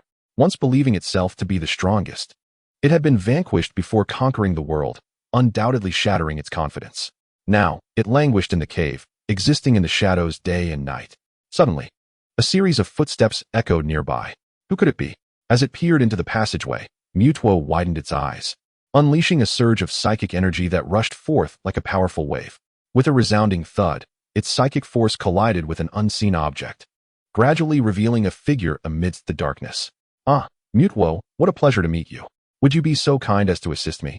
Meanwhile, en route to Pewter City, Ash felt a peculiar stirring within his backpack. Upon investigation, he extracted a vibrant feather. The resplendent feather radiated light, casting a beam that stretched across the sky, forming a rainbow that arched towards the lofty peaks. What was this? Was it a sign guiding him? Could it be that Pokemon? He recalled the majestic and enigmatic Pokemon encountered before his journey commenced. If it was indeed calling him, he could not resist its allure. A smile graced Ash's lips. This adventure, filled with purpose and uncertainty, promised excitement. With this newfound goal, the urgency to reach Seven Island dissipated. The destination of Ash's journey had shifted to the mountain illuminated by the rainbow. As Ash's adventurous spirit ignited, unseen eyes with orange pupils observed him intently. Pikachu sensed something amiss, the electric sacs by its cheeks flickering with faint sparks. Turning around, it saw nothing but trees and bushes. Scratching its head in confusion, it wondered what was happening. What's wrong, Pikachu? Ash inquired, noticing Pikachu's unusual demeanor. Pikachu shook its head, indicating it was merely a figment of its imagination. Very well then, let us proceed. Leaping onto Ash's shoulder, Pikachu nestled comfortably. Yet, behind Ash, the pair of orange eyes reappeared. This time, they shifted their focus from Ash to Pikachu, harboring a hint of disdain. As they traversed the forest's edge, Ash and Pikachu lived off the land. Based on their journey thus far, they should have already passed Pewter City. Contemplating the distance traveled, Ash began to feel regret. Their provisions had long been depleted, leaving only wild berries found in the forest. Had he known the food would run out, he would have resupplied in Pewter City before continuing on. Nevertheless, regret was futile. They pressed onward. After all, the wild berries thrived abundantly, ripening in a week or so, more than sufficient for their needs. Travel often bore monotony, especially on this path.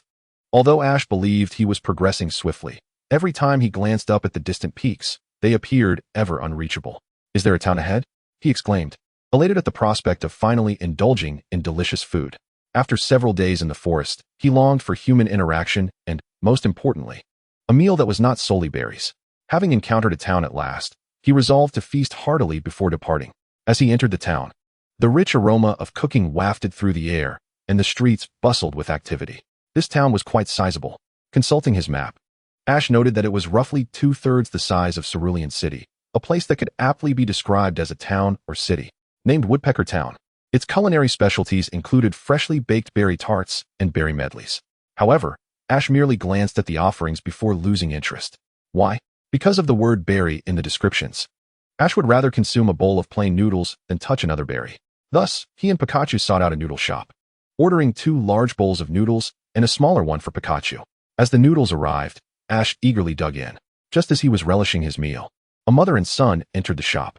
The mother appeared weary, dark circles framing her eyes, while the child timidly trailed behind her, reluctantly clutching her hand. After they settled at their table, Ash returned his focus to his own task, finishing his noodles, postponing any other concerns. "I told you to stop dreaming of becoming a trainer. Why not focus on your studies and secure a good job?" Ash glanced at the mother and son, hearing the sharp voice that only a woman could produce. The boy appeared frightened, shrinking back in his chair, his gaze fixed on the floor, yearning to speak but unable to find the words. Observing her son's demeanor, the mother sighed in resignation. "I've already enrolled you in school, so please, abandon your dreams of becoming a trainer. I just want you to grow up safely. Being a trainer is far too dangerous." As he observed the child's despondent demeanor, Ash swiftly finished his meal, chewing as he made his way over. Yet, just as he rose, a sudden realization struck him. This path was indeed perilous.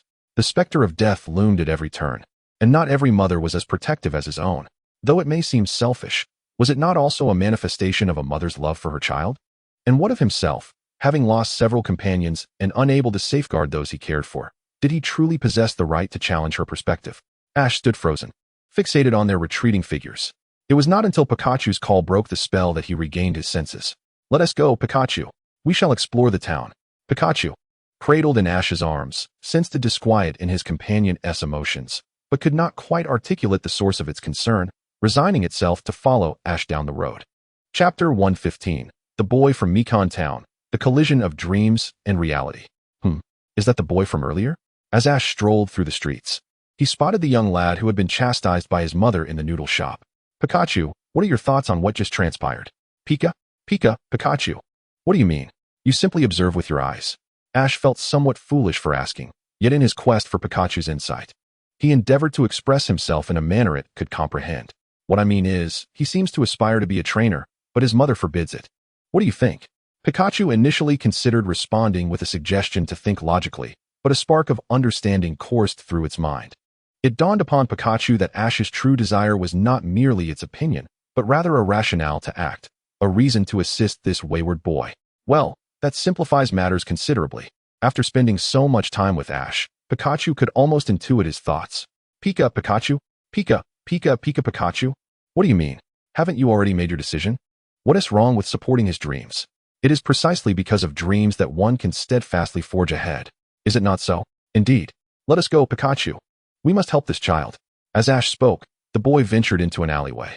Without hesitation, Ash scooped up Pikachu and hurried after him. Navigating the twists and turns of the alley, they arrived at a slightly larger open space. Although it was modest in size, enough only for Ash to lie down, it contained a cardboard box resembling a small dwelling. Within this confined area, the boy appeared to be engaged in something. Ash glanced down at Pikachu, who was peering curiously alongside him, and whispered, "What do you think he's doing?" Pikachu. Pika, it seems there's a Pokémon sent here." Just as Ash and Pikachu were speculating, the boy spoke up. "I've come to see you, Meowth." Today, I had noodles. Mom scolded me. I feel like I can't become a trainer anymore. Oh, and I brought you something tasty. Come and try. The boy produced a small bowl wrapped in a cloth containing Pokémon food, setting it before him and nudging it toward the box. The bowl scraped against the ground, and a small paw emerged from the box, briefly touching the bowl. With a clatter, the paw flipped the bowl before retreating again, producing a sound as it collided with the ground. Meowth, what's wrong? It's all your favorite food. Come, give it a try. The boy coaxed, taking a small step back, seemingly cautious not to disturb the Pokémon's meal. Inside the box, a peculiar Pokémon, cloaked in thick gray feathers, peeked out. It surveyed the boy and then the bowl before slowly approaching to savor the food offered. As it feasted, it emitted contented meow sounds, evidently relishing the delicious fare. Meanwhile, Ash and Pikachu remained hidden around the corner, observing the scene. Is that a Meowth? Yet, it seems different, Ash mused, intently scrutinizing the diminutive figure. Its appearance bore similarities to the Meowth he remembered, yet it was distinct in numerous ways. Meowth, I'm sorry. I promised I would become a trainer and take you back to your homeland, but now, it seems I cannot fulfill that promise. Tears welled in the boy's eyes, his voice quivering. But I will strive to do so. I will take you back to Galar, to find the place of your birth. What is he saying? Ash strained to catch the boy's words, yearning to inch closer, moving forward slowly. Unbeknownst to him, his next step landed squarely on Pikachu's tail. One step down, and even through his shoes, he felt the soft texture beneath his foot. Pikachu. ZZZZT. An electric arc illuminated the alley as the child, immersed in his meal and conversation with the Pokémon, turned abruptly to see the commotion. Ah, hello there. Ash greeted, flashing a broad smile, revealing a set of pearly white teeth. Meow. The startled Meowth yelped, retreating rapidly into the box, clutching the bowl of Pokémon food tightly, as if fearing Ash intended to snatch away its treat. You, who are you? The boy recoiled slightly, glancing up with trepidation, his voice trembling.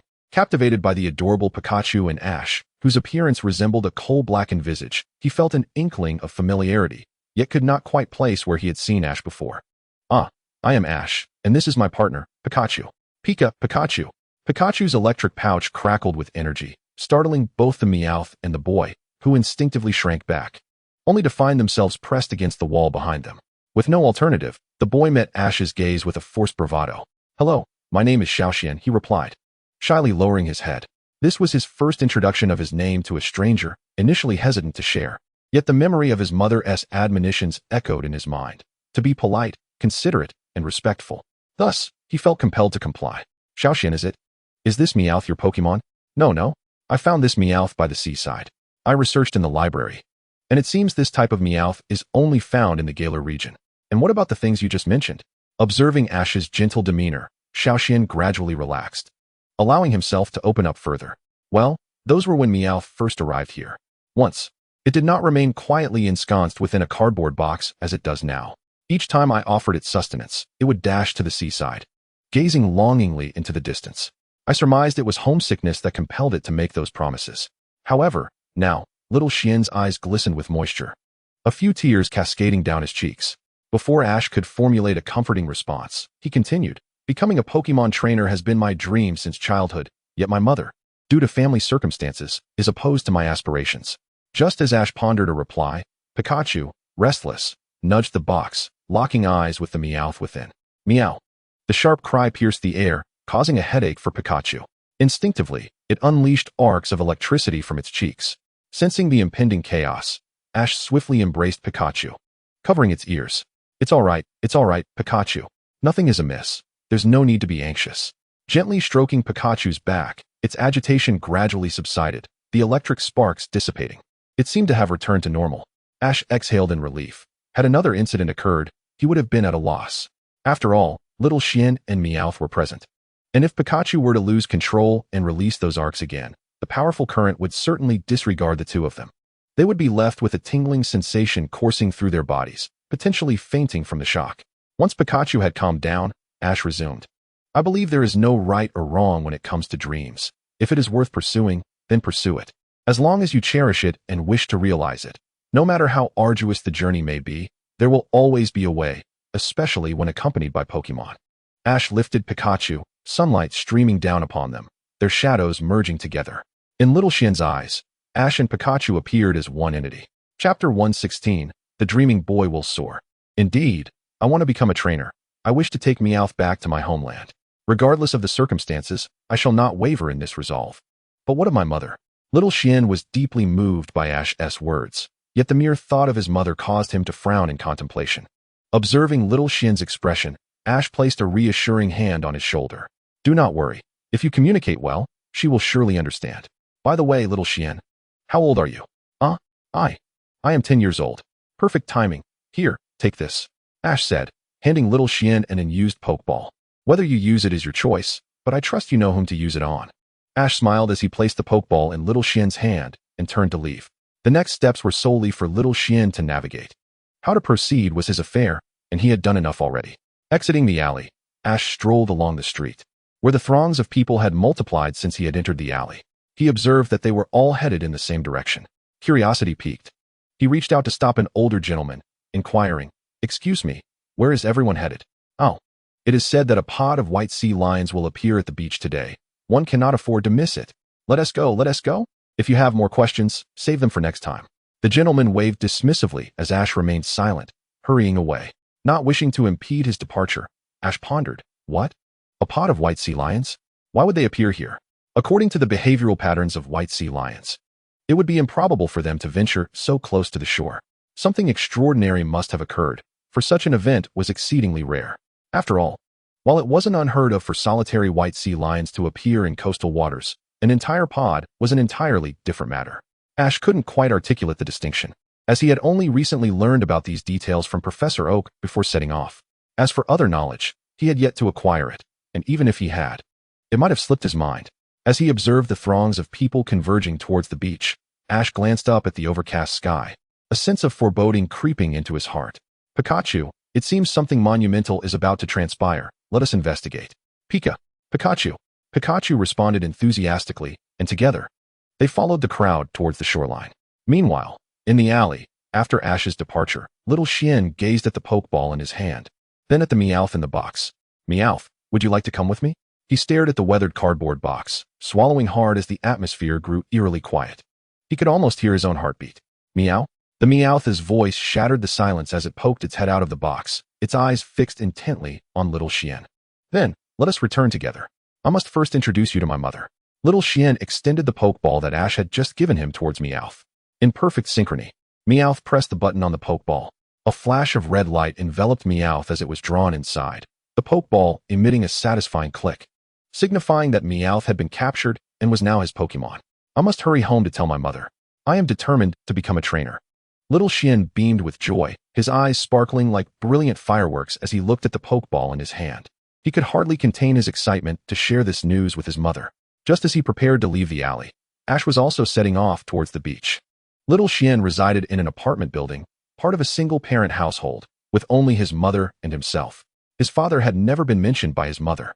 Little Xian had once inquired about his father, but each time, his mother either fell silent or became unusually upset. It seemed that invoking thoughts of his father rendered her fragile. So much so that Little Xian now refrained from mentioning him in her presence.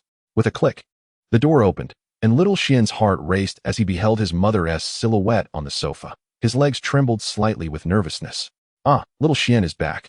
His mother turned to glance at him, offering a brief greeting before lapsing into silence. Watching her, Little Xian steeled himself, trying to quell the tremors in his hands.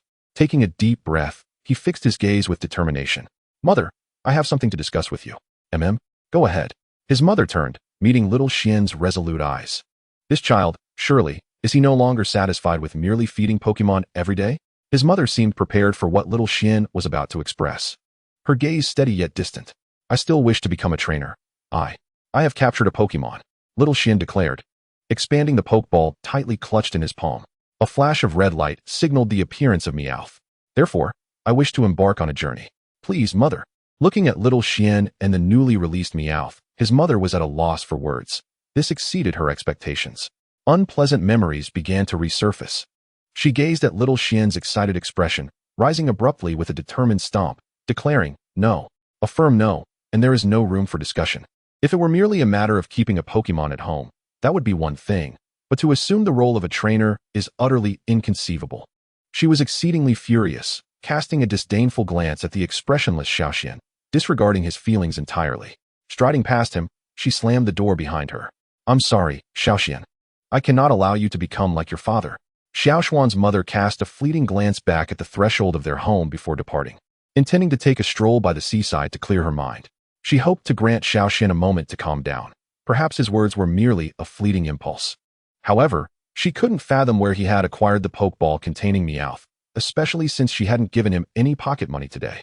The gathering of white sea lions was astonishing, almost as if they had been driven here by some unseen force. Observing the white sea lions leaping gracefully in the water, Ash felt a sudden itch in his nose. Akio, why does it suddenly feel a bit chilly? Ash noticed Pikachu trembling slightly in his arms. A glance around revealed the throngs of people surrounding him, all rubbing their arms in an attempt to generate warmth. The temperature continued to plummet, and the sea lions emerged fully from the water, forming a circle as if engaged in some form of prayer. The wind began to howl, cutting across Ash's cheek like a knife, causing him to wince. When he looked up, something was descending from the sky, translucent and white. Is it snowing? No, wait. It's hail. Everyone run. Ash shouted desperately as the hail, varying in size, rained down.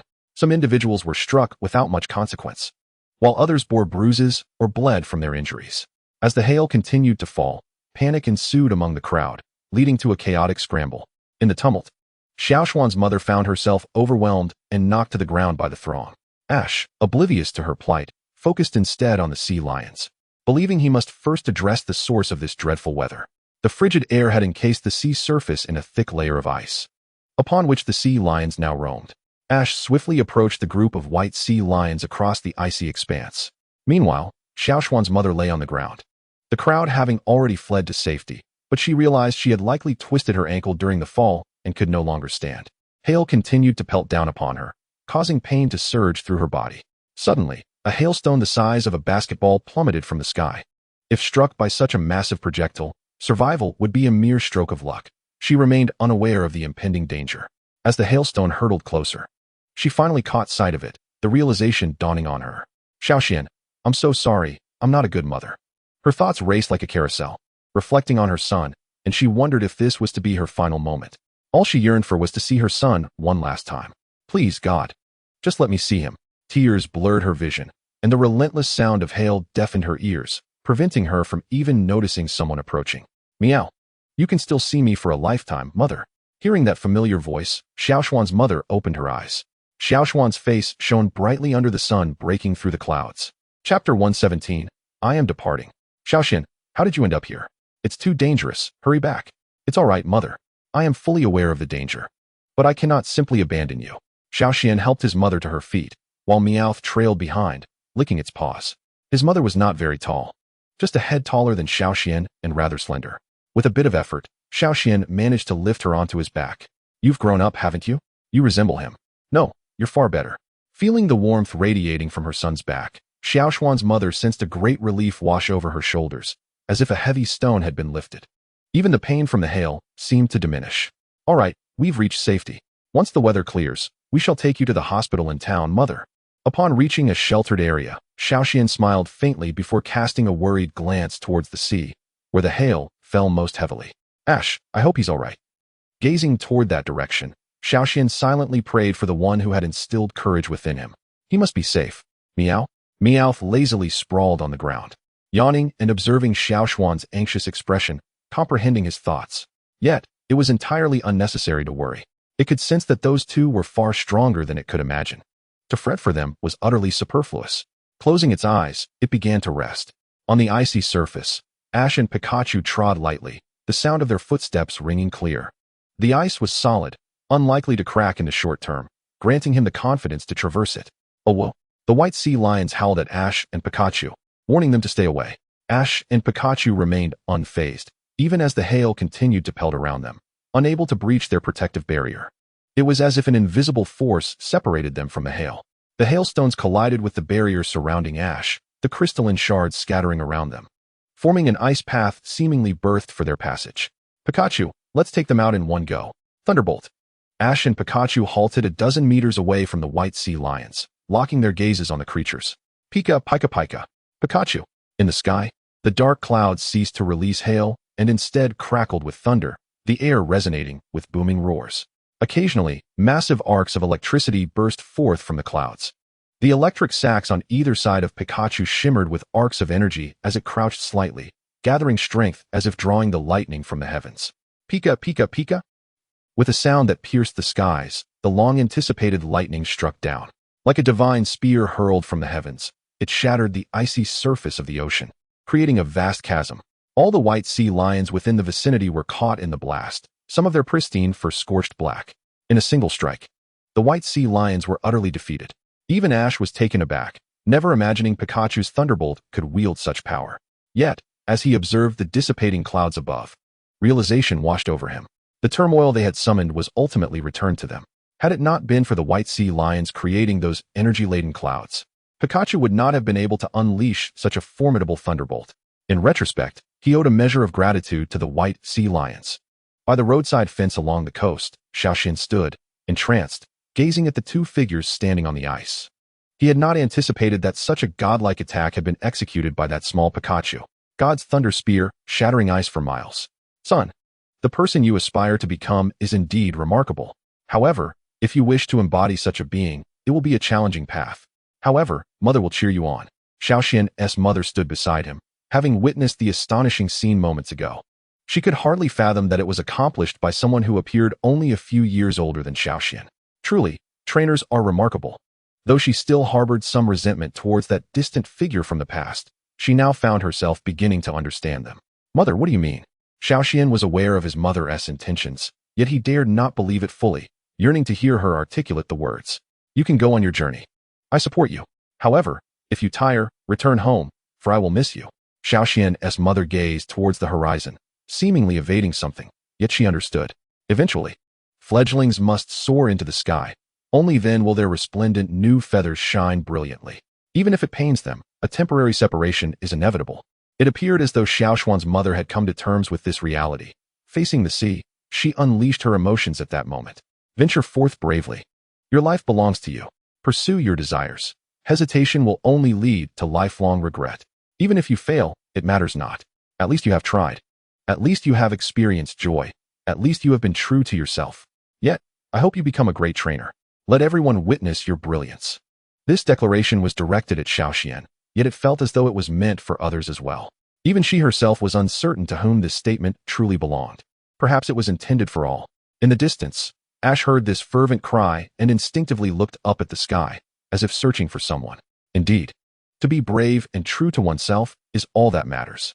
Do not dwell on reservations. Pursue your aspirations, for that is the essence of our own lives. Hey, Mom. What is up? Why the sudden call? Ash stood before the landline at the Pokémon Center, having just learned from Nurse Joy that his mother wished to speak with him. Where are you now?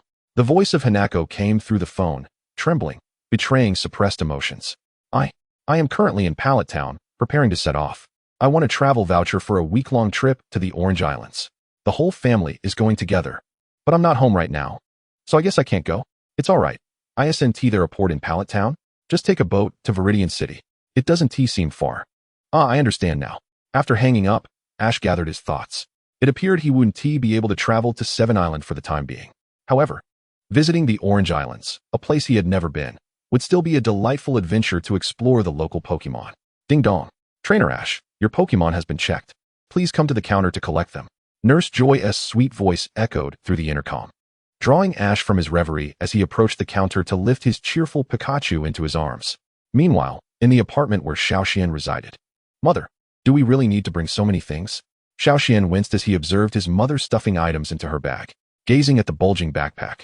He wondered if it could even bear the weight. What are you saying? All these things are essential.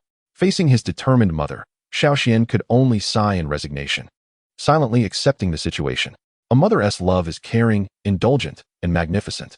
Yet for Xiaoxian, this greatness felt overwhelming. Gradually, Xiaoxian's mother ceased adding items, zipping up the backpack. As he surveyed the home, he felt as though much had been taken, as if a thief had ransacked their abode. With no other choice, Xiaoxian unzipped the bag in the face of his mother's angry gaze, organizing the contents. Inside, he packed only clothing, water, food, and essential medical supplies, discarding items like the rice cooker, potted plants, bicycle tires, and air conditioner remotes. With his bag securely fastened, Xiaoxian put on his shoes at the door, adjusting his attire. He turned to his mother, his eyes and lips curling into a smile. At nearly the same moment, Ash and Xiaoxian shouted in unison. I'm off. Chapter 118, Asia Island. Boarding the boat to Viridian City, Ash and Pikachu sat on the deck, relishing the salty sea breeze. The distance between Pallet Town and Viridian City was not great. They were merely separated by a city. Traveling by land might take longer, but by water, Ash could swiftly return home. Having set sail in the afternoon, and after a night's rest, they awoke to find themselves near Viridian City's waters, even catching glimpses of Magikarp and the rare Seadra leaping from the waves. Wow, I didn't expect to return so quickly. Thank you, sir. Ash grinned at the captain, who waved him off as he navigated the boat. Ash now found himself at the small harbor in Viridian City, where several boats of varying sizes and styles were docked. His mother, Hanako, stood before a large vessel, waving enthusiastically and calling out Ash. Ash, over here. Beside Hanako stood a familiar figure. Professor Oak. What brings you here? Ash asked, puzzled by the professor's presence at what was supposed to be a family gathering. Oh. Hanako invited me along for the trip to Asia Island since the travel voucher was for 3 people. Professor Oak glanced at Hanako, surprised that this young mother would extend an invitation to an old man like him. Ash, Professor Oak has helped us immensely. It's a rare chance to win a travel voucher. What's wrong with inviting others to enjoy some relaxation? Hanako shot Ash a stern look, standing protectively in front of Professor Oak. Indeed, Professor Oak has contributed so much. Why not give him a chance to unwind? Ash eventually acquiesced, deciding against further protest. Shall we board the ship now? Of course. We are setting sail for Asia Island now. Hanako answered Ash's question, and the 3 of them embarked on the vessel bound for the Orange Island's Asia Island. Their joyous expressions and harmonious atmosphere resembled that of a genuine family outing. After a day's journey, the ship finally approached the waters near Asia Island. Ash gazed at the familiar ocean surface, feeling a twinge of boredom. Throughout the day, they had only disembarked briefly at the port to purchase supplies before resuming their voyage to Asia Island. Passengers, please prepare your belongings to disembark. We are nearing Asia Island. The captain called from the helm, alerting Ash and his companions, who nodded in acknowledgement as their previously dull eyes sparkled with excitement. Finally, we've arrived. What kinds of Pokémon will we encounter on Asia Island? Ash mused, envisioning the adventures that awaited him on the island, eager to meet extraordinary Pokémon. Hanako, with her belongings securely strapped on her back, ascended to the deck, her gaze fixed upon the distant island that had emerged from the horizon. Her heart swelled with excitement. For after an extended period aboard the vessel, even she felt a tinge of ennui. The desire to set foot on the island had become almost overwhelming. Suddenly, a jarring sound erupted as the hull of the ship scraped against an underwater reef, causing a momentary lurch. Though the vessel remained watertight, a shallow scratch marred its surface. Slowly, Ash and his companions disembarked and arrived at the rocky shoreline, where delicate grains of sand were caressed by the waves. A throng approached. Professor Oak pointed ahead, indicating a large group of individuals moving towards Ash and his friends. Strangely, these people donned primitive tribal masks, their eyes fixated intently on Ash, Misty, and Brock. What could their intentions be? Just as Ash was engulfed in confusion, the crowd encircled them, forming a tight ring. Who are you? Hanako pulled Ash closer, shielding him and Pikachu behind her. From within the throng emerged an elderly man, stooped and leaning on a cane, who appeared to be the leader of this peculiar assembly. He cleared his throat, his voice resonating with age and authority. Welcome to Asia Island. This is our island's greeting. Wait, is that the Thunder Pokémon and the boy in the hat? Ferora, it's your turn to take the stage. The old man, with his cane in hand, strode directly toward Ash, disregarding Hanako entirely. He cupped Ash's face with his wrinkled hands, scrutinizing him from every angle. After what seemed like an examination, he nodded vigorously, exclaiming, "Ah, indeed, it resembles the legendary hero of the seas." He raised his cane high and bellowed at the top of his lungs. The crowd, seemingly rehearsed, echoed in unison, "Hero of the seas. Hero of the seas." Ash and his companions stood frozen, utterly bewildered, when a young girl adorned in sunglasses and stylish attire, radiating an aura distinct from the surrounding crowd, approached them. Do we really have to go through this? Honestly, it's just a legend, isn't it? The girl, Ferora, stood at the edge of the shoreline, visibly displeased with the antics of the crowd. Among the throng, one figure removed his mask and, with a mature and sultry voice, remarked, "Ferora, it's tradition. Just listen to Grandpa for a bit, let us play along." With a resigned sigh, Ferora adjusted her sunglasses. Well, if it's a tradition, I suppose there's no escaping it. She stepped off the road, her delicate feet in high-heeled sandals gliding swiftly over the sandy stones until she stood before Ash. Not bad looking at all, quite the handsome fellow. She removed her sunglasses, appraising Ash from head to toe. Upon hearing her compliment, Ash's face flushed with embarrassment, his cheeks turning a deep crimson. This was the first time a girl had ever praised his looks. Professor Oak and Hanako observed the bashful Ash with amused expressions, as if watching a theatrical performance. "Is this your sister?" Furora inquired, glancing at Hanako, whose youthful complexion suggested she was not much older than Ash. The question caused Hanako's cheeks to flush with delight. "Yes, she is my mom." "Such youth." "Well, if she is your mother, it's all good." Furora expressed mild surprise, as she hadn't anticipated Hanako to be of such a mature age, given her youthful appearance. However, Ash remained silent about Furora's demeanor, as if he had encountered such situations countless times. Suddenly, Furora pirouetted lightly, and Ash could feel the warmth of her breath. Her hair danced gently in the breeze, and an enchanting fragrance wafted through the air, leaving a tender trace on his cheeks. "You. Oh dear," Ash stammered, rendered speechless, his finger pointing at Furora, his face ablaze with embarrassment. Meanwhile, Hanako scrutinized Furora with bright eyes, gazing at her with the curiosity of a mother-in-law inspecting a prospective daughter-in-law. "All right, everyone. Since we have welcomed our hero of the seas, it's time for the festivities. Let us prepare quickly." The crowd stirred and began to disperse under the elder's guidance. Furora flashed Ash a radiant smile and beckoned him. "Come on, hero." At that moment, Ash regained his composure and responded to Furora. "Okay, Professor Oak, Mom, let us go." He affectionately patted Pikachu on the head, and Professor Oak withdrew his gaze from the horizon to join Ash and Hanako. The night on the island was serene and tranquil, a celebration held in honor of Ash, the hero of the seas. Not far from the waters of Asia Island, a massive airship soared swiftly towards its destination. The legendary gods of fire, ice, and thunder would soon become part of my collection. A man with a frenzied expression caressed a stone tablet. Behind him, an enraged roar erupted. "Roar!" The man elegantly retrieved a small button from his pocket, glancing at the fossilized Aerodactyl encased within a glass display, and murmured, "The ancient ruler? Let us see how it fares against modern technology." With a crackling sound, the fossilized Aerodactyl, adorned with a collar, succumbed to a surge of electricity, rendered unconscious. He opened his arms wide and laughed maniacally. "Everything I desire shall be mine." Chapter 119, Catastrophe Descends. In the Orange Archipelago, on Asia Island, the residents reveled in a fervent bonfire party, singing and dancing, raising their glasses in joyous camaraderie. What was intended as a celebration for the hero of the seas had transformed into a familial feast. The guest of honor, Ash, sat alone at the side, savoring the delectable offerings, while Hanako immersed herself in the festive atmosphere, chatting merrily with the locals. Professor Oak, seated beside the village chief, appeared to be enjoying a spirited conversation, their cheeks flushed with merriment. Amidst the jubilant gathering, only 3 individuals remained somewhat isolated. Apart from Ash, Furora and her sister also sat apart, quietly enjoying their meals. After taking a sip of her drink, Furora noticed Ash's solitary demeanor and, pondering something, a charming smile graced her lips. "Hey, why are you sitting here all alone?" Furora approached Ash, casually leaning against him, their shoulders brushing together. "I'm just eating. It seems like this gathering isn't really suited for kids like us." "Pikachu."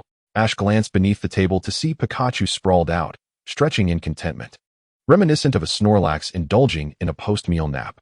"Oh, this little guy is just adorable." Furora gently lifted Pikachu, pinching its chubby cheeks affectionately. "By the way, Ash, if you don't want to stay here any longer, just come with me." Furora set Pikachu down and moved to the edge of the gathering, waving invitingly for Ash to follow. Seeing this, Ash promptly complied, trailing behind Furora as they ventured into the island's woods. After a while, the two arrived at a clearing. Here, several large stones were haphazardly stacked together, with 3 miniature houses in the center, seemingly meant for some offerings. "Is this an altar?" Gazing at the peculiar symbols etched into the ground beneath him, Ash opened his mouth in awe, contemplating the profound history that this island must harbor. He treaded carefully with each step. "This is our altar, constructed in reverence to the gods of ice, fire, thunder, and the sea," Flora said, brushing her hair back and facing the ocean as she continued. "The tales of the sea warriors are stories we've heard since childhood. It is said that when calamity befalls Asia Island, the sea warriors will emerge, alongside their companions, to rescue us. Or perhaps, one could say, they bring the calamity themselves." Flora moved closer to Ash, their cheeks nearly touching, their breaths palpable in the shared space. Ash, feeling an unexpected rush of nervousness, took a few steps back to steady his racing heart. If disaster truly strikes, I will certainly stop it, he declared with determination. Suddenly, a great wave crashed against the rocky wall beneath the altar, sending sprays of water high into the air, erupting from behind Ash. The scene, the grandeur. The declaration, Flora could only think of 4 words to encapsulate it. He is so handsome. Her cheeks flushed, she turned away from Ash, her hand clasped behind her back. I entrust this to you, brave warrior. Meanwhile, on the distant island of the fire god, a fiery bird rested quietly in its cavern, seemingly sensing something amiss as it opened its eyes. With a swift whoosh, it soared out of the cave, fixing its gaze on the sky, flapping its wings, and ascending. The firebird darted through the clouds, its flames illuminating the night sky. Before it loomed a colossal airship. Ha ha ha ha. Soon the fire god shall be mine, Gilruda. A door on the ship swung open, and a fierce fossilized pterodactyl, adorned with a collar and radiating a menacing aura, burst forth to confront the firebird. The firebird's throat quivered, unleashing a torrent of flames so rapid that the pterodactyl barely had time to react, raising its wings to shield itself from the fierce assault. Go on, strike. Gilruda watched the riveting clash between the 2 Pokémon from within the ship, her hand poised over a red button, unyielding. With a cacophony of sounds, the fossil pterodactyl and the firebird became entwined, each restraining the movements of the other. Now, at that moment, Gilruda pressed the button with fervor. The ship's launch port erupted, firing 2 golden rings that expanded as they neared the battling Pokémon, enveloping them entirely.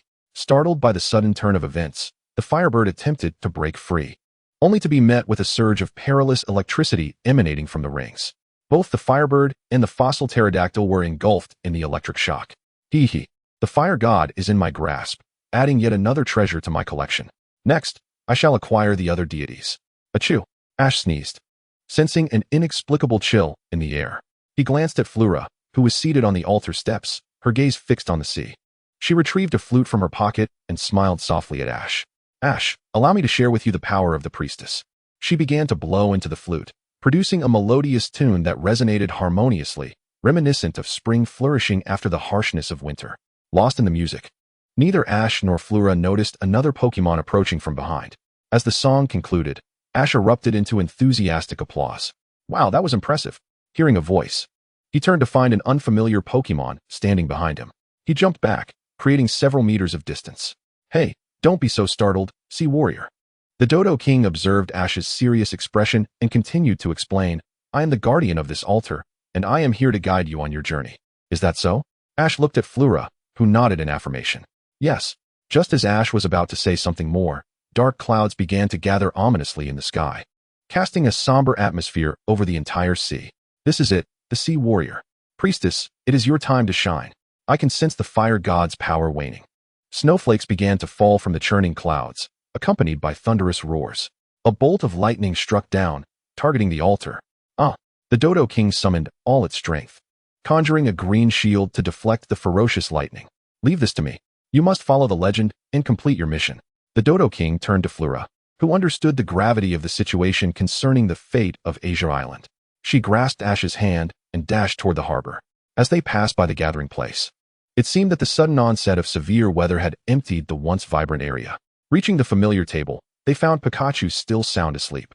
This guy has no idea what's going on, Ash mused, shaking his head as he cradled Pikachu and continued to follow Flora. Ash, where are you going?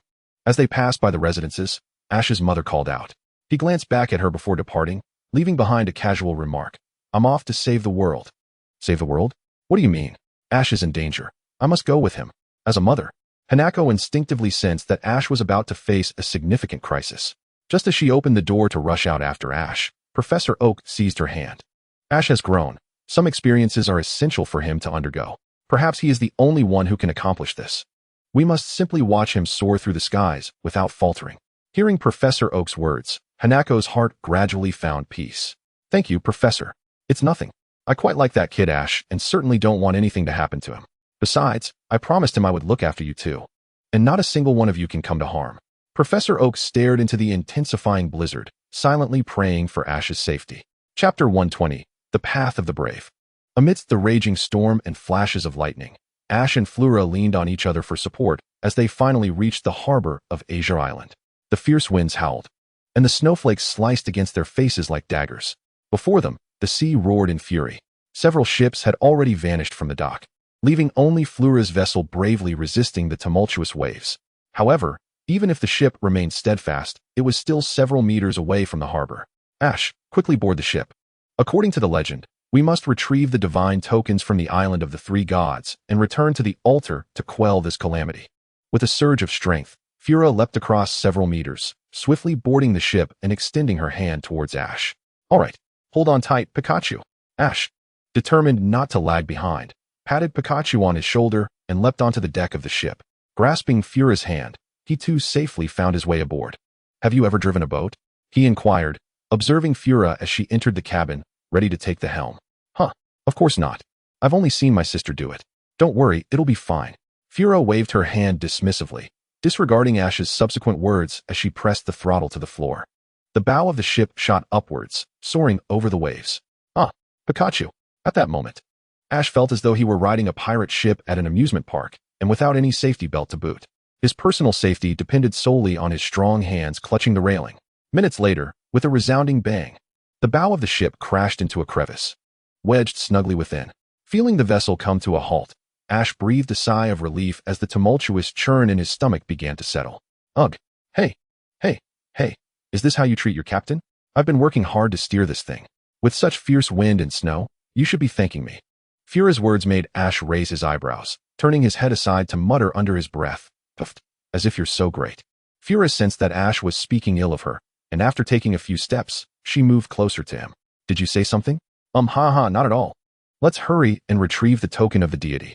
Ash awkwardly scratched his head, grasping Fura's shoulder and pushing her towards the island. The island was blanketed in ice and snow, compelling Ash and his companions to tread carefully, lest they slip. This is supposed to be the territory of the fire god. Yet now it seems to be occupied by the ice god. Fura felt an ominous premonition as they approached the highest point of the island. She pulled Ash and Pikachu behind a row of rocks. Peering ahead, they spotted a bird exhaling frosty breath, its feathers pristine white and its body a chilling blue. Lying on the ground. Is it sleeping? Ash observed. This creature seems to be asleep. You should go and fetch the fire god's token. Fura pointed towards a shrine beside the freezing bird, which housed a brilliant red jewel. Ash glanced at Fura, then back at the shrine. Yes, indeed. It's you. You are the brave one of the sea. Only you can retrieve the token. That's right. It's definitely not because I'm scared. Fura chuckled, suppressing a flicker of fear within her. All right, I'll go. Ash took a deep breath and stepped forward. With deliberate care, Ash tiptoed past the sleeping bird, arriving at the shrine and letting out a sigh of relief. Placing his palm on the radiant jewel, a wave of warmth surged forth, comforting and invigorating. He felt countless snowflakes brush against his cheeks, yet he remained oblivious to their chill. Incredible, is this the token? The flames dancing within the glass or burned hotter than his own Charizard. With a firm grip, Ash extracted the token from the shrine and quietly made his way past the freezing bird. What do we do now? How do we return? Ash asked, rejoining Fura and revealing the precious artifact he had just acquired. Let's head back to the ship. Perhaps it has freed itself from the crevice, Fura suggested, attempting to move forward, but suddenly a thunderous roar resounded. With a crash, a mighty bird pierced through the clouds, its spiky feathers crackling with electricity. It's the thunder god. With the fire god absent, it seeks to claim the fire god's domain. The Zapdos soared overhead, hurtling straight for the freezing bird, crackling with an abundance of lightning. The previously dormant freezing bird sensed the disturbance in the air, awakening to the sight of Zapdos. It spread its wings, summoning a tremendous surge of energy, which it unleashed in an instant. A colossal icy beam shot forth. Zzz. The lightning enveloping Zapdos transformed into a spear, clashing fiercely with the freezing beam. Bang! The two attacks collided, neither yielding, until they slid past each other as if coated in grease. Thunderous lightning shattered the rocks, while icy blasts encased them in frost. The weather worsened, and the sea roared in fury. Professor Oak, Ash and the others. Hanako stared intently out the window. It was the most extreme weather she had ever witnessed. To describe this tempest as the wrath of the gods would not be an exaggeration. It seemed entirely fitting. Stay calm. Hanako, we must have faith in Ash and the others. The weather across the globe is in turmoil. They are the only ones who can quell it. This trip had taken an unexpectedly perilous turn. Ash, please don't get hurt. A blizzard battered Asia Island, heavy snow burying many homes. What was once visible through the windows was now completely obscured. What should we do now? Should we flee? Ash nudged the dazed Fura beside him, questioning her. The one with the identity of a priestess and guide. I don't know either. I've never seen such chaos before. But we must run. We need to place the 3 tokens in the shrine to appease the wrath. Boom, boom. At that moment, something appeared in the sky, producing a colossal sound of mechanical operation. As Ash and the others looked on in confusion, a spaceship burst through the clouds, revealing 2 launch ports. What was that? Ash had never seen anything like it, fixating on the long launch ports and feeling an unsettling premonition. Bang, bang. 2 rings shot forth, targeting the entangled freezing bird and Zapdos. The rings drew close to the 2 Pokémon, ensnaring them while they were caught off guard. Both Pokémon were startled, unleashing powerful attacks. But no matter what they did, they could not break free. Guided by the spaceship, the rings soared into the sky and returned to the vessel through the open hatch. This time, not only were 2 formidable Pokémon captured, but Ash and his companions were also pulled into the ship's interior. Ash, is it really alright for us to infiltrate like this? Fura glanced around anxiously, aware that the power capable of capturing deities was beyond their reckoning. Don't worry. It'll be fine. Once we release these creatures, the spaceship should come to a stop. Besides, perhaps that being is here too. You're referring to the fire god? Exactly. My instincts tell me that the fire god is also here. Pikachu, do you think so too? Pika. Pikachu nodded in agreement, sharing the sentiment. Alright, let's see if we can sabotage this thing. Iron Tail. Pikachu. Pikachu's tail hardened and thickened. With a forceful swing of its steel tail, the creature struck the ring. Yet the ring remained completely unscathed. Instead, it caught the attention of both the Articuno and Zapdos. Was it these insignificant insects that had provoked them so? Both of them simmered with unrelenting fury. Their wrath manifested as thunder and blizzards, yet all these ferocious assaults were confined within the ring. Clop, clop, clop.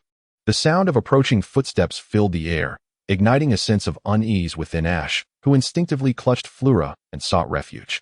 Chapter 121, The Wrath of the Gods. Now this is quite splendid. My collection has just gained 3 vibrant additions. The God of Fire, the God of Thunder, the God of Ice. Soon, very soon. Even you and I shall grasp them tightly. Jiryulitai laughed boisterously, flamboyantly waving his arms, his eyes glinting with aggression as he gazed at Zapdos and Articuno. Their expressions akin to that of a connoisseur admiring prized possessions. Locking eyes with the adversary, Ash felt an unsettling discomfort in his heart. A burning desire to leap forth and deliver a blow.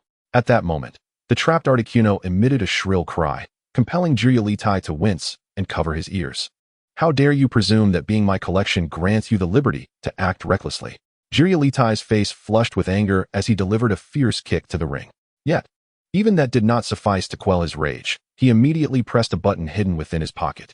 Zzz. A powerful current scorched Articuno's feathers, and a pained screech echoed throughout the ship. Despicable creature. To treat Pokémon in such a manner. A surge of righteous fury coursed through Ash. Disregarding the location or dominion of the moment, he boldly stepped forward, standing defiantly before Jiryulitai. Pikachu. Thunderbolt. Crackling electricity erupted from Pikachu's electric sacs. Jiryulitai was startled by Ash's sudden appearance, but he quickly regained composure. Boom. With a flick of his wrist, he pressed the button, and a ring shot forth from the wall, transforming into a shield that absorbed the thunderbolt. Where did you little mice sneak in from? Jiryulitai cast a fleeting glance at Ash and Flura, losing interest almost immediately. Forget it. Do not obstruct my quest for the next collectible. Once more, a ring shot out from the wall, seizing both Ash and Flura while they were momentarily distracted. What is happening? Release us. Let us go. With that feeble strength, you would be better off cherishing the fleeting moments you have left inside. Jiryulitai laughed heartily, casting a disdainful glance at Ash and Flura before departing with Zapdos and Articuno. The entrance to the passage sealed shut, leaving the entire space shrouded in an eerie silence. We must escape, Pikachu. Pika. Ash and Pikachu exerted all their strength, desperately ramming against the barrier formed by the ring. Yet no matter how they collided or how forcefully they struck, the transparent, pale yellow barrier remained utterly unchanged. Ash, cease your struggles. This is beyond us. Let it go. Flura leaned against the barrier, as if all strength had been drained, slowly sliding down. What nonsense are you spouting? Is it not glaringly evident? Giving up is not an option, Ash declared resolutely, never having entertained the thought of surrendering alongside Pikachu. As long as they stood together, they would be all right. Thus, until the final moment, they would strive with every ounce of effort and never yield. Boom. No sooner had he spoken than Ash charged at the barrier once more. Flura gazed at him, seemingly moved by his words or perhaps intimidated by his fervor. After a moment of contemplation, She joined him, colliding against the barrier in unison. Regardless of what sparked Fleur's change, it was undoubtedly for the better. Ahaha, what are these fools attempting? If it were so easy to break through, these collectibles would never have come into my possession. Girialitai observed Ash and Fleura's silhouettes on the surveillance screen, his eyes brimming with derision and disdain. After a brief period of amusement, he shut off the monitor, dismissing any further interest in their actions. In his eyes, Ash and his companion stood no chance of escaping that ring. After all, it was a power so formidable that even the gods could be captured. Zzz. Whoosh. Boom. Lightning, snow, and flames. The three legendary birds, imprisoned within the ring, resisted their capture, unleashing their most potent energy attacks. Boom. Even with merely a layer of ring barrier between them, Girialitai could sense the terrifying might of their assaults. Fortunately, my ring is invincible. Girialitai gazed at the three legendary birds, an uncontrollable smile gracing his lips. Outside the ship, the weather grew increasingly brutal. The winds and snow howled mercilessly. The temperature plummeted, and the sea began to freeze, forcing many Pokémon reliant on surfacing for air to tread upon the icy surface. Not only had the weather in the Asia Island waters shifted, but this aberrant climate spread across the globe. From Asia Island to the Orange Archipelago, and then to the Kanto region, it gradually extended to other areas. This is a calamity shared by the world. Next comes the pivotal moment. But how to summon it? It is said that 3 orbs are needed. Must I venture to the island? Girialitai adjusted the ship's altitude, guiding the enormous vessel from above the clouds down beneath them. The colossal ship gradually broke through the cloud cover, resembling a giant hand piercing a hole through the sky. Excellent. Onward to the island where the 3 legendary birds reside. Boom. Whoosh. Girialitai attempted to steer the ship forward, yet the jet propulsion system faltered. He felt an intense sensation of weightlessness as the ship's electrical systems began to fail. Damn, what is happening? He peered outside the ship, witnessing countless bolts of lightning, as if heralding the end of the world, crashing against the vessel. The frigid tempest encased the jet pipes, freezing even the mechanisms that allowed the ship to hover. No. Girialitai screamed in terror as the ship plummeted from the sky. Boom. Crash. The ship shattered the ice layer upon impact, but amidst the violent tremors, he failed to notice that the 3 legendary birds had shattered the ring. Caw. A piercing cry echoed throughout the Asia Island waters as the legendary birds broke free from the ship's confinement, rendering the vessel utterly inoperative. No. Girialitai, in a state of disarray, crawled from the wreckage, watching as his ship ignited in flames, rendered useless. His voice, filled with despair as if he had lost everything, emitted a mournful wail. Inside the ship, Ash and Fleura remained trapped within the ring. Yet, the sudden onset of weightlessness and relentless collisions had caused the ring to develop the slightest fissures, as if a glimmer of hope had emerged.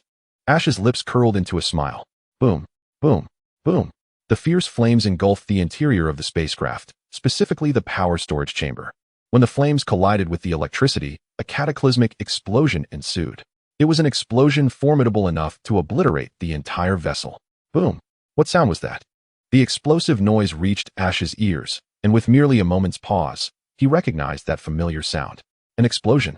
This detonation resonated with a power surpassing that of all the dual blast gas from that rascal Lambda combined.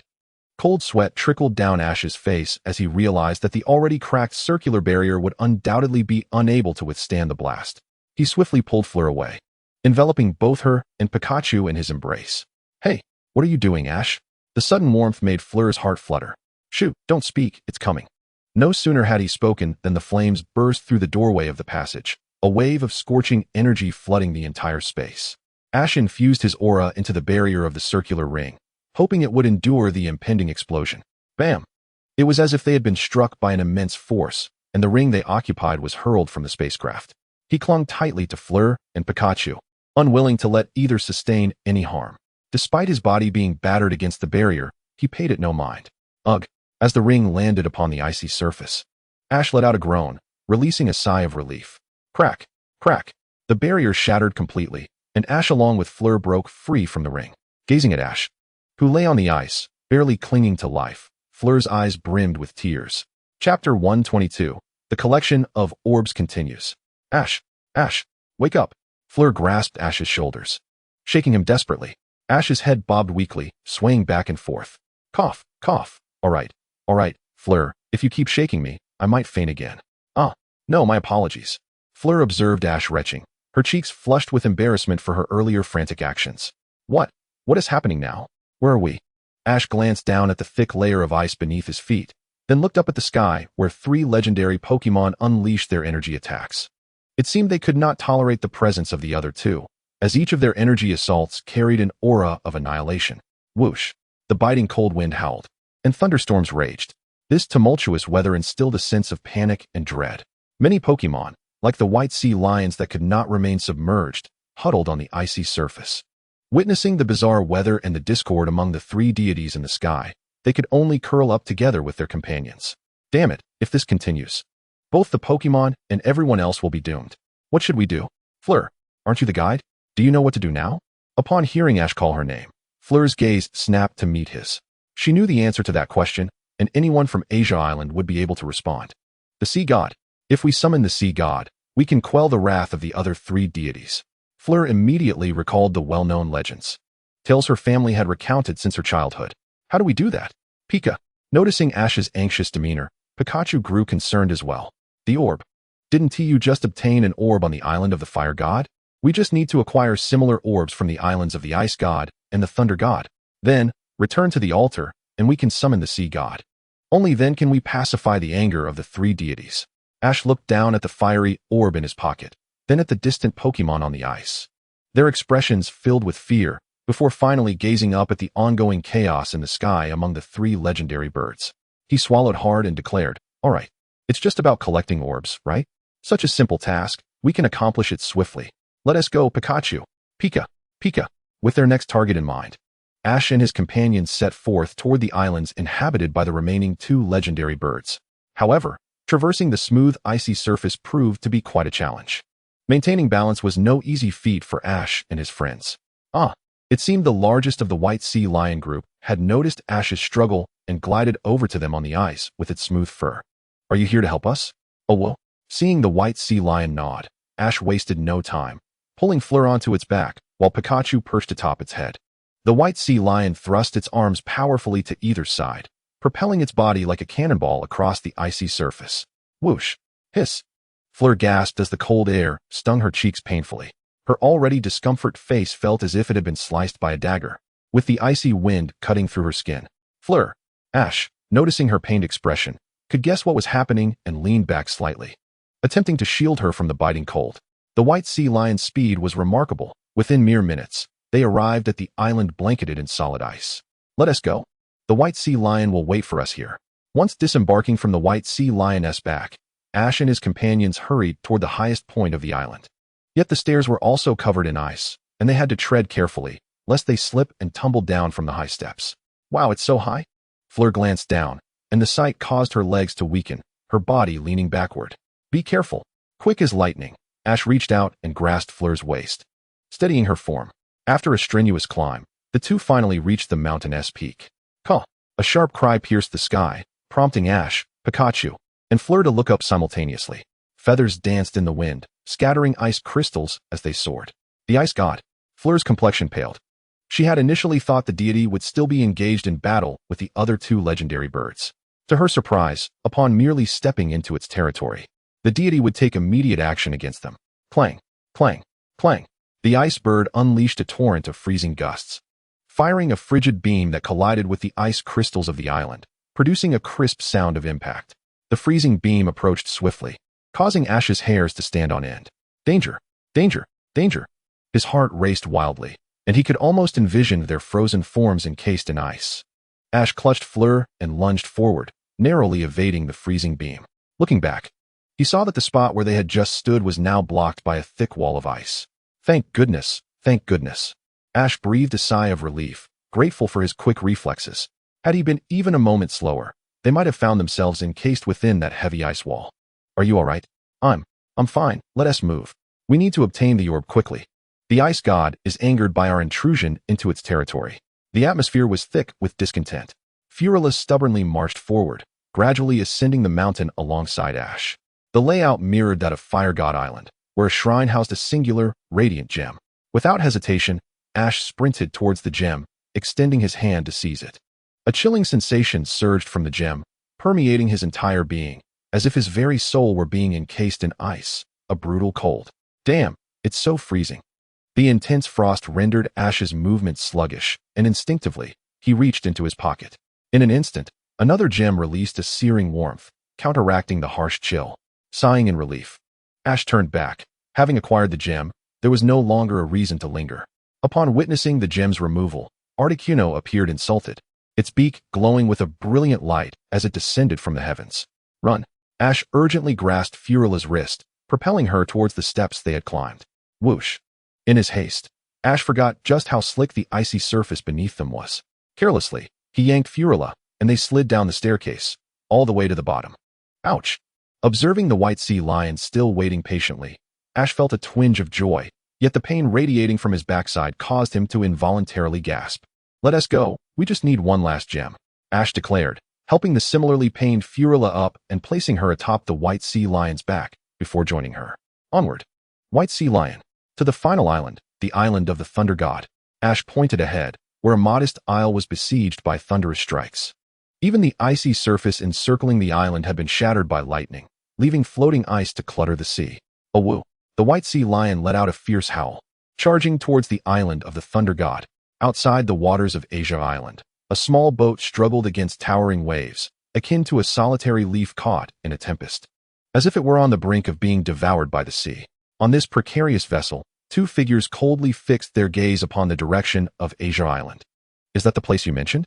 Indeed, that is the realm of the four divine beings, the thunder god, the ice god, and the fire god. None of them will pose a challenge. Your sole concern should be the sea god, who far surpasses them in strength. Though he is known as the sea god, his true power lies in controlling ocean currents. Just be cautious. After all, our demands are modest, merely a single feather from him. Yet, I assure you, you will find the encounter exhilarating. So, are you prepared, Mutuo? A deep voice turned towards the bow of the boat, where Mutuo was intently focused on the waters of Asia Island. Be wary of the floating ice, white sea lion. Ash nervously observed the ice blocks bobbing perilously around them, fearing that a misstep could capsize the white sea lion, subjecting them to the frigid grip of the sea. Just the thought of the icy water sent shivers down Ash's spine. A woo! The white sea lion forged ahead, and as they approached the island of the thunder god, golden lightning coalesced overhead, striking down in an instant. What is happening? Pikachu, Thunderbolt. Ash had no time to issue commands. Instead, he connected his mind with Pikachu's through their bond. In this state, both Pokemon and trainer could share their thoughts. Pikachu, unable to gather energy in time, launched a rushed Thunderbolt just as the lightning descended upon him. Crackle! The collision of Thunderbolt and lightning was obliterated in mere seconds.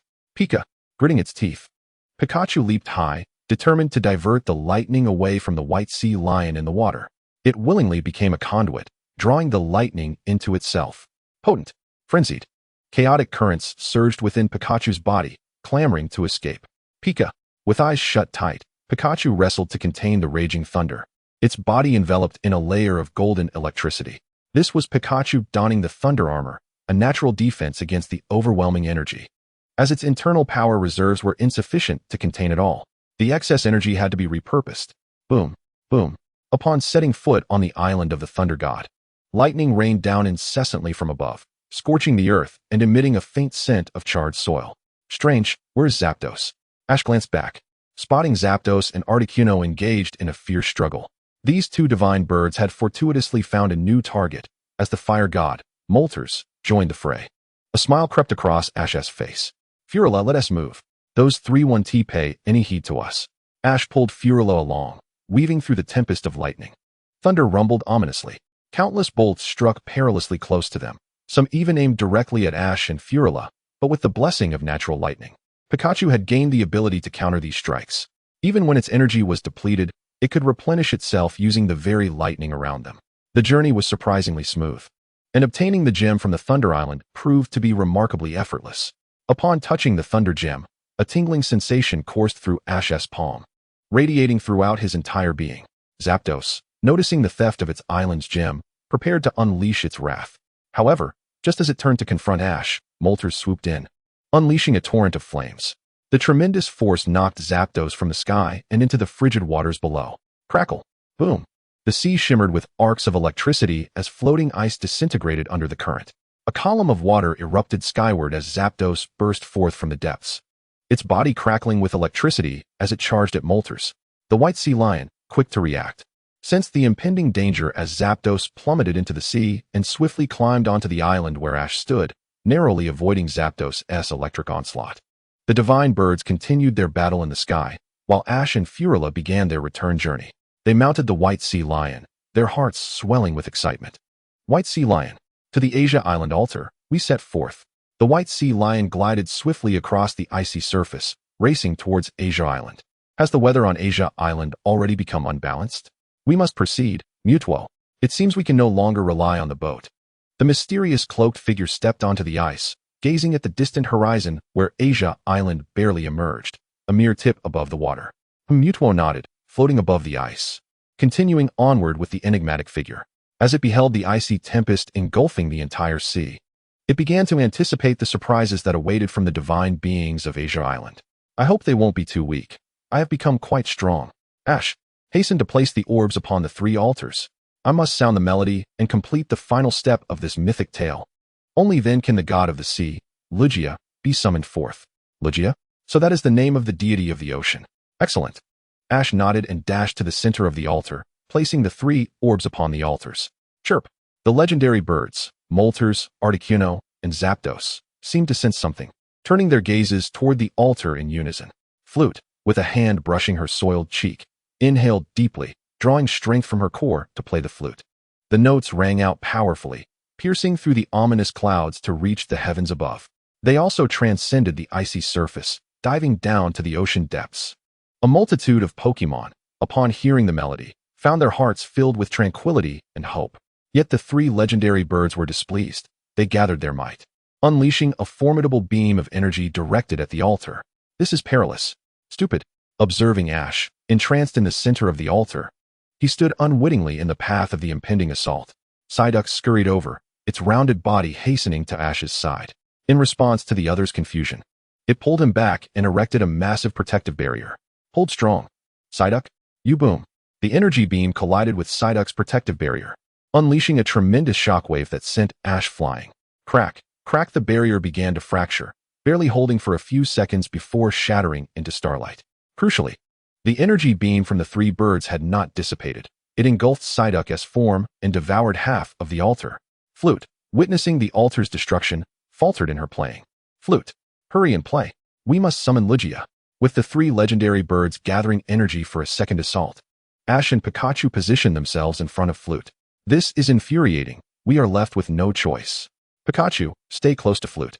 Pikachu, Pikachu, Pikachu. Pikachu was perplexed by Ash's command. Despite Ash's exceptional nature, this was an assault from 3 deities. How could it leave Ash's side? I understand, but you must protect Flute. Only she can summon the god of the sea. The rest is up to me. Ash's gaze was resolute, causing Pikachu's heart to waver. Without further ado, Ash released the remaining Pokémon, imparting the same directive. Though reluctant, they obeyed Ash, their expressions pained as they cast sorrowful glances at him. As if bidding a final farewell during the brief journey to Flute. They turned back repeatedly after taking only a few steps. Come on. I am Ash from Pallet Town, the future Pokémon Master. How could I possibly fear you, mere feathered fowl? Ash's furious roar echoed across the skies, and the 3 legendary birds took heed. Enraged, the energy beam that once enveloped the altar concentrated, now prioritizing Ash as its target. Whoosh! The tricolored energy beam surged forth, causing the very air to tremble. Ash steadied his quaking legs, a smile curving upon his lips as he faced the terrifying force rushing toward him. Come at me, he bellowed, his aura pulsating with intensity, and a colossal aura sphere materialized before him. This sphere would withstand the energy beam longer than Psyduck's barrier had. Yet it was still an attack from 3 deities. Even if Ash were formidable, he remained but a mortal. As he struggled to control the sphere against the approaching energy beam, he felt his arms grow numb, blood trickling from his knuckles. Is he unable to endure such overwhelming pressure? Ash chuckled ruefully, his hands losing strength, and the massive aura sphere vanished in an instant. His form was consumed by the energy beam. Bang! The spot where Ash stood disappeared, and Ash himself was nowhere to be found. Perhaps he fell into the sea, but gazing at the frigid waters, Flute knew his fate was dire. Tears cascaded down her cheeks as she silently prayed and pleaded. God of the sea, Lugia, if you truly exist, please save Asia Island. Her flute's melody was imbued with a sorrowful tone. as if lamenting the injustices of the world. Just as despair settled in Flute's heart, several columns of water burst through the icy surface, transforming into soaring water tornadoes that shattered the ice below. Chapter 124. The battle's conclusion. Water and sky intertwined, revealing the silhouette of the sea deity. A figure emerged amidst the soaring columns of water, its arms trembling, parting the torrents. Like raindrops, they fell upon Flute's cheeks, carrying a briny taste. Flute gazed up in astonishment at the figure above, adorned with pure white plumage and immense wings. As it flapped its wings, small cyclones swirled around it. In the presence of this majestic being, Flute felt an overwhelming aura of solemnity and reverence, compelling her to kneel in homage. Is this truly the god of the sea? Lugia? Beholding this colossal figure, one she had heard stories of since childhood, her emotions surged forth uncontrollably. Even the sanctity of the sea deity could not suppress her feelings of rage and despair. Though she knew her words might be misguided, she felt compelled to express them. Perhaps in doing so, she might find solace. She raised her voice, straining with all her might, and cried out, "Why? Why do you appear so late? Are you not the god of the sea? Your subordinates have gone astray. Why do you not intervene? How can you call yourself the god of the sea in such a manner?" Flute understood that her words were inappropriate, yet she could not restrain herself. She wished to voice her anguish in defense of the boy she cared for. Flute, I am fine. Do not be too agitated." A hand extended from Lugia's back, and Ash's weak voice echoed in Flute's mind. She looked up in shock, disbelief etched upon her face as she gazed at Lugia. At that moment, Ash sat up on Lugia's back, waving to Flute and forcing a smile onto his face. "Lugia, I implore you, please put an end to all this." Ash turned his gaze to the bickering legendary birds and the panicked Pokémon huddled together, placing his hope of stopping the three birds in Lugia's hands. According to Flute, only the god of the sea, Lugia, possessed the power to quell them. "Rest assured, leave it to me." Lugia nodded, a voice resonating directly within Ash's mind.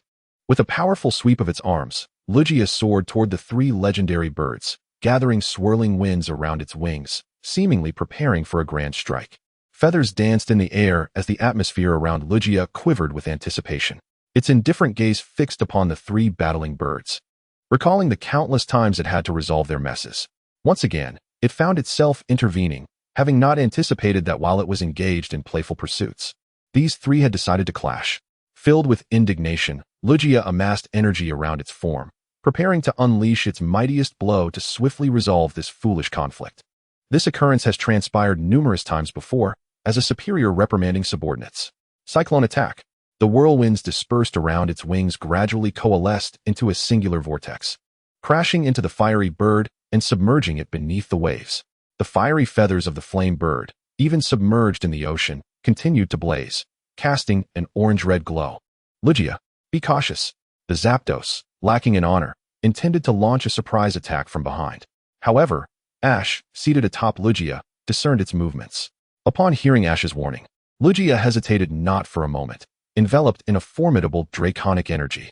Ascending high into the sky, Lugia executed a full 360-degree spin before charging towards Zapdos. Its entire energy-wrapped form collided with Zapdos. Boom! Electric arcs clashed with draconic energy. This marked Ash's first experience witnessing a battle between deities at such proximity. The arcs of electricity nearly leapt towards his face, igniting a surge of excitement and fervor within him. Ultimately, Lugia remained the superior among the trio. Zapdos could scarcely withstand the impact, offering only token resistance. It plummeted from the sky, wobbling yet managing to regain its footing. After all, it was known as the God of Thunder. Had it been an ordinary Zapdos, this strike would have decisively determined the outcome. Chirp! Observing Zapdos in dire straits, Articuno faced Lugia and unveiled its ultimate technique, daring not to show any leniency.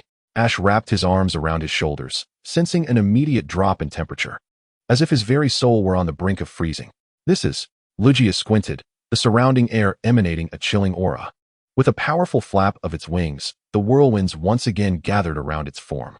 Articuno, witnessing this scene, hastily unleashed its mightiest and most formidable attack. Absolute Zero.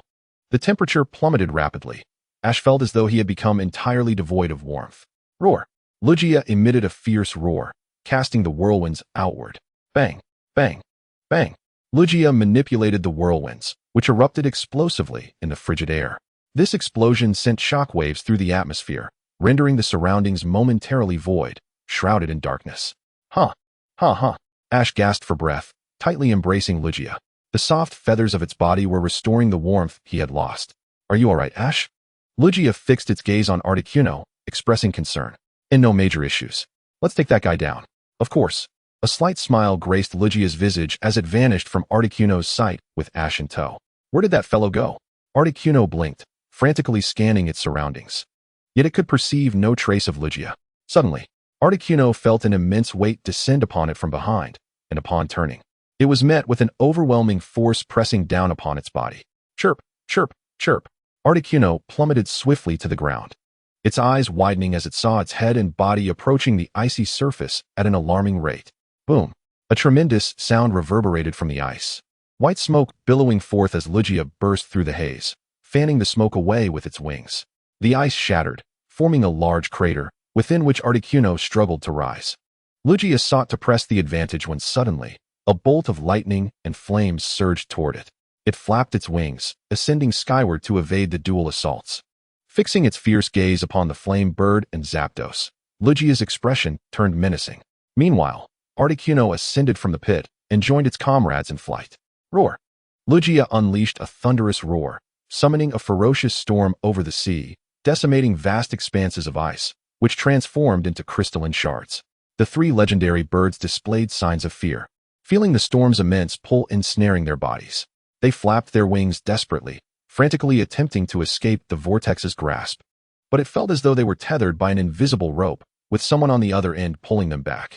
The silhouettes of the three legendary birds gradually succumbed to the storm, as Ash peered into the tempest but found no trace of them. Only their anguished cries lingered in the sky. When the storm finally abated, the three birds were cast upon the ice, their feathers stained with blood. They no longer bore their former sanctity, majesty, or ferocity. To Ash, the three legendary birds now appeared exceptionally pitiful. Haha, at last, you have shown yourself. God of the sea, this power is precisely what I desire. Capturing you will ensure that my collection astounds the entire world. What are the three birds compared to you? Only you, the god of the sea, Lugia, are the true. Lugia had no interest in listening to Gyarados' incessant prattle. Such a character was undoubtedly far from normal. It swiftly utilized a cyclone attack to send Gyarados soaring into the sky. Thank you, Lugia. Ash embraced Lugia, gently stroking its feathers. Were it not for it, he might have perished when he fell into the sea. Pikachu! Pikachu and the other Pokémon cried out, rushing toward Ash. They had feared the worst, but were met with an astonishing surprise. Everything had reversed. Even the once turbulent weather gradually returned to tranquility. Chapter 125. The God of the Sea and Mutuo. All was restored to calm, as if nothing had ever transpired. Yet, the frozen sea, the multitude of craters in the ice from the battle, and Gyarados' destroyed airship all stood testament to the fierce conflict that had just unfolded before Ash, the Pokémon, and everyone else. Lugia descended gently upon the ice, and Ash's Pokémon immediately bounded onto its back, embracing it tightly. Overwhelmed by the exuberance of his Pokémon, Ash felt tears of joy welling in his eyes. After all this time spent together, they had become akin to family, deeply caring for one another. Lugia, looking down from its elevated position, gazed fondly at Ash and his Pokémon, unable to suppress a smile. Lowering its head to meet their level, it shared a moment of eye contact with Ash. This trainer is truly remarkable. No wonder it chose him, as he inspires such concern from his Pokémon. Ash, here. Lugia's voice resonated directly within Ash's mind, prompting an immediate response as he turned to face it. Please accept this feather. You are a valued companion. The hero of the sea. Ash gazed at the silvery feather hovering before him, feeling an inexplicable sense of familiarity, as though he had encountered this feather before. He extended his hand to receive it, but just as it was about to rest in his palm, it froze midair, as if time itself had come to a halt. What? As Ash's words hung in the air, an overwhelming psychic shockwave surged forth, catching him off guard and sending him hurtling into the sky. Pika! Pika Pika! Pikachu cried out in alarm, watching Ash plummet through the air. With unwavering determination, Charizard and the other Pokémon raced towards the trajectory of Ash's descent. Sensing Ash's peril, they swiftly followed in Pikachu's footsteps, racing to his aid. Lugia's wings quivered slightly, and in an instant, it appeared beneath Ash, its soft body cushioning his fall. With a fierce glare directed at the source of the powerful psychic onslaught, Lugia let out a thunderous roar that echoed through the skies. Who dares?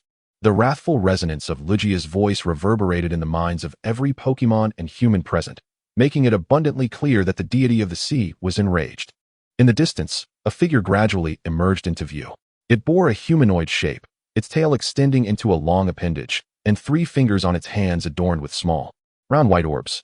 This was none other than Mutuo, arriving from the waters surrounding the island of Asia, accompanied by a cloaked figure whose appearance remained obscured. Gasping for breath, Ash looked upon the approaching Mutuo with confusion. Mutuo, what has happened? Who is that by your side? Mutuo remained silent, merely fixing its gaze on Ash. Memories of the unfortunate events that transpired on New Island flooding its mind. Humph. Mutuo scoffed dismissively at Ash. I have grown stronger now. Without that EV, no mere giant at your side can deter me. An ominous aura emanated from Mutuo, the air thick with impending conflict. Just as it prepared to unleash its attack, the cloaked figure reached out to restrain it, whispering in a hushed tone, "Do not forget our objective." Mutuo paused, realizing the gravity of the situation. Its menacing presence diminished slightly, appearing less intimidating. Suppressing its emotions, Mutuo shifted its focus away from Ash and fixed its intense gaze upon Lugia, its eyes drawn to the pristine feathers that adorned the creature's form, almost yearning to seize one for itself. In an instant, Mutuo vanished, teleporting away. Lugia, unaware of Mutuo's whereabouts, scanned left, right, up, and down in vain. Sensing the urgency, Ash unleashed his aura, radiating it outward. A disturbance rippled through the air, pinpointing Mutuo's location, which was precisely to the right of Lugia. Lugia, to your right, Mutuo is there. Without hesitation, Lugia swung its tail to the right. Boom. Mutuo's form materialized just in time to be struck by Lugia's powerful tail. However, it reacted swiftly, conjuring a psychic shield that absorbed the blow, though it was knocked back several meters, creating a distance between it and Lugia. Once again, how does it manage this? Mutuo mused, struggling to comprehend how Ash could sense its presence, a mystery that had eluded it since their encounter on New Island. Fine, if I cannot use teleportation, then I shall force my way through. With a surge of psychic energy, Mutuo commanded the elements, darkening the once bright sky. On Asia Island, all the inhabitants, including Professor Oak and Hannah, gathered at the altar. Initially exhilarated to see Ash riding atop Lugia, their enthusiasm quickly faded as Mutuo appeared, anxiety gripping their hearts as they watched Ash. As the weather shifted ominously, their unease deepened. The unknown Pokémon before them radiated immense power. What Pokémon is that? It seems vaguely familiar. Professor Oak pondered, shifting his fascination from Lugia to Mutuo, sensing a resemblance that he could not quite place. Mutuo's intent was clear. It wielded its formidable psychic prowess, locking onto Lugia and ensnaring it with its telekinetic force. Roar! Is that all you have? Lugia bellowed, unleashing its own psychic might, a force equal to Mutuo's. With a powerful sweep of its arms, it shattered Mutuo's grip. Is this creature known as the deity of the sea truly adept in psychic abilities? Mutuo stared in disbelief at Lugia, astonished by the intensity of its psychic energy. Initially believing Lugia to be merely a water-type Pokémon, Mutuo now recognized its formidable psychic capabilities, a revelation that both shocked and thrilled it. For it was rare to encounter an opponent of equal strength in the realm of psychic prowess. Seizing the moment, Lugia conjured a massive cyclone, launching it toward Mutuo while the latter was momentarily distracted. Mutuo felt the agonizing force of the cyclone, as if it were being torn apart, and with a fierce cry, it unleashed its own psychic energy, dissipating the cyclone's assault. How dare you ambush me? Mutuo roared, retaliating with a powerful psychic strike, encircling Lugia with concentric rings of energy that detonated upon impact.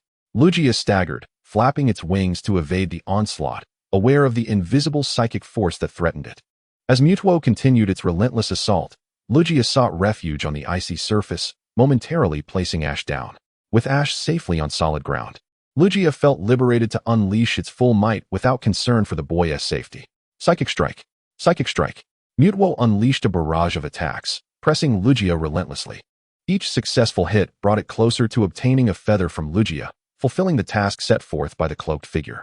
Lugia, with a mighty tremor, shattered the surrounding ice and ascended into the sky, narrowly avoiding Mutuo's continuous psychic strikes. After an extended exchange, Mutuo realized that the prolonged engagement had rendered its psychic strike ineffective against Lugia's keen awareness. Let us try a different approach, Mutuo resolved, determined to adapt its strategy in this fierce confrontation. A formidable psychic force materialized in the palm of Mutuo's hand, so overwhelmingly potent that the previously intangible psychic energy gradually manifested before Lugia's eyes. Mutuo deftly manipulated the psychic energy, shaping it into a myriad of forms, one after another. Like a relentless barrage of bombs, it hurled them toward Lugia. Bang, bang, bang. The psychic projectiles descended, aimed at Lugia, yet none found their mark, as they were expertly evaded. Observing the ice surface marred with craters of various sizes, Lugia dared not underestimate the threat. It could sense the immense strength of these psychic forces. Should even one strike it, it would undoubtedly suffer a grievous blow. After all, it had just battled the 3 legendary birds without sustaining any severe injuries.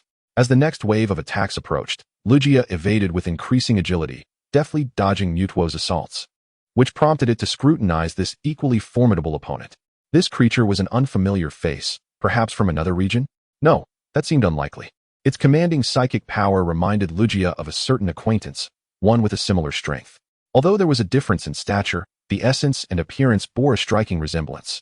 Lugia gazed at Mutwo's visage, momentarily lost in thought, as it reminded it of a longtime friend.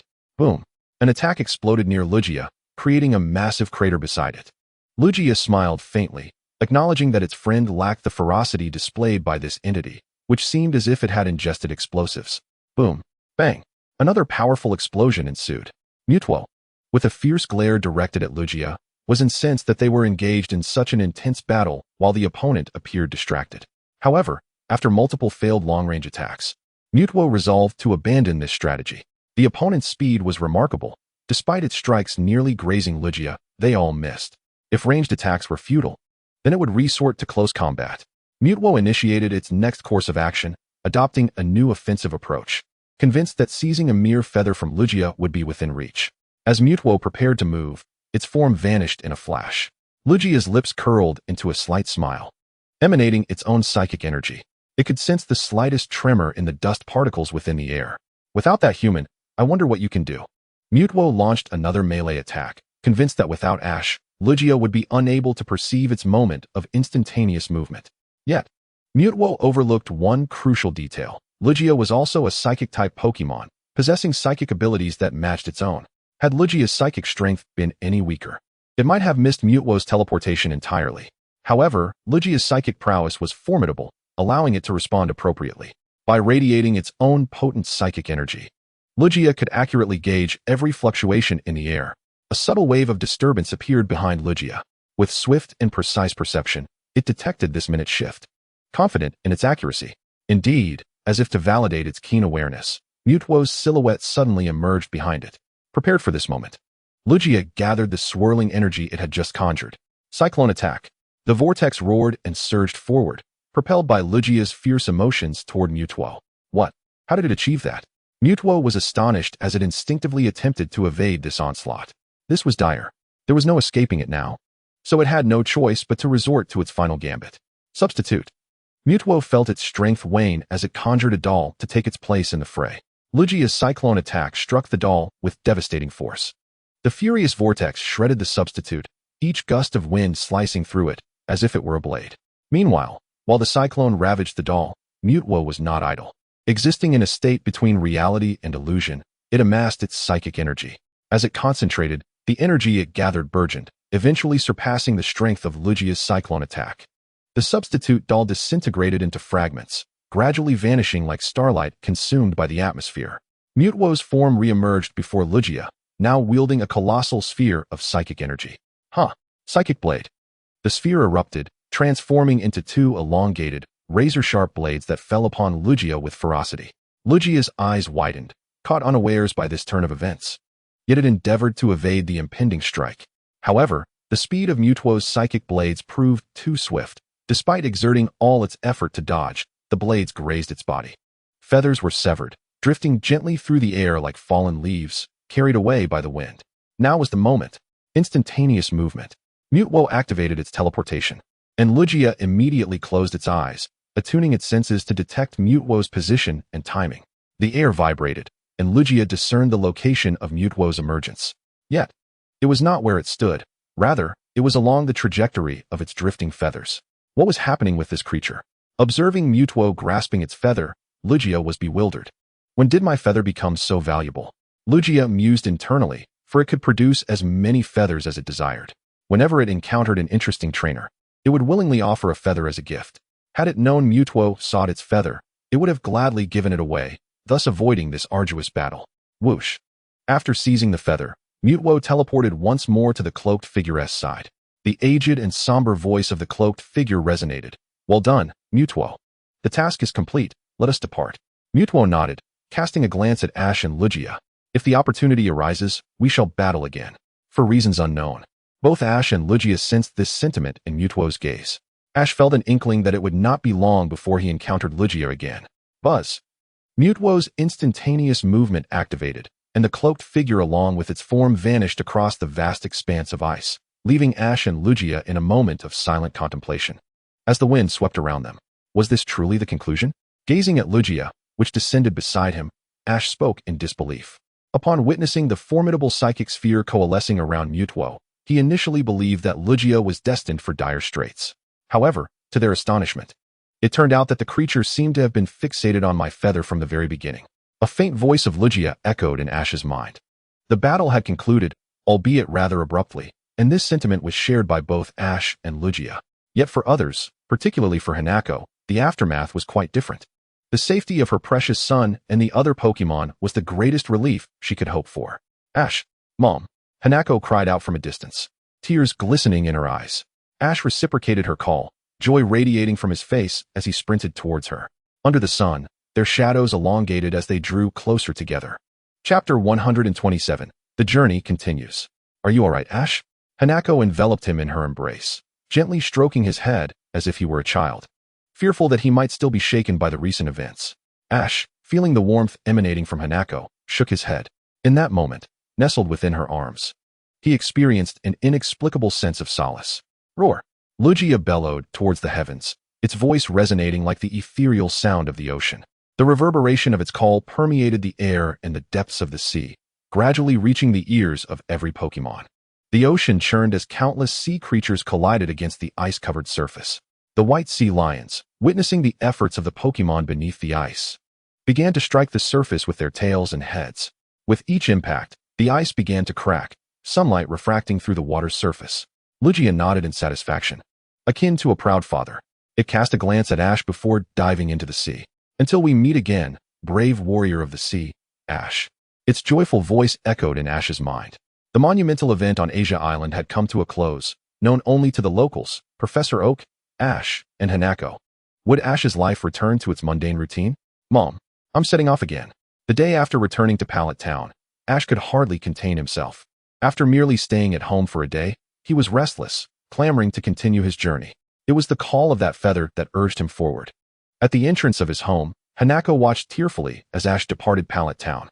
She fervently hoped her child would not attempt to prove his strength again. On the shore of Pallet Town, a boat was preparing to depart for Viridian City, and Ash boarded it. Thank you, sir. The boatman nodded in acknowledgement of Ash's gratitude. All right, let's go, Pikachu. We're setting off from Viridian City once more. Ash gazed towards the horizon, where the towering mountain at the end of the rainbow stood proudly as ever. However, inexplicably, Ash felt as though he was drawing closer to that mountain. Ash and Pikachu continued their journey towards the peak, fully prepared this time. 3 days had passed since leaving Viridian City. Aside from eating and sleeping, they had been on the road. At last, they arrived at a city. Cough, cough, what is that smell? Why is the sky so overcast? And what is with this city? Why are there factories everywhere, with black smoke staining the heavens? Ash frowned at the darkened sky. Although it was his first visit, he had already formed a negative impression of the city. Pika, Pika. Pikachu, weakly resting on Ash's shoulder, raised its paws in agreement. As a mouse Pokémon, its sense of smell was even more acute than Ash's. Although the black fumes lingered in the air, Pikachu could discern that they were slowly permeating the entire city. Let us head to the Pokémon Center first. With determination, Ash steeled himself to venture into the city, initially expecting to wander aimlessly for some time before locating the Pokémon Center. To his surprise, he merely had to turn a corner to spot it, primarily due to the striking red roof that made it stand out. Is that Nurse Joy? Upon entering the Pokémon Center, Ash found Nurse Joy standing at the front desk, her head drooping as if weighed down by exhaustion.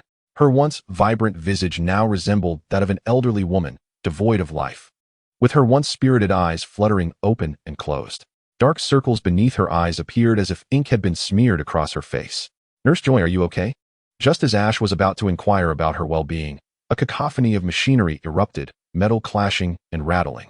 Instinctively, Ash and Pikachu covered their ears, grimacing in discomfort. Yet Nurse Joy seemed unfazed, continuing to doze off. After several minutes, the clamor finally subsided. Phew, it's over. I thought I was going to die. Ash sighed in relief as a sweet, gentle voice reached his ears. Are you new trainers? Yes, I'm Ash, and this is my partner, Pikachu. Nurse Joy, what is going on in this city?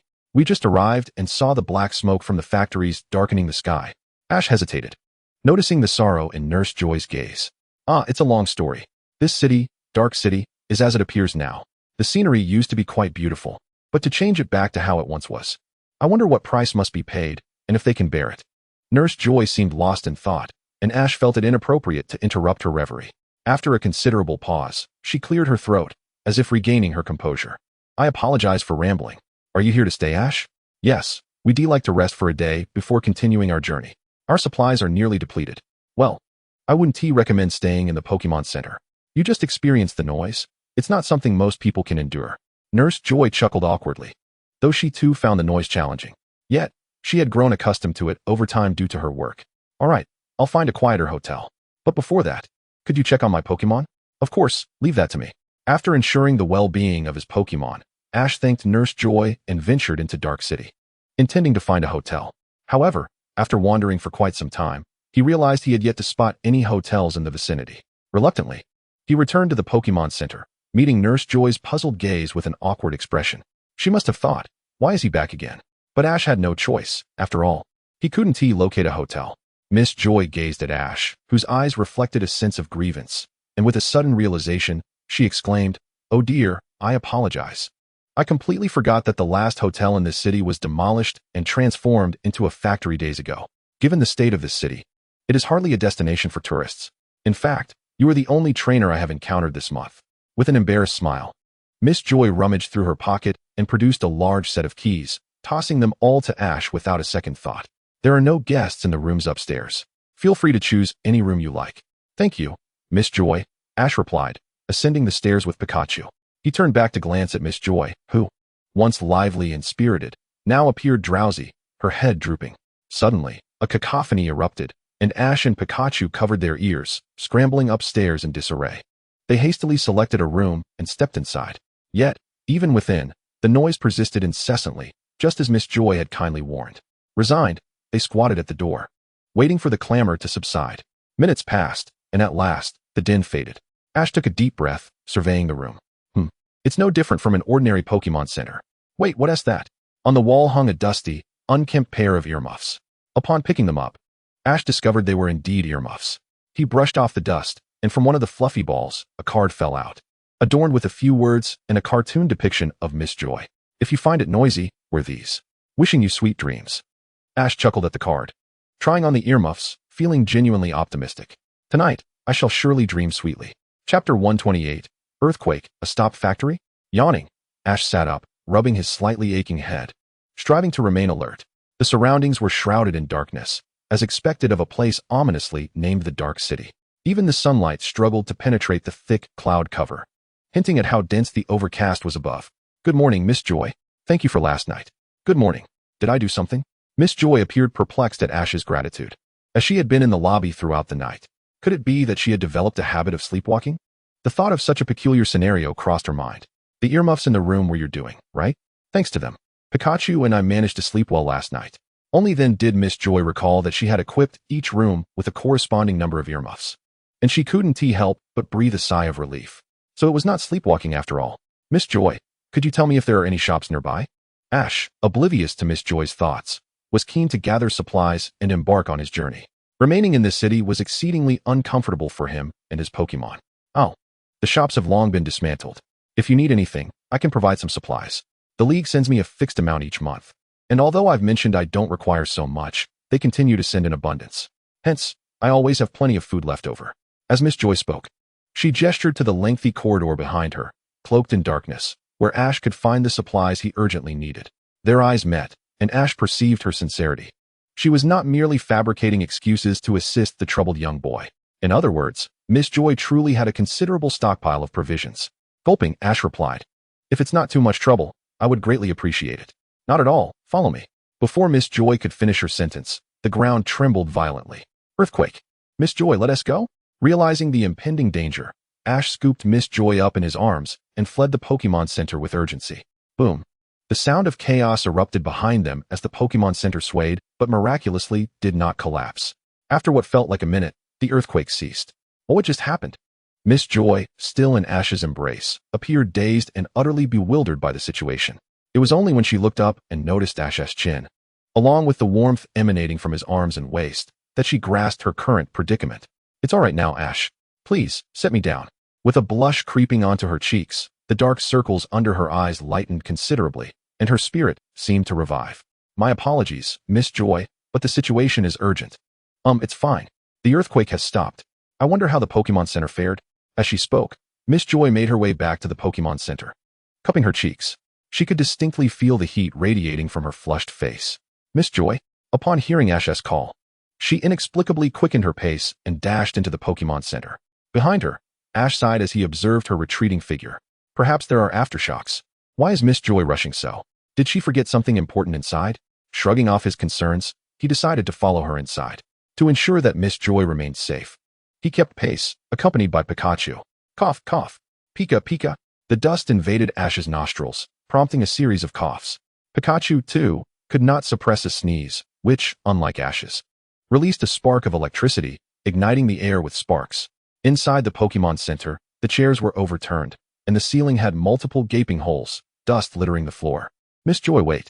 Ash scanned the room and spotted her figure near the corridor she had just indicated. Upon realizing Ash was in pursuit, Miss Joy steeled herself and turned to him. The supply room seems to have collapsed. I'm going to check. Watching Miss Joy venture into the dark corridor, Ash sighed. Is it possible that in such a vast city, she is the only living soul? Where were the factory workers during the earthquake? Confused, Ash pushed those thoughts aside, focusing instead on following Miss Joy's lead. As Ash and Pikachu stepped into the dim corridor, silence enveloped them, illuminated only by the light filtering through the earthquake-breached ceiling. Miss Joy's voice echoed. Is she in danger? Wait for me, Miss Joy. I'm coming, Ash shouted, his face etched with concern as he sprinted towards the source of her voice, Pikachu gathering electrical energy at his side. Miss Joy, what's wrong? Rushing into the final room, they found a chaotic scene of fallen food and scattered boxes.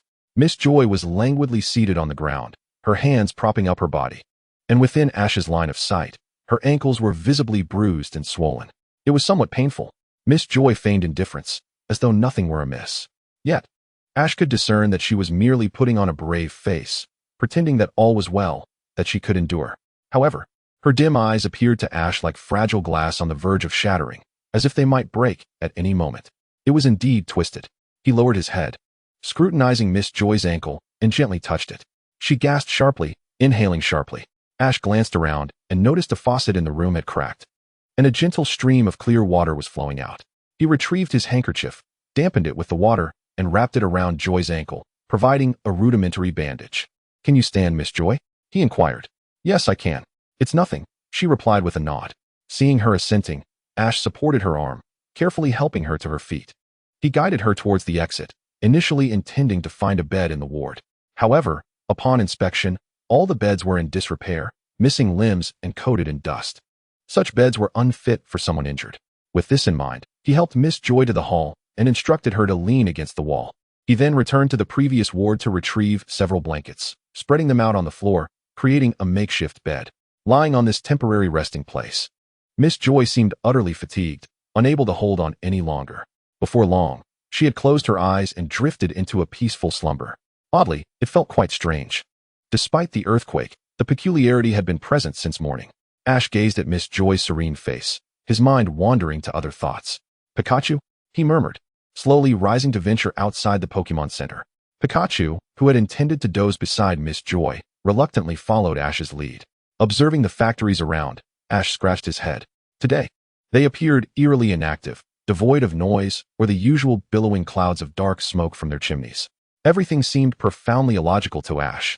Pikachu, shall we go? Ash asked. Pikachu shook its head, clearly expressing its refusal. Come on, don't you find it curious? Why aren't the factories operating today? Pikachu hesitated, as Ash's words seemed to resonate with some sense of reason, igniting its curiosity. After glancing at Ash's eager expression, Pikachu felt a sense of resignation and eventually nodded. Yay! That's wonderful, let us go, Ash exclaimed. Together, Ash and Pikachu stepped into the refreshing breeze, the once acrid air now feeling invigorating. Chapter 129, The Underground Cavern of the Dark Market. As Ash entered the factory, the incandescent lights blazed at full intensity, illuminating the space as if it were midday under a blazing sun. The warmth enveloped him, causing beads of sweat to form on his brow. Why is it so hot? Do these lights emit heat? Ash pondered, raising his gaze to the front, where the lights were not quite as blinding. Instinctively sensing a cooler atmosphere ahead, he boldly stepped forward. Pika, Pika, Pikachu panted, clearly feeling the heat as it panted and sweated profusely. Following Ash, it realized he had discovered a more temperate spot. The lights here were dimmer than before, and the temperature seemed to decrease. Ding, ding, ding. As Ash wiped the sweat from his brow, preparing to proceed, he heard a series of metallic clinks ahead. Frowning, he softened his footsteps, edging along the wall as he advanced cautiously. Upon reaching a door at the end of the corridor, Ash grasped the doorknob, inhaling deeply. With a twist of the knob, he forcefully pushed the door open. Inside the small room, a large pit yawned open, its earthen slope leading down into the abyss. Ash leaned forward to peer into the depths, where steel rebar lay scattered haphazardly. Ding, ding, ding. Pebbles fell from the ceiling above, clattering against the rebar, producing the very metallic sounds Ash had heard moments ago in the corridor. He turned to Pikachu, flashing a bright smile. However, to Pikachu, that grin seemed ominous, as if foretelling something dire. Alarmed, it instinctively backed away. Pikachu, hee. Let us go, Ash chuckled, scooping Pikachu up and leaning back over the pit's edge. Pika, Pika, Pika. Pikachu screamed, startled by the sudden jolt. The entire rodent felt utterly disoriented. As the ground drew closer, Ash calmly adjusted his posture, executing a 360-degree rotation in midair, his feet aligning with the ground. Thud! With a resounding impact, Ash landed gracefully, his feet sinking into the rubble of the collapsed slope. He exerted a slight force, freeing his legs from the debris. Exhaling deeply, Ash surveyed his surroundings, noting the moss that adorned the cavern's passages. Remarkably, the air here was far superior to that outside. Ash inhaled, savoring the scent of moss that mingled in the atmosphere, vastly more pleasant than the foul air above. As he contemplated delving deeper, the sound of footsteps echoed from above and ahead. Ash, who are you? A portly middle-aged man emerged before Ash, his gaze filled with ire. Above, the voice of Miss Joy called out, her tone urgent and strained, as if those two words had drained her of all strength. Miss Joy had painstakingly endured her ankle's agony to reach this place, and upon seeing Ash unharmed, she sighed in relief. Initially, her awakening without finding Ash had caused her great concern, but the footprints on the ground had guided her here. That's the mayor? Joy exclaimed, recognizing the approaching man. You're the mayor of this place? With the city in such disarray, you're not doing anything about it? Ash's indignation flared as he glared at the mayor. And what of it? I act for the greater good. Who allowed you to come here? Get out now. The mayor retorted, his voice booming, glaring at Ash. Just as Ash intended to respond, Joy interjected. Ash, come back. Ash glanced at Miss Joy, uncertain of her intentions, yet recalling her injury compelled him to turn away. Grasping the rubble slope, Ash began his ascent. Gradually, he distanced himself from the enigmatic cavern, returning to Miss Joy's side. Miss Joy, let us take our leave. Ash gently helped Joy to her feet, and, after briefly glancing at Pikachu, who was still by his side, he strode away without looking back. The individual in the cavern was a stranger to him, and he had no desire to become acquainted. Ash felt a rising ire at the words that had just been uttered by that person. That fellow, he won't impede our progress, will he? Inside the cavern, the mayor remained stationary, muttering to himself as he gazed upwards, his furrowed brow suggesting deep contemplation. Meanwhile, Ash exited the factory, the acrid air once again assaulting his nostrils. However, he had grown accustomed to it, supporting Miss Joy as they made their way back to the Pokémon Center. With the factory silent, the usual cacophony was absent. In such tranquility, Joy soon succumbed to slumber, as it appeared that a serene environment facilitated her rest after enduring the relentless noise of the factory for so long. Seeing Joy asleep, Ash felt it would be inappropriate to disturb her. Suddenly, a peculiar noise emanated from beside him. Turning, he discovered Pikachu rubbing its little belly and offering an awkward smile. Oh dear, what am I to do with you? There must be something edible left in that room. Let us seek it out. After all, Miss Joy had not eaten, and she needed to replenish her strength. Ash ventured into the dimly lit corridor. Returning to the collapsed room once more, he began to sift through the rubble, clearing away the debris and cement that had crushed the food beneath. Pika, Pika Pie. Eager to satisfy its own hunger, Pikachu joined in, using its tiny paws to dig through the wreckage. After a considerable effort, they managed to uncover the remnants of the food that had been buried. What a pity, they're all spoiled, Ash lamented, gazing at the sorry sight before him. As he brushed aside the ruined fruit, he refused to believe that every single piece was beyond salvage, even if they were slightly damaged in this environment. Finding anything edible was a stroke of luck. Ash continued to rummage and indeed discovered a few pieces of fruit that were still intact, as well as others that were only slightly bruised. He collected the unblemished ones in a bedsheet from one of the hospital rooms, while the slightly spoiled ones were destined for his own consumption. The tap water continued to flow, and Ash located a gas stove along with a gas canister. He removed the spoiled portions of the fruit, tossing them into the water before igniting the flame. It was now time for Ash to cook. Drawing upon the culinary skills he had honed under the tutelage of his mother, he devoted a little time to the task. Finally, he succeeded in preparing a pot of fruit stew. However, due to the limited ingredients being solely fruit, the dish appeared somewhat unremarkable and even less than visually appealing. Yet, to Ash, that mattered little. As long as it was delicious, that was sufficient. Miss Joy awakened. "It's time to eat," he called softly. Not receiving a response, he had a sudden idea. He brought the bowl of fruit stew to her nose, fanning the fragrant steam towards her. With a deep inhalation, Joy opened her eyes to find the aromatic stew presented before her. Unable to resist, she swallowed hard, realizing she had not eaten throughout the day and was indeed quite hungry. "Please, eat. Miss Joy, this is for you." Hearing Ash's words, Joy eagerly accepted the bowl of stew and began to enjoy the meal. Seeing Joy savoring her food, Ash joined in, and though their meal was modest, the warmth of their shared company rendered it all the more delectable. As the night deepened, Ash lay upon the makeshift bed he had arranged on the ground. His eyes closed as he reflected on the events that had transpired. There was undoubtedly something amiss within that cavern, and the mayor seemed to be resisting his approach. Yet, what was it? This remained an enigma that Ash could not unravel. Perhaps only by delving deeper would the truth be revealed. Chapter 130. The truth. The night sky sparkled with countless stars, each twinkling like radiant diamonds. Under the silvery moonlight, a figure was gradually approaching the factory, accompanied by a smaller silhouette. The two figures were none other than Ash and Pikachu. But what had brought them to this place? Let us rewind 10 minutes. I simply cannot sleep. Ash lay restless beneath the covers, tossing and turning incessantly. The Pikachu, who had been peacefully slumbering beside him, was roused by Ash's movements. "Pika? In the dead of night, what on earth was this fellow doing?" Pikachu regarded Ash with a look of exasperation, as if its glare could turn into droplets of water. "Pikachu, you've awakened too?" Ash exclaimed, oblivious to the fact that he was the cause of its distress. Pikachu rolled its eyes in resignation, turning its head away with cheeks puffed out like a petulant little princess. Unaware of Pikachu's demeanor, Ash closed his eyes as he entered the factory area, using his aura to perceive the terrain and cautiously advancing. Noticing that Ash was ignoring him, Pikachu had no choice but to follow. The duo slowly arrived at the entrance of the cavern that Ash had encountered earlier that day. Ash intensified his aura perception, allowing the light blue energy to extend downward until it enveloped the cavern below. The tunnel he had seen during the day vividly materialized in his mind. As he opened his eyes slightly, blue light emanated from his pupils. "Let us proceed, Pikachu." Without waiting for a response, Ash scooped up Pikachu. "Wait, not again." Pikachu barely had time to react before a gust of wind swept around them, filling its mouth with air. The force was so strong that it made Pikachu's cheeks puff out comically. As Ash slid down the slope, he navigated through the rubble towards the depths of the cave. Upon reaching the bottom, he exerted force with his legs and leaped forward. Dust erupted, and a resounding crash echoed throughout the cavern.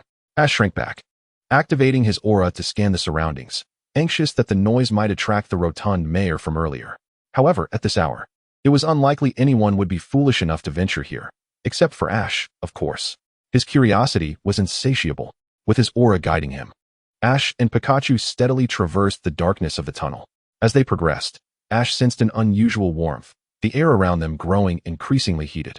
What is going on? Why is it so hot? He wondered, quickening his pace. Gradually, the surrounding air became so warm that it felt almost scorching as he inhaled. Ash furrowed his brow and slowed his steps. It was not that he couldn't withstand the heat. Rather, an orange-red glow began to emerge around them. His instincts alerted him to the abnormality within the cavern and the current state of Black City. All the answers lay ahead.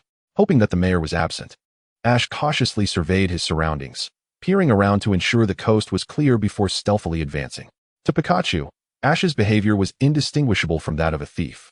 "What on earth is this?" Emerging from the tunnel, Ash found himself in a more spacious, yet oppressively hot environment. The surrounding walls were crumbling, and as he gently pressed against them for support, bits of dirt and plaster fell away.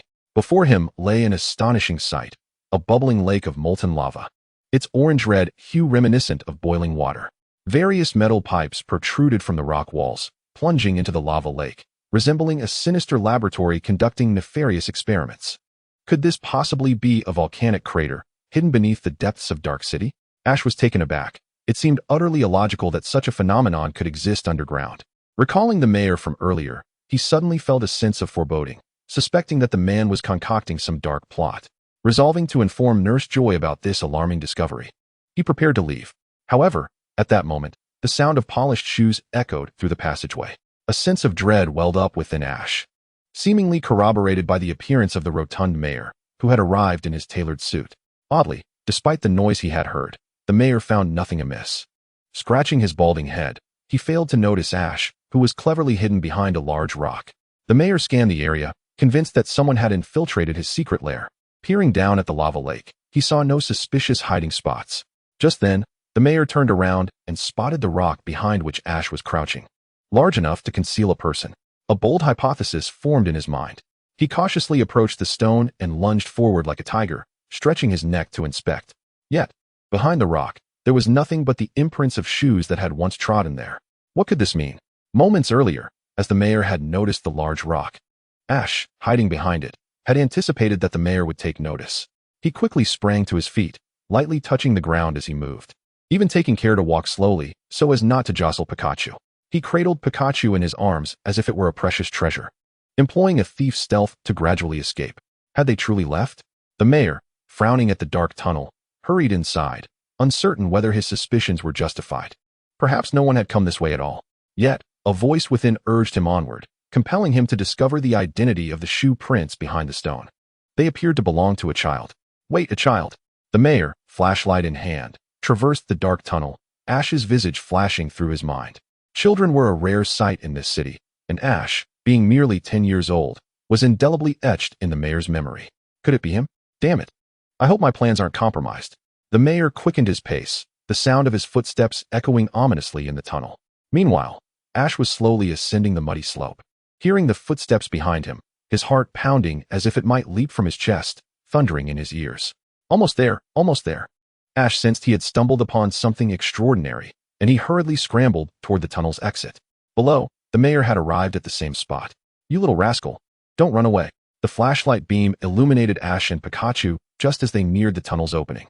The mayor, frantic, mimicked Ash's earlier actions and began to climb the slope. However, after only a few steps, his portly form caused him to slip back down the incline. He could only watch as Ash successfully emerged from the tunnel. Cursed brat, he can only escape through the exit. I must not let Joy discover what we are up to. The mayor yearned to hasten his pace, but his rotund physique felt like a burden, impeding his progress. Once this is over, I absolutely must lose weight. Finally reaching the elevator that led back to the surface, the mayor gasped for breath, staring down at his plump belly. Above ground, Ash, aware that the Pokémon Center was not far from the factory, sprinted toward it with all his might. He felt an urgent need to inform Nurse Joy of the alarming situation, though he had no inkling as to why such a vast volcanic crater existed underground. Nor did he understand the mayor's intentions for it. He knew he needed to share this crucial information with Nurse Joy. Clutching Pikachu, Ash raced toward the Pokémon Center at breakneck speed. Within his aura perception, he sensed he was nearing the center. Just as he was about to reach the entrance, a car approached from his right. With a screech, a sleek white sedan drifted stylishly to a halt at the Pokémon Center's entrance, blocking his path. The door swung open, and the familiar figure reappeared before him. Hey there, little one. Why are you running so fast? Chapter 131, The New Dark City. Oh, what's this? Running so fast. And yet I've caught up to you. The rotund mayor wore a lecherous grin, resembling a dubious uncle, appearing anything but trustworthy to Ash or anyone else. It was shocking to think that such a character was the mayor. Ash felt a sense of helplessness, pondering how the citizens had ever elected him. Sighing silently to himself, he lamented, after all, I am just a child. Seeing Ash's silence, the mayor assumed he was intimidated, and his smile grew ever wider. Unbeknownst to him, a shadow loomed ominously behind him, inching closer. Don't be so nervous, little one. I'm not a bad person, am I? Hee hee, I am the mayor of Dark City. and I have done everything in my power to ensure the city's prosperity. You should understand my position, little one. The mayor's smug demeanor made Ash feel inexplicably nauseous. Had he not been fighting the urge, he might have vomited right in the mayor's face. Noticing Ash's continued silence, the mayor believed his words were having an effect and continued, "So, about what just happened, you shouldn't he?" Thud. Before the mayor could finish his sentence, a dull thud echoed from the back of his head. Clinging to his last shred of sanity, he turned to see Joy's face. Joe, he managed to sputter, as if uttering his final words, before collapsing to the ground like a lifeless sack of potatoes. Ash approached to find Nurse Joy standing behind the mayor, brandishing a pokeball. She was panting heavily, leaning on her knees, beads of sweat cascading down her petite face. "Miss Joy, are you all right?" "Pikachu, ah." Ash and Pikachu completely disregard the mayor as if he were merely an inconsequential stepping stone, casually treading over him. "Thank you all, I'm perfectly fine. Just a tad weary," Miss Joy replied. Ash nodded, supporting Miss Joy as they returned to the Pokémon Center, gently placing her back onto her bedding. After witnessing her drift into slumber, Ash exited the Pokémon Center and approached the mayor. Puff, puff, puff. At that moment, the mayor, much like Miss Joy, had succumbed to slumber. His rhythmic breathing resembled that of a hefty pig. With a hint of disdain, Ash glanced at the mayor but ultimately lifted his foot, dragging him into the Pokémon Center as if he were refuse. He then employed the longest rope he could find to bind the mayor's hands and feet. Phew. Ash exhaled, wiping non-existent sweat from his brow as he gazed at the mayor, perfectly secured. The sight of the mayor bound resembled that of a roasted pig on a barbecue. Having completed my task, fatigue began to envelop me, Ash thought, moving to his bedding to lie down beside Pikachu, gradually succumbing to sleep. "You audaciously dared to kidnap the mayor. How bold of you." The next morning, the cacophony akin to a slaughterhouse jolted Ash awake. Irritated by the mayor's early morning ruckus, Ash shot him a glare, wishing fervently to place the hefty creature upon a barbecue, if only to alleviate his annoyance at being disturbed from his slumber. "Humph, why are you glaring? Quickly untie me. I have pressing matters to attend to." "Not a chance. Don't even think about engaging in any nefarious deeds. Just remain here obediently." Without a moment's hesitation, Ash flatly rejected the mayor's request.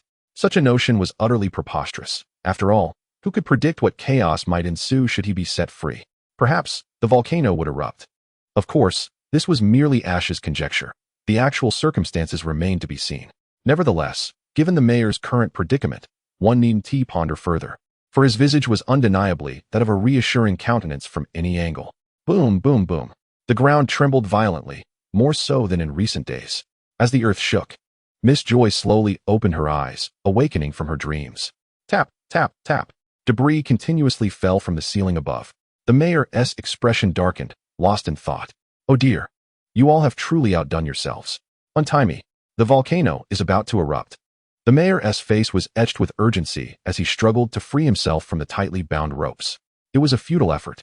Ash had secured them with the utmost precision. Amused, Ash chuckled inwardly, but the mayor's words jolted him back to reality. Cough, cough. "How could that be possible, Mr. Mayor? In all my years in Dark City, I have never heard of any volcano. Such tales are mere fabrications to deceive children." Miss Joy crossed her arms, regarding the mayor with a cold, skeptical gaze, utterly unconvinced by his claims. "Miss Joy, he speaks the truth," Ash asserted, recalling the events from the previous night. Locking eyes with Joy with sincerity. "Is that so?" "Indeed." Upon observing Ash's firm nod, Joy fell silent. "I told you so. Hurry and untie me." "Only I can." Bang.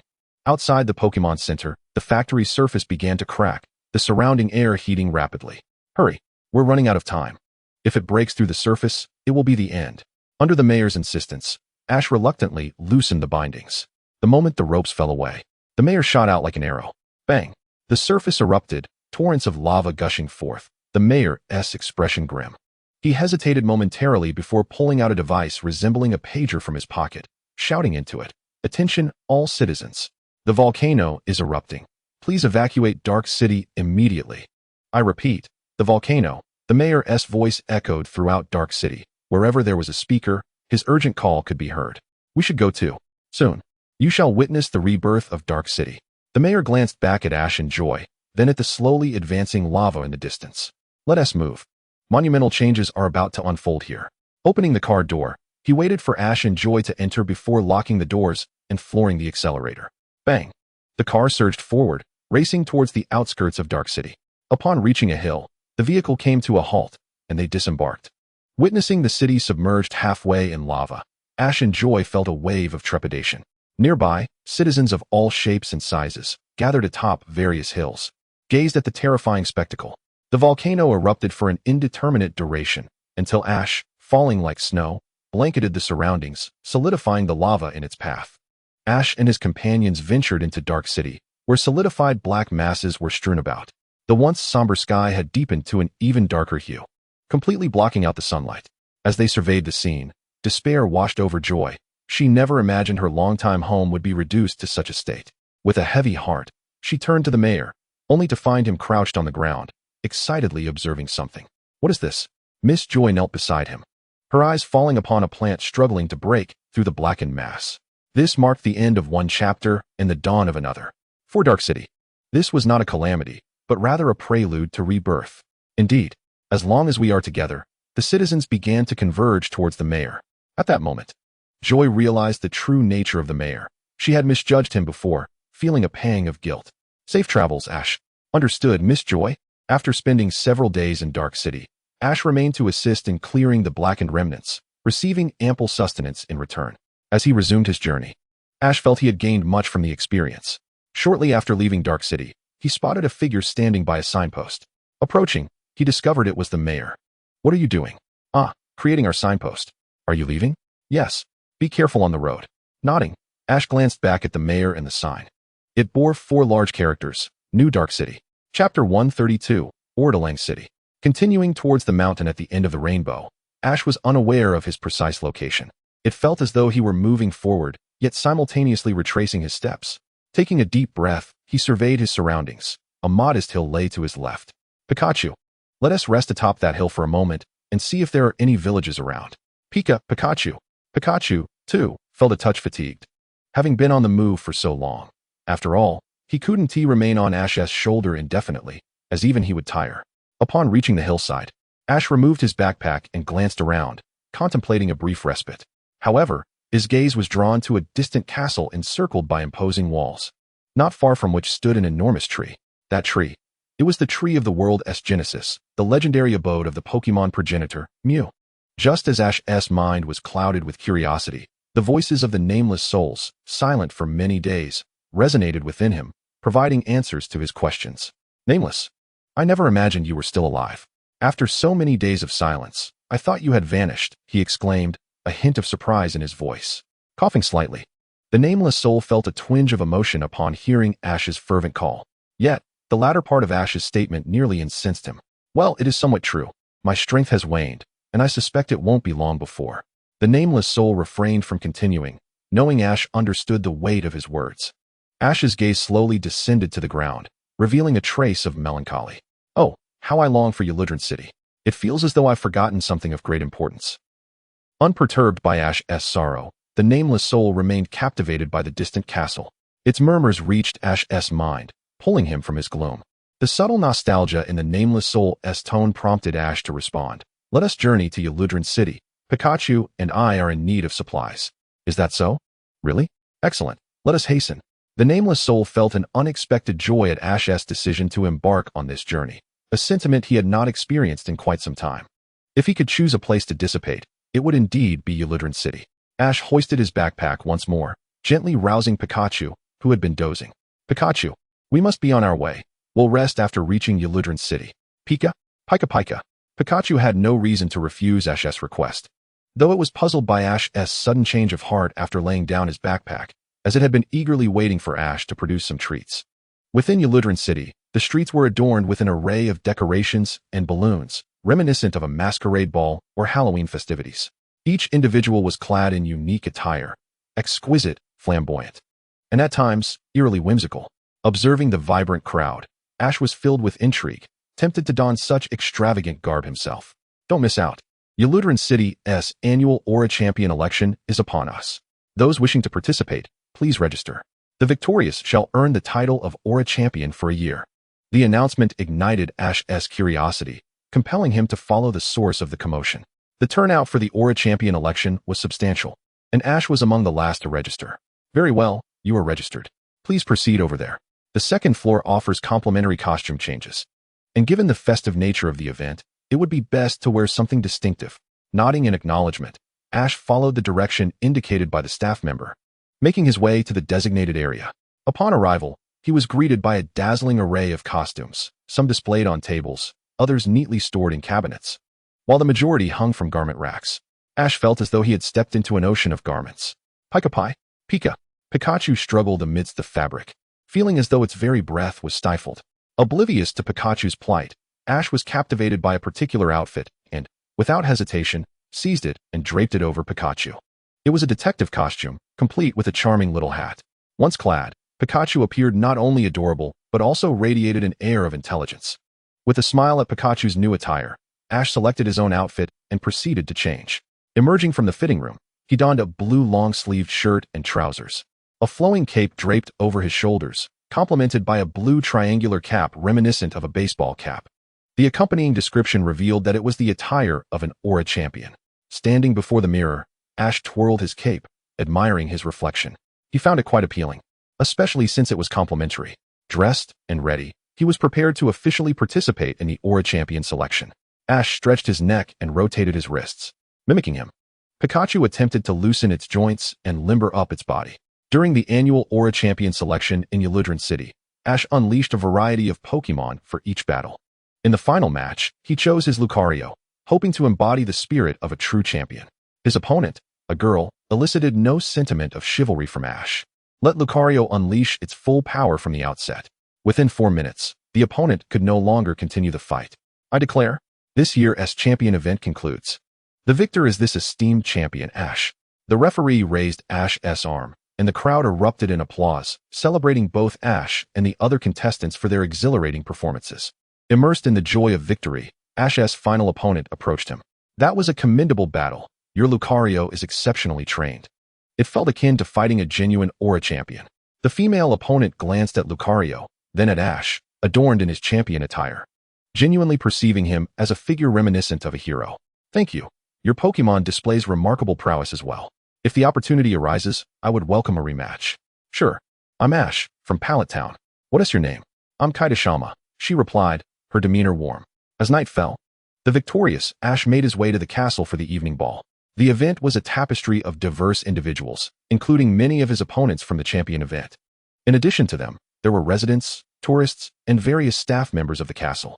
Guided to a seat beneath the throne, Ash surveyed the surroundings, his gaze landing upon a mural depicting a man clad in attire strikingly similar to his own, raising a sacred staff aloft. That is, the Aura champion, Lord Alone, who saved this city and halted the war. A mature yet playful voice drifted into Ash's ears. He turned to see a finely dressed woman standing before him, accompanied by several maids. Who might that be? Ash pondered silently. One of the maids, seemingly aware of his thoughts, spoke up. This is Her Royal Highness, Queen Eileen, the reigning monarch of Uludron City. Eileen Lin, how fitting, Ash murmured in awe. Your Majesty, greetings. Ash was taken aback upon hearing Aaron's identity, oblivious to the mutterings of the nameless one. There's no need to be so reserved. After all, you are the valiant hero, Aaron chuckled, covering her mouth as she gazed at Ash, inexplicably feeling a sense of familiarity. Moreover, she thought, he bears a striking resemblance to Lord Allen. This was Aaron's initial impression of Ash. She could not fathom why, for they were undeniably two distinct individuals. Yet that was how she perceived it. Meanwhile, as Ash and Aaron were getting acquainted, Pikachu was indulging in the feast at the ball, relishing culinary delights it had never encountered before. Other Pokémon had also been released by Ash, observing their comrades enjoying the delectable fare. The chef, having stepped out for a brief respite, felt a swell of satisfaction and resolved to return to the kitchen to prepare even more exquisite dishes to delight them. Charmars meandered around the ball when a Mimikyu entered the scene, making its way toward Aaron and Ash. Her gaze remained fixated on the Mimikyu. Chapter 133. The ball's curtain call. A faint smile graced Charmar's lips as she observed the Mimikyu, akin to a hunter eyeing its prey. I have spotted my target. Release them both, she instructed softly into the empty corner, tapping her headphones. Her voice traveled through the device to a vehicle parked outside the castle. Understood, Mississippi. They are prepared at any moment, came the response from within the vehicle, followed by the pressing of a button. The trunk opened slowly, and two drowsy Nuzleaf suddenly perked up, poking their heads out curiously. Make your way to the castle. You shall soon discover who the target is. Upon hearing the voice from the vehicle, The two Nuzleaf exchanged glances, their legs bending as they leaped away into the night. Inside the castle, the ball continued unabated. Ash, having just exchanged pleasantries with Queen Erin, sat idly in his designated seat. What a bore, he lamented, observing the attendees below, who were either feasting or engaging in lively conversation and dancing. Only he remained, seated on his cold chair, gazing vacantly at the revelers. Pikachu was thoroughly enjoying itself below, dining alongside other Pokémon, devouring anything that caught its eye. At that moment, a Mimikyu passed by, holding 2 sweet tomato tarts. Pikachu glanced around, failing to spot such delicacies at any table. Could it be that those 2 were the very last ones? Pikachu mused, already trailing after the Mimikyu. The other Pokémon exchanged glances as they watched Pikachu depart, then decided to follow, curious about the unfolding situation. Ash, glancing left and right in his seat, felt no alarm when he noticed his Pokémon were absent. Those greedy little fellows must have found another hiding spot to indulge, he nodded to himself, confident in the likelihood of that scenario. After all, a trainer's nature often mirrored that of their Pokémon. Pikachu, wait, you there, hold on. Pikachu called out, hurrying after the Mimikyu. The latter turned leisurely, like a cheerful doll, bouncing closer to Pikachu while balancing the 2 plates of tarts. Pika, be careful. Watch out, Pikachu cautioned, eyeing the Mimikyu's precarious grip on the tarts, fearing that a slip would send the pastries tumbling to the ground and ruin its chance to savor them. As the Mimikyu approached, it noticed Pikachu's excitement. Mimikyu, it said, extending 1 plate of tomato tarts toward Pikachu. Pika, for me? Pikachu inquired, astonished. The Mimikyu nodded eagerly, nudging the tart closer. Feeling the warmth of the Mimikyu's gesture, Pikachu bashfully accepted the tart, surprised by the creature's friendliness, as if they had known each other for ages. Watching Pikachu accept the tomato tart, the Mimikyu tiptoed and gently patted Pikachu's head. The warmth that radiated from that touch enveloped Pikachu in a soothing sensation, reminiscent of a mother's affection. Deep within, Pikachu felt a stirring warmth from the Mimikyu's kindness, and instinctively began to follow it. Riolu, walking ahead of a few Pokémon, noticed Pikachu being led away by the unfamiliar creature. It turned to inform the others, the abandonment monkey and Charmeleon, of the situation. Being the weakest among them, it felt the need to consult the 2 stronger Pokémon about their next course of action. The abandonment monkey believed it prudent to follow and investigate, and Charmeleon nodded in agreement, expressing no dissent. After reaching a consensus, the trio dashed toward the direction in which Pikachu had departed. In a room within the castle, Pikachu was led by Mimikyu.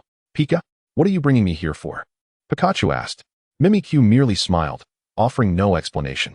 When Mimikyu remained silent, Pikachu dismissed it and prepared to savor the recently acquired tomato tart. Suddenly, a blinding white light erupted in the room, momentarily dazzling Pikachu, causing it to fumble and drop the tart onto the floor. Dream. As the blinding light dissipated, Mimikyu had transformed, yet Pikachu remained oblivious to the change. It simply stared blankly at the fallen tart, tears welling in its eyes. Dream. The pink Pokémon Mew gently stroked Pikachu's head and offered the remaining tart to it. Pika, you are Mimikyu? Pikachu questioned, sensing the warmth emanating from Mew's hand, the delightful aroma wafting into its nostrils. Dream, Mew affirmed, nodding vigorously. To demonstrate, it shouted, its form illuminated by white light, shifting into various Pokémon. Mimikyu, Butterfree, Pidgey, Gyarados, and more. Mew transformed into several Pokémon in rapid succession, leaving Pikachu utterly astonished, unsure of how to react. It was the first time Pikachu had encountered a Pokémon capable of such remarkable transformations. The ability to mimic so many different forms was truly astonishing. Dream. Mew, oblivious to Pikachu's thoughts, took its hand, leading it in a graceful dance within the confines of the room. Mew and Pikachu were reveling in their joyful interaction, unaware that 2 figures were stealthily approaching the room. No. 2 Nuzleaf crashed through the window, their claws lunging toward Mew. Startled by the sudden appearance of the 2 Pokémon, Pikachu's cheeks sparked with electricity. Zzz. Seizing the opportunity while the Nuzleaf pounced toward Mew, Pikachu unleashed all its accumulated energy in one swift burst. The electric current entangled the 2 Nuzleaf, rendering them unconscious within mere seconds. Dream, Mew exclaimed, impressed by Pikachu's prowess, astonished that it could instantly subdue the 2 intruders. If it were to be replaced, those 2 Pokémon would undoubtedly perish, perhaps already reduced to a ghastly state. Dream. Pikachu, do you wish for my company and play? What shall we engage in? This was Pikachu's response to Mew. Yet, the latter did not reply, merely narrowing its eyes with a smile. Pikachu. Upon hearing Pikachu's exclamation, Riolu, the chimp Pokémon, and Charmeleon quickly pushed open the door, only to behold Pikachu floating in the air with a Pokémon they had never seen before. Whoosh, like a gust of wind. By the time Riolu and the others regained their senses, Mew, accompanied by Pikachu, had vanished. Of course, Ash was entirely oblivious to Pikachu's abduction by Mew. He sat in his seat, propping his chin with one hand, gazing at the revelers below, and felt an unexpected pang of solitude. Brave hero, this is the final step of the day, please raise your scepter high. A bespectacled maid, her expression cold, presented Ash with a scepter adorned with a blue gemstone. How should I raise the scepter? Ash inquired, looking at the maid in confusion. She did not respond, merely gazing beyond him, her pupils reflecting a wistful reminiscence of times past. Ash, puzzled, turned around to see a colossal painting depicting a man. The man bore an identical attire to Ash, yet for reasons unknown, Ash felt an uncanny familiarity as he gazed upon the portrait, accompanied by an inexplicable sense of closeness. Not understanding the source of his feelings, Ash decided not to dwell on it, straightening his legs. Mimicking the pose of the man in the painting, he raised the scepter above his head. Lord Alon. A somewhat childish voice echoed in his mind, causing Ash to retract his hand and glance around, yet saw nothing. Only the coldly expressioned maid continued to fixate on him, leaving Ash feeling quite uncomfortable under her gaze, suspecting that she was urging him to conclude this ball. Reluctantly, he resumed his earlier action, raising the scepter once more. This time, a beam of blue light erupted from the gemstone. Chapter 134, The Quest for Pikachu. The blue light was blinding, dazzling Ash's eyes. Not just him, but all present in the grand hall were momentarily disoriented by the brilliance, shielding their eyes with their hands. However, Ash felt the light pierce through his arms, striking directly at his face. When he lowered his arm, he found before him a Pokémon of equal stature. With blue skin and 4 ears hanging from the back of its head, it resembled a larger version of Riolu upon closer inspection. This was the evolution of Riolu, Lucario. Ash recalled seeing such a Pokémon in a book. Its appearance matched that of Riolu's evolution. But why did it emerge from the scepter? As Ash pondered, a voice resounded clearly in his mind. Mr. Alon, why betray the kingdom? The Pokémon before him did not move its lips. Yet its voice resonated within the minds of all present. What? I am not Alon. I am Ash, from Pallet Town. Ash introduced himself to Lucario with a smile. What? Hearing Ash's youthful voice, Lucario opened its eyes wide with confusion, as the figure before it was not the person it had envisioned. Who are you? Is this the capital? Lucario, observing Ash's appearance, felt a wave of panic and instinctively took a few steps back, glancing around. The atmosphere in the hall felt familiar, yet strangely foreign. The murals on the walls, the ceiling's adornments, even the maids in the castle had all undergone significant changes. Lucario surveyed its surroundings. The once familiar environment had lost its recognition. At a loss for direction, it felt a warm hand gently grasp its shoulder as it retreated. Lin, Queen Lin, it exclaimed, startled. So similar. This person before me, aside from attire and hairstyle, is almost identical to Queen Lin. No, I am not Lin, I am Eileen. Lin is my ancestor. Eileen, Lin is an ancestor. Lucario was utterly bewildered, its expression vacant as a torrent of information flooded its mind, leaving it paralyzed with uncertainty. At that moment, a singular thought permeated its consciousness. Bang! The window of the castle hall shattered, glass scattering across the floor. Yet Lucario paid it no mind, dashing through the broken window to escape. Ash glanced at the shattered glass, then at the grand door, a question arising in his mind. Why did it not exit through the main entrance? Gazing at the broken window, Ash felt as though he could hear Lucario's cries. Lucario, Your Majesty Eileen. Do you seem to know it? Ash inquired, observing the wistful gaze in Eileen's eyes. If I am not mistaken, do you know where Lucario has gone? Follow me. I hope my conjecture is correct. Eileen glanced back at Alon's mural, then stepped ahead of Ash, pushing open the door to exit.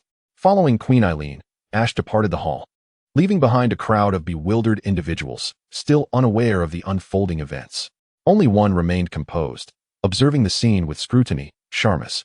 She furrowed her brow, glanced at the shattered window, and then followed Ash and Eileen, albeit at a distance, seemingly cautious not to be noticed. All right, everyone, a minor mishap has occurred. The ball has concluded. Please exit in an orderly fashion. Under the collective guidance of the maids, the hall transformed into a desolate space, as if the previous revelry had never existed. Riolu, Chimp, Roar. Riolu, the chimp Pokémon, and Charmeleon returned to the hall, scanning their surroundings. They found only a maid sweeping up the glass shards, with no one else in sight. Honestly, why must I clean this place? I merely wished to converse with this year's hero, yet here I am, tidying the courtyard. Now that the hero has departed, I am left to clean the hall. The maid's complaints echoed through the hall, her voice youthful, yet filled with frustration.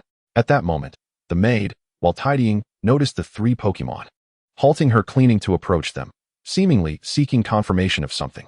Ah, you are the heroes. Riolu lay on the ground, oblivious to the maid's actions. Sniffing the ground, Riolu detected a familiar scent and, after a brief call, bypassed the maid and exited. These little ones must be this year's hero's Pokémon. The maid's eyes sparkled as she tossed aside her broom, pushed open the door, and followed after Riolu and the others. Accompanying Queen Eileen, Ash arrived at a small house beside the castle. Though it appeared aged from the outside, it was well preserved. The door stood ajar, and Ash and the Queen entered directly. They found Lucario staring blankly at a transparent glass cabinet, seemingly lost in memories. Lucario, the era of warfare is long past. The hero Alon who saved the kingdom is no longer present. Save the kingdom? What a jest! Lord Yalan, The voice of the Queen echoed in Lucario's ears, dispelling his reverie and igniting a flicker of fury within him. His voice brimmed with intense wrath, as if nothing could quell the tempest within. Although Lucario was enraged, Aaron discerned that beneath the surface lay confusion and sorrow. Lucario gazed at Aaron, recounting the entirety of his sealing experience.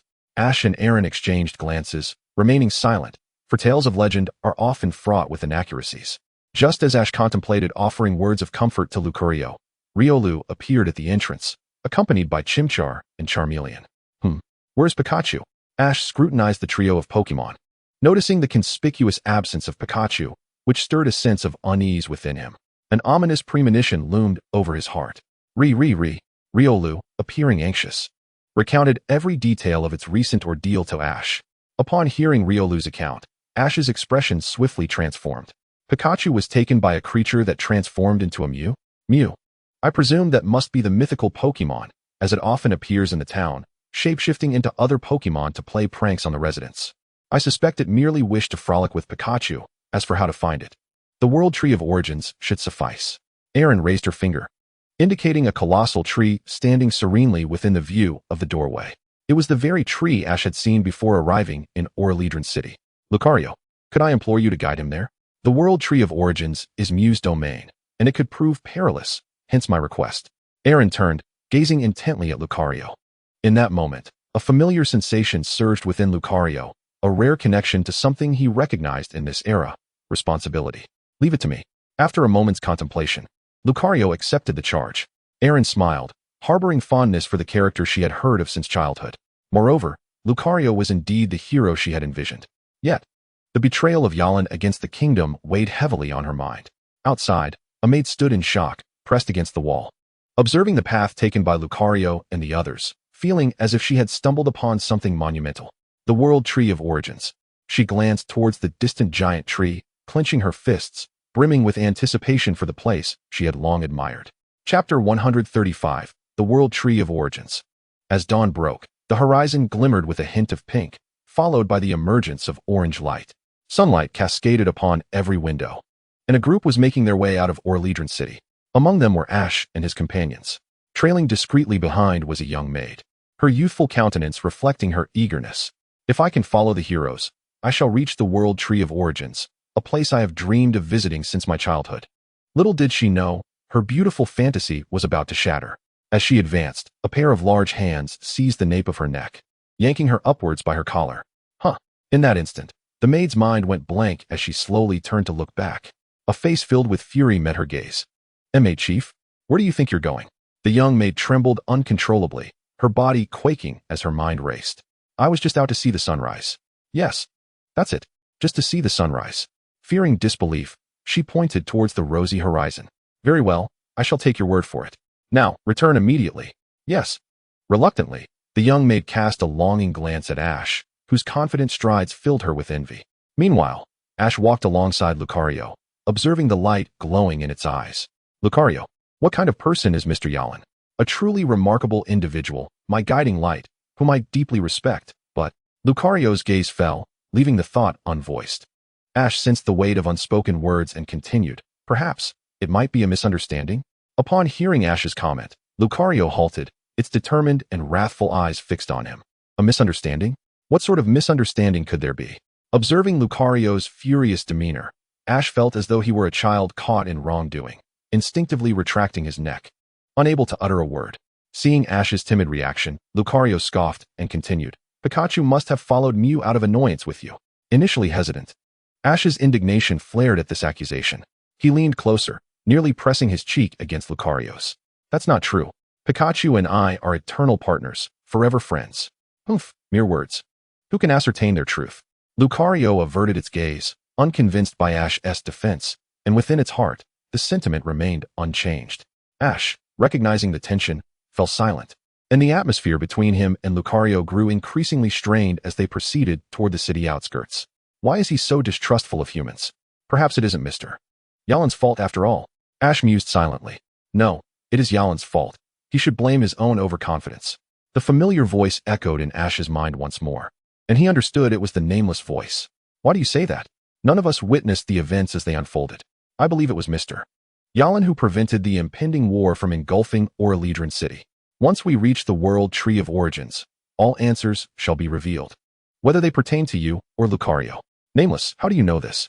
Ash pondered, curious about the source of the nameless voice's knowledge. Could it be the nameless voice resides within the World Tree of Origins? Ash nodded silently, finding this conjecture plausible. Lucario cast a glance at Ash, offering a disdainful look before proceeding ahead to lead the way. Ash, oblivious to Lucario's glance, followed the hastening steps of his companion, bewildered. With no alternative, he matched Lucario's pace, continuing onward. As they journeyed, silence enveloped them until they arrived at a site where scalding geysers erupted from the ground. Steam billowed from the holes in the earth.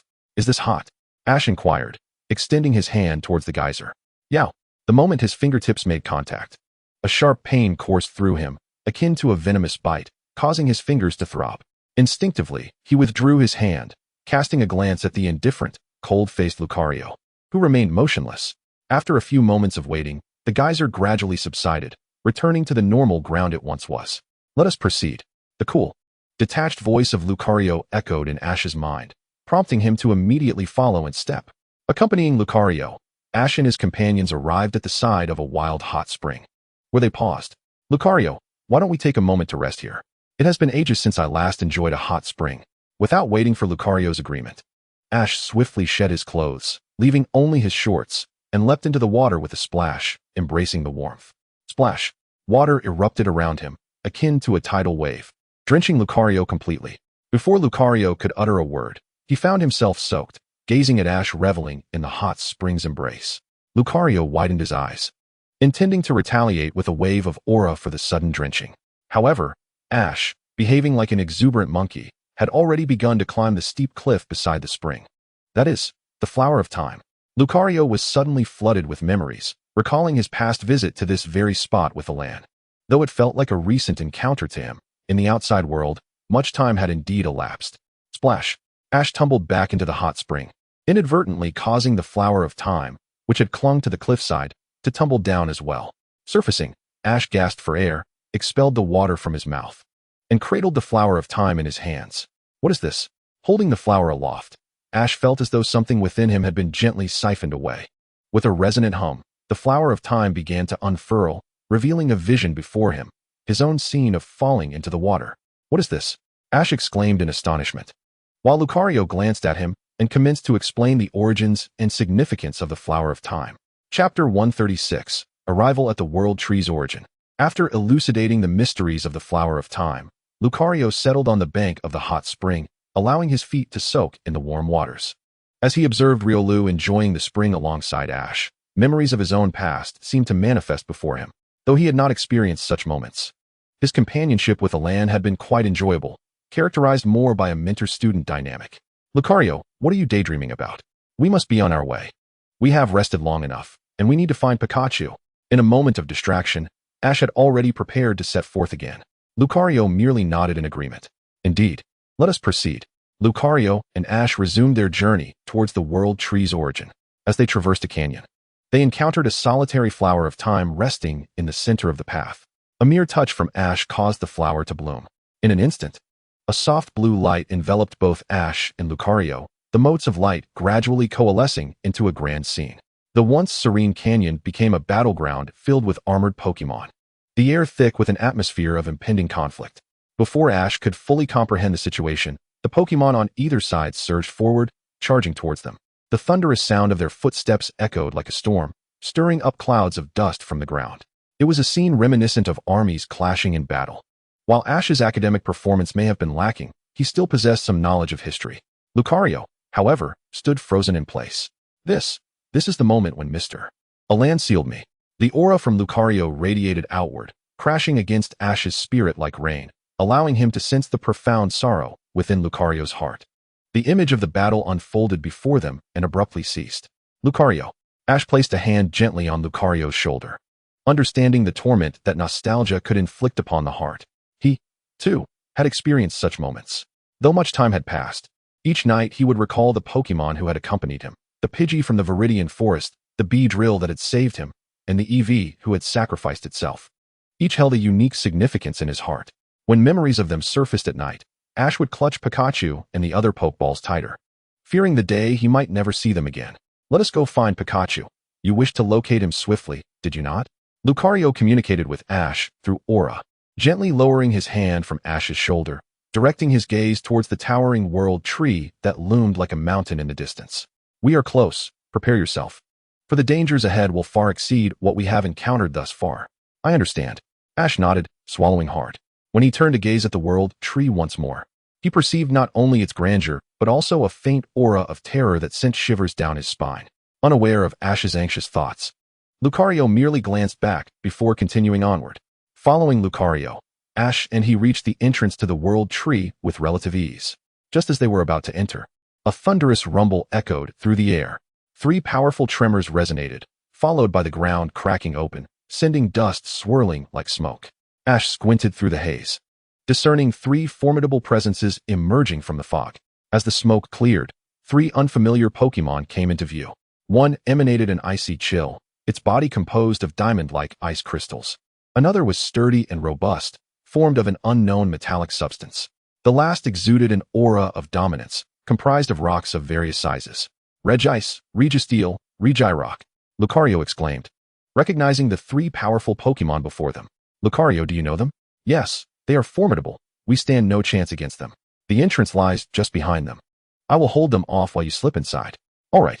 Noticing a bead of cold sweat trickle down Lucario's cheek, Ash dared not ask further questions and nodded in agreement. In the next moment, Lucario sprang into action. Having received Ash's affirmation, he darted forward like an arrow loosed from a bow, swiftly positioning himself before the 3 mighty Pokémon. Aura Sphere. 2 large blue orbs coalesced in his palms, and he hurled them at the rock and ice Pokémon. Registeel. The steel-bodied creature charged forward, its form glowing with a bright light. Lucario focused intently, his fists clasped together, extending them outward. A long, bone-like, translucent stick materialized in his hands. He swung the bone, launching a relentless barrage of attacks against Registeel.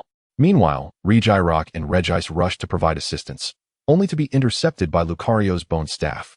With sheer determination, Lucario held his own against the trio of formidable Pokémon. He cast a glance back and saw Ash still frozen in place, and his inner aura surged forth as he shouted, "Hurry, go." Momentarily stunned, Ash shook off the daze and sprinted towards the entrance.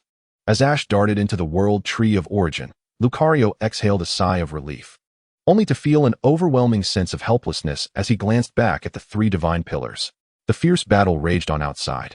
While Ash had already entered the world tree of origin, he took a few steps before pausing to catch his breath. When he lifted his gaze once more, 2 familiar figures passed by in the distance, seemingly searching for something. It was Mutuo and that enigmatic individual. What could they possibly be doing here? A sense of foreboding washed over Ash as he glanced back, ultimately deciding it was best to follow them for now. Outside the world tree of origin, Lucario was battered and bruised. The bone staff he had wielded had transformed into starlight, dissipating into the air. He knelt on both knees, fixated on the 3 divine pillars. It should be about time, Lucario mused internally, gathering his strength to form a wave-guiding projectile, which he pressed against the ground. With a thunderous boom, dust billowed in all directions. Before Regice could respond, conjuring a freezing wind to disperse the smoke, Lucario had already vanished from his previous position. The lights before the 3 divine pillars flickered incessantly, as if engaged in some form of communication, before they all turned their gaze toward the World Tree of Origin. Chapter 137, Discovery and Fierce Battle. Astonishingly, where was that individual? Upon entering the World Tree of Origin, Lucario surveyed his surroundings, but found no trace of Ash. Just as confusion set in, the ground began to tremble violently. It was as if the World Tree of Origin was enraged, causing numerous Pokémon residing within it to surge toward the entrance. What was happening? Was it Ash? The Pokémon desperately rushed toward the outside world. But Lucario's focus remained fixed on the direction from which they fled. Could it be? With a powerful leap, Lucario propelled himself above the heads of the fleeing Pokémon, deftly maneuvering between the walls. In a flurry of movement, he arrived at the passageway through which the Pokémon were escaping. Without hesitation, Lucario surged forward into the darkness of the tunnel, where tremors persisted, and the ground beneath him began to crack, releasing bizarre orange bubbles. What on earth was happening? What had Ash done?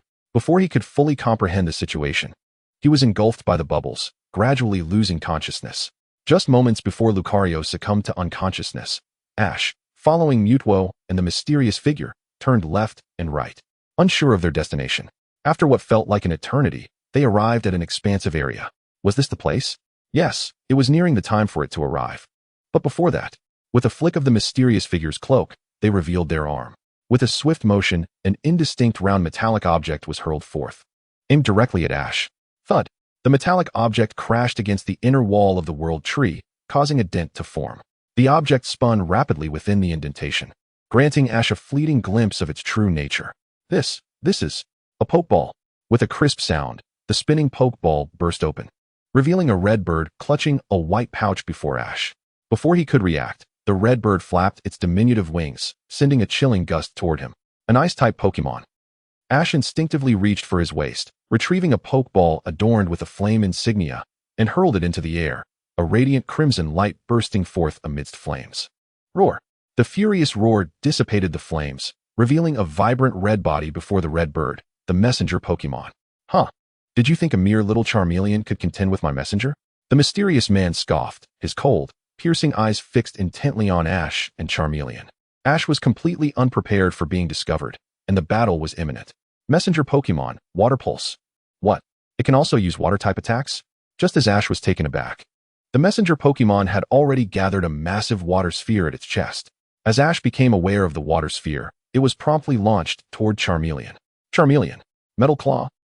Ash communicated with Charmeleon through wave guidance, realizing that speaking like the mysterious man would be too late. Clang! Charmeleon's silver claws glimmered as it swiftly aimed to slice through the water pulse that approached. Several beams of white light sliced through the water sphere, shattering it into numerous fragments that exploded instantaneously. Boom! The water sphere detonated, splattering droplets onto Charmeleon, who shook its body uncomfortably. Kaboom! Charmeleon instinctively intensified the flames at the tip of its tail to evaporate the water clinging to its body. Charmeleon, do not give it a moment's respite. Flamethrower! Charmeleon puffed up its cheeks and unleashed a torrent of flames.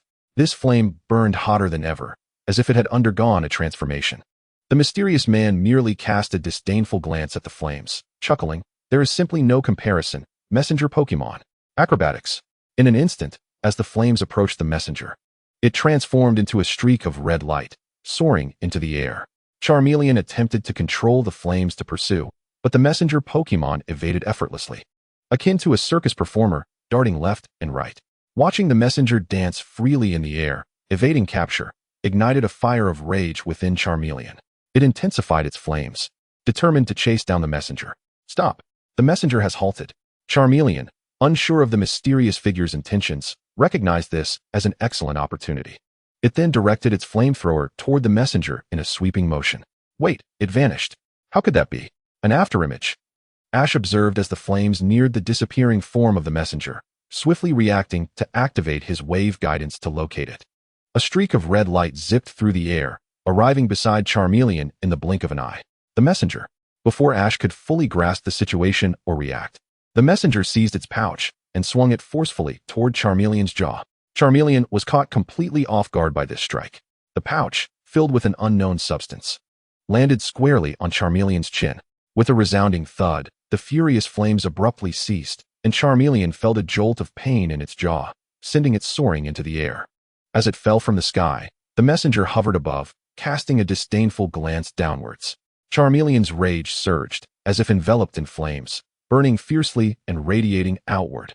In an instant, a radiant red light, blinding like the sun, engulfed Charmeleon. Was it about to evolve? Stop it, messenger Pokémon. The mysterious man sensed that if Charmeleon successfully evolved, the situation would become dire. The messenger began to gather water energy at its chest, forming a water sphere that continued to coalesce. Ash recognized the gravity of the situation. If Charmeleon wished to evolve, it could inadvertently lead to chaos. Interrupted forcefully during the journey of evolution, one may suffer irreversible injuries. But what can be done? Faced with the messenger birds soaring in the air, Ash found himself momentarily at a loss for a solution. However, he did not simply resign himself to inaction. Instead, he sprinted towards Charizard, determined to shield against the impending attack with his own body. The ground trembled violently, yet Ash showed no signs of slowing down, fearing that any delay could result in catastrophic consequences. In contrast, Mewtwo and the enigmatic man remained unfazed by the tremors, as if they had grown accustomed to such disturbances. Unbeknownst to them, the ceiling above the messenger bird began to quiver ominously. Messenger! The messenger bird screeched, as a colossal water sphere coalesced in front of its chest, swelling to a size equivalent to 5 Charizards combined. Just as the terrifying orb was about to be unleashed, the ceiling cracked above the messenger bird. Lucario plummeted from the sky, crashing directly onto the messenger bird. Consequently, the water sphere slipped from the bird's control, plummeting earthward. Chapter 138. Revive Your Own. It was Lucario. How could it possibly be here? And what was that object it clutched so tightly? Ash's gaze fixated on the massive crystal in Lucario's grasp, and he felt an inexplicable familiarity emanating from it. Suddenly, the crystal flickered with a blue light, and Ash felt a wave of lightness wash over him, as if a heavy burden had been lifted from his shoulders. Moments earlier, Lucario had been whisked away by the orange bubble, transported to a realm encased in crystal. Here it was. As Lucario surveyed its surroundings in confusion, it spotted a familiar silhouette within the crystal. Mr. Euron. Lucario could hardly believe it. Here, in this place, it was able to see Euron again. It rushed towards him, its steps unsteady, as if it might collapse at any moment. Its entire focus was on Euron, completely oblivious to the time flower blooming in its path. The instant its foot brushed against the flower, it erupted into bloom. A soft blue aura enveloped Lucario, gradually transforming into a vibrant tapestry of colors. In the vision, Euron staggered into the space, clutching his chest. Weak and weary, he raised his head to meet the gaze of a certain presence, which gradually materialized on the screen. It was none other than Mew. Lucario observed as Euron exchanged words with Mew, tears of supplication glistening in his eyes. Through the shimmering veil, Lucario felt an empathic connection to Euron's plight. Although the scene was silent, Lucario seemed to hear Euron's voice resonating. Save them. Save them.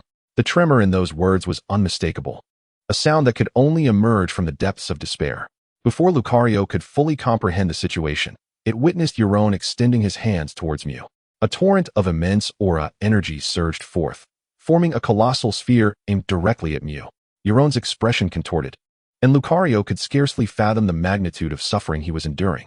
Such a level of aura. It could only be achieved by sacrificing one's very essence. Mr. Euron, why must you do this? Why? Why?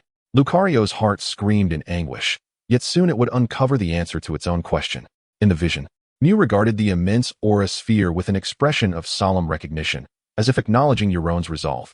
With a serious demeanor, it placed a hand upon the gigantic aura sphere, and the scene shifted abruptly. In the distance, a battlefield erupted in chaos as Pokémon clashed violently.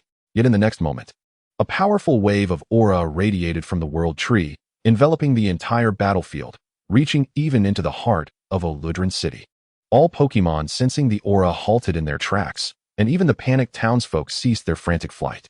They felt a gentle yet formidable presence, reminiscent of a mother's embrace, which dulled their fears and worries.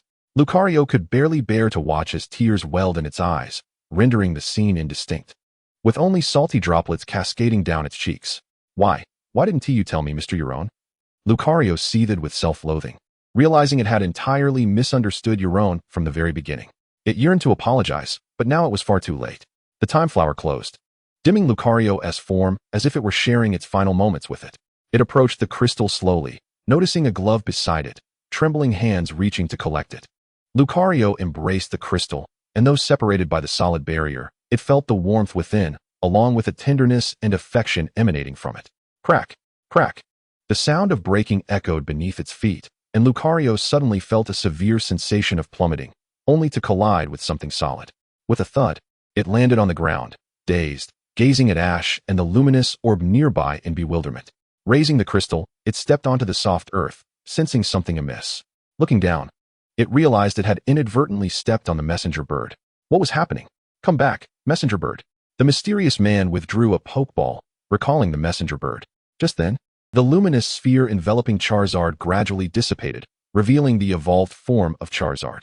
Its body glowed a vibrant orange-red, adorned with magnificent wings, its frame now towering approximately twice the size of its former self. Charizard. Ash was all too familiar with this Pokémon, as it was the one most frequently showcased in various tournaments on television. The reason was simple. It was strikingly handsome, perfectly aligning with the aesthetic preferences of many boys. It was a quintessential embodiment of a battle-ready Pokémon. What of evolution? Watch me. The mysterious man's hand moved toward his waist, only to halt abruptly as he took several steps back. Whoosh! A pink figure darted past him like a gust of wind, coming to a stop before Mewtwo. Pika Pika. From a small passage within the world tree, Pikachu burst forth, racing towards Ash. Upon hearing that familiar sound, Ash turned and rushed towards Pikachu without a moment's hesitation. The two embraced each other warmly. Though their separation was brief, it felt like an eternity to them both. Yet the atmosphere was not conducive for their reunion. Mew floated before Mewtwo, a smile gracing its features, clearly fond of the latter. Let us see who is stronger, who is the real imposter, Mewtwo declared, immediately unleashing a wave of immense power towards Mew. Mew? Mewtwo? Mew dodged the attack, believing Mewtwo was merely playing with it. Each time an attack was imminent, Mew would evade at the last moment, inciting Mewtwo's irritation, convinced that Mew was mocking it. Do not underestimate me. Mewtwo erupted with a formidable psychic force that surged forth from its being. The powerful shockwave sent Mew retreating several steps, nearly lifting it off the ground. In an instant, Mewtwo vanished, only to reappear behind Mew, clutching a shadowy orb of ominous hue, poised to strike. A wave of energy manifested beneath its chin, propelling it away with immense force. What? No, Mew exclaimed, turning at the sound behind it, only to find a familiar figure standing before it. Initially bewildered, Mew's expression shifted to one of shock and seriousness. This was not just any apparition, it was the long-deceased Alan. Chapter 139. The conclusion of the journey to Eludrin City. Who is this person? A mere human, capable of sending Mewtwo flying. The mysterious man cast a glance at Alan, recognizing the attire that seemed all too familiar. Little did he realize that this was the very hero revered by the city, the valiant wielder of Aura. Alan, long time no see, Mew. I hope I haven't arrived too late, Alan said with a slight smile. His voice soft, yet audible to all present. This voice, so reminiscent. Thank you, Ash, for bringing me here. It has allowed me to reunite with an old friend. This is, unnamed. Ash's excited voice reverberated through the air. Alan smiled and nodded at Ash. Yes, it is I. I am unnamed, and I am also Alan.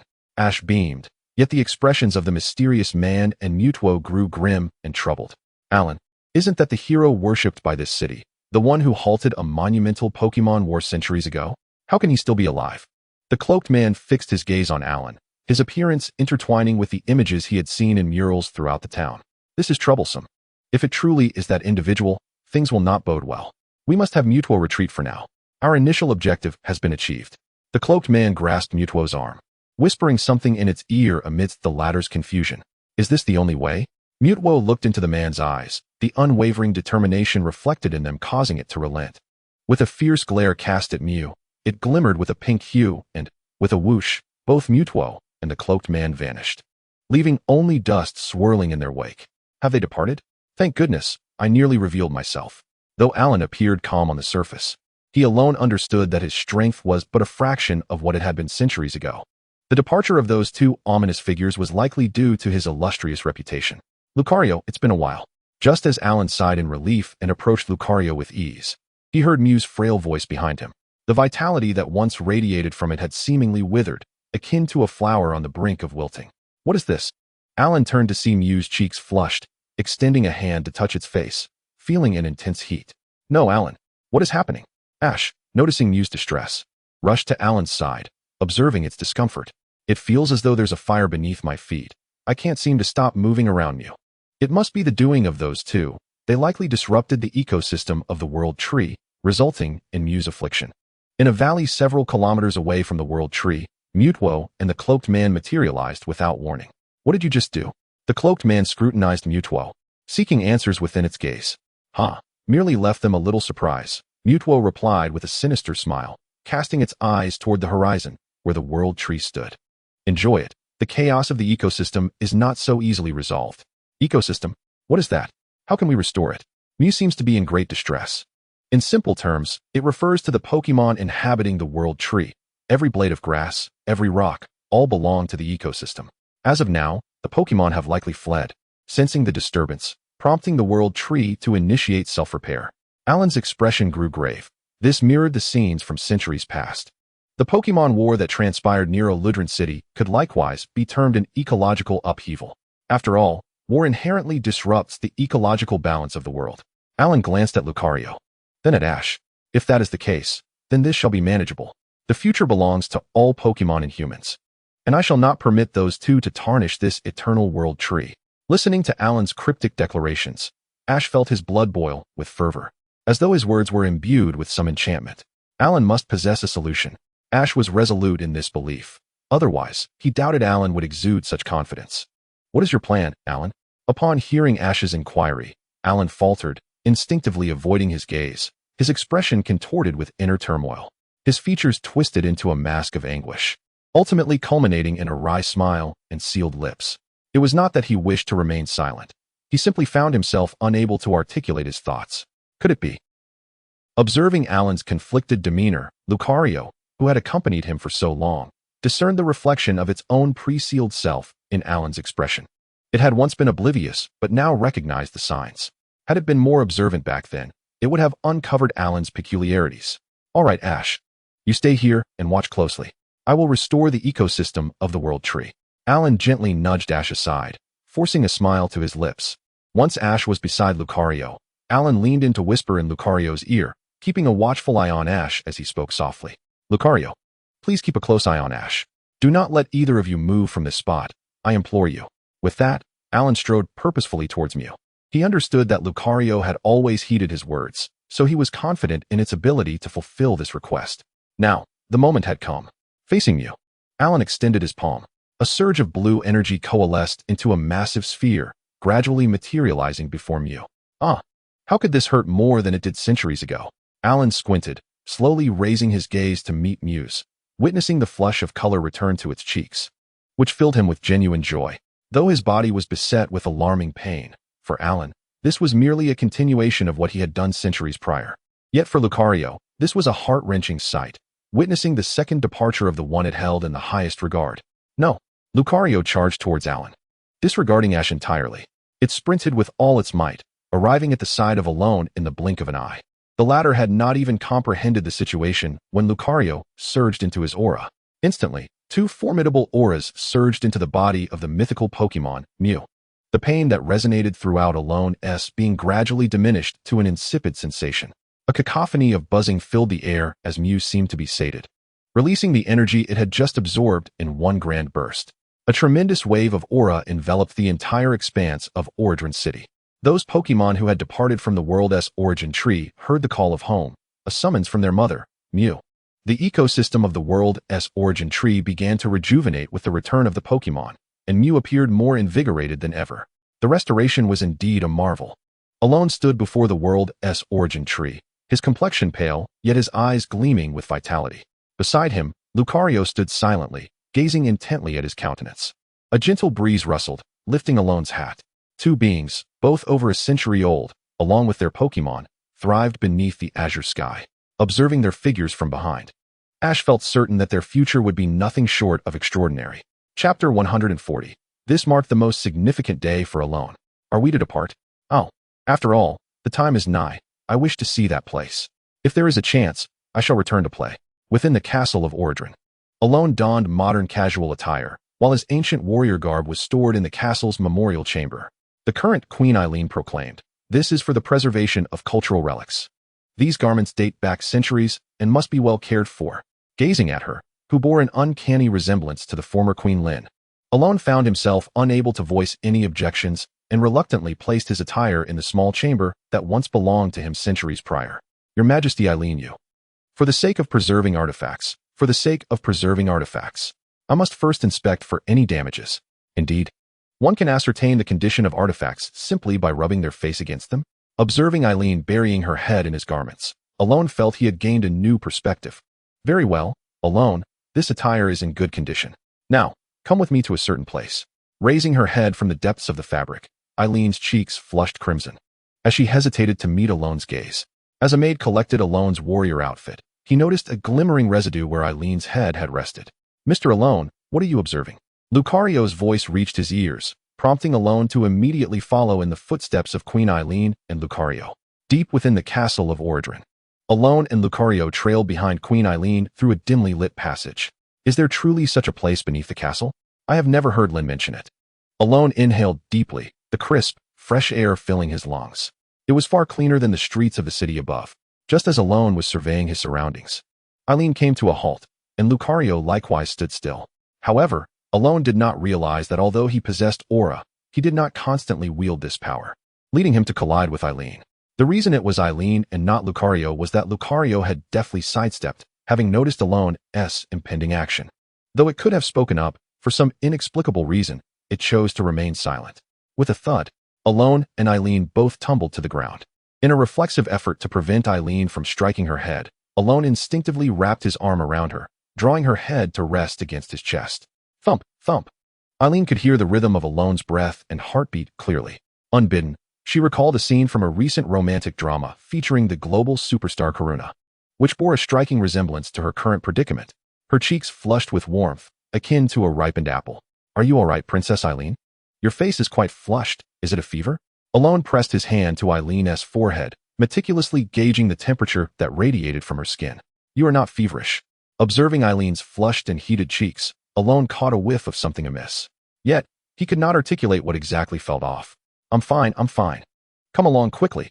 It is a secret that our royal family has long safeguarded, and one day I shall allow you to see it. Does this have anything to do with me, Princess Eileen? You will know once you arrive, brave Alone.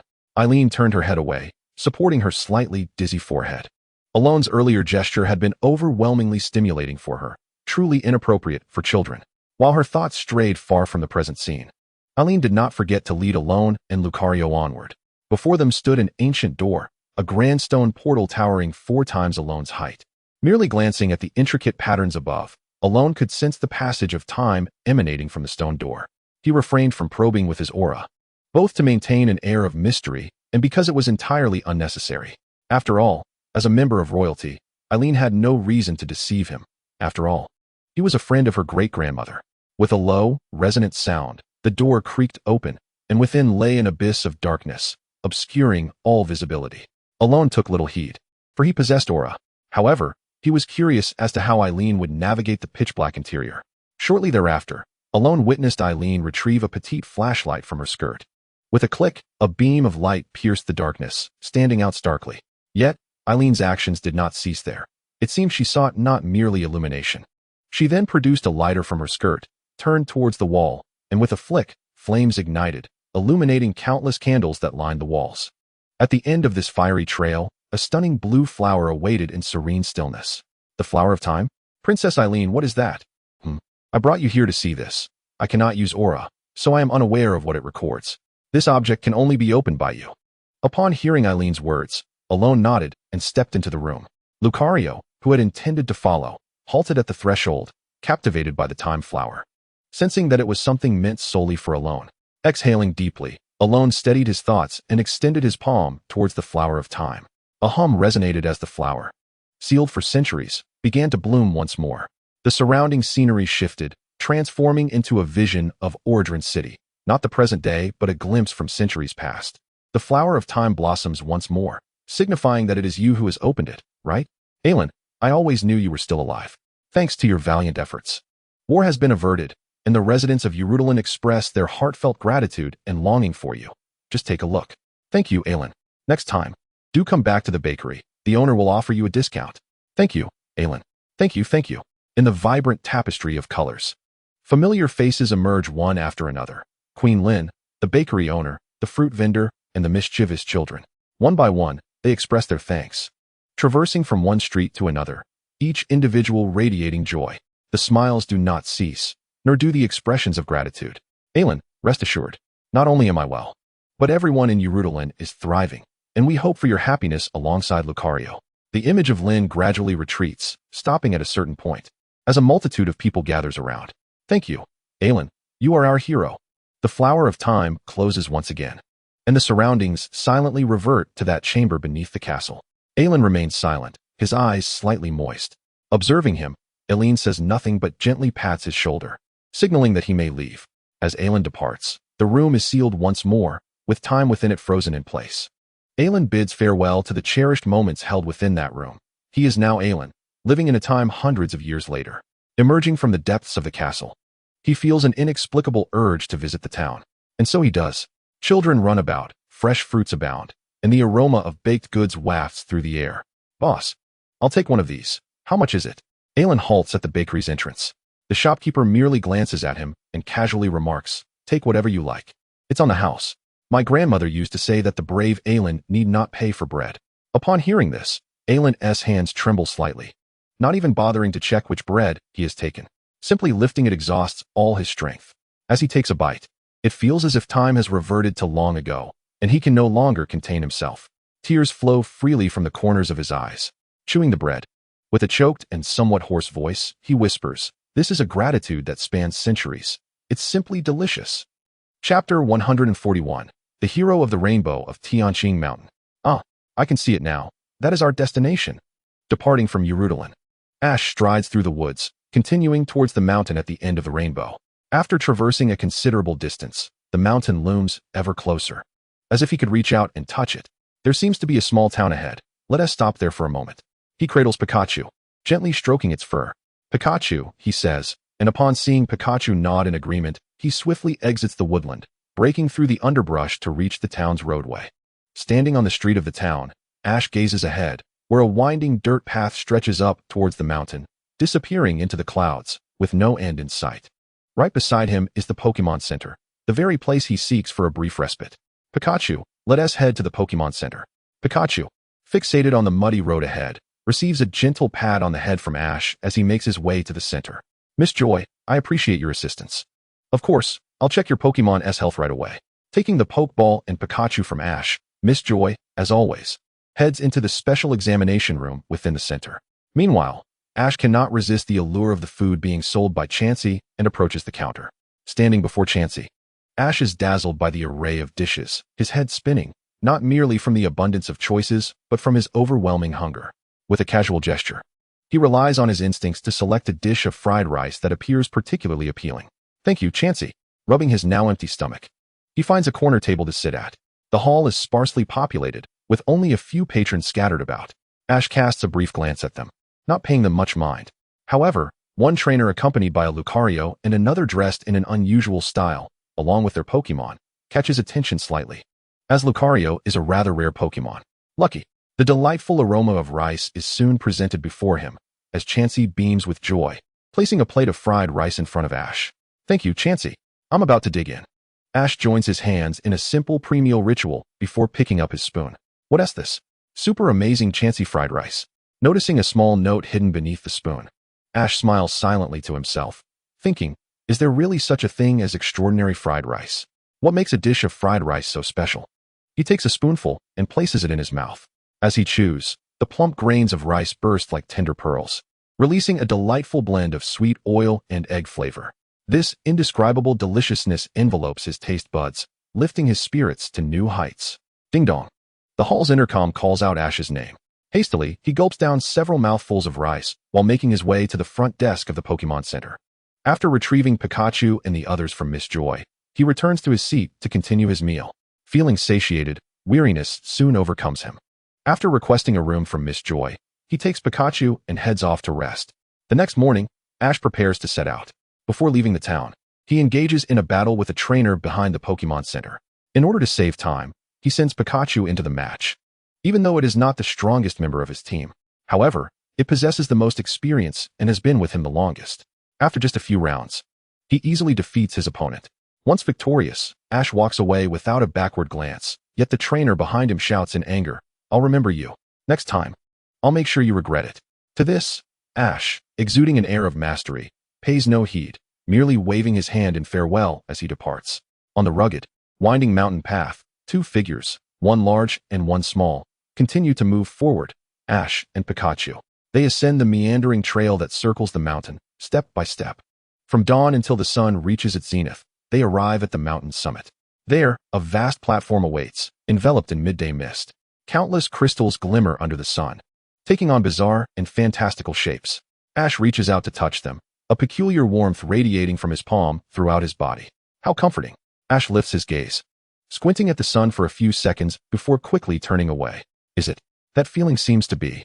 Ash gazed intently at the array of crystals before him, and in a fleeting moment, he discerned a cluster resembling a pedestal. Just as he was about to approach for a closer inspection, the sky abruptly darkened, with white clouds obscuring the sunlight. Suddenly, a Pokémon, entirely cloaked in gray, materialized before him, sporting a peculiar flame-like substance hovering atop its head. Pikachu, prepare for battle. And everyone else, come forth. Ash's gaze sharpened as he sensed an extraordinary aura emanating from his adversary. A mere glance was enough for him to realize that this opponent was formidable. With a swift motion, he unleashed all of his Pokeballs, summoning a total of 5 Pokémon to confront the gray creature. Ash swallowed hard, ready to initiate a valiant assault. Pikachu, strike first with Thunderbolt. Pika. Pikachu responded, crackling electricity sparking from the cheeks, coursing down to its feet. In an instant, Pikachu vanished, reappearing right before the gray Pokémon. Marshadao stood unmoving, allowing Pikachu to collide with it, the yellow electric silhouette passing through its form. Pika Pikachu. Pikachu swiftly regained its composure, twisting in midair, its tail gleaming with silver light as it aimed a slashing blow at Marshadao. Clang. Marshado's unremarkable arm casually intercepted the attack with ease. A mere flick sent Pikachu soaring into the sky. Everyone, together, witnessing Pikachu being thrown back. Ash felt a surge of fury ignite within him. The various Pokémon shot forth like arrows released from a bow, with the Simisage and Charizard racing neck and neck, while Nidorino and Riolu lagged slightly behind. Just as the 4 Pokémon neared Marshadao, an overwhelming aura erupted from it, causing their movements to falter. Even Pikachu, who was descending rapidly, found its speed diminished. Chapter 142, The Battle at Mount Qingqing Roar. Amidst the tempest of Marshado's unleashed power, a red figure unfurled its wings and lunged forward with razor-sharp claws. It was Charizard, its tail ablaze, and its claws appeared capable of cleaving through anything. What is happening? Charizard shouldn't be charging in recklessly. Ash, sensing something amiss, immediately tapped into his aura to gauge Charizard's condition. Its mind is stable, its body is healthy. There's nothing wrong. Wait, Marshadao.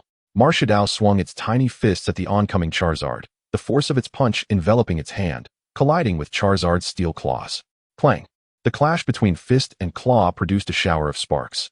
Charizard's expression contorted in discomfort. Merely matching Marshado's punch proved quite taxing. In stark contrast, Marshadao appeared as though it were merely toying with feathers, effortlessly dismissing Charizard's efforts. At that moment, Simisage had somehow maneuvered behind Marshadao, timing its attack perfectly as it engaged with Charizard. It unleashed a punch imbued with ghostly energy, sending a cloud of dust spiraling, momentarily blinding Marshadao. Observing from a distance, Ash couldn't help but smile. Success. In his mind, victory was already assured as he envisioned Marshadao being sent flying by Simisage's blow. However, Marshadao ducked, allowing Simisage's punch to sail harmlessly over its head. With a sudden upward strike, it launched Simisage into the air. Roar. Charizard, seizing the opportunity presented by Marshado's exposed back, glanced at the airborne Simisage. Retracting its claws, it soared upward to safely catch Simisage. As both Pokémon plummeted toward the ground, Marshadao seemed intent on pursuing them. With a resounding boom, the ground where Marshadao had stood fractured beneath its might. In the blink of an eye, it ascended into the sky, delivering a powerful punch aimed at Charizard. The sheer force of its punch stirred a tempest around it, causing Charizard to lose its balance, plummeting earthward while clutching Simisage. Ash, witnessing this unfolding scene, felt his heart race in terror. Utilizing his aura to pinpoint Charizard's trajectory, he positioned himself at the predicted landing spot, hoping to serve as a cushion. Roar. Charizard exerted itself, regaining control over its wings during the descent, locking its gaze on the slowly descending Marshadao. Nostrils flaring with determination and tail thrashing in agitation, as if it sought to engulf its foe with fury. At the mountain's base, the cloaked man and Mutuo traversed a small stream, glancing up at the flashes of fire and electricity illuminating the summit. Ah, it seems progress is being made. My objective will soon reveal itself. Mutuo floated closely beside the cloaked figure, remaining silent, aware that all matters were on the precipice of conclusion. It gazed toward the peak, Ash's silhouette reflecting in its eyes. If this human succeeds, he too shall oppose him, just as he once thwarted my ambitions. Atop Mount Qingqing, the battle raged on. Yet each Pokémon had endured various injuries. The recently joined Nidorino and Riolu, still lacking the prowess of their seasoned companions, Charizard, Simisage, and Pikachu, had already been sidelined. Damn it! The wind swept across Ash's face, the biting chill gradually cooling his mind. Everyone together. If we cannot triumph in individual combat, we shall find our opponent's weaknesses through collaboration. Do not cease. Do not cease.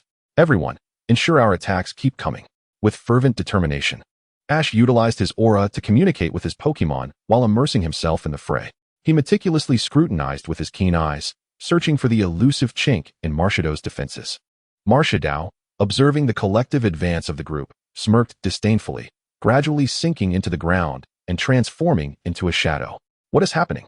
Ash was taken aback by Marshadow's peculiar ability, his aura sphere extinguishing like a dying flame.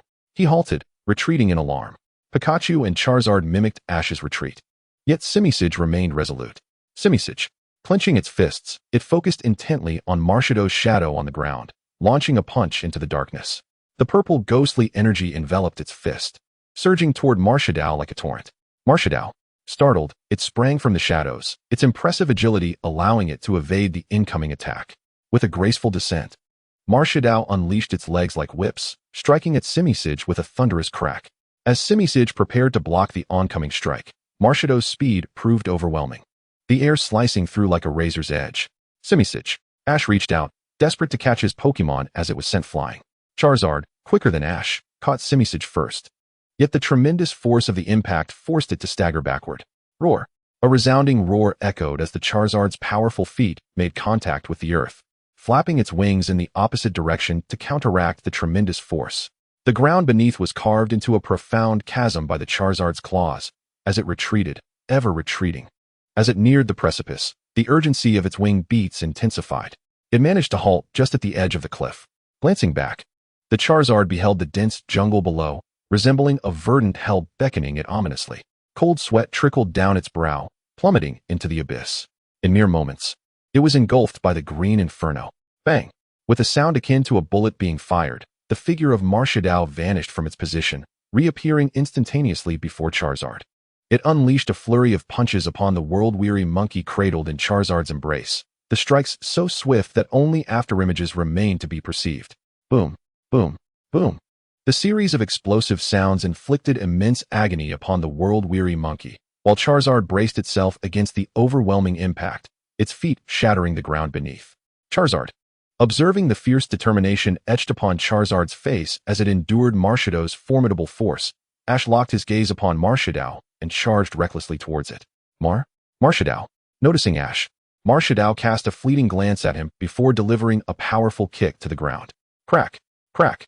The earth began to fissure, extending ominously toward Ash. Just as the cracking ground was about to reach him, it suddenly froze as if grasped by an unseen hand. A familiar voice resonated within his mind. Hurry. Place the feather upon the crystal. Chapter 143, The Emergence of Ho-Oh. There was no time to ponder the identity of that voice. Ash understood that only by following its directive could he save Charizard. Despite his confusion, an instinctive sense urged him forward. With a determined shout, Ash planted his feet firmly upon the ground, each step laden with immense weight. Marshaddow. Marshaddow screamed in terror. Its features contorted as if it had emerged from a horror film. It leapt and charged frantically toward Ash. There was no stopping. He could not falter. Absolutely not. As the echoes of pursuit resonated behind him, Ash dared not allow even a moment of complacency. Pain surged through his legs, as though they were being torn apart, yet his legs surged forth at the pinnacle of human capability, each stride wrenching his muscles. Vivid images of several Pokémon flashed through his mind, momentarily alleviating the agony in his legs. I must not stop here. My ultimate destination lies far beyond my reach. With a primal roar of defiance, Ash accelerated once more, reaching the crystal platform. March. Shadow. Yet, unbeknownst to him, Marshadao had surpassed Ash, gradually emerging from the shadow cast by the crystal under the sun's rays. The shadow, akin to a spider's web, slowly constructed its form, silently materializing before Ash. No way. Is this where it ends? Absolutely not. Until the final moment, I shall never concede. As Marshadao extended its hand towards him, Ash exerted all his effort to twist his body, perceiving the world around him in slow motion. Smack! Ash bent his body, evading Marshado's grasp, and with the hand clutching the rainbow feather, he struck forcefully against the crystal platform. Boom! The earth quaked violently, and Marshado's expression shifted to one of sheer terror as the vibrant feather began to merge with the crystal beneath it. Then, whoosh! A beam of radiant, multicolored light erupted skyward, illuminating the entire land and banishing the shadows. Marshadao clawed at its throat, emitting a chilling, ghostly wail. Its contorted visage gradually consumed by the brilliance until it vanished from sight. Caw! A piercing cry echoed as the sky became adorned with a resplendent rainbow. All that could be seen was a kaleidoscope of colors. Even the crystals atop Mount Mia were dyed in this splendid hue, as if the world belonged entirely to the rainbow. And as the sharp call faded, a colossal avian Pokémon emerged, wings unfurled. Its feathers shimmered with myriad colors, adorned with a majestic crown. Those captivating eyes, each flap of its wings releasing a cascade of vibrant sparkles, spoke volumes of its extraordinary nature. It was the legendary Pokémon, Ho-Oh, as mentioned by Professor Sycamore, appearing upon Mount Mia. Ash gaped in disbelief, unable to comprehend the reality before his eyes. He had encountered Ho-Oh once more. Yet, upon reflection, it made perfect sense. The feather he had just grasped belonged to Ho-Oh, making its reappearance wholly logical. Upon its arrival, Ho-Oh exhaled a divine flame, enveloping Ash and his Pokémon in a warm embrace. At first, Ash felt a twinge of fear, instinctively retracting his arms to distance himself from the fire. However, as his wounds and fatigue began to dissipate, the purpose of Ho-Oh became clear to him. He gazed at Ho-Oh, astonished that it had bestowed its aid upon him once again. Ha ha ha. At long last, I see you. This time, I shall not falter. Ho-Oh. The air around him shimmered, rippling as two figures materialized behind Ash. It was none other than Mutwo and the Cloaked Man. In a flash, the Cloaked Man hurled a red and white Pokeball. A sense of impending danger gripped Ho-Oh's heart, and even Ash felt an ominous premonition. What do you intend to do? Little boy, you should just watch quietly from the sidelines. Mutwo, keep an eye on him, the Cloaked Man commanded, pointing at Ash, while he approached Ho-Oh, following the trajectory of the Pokeball. Bang! With a crisp sound, the red and white Pokeball burst open, revealing a Pokémon encased in white wrappings before Ho-Oh. It was the messenger bird, the very one Ash had battled not long ago. However, it now emanated a palpable aura of menace. Do not let it near Ho-Oh. This thought surged through Ash's mind, and instinctively, he moved closer to Ho-Oh. Do not even think of making a rash move. The cold, ruthless voice cut through the air like a blade, halting Ash in his tracks. Beads of sweat trickled down his cheek, and his pupils trembled with trepidation. What do you truly desire? That is none of your concern. Just ensure you do not disturb that creature. In this precarious situation, Ash dared not defy him. He chuckled ironically, as the world-weary monkey, Charizard, and Pikachu returned to his side, their gazes fixed menacingly upon Mutwo. Everyone, it's all right. We shall merely observe. No sooner had Ash spoken than chaos erupted between the Cloaked Man and Ho-Oh, the messenger bird. The disparity between these two Pokémon was akin to that of heaven and earth, overwhelmingly vast. Ordinarily, the messenger bird could never hope to contend with Ho-Oh, yet this particular messenger bird was far from ordinary. Its ice beam, exuding an unparalleled chill, transported Ash back to the Ice Age with each use. Beyond this icy assault, the messenger bird's other attacks proved formidable as well. Nevertheless, despite its prowess, the messenger bird remained an ordinary Pokémon. Although it managed to inflict some damage upon Ho-Oh, it had sustained grievous injuries itself. Scorched on both sides, its flight became precarious, resembling a candle flickering in the wind, on the verge of extinguishing. Messenger. The messenger bird screeched, disregarding the agony coursing through its body, as it desperately launched another assault against Ho-Oh. Yet, in its frenzy, it failed to aim properly, with countless attacks merely grazing Ho-Oh's form. It seemed the battle was nearing its conclusion. This messenger bird had indeed performed admirably, but ultimately, Ho-Oh's strength eclipsed it. Wait, where's that guy? Ash, observing the messenger bird's descent into despair, shook his head. Just as he intended to gauge the cloaked figure's reaction, he realized he had lost sight of him. A sense of foreboding welled up within Ash as he turned his gaze toward Ho-Oh. Boom, boom, boom. The messenger bird's assault struck near Ho-Oh, stirring up clouds of dust, from which a figure emerged silently. Utilizing his aura perception, Ash's pupils dilated in astonishment. I advise you not to meddle further, lest. An unseen force gripped Ash's throat, rendering him voiceless. Zizi. Pikachu and the others, witnessing this, prepared to attack. Everyone, stay still, I'm fine. Ash's voice echoed in their minds, halting their movements. Their eyes, filled with resentment, fixated on Mutuo, yet they remained motionless. Chapter 144. Ho-Oh's True Feather. Chengdu. Ka. Ho-Oh's cry resonated with anguish and rage. Sweat dripped from Ash's brow as the surrounding air rapidly heated. The dry atmosphere enveloped them in waves of heat, affecting both Ash and his Pokémon. Only Mutuo, restraining them, floated expressionlessly in place. Futile. This is merely a trivial temperature. Messenger bird. Just as the cloaked figure's words faded, a frigid wind whipped up, causing the temperature to plummet. While snowflakes began to fall, the messenger bird flapped its wings, conjuring a blizzard that achieved a precarious balance against Ho-Oh's fierce flames. A clash of heat and cold manifested on the mountaintop. The ground beneath Ho-Oh cracked as Ash perspired profusely, while the area surrounding the messenger bird was blanketed in snow, shrouded in silver frost, causing Ash to shiver uncontrollably. Only Mutuo and the cloaked figure appeared unaffected. Boom! Ho-Oh unleashed a torrent of flames from above, illuminating the sky as if it were ablaze. The cloaked figure laughed, seemingly unafraid, charging directly into the inferno. How dare this human? Ho-Oh squinted, envisioning the figure being reduced to ashes. Yet, in the next moment, a silhouette burst forth from the flames. It was the cloaked figure. Ho-Oh widened its eyes, its gaze fixated on the figure's hand, which clutched a silver feather. That individual S? It must be recognized by him. No, that's impossible. No matter how foolish that individual may be, he could never acknowledge someone like this. Ho-Oh's mind was a tempest of confusion. While it was curious about the origins of the silver feather, it prioritized confronting the cloaked figure before it. Meanwhile, Ash recalled the feather and was instantly transported back to the events on Asia Island. It was from that time. As Ash pondered this, Ho-Oh commenced its next move. Whirlwind, a tempest that seemed capable of uprooting the entire mountain. The cloaked figure showed no fear, bellowing, "Messenger bird, now give it your all." Messenger. The messenger bird responded with a unique cry, its blood surging with fervor, its pupils reflecting Ho-Oh's form. Hiss. The temperature continued to plummet. Mutuo frowned, its pupils glowing as it enveloped Ash and his Pokémon within a protective barrier. Their trembling bodies instantly warmed. Outside the shield, the messenger bird unleashed its full icy might. Even Ho-Oh's formidable whirlwind was frozen, having expended all its strength. The messenger bird could no longer sustain its flight and plummeted toward the ground.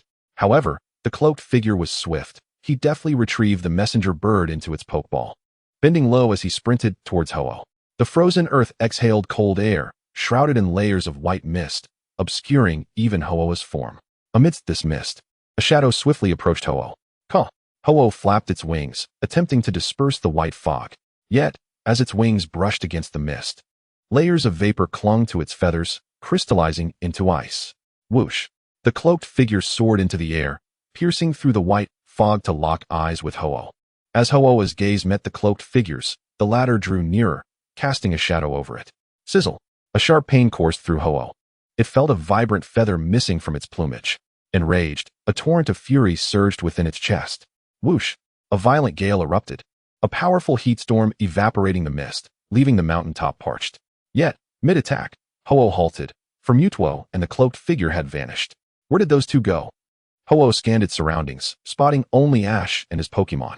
Casting a questioning gaze at Ash, it felt an inexplicable sense of kinship towards the boy. I only saw them disappear. I don't know where they went. Upon hearing this, Ho-Oh closed its eyes, relying solely on its own power to sense the feather's whereabouts. With its eyes tightly shut, Ho-Oh concentrated, for each feather held a piece of its essence. As long as it existed on this planet, it could sense it from any distance. That is, Ho-Oh felt it, opening its eyes to gaze into the distance.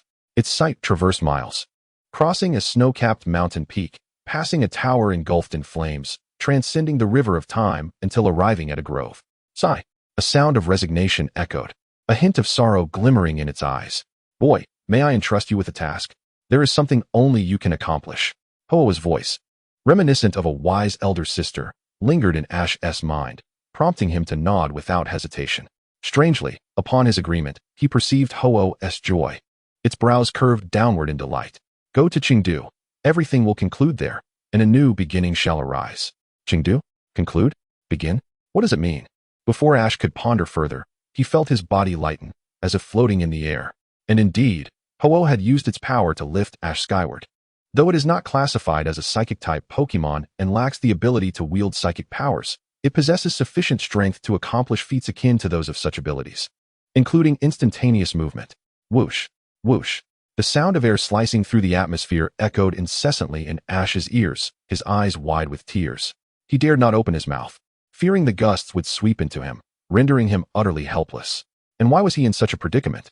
It was simply because Ho could not utilize the convenience of teleportation. It could only leverage its own might to levitate Ash before forcefully casting him away. Ash's figure soared over the quartz plateau, traversing the peaks of the Silver Snow Mountains. A vast expanse unfolded before his eyes, filled with wonder and curiosity. However, amidst his awe, a nagging question lingered in his mind. How could he possibly come to a halt? Ash's gaze was fixated on the ground, which appeared increasingly distant from the sky. As his surroundings grew larger, he screamed, "Ah!" Chapter 145, A Reunion in the Cedar Grove.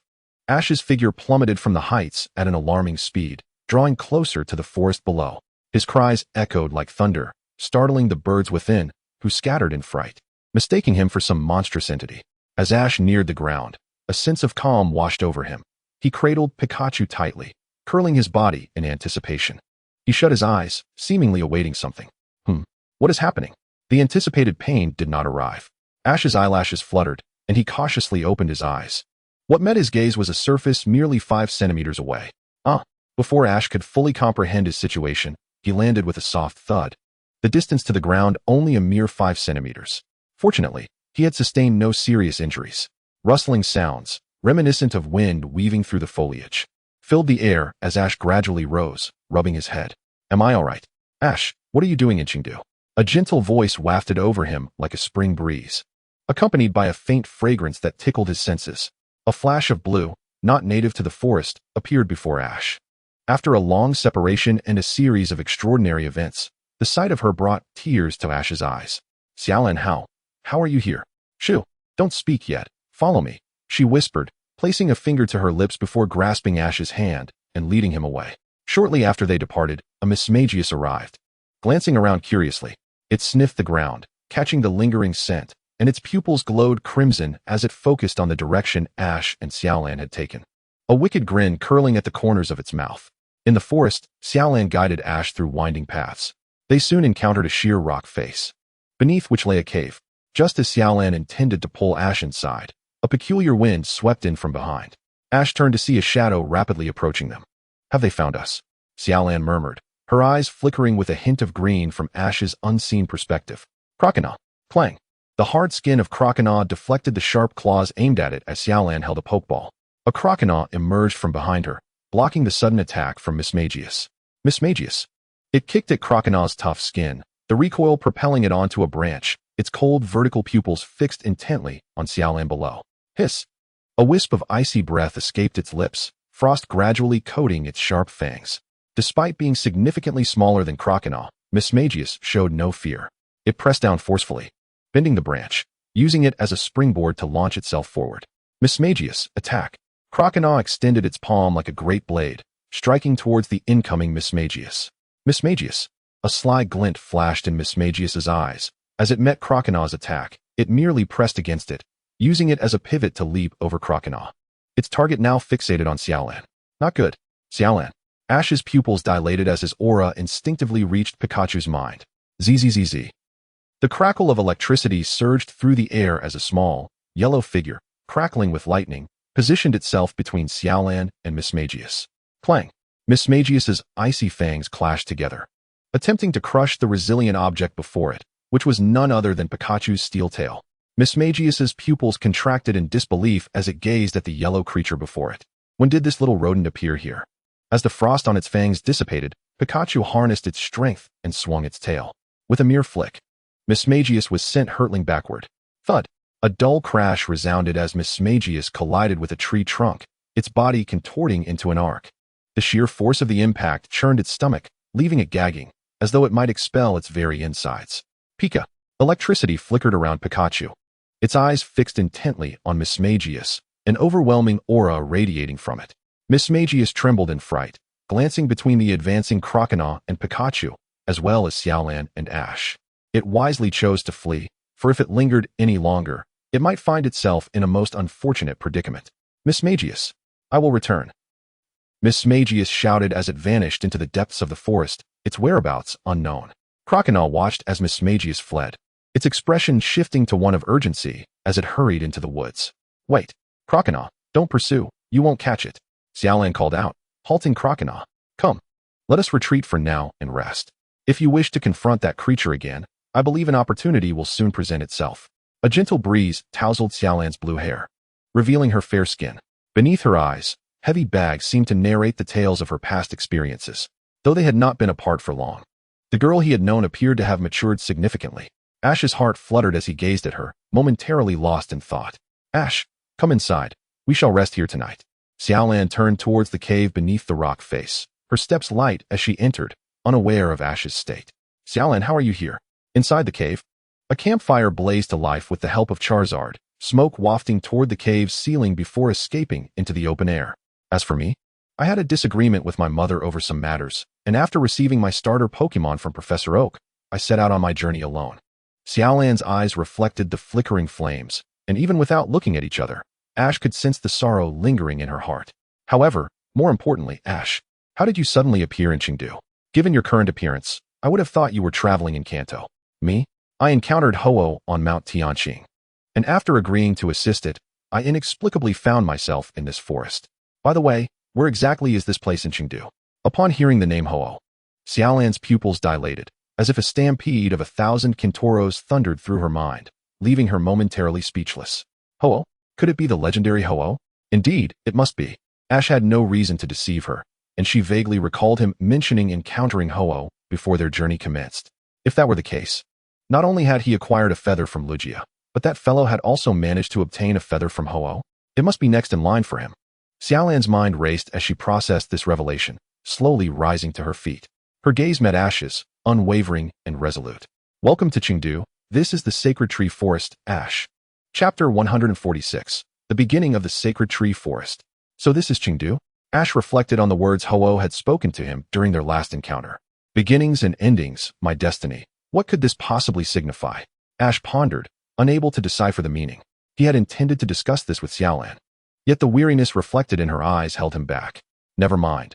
As long as he kept moving forward, opportunities for understanding would surely arise. He scratched his head and decided to open his backpack, retrieving some provisions he had gathered during their travels. Here, eat this. It will surely lift your spirits. A breeze wafted into the cave as night fell. Xiaolan instinctively rubbed her shoulders and accepted the food Ash offered. Glancing outside at the pitch-black forest, Ash pulled out a pot, filled it with water, and added some vegetables and fruits. A delicate fragrance wafted through the cave as he presented a bowl of vegetable soup to Xiaolan. Drink this, it's a bit chilly tonight, and we wouldn't want you to catch a cold. As Xiaolan gazed at the steaming bowl of soup Ash handed her, a single tear slipped from the corner of her eye.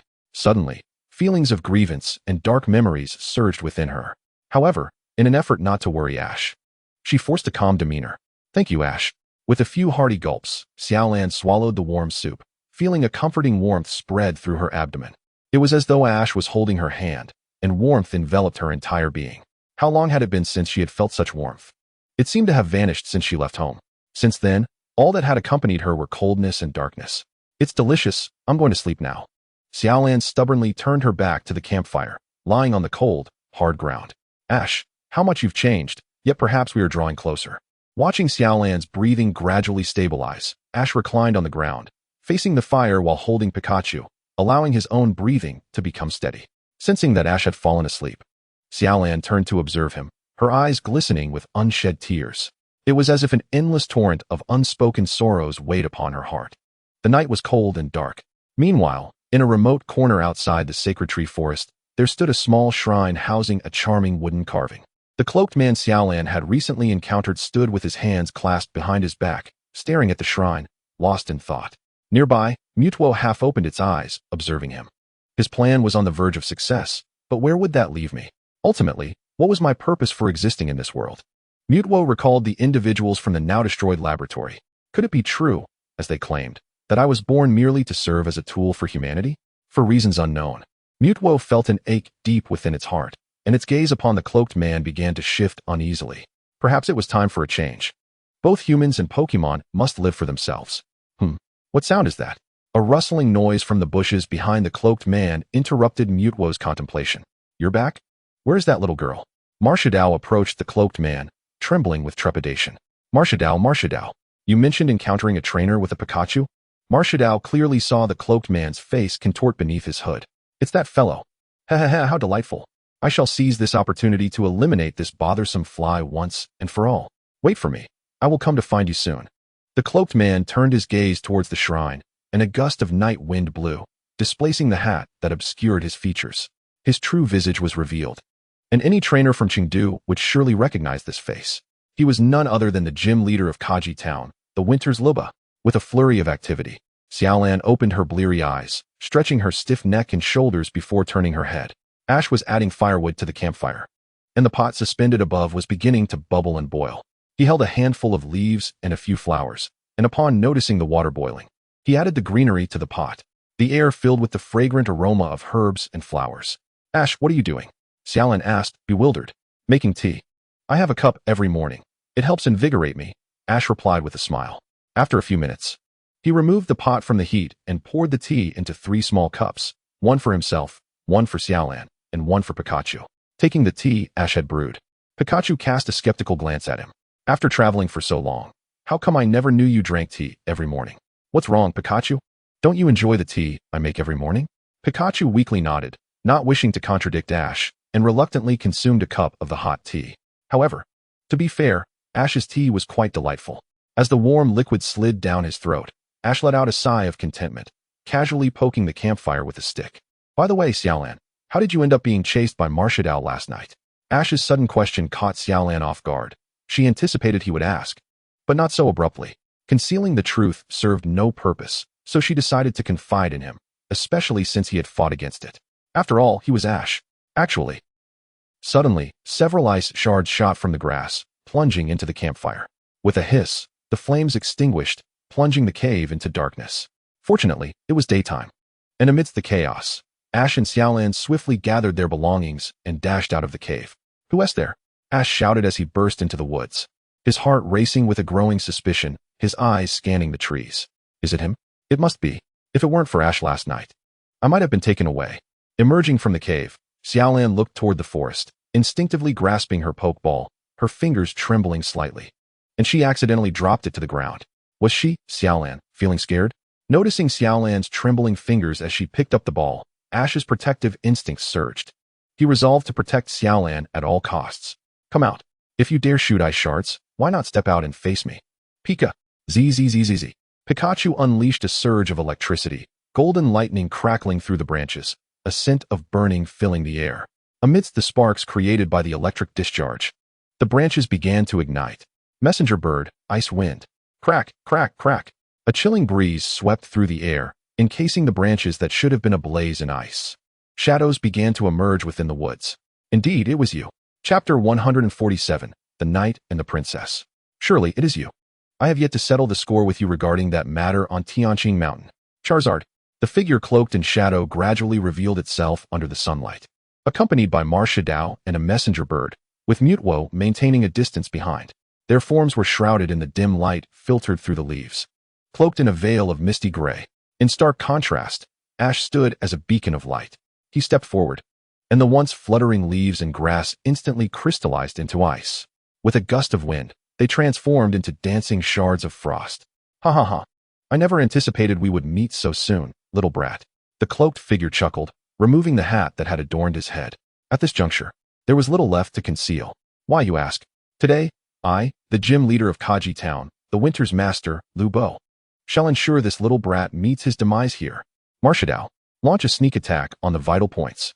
Marshadao swayed its form, and in the blink of an eye, the opponent had vanished, leaving only a trail of shattered ice dust. To the left, Charizard, Metal Claw. Without hesitation, Charizard's claws gleamed with a silver sheen as it swung towards its left. Marshadal appeared, positioned directly before Charizard's steel claws. A smirk curled upon Charizard's lips, and the delight in its eyes nearly leapt forth. Too slow, my friend. As the steel claws descended, Charizard's smile seemed frozen, immobilized as if caught in ice. This transformation was wrought by Marshadow's ghostly agility. While the claws descended, Marshadal adjusted its angle, seemingly foreseeing Charizard's impending strike, allowing the latter's attack to miss by a hair's breadth. Hiss! Marshadow's cold gaze ignited with brilliance, its claws transforming into blades that slashed horizontally at Charizard's flank. A searing pain shot through Charizard's waist, causing it to stagger and kneel on one knee. Marshadal, turning with a triumphant look, regarded Charizard with satisfaction. Zzz. A tremendous current of electricity obliterated the ice dust in the air, surging directly towards Marshadal. Marshadal. The current struck the unsuspecting Marshadal squarely, crackling as it coursed through its body.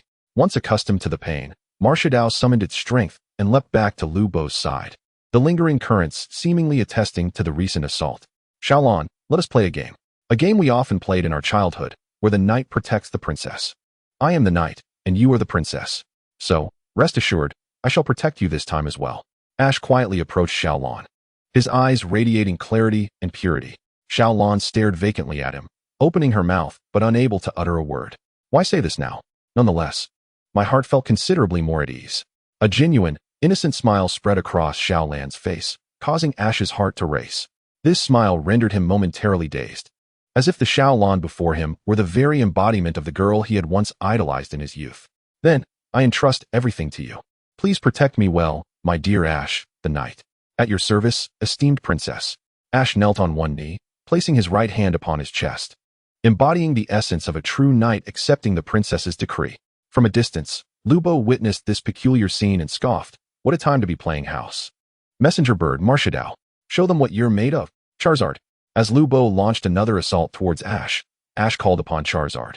The crimson figure soared into the air, darting towards Ash like an arrow, bringing along Pikachu, who had just assisted. As Charizard approached, Ash wrapped his arms around Xiaolon's waist, lifting her in a princess carry. Roar! Upon reaching Ash, Charizard slowed down, and Ash gently leapt onto its back. Feeling the weight upon him, Charizard soared high. For it, this weight was mere trifling. In mere moments, Charizard leaped over the cliff. As they ascended the precipice, sunlight bathed them, creating a scene reminiscent of a knight rescuing his beloved princess. Unexpectedly, the messenger bird and Marshadal. You too, lead those individuals over there. Be cautious. Do not pursue too closely lest you be discovered. Lubo chuckled, a glint of malice flickering in his eyes. Wait for me, everyone, I shall soon join you. Lubo retrieved a weathered photograph from his pocket, polishing it meticulously, his gaze growing resolute as he beheld the image. As they soared beyond the cliff, a sprawling forest met their eyes.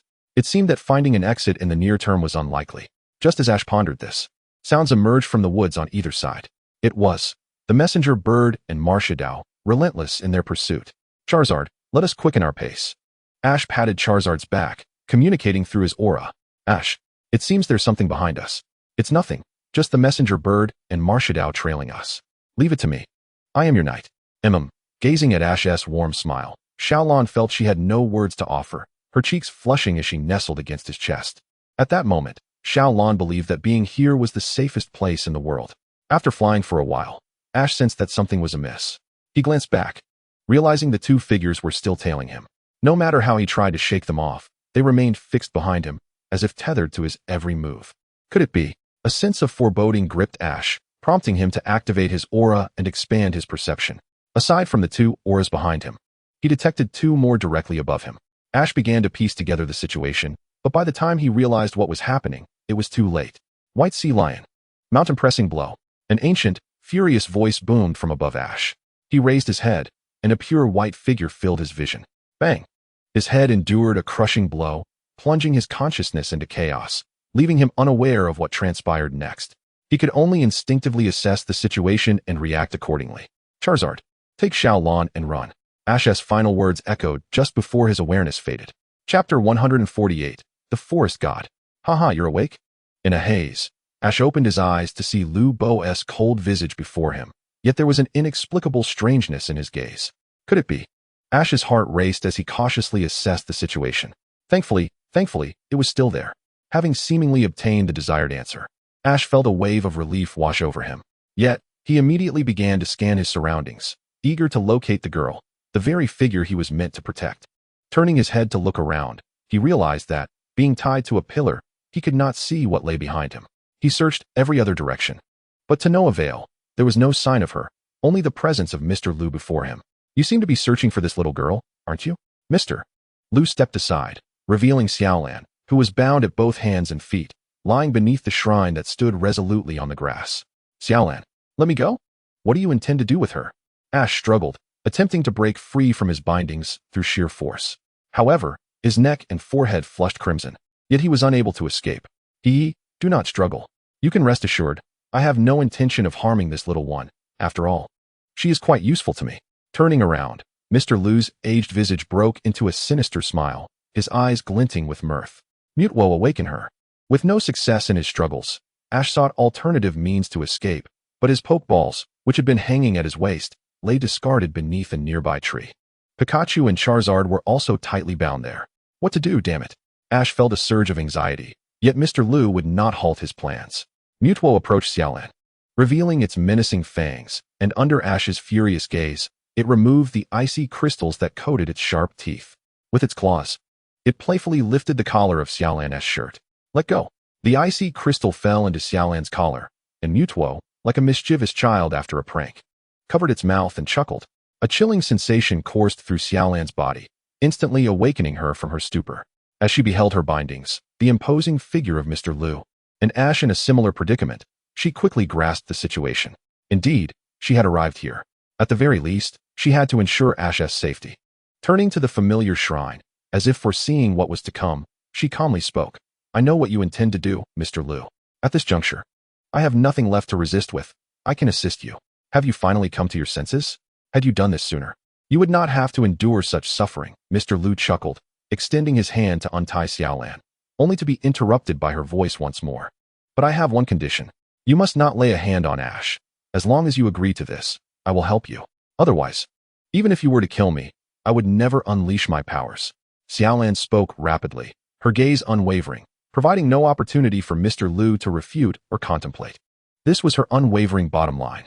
However, upon hearing her words, Mr. Lu did not hesitate to think, his eyes darting between Ash and Xiaolan. No problem. As long as you assist me, I will not harm either of you. After all, I am an adult and will not hold anything against you two children.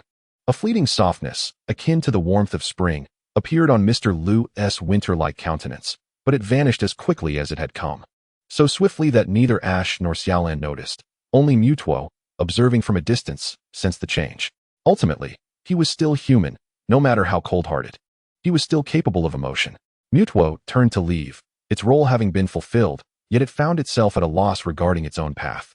Suddenly, a thought struck, and it focused intently on Ash. But does that fellow require my assistance?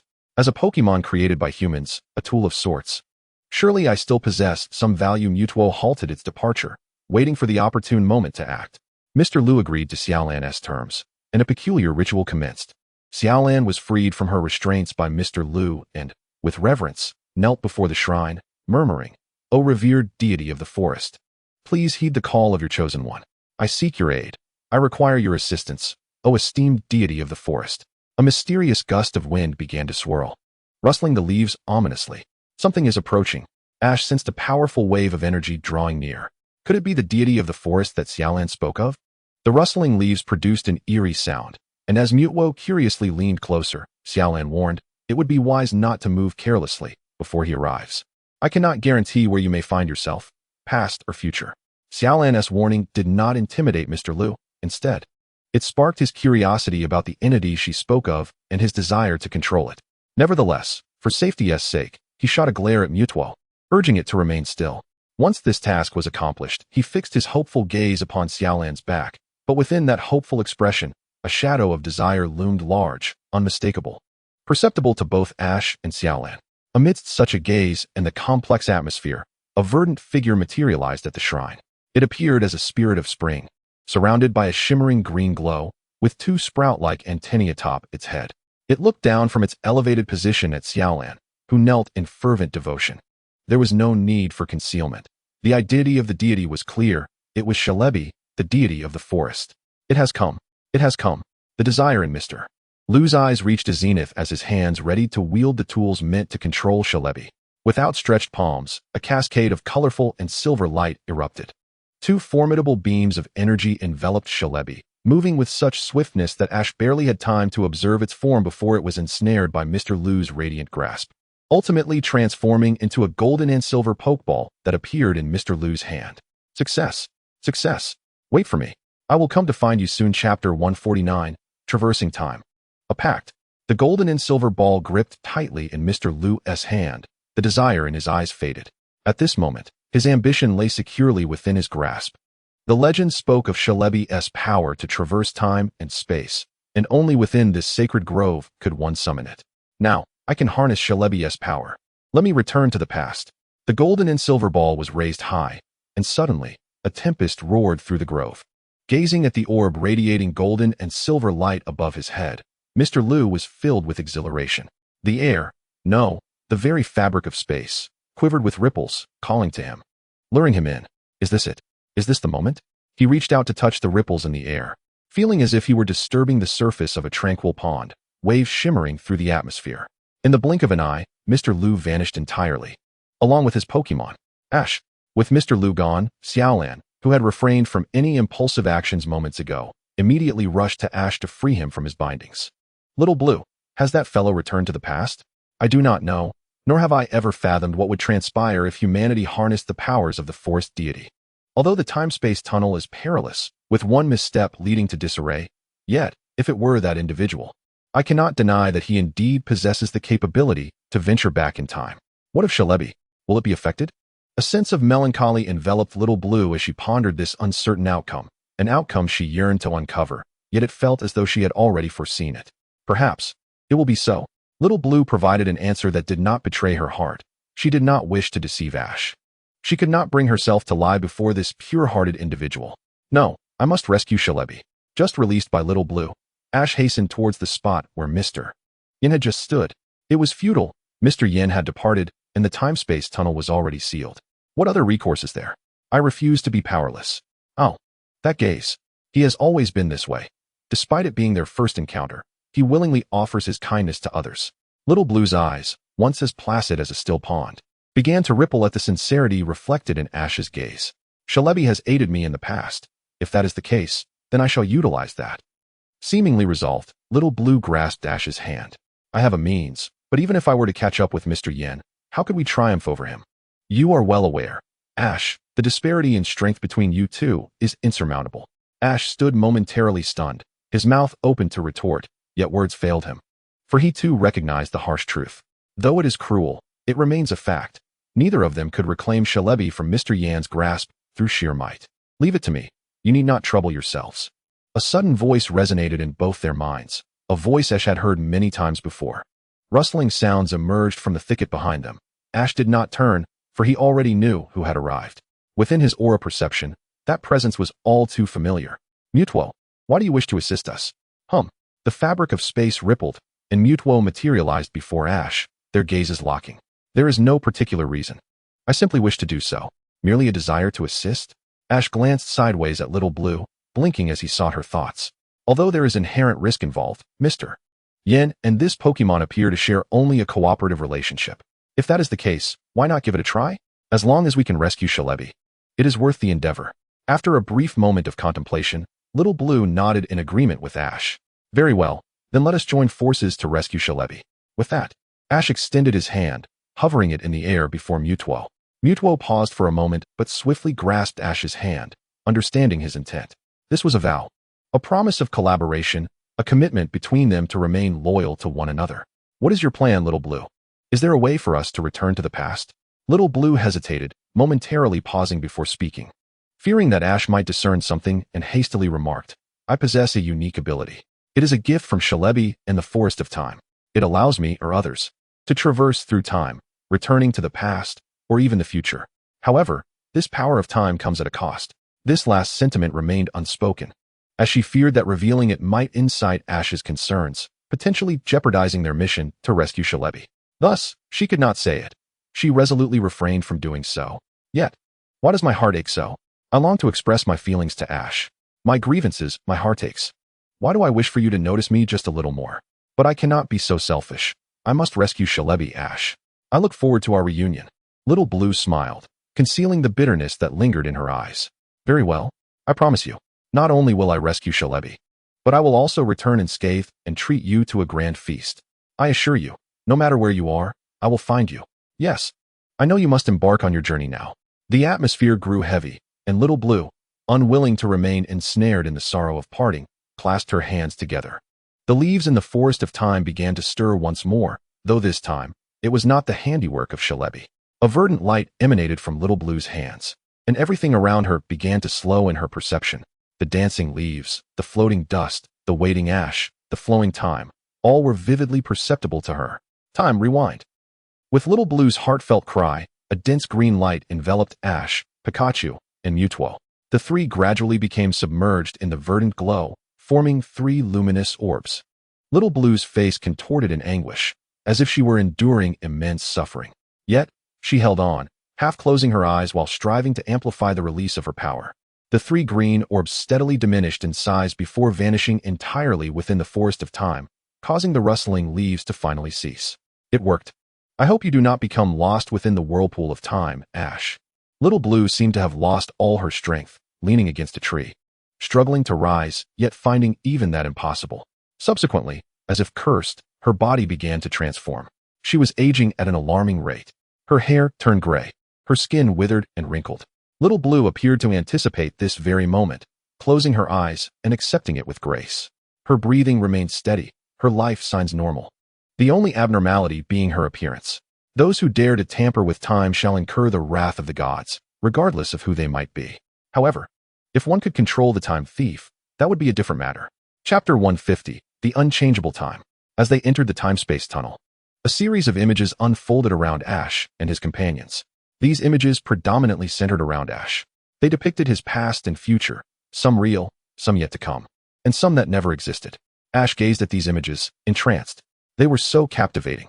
There were scenes of Ash becoming the world champion, of participating in countless league conferences without ever achieving victory, of a world where he never met Pikachu, and even a reality devoid of Pokémon altogether.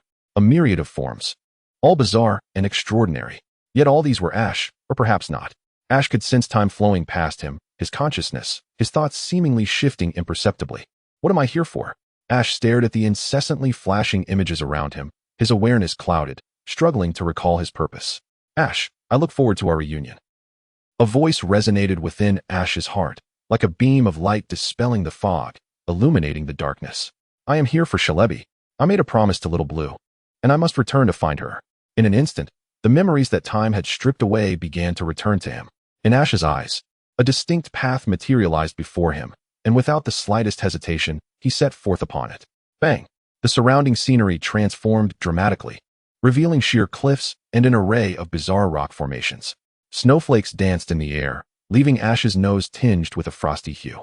Gazing upon an unfamiliar landscape, he found himself unable to recognize his surroundings. Yet, a figure not far off filled him with an inexplicable sense of familiarity. Could it be Old Man Lou? It was Shalebi.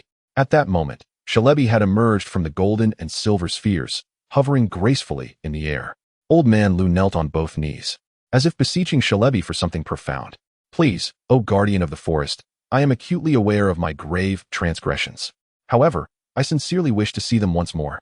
I would willingly forfeit any measure of time for this chance. I implore you.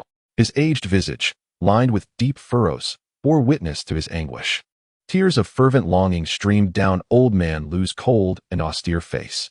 Observing such a sight, Ash felt a lingering resentment, yet could not help but feel a pang of sympathy for the man. It seemed I am no longer of any use here. Mewtwo stood beside Ash, his expression devoid of emotion. Yield, human. What has transpired cannot be altered. Even if you were to rescue them, time would inevitably rectify it, albeit not by plummeting into the abyss. Other calamities would arise, and you have already employed my power on several occasions. It is time to relinquish hope. The past is immutable unless influenced by external forces. Shalebi's eyes, cold as ice, conveyed its indifference, regardless of how Old Man Lou had treated it. Even if it wished to assist, it was powerless to do so. Shalebi was not a deity of time. It could not wield control over time. It was merely a being that relished observing the flourishing of flora and fauna, occasionally pilfering a fragment of time, a deity of the forest who traversed the woods. No, no, no. Surely there must be another way. There has to be. Old Man Lu was driven to madness. He could not fully relinquish hope. Otherwise, what had been the purpose of his relentless efforts? Shalebi shook its head, disinclined to elaborate further. Solutions do exist, yet you are not the chosen one. Time cannot be altered by your hand, nor do you possess the right to effect such change. Bang, bang, bang. In a fit of rage, Old Man Lu pounded the ground, unable to release the turmoil within his heart. He fell silent, his desolate figure approaching the edge of the cliff where he sat, feet dangling in the void. The icy winds of the valley swept past, relentless and frigid. This wind brought not only coldness, but also sorrow. Shalebi remained silent, fixated on Old Man Lu, gazing upon his forlorn silhouette, reminiscent of a stray dog without a home. Though it had regained its freedom, returning to the future could not be done alone. It had to bring along Old Man Lu, regardless of their mutual disdain. After all, he was not originally from this timeline. Old Man Lu sat motionless at the cliff's edge. He had contemplated such an ending, yet when it confronted him in reality, his heart felt as though it were being pierced by a dagger, the pain radiating from deep within. Though unaware of what had transpired in the past, one must look forward, let the past be the past. Since the past cannot be changed, we must seize the present moment. A warm breeze swept through the valley, momentarily warming Old Man Lu's once frigid feet. As he beheld Ash approaching, he offered a resigned smile, raising his hands in a gesture of surrender. I concede. My plans have failed. No, rather, from the inception of this plan, every thought, every obsession, every action has been erroneous. His pupils dimmed, losing their luster. The biting cold wind brushed against his face, yet he remained unmoved, arms still raised. It seemed as if he was hoping, awaiting a righteous sheriff to arrest him.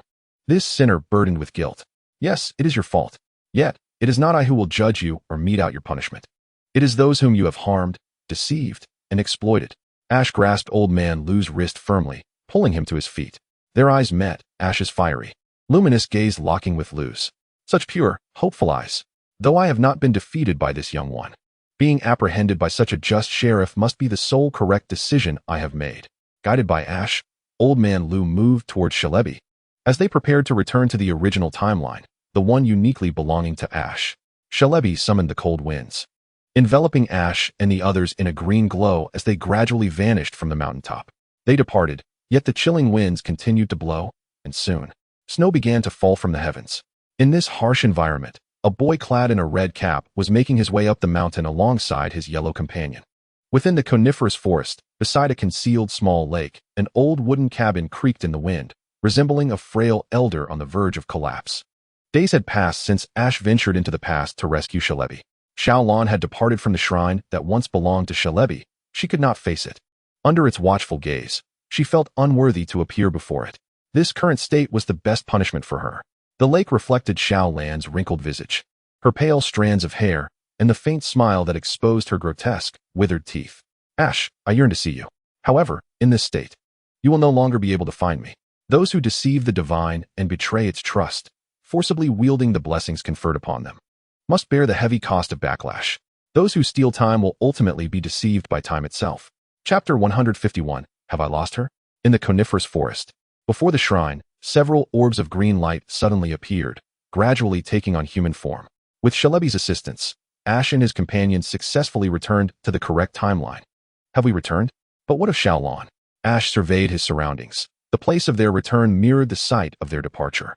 Yet, logically, Xiaolon should have been there, awaiting his triumphant return alongside Shalebi. However, there was no sign of her. She was entirely missing. Surely something must have occurred, he mused. But for now, I should hand Old Man Lu over to Miss Junsha. As it was his first visit to Chengdu, Ash possessed no map. He had initially hoped Xiaolon would guide him to the nearby towns, but now he found himself wandering aimlessly through the coniferous forest. This aimless wandering consumed a considerable amount of time. He had scarcely paused, and after a day or two, finally arrived at the nearby Huipi town. At the town's police station, besides Ash and Old Man Lu, an unexpected figure stood there. What a surprise. I never imagined you would sink so low, Old Man Lu. I distinctly told you that if you faced any troubles, you could come to me and share your woes. Why bear this burden alone? An elderly man hunched over, appearing frail, yet emanating a formidable presence. Separated by a mere pane of glass, They gazed at one another. What do you truly understand? Lu Bo hastily lowered his head, unable to meet the other's eyes, fearing that the gaze would evoke an overwhelming sense of regret. Regret for his current self. For the grotesque figure he had become. Regret that was beyond remedy. I do not comprehend the matters of trainers, yet I am aware that I, along with Josie and Demu, share a bond of friendship. We are friends who can confide in one another. However, I cannot recall when we last met. What purpose does it serve to speak of this now? I do not regret my actions. I only lament my failure to succeed. I know. When you emerge, let us reunite. Looking at the aging figure of Gangtai before him, Lu Bo felt a profound sorrow that he could not articulate, feigning a nonchalance. But would they still be there when he finally emerged? The two elders reminisced without interruption from Xiaoji, who was unfamiliar with Gangtai and considered him an adversary. After attending to his own matters, he ventured back into the cedar grove with Pikachu. Pikachu, do you think Xiaolon is avoiding me? Otherwise, why isn't she waiting for us? Pikachu responded, and while it made sense, Xiaoji felt that Xiaolon was harboring unspoken concerns. Taking a deep breath, he shook his head. All right, let us find Xiaolon in the cedar grove and confront her directly. As Xiaoji and Pikachu entered the grove, turmoil swirled within him. A tumult of joy, fear, and doubt at the prospect of reuniting with someone he admired. Yet, he was a fool, overthinking what was best left unexamined. Rather than dwell on uncertainties, it would be more fitting for him to act boldly and embrace the unknown. How strange it was that Xiaolon had not returned here after our departure. Standing before the shrine, Xiaoji's aura sensed every change in the surroundings. However, aside from the disarray he had caused by trampling the grass, nothing else seemed amiss. Could it be that something had befallen Xiaolon? Panic gripped his heart, and he called forth all his Pokémon. Everyone, please help me search for Xiaolon. I implore you. Faced with Xiaoji's earnest plea, the Pokémon had no reason to refuse, scattering in various directions, all in pursuit of that elusive shade of blue amidst the forest, pure and profound. Xiaoji ran through the woods, unaware of how long he had been running. The once clear blue sky was now shrouded in ominous clouds, the air thick with moisture, fostering a heavy and oppressive atmosphere. His heart raced as if gripped by an invisible hand, compelling him to breathe in quick, desperate gasps. He could not afford to stop. He must not. Xiaoji understood that halting would render his trembling legs incapable of supporting him. He pressed on, driven solely by the desire to find that tranquil shade of blue that brought him solace. Drip, drip, drip. Rain began to fall, murkying the already damp air. The downpour intensified, soaking him thoroughly, showing no signs of abating. He longed to return, anxious about Pikachu and the others. Were they safe from the rain? They must indeed catch a cold. Even as the ground became treacherous and he stumbled, Xiaoji's thoughts remained with his Pokémon, who were as dear to him as family. Despite his longing for their presence, all he could do was care for them and pray for their safety. He himself had reached his limits. No, he could not stop here. At the very least, let him advance just a little further. Bang! His inner cry erupted. Yet it was followed by the loss of control over his legs. Xiaoji fell into the muddy earth, his body smeared with muck. Rain cascaded from above, trickling down his cheeks, and he could not discern whether it was the rain or his tears that flowed. Just let me move forward a little more. Just a little closer to her. With a heavy heart, he lifted his gaze, the torrential rain reducing visibility. Yet, amidst the deluge, he could see a radiant path ahead. And at its end stood Xiaolon, beaming with warmth and joy, waiting for him. He must not stop here. Xiaoji struggled, pushing himself up from the ground, but the rain-soaked mud was akin to quicksand, resisting his efforts to rise. With a sudden splat, he fell again, face down upon the earth. This time, he lay still, allowing the rain to wash over him, flowing into the ground, believing that if the rain mingled with the soil, his tears would remain hidden. The truth was harsh. No matter how hard he tried, the valleys of despair only deepened. Falling down made it exceedingly difficult to rise again. Xiaolon, I fear I can no longer find you. His voice trembled as it escaped his throat, akin to a heart gripped in anguish. A pain understood by none but himself. Chapter 152, Xiaolon. As the night passed, the rain ceased, and sunlight bathed the earth. Before the shrine, Pikachu and several Pokémon stood, scanning the area for any sign of his safe return. Suddenly, a figure emerged from the underbrush, moving with a gait reminiscent of a lifeless husk, mechanical and stiff. Xiaoji, weary and resembling a shattered glass figure, returned to the shrine. His body caked in a mixture of mud and rainwater, along with bits of grass, twigs, and leaves clinging to him. I apologize, everyone. I could not find Xiaolon. He confessed, lowering his head in shame. avoiding the concerned gazes of his Pokémon and stifling a cough. Pika, it's all right, as long as you are safe, Pikachu consoled. Embracing his leg, Xiaoji, with his head bowed, caught sight of the worry that could not be concealed in Pikachu's eyes. He lifted his gaze to each Pokémon, finding their expressions mirrored the same concern. Everyone, he cared for his Pokémon, and they, in turn, were equally concerned for him, without the need for words. Their bond was expressed through their actions as they embraced, seemingly dissolving the sorrow between them. Yet was it truly so? Xiaoji understood that even if he momentarily forgot, the pain had left an indelible scar. It lingered, forever present. Touching it would invoke the memories of anguish, that relentless suffering deep within his soul. Xiaoji raised his eyes to the azure sky reflected in his pupils, akin to the strands of hair dancing in his heart. Let us go, Pikachu, everyone. He quickened his pace, retracting the Pokeballs of all but Pikachu. Looking at Xiaoji's silhouette, Pikachu felt an inexplicable sense of desolation. Xiaoji and Pikachu traversed the cedar grove for an unknown duration. He had thought they were nearing the exit, yet it felt as if they were only delving deeper. It was as if there remained an unfinished task awaiting him. Bugs. What enormous bugs. Ajin, quickly think of a way with your invincible fireball mouse. Chris, stop shouting. Your loud voice has scared away all the bugs you were talking about. The boy named Ajin, wearing a backward cap and shorts, glanced helplessly at the girl hiding behind him. Her bright blue hair shimmered like crystal under the setting sun. What are you saying? Who has a loud voice? Ajin plugged his ears with his fingers, staring blankly at Chris.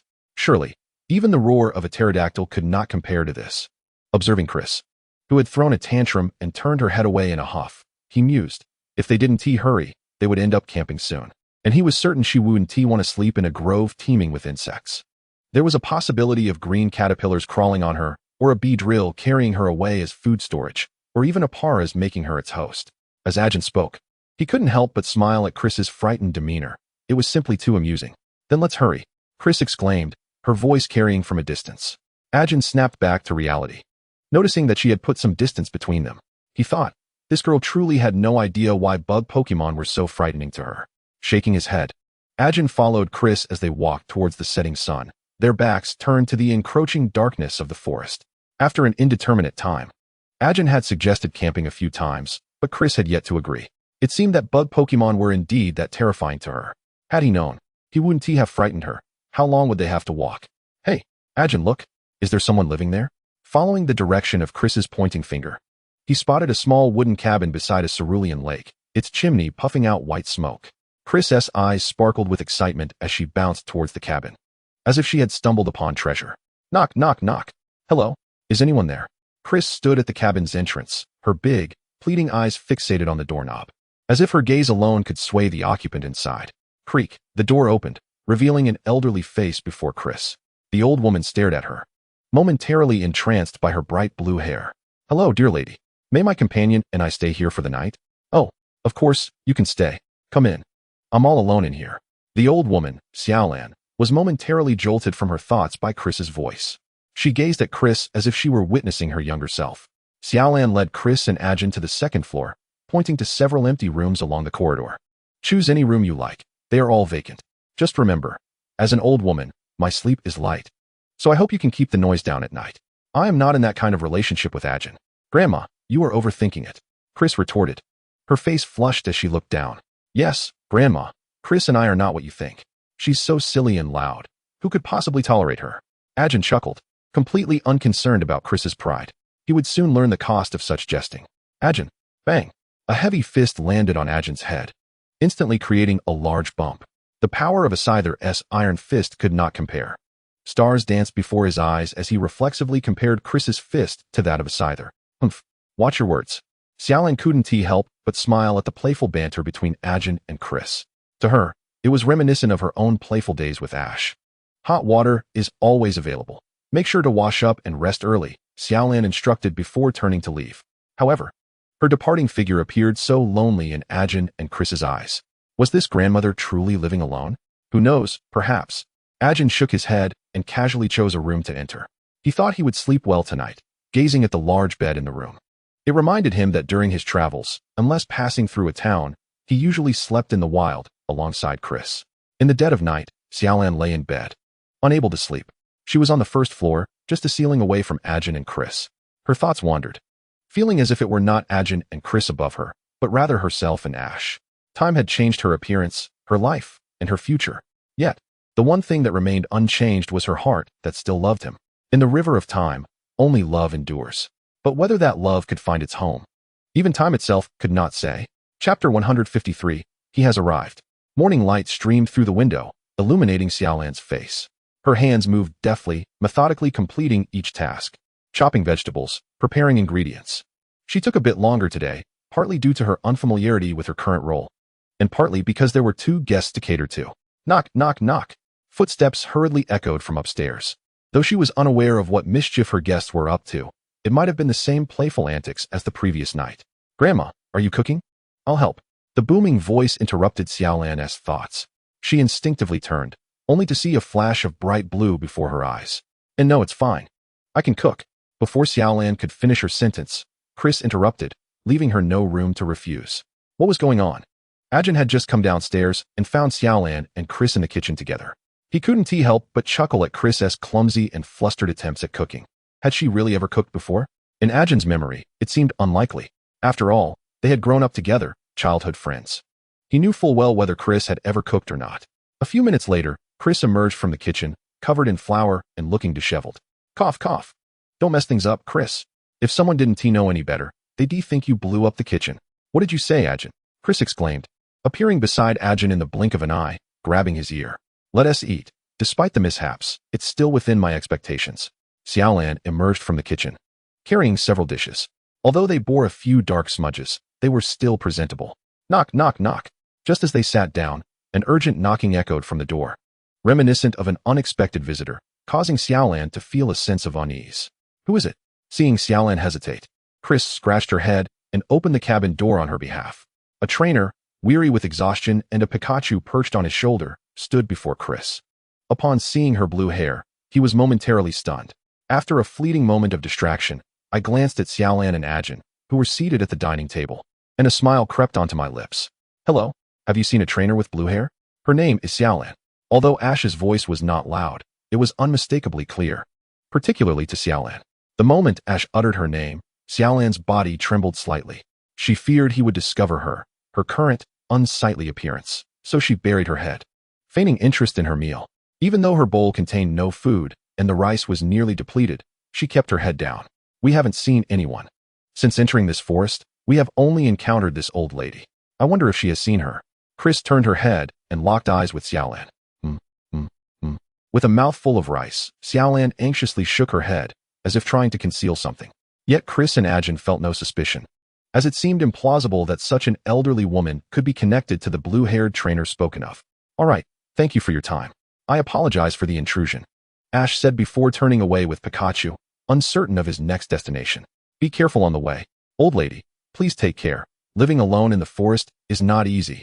Ajin insisted as he forcibly led Chris away, leaving the kind-hearted Xiaolan to watch them depart. Back in the wooden cabin, Xiaolan found herself reminiscing about Ash. It was a near thing. Had he lingered just a moment longer, she might have been compelled to confess her feelings. They had been face to face. Yet her current predicament rendered her unable to share her truth. Perhaps only she could truly comprehend this turmoil. The days ahead seemed destined to unfold in this manner, filled with longing for one another, nostalgia for the past, and devoid of a future. Her destiny had already arrived, and she could only persist in this present future. Helpless to alter her circumstances, she could only witness the passage of time. As daylight waned and the sun gently descended, Xiaolan sensed time dragging on, perhaps a consequence of aging. Each minute and second seemed to stretch infinitely, as if every moment were a year. How would she spend tomorrow? Would it resemble today, tending to vegetables, eating, and gazing at the placid, unruffled surface of the lake? This existence was vastly different from her travels. How much longer must she endure such days? Numerous thoughts crowded her mind, primarily concerning the events of today, tomorrow, and the past. Her current life made her feel akin to the water upon the lake's surface, unable to stir the waters of her existence, merely clinging to the present. Now, she understood that the cost of deceiving time was not merely the act of aging, but rather that her body, soul, and time would be confined within the monotony of each passing day. Unable to change or affect any transformation, she could only watch her time slip away, moment by moment. With a resigned smile, she sighed and lifted her gaze to the bright full moon hanging in the sky. She vaguely recalled that the moon had not been so round just yesterday. It was as though everything else was in constant flux, while she remained eternally anchored here. Her once placid emotions felt like a roller coaster, now plummeting at an alarming rate. Enough of these thoughts for today. Perhaps I should retire early, she mused. This existence was bearable, wasn't it? Xiaolan dared not affirm this, choosing instead to console herself. Ultimately, all of this was her own decision. Had she not wielded that power, perhaps things would be different. But would she choose another path if given the chance? No. Even if given another opportunity, she would choose the same course. Luring the forest deity was her error. The price of deceiving deities and time was simply that.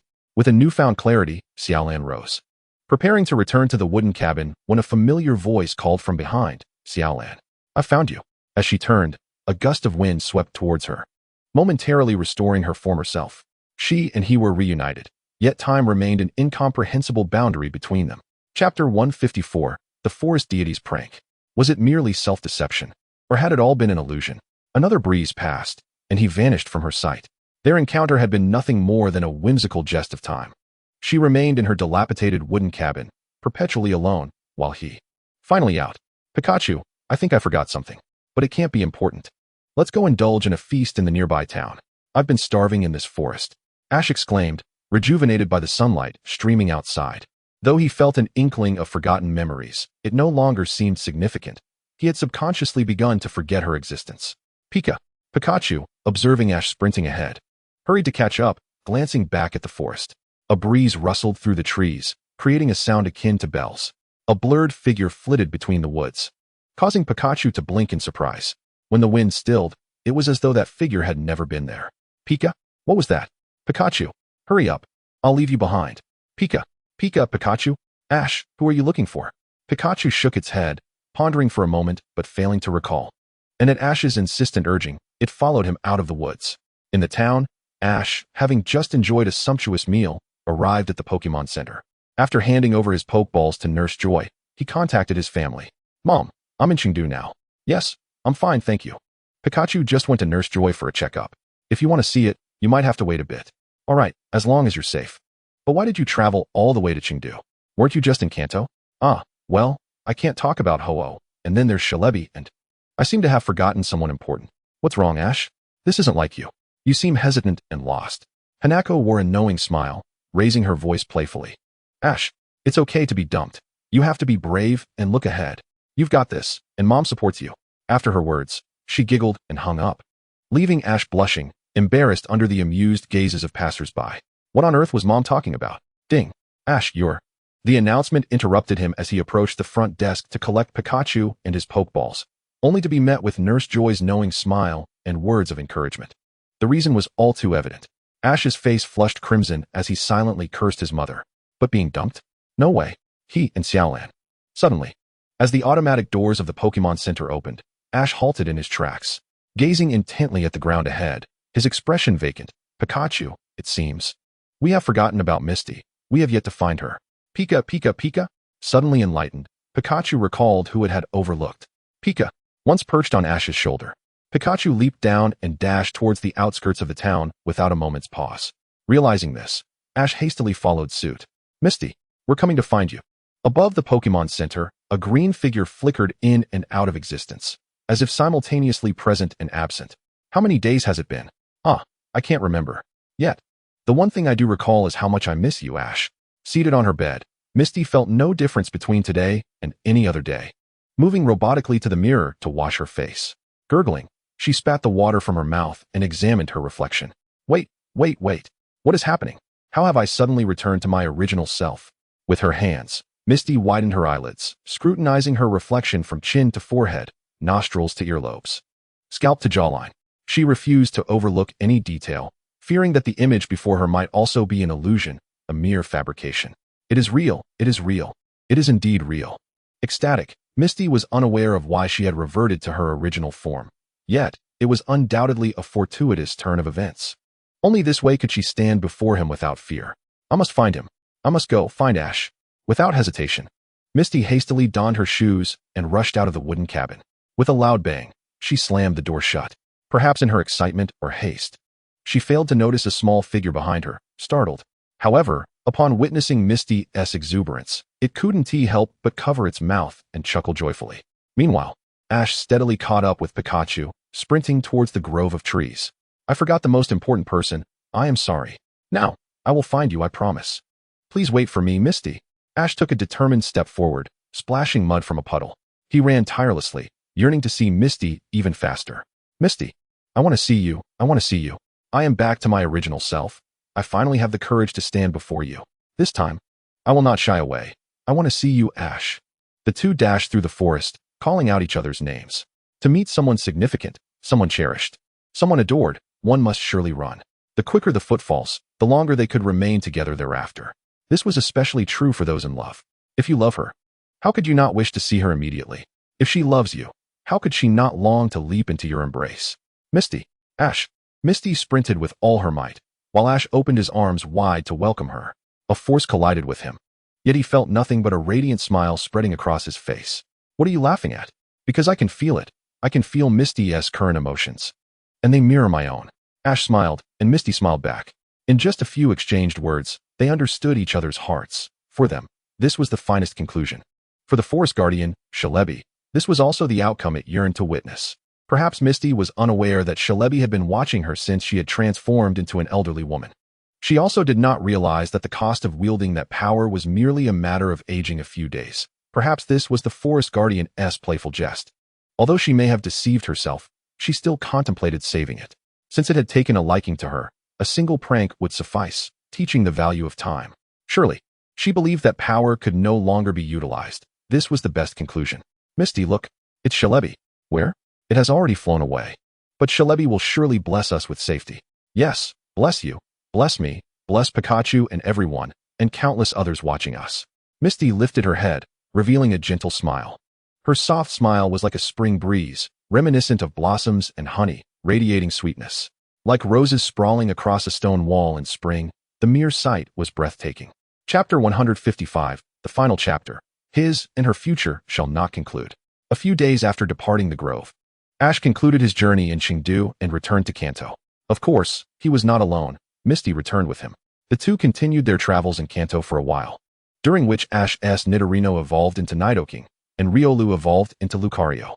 1 week before the tournament commenced, Ash and Misty attended the Wind City Festival. It was there that he finally captured his desired 6th Pokémon, successfully securing his registration for this year's Indigo Conference. Ash, hurry, hurry. The registration for the Indigo League is about to close. All right, I'm coming. Indigo Plateau. The stage where countless trainers from Kanto who had successfully obtained 8 gym badges would compete.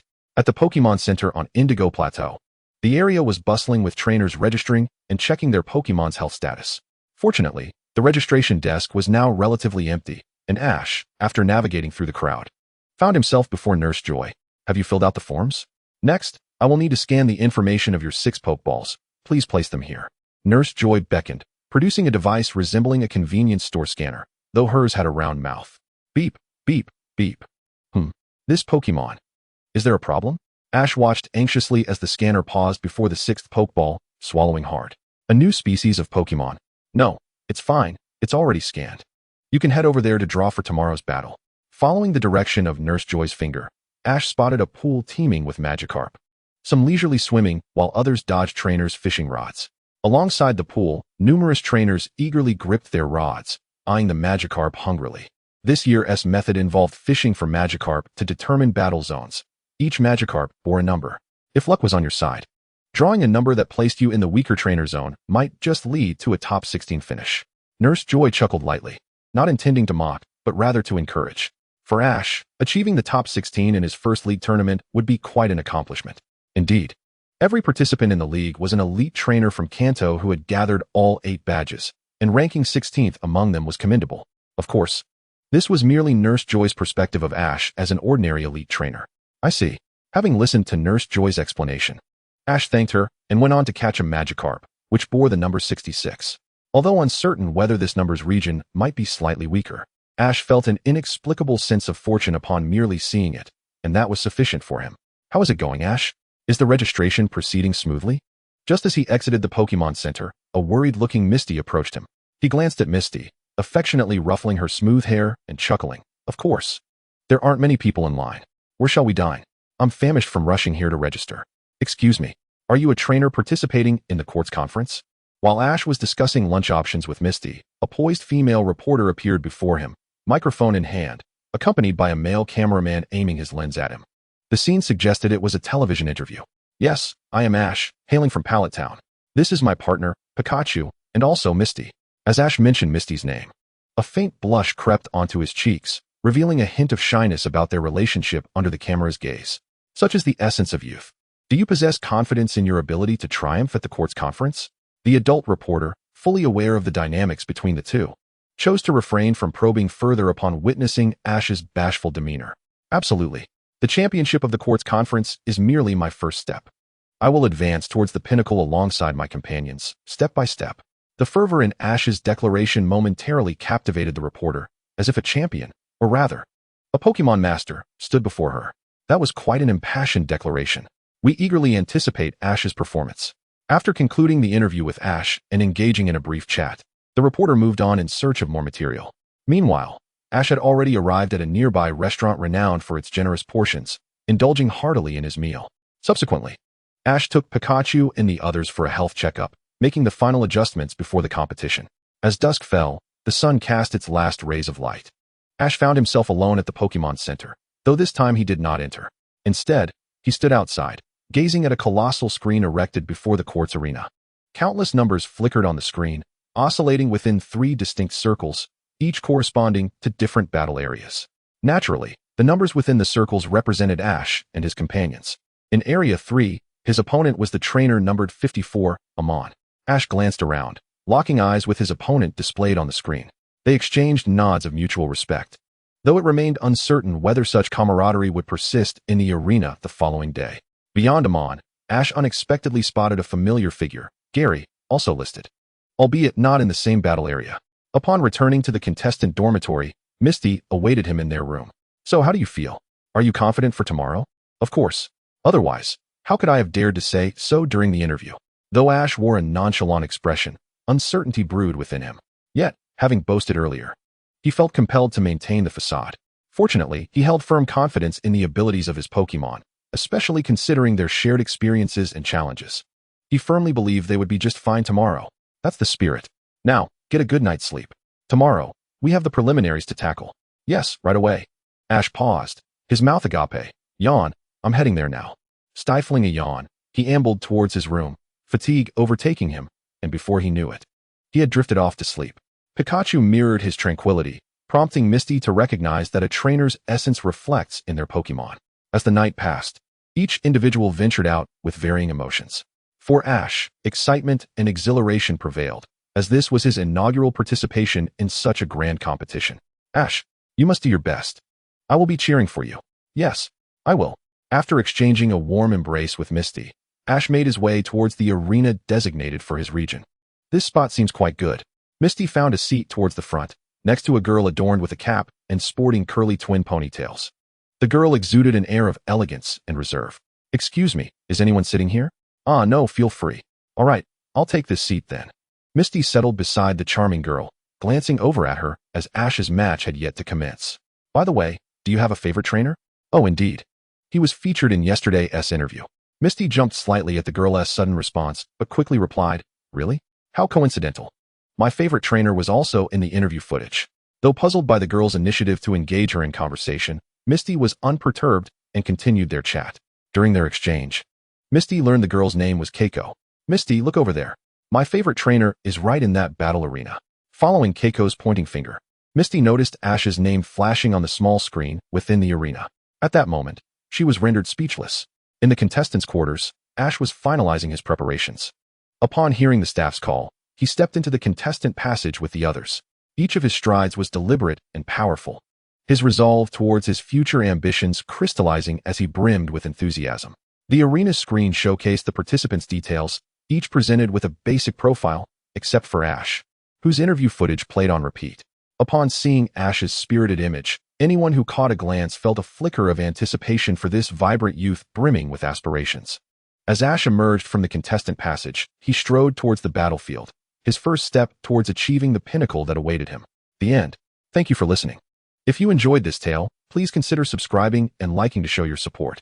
Until next time, farewell.